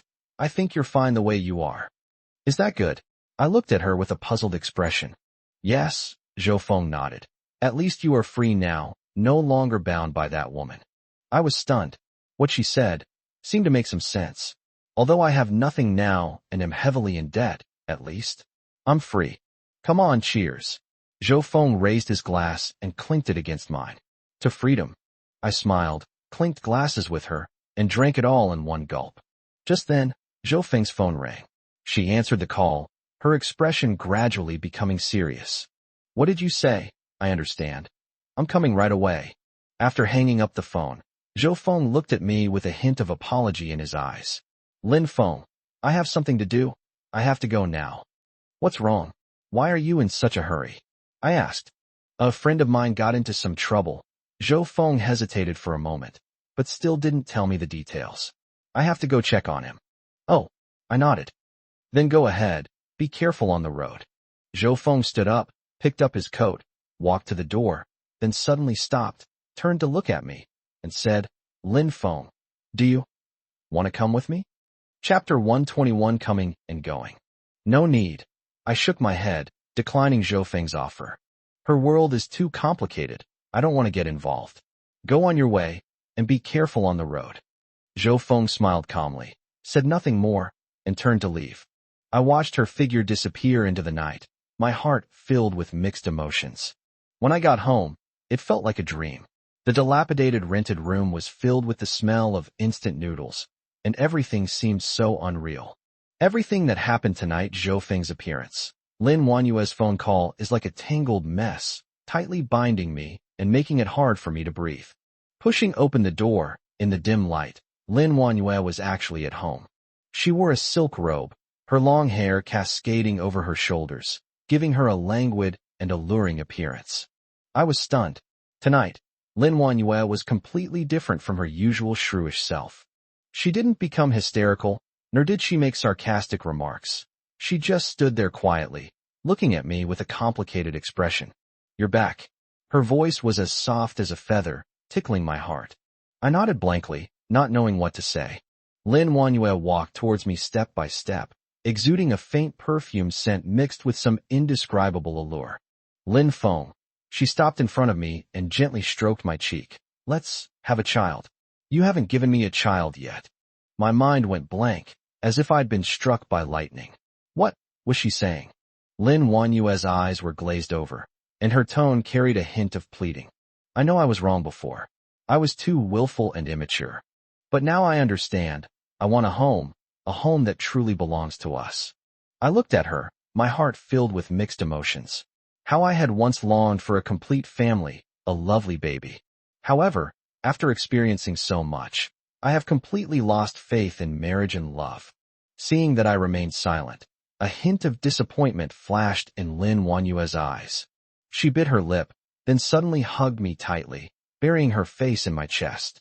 Raymond Lam, I love you. I really love you. Please give me a chance. Her body was soft and warm, pressed tightly against me, making it almost impossible for me to breathe. I felt an inexplicable impulse, like a volcanic eruption, that instantly devoured my reason. That night, we clung to each other passionately, as if to vent all the resentment and grievances of the past years. When I woke up the next morning, Lin Wanyue was already up. She stood in front of the mirror, elegantly tying her hair up, exuding the charm of a mature woman. Awake. She turned around and smiled at me.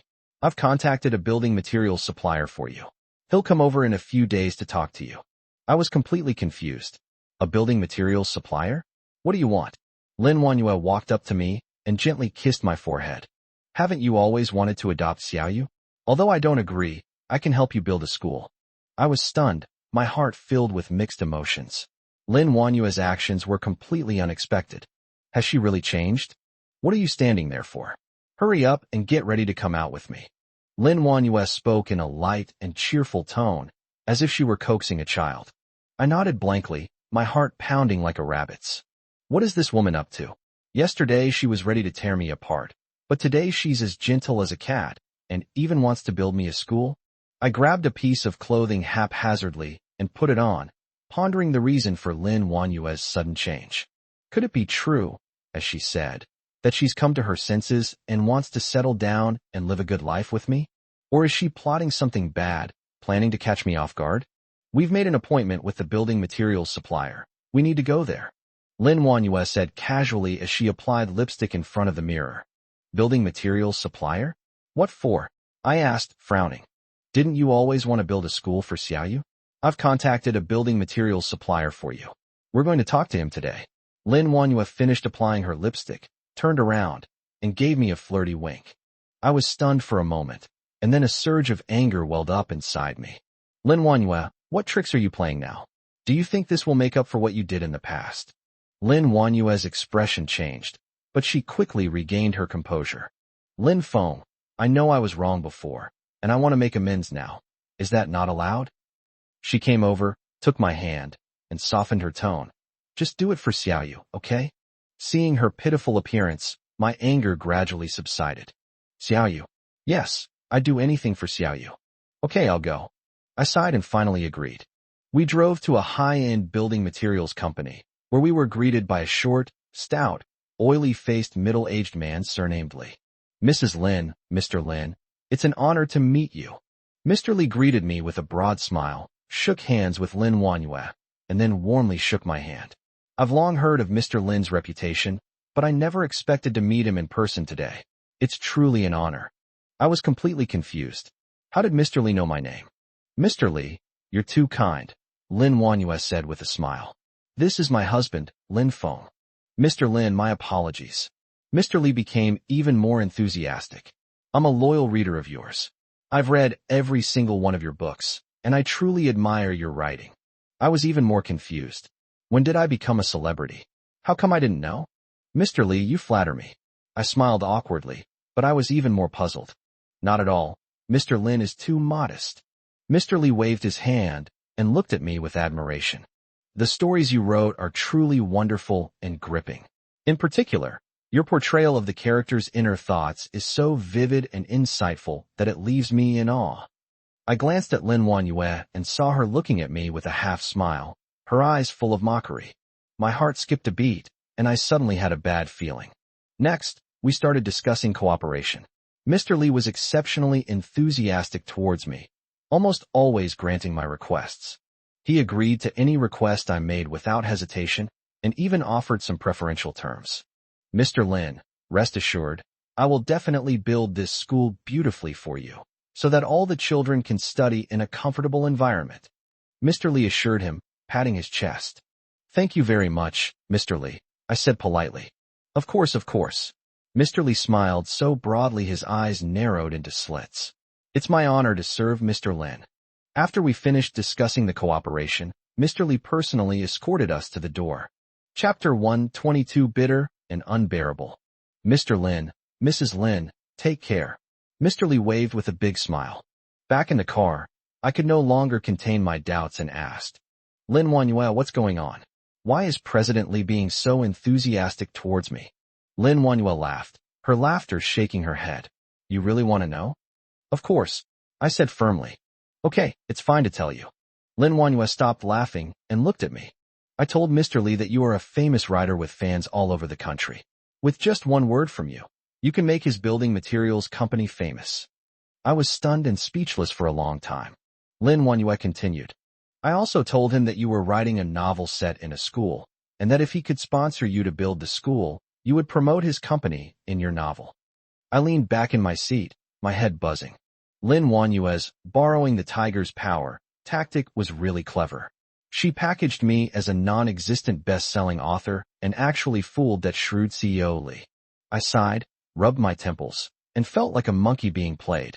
However, on second thought, it's a good thing that the school can be built and the children will have a place to study. Although the reputation was fake, the results it brought were very real. The school was built much faster than I had imagined. It was as if General Manager Li was afraid that I, the great writer, would change my mind. In less than 3 months, a brand new teaching building rose from the ground, and the playground was covered with lush green lawns. I contacted Aunt Lu at the welfare home and asked her to help me find some children who really need help. Aunt Lu was very efficient, and within a few days, the school was filled with the laughter of children. Looking at these innocent and carefree children, I felt a long-lost sense of satisfaction. I volunteered to take on some of the courses, and when I stood on the podium and looked into those eager eyes, I felt as if I had found a new meaning in life. This feeling is much better than writing those lousy novels that nobody reads. One afternoon, I was teaching a Chinese class to the children when the classroom door was gently pushed open, and a familiar figure appeared in the doorway. It's Yang Lin. She was wearing a simple white shirt and jeans, carrying bags of snacks and toys. Yang Lin, I exclaimed in surprise. The children excitedly called out, Sister Yang Lin. Yang Lin walked in with a smile and placed the things on the podium. I heard you built a school here, so I came to check it out. She turned to me, a hint of teasing in her eyes. I didn't expect Lin Feng to still have a bit of a human touch left. I smiled helplessly. What do you mean by living life? It makes it sound like I was a walking corpse before. Isn't that right? Yang Lin raised an eyebrow. Locked in your room all day, typing away at the computer, what's the difference between you and a living dead? I was about to retort when I was surrounded by the children. Sister Yang Lin, what delicious food did you bring us? Sister Yang Lin, you're so beautiful. Yang Lin interacted with the children with a smile, and the classroom was filled with laughter. Seeing this scene warmed my heart. Perhaps Yang Lin was right. I have truly come back to life now.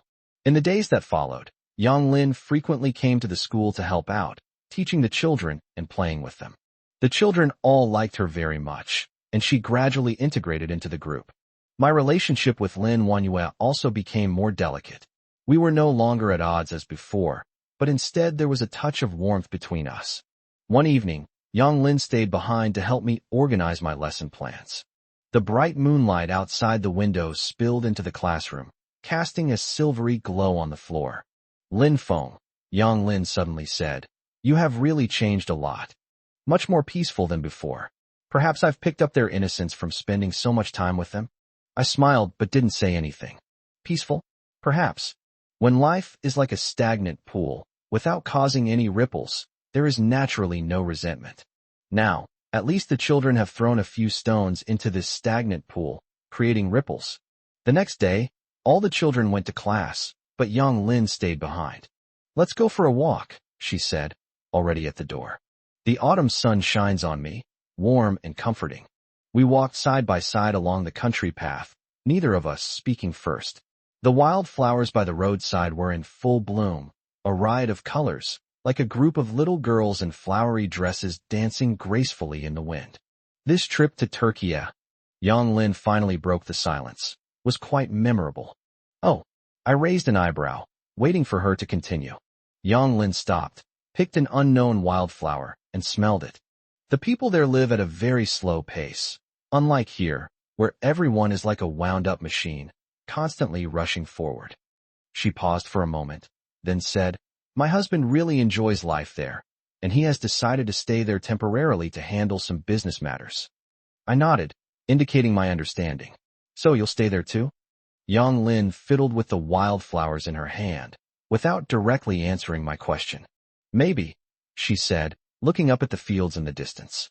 It's a good place to retire. The air is fresh and the people are kind. We're all tired of living in big cities. Maybe a change of scenery will bring a fresh start. I fell silent. A new beginning? For me, a new beginning might just be an end.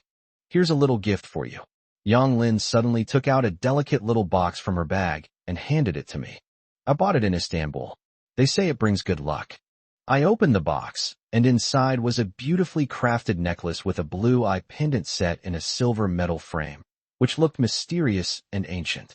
The Turkish eye, Yang Lin explained, is said to ward off evil and bring good luck. I gave a wry smile. Good luck? What good luck could someone like me possibly have? Yang Lin gently patted my shoulder. Don't talk nonsense. Everyone has the right to good luck. She helped me put the necklace on, saying, it looks nice and suits you well. I touched the pendant on my chest. It was icy cold, like some kind of hope, yet so elusive and intangible. For the next few days, Yang Lin helped out at the school, playing with the children and telling them stories. Watching her mingle with the children, I felt a mix of emotions. She was like a ray of sunshine, illuminating this small school and also brightening my gloomy life. However, sunshine is ultimately fleeting. A week later, Yang Lin was leaving. That morning, she came to say goodbye to me. I have to go back, she said, standing at the classroom door, the sunlight bathing her in a golden glow. There are still many things to take care of there. I nodded, a sense of indescribable disappointment welling up inside me. Have a safe trip. Yang Lin smiled and said, take care of yourself too. She hesitated for a moment, then added, don't shut yourself off. Go out and see the world. I looked at her, wanting to say something, but in the end I said nothing. Yang Lin turned and left, her figure gradually disappearing into the sunlight, like a beautiful dream that, upon waking, returned to its starting point. Chapter 1, 23 Days Like Water. After Yang Lin left, life returned to its original stagnant state. The welfare home and home are just 2 points, a monotonous routine like an old-fashioned projector, repeating the same scenes over and over again. Xiaoyu gradually recovered from her illness, and her face regained its former rosy color. However, her mother never appeared again, as if she had vanished into thin air. I sometimes think of Yang Lin, her warm smile, and the Turkish eye necklace she gave me. I took it out of the box and put it around my neck. The cool, refreshing touch seemed to remind me that some beautiful things are ultimately just fleeting moments. Time crawled by like a snail. Autumn turned to winter, and the children in the welfare home put on thick cotton-padded clothes. Like a group of clumsy little bears, they ran around in the yard. I wrapped my coat tighter, exhaled a puff of white breath, and watched them play. My heart felt empty, as if it had been hollowed out. That day, I finished my class as usual and prepared to go home. As soon as I stepped out of the orphanage, I suddenly felt everything go black, and a sack fell from the sky, covering my entire body. Before I could even struggle, I was lifted up and, after a dizzying spin, I lost consciousness. When I woke up again, I found myself lying in a hospital bed with various tubes inserted into my body, an oxygen tube in my nose, and difficulty breathing. I looked around in alarm. The white walls and the pungent smell of disinfectant made me feel inexplicably uneasy. Where am I? I struggled to sit up, but found myself completely powerless. A doctor in a white coat walked over, looked at me, and said, "You're awake? How are you feeling? What happened to me? Who brought me to the hospital?" I asked weakly, my mind filled with questions. The doctor adjusted his glasses and said, "A kind person brought you here. You were unconscious and had multiple abrasions." Kind person? I tried hard to recall what happened before I lost consciousness, and all I remembered was being covered with a sack, and then I knew nothing more. Could it be an enemy? But what enemies could someone like me, half dead, possibly have? I gave a bitter laugh to myself. Could it be that someone wanted my organs? The thought sent a chill down my spine. But then I thought, with my broken body, my organs are probably almost completely deteriorated. Who would want them? Doctor, am I? I hesitated for a moment, unsure how to ask. The doctor seemed to sense my concern, smiled, and said, "Don't worry, your organs are still intact, you're fine. Just a mild concussion, you'll be fine after a few days of rest." Hearing the doctor say that, I finally felt relieved. But a new question arose in my mind. Who brought me to the hospital?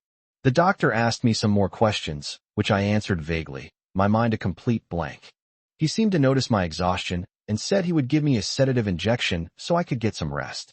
When I heard the word anesthesia, everything went black, and I lost consciousness again.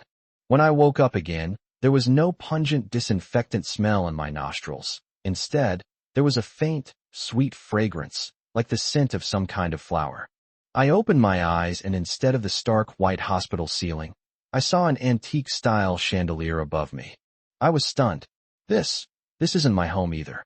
The soft mattress, the silky sheets, and the faint chirping of birds outside the window all made me feel unfamiliar and confused. I struggled to sit up and looked around. The room was decorated warmly and elegantly, with several ink paintings hanging on the walls and bookshelves filled with various books. This is clearly a woman's room. Wait, the pattern on the sheets, and the scent. "You're awake." A gentle voice came from behind me. I turned around abruptly and saw Lin Wanyue standing at the door, holding a glass of water in her hand. She was wearing a plain colored long dress, her hair casually draped over her shoulders, and a hint of concern on her face. Lin Wanyue. I could hardly believe my eyes. I remember being in the hospital. How did I end up here? Was this all a dream? Lin Wanyue walked to the bedside and handed me some water. "How are you feeling? Is there anything else that's bothering you?" I took the water glass, but didn't drink it. Instead, I asked in confusion, Wasn't I at the hospital? How did I end up here?" Lin Wanyue smiled. "You fainted on the way back, so I brought you back." On the way back? I fainted. I tried hard to recall what happened before I lost consciousness. I only remembered being covered in a sack and then being taken to the hospital. It was all so bizarre. Could it be that Lin Wanyue brought me back again? But why would she be there? I I don't remember very well. I shook my head, feeling like my brain was a complete mess. Don't think about it, just rest. Lin Wanyue gently touched my forehead. The doctor said you have a mild concussion and need to rest. Doctor? Which doctor? A doctor from the hospital? Or a private doctor that Lin Wanyue found? My mind was full of questions, but I didn't know where to begin. I tried to glean some clues from Lin Wanyue, but she always skillfully avoided my questions or evaded them with ambiguous statements. I became increasingly confused. What was Lin Wanyue's motive for saving me? Why is she so good to me? Could it be that she... One night, I lay in bed, tossing and turning, unable to fall asleep. Lin Wanyue gently pushed the door open and came in, carrying a glass of milk. Not asleep yet. She walked to the bedside and handed me the milk. I'm not asleep yet. I took the milk, the warm liquid flowing down my throat, but it couldn't warm my cold heart. Lin Wanyue sat down beside me, her faint fragrance disturbing my thoughts. The next day, Lin Wanyue didn't go to work. She wore a pale yellow dress, like a ray of sunshine in spring, illuminating my dark room. The weather is nice today. Let's go for a walk, she suggested. I was stunned for a moment. Ever since Yang Lin left, I had shut myself off and had hardly ever stepped out of my house. Lin Wanyue's suggestion caught me off guard. Where to? How was the amusement park? Lin Wanyue asked with a smile. It's been a long time since I've been there. I miss it a bit. Amusement park? I smiled bitterly to myself. That was the place where Yang Lin and I used to go on dates. Now everything has changed, and going there again would only add to my sadness. But I couldn't refuse Lin Wanyue. The expectation in her eyes was like a gentle knife, piercing my heart. After changing my clothes, I followed Lin Wanyue to the amusement park. The noisy crowd, the cheerful music, the carousel, all of this made me feel out of place. Chapter 124 Amusement Park. Lin Wanyue, however, acted like a child, excitedly pulling me around everywhere. Let's go ride the Ferris wheel. Lin Wanyue pointed to the slowly rotating Ferris wheel in the distance, her eyes sparkling. I wanted to refuse, but seeing how enthusiastic she was, I couldn't bear to spoil her fun. I sighed and silently followed behind her. As the Ferris wheel slowly rose, I watched the crowd below grow smaller and smaller, but my heart grew heavier and heavier. Do you remember the first time we came here? Lin Wanyue suddenly asked, her voice tinged with nostalgia. Of course I remember. It was when we were deeply in love. She was wearing a white dress, looking like a fairy, standing under the Ferris wheel, smiling sweetly at me. Back then, you gave me a hair clip, Lin Wanyue continued, taking out an exquisite hair clip from her bag. I've kept it ever since. I looked at the hair clip, my heart filled with mixed emotions. It was a gift from Yang Lin, which I later gave to Lin Wanyue. Lin Wanyue took a dress out of her bag. Do you remember this dress? I stared at the dress, my breath catching in my throat. It was the dress Yang Lin loved to wear when we were deeply in love. A pale blue background, adorned with tiny white flowers, fresh and romantic. Take some photos for me, Lin Wanyue said to me, holding up the dress. I took the camera and mechanically pressed the shutter. Looking at Lin Wanyue in the familiar dress in the lens, the image of Yang Lin wearing that dress and smiling brightly at me flashed through my mind. My heart felt like it had been pricked by a needle, a sharp pain shot through it. Suddenly, I felt dizzy and everything in front of me became blurry. The camera in my hand fell to the ground with a thud. What's wrong? Lin Wanyue asked with concern. It's nothing. I'm just a little dizzy. I shook my head, trying to stay awake. Go to the toilet and wash your face, Lin Wanyue said, helping me up. I nodded and staggered towards the restroom. Standing in front of the sink, I looked at myself in the mirror. My face was pale, my eyes lifeless, like a walking corpse. I turned on the tap, and the cold water splashed on my face, which made me a little more awake. I took a deep breath and tried to calm myself down. The icy water hit my face, and after a brief numbness, a warm liquid trickled down my nostrils and dripped onto the snow-white porcelain basin, like a tiny red flower blooming. I froze, reached up, and touched my nose. My fingertips were covered in bright red blood. Damn it, another nosebleed. This has been happening more and more frequently lately, and I know in my heart that this is not a good sign. I searched all my pockets, but couldn't find any tissues. It was truly a case of misfortunes never coming singly. I could only futilely wipe it with my sleeve, making a mess of it, but to no avail. "Young man, what's wrong?" An old voice came from behind.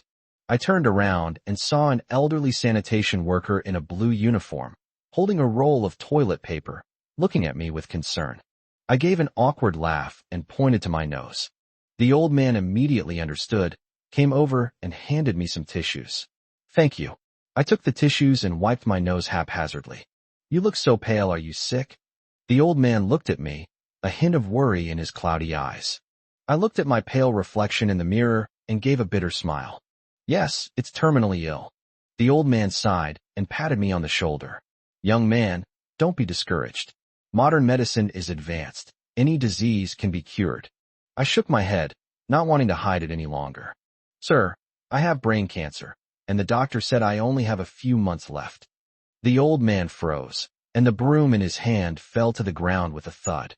He opened his mouth as if to say something, but in the end he just sighed and patted my shoulder. "I am sorry for your loss." I shook my head with a wry smile. "My condolences. It's a bit premature to use the phrase, I'm still alive and kicking here." The old man looked at me with eyes full of pity, as if he were looking at a stray dog sentenced to death. I forced a smile, but it looked worse than a grimace. "Sir, please don't do that, it's creepy. I'm used to it." The old man sighed, pulled a crumpled pack of cigarettes from his pocket, and offered me one. "Here, have one."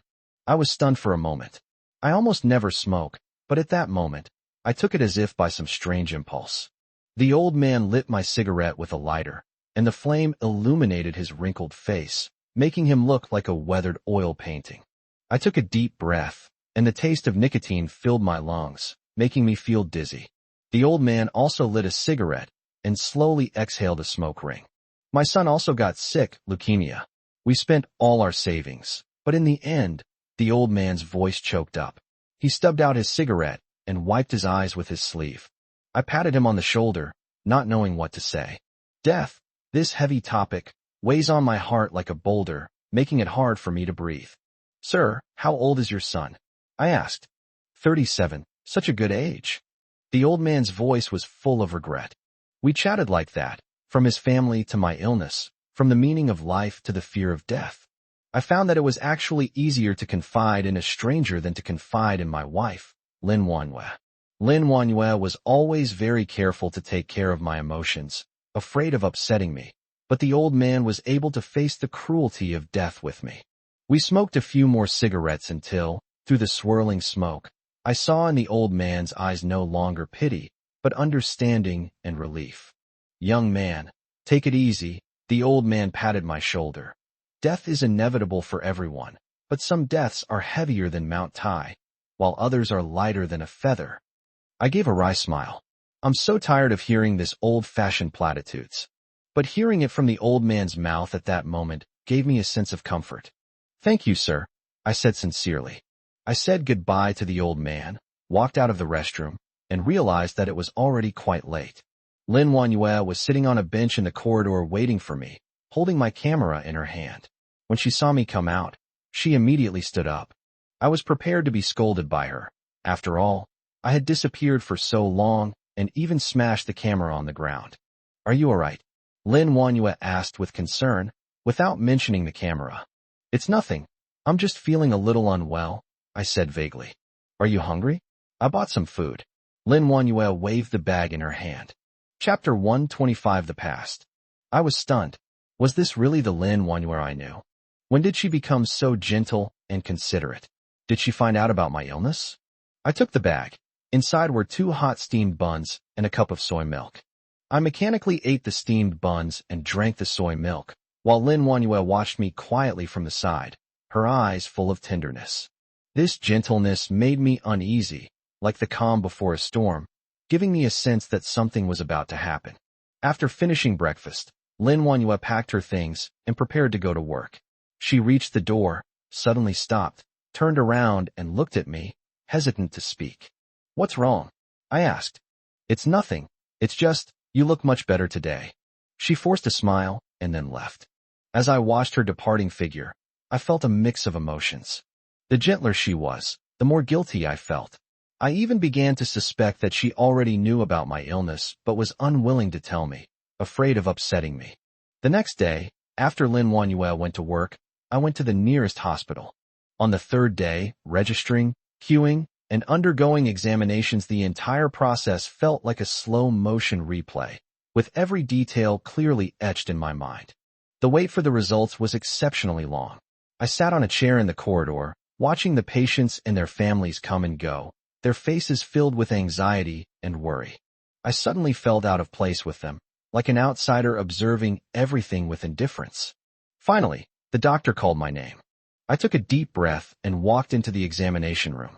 "The results are in," the doctor said, adjusting his glasses, his tone somber. "Your brain cancer has worsened." I was stunned. Although I had expected it, hearing the doctor say it still made me feel suffocated. "Why are you only coming for a checkup now?" The doctor's shrill voice was like a knife, piercing my eardrums. I opened my mouth, but didn't know how to explain. I couldn't very well tell him that I had been running away from reality and was afraid to face this cruel truth. Could I? I forced a smile that looked worse than a grimace. I didn't pay attention before. The doctor sighed helplessly. He knew I was lying, but he didn't press me further. "How much longer do you have to live?" I asked the question that concerned me most. The doctor paused for a moment, then slowly said, "At most 4 months." 4 months? I silently repeated the number, and surprisingly felt a sense of relief. 4 months is enough. Enough for me to do some things I've always wanted to do, but haven't. Enough for me to say a proper goodbye to the people I love. "Doctor, I don't want to be hospitalized," I said firmly. "What?" The doctor looked at me in surprise. "Your condition is very serious. You need to be hospitalized." "I know," I interrupted him, "but I don't want to waste my last moments in the hospital." The doctor tried to persuade me, but I had already made up my mind. I declined the doctor's offer and left the hospital. As I walked out of the hospital, I felt like I had been reborn. For me, 4 months of life is not the end, but the beginning. I've decided to use these 4 months to say goodbye properly. Goodbye to this world, goodbye to my family, goodbye to my friends. I wandered aimlessly down the street, my mind completely blank. What can I do in 4 months? What can I change? Passing by a lottery shop, I inexplicably went inside. I bought a scratch-off lottery ticket, scratched it off, and didn't win. I bought another one, and still didn't win. I gave a wry smile. It seems even fate isn't on my side. Just then, my phone rang. It was Lin Wangyue. "Where are you? Why haven't you come back yet?" Her voice was tinged with anxiety. "I'm just taking a walk outside," I said vaguely. "I'll be back in a bit." "Are you all right?" She seemed to sense the unusual tone in my voice. "It's nothing. What could be wrong with me?" I forced a smile. "I just felt a bit stuffy, so I came out for some fresh air." "Oh, then come back soon. I made your favorite sweet and sour pork ribs." "Okay." I hung up the phone, a pang of sadness in my heart. Sweet and sour pork ribs, once my favorite dish, now taste bland to me.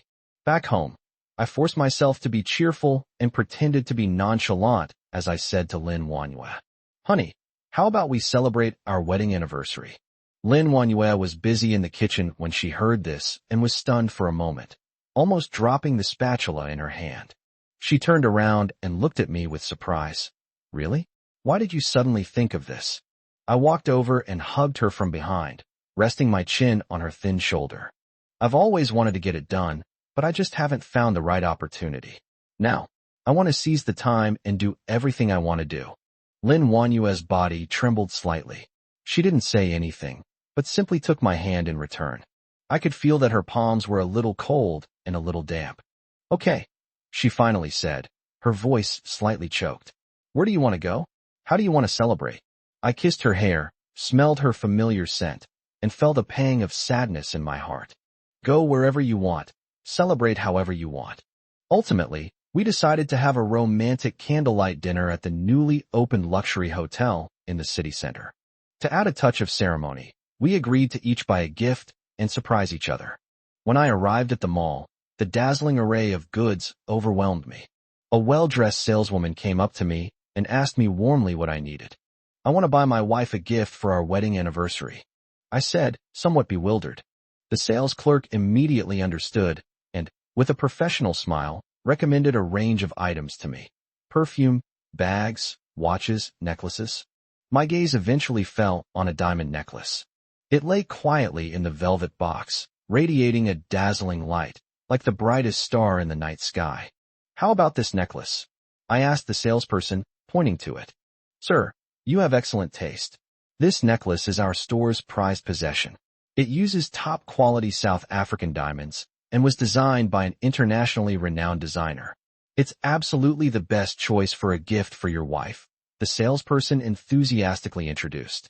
Just as I was about to take out my card to pay, a fat hand suddenly reached out from the side and grabbed the necklace.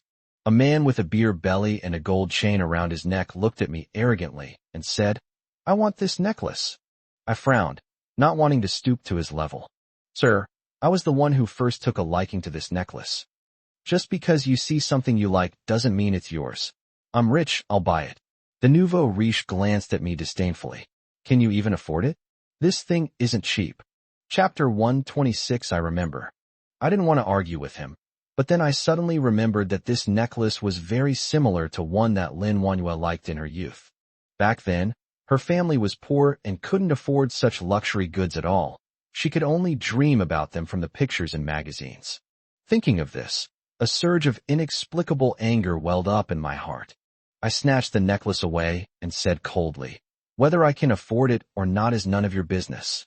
I'm taking this necklace." The nouveau riche never expected me to dare to compete with him, and he immediately became enraged. "You little brat, are you tired of living? You dare to steal my stuff." He rolled up his sleeves, pretending to hit me. I sneered and met his gaze without flinching. "What? You want to fight? Come on, who's afraid of who?" People gathered around and pointed at us. The sales clerk turned pale with fright and tried to mediate, saying, "Gentlemen, please talk this out and don't fight." Seeing that I showed no fear, the nouveau riche hesitated. He looked me up and down, seemingly assessing my strength. "Kid, you better be smart. I'm not someone to be trifled with," he threatened, his words a mix of bravado and fear.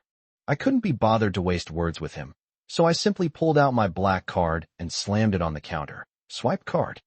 Seeing this, the sales clerk quickly took my card and swiped it efficiently. Seeing this, the nouveau riche turned green with rage. Pointing at me, he stammered, You just wait. This isn't over." I took the beautifully packaged necklace and left the mall without looking back. On my way home, I suddenly felt dizzy and my vision went black. I almost fell to the ground. Consciousness slowly returned, and everything before my eyes was blurry, as if I were looking through frosted glass. The smell of disinfectant lingered in my nostrils, pungent yet familiar. I struggled to get up, but felt weak all over, and my head felt as heavy as if it were filled with lead. "Don't move." A familiar voice trembled slightly with worry. I blinked hard, and my gaze finally focused on Lin Wanhua, who was sitting on the edge of the bed. Her eyes were red, clearly from crying, yet she forced herself to remain calm, like a lily swaying in the wind and rain. "Wanyu," I said in a hoarse voice, feeling as if my throat had been sanded. "You're awake." She grabbed my hand tightly, so hard it hurt a little. "You scared me to death. The doctor said you suddenly fainted. Thank goodness you were brought to the hospital in time." She kept talking, her tone filled with lingering fear and reproach. "You promised you wouldn't run around. So why did you go to the mall by yourself again? What if?" Then I remembered what had happened before. That nouveau riche, that necklace. I struggled to raise my other hand and pulled the exquisite velvet box out of my pocket. "Here you go." I handed her the box. "Happy wedding anniversary." Lin Wanhua froze, staring at the box in my hand, her eyes welling up with tears again. You still remember." She opened the box, and the dazzling diamond necklace shone brilliantly under the light. She covered her mouth, tears silently streaming down her face like pearls from a broken string. "Silly boy," she choked out, hugging me tightly and burying her face in my chest. "I don't want any gifts. I just want you to be safe and healthy." I gently patted her back, feeling her body tremble. This sudden hug left me breathless, and my chest ached slightly. A moment later, she let go of me, picked up a book from the bedside table, and handed it to me. "Here, take this." I took the book. The cover boldly proclaimed, "The Courage to Live." My heart sank, and a chill ran from my feet to the top of my head. Could it be that she knows about me? I forced myself to remain calm and asked casually, "What's this?" "Chicken soup for the soul." She smiled, but there was a hint of bitterness in her smile. "I guess so. I think you've been under a lot of pressure lately. Take a look at this. It might help you." I opened the book. It was full of stories about how to face difficulties and overcome adversity. I tentatively asked, "Manhwa, do you know something?" She looked at me suspiciously. "Know what?" "It's nothing." I shook my head and put the book aside. Maybe I'm overthinking it. She probably doesn't know I have brain cancer. I insisted on being discharged from the hospital, and Lin Manhwa couldn't persuade me otherwise, so she had to agree. When I got home, there was a cold bowl of sweet and sour pork ribs on the table. It was a special wedding anniversary dinner she had made for me. We sat facing each other, the atmosphere a little awkward. I picked up my chopsticks, took a piece of pork rib, and put it in my mouth. The sweet and sour taste spread on my tongue, but I couldn't taste the sweetness I remembered. "I'm sorry." I put down my chopsticks and looked at her. "I made you worry." She shook her head. "It's all right, as long as you're all right." We finished our meal in silence. I got up to clear the dishes, but she grabbed my arm and looked at me with a complicated expression. She paused. "Let's sit down." I was stunned, looking at her flushed cheeks, and for a moment I didn't know how to respond. She came over, gently hugged me, and buried her head in my chest. I could feel her body trembling and hear her suppressed sobs. "I'm scared," she choked out. "I'm scared of losing you." My heart felt like it was being pricked by needles. The pain was so intense I couldn't breathe.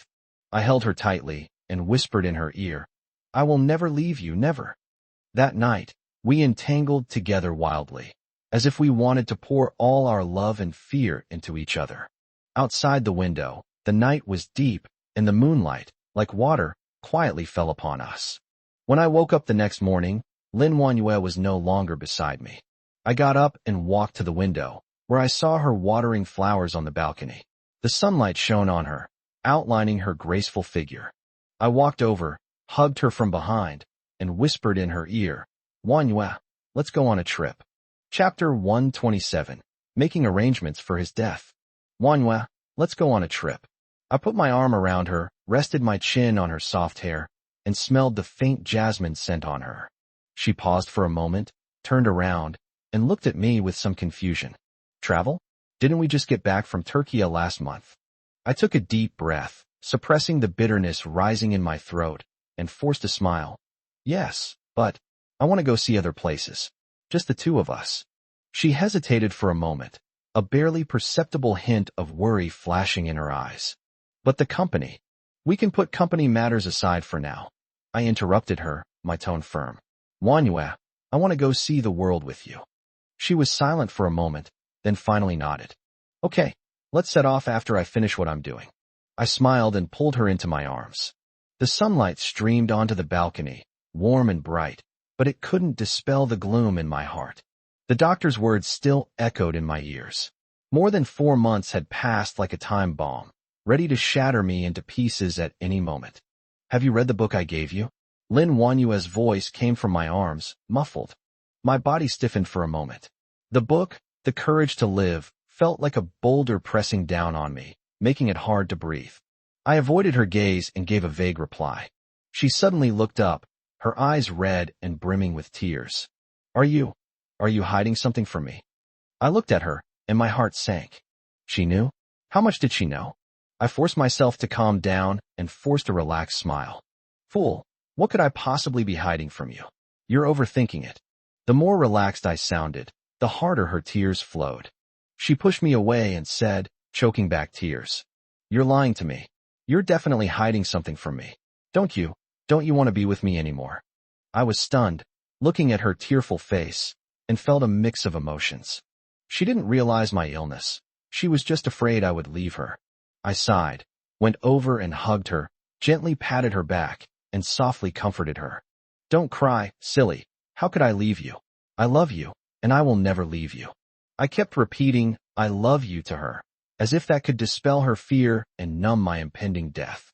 She gradually stopped crying and buried her head in my chest, like a frightened fawn seeking a sense of security. We embraced quietly for a long time until the sun set, bathing the entire room in golden light. Today is our wedding anniversary, Lin Wanyue suddenly said, and we haven't cut the cake yet. Then I remembered that today is our 5th wedding anniversary. I mustered my spirits and walked with her to the dining table, where we lit the candles on the cake. Happy birthday to you. I sang a birthday song off key, watching confetti rain down, but my heart was filled with sorrow. This might be the last wedding anniversary we spend together. While cutting the cake, Lin Wanyue suddenly asked me, "What did you wish for?" I looked at her and smiled. "I hope we can be together forever. I know this is just a beautiful wish, a wish that can never be fulfilled." Over the next few days, I accompanied Lin Wanyue in handling company affairs and tried to spend as much time with her as possible. We went to the movies together, went shopping together, and cooked together, just like an ordinary newlywed couple. I cherish every minute and second I spend with her, as if I want to pour all the love in my life into her. However, my health condition is getting worse and worse. I started to feel dizzy and nauseous frequently, and even fainted a few times. I know my time is running out. The next morning, I got up very early, while Lin Wanyue was still fast asleep. I gently kissed her forehead, then tiptoed out of the room. "I'm going to school." I left a note on the dining table, then picked up my briefcase and went out. Instead of going to school, I drove to the Sunshine Orphanage in the suburbs. Aunt Lu, the director of the orphanage, is also one of the people I trust most. I entered the dean's office, where Aunt Lu was working at her desk. When she saw me, she gave me a kind smile. "What brings you here today?" I forced a smile, sat down opposite Aunt Lu, and took a bank card out of my briefcase and handed it to her. "Aunt Lu, this is some of my savings. I want to donate it to the orphanage." Aunt Lu was stunned. She took the bank card and looked at me with a puzzled expression. "Why did you suddenly want to donate?"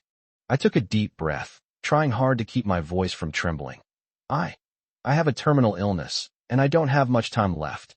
Aunt Lu's smile froze instantly. Her eyes widened, and the bank card in her hand slid onto the table with a crisp sound. "What did you say?" Aunt Lu's voice trembled, and her eyes instantly reddened. How could this be?" I nodded with a wry smile and handed her the doctor's diagnosis. Aunt Lu took the diagnosis report with trembling hands. Each line of text seemed like a sharp blade, piercing her eyes. She covered her mouth, and tears flowed silently down her cheeks. "How could this happen? You are such a good person. How could God be so unfair?" Aunt Lu choked up, sobbing uncontrollably. I silently handed her a tissue, my heart filled with bitterness. "Consider this money as the last thing I can do for the children," I said. "I hope they can grow up healthy and happy." Aunt Lu wiped away her tears, gripped my hand tightly, and said in a choked voice, "Don't worry, I will make good use of this money to give the children a better life." We remained silent for a long time before Aunt Lu suddenly asked, Do your wife know?" I shook my head. "I don't want her to know. I don't want her to worry about me." Aunt Lu sighed and patted my hand. "Fine, you're doing this for her own good. I'll keep it a secret for you." We chatted for a while longer, and Aunt Lu told me about her son, Xiaoyu. Xiaoyu left her when she was 10 years old in a car accident, which became a permanent pain in her heart. "He loved drawing the most," Aunt Lu said, taking out a stack of paintings from the drawer. "These were painted by him before he passed away, and I've kept them all this time." I took the paintings and looked through them one by one. The childlike brushstrokes were full of innocence and imagination. "If he were still alive, he would be the same age as you this year." Aunt Lu's voice was choked with emotion. Looking at the smiling face in the painting, I felt a mix of emotions. Yes, life is unpredictable. No one knows whether tomorrow or an accident will come first. What about your wife?" Aunt Lu suddenly asked, her voice tinged with worry. Chapter 128 Travel. I fell silent. I had thought about this question countless times, but I could never find the answer. I don't know. I shook my head helplessly. I try not to let her know these things, at least in front of her. I want to act like a normal person. Sigh.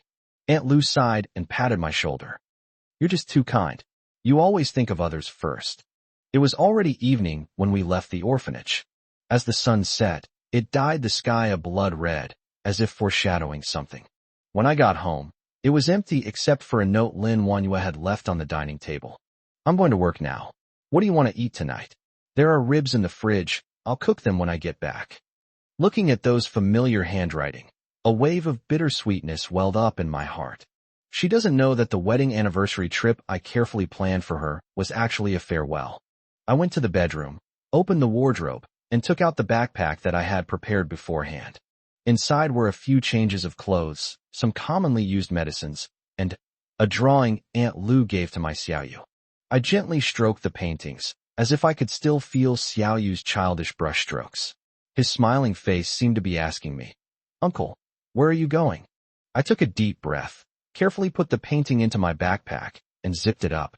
Walking into the living room, he picked up the key Lin Wanyue had placed on the shoe cabinet, hesitated for a moment, and finally put it back. I didn't want her to see any trace of my departure. At least, before she found out, I wanted her to think I was just on a business trip. I dragged my suitcase and left the home that held countless memories for Lin Wanyue and me. The train station was bustling with people, and I bought a ticket for a green train to Linji. I've heard that the scenery there is beautiful and can purify the soul. Perhaps, there, I can find a moment of peace to face my impending death. The green train slowly started moving. The noise in the carriage gradually faded away, and my thoughts drifted into the distance. I remembered the scene of meeting Lin Wanyue, the ups and downs we went through together, and her radiant smile. The signal on the train was very poor, making cell phones practically useless. I listlessly watched the scenery rushing past the window, listening to the snoring that rose and fell in the carriage, feeling utterly lost. "Hey bro, your phone has no signal?" A middle-aged man next to me patted my shoulder and offered me a cigarette. "Want one?" I shook my head to indicate that I don't smoke. "It's good that you don't smoke. More and more young people are smoking these days." The middle-aged man spoke to himself, lit a cigarette, took a deep drag, and said, "Damn LS, what about you?" "Linji," I replied briefly. "Linji is great. The scenery is beautiful. The air is fresh. It's a good place to retire." The uncle exhaled a smoke ring. "My son works in Linji. I'm going to visit him this time." And so, the uncle and I chatted idly, passing the long journey. When I was transferring to the oxygen-supplied train, I saw a young woman carrying a huge hiking backpack, standing wearily at the junction of the carriages. She clutched a standing ticket tightly in her hand, her eyes filled with anxiety. I hesitated for a moment, but then I walked over. "Miss, you can have my seat." The girl looked up at me, somewhat surprised. "Really? Thank you."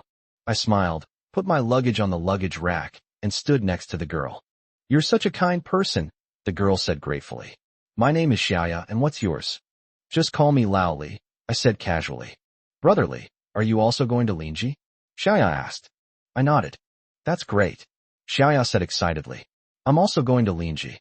I've heard that the peach blossoms there are especially beautiful, and I've always wanted to see them." Xiaoya is a lively and cheerful girl. She chattered on and on about the places she had been and the interesting things she had encountered along the way. She has been to Nepal and trekked the Annapurna circuit. She has been to the Indus and experienced the cycle of life and death on the banks of the Ganges. She has been to Africa and chased wild animals on the vast grasslands. Listening to her story, I felt as if I were experiencing those wonderful journeys with her. My mood gradually improved, as if I had forgotten the pain, the death, and all my troubles. "Brother Lin, look, that's Namcha Barwa Peak, right in front of us," Xiaoya exclaimed excitedly, pointing out the window. I looked in the direction she was pointing and saw a majestic snow-capped mountain standing amidst the swirling clouds, like a sacred goddess overlooking the earth. At that moment, I suddenly felt an unprecedented sense of peace and tranquility. Perhaps death is not scary. What is scary is not having truly lived while alive. "Brother Lin, you don't look well. Are you suffering from altitude sickness?" Xiaoya asked with concern. "I have an oxygen tank here. Would you like to use it?" I shook my head. "I'm fine. I'm just a little tired." The train continued its journey, the scenery outside the window changing constantly, and my thoughts drifted along with the landscape. Xiaoya was still enthusiastically telling me her travel stories, but I gradually felt a wave of drowsiness wash over me. "Brother Lin, Brother Lin." I vaguely heard Xiaoya calling me. I tried to open my eyes, but everything was blurry. "Brother Lin, wake up." I felt someone shaking my shoulders. I struggled to open my eyes and saw Xiaoya's anxious face. "What's wrong? Are you feeling unwell?" I felt weak all over, dizzy, and had difficulty breathing. I realized that my condition might have worsened. I felt like my whole body was falling apart, and my breathing was like a bellows, panting heavily. Xiaoya helped me back to my seat, then gave me oxygen and hot water, keeping her busy for quite a while. "Brother Lin, are you feeling any better?" she asked with a worried expression. I waved my hand and said weakly, "I feel much better. Thank you, Xiaoya." She smiled, a pure and serene smile, like the snow-capped mountains of Linji. "Brother Lin, you still don't look well. Shouldn't you go see a doctor?" "No need, it's an old problem." I didn't want to say more, so I changed the subject. "Go on with your travel stories." Xiaoya seemed to sense my reluctance to talk more, so she didn't press me further and continued to recount her experiences in Africa. But I couldn't hear a thing. My head was buzzing and my chest felt incredibly tight. In the latter half of the night, I was so uncomfortable that I couldn't sleep, so I groped my way to the smoking area. I lit a cigarette, took a deep drag, and the taste of nicotine made me feel a little better. The smoking area was deserted, with only the whistling wind and the clanging of trains passing by. Suddenly, a suppressed sob came from the corner. I didn't want to get involved, but the crying gave me the creeps, like someone was tearing my nerves apart. Chapter 129. My life is nearing its end. I followed the sound and found that it was Xiaoya, who was lively during the day, now curled up in a corner, her shoulders trembling. I hesitated for a moment, then went over. "Xiaoya, what's wrong?" Xiaoya looked up at me with teary eyes and choked out, "Brother Lin." My heart skipped a beat. Had this girl run into some trouble? "What's wrong? Tell me what happened." Xiaoya wiped away her tears, took a deep breath, and then slowly said, "Brother Lin, I'm going to die soon." I froze, thinking I'd misheard. "What did you say?" Xiaoya gave a bleak smile. "I have breast cancer, late stage." I felt like I'd been hit on the head with a thunderbolt, and it took me a while to process it. How could a girl who was so lively during the day suddenly get sick, and in such a late stage? How could this be? I muttered to myself. Xiaoya gave a bitter smile. "It was discovered 2 years ago. At first, it was just a small lump, and I didn't pay attention to it. Later, the lump got bigger and bigger, so I went to the hospital for a checkup, and it turned out to be in the late stage. The doctor said I have at most 6 months to live." I looked at her, my heart filled with mixed emotions. It's heartbreaking to see a young life end like this. "Then why do you still travel?" I asked. Xiaoya looked up at the ceiling, her eyes filled with longing. "I want to see more of this world and experience more things before I die. I don't want to have any regrets in my life." She paused, then continued. "Actually, my trips to Nepal, India, and Africa were not just simple travels. I was looking for a kind of relief, a kind of solace for my soul. I wanted to find my true self in the final moments of my life." I listened silently, feeling as if a huge rock was pressing on my heart, making it hard to breathe. "Brother Lin, do you know?" Xiaoya suddenly grabbed my hand, her eyes filled with fear. "I'm afraid of death. I'm afraid of leaving this world. I still have so many things I haven't done, so many places I haven't been, so many delicious foods I haven't eaten."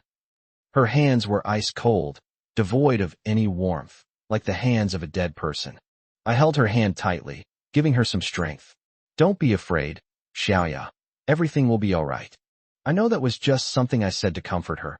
I don't even believe it myself. Xiaoya shook her head. "I know my time is running out. I don't want to die in a hospital. I want to die on the road, amidst beautiful scenery. I hope my life, like fireworks, will burst forth with the most dazzling brilliance." She looked at me, her eyes full of pleading.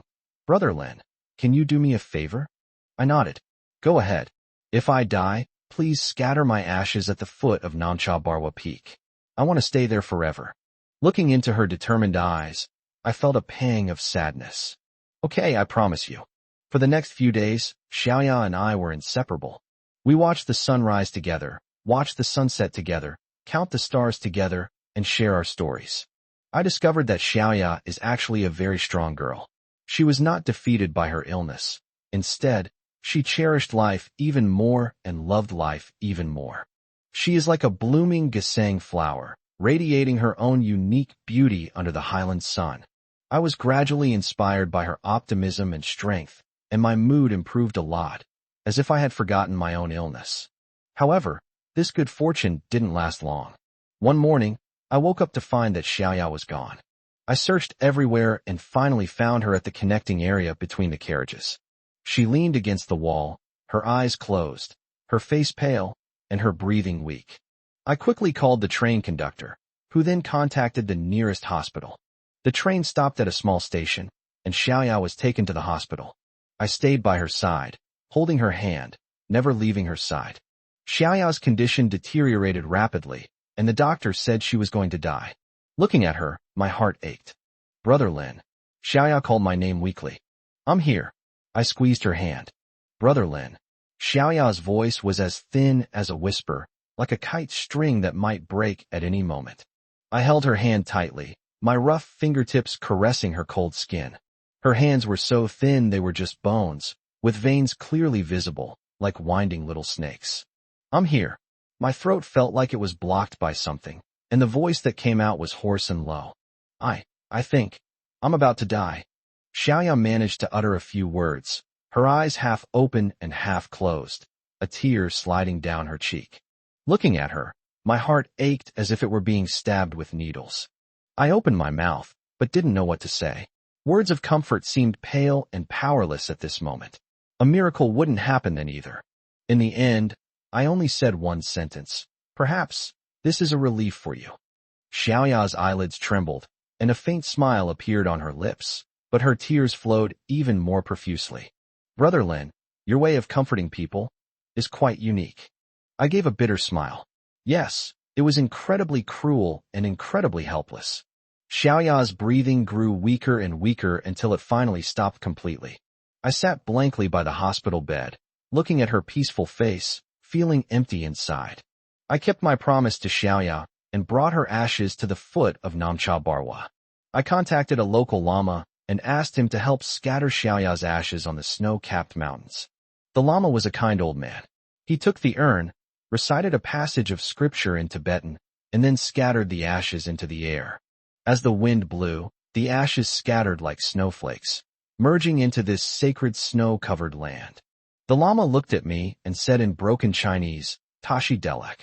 I know this means it's a blessing.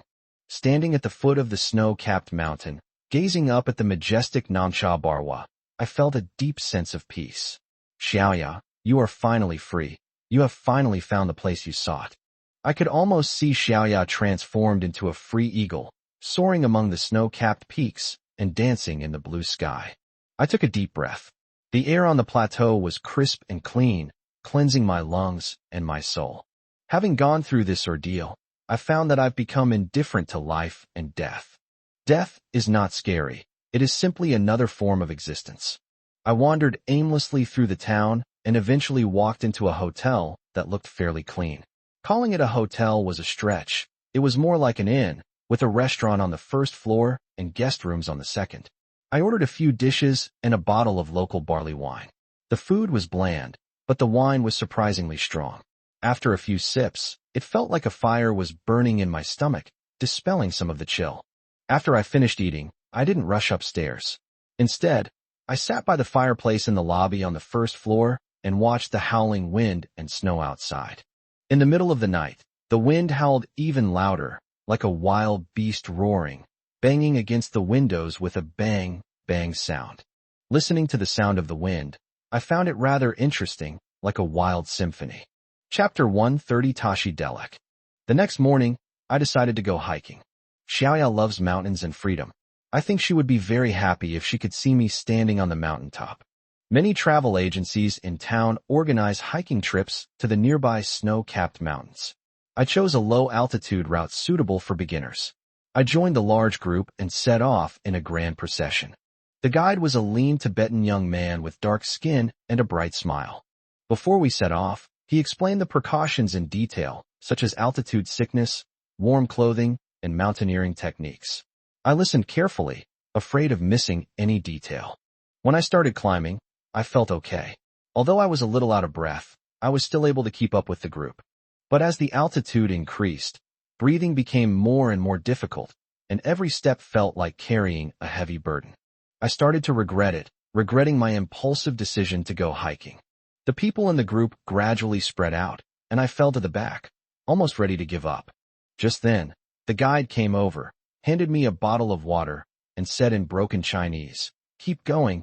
Perseverance leads to victory." I gave a bitter smile. Victory? What victory could I possibly have left? I took the water, took a sip, and the cool liquid flowed down my throat into my stomach, bringing a refreshing sensation. I took a deep breath and continued climbing. 1 step, 2 steps, 3 steps. I don't know how I managed to persevere. All I know is that when I finally stood on the mountaintop, all my fatigue vanished. The sun slowly rises from the east, its golden rays bathing the snow-capped mountains in a golden hue, a breathtaking sight. Standing on the mountaintop, looking at this magnificent view, I suddenly felt a moment of freedom, an unprecedented sense of ease and liberation. I couldn't help but burst into laughter, laughing until tears streamed down my face. The other tourists in my group all turned to look at me, staring at me as if I were a ghost. I wiped away my tears, ignored them, and continued to admire the beautiful golden sunrise on the mountains. When I came down the mountain, my legs were so weak they felt like noodles, and I practically tumbled and crawled down. Back in town, I found a small restaurant and ordered a bowl of hot beef noodles. While eating noodles, I suddenly thought of Xiaoya and how she said she wanted to eat all the delicious food in the country. I put down my chopsticks, took out my phone, and looked through my chat history with Xiaoya. "Brother Lin, let's go hiking together when I'm better, okay?" "Okay, we'll go together when you're better." "Okay, let's go hiking together and see Namcha Barwa." Looking at these chat logs, I couldn't help but burst into tears again. I wiped away my tears and continued eating my noodles. After finishing my noodles, I returned to the hotel, lay on the bed, but couldn't fall asleep. I got up, walked to the window, and looked at the night sky outside. The night sky is dotted with stars, like sparkling diamonds. I suddenly remembered that Xiaoya once said she wanted to become a star and watch over me forever. I looked at the stars and murmured to myself, "Xiaoya, are you doing well in heaven?" The scenery of Linji failed to wash away the gloom in my heart. Instead, it made me realize even more clearly that Xiaoya had truly left. 2 weeks later, I arrived in Lhasa, exhausted. Neither the grandeur of the Patala Palace nor the devout pilgrims could arouse my interest. I just wandered aimlessly through the streets, like a ghost who had lost its soul. That day, I wandered to the central square, which was bustling with people. Suddenly, my gaze was drawn to a huge electronic screen. On the screen, a familiar face suddenly appeared: Lin Wanyue. She was thinner and more haggard than before, but her eyes remained bright, with a hint of stubbornness. A line of text scrolls at the bottom of the screen: "Missing husband notice. A large reward will be given for information leading to his whereabouts.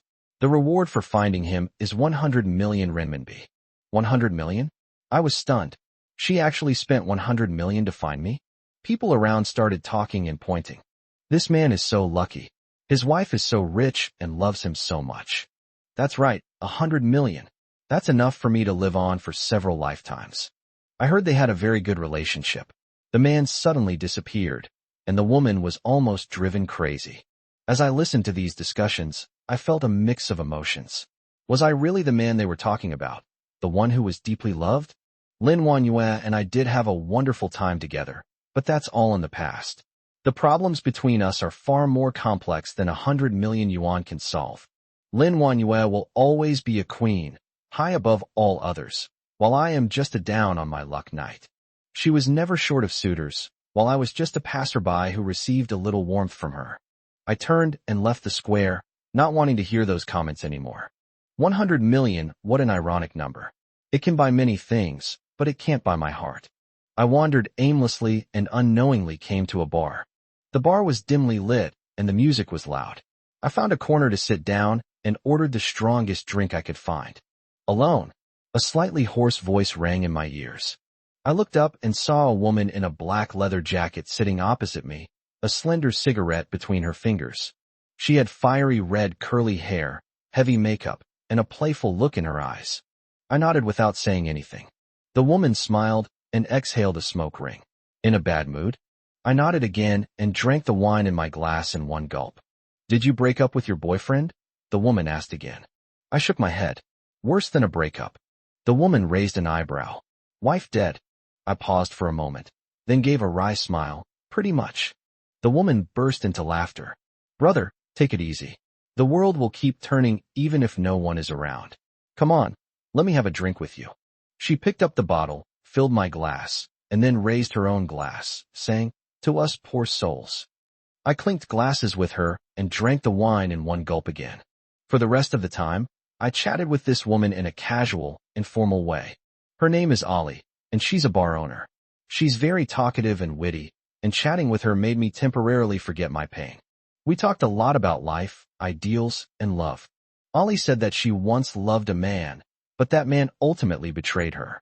She said that all men are bad. They only know how to play with women's feelings.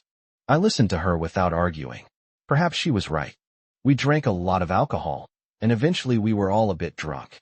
Ollie leaned on my shoulder and mumbled, You know what? I felt you were very special the moment I saw you. I smiled but didn't say anything. You're a lot like the man I used to love, Ollie continued. The same melancholy, the same depth. I pushed her away, stood up, and said, I should go. Don't go. Ollie grabbed my hand. Stay with me, okay? Chapter 131, Unwilling. The perfume she wore was so strong it was almost pungent, mixed with the smell of smoke and alcohol, that it made me feel nauseous. I forcefully shook off her hand and staggered out. Behind me came Ollie's voice, tinged with resentment and stubbornness. You can't escape. As long as you're alive, I won't give up on you. I smiled wryly, but my steps did not falter. Give up? What in this world is there that I still cherish? I was even about to give up on myself. The doctor's words still echoed in my ears, like a death knell. In the late stages, I have at most 6 months left. 6 months, how ridiculous. I only have 6 months left to live. I don't want to provoke anyone anymore, and I don't want to cause anyone pain anymore, including this woman named Ollie. The air outside was much fresher, and the cold wind sobered me up considerably. I wandered aimlessly until I finally returned to the small house I rented in Nyanki. This little house is simple and dilapidated, but it is quiet and far away from the hustle and bustle, which is perfect for someone like me who is nearing the end of my life. I had planned to stay in Nyanki for a while longer to enjoy the last moments of peace, but I never expected that Ollie would somehow find out my address. The next morning, a knock on the door woke me up. The door opened, and Ollie stood outside, carrying a bucket of fresh yak milk.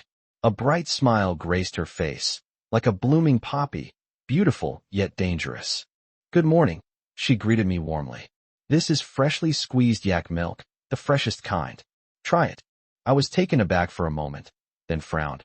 How did you know I lived here? Ollie blinked and said mysteriously, Don't worry about that, as long as I know where you are. Without a word, she shoved the yak milk into my hand, saying, Drink it quickly, it won't taste good when it gets cold. I reluctantly accepted the milk, but my heart was filled with bitterness. I tried to refuse her offer. No need. You can take it back, I don't need it. Ollie acted as if she hadn't heard, and went into the house on her own, looking around. Your place is really simple, but I like it. It's quiet.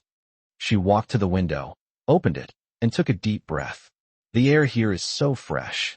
For the next few days, Ollie would appear at my door every morning without fail, carrying fresh yak milk. I tried to stop her several times, but she was like a piece of chewing gum, impossible to shake off. In the end, I gave up resisting and let her be.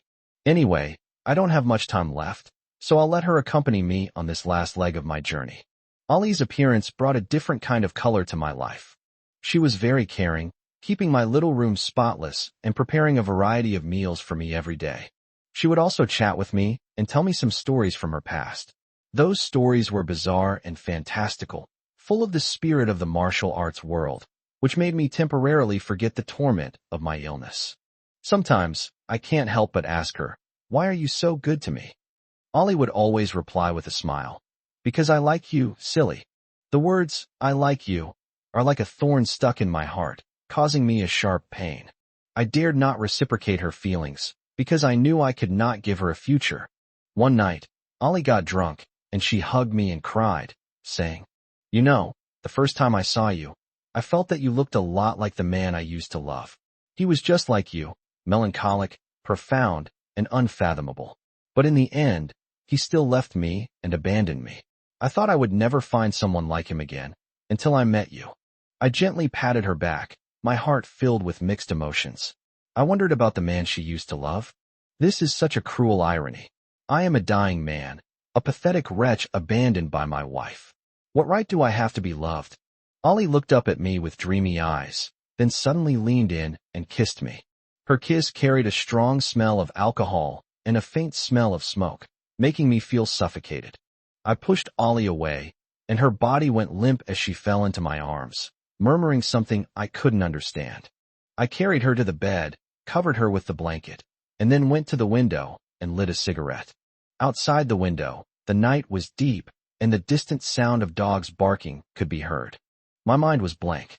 I didn't know how to face Ollie's feelings, nor how to face my impending death. The next morning, Ollie woke up and remembered nothing. As usual, she made me breakfast and then chatted with me.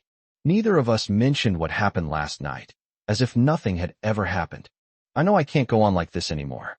I must leave here, leave Ollie, and let her start a new life. I started packing my luggage, preparing to leave Nyanki. Ollie asked me, "Where are you going?" I avoided her gaze and said calmly, "I should go home." Ollie's eyes reddened, but she didn't say anything more. She just silently helped me pack my luggage. On the day I left Linji, Ollie saw me off at the station. She stood there, watching me get into the car, tears streaming down her face. I didn't dare look back at her. I knew that if I did, I would definitely change my mind. As the car slowly drove away from the station, I finally couldn't help but look back. Ollie remained standing there, her figure growing smaller and smaller until she finally disappeared into the vast sea of people. I closed my eyes, and 2 streams of hot tears flowed down my cheeks. I arrived in Bai Town and planned to rest here for a few days before making any further plans. Although Bai Town cannot compare to the prosperity of LS, it has its own unique charm. I wandered aimlessly through the streets, watching the passers-by and feeling the tranquility and peace of the town. In the snowy area, I saw many customs that I had never seen in the plains. Once, I was looking at some Tibetan handicrafts at a street stall when a burly Tibetan man suddenly walked up to me and asked in broken Chinese, "Wanna buy? Cheap." I was startled by his sudden action and quickly waved my hand, saying, "No, no." The Tibetan man grabbed my arm, preventing me from leaving, and continued to sell his wares. "Look, these are all good stuff, and they're very cheap." It hurt a little when he grabbed me, but I didn't dare to shout loudly for fear of causing unnecessary trouble. Just when I was at a loss, Ollie appeared. She walked up to the Tibetan man and spoke to him in fluent Tibetan.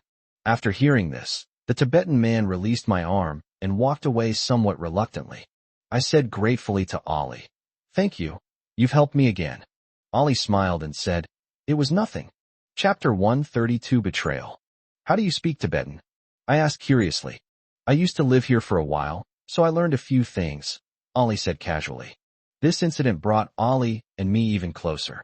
We often stroll around Bai Town together, chatting and sharing our stories.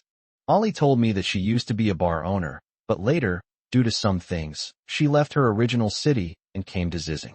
I asked her, "Why don't you go home?" Ollie said with a bitter smile, "I have no home anymore." Looking into her forlorn eyes, I felt a pang of sorrow in my heart. I know she must have gone through a lot of untold suffering. We sat by the Niang River, watching the water flow quietly, and no one spoke. "Do you know?" Ollie suddenly said, "I used to have a child." My heart sank, and I had a premonition that what followed was a sad story. What happened to that child later? I asked cautiously. Ollie's eyes reddened. She took a deep breath and slowly said, "He's dead." My heart felt like it had been pricked by a needle. A sharp pain shot through me. I can't imagine the pain a mother must feel when she loses her child. "I'm sorry," I said softly. "I didn't know." Ollie shook her head and said, "It's okay. It's all in the past." She was silent for a moment, then said, "He was only 3 years old when he died."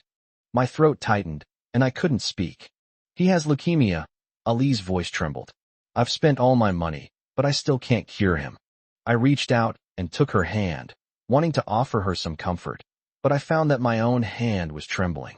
Ollie finally couldn't hold back her tears and buried her head on my shoulder, crying like a child. I gently patted her back, my heart filled with sadness and helplessness. I didn't know how to comfort her, nor did I know how to face my own impending death. I felt my body getting weaker and weaker, and I knew my time was running out. Ollie cried in my arms for a long time, as if she wanted to release all the pain that had been building up over the years. My shirt was soaked with her tears, cool and clinging to my skin, yet it gave me a strange sense of warmth. Perhaps it was because we shared the same fate. I felt her sorrow deeply. For the next few days, Ollie and I were practically inseparable. We strolled through the streets and alleys of Bai Town together, basked in the sun by the Neong River, and ate Tibetan food together in a small restaurant. We were like old friends, talking about everything and sharing each other's joys and sorrows. I deliberately avoided mentioning my illness, not wanting her to worry about me anymore.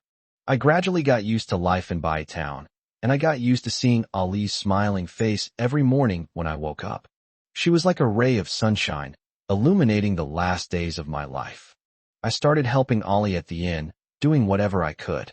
Ollie initially refused, saying I wasn't feeling well and should rest more. But I insisted on helping, and she couldn't argue with me, so she had to agree. The days passed peacefully, but I felt my health deteriorating and my cough becoming more frequent. I knew my time was running out. One night, I lay in bed, unable to fall asleep. I started to miss my family, my friends, and everything I used to have. I knew I could never go back. I got up and walked to the window, looking at the dark night sky outside, my heart filled with sadness and despair. "Can't sleep?" Ollie's voice suddenly rang out behind me. I turned around and saw Ollie standing at the door, holding a cup of hot milk. I nodded. "I'm having some trouble sleeping." Ollie walked over to me and handed me the milk. "Have a glass of milk. Maybe it will help you sleep better." I took the milk, took a sip, and a warm current flowed through my body. "Thank you, Ollie," I said. "You're so kind to me." Ollie smiled and said, "We're friends." Friends. I repeated the word, my heart filled with mixed feelings. In the days that followed, my health deteriorated rapidly. I began to cough frequently, even coughing up blood. Ollie saw it all and was very worried, but she didn't say anything and just silently took care of me. I feel guilty. I don't want to be a burden to her, but I can't bear to leave her. One day, I woke up from my sleep and heard someone knocking on the door. I thought it was Ollie, so I struggled to get up and open the door. When I opened the door, I was stunned. Standing at the door was not Ollie, but Lin Wanhua. She was wearing a white down jacket. Her face was pale, her eyes were red and swollen, and tears streamed down her face silently. My heart sank suddenly, and an ominous premonition welled up inside me. I saw Ollie standing behind Lin Wanhua, with an apologetic expression on her face. I roughly know that it was Ollie who called Lin Wanhua over. "Wanhua," I opened my mouth, but didn't know what to say. Lin Wanhua didn't say anything, but silently walked up to me and hugged me tightly. I could feel her body trembling, and her tears soaked my clothes. "Why are you here?" I asked, gently patting her back. Lin Wanhua didn't cry out loud, but her shoulders trembled slightly, like a frightened little bird.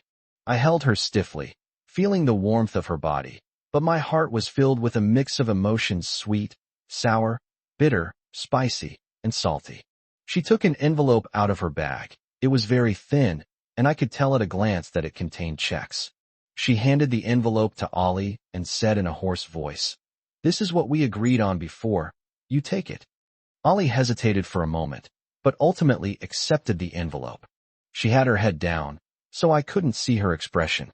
I suddenly felt that the scene was incredibly absurd, like a poorly made soap opera. My wife, my lover, and I, three fools, are staging a love triangle in this small Highland town.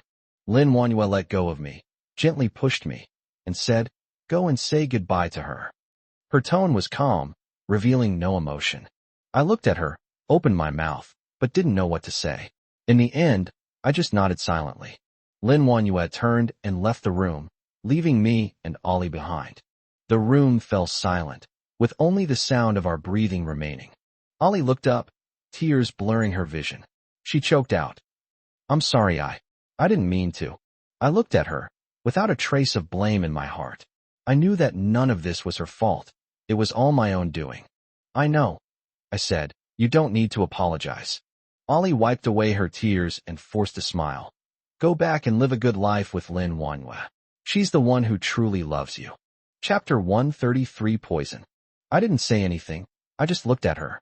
This woman, who once brought me warmth and comfort, was now about to push me towards another woman. Goodbye, I said, my voice a little hoarse. Goodbye, Ollie said. I turned and left the room without looking back. I stepped out of the hotel, and the Highland sun was so bright that I could hardly open my eyes. The biting wind stung my face like a knife. I wrapped my coat tighter around myself, took a deep breath, and watched as white mist billowed through the air. I dragged my heavy steps toward Lin Wanyue's car, each step feeling like walking on a knife's edge. As I sat back in the car, a familiar scent of perfume filled my nostrils. This scent used to make me feel safe and comfortable, but now it made me feel suffocated. I saw Lin Wanyue in the rearview mirror. Her eyes were red and swollen, and her face was pale, like a flower ravaged by a storm. My heart clenched, and an indescribable sense of guilt welled up inside me. But I have to leave her. I can't continue this abnormal relationship. I can't deceive her anymore, and I can't drag her down any further. I must harden my heart and end all of this completely. Lin Wanyue started the car and drove in silence. The car was filled with a suffocating atmosphere, like a boulder pressing on my chest, making it hard for me to breathe. Why? Why do you have to leave? Lin Wanyue finally broke the silence, her voice hoarse and trembling slightly. I took a deep breath, trying to appear cold and indifferent.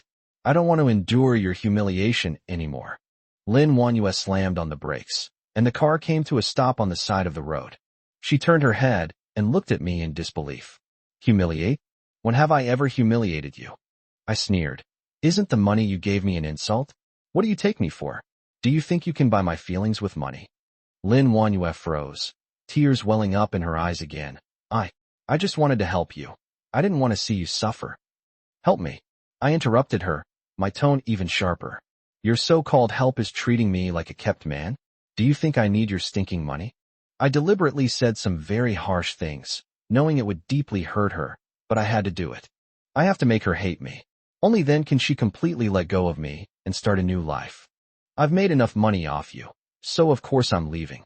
I continued, each word like a knife, stabbing deeply into Lin Wanyue's heart and into my own as well.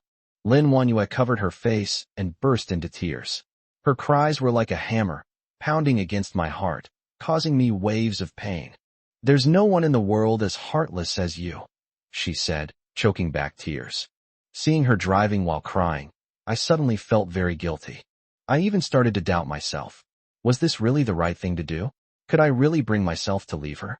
My heart began to waver, but I told myself that I couldn't turn back. I couldn't be soft-hearted. I've come this far, there's no turning back. The car continued driving forward, and the scenery outside the window rushed past, just like my life, gone forever. The car finally stopped in front of the villa.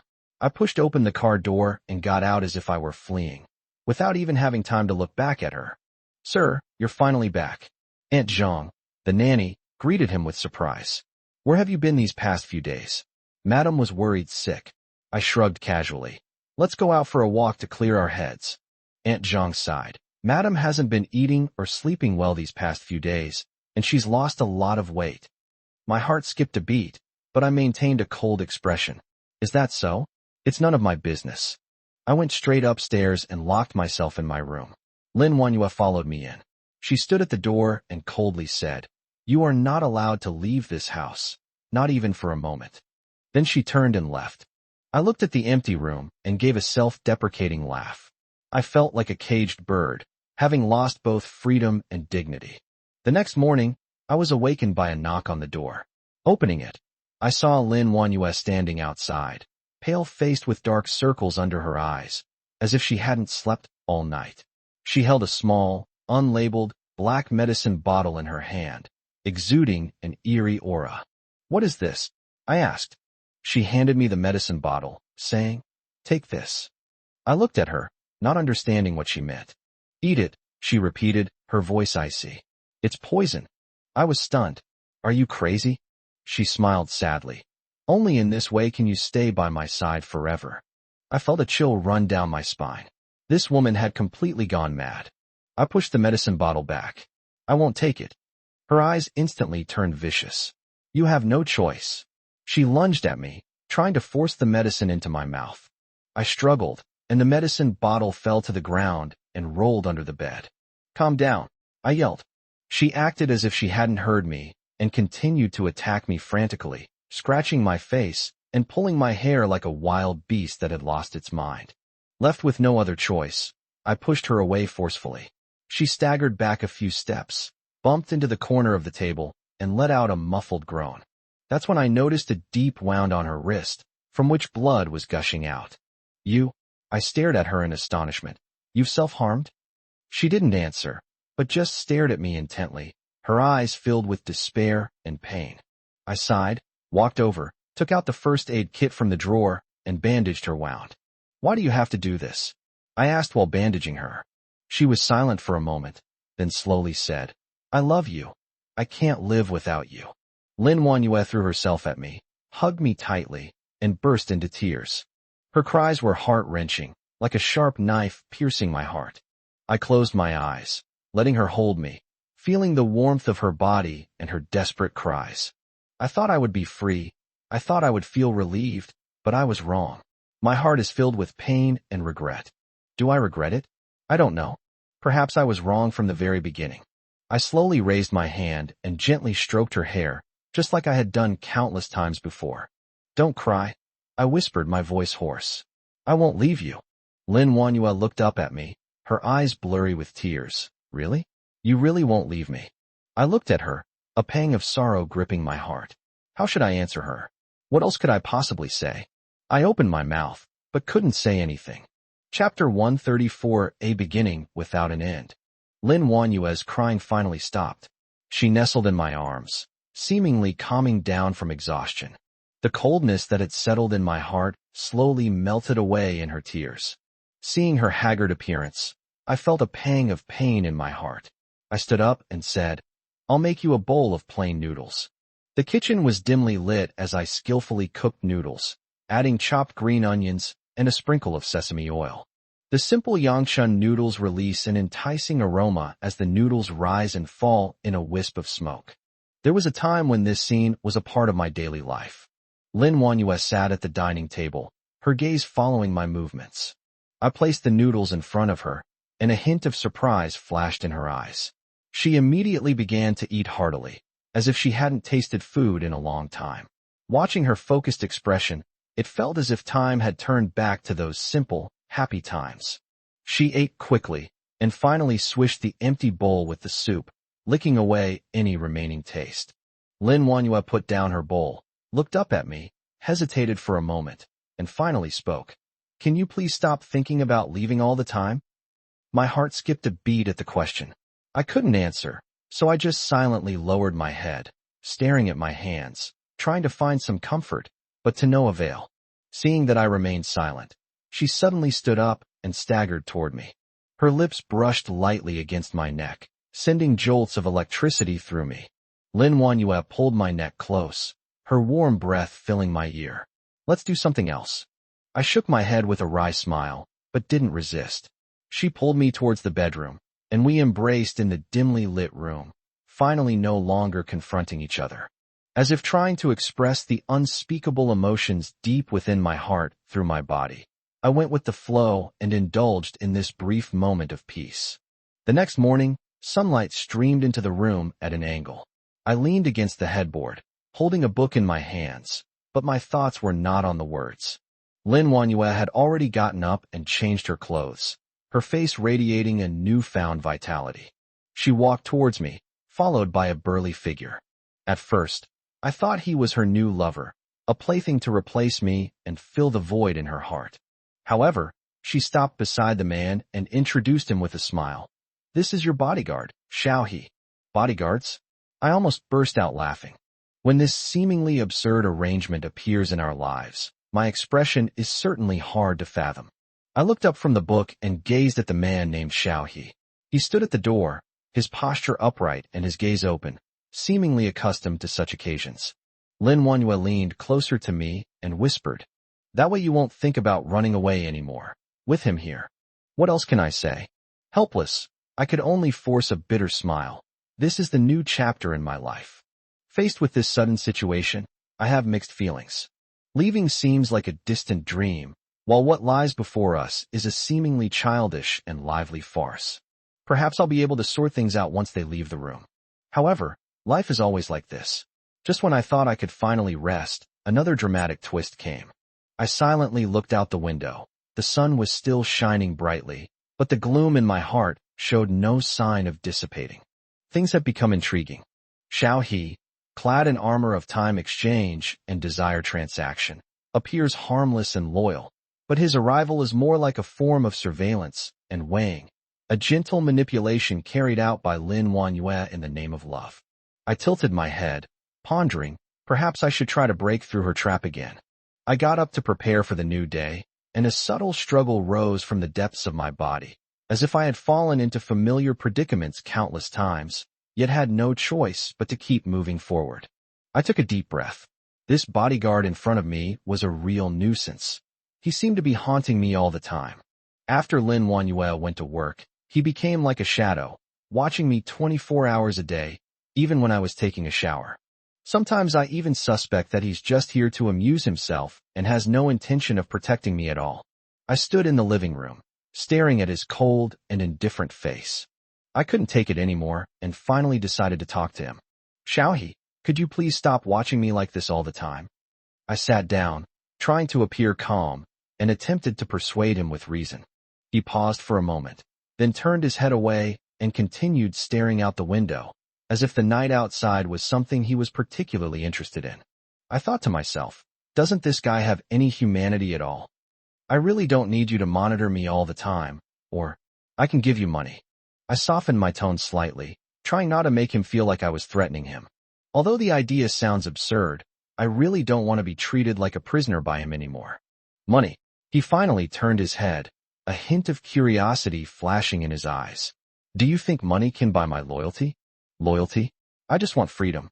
I couldn't help but roll my eyes. Can't you relax a little? I'm not a child.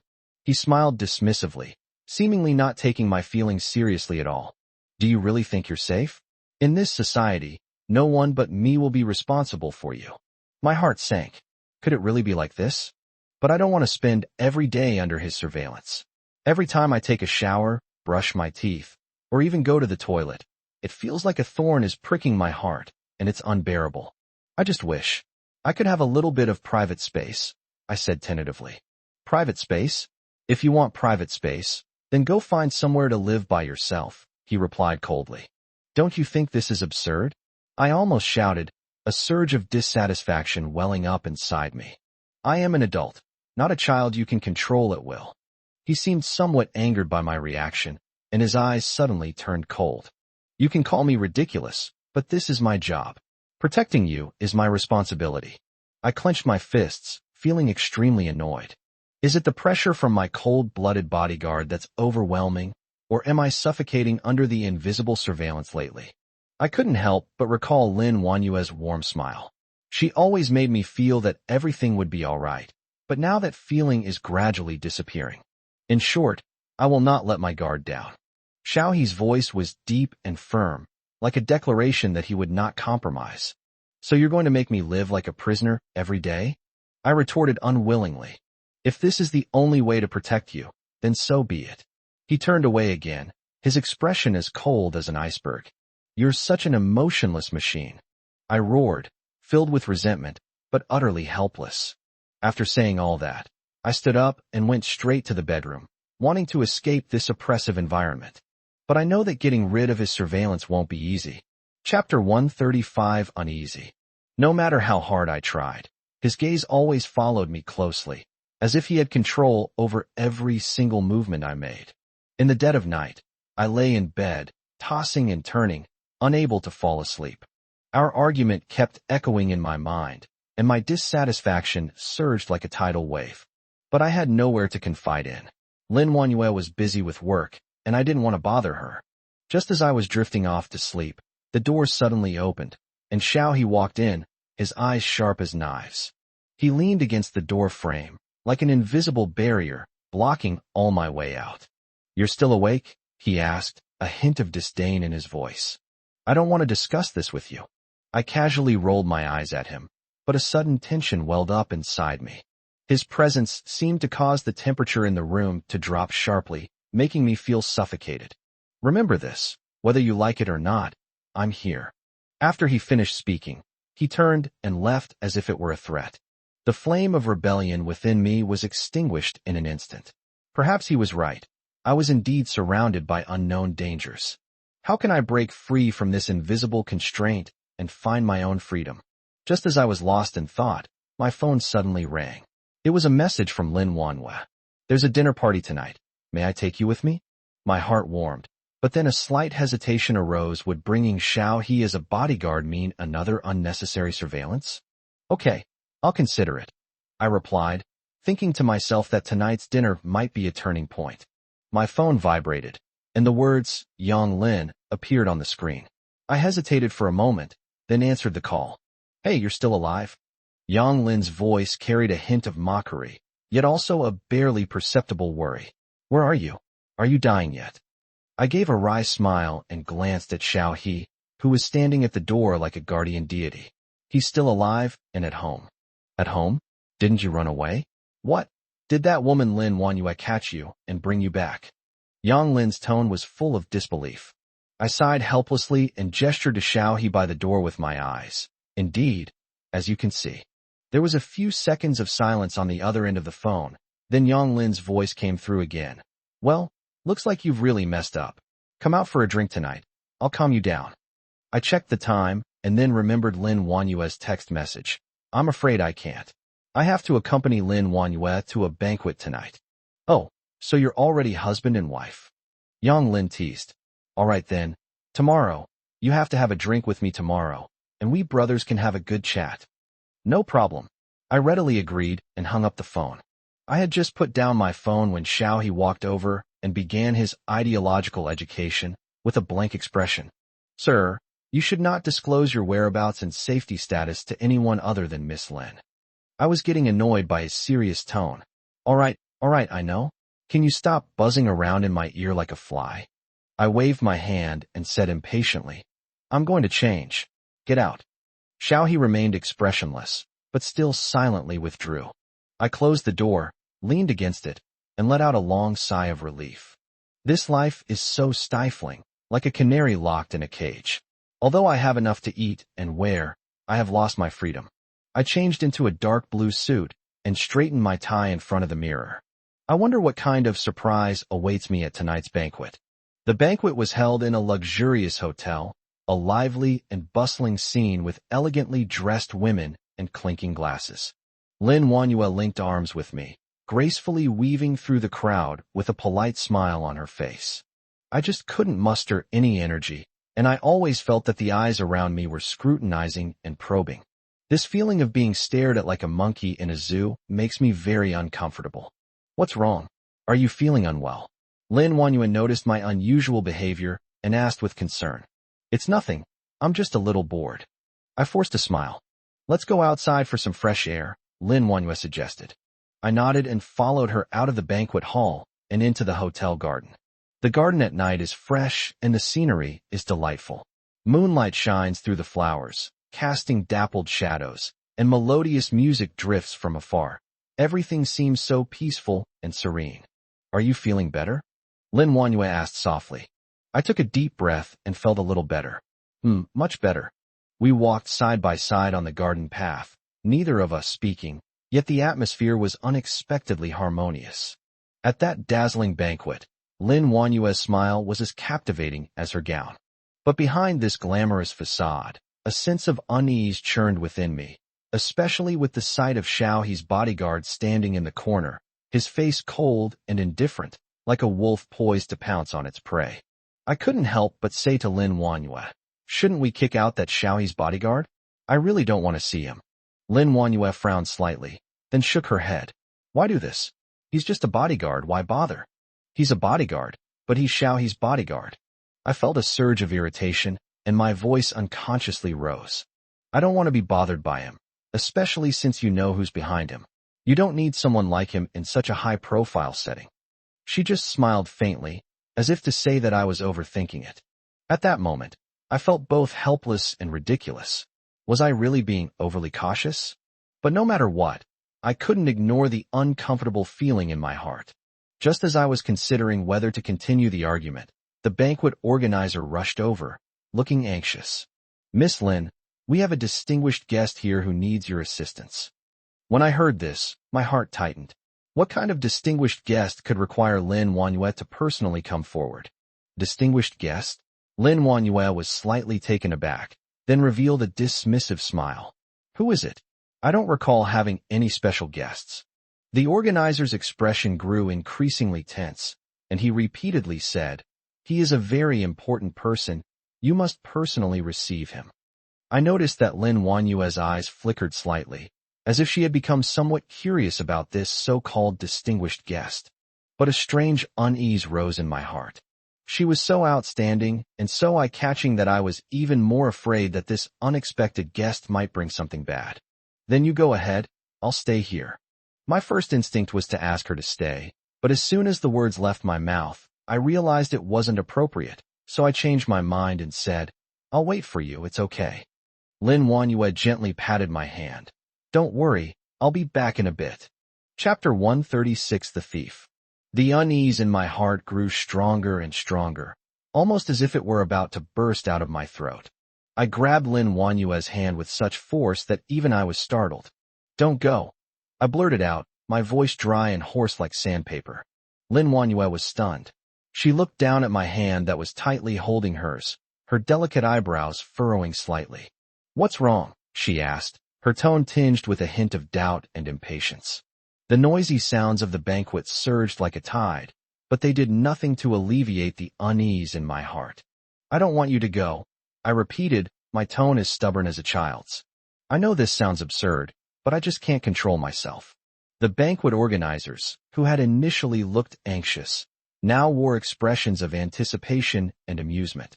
He looked me up and down, a barely perceptible hint of disdain curling at the corner of his mouth, as if mocking my incompetence and naivety. Lin Wanyue was also somewhat displeased. She gently pulled her hand away from mine, her tone carrying a hint of reproach. "What's wrong with you? You're becoming more and more unreasonable."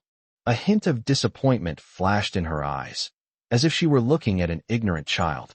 I felt like a clown, being berated by her in front of everyone. I opened my mouth, wanting to explain, but found that I couldn't find a suitable reason at all. Should I tell her that I'm afraid she'll leave me, afraid she'll be snatched away by that so-called distinguished guest? This sounds so ridiculous that even I find it hard to believe. "I just don't want you to go." I repeated the sentence weakly, like a drowning person grasping at the last straw. Lin Wanyue sighed and gave me a complicated look. "Stop joking," she said, her voice tinged with helplessness and exhaustion. "This is an important guest. I have to go." I looked at her, feeling utterly helpless. I knew she was right, but I just couldn't let it go. That feeling of unease was like a venomous snake, tightly coiling around my heart, making it hard for me to breathe. In the end, I let go. Watching her turn and walk away, I felt as if I had been hollowed out, and emptiness and panic washed over me. I stood alone in the garden, and the surrounding noise seemed to fade away. I looked around blankly. The garden under the moonlight seemed exceptionally quiet, with only the faint sound of music coming from afar. I lit a cigarette, took a deep drag, and tried to numb myself with nicotine. Through the swirling smoke, I seemed to see Xiaohe's bodyguard, that cold-eyed man, standing not far away, coldly watching me with a mocking smile on his lips. The smoke swirled between my fingers, and the cold face of bodyguard Xiao, he kept hovering in front of me like a fly that I couldn't shake off. Damn it! What on earth did Lin Wanyue go to do? Who is this so-called important person? The more I thought about it, the more agitated I became. I stomped out the cigarette but under my foot and slowly walked down the flower bed. Perhaps it was because I was distracted, or perhaps it was the alcohol, but I bumped my head into something soft. I'm sorry, a slightly flustered female voice rang out. I looked up and saw a young girl in a light blue dress frantically lifting her skirt, her face filled with panic. She looked to be in her early 20s. Her delicate face was pale from fright, and her big eyes were filled with helplessness. Just as I was about to speak, I caught a glimpse of a group of bodyguards in black rushing menacingly toward us from not far away. They were all burly men with serious expressions, They were clearly not to be trifled with. The girl noticed the bodyguards too. Her face turned even paler, and she grabbed my arm, pleading, "Uncle, help me. Cover me. Uncle." I looked down at myself. Although I was dressed a bit formally tonight, did I really deserve to be called an uncle? I was a little annoyed, but seeing the girl's panicked look, I somehow agreed. I grabbed her and pulled her behind a nearby artificial hill. The hill, with its jagged rocks, provided perfect cover for us. Why? Why are they chasing you?" I asked in a low voice, my heart pounding. This sudden situation caught me off guard. The girl hugged her arms tightly, her body trembling slightly. She bit her lip, seemingly hesitant to tell me. I stole something." She finally spoke, her voice barely audible. I was stunned for a moment. Stealing? This girl looks so delicate. How could she be a thief? I cursed my bad luck inwardly, thinking I should have kept quiet. "What did you steal?" I asked, my tone a little impatient. A necklace." The girl's voice was even lower, almost inaudible. "A necklace?" I was even more puzzled. It was just a necklace. Why go to such lengths to hunt it down? Could it be some priceless treasure? By this time, the bodyguards had rushed to the vicinity of the artificial hill. They looked around, seemingly searching for the girl. "Shoo!" I quickly gestured for the girl to be quiet, my heart pounding even faster, as if it were about to jump out of my throat. I held my breath, trying my best not to make a sound. The bodyguards were getting closer and closer. They were like a pack of hunting dogs that had caught the scent of their prey. My mind started racing, wondering if I should just let the girl go and end it all. Running away now seemed safer than risking protecting her. But in the instant I hesitated, one of the bodyguards suddenly walked towards us and asked coldly, "Where did that girl go?" "Who is it?" I asked, feigning innocence, but my heart was clenching inside. I felt like a circus performer balancing on a rope, about to fall at any moment. "Her." The bodyguard pointed at the artificial hill. "Have you seen her?" I pointed in a random direction. I saw her run that way." My voice sounded weak, but I had to pretend it was normal, though my heart was pounding like a war drum in my ears. "Go after them." The bodyguard immediately led several men and rushed in the direction I pointed, seemingly without any intention of suspecting me. I breathed a sigh of relief and turned to look at the artificial hill, only to find the girl still there, her hair trembling with nervousness. She finally couldn't resist jumping out of her hiding place, a hint of gratitude flashing in her eyes. "Thank you," she said breathlessly, a blush on her face, like a warrior who had just survived a life-or-death ordeal. She tugged at my hand tightly, her eyes filled with utmost sincerity. "Don't mention it. Could you tell me who those people are?" I was eager to know, and as she looked at the group of bodyguards with their predatory expressions, I couldn't help but feel both curious and wary. The girl bit her lip, seemingly hesitating about how to say it. "Let's go. I'll take you to a safe place." Chapter 137 Seagull. She grabbed my hand and hurriedly led me in one direction. Although I had my doubts, I had no choice but to follow her lead. "They are my family." The girl's tone was tinged with helplessness, her eyes lowered as if she were trying to hide the heavy secret she carried with her. She said those bodyguards were her family members, and I was stunned, unable to process this fact immediately. Logically speaking, normal family members wouldn't chase her like a dog. Could there be some unknown entanglement between them? "Your family? Why are they chasing you?" I asked curiously, but my steps didn't stop. I followed her through the garden and towards a secluded spot. She pulled me along, running through neatly trimmed bushes. I felt like I was in a spy movie, my heart pounding. This little girl has quite a strong grip. Her slender fingers are tightly gripping me, like a pair of pliers. "We've arrived." She stopped in a small pavilion, which was quite secluded, surrounded by wisteria vines. I plopped down on the stone bench, panting heavily. "Tell me, what exactly happened? What necklace did you steal? And why are those people from your family chasing you like debt collectors?" She lowered her head, her hands clasped together, like a primary school student who had done something wrong. "That necklace was actually my mother's keepsake." She looked up, her eyes red. "My dad wants to sell it, saying it's for the company's cash flow, but I know he just wants the money to please his mistress." I was stunned. This plot is so melodramatic. That's why I stole it." She sniffed. "I can't let my mother's things fall into the hands of that kind of woman." I looked at her, my heart filled with mixed emotions. This young girl looked so delicate and frail, but I never expected her to have such backbone. So what are you planning to do? I asked her. You can't just keep hiding, can you? She shook her head, tears streaming down her face. I don't know. I don't know either. I sighed. What kind of mess is this? I just wanted to spend a peaceful afternoon. How did I end up in this situation? Okay, stop crying. I handed her a tissue. Will crying solve anything? She took the tissue, wiped her tears, and whispered, Thank you. Why thank me? I didn't even help you. I waved my hand. What are your plans now? She bit her lip, remained silent for a moment, and then said, I want to go find my uncle. Uncle? She nodded. My uncle lives abroad, and he has always been very kind to me. I want to go and stay with him. I touched my chin. That's a good idea. Have you booked your plane tickets and everything? I asked her. She shook her head. Not yet. I don't have any money. Okay, I knew it. So how are you planning to get there? Swimming. I couldn't help but roll my eyes. She lowered her head and remained silent. Seeing her pitiful state, my heart softened. Damn it, what bad luck. All right. I took out my wallet, counted out a few bills, and handed them to her. Here, is that enough for your plane ticket? She looked up at me in surprise. This won't do. Stop talking nonsense. I stuffed the money into her hand. Consider it a loan. Pay me back when you have the money. She clutched the money tightly, tears welling up in her eyes again. Thank you so much. I sighed.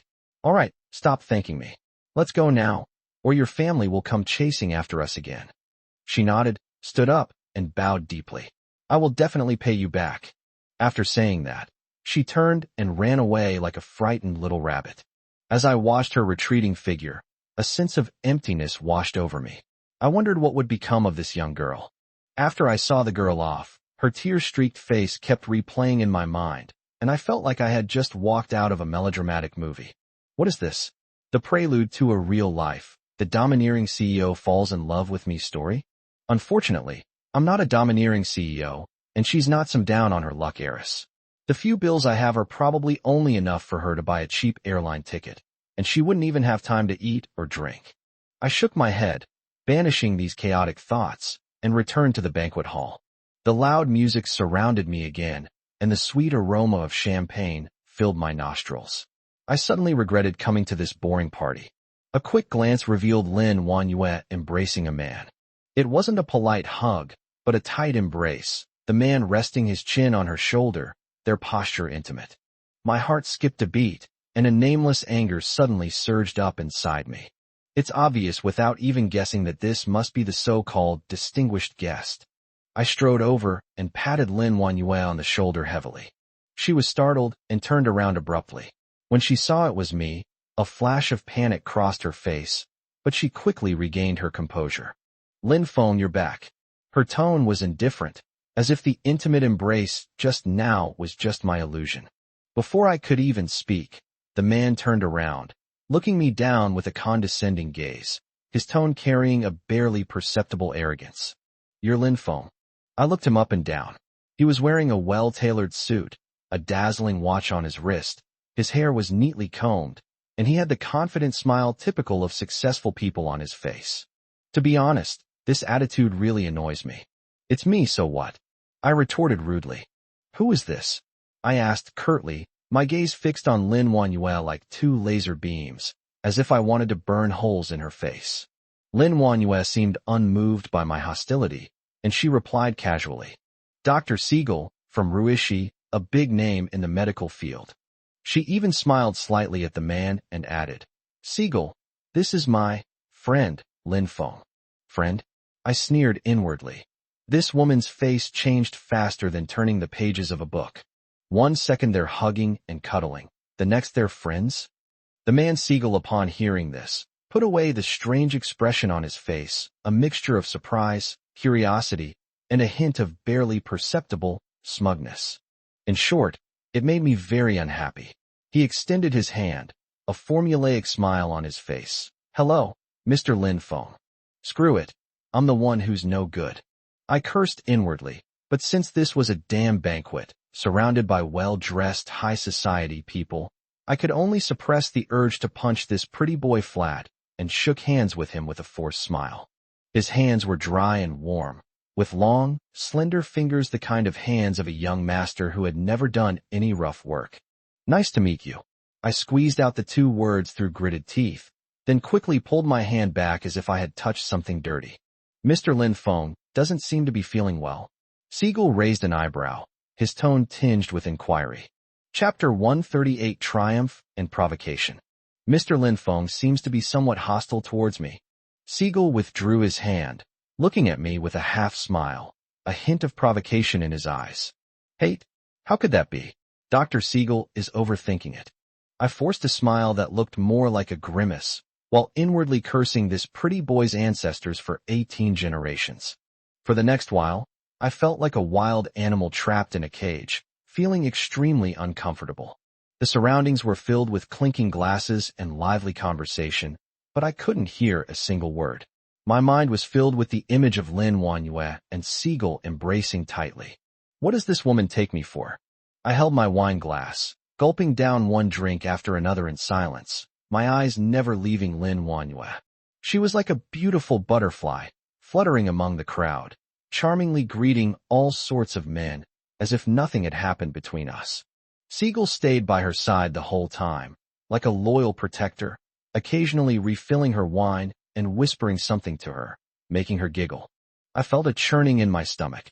Drinking this wine felt worse than swallowing a fly. Finally, this damned banquet was coming to an end. Siegel pulled out an exquisite invitation from somewhere and handed it to Lin Wanyue, saying gently, "There's a small party at my house tomorrow night, and I hope Miss Lin will grace us with her presence." As he spoke, he turned to me, a hint of barely perceptible smugness in his eyes. "Mr. Raymond Lam, please come along too." I was about to refuse when Lin Wanyue spoke first. "I'm sorry, Dr. Siegel. I have something to do tomorrow night, so I'm afraid I won't be able to make it." I was stunned. What was this woman up to? Siegel seemed somewhat surprised as well. He looked at Lin Wanyue, then at me, a hint of doubt flashing in his eyes. "That's such a pity," he said, still wearing his formulaic smile. "I hope we can get together again sometime." "Definitely." Lin Wanyue smiled slightly, her tone distant yet polite. After seeing Siegel off, I grabbed Lin Wanyue and asked in an icy tone, "What do you mean?" She shook off my hand and said impatiently, "What do I mean? I don't want to go. Is that not allowed?" "Don't want to go? You were just hugging and cuddling with him, and now you're putting on this aloof act for who knows what." I was furious, and my tone became sharp and sarcastic. She sneered, her eyes filled with disdain. "Lin Feng, can you stop being so childish? My relationship with him is just a fling. Do you really think I'm interested in him? Playing along? You're kidding me. You think I can't see through you? You're clearly—" Before I could finish speaking, she interrupted me, saying in an icy tone, "Lin Feng, you have no right to interfere in my affairs." After saying that, she left without looking back, leaving me standing there like a fool. When she got home, Lin Wanyue was already completely drunk and unconscious.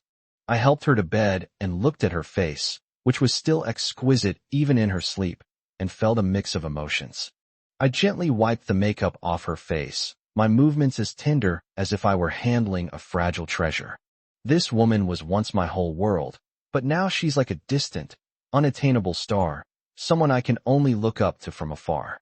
The next day, I received a call from Yang Lin, inviting me to a bar for drinks. "You came back without telling me. Did you forget about me?" Yang Lin complained as she poured me a drink. "I've been a bit busy lately," I replied casually, then picked up my glass and downed it in one gulp. "Busy? Busy arguing with Lin Wanyue, huh?" Yang Lin blurted out, her tone laced with sarcasm. I gave a wry smile and remained silent. "Lin Feng, now that you're back, you should live a good life with Lin Wanyue." Yang Lin patted my shoulder and said earnestly, "After all these years, what obstacle can't you overcome?" "Do you think I don't want to?" I laughed self-deprecatingly. "But she's not the Lin Wanyue she used to be. People change, Lin Feng. You also need to learn to look forward," Yang Lin advised. I sneered inwardly. Look ahead. How? To see her being all lovey-dovey with another man?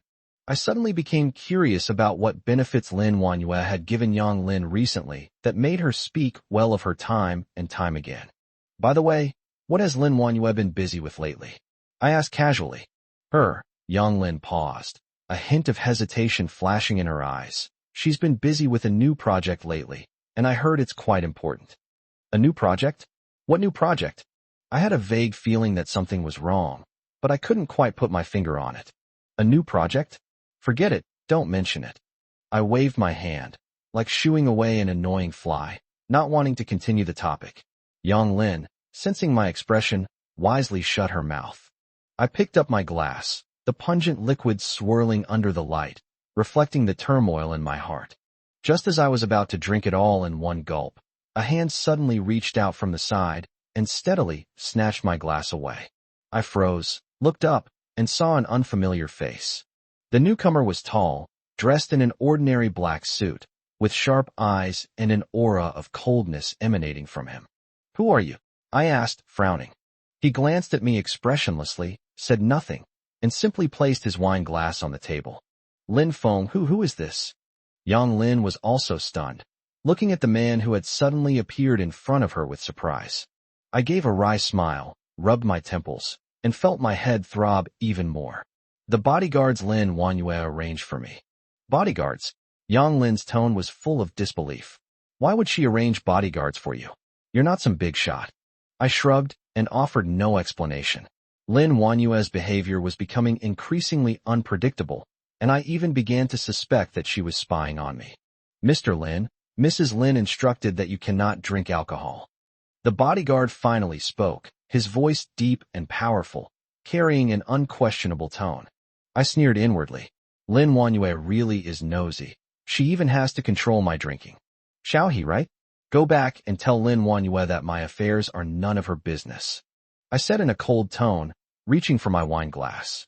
Xiaohe reacted quickly and stopped me again. Mr. Lin, please cooperate with my work. I looked at his expressionless face, burning with anger, yet utterly helpless. Seeing that we were at an impasse, Yang Lin sighed softly and said, Lin Feng, Lin Wanyue really has a profound influence on you. Her tone carried a hint of meaning, which made me even more agitated. All right, stop talking. I waved my hand, signaling her to shut up.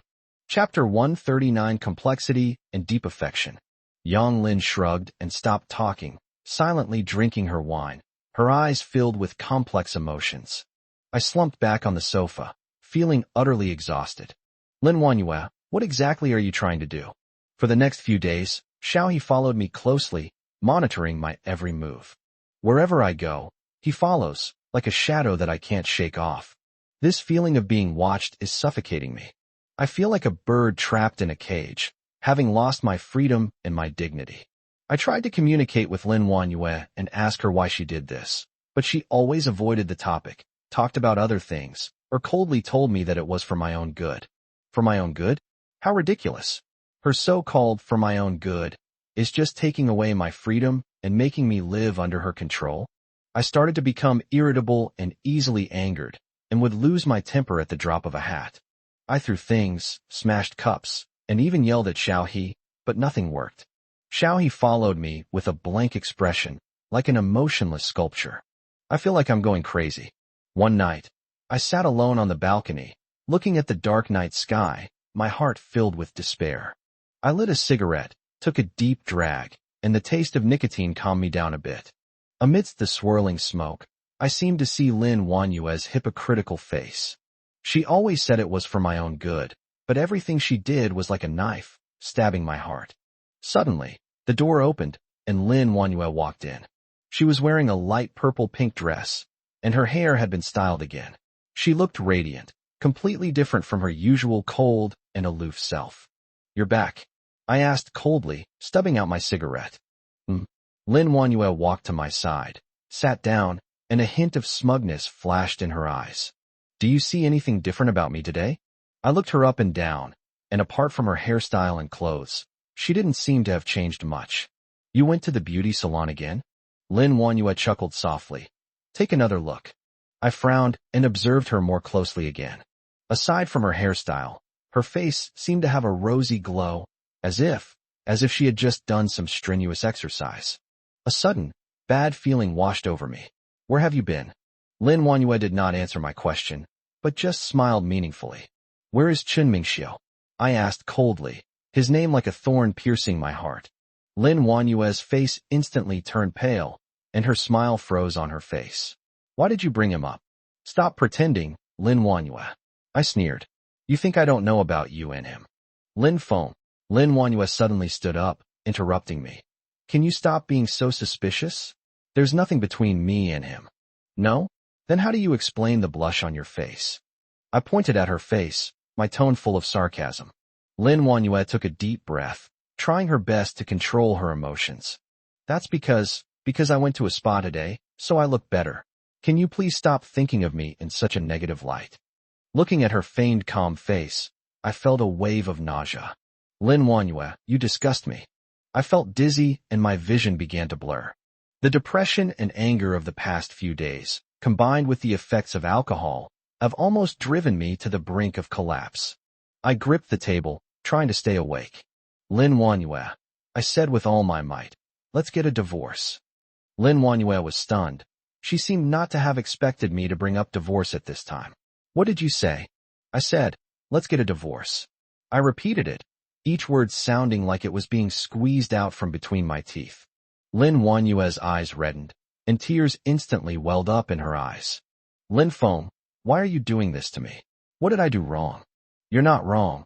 I'm the one who's wrong. I smiled weakly. I must have been blind to marry you. You?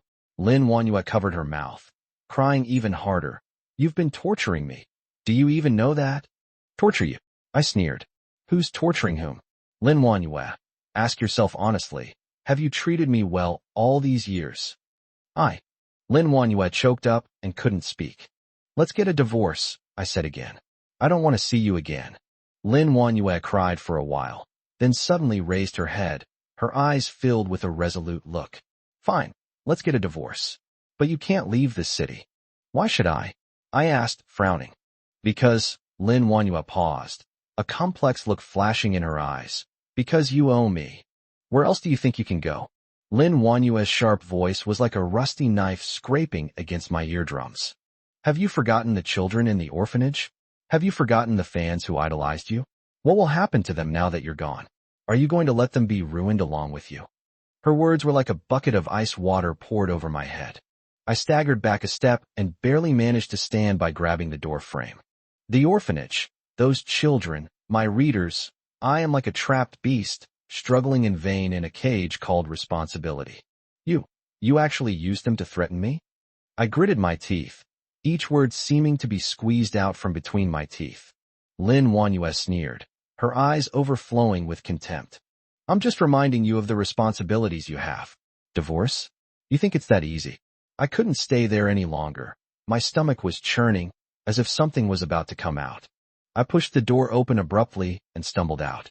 The corridor lights were blinding, and the world spun before my eyes, making me dizzy. I leaned against the wall, trying to steady myself, but my legs felt weaker and weaker. Finally, everything went black and I lost consciousness. When I woke up, my nasal cavity was filled with the smell of disinfectant. I struggled to open my eyes and saw a familiar face. It was Yang Lin, one of my few friends. She sat on the edge of the bed, holding one of my novels in her hand, looking at me with a complicated expression. You're awake. She put down her book and reached out to feel my forehead. How are you feeling? I'm fine. I moved my lips, my throat terribly dry. What's wrong with me? You fainted. The doctor said it was due to too much stress and overwork. Yang Lin sighed. Where's Lin Wanyue? Why didn't she come to take care of you? Mentioning Lin Wanyue brings another pang of pain to my chest. I closed my eyes, took a deep breath, and said, We are getting a divorce. Chapter 140 Yang Lin's Admonition. Yang Lin was stunned for a moment, then showed an expression of I knew it. Lin Feng, you can't go on like this. She said sternly. You're pushing yourself too hard. Look at yourself now. You look like a ghost. Is it worth it? I gave a bitter laugh. What can I do if it's not worth it? What else can I do? Yang Lin was silent for a moment, then suddenly said, Lin Feng, have you ever thought about telling Lin Wanyue everything? I opened my eyes abruptly and looked at her. Tell her what? Tell her I have brain cancer and don't have long to live.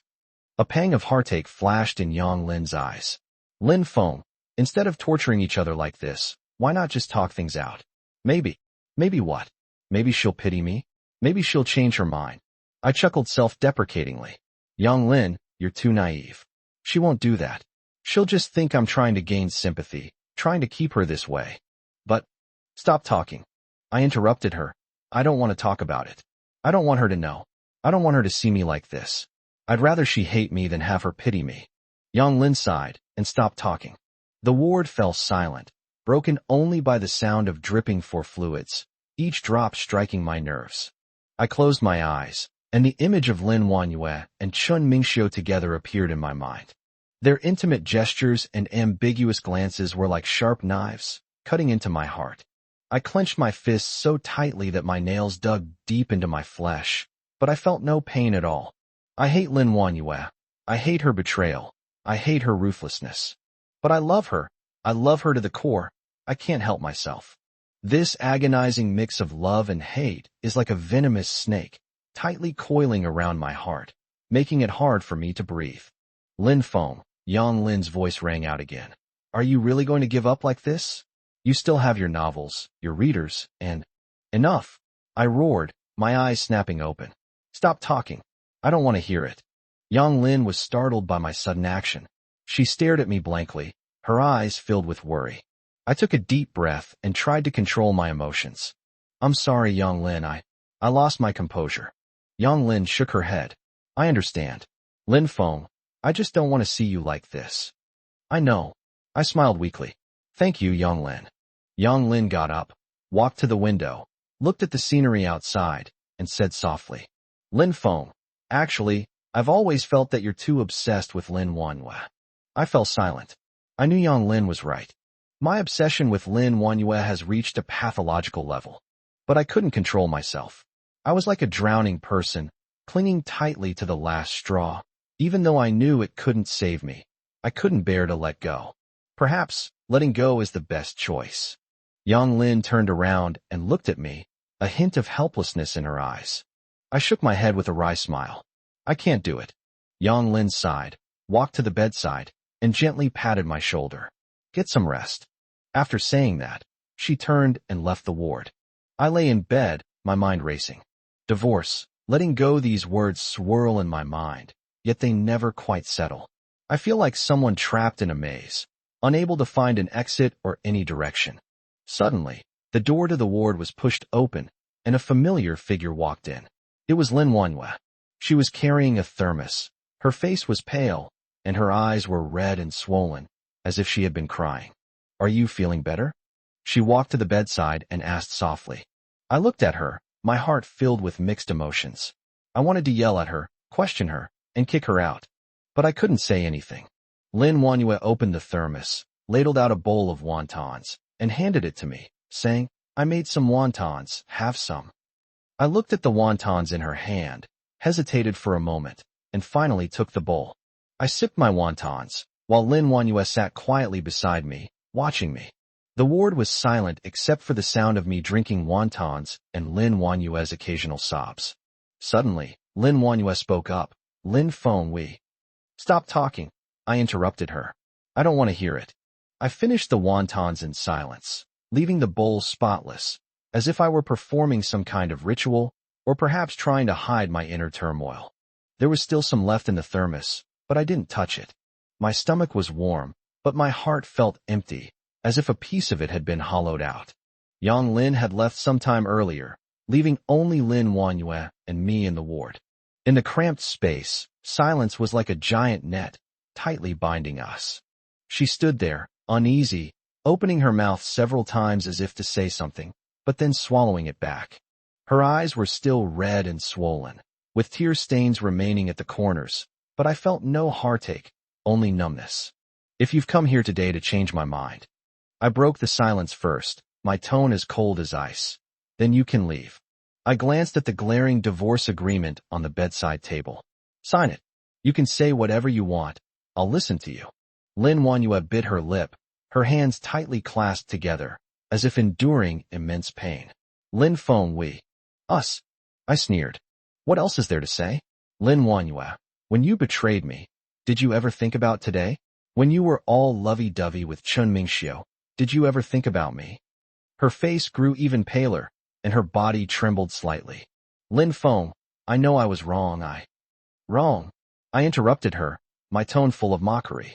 Is one I was wrong enough?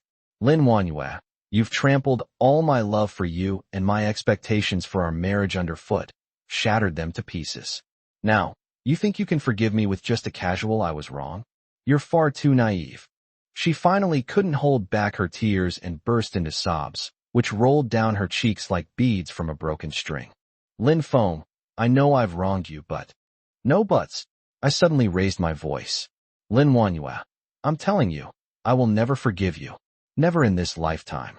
She cried even harder, her shoulders shaking violently. I looked at her, but felt no emotion whatsoever. I once cherished her like a treasure, but now, in my eyes, she is nothing more than a traitor, someone who disgusts me. Lin Feng, are you really going to force me like this? She said, her voice choked with sobs, a hint of despair in her tone. Forcing you? I sneered. What did I force you to do? I just asked you to sign the divorce papers. Is that too much to ask? Or are you reluctant to give up Chun Mingxiu? Reluctant to give up your current wealth and status? Chapter 141. Chun Mingxiu comes to apologize. I know my words were harsh and hurtful, but I couldn't control myself. The hatred in my heart erupted like a volcano, consuming me completely. Lin Wanyue suddenly stopped crying, raised her head, and her eyes were filled with resentment. Fine, Lin Feng, you forced me to this. She took out her phone and dialed a number. Mingxiu, come to the hospital. Lin Wanyue hung up the phone and looked at me with a hint of pain in her eyes, as if I had caught her doing something wrong. Lin Feng, didn't you want to hear Chun Mingxiu's apology? He's coming right away, so listen carefully. I sneered, feeling even more contemptuous. An apology? I've seen through this hypocritical act long ago. I closed my eyes, not wanting to see her hypocritical face anymore. Silence fell in the ward again, broken only by Lin Wanyue's occasional sobs, which felt like tiny needles pricking my nerves. I suppressed my agitation and tried my best to calm myself down. About 20 minutes later, the door to the ward was pushed open. Chun Mingxiu walked in, dressed in a suit and carrying a basket of fruit, looking quite respectable. He walked to my bedside with a fake smile plastered on his face. Lin Feng, I heard you were sick, so I came here specifically to see you. Without even opening my eyes, I coldly said, No need, I appreciate your kindness. Chun Mingxiu wasn't embarrassed and continued, Lin Feng, I know I've wronged you. I interrupted him before he could finish speaking. You're sorry to me? You fucking slept with my wife, and you're going to apologize to me? You think a simple sorry can solve everything? Chun Mingxiu's expression changed, but he quickly regained his smile. Lin Feng, I know I was wrong.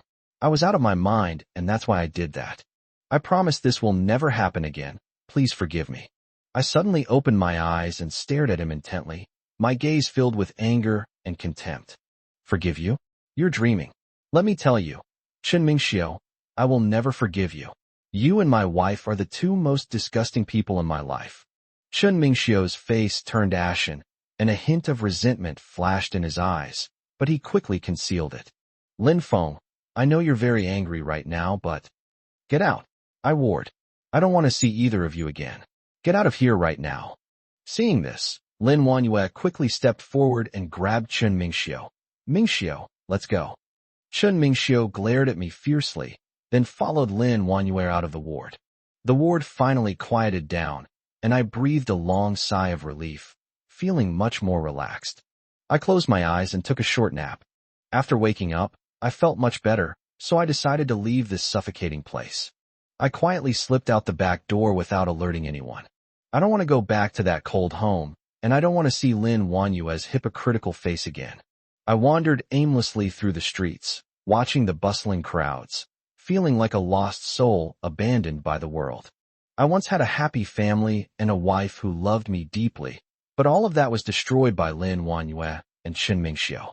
I walked to a park, sat on a bench, and watched the children playing in front of me, my heart filled with bitterness. I once dreamed of having a child with Lin Wanyue and living happily as a family of 3. But now, all of that has vanished. The park benches were cold and uncomfortable. I huddled there like a homeless person, my mind a complete mess. Lin Wanyue and Chun Mingxiu. These two names are like two venomous snakes, constantly gnawing at my heart. I pulled out the crumpled cigarette pack, only to find it completely empty, just like my life right now, empty and hopeless. Suddenly, I remembered the light rain. The girl I rescued from the clutches of death, the girl with bright eyes who unfortunately became an orphan. In that instant, I felt as if I had grasped a lifeline, and a warm feeling welled up inside me. At least, there is still one person in this world who needs me. I took a taxi to the orphanage where Xiaoyu was staying.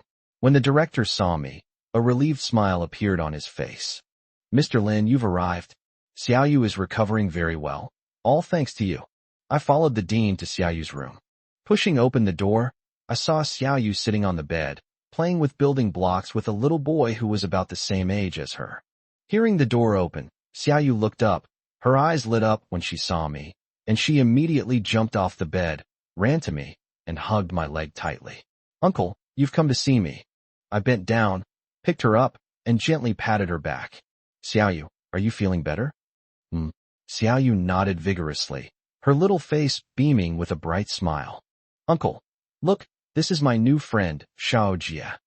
I looked at the little boy, who was hiding shyly behind Xiaoyu, only his head peeking out, his big, dark eyes curiously looking at me. "Hello, Xiao Jia." I greeted him with a smile. Xiao Jia timidly greeted, "Hello, uncle." I put Xiaoyu down, and she took Xiao Jia's hand, excitedly showing me their building block creations. "Uncle, look, this is the castle we built together. Isn't it beautiful?" Looking at their innocent smiles, an indescribable warmth welled up in my heart. At that moment, I seemed to forget all my pain and troubles, and all I wanted to do was quietly protect these two children. For the next few hours, I played games, told stories, and drew pictures with Xiaoyu and Xiaojia. I noticed that Xiaoyu is much more cheerful than before, and she smiles more often. Perhaps it was because of the company of new friends, or perhaps it was because of my presence that she felt warmth and care. As evening fell, I prepared to leave the orphanage. Xiaoyu held my hand, reluctant to part, and said, "Uncle, when will you come to see me next time?"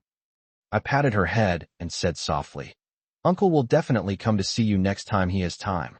After leaving the orphanage, I wandered aimlessly through the streets. As night falls and the city lights come on, it becomes a kaleidoscope of colors, yet it cannot illuminate the darkness within my heart. I suddenly felt a strange emptiness and loneliness. I lost my wife, my home, and even the will to live. Chapter 142, Renting a Room. Suddenly, rain began to fall from the sky. Looking at the raindrops covering the sky, I suddenly felt a sense of desolation. I don't plan to go back to the place where Lin Wanyue and I stayed. That place, though called home, was more like a prison that confined me. I checked my phone balance, then turned and walked into a guest house. The owners were a newlywed couple. He placed his trust in people in the most direct way and handed me the key to the guest house. Then the two of us went out together. I looked at the keys in my hand and smiled silently, feeling a little helpless at the same time. This young couple, who had just entered into marriage, had no idea what the future held for them. They thought that once they got married, everything would be fine. Little did they know that sometimes marriage is a hopeless storm. Take Lin Wanyue and me, for example. We knew each other, loved each other, stayed together, and eventually grew tired of each other. Perhaps there is still a place in my heart where I love him, but more than that, I am afraid and want to escape. After the storm subsided, I cleaned up my living space. I moved all the furniture, big and small, out and left it to dry in the sunny sun for a long time. I plan to live here long term, not only because it's close to the orphanage, but also because I don't want to go home. The huge red sofa gleamed in the sunlight, and for some reason, perhaps because I have brain cancer, I suddenly felt a little sleepy. I found a good angle, held a book in my hand, and leaned back on the huge sofa. The sun after the rain had a damp smell that made me particularly sleepy. I don't know how long it lasted, but I finally fell asleep. "Sir, are you all right? Why are you sleeping here?" By the time I reacted again, it was already getting dark. The book on my face was lifted, and a magnified, pretty face appeared in front of me. She was a young and innocent-looking girl who seemed to still be in college. She was holding a stack of flyers in her hand. When she saw that I was awake, the worry on her face lessened considerably. I was worried something had happened to you over there. Since you're all right, sir, please go back inside. Otherwise, I'll have to call the police.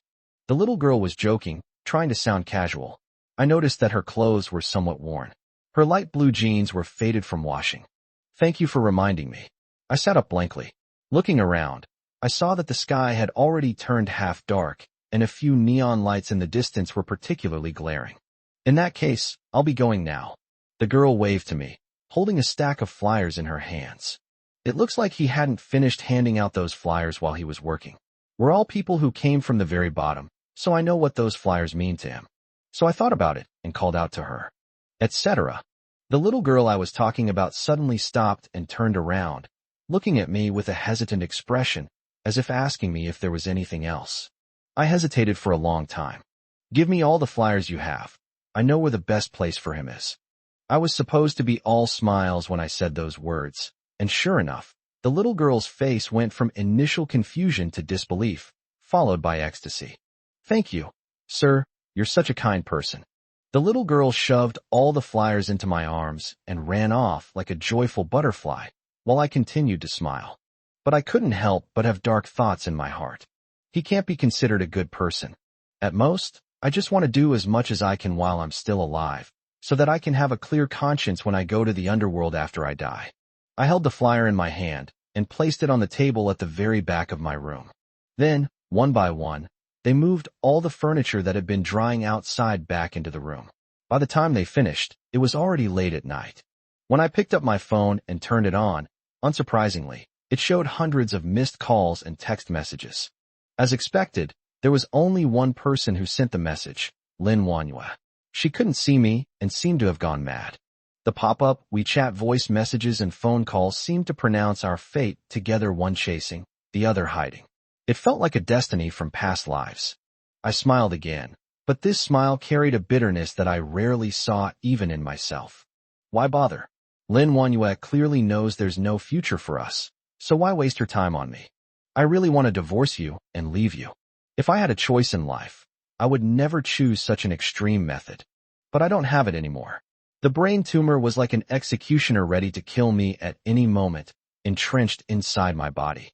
Even if I didn't do these things, I could still lose my life at any time, just like Louis XVI at the last moment on the gallows.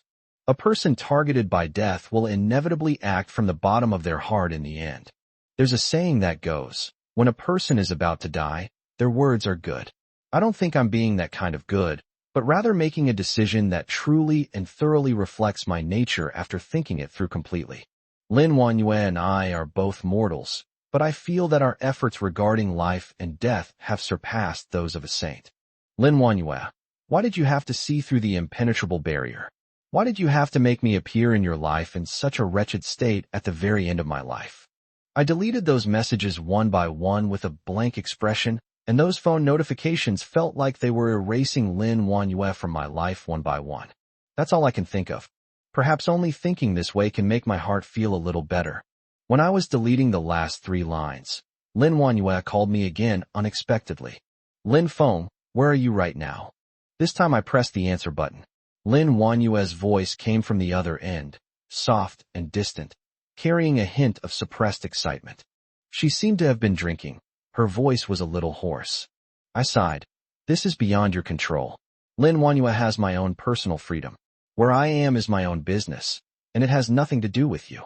Raymond Lam, don't forget we're not divorced yet. You should let me know. Lin Wanhua's voice came from the other end of the phone in a sharp tone, just like her mood at that moment. Husbands and wives should report to each other.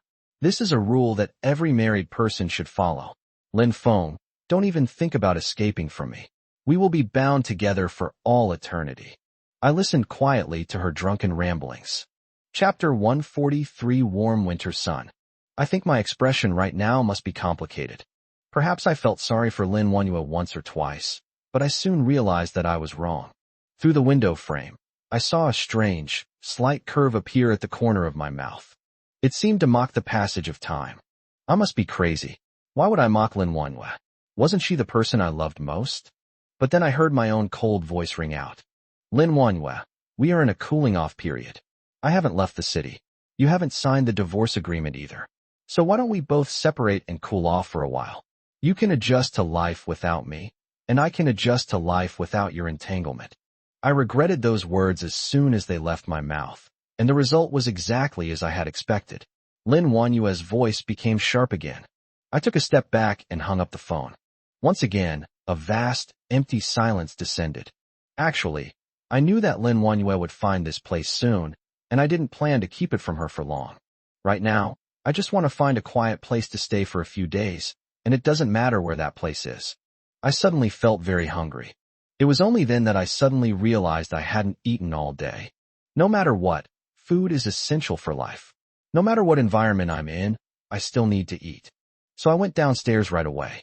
By then, the couple from the guest house had returned. Their faces were ruddy, and it seemed they had gone out for a stroll and done a lot of fun things. The man saw me, smiled at me, shook the bottle in his hand, asked if I wanted a drink, and gestured to his woman. He then took out several packets of braised food from a plastic bag. Have some, don't be picky. Since things had come to this point, there was no need for me to decline the show, so I sat down without any hesitation. The man who worked at the oil refinery poured me a large glass of wine. The braised dishes smelled wonderful. They must have been freshly made by a nearby delicatessen, some even still piping hot. It had been a long time since I'd enjoyed such a hearty street food. Since marrying Lin Wanyue, she has strictly controlled my diet. Apart from home-cooked meals, she doesn't allow me to eat any food that she considers unhealthy. I haven't seen braised dishes in a long time. Young man, you seem like a cultured person. Why are you out visiting your family alone? Even though the young couple looked quite young, the man was probably slurring his words due to alcohol, and his speech became incoherent. He yelled at me, "Young man," and was slapped by his partner. Then, as if waking from a dream, he chuckled, a mischievous look appearing on his face. "Stop joking, brother. I was just kidding. But I'm curious, why did you come out alone? After all, there's nothing good to eat or drink in this lousy place. The guest house my wife and I run here is just a name and name only. We really didn't plan to rent it out, but you came over and booked our place for 3 days straight. What a coincidence." Before this, I always believed in the saying that everything in this world is about fate, including my meeting this couple, which seemed preordained. So I smiled with a sense of relief. "I'm not here as a tourist. My home is nearby." "I see. You must have upset your wife and been kicked out." The young man gave me a knowing look, like he understood what I meant, and raised his glass at me. "Hey, I understand. Judging from your appearance, you seem to love your wife. But these days, how many women don't cause trouble? If you try to make a big deal out of it, and a small deal out of it, it'll all be over. After all, a person only needs one woman in their life who understands them, who can also bicker with them, and that's all they need. You didn't see the woman in my family. She suffered terribly since she married me." Before he could finish speaking, the woman suddenly pinched the soft flesh on the man's waist. The man's tone changed as he spoke to the cafeteria staff. Amidst their playful banter and arguments, I suddenly felt a long-lost sensation. A warm current seemed to surge in a certain empty space in my heart. I know that the thing called love that the two of them are radiating right now doesn't include me. But when I see the true feelings in the world, I feel like a rat in a gutter, and I can't help but stop and linger. The two of them were just fooling around when the man finally remembered me. He chuckled and kept putting food on my plate and pouring me drinks. The man wasn't a good drinker. He was already tipsy halfway through the meal, while I remained unmoved. The man's wife smiled at me, a little embarrassed. "Brother, that's just how he is. Don't take it to heart. It's too late today. Let him go home and rest. Brother, you should go to sleep early too. Put this thing down here. I'll clean it up for you later." I waved to him, indicating that he didn't need to worry about me. The woman hesitated for a moment, then picked up the man and went back upstairs. I ate most of the food on the table while drinking the remaining wine, and then threw everything into the trash can, cleaning up the mess. It wasn't until then that I started to feel a little full. Perhaps what I mean is that this feeling of fullness doesn't seem to come from a physiological source, but rather from a psychological one. It's like a stray dog that's been wandering for a long time, suddenly being petted on the head. At that moment, I felt its value was equal to any bone or meat. The bright moon outside the window had risen sometime earlier than I realized. I suddenly remembered Moon Bay, a place Lin Wanyue and I used to love going to. I wondered how it was doing now. Many, many years ago, we made a promise to visit the so-called Moon Bay in winter or during the Mid-Autumn Festival. But due to various delays, this plan was always put on hold. There are still a few months until the Mid-Autumn Festival, and I don't know if I'll be able to make it this year. Thinking about this makes me feel a little sad. I silently went back upstairs, took out my phone, chose the best spot, and took a picture of the bright moon overhead. After taking the picture, I stared at the moon on my phone screen and suddenly didn't know who to send it to. Several years ago, I only shared with Lin Wanyue. Years later, even the last remaining people I could share with were about to disappear, and I suddenly felt waves of sadness in my heart. Perhaps we shouldn't have gotten entangled in the first place, which would have prevented future heartbreak. Chapter 144 Rescue the Moon. But life doesn't offer so many what-ifs. If I could turn back time, I would probably still follow this trajectory. Humans are inherently greedy. Having one lifetime isn't enough, they want a second. I suddenly remembered that when I called Lin Wanyue this afternoon, she said to me that we would be entangled for eternity. If that's the case, Lin Wanyue, your words have come true. I stared at that screen for a long time. In the end, I decided to send the image of the bright moon to Lin Wanyue. Now that things have come to this, I just want to follow my truest feelings. In the end, I still haven't let her go. It's just that we can no longer live together like a normal married couple. There was no response for a long time on the other end of the phone. Perhaps Lin Wanyue was drunk, or perhaps she was with Chen Mingxiu. But it doesn't matter anymore. She doesn't reply to me, and I won't wait for her. We're just like robots, only venting our emotions. We won't consider each other anymore.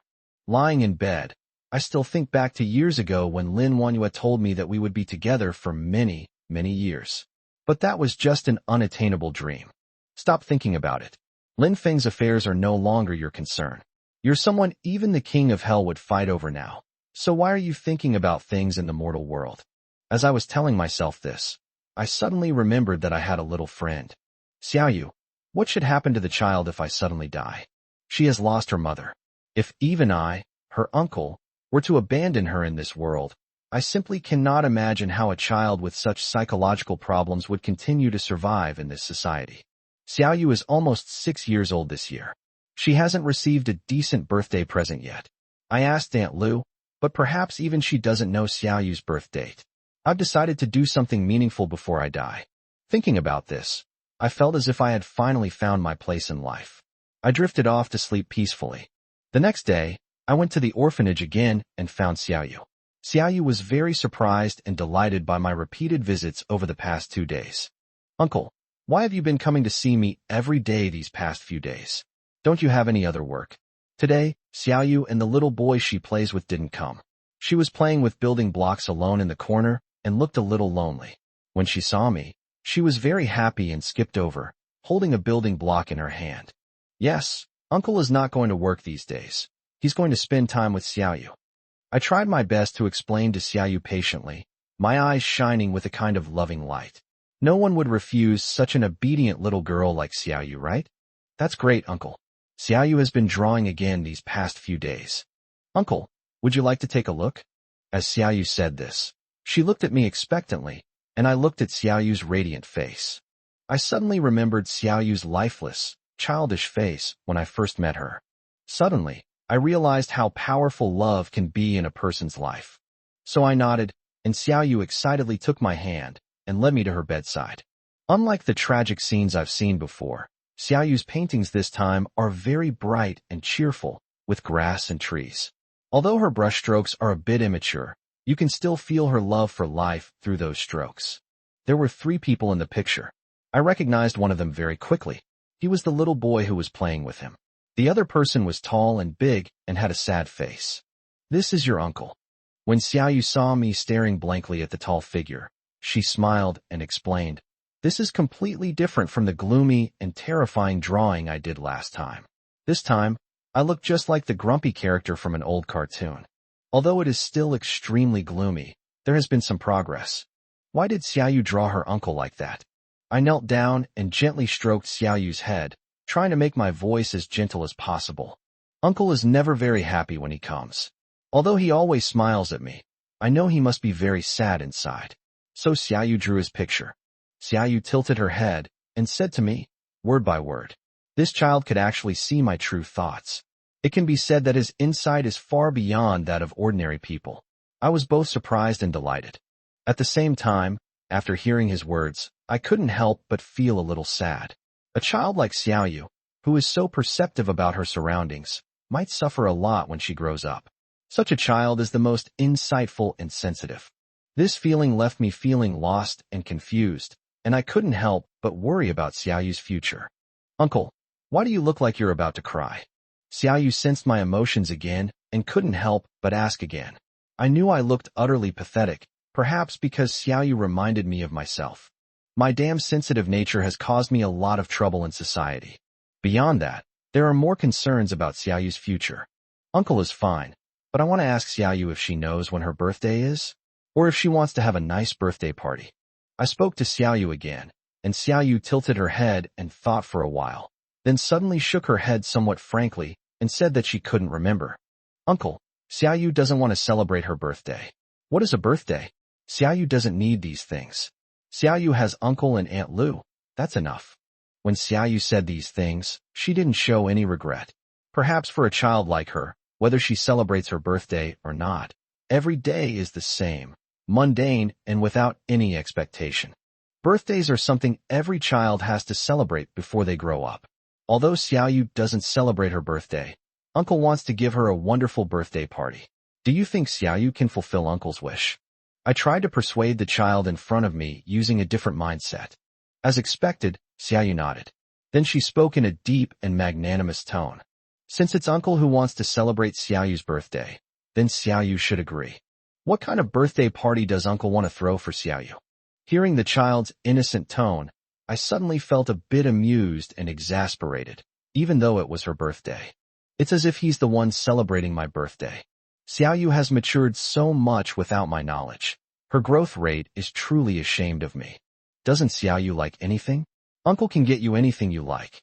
Just tell Uncle, and Uncle will definitely buy it for you. Chapter 145 Birthday. Xiaoyu wants lots and lots of delicious food, and lots of fun things. Ideally, there would be a big cake, like the ones on TV, with lots of fruit on it.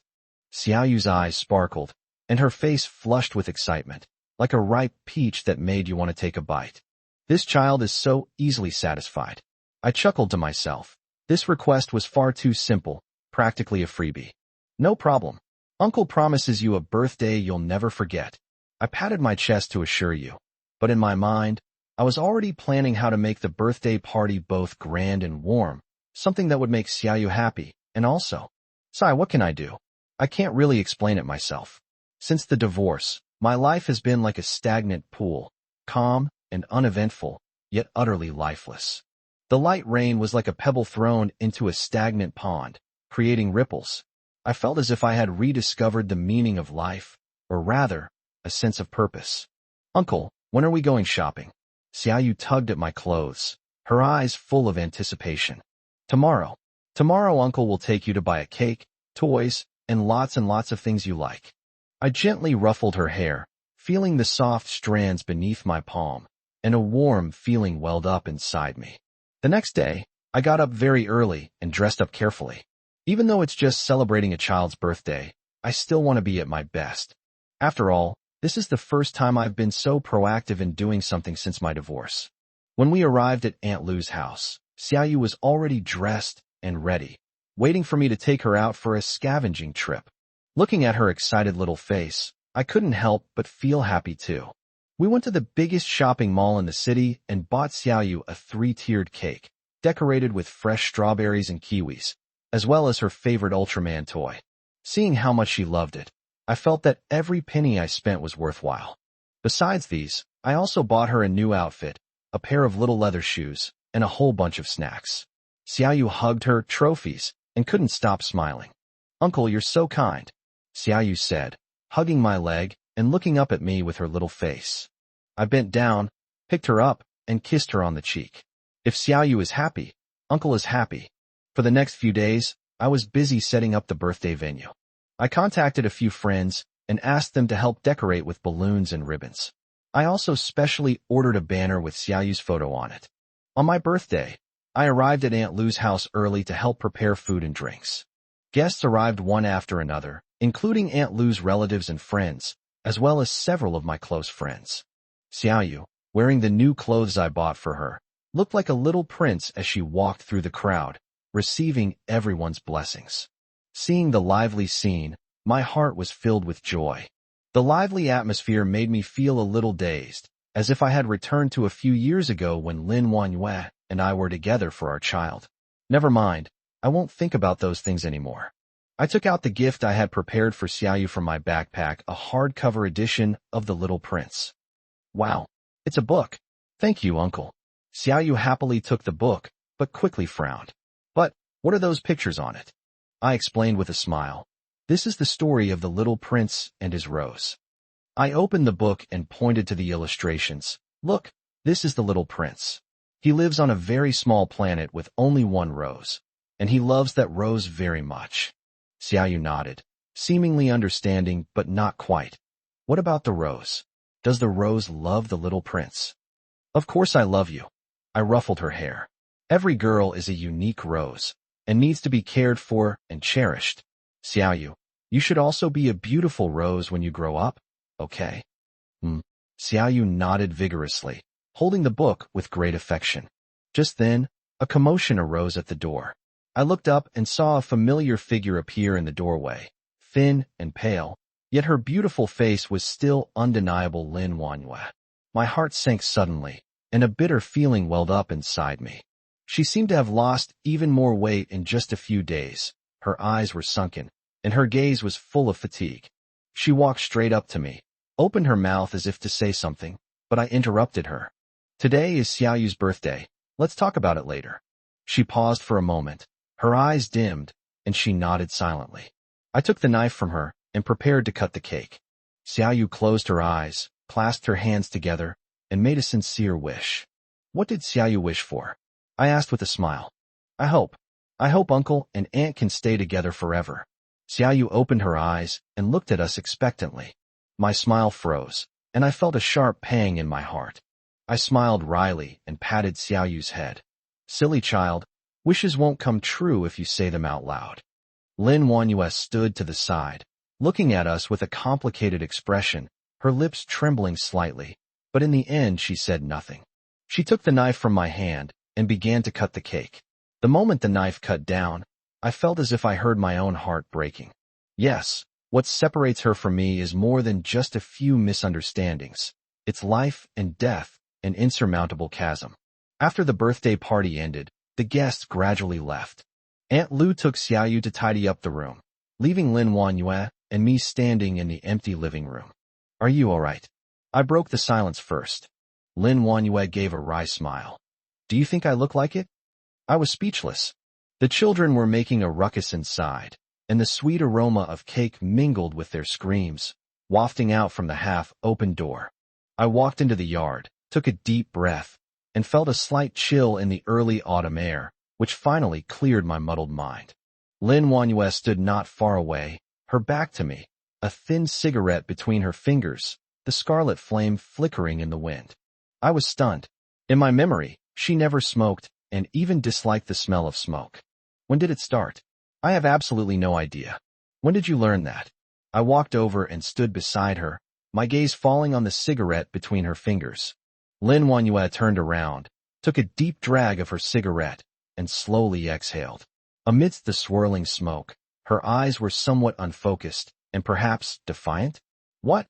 Is it that only officials are allowed to set fires, while commoners are forbidden even to light lamps? I was speechless for a moment, watching her skillfully flick off her cigarette ash, feeling a mix of emotions. What else can I say? After the divorce, I have no right to ask about her life, just as she has no way of knowing about mine. Chapter 146. I silently walked to the corner and began to sort through the gifts I had bought for Xiaoyu. Bags of all sizes were piled up on the floor like a small mountain. Lin Wanyue stubbed out her cigarette, walked over, and kicked the bag at her feet. Are you planning to bring the whole mall here? I gave a wry smile. 17 items, not many. 17 items? Why did you buy so many things? She frowned, her tone tinged with confusion. I didn't participate in Xiaoyu's previous birthdays. I paused, my tone somewhat low. I want to make it up to her. Lin Wanyue was silent for a moment, looking at me with a complicated expression, her eyes gradually reddening. Isn't it good to give one every year? Her voice was a little choked up, with a slight, imperceptible tremor. I looked up and saw her reddened eyes, and felt a pang of pain in my heart. I forced a smile. Fate doesn't last forever. Actually, what I really want to say is that I probably won't live much longer. The doctor said I have at most 6 months left to recover. Rather than letting her be reminded of him by his belongings later, it's better to leave her with some memories now. Of course, I won't tell her these things. I don't want her to worry about me, and I especially don't want her to be sad because of me. Lin Wanyue didn't say anything more. She just looked at me silently, her eyes filled with doubt and confusion. I suppose, in her eyes, my behavior today was indeed somewhat unusual. I carefully arranged the gifts one by one, and then carried them inside the house. The children had finished their cake, and were playing games together. The children's laughter and noise inside sounded like a buzzing noise through frosted glass to me, which was very annoying. I had something on my mind, and had no interest in playing with them. Lin Wanyue's gaze towards me grew increasingly strange, as if she were looking at a lunatic. Let her think what she wants. We're getting a divorce soon anyway. Among the pile of gifts prepared for Xiaoyu, there was a heavy little red box. I took it out, opened it, and inside lay a gleaming golden piece lock. This is something I specially prepared for Xiaoyu's 18th birthday celebration. It's heavy, just like my feelings right now. What is this? Lin Wanyue noticed what I was holding, leaned over to take a look, and asked with a hint of doubt in her voice. A peace lock. I replied briefly, closing the box and tucking it into the pile of gifts. Why did you buy a safety lock? She pressed, her tone full of confusion. I glanced at her, my tone heavy. I've poured so much heart and soul into this child, and I want her to be well. I paused, but didn't say the words, even if I'm gone. Lin Wanyue's eyes flickered, and she suddenly said, "We can have another child." I looked up abruptly, staring at her with a sharp gaze. I don't want to hear anything else from you except for divorce. I spoke those words almost word by word, my tone icy, leaving no room for negotiation. Lin Wanyue's face turned pale instantly, her body trembled slightly, and her eyes reddened. Do you really have to force me to my death? Her voice was tinged with sobs, making her sound pitiful. I sneered. Who drove whom to their death? Who filed for divorce first? My tone was full of sarcasm and helplessness. Lin Wanyue suddenly laughed, a laugh that was both desolate and resolute. Fine, you want a divorce, that's fine. But you have to come to Moon Bay with me one more time. Moon Bay? That's a place we frequented during our university years, and it's also where our relationship began. Now, she wants to end it all there. I felt a pang of sorrow, yet there was nothing I could do. Why bother? I sighed, but finally agreed. When are we going? Let's do it tomorrow. Lin Wanyue said calmly, as if her hysteria just now was just an illusion. The next day, after saying goodbye to the children, I left the orphanage with Lin Wanyue. The autumn wind was chilly, swirling fallen leaves around them, and a cool breeze filled the air. I hailed a car and headed straight for Moon Bay. We remained silent the entire way. The scenery outside the car window flashed by, much like our fading relationship. When I arrived at Moon Bay, as soon as I got out of the car, a cold wind rushed into my collar, and I couldn't help but shiver. Lin Wanyue was dressed in thin clothes. Her face was pale from the cold, and her lips had lost their color. I hesitated for a moment, but still took off my coat and draped it over her shoulders. She didn't refuse, but silently wrapped her coat tighter, lowered her head, and seemed lost in thought. I looked at her, my heart filled with mixed emotions. We used to be such a loving couple, but now we're like strangers. Do you remember? When we were in college, we often skipped classes to come here to collect pine cones. Lin Wanyue suddenly spoke, breaking the silence. Her voice was very soft, as if she was afraid of disturbing something. I nodded. I remember. Back then you would always climb the tree and throw pine cones down, hitting me on the head. I smiled, a hint of nostalgia in my voice. You also said I'm clumsy, like a monkey. Lin Wanyue smiled too, a ripple appearing at the corner of her eye, as if she had returned to her university days. Yeah, You were pretty clumsy back then. I joked. But I liked it. Lin Wanyue rolled her eyes at me, but didn't refute me. She looked around and said with a hint of nostalgia, I wonder if the pine cones here are still there.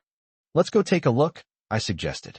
We followed the direction we remembered, passed through a grove of trees, and came to a clearing. However, the scene before us left us stunned. What should have been a dense pine forest had been completely cleared, leaving only stumps and scattered branches, much like our desolate relationship. What's going on? Lin Wanyue stared at everything in disbelief, her face turning deathly pale. I looked around and found that the area around the pine forest was fenced off with barbed wire, and there was a sign that read Private Residence, No Entry. Private Residence. Lin Wanyue's face turned red with anger. Who allowed them to build houses here?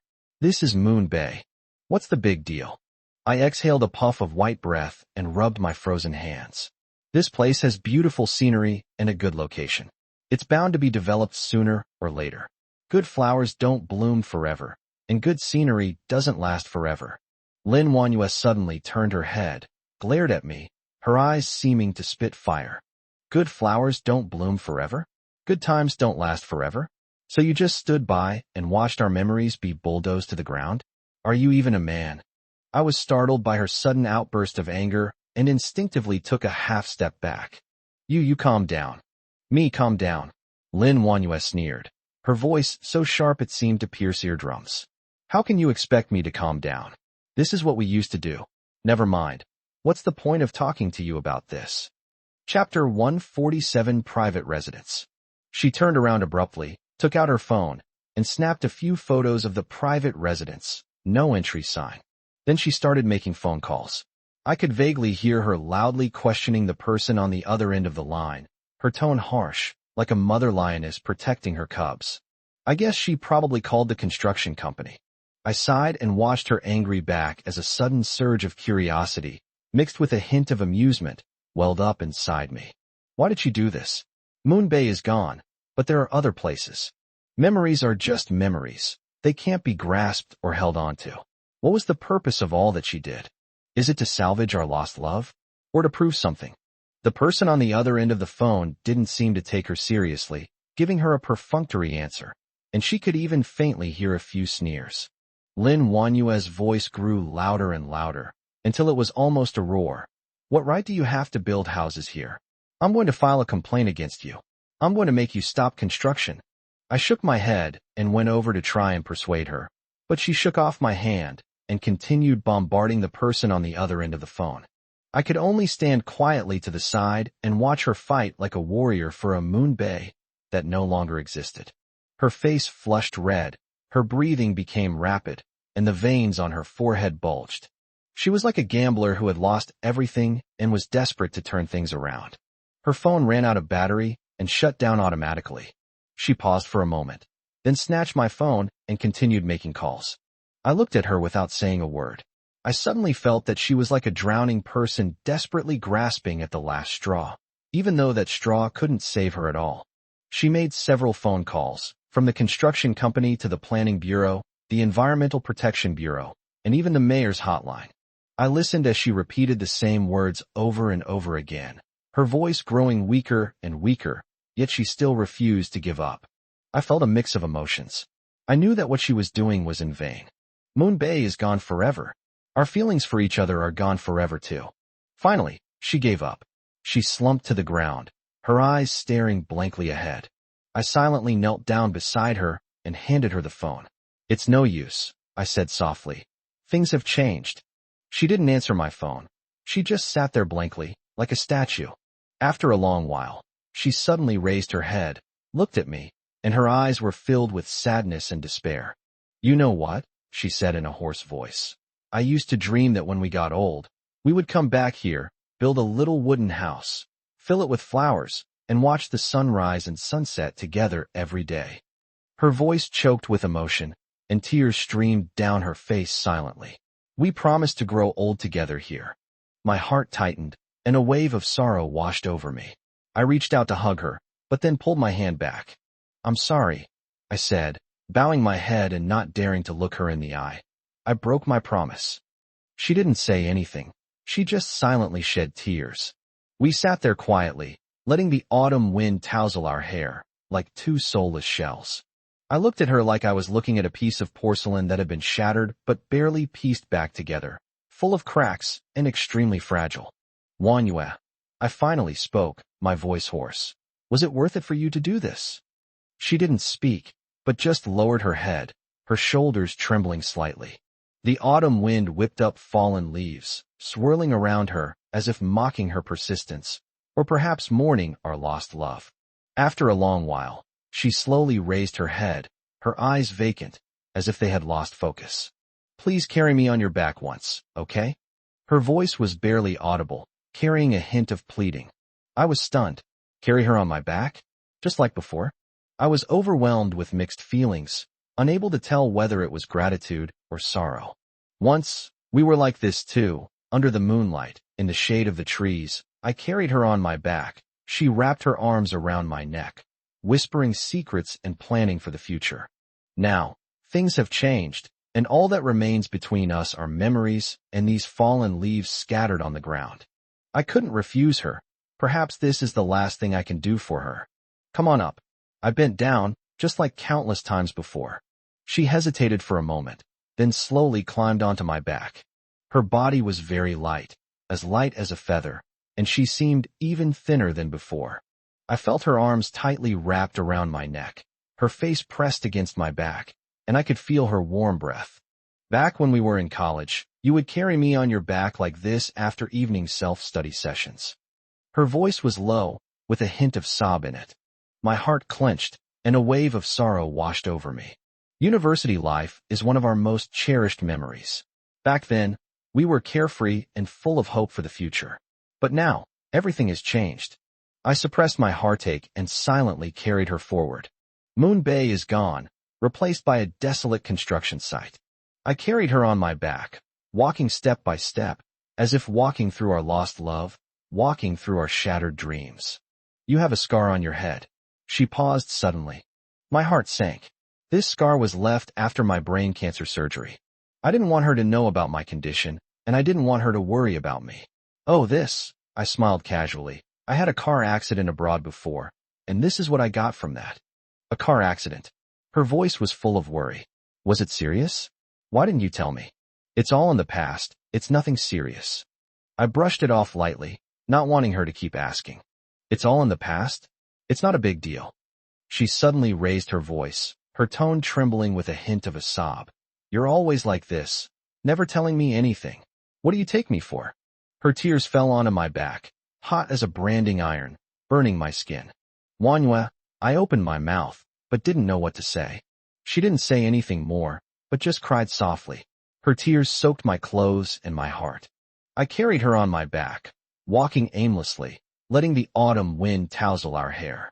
I didn't know where to take her, or how to comfort her. Our future, like this desolate construction site, is shrouded in uncertainty. As I walked, I saw a small tavern ahead. The lights were dim and the sign was a bit worn, but it seemed particularly warm in this quiet autumn night. I carried her inside. The tavern wasn't crowded. A few customers sat scattered around, and the air was thick with the smell of alcohol and tobacco. Chapter 148, Good Times Gone. I found a corner to sit down and gently placed her on the chair next to me. She kept her head down, her shoulders trembling slightly, like a wounded little animal. Would you like something to drink? I asked softly. She shook her head and didn't say anything. I sighed, called the owner over, and ordered 2 bottles of beer. The beer arrived quickly, and I opened a bottle and handed it to her. Have some, I said, to warm yourself up. She took the beer, but didn't drink it. She just held it silently in her hand, staring blankly at the bottle. I opened my beer, tilted my head back, and took a big gulp. The bitter liquid slid down my throat and into my stomach, but it couldn't wash away the bitterness in my heart. After downing 2 bottles of beer, my stomach was churning, like it was on fire. I stood up, holding onto the table. I swayed slightly, and everything in front of me was a little blurry. Wanyu remained seated there motionless, her eyes vacant, like a delicate wooden puppet. Let's go. I reached out to pull her. I'll carry you on my back. She didn't resist and obediently put her hand on my shoulder. I picked her up again and felt that she was even lighter than before, so light that it frightened me. Outside the tavern, the autumn wind grew colder, scraping against my face like a knife. I walked along, stumbling and sinking, the dim yellow light of the streetlights casting a particularly desolate glow on the empty street. Wanyu lay on my back, silent. Only her shallow breathing could be heard. Her voice grew softer and softer, as if it might disappear at any moment. A sense of unease crept into my heart, and I quickened my pace involuntarily. Suddenly, I felt something cool on my face, as if something had landed on it. I reached out and touched it. It was a snowflake. It was snowing on a late autumn night. Wanyu, look, it's snowing, I said, my voice filled with surprise, hoping to rouse her spirits. She slightly raised her head, her gaze unfocused as she watched the falling snowflakes. So beautiful. Her voice was very soft, almost inaudible. That "so beautiful" felt like a bucket of cold water had been poured over my head. Why did her voice sound so weak? An ominous premonition welled up in my heart, and I suddenly stopped, put her down from my back, and cupped her face in my hands. Wanyu, Wanyu. I called her name anxiously, my voice trembling slightly. Her cheeks were burning hot, like a furnace. I reached out and touched her forehead. It was frighteningly hot. She had a high fever. Damn it. At this time, in this place, she actually has a fever. My phone was dead, and her phone had been switched off for a while. I looked around, but there was no one there, not even a taxi in sight. At this point, on this road, only people going camping in the mountains would pass by. But who would stop to pick us up in this weather at this time? I gritted my teeth, picked her up again, and ran towards the mountain path. Wanyu was very light, but I felt as if I were carrying a huge mountain on my back, and every step was incredibly heavy. The cold wind, mixed with snowflakes, relentlessly lashed my face. My breathing became increasingly rapid, and my heart felt like it was about to leap out of my chest. After driving for a while, I saw an SUV parked on the side of the road ahead, its lights flashing, as if it was waiting for something. I ran towards the car as if I had grasped at a straw. Help! Help! I shouted, my voice hoarse. The door of the SUV opened, and a man in a windbreaker stepped out. He was tall, with a thick beard, and looked somewhat rugged. What's wrong? He asked in a deep voice. My wife has a fever and needs to go to the hospital. I pointed to Wanyu on my back, my voice urgent. Please help us. The man glanced at Wanyu, who was pale and unconscious, but said nothing. He turned and went back to the car, opening the back door. Get in. I quickly thanked them and carefully placed Wanyu on the back seat. The man started the car and sped down the mountain. It was warm inside the car, so I took off my coat and covered Wanyu with it, holding her hand tightly. Her hand was cold, without a trace of warmth. Thank you so much, thank you so much, I said to the man, my voice full of gratitude. The man remained silent the entire way. The only sounds in the car were the roar of the engine and Wanyu's faint breathing. I held her hand tightly, but couldn't feel any warmth returning. My heart felt heavy, like a stone was pressing down on it. We finally arrived at the city hospital. The man helped me carry Wanyu inside. We registered, paid, and had our examinations done smoothly. He seemed very familiar with the hospital's procedures. I followed behind him like a puppet, my mind blank, with only the two words Wanyu buzzing in my ears. The doctor diagnosed it as acute pneumonia, which, combined with being caught in the rain and excessive fatigue, led to a high fever and coma. He needs to be hospitalized for observation for a few days. My heart finally settled down. I sat weakly on a bench outside the emergency room, only then realizing the soreness and exhaustion all over my body. The man handed me a bottle of water. It's all right, you'll get better. His voice was still low, but it carried a hint of comfort. I unscrewed the bottle cap and gulped down several mouthfuls. The icy water flowed down my throat, making me a little more awake. Thank you so much. I'm so grateful to you today otherwise. I choked up, unable to finish my sentence. He waved his hand. It was nothing. Then he took out a business card and handed it to me. You can contact me if you need anything. I took the business card, which read, Chin Fong, Head of Outdoor Adventure Club. Mr. Chin, thank you so much for today. I will definitely repay you properly once my wife wakes up. He smiled and said, You're welcome. I often encounter emergencies in the mountains, and it's only right that we help each other." After saying that, he turned and left the hospital. As I watched his retreating figure, a mix of emotions welled up inside me. The appearance of this stranger was like a ray of light in the darkness, illuminating my despairing heart. For the next few days, I stayed by Wanyue's side without leaving her side, wiping her body, feeding her water, and watching her get better little by little. My mood gradually calmed down. The day she woke up, sunlight streamed through the window into the hospital room, making everything feel exceptionally warm. She opened her eyes, looked around in confusion, and then saw me. How did you get here?" Her voice was hoarse and weak. I took her hand. "You have a fever, and you're in the hospital now. I find our relationship ridiculous. One moment we're like lovers, the next like enemies, and then like comrades who depend on each other for survival. Even I sometimes can't tell how I feel about her anymore." Chapter 149, What's Lost. Sunlight danced on her face, as if celebrating her rebirth. Wanyu's complexion improved day by day, and a healthy blush returned to her originally pale face. She can get out of bed and walk around by herself. She can eat the porridge I bought for her, and she can even give a faint smile to the chirping birds outside the window. I looked at her, and I couldn't quite describe the feeling in my heart. Is it relief? Is it liberation? Or reluctance? One afternoon, the sun was shining brightly, and I peeled an apple and handed it to her. She took it, took a bite, and then suddenly said, "I've already signed the divorce papers." I froze, and the apple knife almost cut my finger. She signed it. So fast. I thought she would drag it out for a while longer, and torment me for a while longer. "When?" I asked, my voice a little hoarse. "Just a few days ago, when you were asleep." She lowered her head, seemingly afraid to look at me.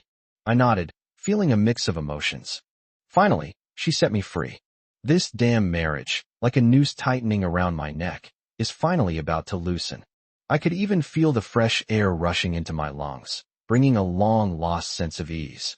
"Then, I'll go back and pack my things tomorrow." I stood up, trying to make my tone sound calm. "So eager." She looked up, her eyes filled with an emotion I couldn't decipher. "Are you so impatient to leave me?" I looked into her eyes, clear, with a hint of grievance, a hint of accusation. I suddenly felt like a bastard, like a heartless man who abandoned his sick wife. But what did I do wrong? This marriage was a mistake from the very beginning. I opened my mouth, but couldn't utter a single no. For the next few days, I stayed at the hospital to take care of her, but the atmosphere became awkward. It's as if there's a thin film between us. We're so close, yet so far away. Chun Mingxiu has arrived. He was carrying a basket of fruit, dressed in a suit and tie, looking quite respectable. Seeing me, he curled his lips into a mocking smile. "Oh, you're still here? I thought you'd already run away." I gave him a cold glance and didn't say anything. He walked to Wanyue's bedside, put down some fruit, and asked with concern, "Wanyue, how are you feeling? Are you feeling better?" Wanyu smiled at him. "I'm much better. Thank you for coming to see me." The two of them started chatting as if no one else was around, and I felt like an outsider, excluded from their world. I felt like a clown, ridiculous and laughable in front of them. "I heard, you're getting a divorce?" Chun Mingxiu suddenly asked, a hint of smugness in his voice. I clenched my fists so tightly that my nails almost dug into my flesh. I knew he was provoking me, deliberately showing off in front of me. This clown, does he really think Wanyu would be interested in him? "What's it to you?" I said coldly. "How can it not concern me?" Chun Mingxiu's smile widened. "A woman as outstanding as Wanyue certainly deserves to be cherished by a better man. Unlike some people who only—" He paused deliberately, glancing at me with disdain. "You'll only be a burden to her." I couldn't hold back any longer. I rushed over and grabbed his collar. "Try saying that again." He wasn't about to back down either, grabbing my wrist in return. "What? Getting angry? Who do you think you are? Wanyu doesn't love you at all. She just pities you." I was furious and punched him in the face. He dodged to the side and slapped me across the face. Smack! The crisp sound echoed in the ward. Wanyu screamed, "Stop fighting." I then realized my lapse in composure, released Chun Mingxiu, and took a few steps back. Chun Mingxiu straightened his disheveled clothes and said with a cold smile, "What? You're too scared to fight? Is that all you've got? You think you can beat me?"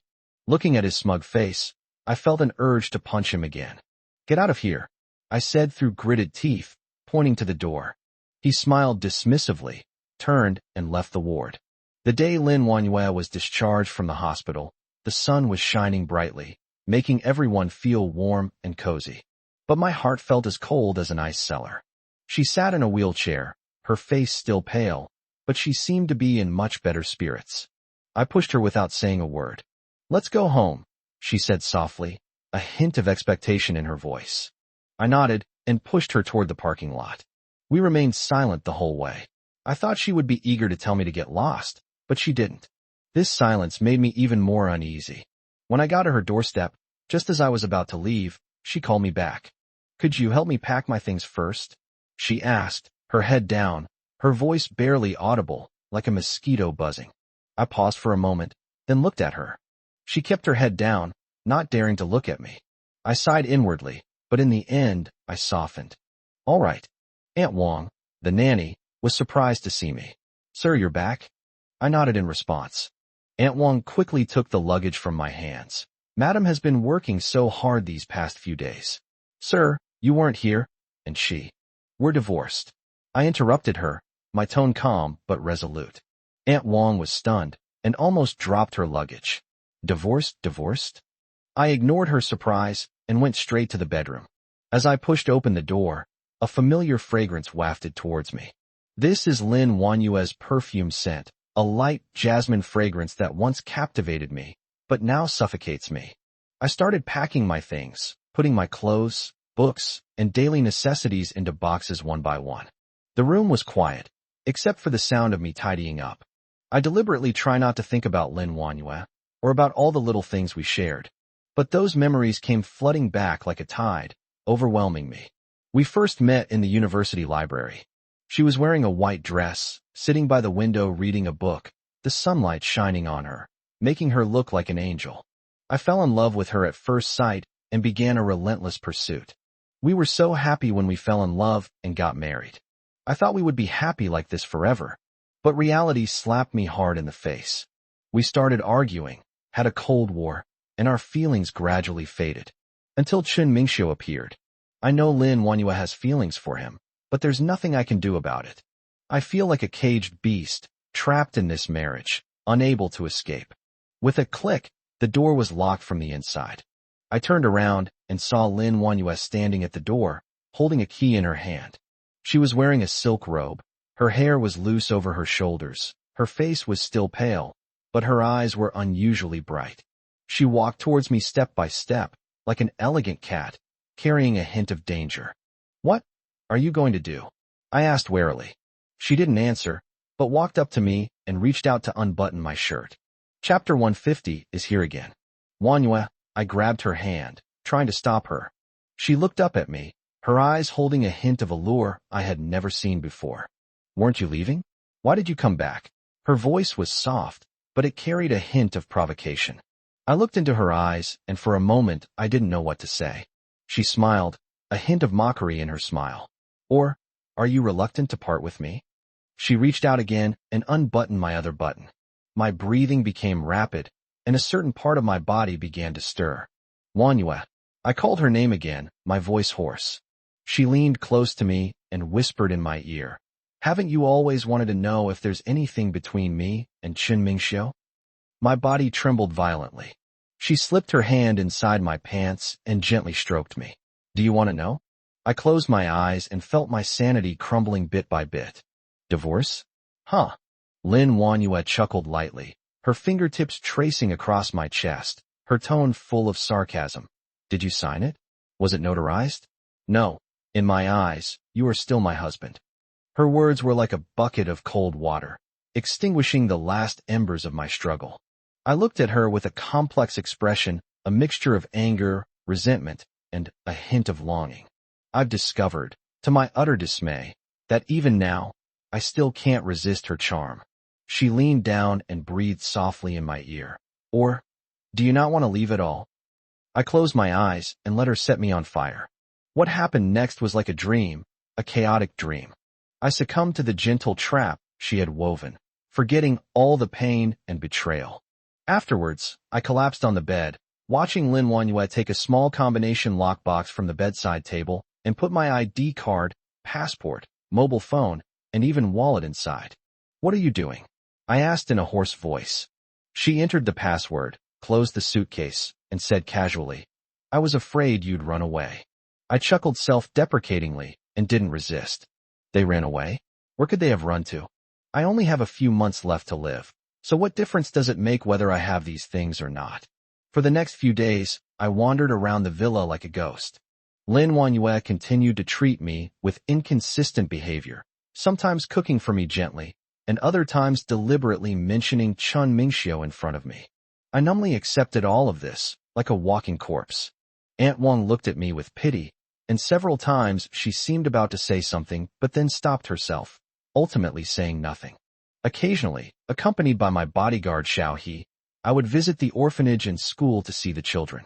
The children's innocent smiles allow me to briefly forget the harshness of reality. That day, as usual, I went to the school to visit the children I was sponsoring. When the bell rang, the children, like a flock of happy little birds, poured out of the classroom, chattering excitedly. I stood by the playground, watching them play and frolic, a rare smile appearing on my face. Suddenly, a familiar figure appeared in my sight. Cheng Yinyan. She was wearing a simple white shirt and jeans, her hair in a ponytail, and a gentle smile on her face as she talked to several children. My heart skipped a beat, as if it had been struck hard by something.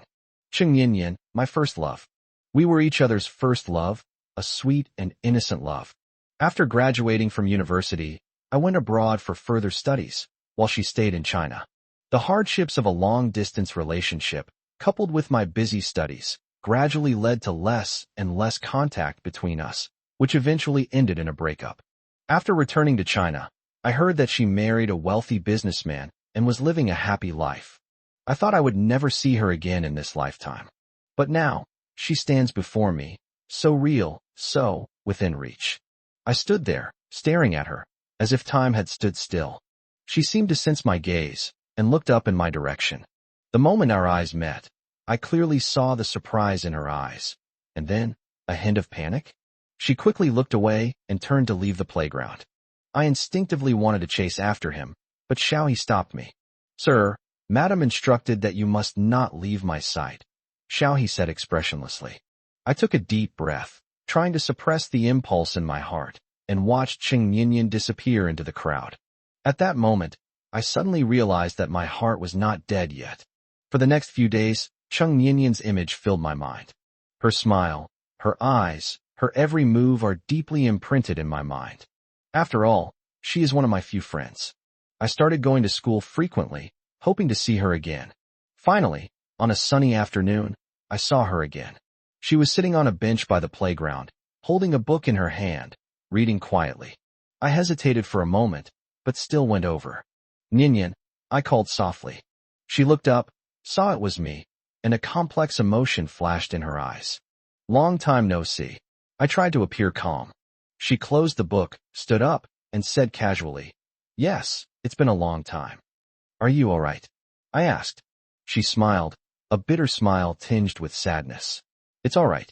We were silent for a moment, and the atmosphere became a little awkward. Are you married?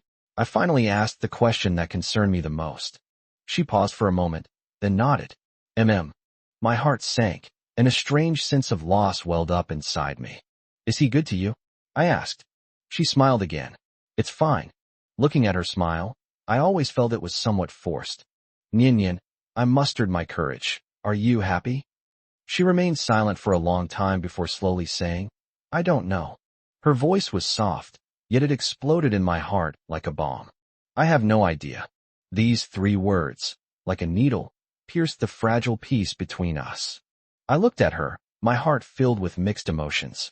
The love I once had, now the estrangement, surged like a tide, almost overwhelming me. Would you like to find a place to sit? I heard myself ask, my voice hoarse and unlike my own. Cheng Yinyan seemed hesitant, but finally nodded. We found a quiet coffee shop and ordered 2 coffees. The rising steam blurred my vision. You've lost weight. Cheng Yinyan broke the silence, her tone tinged with concern. I chuckled self-deprecatingly. Really? Lin Wanhua. Is she good to you? She asked cautiously. her eyes filled with a hint of inquiry. I paused for a moment, a strange sense of irritation rising within me. It's fine, I replied casually, not wanting to reveal too much in front of her. Chapter 151, Love and Not Love. Chung Yinyan sighed. It's obvious that she loves you very much. I sneered inwardly. This was already the second person to say that Lin Wanhua loved me. First it was Yang Lin, and now it's Chung Yinyan. They seem to have been brainwashed by Lin Wanhua, constantly praising her in front of her. What kind of bewitching potion did Lin Wanhua give them? Do you still want to go out? Chung Yinyan suddenly asked, her eyes filled with complicated emotions. I know she meant leaving Lin Wanhua, leaving this suffocating marriage. I gave a wry smile and shook my head. I hadn't thought about it. Chung Yinyan didn't say anything more, just quietly drank her coffee. An awkward silence fell over the room once more. We sat there for a long time, until the coffee got cold. I should go back. I stood up, feeling a little tired. Chung Yinyan also stood up. I'll see you off. No need. I declined her offer. She didn't insist. She just stood there, silently watching me. There seemed to be a lingering reluctance, a hint of longing in her eyes. I couldn't bear to look her in the eyes anymore, so I turned and left the coffee shop. As I opened the door, a strong, cloying perfume scent hit me, so sweet it made me want to vomit.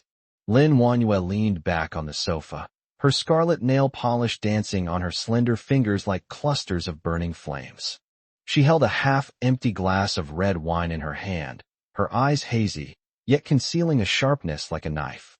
"Why are you so late?" she asked, her voice trembling slightly, like a taut string that might snap at any moment. I wearily loosened my tie, said nothing, and headed straight for the bedroom. "I'm asking you a question." She suddenly stood up, her high heels clicking crisply on the floor like a thunderclap in my ears. I saw the madness in her eyes, like a wild beast driven to the brink of despair, ready to pounce and tear at me at any moment. I stopped and turned around, trying to suppress my frustration. Something came up, and I was held up. "What is it?" She approached step by step, her eyes scanning me like searchlights, as if she wanted to see right through me. "It's work-related," I said dismissively, not wanting to explain too much to her. "Work?" She sneered. "Do you think I'm stupid? Xiaohe told me you met with Chung Yinyan this afternoon." Damn Xiaohe. I cursed inwardly. This traitorous guy actually told Lin Wanhua about my whereabouts. Seeing my silence, Lin Wanhua became even more certain of her guess, and the madness in her eyes intensified. "What? Have you rekindled your old flame? Planning to relive your past romance with her?" I took a deep breath, trying to control my emotions. "You're overthinking it." "Am I overthinking it?" She suddenly splashed the red wine in her hand onto the ground, the scarlet liquid spreading across the floor like a pool of blood, a shocking sight. "You met with her, and you say I'm overthinking it? What do you take me for? A blind man?" Seeing her hysterical state, I felt a surge of annoyance. "Lin Wanhua, can't you calm down?" "Calm down?" she shrieked. "How can you expect me to calm down? You met with her behind my back. How can I calm down?" I didn't want to argue with her anymore, so I turned and walked towards the bedroom. "Stop right there." She grabbed my arm, her sharp nails digging into my flesh, causing a sharp pain. "You're not leaving until you explain yourself." I abruptly shook off her hand, my tone icy. "What do you want to hear? What do you want me to say? Admit that I've rekindled my old flame with her? Admit that I plan to elope with her? Are you satisfied now?" Lin Wanhua was stunned for a moment, seemingly startled by my words. She stood there, stunned, the madness in her eyes gradually fading, replaced by a deep fear. I looked at her, my heart filled with mixed emotions. She used to be so gentle and understanding, but now she has become a hysterical madwoman. "Wanhua," I sighed, my tone softening. "Let's have a proper talk." She didn't speak, but simply nodded silently. I helped her to sit down on the sofa. She took out a pill box from her bag, poured out a few pills, and handed them to me. "Take these." I looked at the pills in her hand, and a bad feeling welled up inside me. "What are these?" "Vitamins, prescribed by the doctor," she said casually. "What? You don't believe me?" Lin Wanhua asked, her tone tinged with dissatisfaction as she noticed my hesitation. I gave a wry smile, took the pill, put it in my mouth, and swallowed it dry. Since I was going to die anyway, What difference did it make whether I died sooner or later? Aren't you going to ask me what kind of medicine this is? Lin Wanhua looked at me with a complicated expression. I gave a wry smile. Would you tell me if I asked? Lin Wanhua was enraged by my attitude. What do you mean by this? Are you doubting me? Isn't that right? I countered. Of all the things you've done, which one is worthy of my trust? What did I do? I gave up my career. I gave up my friends. I gave everything for you, and you still doubt me. Lin Wanhua's voice grew increasingly shrill, and her emotions became more and more agitated. Is your so-called sacrifice just imprisoning me here and making me live like a puppet? I looked at her coldly. Lin Wanhua, ask yourself honestly, do you really love me? Or rather, do you only love yourself? Lin Wanhua was stunned. She stared at me blankly, her eyes filled with disbelief. What did you say? She asked in a trembling voice. I'm saying, you only love yourself. I raised my voice and said, word by word, you've imprisoned me here just to satisfy your twisted possessiveness. You don't care about my feelings at all. You only care about yourself. Lin Wanhua's face turned deathly pale. She opened her mouth, wanting to say something, but couldn't utter a word. As I looked at her, a surge of vengeful pleasure welled up inside me. I want her to know that I will no longer let her control me. You dare to talk to me like that? Lin Wanhua finally found her voice. She pointed at me, trembling all over. You ungrateful wretch. I've been so good to you, and you actually— Enough. I interrupted her. I don't want to hear your hypocritical lies anymore. Your so-called kindness towards me is nothing but self-pity. You don't love me at all. Lin Wanhua slumped back onto the sofa, her eyes vacant, like a puppet whose soul had been ripped out. Let's calm down. Her voice was hoarse, with a slight, almost imperceptible tremor. I stood there, my chest heaving violently, like a machine about to explode. Calm down. How can I calm down? Imprisoned, drugged, suspected, and humiliated. What reason do I have to remain calm? Chapter 152 getting worse. But I know that an outburst at this moment is meaningless and will only embolden her. I took a deep breath, trying to suppress my anger, and walked to the window, looking at the lifeless scenery outside. After a long silence, Lin Wanhua broke it. I've thought a lot these past few days, she paused, her tone surprisingly calm. Maybe I really did make a mistake. I shouldn't have trapped you here. I shouldn't have. I turned around and looked at her. Her eyes were red and swollen. Her face was pale, and she no longer had her usual domineering air. She looked like a rose about to wither. A pang of reluctance flashed through my mind, but it was quickly extinguished by the cold reality. Tomorrow, I have a very important banquet to meet with a pharmaceutical company. Mrs. Zhang Yao will also be attending. She paused, then glanced at me cautiously. Could you come with me? I wanted to refuse outright, but considering her hysterical state just now, I realized the consequences of refusing would be unimaginable. I gritted my teeth and said, okay. The next day, I put on the suit she had prepared for me and went to the banquet with her. Standing at the entrance of the banquet hall, Lin Wanhua suddenly grabbed me. You are free to move around freely during the banquet, but— her eyes sharpened. Don't even think about running away. I sneered. So-called freedom, it really is just freedom. She didn't say anything, but glared at me fiercely before pushing open the banquet hall door. Amidst the clinking of glasses, the rustling of elegant clothes, and the insincere smiles and polite greetings, the banquet hall was filled with a lively atmosphere. I watched all of this with detached indifference, like an outsider. Suddenly, a familiar figure appeared in my sight. Lu Ming, what's he doing here? Shouldn't he be abroad? He was chatting and laughing with Lin Wanhua when he saw me. A meaningful smile appeared on his lips. Long time no see. I stood there, stunned, my mind blank. Lu Ming's appearance was like a bomb, completely destroying my last hope. He walked up to me, patted me on the shoulder, and said, What? Don't you recognize me? He leaned close to my ear and whispered, I heard you haven't been doing too well lately. Do you want me to lend you a hand? His words were like a thorn, piercing my heart. I looked at him with a complicated expression. What exactly does he want to do? Long time no see, Lu Ming. I tried to remain calm. I didn't expect to see you here. Yes, I didn't expect that either. He gave me a meaningful look. It seems that Lin Wanhua has been taking good care of you. I suppressed my anger and remained silent. You know what? I've always admired you. He suddenly changed the subject. Your talent and ability have impressed me greatly. Lu Ming, what exactly are you trying to say? I was getting impatient. What? Not saying anything. Feeling guilty. Lu Ming smiled contemptuously, his eyes full of provocation. I knew it. What else can someone like you do besides rely on women? I clenched my fists, my nails digging deep into my flesh, trying hard to suppress the urge to throw a punch. Lin Wanyue was nearby, and I didn't want her to see this scene, much less let her go crazy again. Lu Ming. I took a deep breath, forcing myself to calm down. We'll talk about our issues later. After. He laughed as if he'd heard a hilarious joke. Do you even have a future? Everything you have now is thanks to Lin Wanyue. Without her, you're nothing. His words were like a sharp knife, piercing my heart. I gritted my teeth and didn't argue. Because he's right, I really have nothing now, not even my own freedom. Mr. Lu, do you know my husband? A crisp voice interrupted Lu Ming's taunts. I turned my head and saw Lin Wanyue walking towards us with a graceful and elegant lady.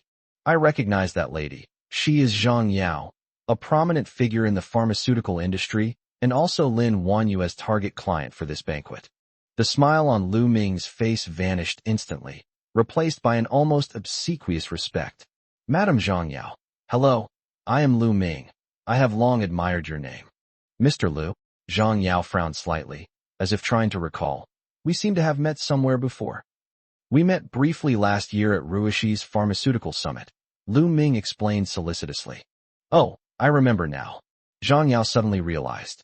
Mr. Lu, it's a pleasure to meet you. Nice to meet you. Nice to meet you. Lu Ming bowed and scraped, looking like a lapdog wagging its tail. His previous arrogance had completely vanished. I sneered inwardly. This is reality. This is human nature. And this is... Zhang Yao's gaze fell on me, with a hint of inquiry. This is my gentleman. Lin Wanyue took my arm, her tone carrying a hint of barely perceptible nervousness. Sir. Zhang Yao was slightly taken aback, then gave a meaningful smile. President Lin, you are truly blessed. Lin Wanyue forced a smile, but didn't say anything. Madam Zhang Yao, you flatter me. I picked up the conversation, trying to appear as natural as possible. It is my honor to be Wanyue's husband. Oh, is that so? Zhang Yao looked at me with a half-smile. I didn't realize that President Lin has such a discerning eye. I felt her gaze was like a sharp knife, revealing the secret hidden deep within my heart. I felt a little awkward, but I still smiled and said, Madam Zhang Yao is too kind. No, Zhang Yao shook her head. I never joke. Mr. Lin, your gentleman seems quite special. She emphasized the word special, again, her tone carrying a deeper meaning. My heart skipped a beat. I wondered what she was up to. Mrs. Zhang Yao, if you like my husband, I can give him to you. Lin Wanyue suddenly spoke, her tone icy. I froze, unable to believe my ears. What did she say? Give me away? Zhang Yao was also stunned, then burst into laughter. President Lin, you are so funny. However, I dare not accept your husband. I'm afraid you would feel sorry for him. Lin Wanyue didn't speak. She just looked at me coldly. I felt like a commodity placed on an auction stage, subject to judgment and trade. This feeling filled me with immense humiliation. Wanyue, you. I was about to speak when she glared at me fiercely. Shut up, she hissed. You have no right to speak here. I gritted my teeth and swallowed back the words that were on the tip of my tongue. Madam Zhang Yao, let's go over there and talk. Lin Wanyue took Zhang Yao's arm, turned and left, leaving Lu Ming and me standing there. Lu Ming looked at me, a mocking smile playing on his lips. How's it going? Not a pleasant feeling, is it? Chapter 153 Warning. Lu Ming, I'm warning you. What I do next is none of your business. I stared at him coldly, my tone carrying a hint of warning. He scoffed, you? What can you do? You're nothing but a pathetic wretch being manipulated by Lin Wanyue. That's still better than you begging for mercy like a dog, I retorted without hesitation. Lu Ming's expression changed, but in the end he said nothing and turned to leave. As soon as he left, I immediately felt much more relaxed. The noise around me seemed to have subsided a bit. I took a deep breath and tried to calm myself down. Just then, I saw the host on the high platform in the distance warmly inviting Zhang Yao, the organizer of the banquet, to come up on stage. Zhang Yao rose gracefully, leaving Lin Wanyue behind without hesitation, and walked onto the stage amidst applause. "Good evening, distinguished guests." Zhang Yao's voice was clear and powerful, carrying an undeniable air of authority. "Today, I am honored to stand here and announce that our company has achieved a major breakthrough in pathological research." Thunderous applause erupted from the audience, and flashbulbs went off, making Zhang Yao even more radiant. As I watched Zhang Yao speaking eloquently on stage, I felt a mix of emotions. This woman exudes a powerful aura in every gesture, making her impossible to ignore. This achievement, Zhang Yao paused, her gaze sweeping across the room, is inseparable from the strong support of a foreign invested enterprise, the Chung Group. Cheng's Group? A thought struck me. The name seemed familiar. Zhang Yao continued. The Chung Group not only provided us with strong financial support, but more importantly, they also sent a top expert, Ms. Chung Yinyan, to provide comprehensive guidance for our research project. Under the spotlight, a familiar figure gracefully walked onto the stage, and my breath caught in my throat. Chung Yinyan? What's she doing here? Her family's business has absolutely nothing to do with pharmaceuticals. I stared intently at her, as if I wanted to burn a hole through her. Chung Yinyan wore a champagne-colored dress that made her skin look as white as snow and radiant. She gracefully took the microphone, and her clear, melodious voice gave me a jolt. "Hello everyone, I am Chung Yinyan." She smiled slightly, with a reassuring strength. "It's an honor to stand here and share with you our latest achievements in pathological research." She spoke fluently and naturally, using technical jargon as if it were a gentle stream. I was somewhat dazed as I listened, but countless fragments flashed through my mind like a revolving lantern. Chung Yinyan, the woman who still cared for me and comforted me even when I was at my lowest point. When she mentioned a technical term, she paused and explained. This research in this direction stemmed from a special case involving a close friend of mine. A year ago, he was diagnosed with. My heart skipped a beat. A year ago? Wasn't that when I was diagnosed with brain cancer? Could it be? Glioma. Chung Yinyan's voice trembled slightly, and my world seemed to freeze at that moment. So, all her efforts were for me? I once thought that Lin Wanyue's humiliation of me was the biggest blow I could suffer. But now, Chung Yinyan's appearance is like a sharp knife, cruelly gouging out my heart. I felt only guilt and helplessness towards her, but no love whatsoever. After Chung Yinyan finished her speech, the audience erupted in applause. She gracefully stepped off the stage and walked straight towards me. My heart began to race, as if it were about to burst out of my chest. "Long time no see." She stood in front of me, smiling slightly, her eyes filled with a subtle tenderness. I opened my mouth, but didn't know what to say. Lin Wanyue suddenly grabbed my arm, pinched me hard, and whispered a warning. "Don't forget who you are." I gritted my teeth and forced a stiff smile. "Long time no see, Nian Nian." Chung Yinyan's gaze lingered for a moment on my and Lin Wanyue's clasped hands, then shifted away, and she said calmly, "It seems you're doing quite well. Thanks to you." I forced back the bitterness in my heart, my tone tinged with self-mockery. "That's good." Chung Yinyan smiled faintly, turned and left. Watching her departing figure, my heart felt as if it had been hollowed out. Lin Wanyue took my arm and walked arrogantly to the other side of the banquet hall. "What? You can't bear to part with it?" she said sarcastically, with a hint of smugness. "No," I replied coldly, though my mind was a complete mess. Lin Wanyue grabbed my arm with surprising strength, and I staggered a couple of steps before I could barely keep up. She dragged me into the men's restroom, slammed the door shut behind her, and pinned me against the cold tile wall. A strong perfume scent mixed with the disinfectant smell of hand sanitizer wafted into my nostrils, making me feel nauseous. "What do you mean? You've rekindled your old flame with that woman, haven't you?" Lin Wanyue spoke through gritted teeth, her bright red nail-polished fingers jabbing hard into my chest. "Don't forget, you're my husband now? If you dare to have any improper thoughts." She paused, a sinister glint flashing in her eyes. "I'll make sure you don't even know how you died." Looking at her almost distorted face, I suddenly found it funny. I'm about to die. What wicked thoughts could I possibly have? What thoughts could I possibly have left to have? This absurd reality is more disheartening than any dark humor. What are you laughing at? Lin Wanyue's shrill voice pierced my eardrums. It's nothing. I suppressed my smile, my tone calm to the point of being cold. I was just thinking, what right do I, a dying man, have to harbor such wicked thoughts? Lin Wanyue was stunned for a moment, then sneered. What are you pretending to be pitiful for? You think you can gain sympathy this way? Cheng Yinyan is now the heiress of the Cheng group. Who do you think you are? She let go of his hand, straightened her slightly disheveled clothes, turned and walked to the sink to touch up her makeup in front of the mirror.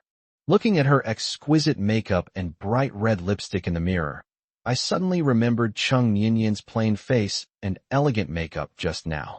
When we returned to the banquet hall, Mrs. Zhang Yao was surrounded by people, all dressed in suits and ties, chatting and laughing, exuding the air of business elites. They were all after the targeted cancer drug that Mrs. Zhang Yao had. After all, it was a lucrative opportunity in the pharmaceutical industry. Seeing this, Lin Wanyue's eyes lit up, and she immediately pulled me through the crowd, greeting Madame Zhang Yao with a beaming smile. Madame Zhang Yao nodded politely, but her eyes held a hint of scrutiny. Chapter 154 Research Findings. Mrs. Zhang, our Lin Group is very interested in your research findings and hopes to have the opportunity to cooperate with you to jointly develop this targeted drug. Lin Wanyue spoke confidently and eloquently. I stood to the side, feeling a little puzzled. The Lin Group mainly operates in real estate and hotels and has nothing to do with the pharmaceutical industry. Why would she suddenly be interested in targeted drugs? However, I soon understood. Lin Wanyue is a very shrewd woman.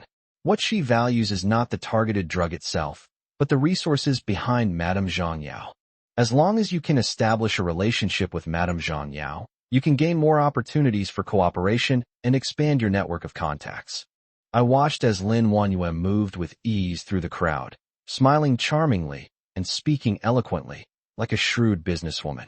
I suddenly remembered how Cheng Yinyan looked when she gave her speech on stage just now, confident, composed, yet with a hint of vulnerability that was hard to detect. Two completely different female images intertwined in my mind, making me feel a little dazed. Lin Wanyue's methods are indeed brilliant. I have to admire her vision and skill. She was like a seasoned hunter, precisely capturing her prey and then taking it down in the most elegant way. But what about me? I'm like prey she's captured, unable to move, completely at her mercy. This feeling suffocated me, and it also made me more acutely aware that there was an insurmountable chasm between her and me. After hearing Lin Wanyue's cooperation proposal, Madame Zhang Yao did not immediately agree. Instead, she frowned slightly and pondered for a moment. Mr. Lin, I need to consider your proposal. As you know, we have always been committed to making this targeted drug available to more patients. But the Lin Group is not in the pharmaceutical industry, which is different from our original intention. I thought Lin Wanyue would let it go, but to my surprise, she just smiled, took a document from her briefcase, and handed it to Madame Zhang Yao. Mrs. Zhang, I understand your concerns. Actually, I've always been very interested in the pharmaceutical industry and have done some related research. This document contains my market analysis and promotion strategies for this targeted drug, which may be helpful to you. Madame Zhang Yao took the document, flipped through a few pages, and her expression changed slightly.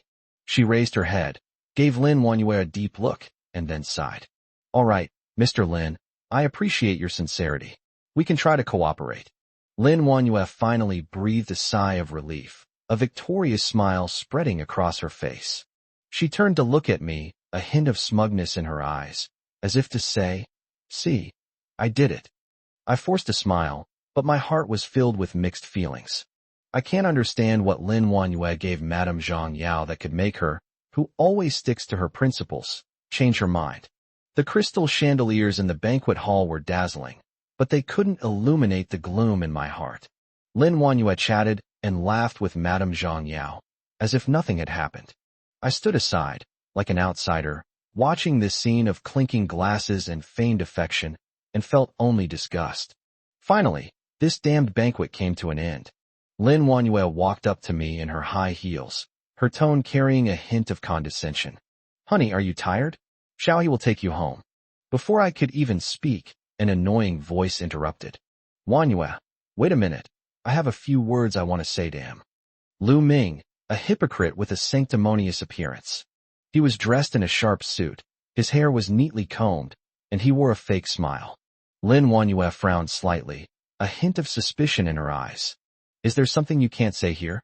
I sneered inwardly, thinking that Lu Ming was definitely up to something. Well, that's fine too. I'd like to see what he's up to. It's all right. I'll just say a few words to him. Xiao He is here too. Nothing will happen. Lin Manhwa nodded and turned to continue exchanging pleasantries with Madame Zhang Yao. I followed Lu Ming and Xiao He out of the banquet hall. As soon as he stepped out the door, the smile on Lu Ming's face vanished, replaced by a sinister expression. You little brat, you really think you're something special, believing you can rise to the top just by hooking up with Lin Manhwa? Don't forget, you're just her pet dog. I had expected him to change his expression, so I wasn't surprised at all. In fact, I found it rather amusing. Lu Ming, that's all you're good for. All you do is hide behind the scenes and bark. What? Are you jealous that I'm more favored than you? Lu Ming's face turned ashen, and he clenched his fists. You? What do you mean? What do you mean? What do you mean? What do you mean? Bite me if you're not happy. I deliberately provoked him, my tone laced with mockery. I enraged Lu Ming, and he suddenly swung his fist at my face. I was prepared and dodged to the side. His fist missed, and I almost lost my balance. Seeing this, Xiao He immediately blocked my way, staring sharply at Lu Ming. Mr. Lu, please have some self-respect. Lu Ming then realized Xiao He's presence. He reluctantly withdrew his fist, muttering curses under his breath. Consider yourself lucky. I patted Xiao He on the shoulder to signal him not to be nervous. Lu Ming, that's all you've got. You want to hit me? You're not qualified. Lu Ming was so angry his face turned green, but he didn't dare to make another move. He could only glare at me fiercely. His grumbling was as incessant as a mosquito buzzing, and I couldn't even be bothered to look at him again. She turned to leave, but then stopped, tilting her head slightly to glance at him out of the corner of her eye, a mocking smile playing on her lips. Lu Ming, that's all you've got. All you can do is bark like a stray dog. What? Didn't Lin Manhwa give you a bone to gnaw on? These words struck a nerve with Lu Ming. He had always harbored ill intentions towards Lin Manhwa, but because of my presence, he dared not cross the line. Now that I have exposed him to his face, he is furious and embarrassed, and his face turns as red as a liver color. You motherfucker. He gritted his teeth, his fists clenched so tightly that his knuckles cracked. I know it's only a matter of time before he explodes. I continued to add fuel to the fire. What? You want to hit me? Come on, I'll stand still and let you hit me. I spread my hands, looking at him provocatively. Lu Ming's reason was finally consumed by rage. He roared and swung his fist at my face. I didn't dodge. A fist slammed into the corner of my mouth, and a metallic, sweet taste spread through my mouth. I felt a burning pain at the corner of my mouth. I guess the skin broke out. Xiao He exclaimed in surprise and tried to step forward to stop me, but I stopped him with my hand. It's nothing, I uttered, my voice slightly muffled. I wiped the blood from the corner of my mouth and looked at Lu Ming's face, which was contorted with anger. A perverse pleasure rose in my heart. A year ago, in this very place, Lu Ming beat me so badly that I was black and blue, and I was completely powerless to fight back. At that time, I vowed that one day I would repay them tenfold. Chapter 155, Double the Retribution. Today, I finally did it, albeit in this self-harming way. After Lu Ming threw that punch, he seemed to calm down a bit. He looked at the bloodstains at the corner of my mouth, and a hint of panic flashed in his eyes. Are you all right? I sneered, spitting out a mouthful of blood, my tone full of mockery. What? Now you're scared? Too late. I grabbed his collar and pulled him close, my eyes filled with ruthlessness. Lu Ming, you'd better remember this. This is just the beginning. After saying that, I pushed him away and left without looking back. Xiao He quickly caught up with me, asking me anxiously as we walked. Sir, are you all right? Should we go to the hospital to get checked out? No need. I wiped the blood from the corner of my mouth. It's just a minor injury. Back in the car, Xiao He handed me a clean handkerchief. Sir, please wipe yourself. I took the handkerchief and gently wiped the wound on the corner of my mouth. Looking at the bright red bloodstains on the handkerchief, my thoughts drifted back to the past. Blood dripped through her fingers, staining the white handkerchief like a blooming poppy, alluring yet dangerous. I stared at the splash of red, my thoughts drifting, as if I were back in that dark, damp basement, smelling the blood in the air, and hearing Lu Ming's arrogant laughter. "Are you all right?" A soft voice interrupted my reverie. I looked up and saw Cheng Yinyan standing outside the car window, looking at me with a worried expression. She wore a light blue dress, her long hair flowing over her shoulders, like a fresh lily, completely out of place in this bloody scene. I quickly hid the handkerchief in my pocket and shook my head. "It's nothing." Cheng Yinyan clearly didn't believe me. She walked around the front of the car, opened the passenger door, and sat down, reaching out to check my injuries. "Let me see." I dodged her hand. "It's really nothing, just a minor injury." Her eyes were full of heartache. "You're bleeding, and you still say you're fine? Go to the hospital to get it checked out." Xiaohe glanced at me in the rearview mirror and said, "Sir, let's go back first." "How can you go back in this state?" Cheng Yinyan's tone was reproachful as she grabbed my arm without further ado. "Get in my car, I'll take you to the hospital." I couldn't refuse her, so I got out of the car and followed her into her white BMW. Xiaohe followed behind helplessly and got into his car. Along the way, Cheng Yinyan kept asking me if it hurt or if I was all right, like a frightened little bird chirping incessantly. I was a little upset, but I didn't want to get angry at her, so I could only give her perfunctory replies. She didn't take me to the hospital in the end, but instead took me to a pharmacy. She bought some disinfectant and gauze, and then carefully cleaned my wound. Hiss! I couldn't help but gasp. "Does it hurt a lot?" Cheng Yinyan's movements became even gentler, her eyes full of heartache. "Bear with it, it'll be over soon." I looked at her lowered eyelids, her long eyelashes casting faint shadows on her face, and a sudden, inexplicable irritation welled up inside me. "I can do it myself." I snatched the cotton swab from her hand, my tone a little harsh. Cheng Yinyan's hand froze in midair, a hint of hurt flashing in her eyes. Are you really that unwilling to accept my kindness?" Seeing her dejected look, I felt a pang of regret for having spoken too harshly. But I just couldn't accept her concern calmly, especially now. My heart is filled with hatred for Lu Ming and complicated feelings for Lin Wanhua. "That's not what I meant," I tried to explain, but I didn't know how to continue. Cheng Yinyan didn't say anything, but silently packed her medicine box, and the atmosphere became a little awkward. I sighed. "Thank you." She looked up and forced a smile. "You're welcome. We're friends." "Friend?" I scoffed inwardly. If she were just a friend, why would she care about me so much? I know perfectly well how she feels about me, but I just can't reciprocate. My heart has long been occupied by Lin Wanhua, and there's no room for anyone else. After treating my wound, Cheng Yinyan took me home. Downstairs, she hesitated for a moment before speaking. "Please, don't go looking for Lu Ming anymore, okay?" Cheng Yinyan's eyes were veiled in mist, crystal clear, and I could almost see the glistening tears within. I felt a surge of irritation, mixed with a strange sense of guilt. This guilt made me feel even more powerless, like I had fallen into a sticky net, and the more I struggled, the more powerless I became. I remained silent for a long time, and finally managed to squeeze out a sentence. "Cheng Yinyan, She interrupted me, her voice trembling slightly. I know everything, but I can't control myself." I turned my face away, unable to meet her gaze. I know her feelings for me are sincere and passionate, like a moth drawn to a flame, recklessly devoted. But I couldn't give her the response she wanted. My heart was filled with Lin Wanhua and my hatred for Lu Ming. I took a deep breath, opened the car door, and prepared to leave. "Wait a minute," Cheng Yinyan called out to me. I turned around and looked at her. The glow of the street lamp cast a soft light on her face, making her look even more pitiful. "I have an auction coming up soon," she paused, as if organizing her thoughts, "and I would like to invite you to attend." My instinct was to refuse. I've never liked these kinds of occasions, especially since I'm in such a bad mood right now. "No need," I said coldly. "I have other things to do." "You?" Cheng Yinyan bit her lip, a hint of hurt flashing in her eyes.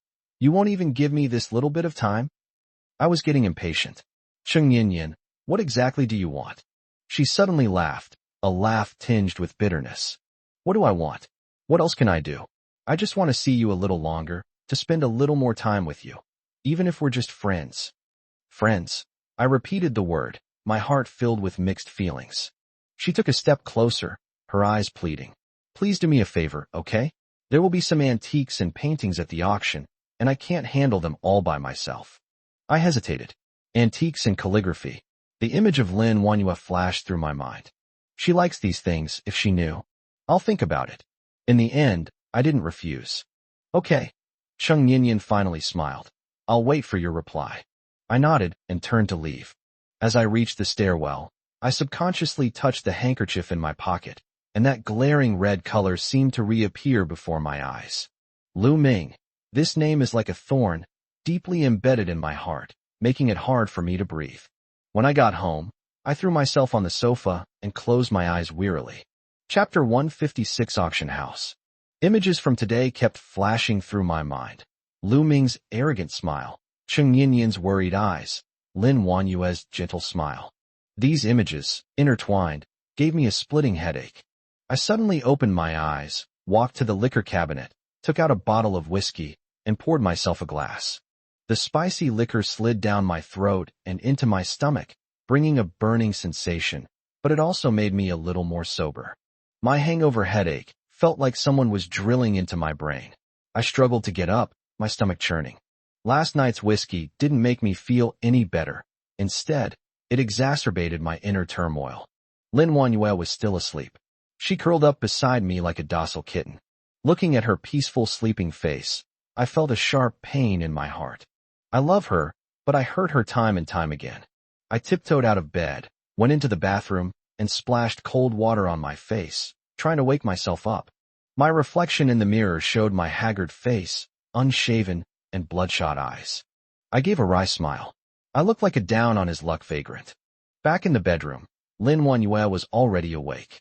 She rubbed her sleepy eyes, looked at me, and her eyes showed a hint of worry. Did you drink again last night? I nodded, walked to the bedside, sat down, and took her hand. Wanhua, what's wrong? She asked softly. I hesitated for a moment, but decided to tell Cheng Yinyan that she had invited me to the auction. After all, I had already promised Cheng Yinyan, and if I didn't go, who knows what kind of trouble she would cause. Cheng Yinyan invited me to an auction. I tried to keep my tone calm, and I'd like to go. Lin Wanhua paused for a moment, then smiled and said, Okay, go ahead. It'll be good to clear your head. I was a little surprised. I thought she would be angry and question me, but I didn't expect her to agree so easily. Aren't you angry?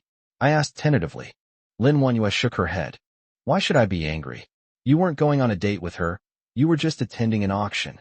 She paused, a complex emotion flashing in her eyes. I know you're feeling bad. Go ahead. It'll help you relax.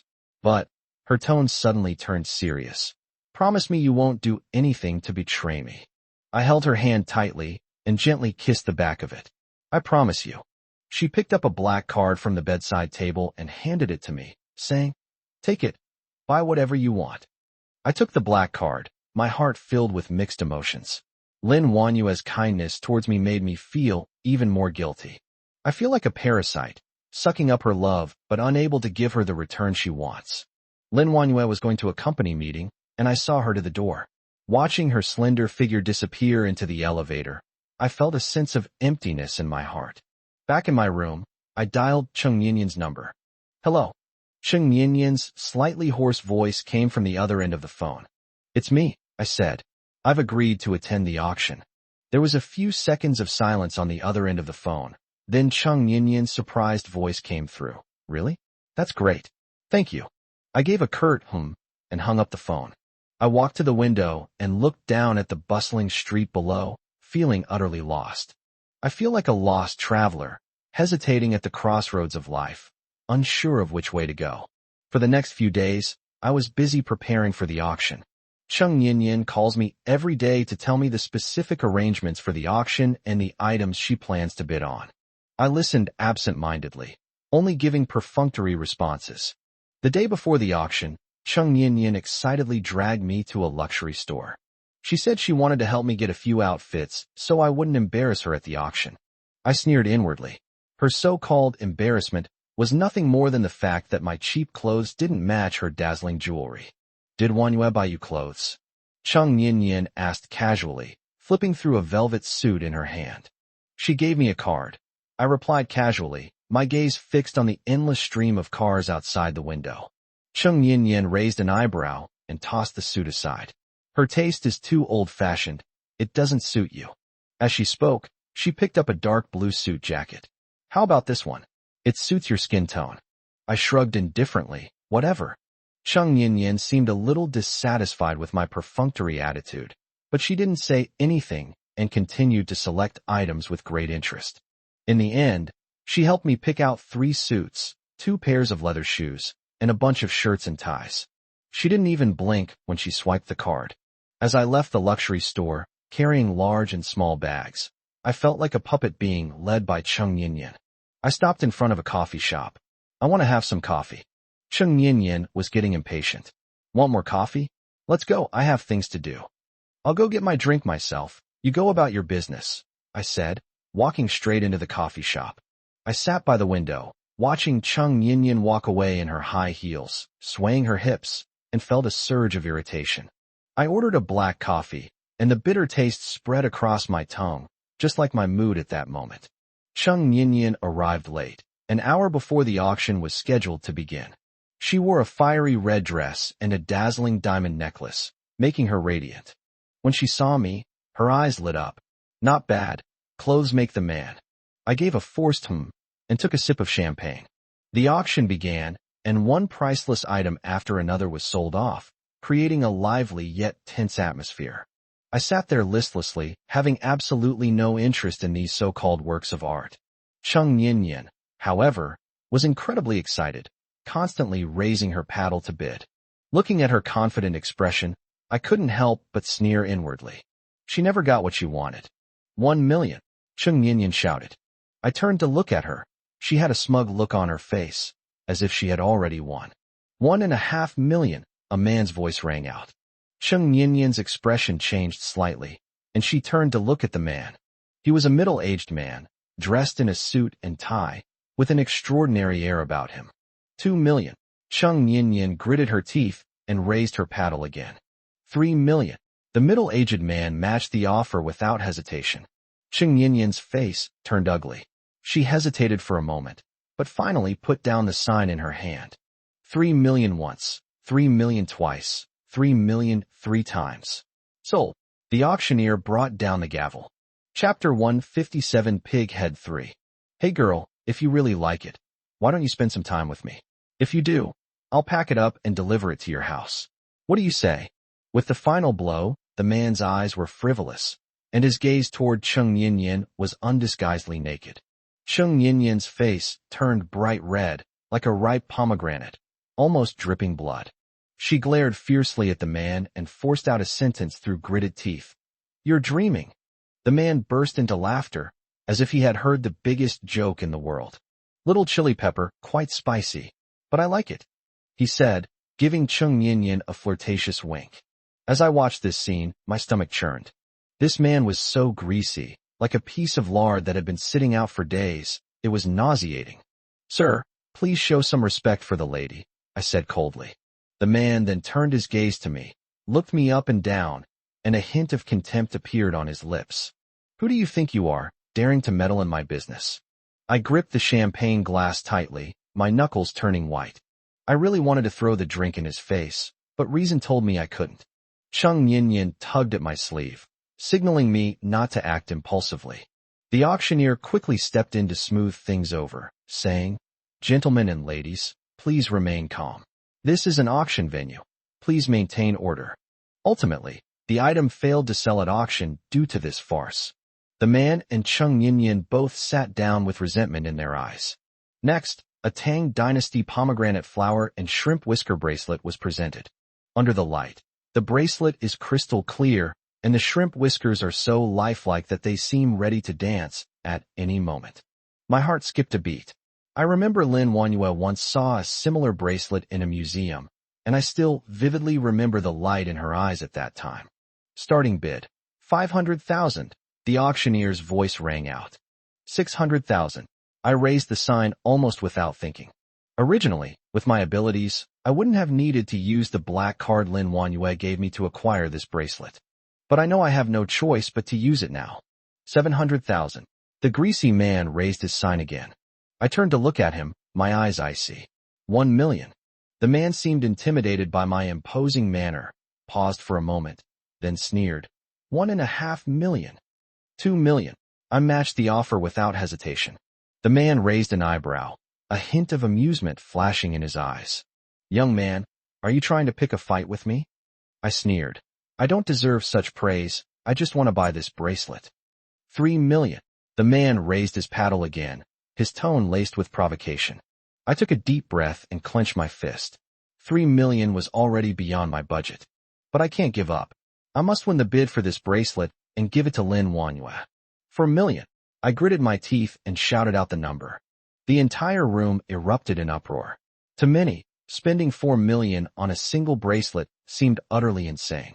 The man also remained silent for a moment, seemingly weighing the pros and cons. Just when I thought he was going to give up, he suddenly spoke. 500. Before he could finish speaking, he was interrupted by a clear female voice. 6 million. I turned my head and saw a woman in a black evening dress elegantly holding up a sign. The woman wore a veil, obscuring her face, but judging from her exposed eyebrows, eyes, and demeanor, she must be an absolute beauty. Cheng Yin gripped my arm tightly, her nails almost digging into my flesh. This man is shameless. He's obviously trying to raise the price on purpose. She gritted her teeth, seemingly wanting to rush up and argue with him. I held her hand and shook my head. Ignore him. I don't take this slick-haired guy seriously. Cheng Yin turned to look at me, her eyes filled with worry. This bracelet, is it very important to you? I nodded. Important, of course it's important. This is the first gift I plan to give to Lin Wanyue, and it is of great significance.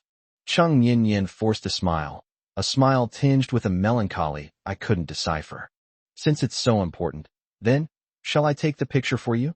I shook my head again. No need. I took the black card out of my suit pocket and gently rubbed it between my fingertips. The card Lin Wanyue gave me has a credit limit that's enough for me to buy everything in this auction house. Although I don't want to use it, there doesn't seem to be a better option right now. 6 million. This lady has offered 6 million. Any higher bids? The auctioneer's voice rang out again, filled with excitement. 7 million. I held up the black card, my tone calm, as if I were just buying a cabbage at the market. The greasy man's face darkened, seemingly not expecting me to continue bidding. He hesitated for a moment, then gritted his teeth and said, 8 million. 9 million. I didn't even blink. Sweat began to bead on the man's forehead. His breathing became rapid, and his eyes flickered, as if he were engaged in a fierce internal struggle. 10 million, he practically shouted. The audience gasped again. A bracelet with a starting bid of only 500,000 had now been driven up to 10 million. This is a rare occurrence in auction history. I remained silent for a moment, a barely perceptible cold smile appearing on my lips. The fish has finally taken the bait. 11 million. I raised my sign again. The man's face was ashen, his lips trembling, as if he wanted to say something but couldn't. 11 million once. 11 million twice. The auctioneer's voice was loud and excited. I looked at the man. His face was flushed red, like a boiled shrimp. He stared intently at me, his eyes filled with anger and resentment. Just as the auctioneer's gavel was about to fall, I suddenly put down the paddle in my hand. 11 million 3 times. Sold. The gavel slammed heavily on the table, making a crisp sound. The man slumped into the chair, as if he had collapsed from exhaustion. With trembling hands, he took out a handkerchief and wiped the large beads of sweat from his forehead. 11 million is far beyond his budget and could even bankrupt him. He obtained the bracelet, but at a heavy price. And I got the result I wanted. The veiled woman, the mysterious buyer who bid 6 million, walked straight towards me after the auction ended. Hello, sir. Her voice was soft and melodious, like a clear mountain spring. I nodded slightly, signaling her to continue. She removed her veil, revealing an exquisitely beautiful face. Those bright, expressive eyes seemed to see right through people's hearts. My name is Su Wanqing. She extended her hand and introduced herself gracefully. I took her hand and felt a warm, smooth touch on my fingertips. Nice to meet you. Su Wanqing smiled sweetly, her eyes sparkling. Sir, your actions just now were truly admirable. I raised an eyebrow, not understanding what she meant.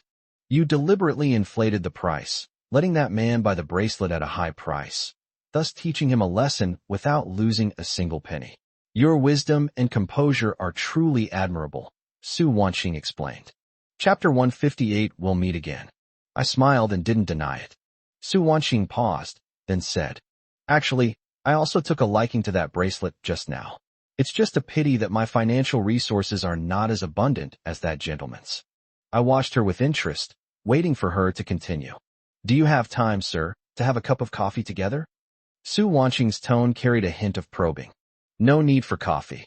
I politely declined Su Wanqing's invitation, my tone as indifferent as if I were rejecting a sales call. She showed no embarrassment whatsoever. Instead, she smiled sweetly, her eyes conveying a profound meaning. I believe we will meet again. With that, she turned and left, her graceful figure disappearing into the crowd.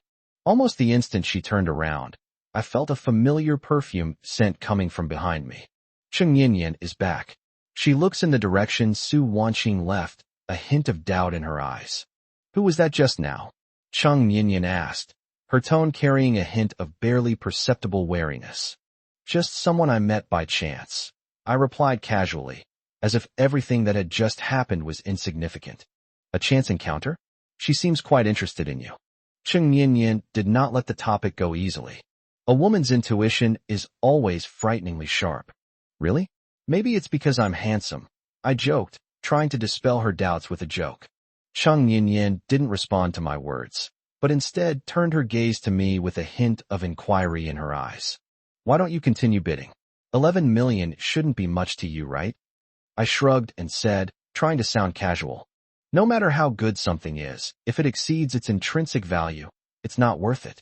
I'd have to be crazy to buy a bracelet for 11 million. Cheng Yinyan nodded thoughtfully and did not ask any further questions. But I knew she didn't completely believe my explanation. A woman's mind is like a needle at the bottom of the ocean. You can never truly understand it.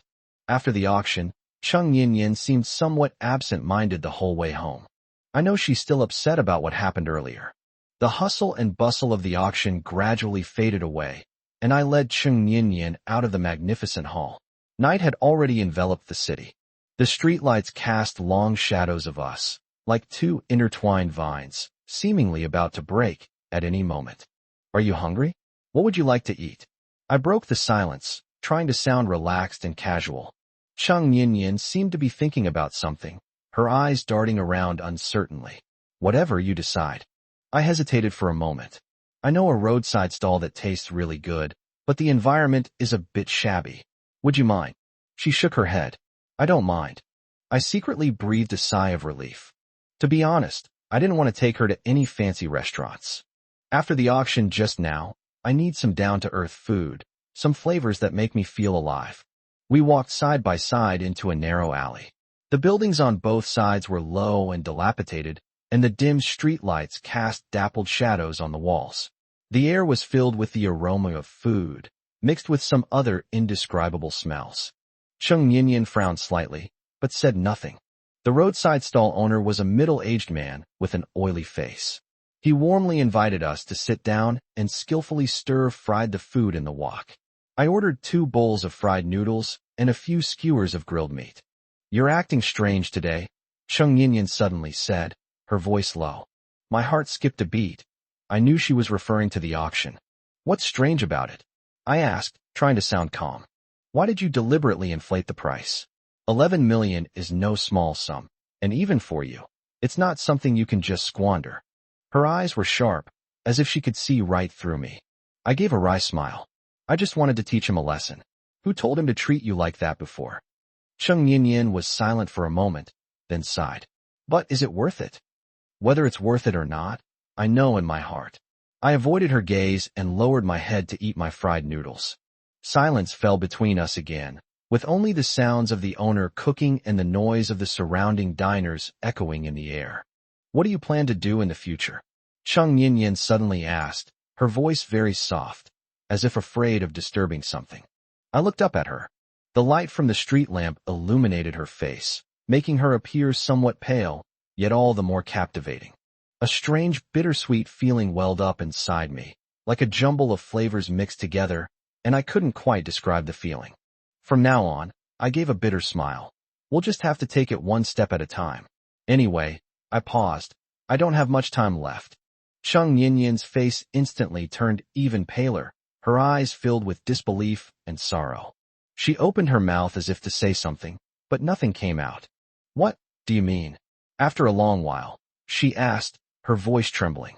Just as I was about to explain, I suddenly felt a sharp pain in my head, and everything went black. I knew nothing more. When I woke up again, I found myself tied up in a dark and damp room. It was completely silent except for the faint sound of dripping water in the distance. I struggled for a moment and found that my wrists and ankles were tightly bound, and I couldn't move. I tried hard to recall what happened before I lost consciousness. Chung Yin's terrified eyes and that familiar smell of the burlap sack flashed through my mind. Damn it! More sacks. This is the second time. Who is it? Why are they doing this to me? Could it be because of what happened at the auction?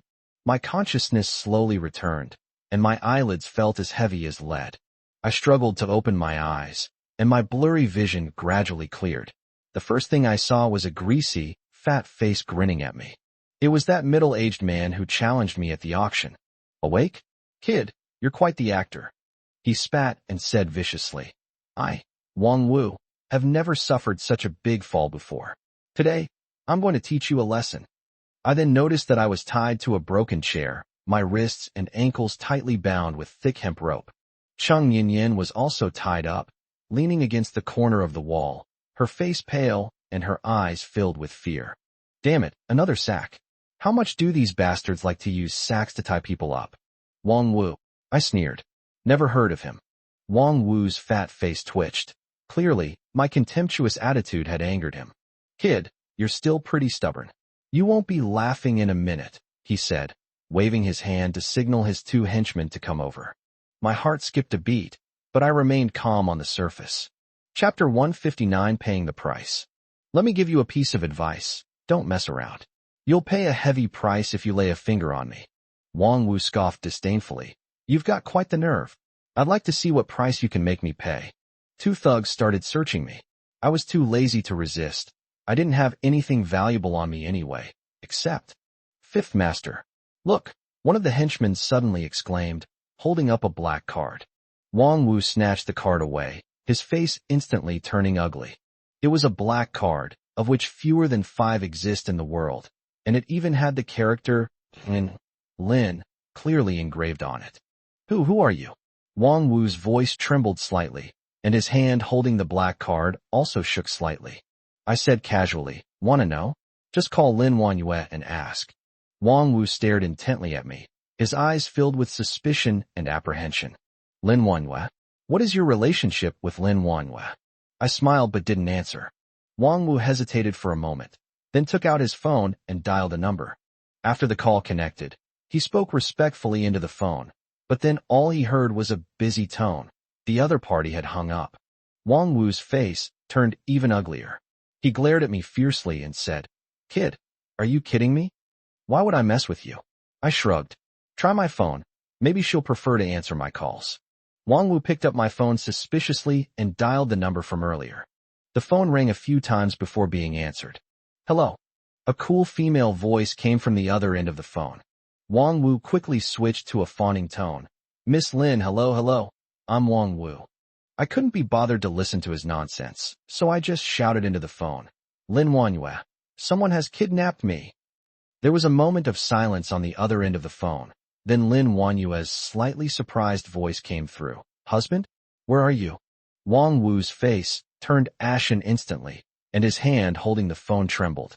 I raised an eyebrow at him. Now do you know who I am? Wang Wu swallowed hard, and fine beads of sweat appeared on his forehead. He handed me the phone, his voice trembling, and said, Mr. Lin, this is a misunderstanding. I took the phone, my tone as calm as if I were ordering takeout. Lin Wanyue, I've been kidnapped. My kidnapper's name is Wang Wu. There was a moment of silence on the other end of the phone. Then Lin Wanyue's voice became as cold as ice. Wang Wu, you better pray he didn't lay a finger on my husband, or I'll wipe your Wang family off the map in Jiangxing.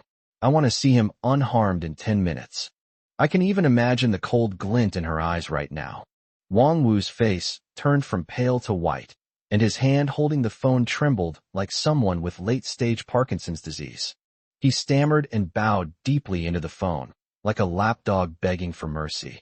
Miss Lin, it's a misunderstanding. It's all a misunderstanding. I'll release Mr. Lin right away. I'll release him right away. He hung up the phone, his fat face plastered with a fawning smile, bowing and scraping at me. Mr. Lin, I'm so sorry. It's like the flood washed away the Dragon King's temple. We're all family, and we don't even recognize each other. Please be magnanimous and forgive my rudeness. Just consider it a fart from me today. I couldn't be bothered to look at his cowardly appearance.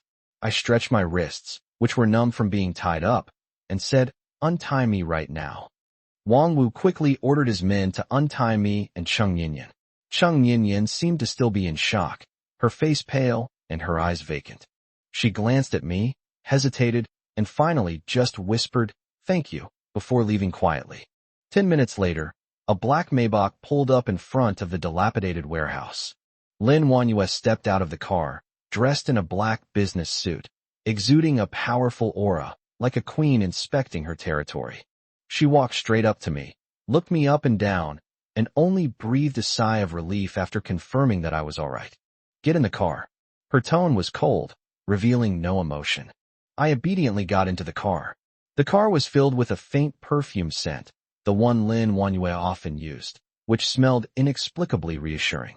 Lin Wanyue started the car and drove in silence. I secretly glanced at her and noticed that she looked unwell, with her brows furrowed and her lips pressed into a straight line. Are those roadside food stalls really that delicious? She suddenly asked, her tone laced with sarcasm. So you'd rather be kidnapped than come home and have dinner with me? I paused for a moment, then realized she was referring to the time Cheng Yinyan and I ate at a roadside stall. That wasn't. Or do you care more about the people you eat at street stalls with?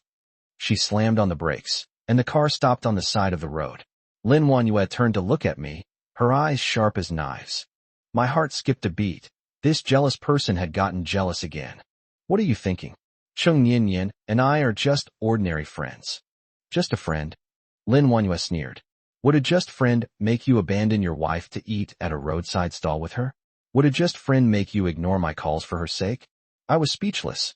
This woman's logic was truly impeccable. Speak up. Lin Wanyue's voice rose a few decibels, her eyes slightly reddening. I sighed and reached out to touch her face, but she grabbed my wrist. Don't touch me. She shook off my hand, her tone icy. Explain to her clearly that you shouldn't see her again. I looked at her, feeling a surge of irritation. Can't you be reasonable? Cheng Yinyan and I really have nothing going on, you. Before I could finish speaking, Lin Wanyue suddenly leaned over and kissed me fiercely.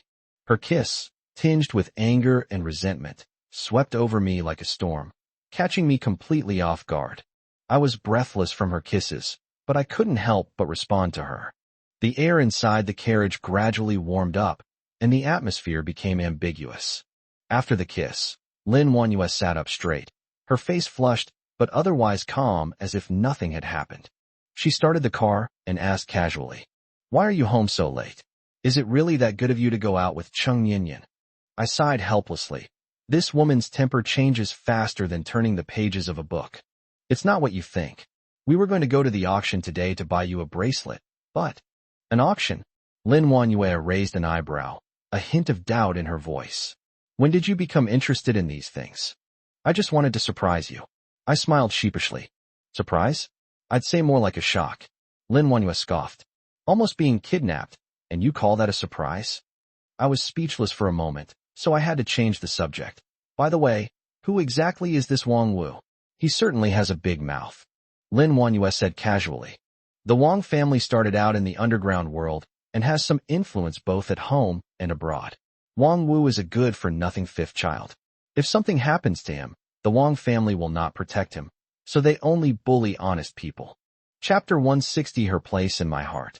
I nodded, but in my heart I was thinking that the Wang family didn't sound like a good family, so it would be best to avoid them in the future. Silence fell over the carriage again. I glanced at Lin Wanyue and saw that she was looking out the window, lost in thought. "Where's the bracelet?" she suddenly asked, her tone unreadable. I forced a smile and said awkwardly, "I didn't get a picture, someone else snatched it. But if you like it, I'll buy you another one." Lin Wanyue turned her head and looked at me with a half-smile. "Today?" I was stunned for a moment, then realized that this woman was being affectionate with me. We happened to pass by a gold shop, so I quickly signaled her to stop and got out to pick out a gold bracelet. Although it can't compare to the rare items at auctions, it's the sentiment that makes it worthwhile. Lin Wanyue took it, put it on her wrist, and stared blankly into thought. The dim streetlights cast dappled light and shadow on her face through the car window, making her appear exceptionally delicate. "What's wrong?" I asked softly. Lin Wanyue shook her head and suddenly said, "It's been so long since I've received anything made by you." My heart skipped a beat as I recalled how, when we were still in college, I would often make her little trinkets, like small animals carved from wood or wreaths woven from leaves. Although they were rough and simple, she always treasured them. Later, after I started working, the pace of life became faster and faster, and I gradually forgot about these romantic little things. Now that she brought it up, a feeling of guilt welled up inside me. "I'll make it for you when I have time," I said earnestly, holding her hand. Lin Wanyue smiled, but didn't say anything. Back home, Lin Wanyue went straight to the study, saying she had some work to attend to. I took a shower, lay in bed, but couldn't fall asleep. I began to reflect on how my relationship with Lin Wanyue seemed to have grown increasingly distant over this period of time. We no longer talk about everything like we used to. Now there's more silence and perfunctory exchanges. I think of Cheng Yinyan, her clear eyes, and her gentle smile. I admit that I have feelings for Cheng Yinyan, but it's just admiration, a longing for beautiful things. I know very well that the person I love is Lin Wanyue, and I cannot betray her. I got up and walked to the study door, then gently knocked. "Come in." Lin Wanyue's voice sounded somewhat tired. I pushed the door open and saw her sitting in front of the computer, her brows furrowed and her face looking tired. "Still busy." I walked behind her and gently massaged her shoulders. Lin Wanyue closed her eyes, enjoying my massage. After a moment, she suddenly said, "You know what? I'm very scared today." I paused for a moment, then asked, "What are you afraid of?" Lin Wanyue opened her eyes, looked at me, and her eyes were filled with complex emotions. "I'm afraid of losing you. I'm afraid of losing you." Lin Wanyue's words were like a needle piercing my heart, and a wave of sorrow spread through me. I looked at her, and my eyes welled up with tears. How could I not be afraid of losing her? But I'm even more afraid that the fact that I'm about to die will eventually be like a dull knife, slowly torturing her. I dare not give her any promises or hopes. I can only love her silently in places she cannot see until the end of my life. I took a step back, creating some distance between us, and said as calmly as possible, "Wanyue, we are already divorced." These words were like a bucket of cold water, waking Lin Wanyue up. She paused for a moment, the tenderness in her eyes vanishing instantly, replaced by a complex emotion, like hurt and anger at the same time. But she quickly regained her composure, a cold smile playing on her lips. "So what if we're divorced? It's not written on the divorce certificate that I can't control your body." As she spoke, she suddenly pounced on me and pinned me to the bed. Before I could react, she had already started tearing at my clothes.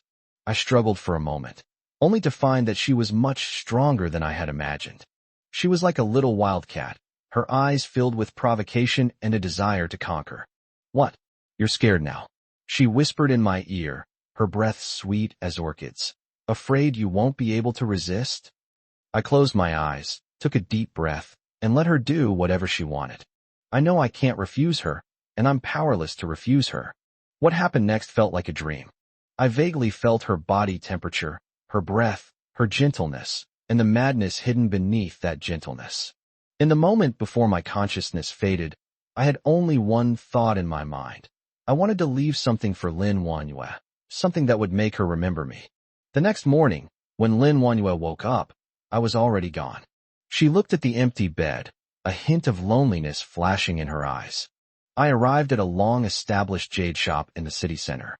The shop was filled with a dazzling array of jade raw stones and carvings, all radiating a warm luster. I studied design before, and I was particularly good at jewelry design, but I had to give up my dream after graduation. Now that I am dying, I want to rekindle my dream and design a unique piece of jewelry for Lin Wanyue, a piece of jewelry that can carry all my love. I walked around the store and finally settled on a piece of icy jadeite rough. This rough stone is not large, but its texture and clarity are excellent. It is emerald green all over, with a faint glow, just like Lin Wanyue's eyes, clear and bright. I took the raw stone and found the master craftsman in the shop. The master craftsman is a veteran in this industry, with rich experience and superb skills. I told him my design concept, and after listening, he nodded approvingly, saying that my idea was very creative and challenging. The piece of jewelry I designed is a ring shaped like a blooming lotus flower. The lotus petals are carved from jade, making them crystal clear and lifelike. At the center of the lotus flower is a small diamond, symbolizing eternal love. I chose the lotus because it symbolizes purity and beauty, and in my heart, Lin Wanyue is a sacred lotus, which no one is allowed to desecrate. For the next few days, I spent every day in the jade shop, carving the ring with the master craftsman. I poured all my heart and soul into it, striving for perfection in every detail. I felt as if I had returned to my university days, a time full of passion and dreams. As the ring gradually took shape, my body became weaker and weaker. I know my time is running out. I must hurry and finish this ring, then give it to Lin Wanyue. Finally, on the 10th day, the ring was completed. The experienced craftsman carefully handed it to me, and I took it and examined it closely. Under the light, the ring radiates a captivating glow, like the brightest star in the night sky. Chapter 161. It's back. I carefully placed the box containing the ring on the bedside table. The lotus ring inside shimmered with a cold, eerie light under the lamp. I sat on the edge of the bed, quietly waiting for Lin Wanyue to return. As night deepened outside the window, the hands of the clock ticked away, striking at my nerves. A vague unease crept into my heart, and an ominous premonition slowly crept in. It wasn't until 2 a.m. that the sound of a key turning in the lock came from the door. I immediately got up and went to the door. Lin Wanyue staggered in, reeking of alcohol. She was leaning against the wall with one hand and clutching her chest with the other, seemingly in great discomfort. Behind her, Lu Ming wore a smug smile. "Oh, still awake? What a devoted husband you are," he said sarcastically, his tone full of mockery. I gave him a cold look, said nothing, and reached out to support Lin Wanyue. "Why did you drink so much?" I asked softly, my voice tinged with concern. "What's it to you?" Lin Wanyue flung my hand away, looking at me with dazed eyes. "We're already divorced, so mind your own business." Lu Ming added fuel to the fire from the side. "Did you hear that? They don't want to talk to you at all. A gigolo actually thinks he's something." He smiled contemptuously, his eyes full of provocation. I took a deep breath and tried to suppress the anger in my heart. I didn't want to argue with him in front of Lin Wanyue, and I didn't want her to see me lose my composure. "Lu Ming, just leave her to me. You can go now," I said, trying to remain calm. "Oh, trying to act all high and mighty with me? Who do you think you are?" Lu Ming pointed at me arrogantly. If it weren't for Wanyu's sake, I would have already. Before he could finish speaking, my fist had already slammed into his nose. "This is my home. This punch is for myself," I said coldly, my eyes devoid of any warmth. The sudden turn of events stunned Lu Ming. He covered his nose, and blood flowed down between his fingers. He looked at me in disbelief, his eyes filled with anger and terror. You dare hit me?" he said through gritted teeth, trying to rush up and hit me. Just then, Xiao He walked in from outside and blocked my way. "Mr. Lu, please leave," he said coldly, his eyes filled with warning. Lu Ming glanced at Xiao He, then at me, but ultimately did not make a move. He glared at me fiercely, then turned and left. I helped Lin Wanyue to the sofa and poured her a glass of water. "Have some water." Lin Wanyue took the water glass, drank it down in one gulp, then looked up at me with a complex expression in her eyes. Lin Wanyue's eyes were red, as if she wanted to say something. Her lips opened and closed, but in the end, she couldn't utter a single word. The alcohol finally overcame her, and her head lolled to the side as she fell into a deep sleep. I sighed, picked her up, and carried her to the bedroom. When I put her on the bed, I noticed that she had a ring on the ring finger of her left hand. The platinum setting, set with a teardrop-shaped sapphire, shimmered softly in the dim light. It wasn't the lotus ring I had crafted myself. My heart felt like it was being squeezed tightly by an invisible hand, making it hard to breathe. The ring I poured all my heart and soul into, the ring I forged with the burning of my life, might be worth less than a fart in her eyes. I felt like a clown, putting on a great show in front of her and Lu Ming, only to be met with merciless ridicule. At that moment, I felt like a complete joke. The next morning, when Lin Wanyue woke up, the hangover headache made her frown slightly. Who brought me back? She asked in a hoarse voice. Lu Ming. I answered expressionlessly, but my heart was filled with mixed feelings, a bittersweet mix of emotions. She didn't seem surprised, just said, "Oh," and then fell silent. Silence filled the room, so oppressive it was hard to breathe. After a while, she suddenly spoke up, "There's an auction tonight, come with me." I was taken aback for a moment, then asked, "An auction? Don't you hate those kinds of occasions the most? What? Now that you're divorced, you don't even have the right to ask questions." She raised an eyebrow, a hint of sarcasm in her voice. "Didn't you really like auctions? Didn't you have a lot of fun with Cheng Yin before?" I clenched my fists so tightly that my nails dug deep into my flesh, but I felt no pain whatsoever. Cheng Yin, it's Cheng Yin again. This name is like a thorn, deeply embedded in my heart. "I'm not going," I said coldly. "What did you say?" Lin Wanyue sat up abruptly in bed, staring at me sharply. "Say it again." I turned my head away, not wanting to look at her angry face. "Who do you think you are? You think you can just go because I tell you to?" She grabbed my collar, pinned me against the wall, and said in a voice as cold as an ice pick, "Don't forget, everything you have is thanks to me. Without me, you are nothing."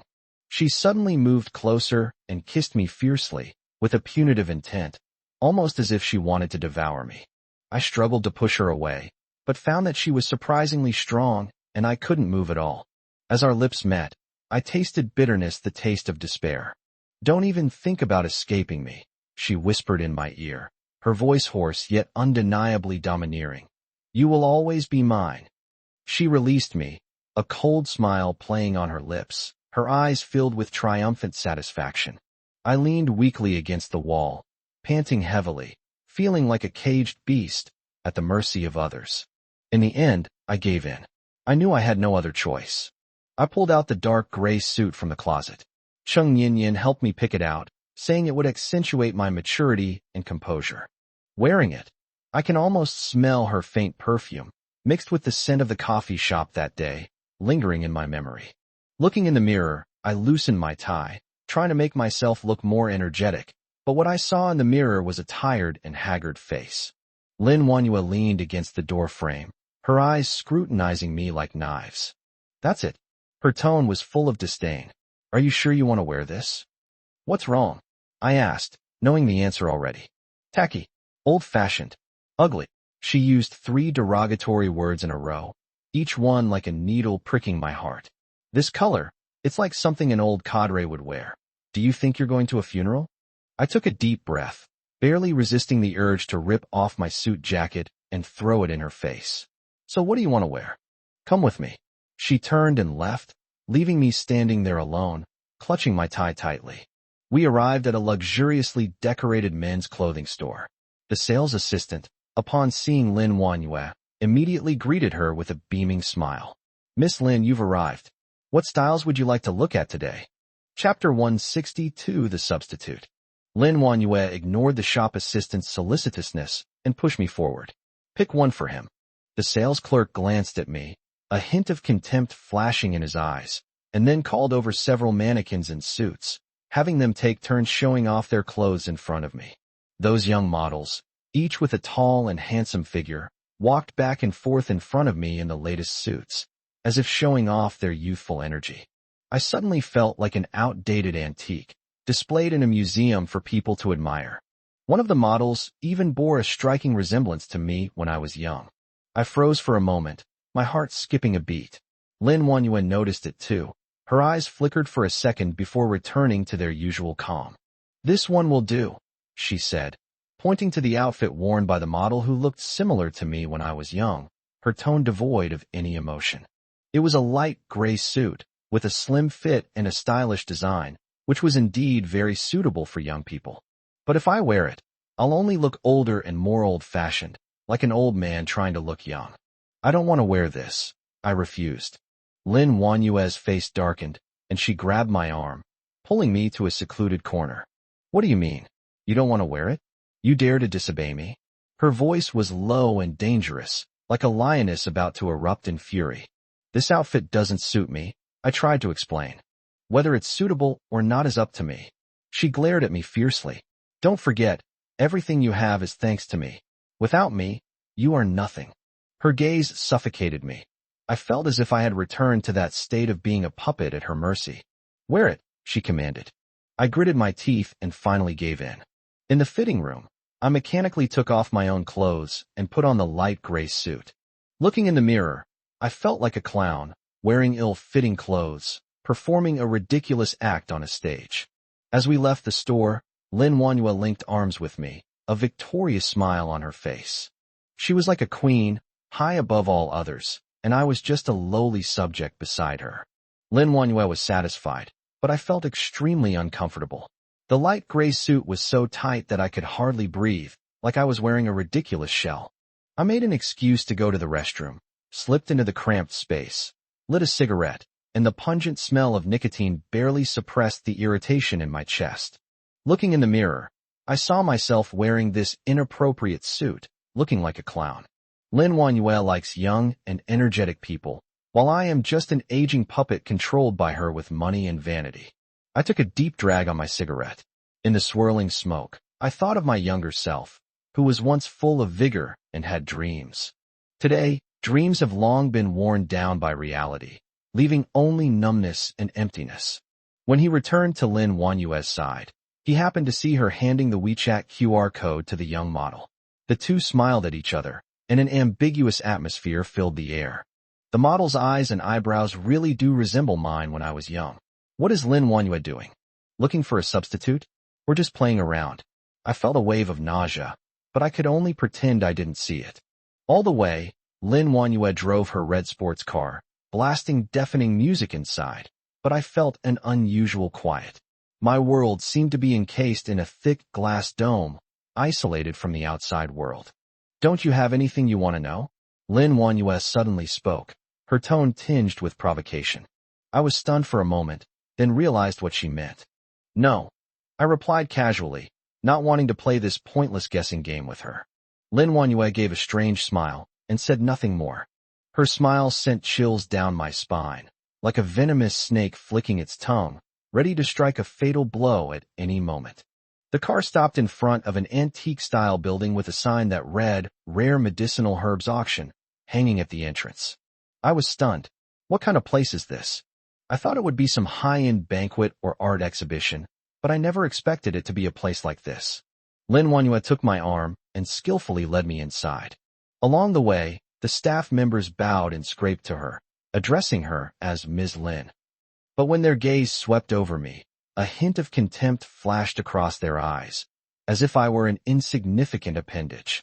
Inside the auction hall, the lights were dazzling, and the atmosphere was filled with elegant attire and graceful figures. The air was thick with the smell of money and desire. I feel like a sheep that has wandered into a pack of wolves, completely out of place. Lin Wanyue led me to a corner and handed me a glass of red wine. "Take a look around. I'm going to go say hello to some friends over there." With that, she swayed her hips and walked towards a group of men in suits. I stood alone in the corner, holding a glass of red wine, but I couldn't bring myself to drink a drop. I looked at those well-dressed people, chatting and laughing, clinking glasses, as if all the good things in the world belonged to them. And I am just a shadow forgotten in a corner. At that moment, a woman in a cheongsam walked up to me with a professional smile on her face. "Hello, sir. I'm a waiter here. How can I help you?" I shook my head to indicate that I didn't need it. The woman did not leave, but continued speaking. Sir, it seems like this is your first time here, and you're not familiar with the rules. Can I give you a brief introduction? I didn't want to pay attention to her, but considering that I really knew nothing about this place, I nodded. The woman began to speak at length about the rules and procedures of the auction, as well as the effects and value of some rare medicinal herbs. I was getting sleepy listening to it, feeling that these things were too far removed from my life. The waiter was still chattering on about century-old wild ginseng and millennium-old lingji, but I couldn't hear a word he said. My attention was completely drawn to Lin Wanyue and her friends not far away. They chatted and laughed, raising their glasses and toasts. Lin Wanyue occasionally let out a silvery laugh, flitting through the crowd like a butterfly. I looked at her, feeling a surge of irritation, yet utterly helpless. Just then, an elderly man slowly walked up to me. He had white hair but a youthful face, and was full of energy. His simple tang suit could not hide the unique temperament he exuded. Young man, are you also here for the auction? The old man asked kindly, his voice deep and magnetic. I forced a smile. I guess so. I actually had no interest in this auction. I was just dragged here by Lin Wanyue to be a decoration. The old man stroked his beard and said meaningfully, today's grand finale is the 1,000 gold pill. Qianjin pill. I repeated in confusion. The name sounded like something out of a charlatan's tale. That's right. It said that this Qianjin pill is a miraculous medicine that has been passed down from the Ming dynasty. After taking it, even if a person only has one breath left, they can stay awake for a whole day, the old man said mysteriously. Chapter 163, There's a Solution. I sneered inwardly. There's no such thing as a magic pill. It's probably just another story made up by some swindler. But I didn't voice my thoughts, simply giving a perfunctory reply. Hee hee, young man, there are many things in this world you haven't seen yet. The old man seemed to see through my thoughts and shook his head with a smile. Just as I was about to find an excuse to leave, the old man suddenly grabbed my hand and gestured for me to sit down. Young man, I see that your forehead is dark and your complexion is not good. Let me take your pulse. I jerked my hand back, my heart skipping a beat. I hadn't told anyone I had brain cancer. How did this old man know? Could he tell fortunes? I looked at him warily, my heart filled with doubt and unease. No need, sir. I'm in good health, I said, trying to sound calm. The old man didn't insist. He just smiled and handed me a business card. Young man, we'll meet again sometime. I took the business card, which only had 2 words written on it. Huadao. I was stunned. I felt like I had heard that name somewhere before. Suddenly, I remembered that there was a TV report about a legendary traditional Chinese medicine doctor who was said to be able to bring the dead back to life and heal the wounded. His name was Huadao. Could this unassuming old man be the legendary miracle doctor? I looked up at the old man, but he had already turned and left, his figure quickly disappearing into the crowd. I clutched the business card tightly in my hand, my mind racing. Was there really any hope for me? At this moment, Lin Wanyue swayed over, a hint of displeasure on her face. What are you doing here? Why are you hiding here all by yourself? In nothing. I hurriedly stuffed the business card into my pocket, not daring to let her see it. The auction is about to start. Let's go over there. Lin Wanyue took my arm and pulled me to a seat in the front row. I watched the auctioneer's performance absent-mindedly, my mind filled with the old man and the so-called 1,000 gold pill. If this medicine really worked, could I? 5 million once. 5 million twice. 5 million 3 times. Sold. As the auctioneer's gavel fell, a jet-black pill was snapped up by a man wearing gold-rimmed glasses. As I looked at the pill, a strong desire suddenly welled up inside me. I want it. I want to live. Wanyue. I turned to look at Lin Wanyue, only to find her whispering something to the man next to her, a charming smile on her face. The words stuck in my throat, and I ultimately didn't say them. I had absolutely no interest in the following auctions. My gaze remained fixed on the man who had bought the 1,000 gold pill, and I pondered how to get the pill from him. After the auction ended, I was the first to leave the auction hall. The man happened to pass by us, and I instinctively reached out to grab him, but was stopped by his bodyguard in black. What do you want to do? The bodyguard glared at me menacingly. I stammered, unable to speak. Get out of my way. Don't block my way. The bodyguard shoved me aside and escorted the man away. I collapsed to the ground, watching their retreating figures, my heart filled with despair. Am I really just going to wait to die like this? Just then, a hand was stretched out in front of me. I looked up and saw that it was Hua Dao. Young man, it seems we're quite destined to meet, Hua Dao said with a smile. Hua Dao's hand was like a lifeline. I instinctively grabbed it and got up from the ground. Sir, you really can cure my illness? My voice trembled, filled with an unbelievable hope. Hua Dao stroked his beard, his eyes deep and thoughtful. Young man, your forehead is dark and your lungs look gloomy. You are indeed quite ill. However, it's not like there's no way to cure you. He paused, his gaze falling on the business card in my pocket. Since we're destined to meet, I'll lend you a hand. I was so excited I could barely speak, like a drowning person grabbing onto a piece of driftwood. The words late-stage brain cancer are like a sword hanging over my head, ready to fall at any moment and cut off all my hopes. But now, Hua Dao has given me hope and shown me a glimmer of hope. Sir, what do you need me to do? I'm willing to do anything to cure my illness, I said eagerly. Hua Dao smiled and said meaningfully, Young man, don't rush. The treatment needs a medicinal guide, and this medicinal guide. He deliberately drew out his words, glancing at the man who had just left. It was the man who just bought the 1,000 gold pill. I was stunned. Did he want me to rob him? That's illegal. I hesitated, struggling internally. On one hand, there is the hope of survival. On the other hand, there is the bottom line of the law. What should I choose? What? Are you scared? Hua Dao seemed to see through my thoughts, looking at me with a half smile. No, I stammered. It's just not really a good idea. Hua Dao laughed heartily. Young man, rules are rigid, but people are flexible. Sometimes, you have to resort to any means to survive.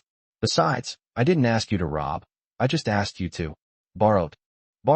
I looked at him in confusion. That's right, it's about lending. Don't worry, I have a way to make him willingly lend you the 1,000 gold pill. Hua Dao said confidently. I looked at him with some skepticism, still feeling a little uneasy. All right, it's getting late. I'll be going now. Come find me at the city god temple tomorrow at noon. After Hua Dao finished speaking, he turned and left, his figure quickly disappearing into the night. I stood there, stunned, clutching Hua Dao's business card tightly in my hand, feeling like I was dreaming. Lin Wanhua walked over at some point, looking at me impatiently, and said, What are you standing here for? Hurry up and leave. I snapped out of my daze and quickly followed. Back in her hotel room, Lin Wanhua began to complain. Today's auction was so boring, there wasn't a single good item. By the way, who were you talking to outside just now? You were being so secretive. I replied evasively, No, it's nothing, just an old man asking for directions. Old man, asking for directions? Lin Wanhua looked at me suspiciously. You seem to be acting suspiciously. You're definitely hiding something from me. My heart tightened, and I quickly changed the subject. Wanhua, I'm not feeling well and want to rest early. Feeling unwell? Where does it hurt? Lin Wanhua said, reaching out to touch my forehead. I instinctively pulled my hand away from hers and said, No, it's nothing. I'm just a little tired. Lin Wanhua's face darkened, and her tone turned cold. What's wrong with you? You've been acting strangely lately. I dared not look her in the eye. My heart was filled with guilt and unease. I lied to her. I kept my brain cancer diagnosis a secret from her.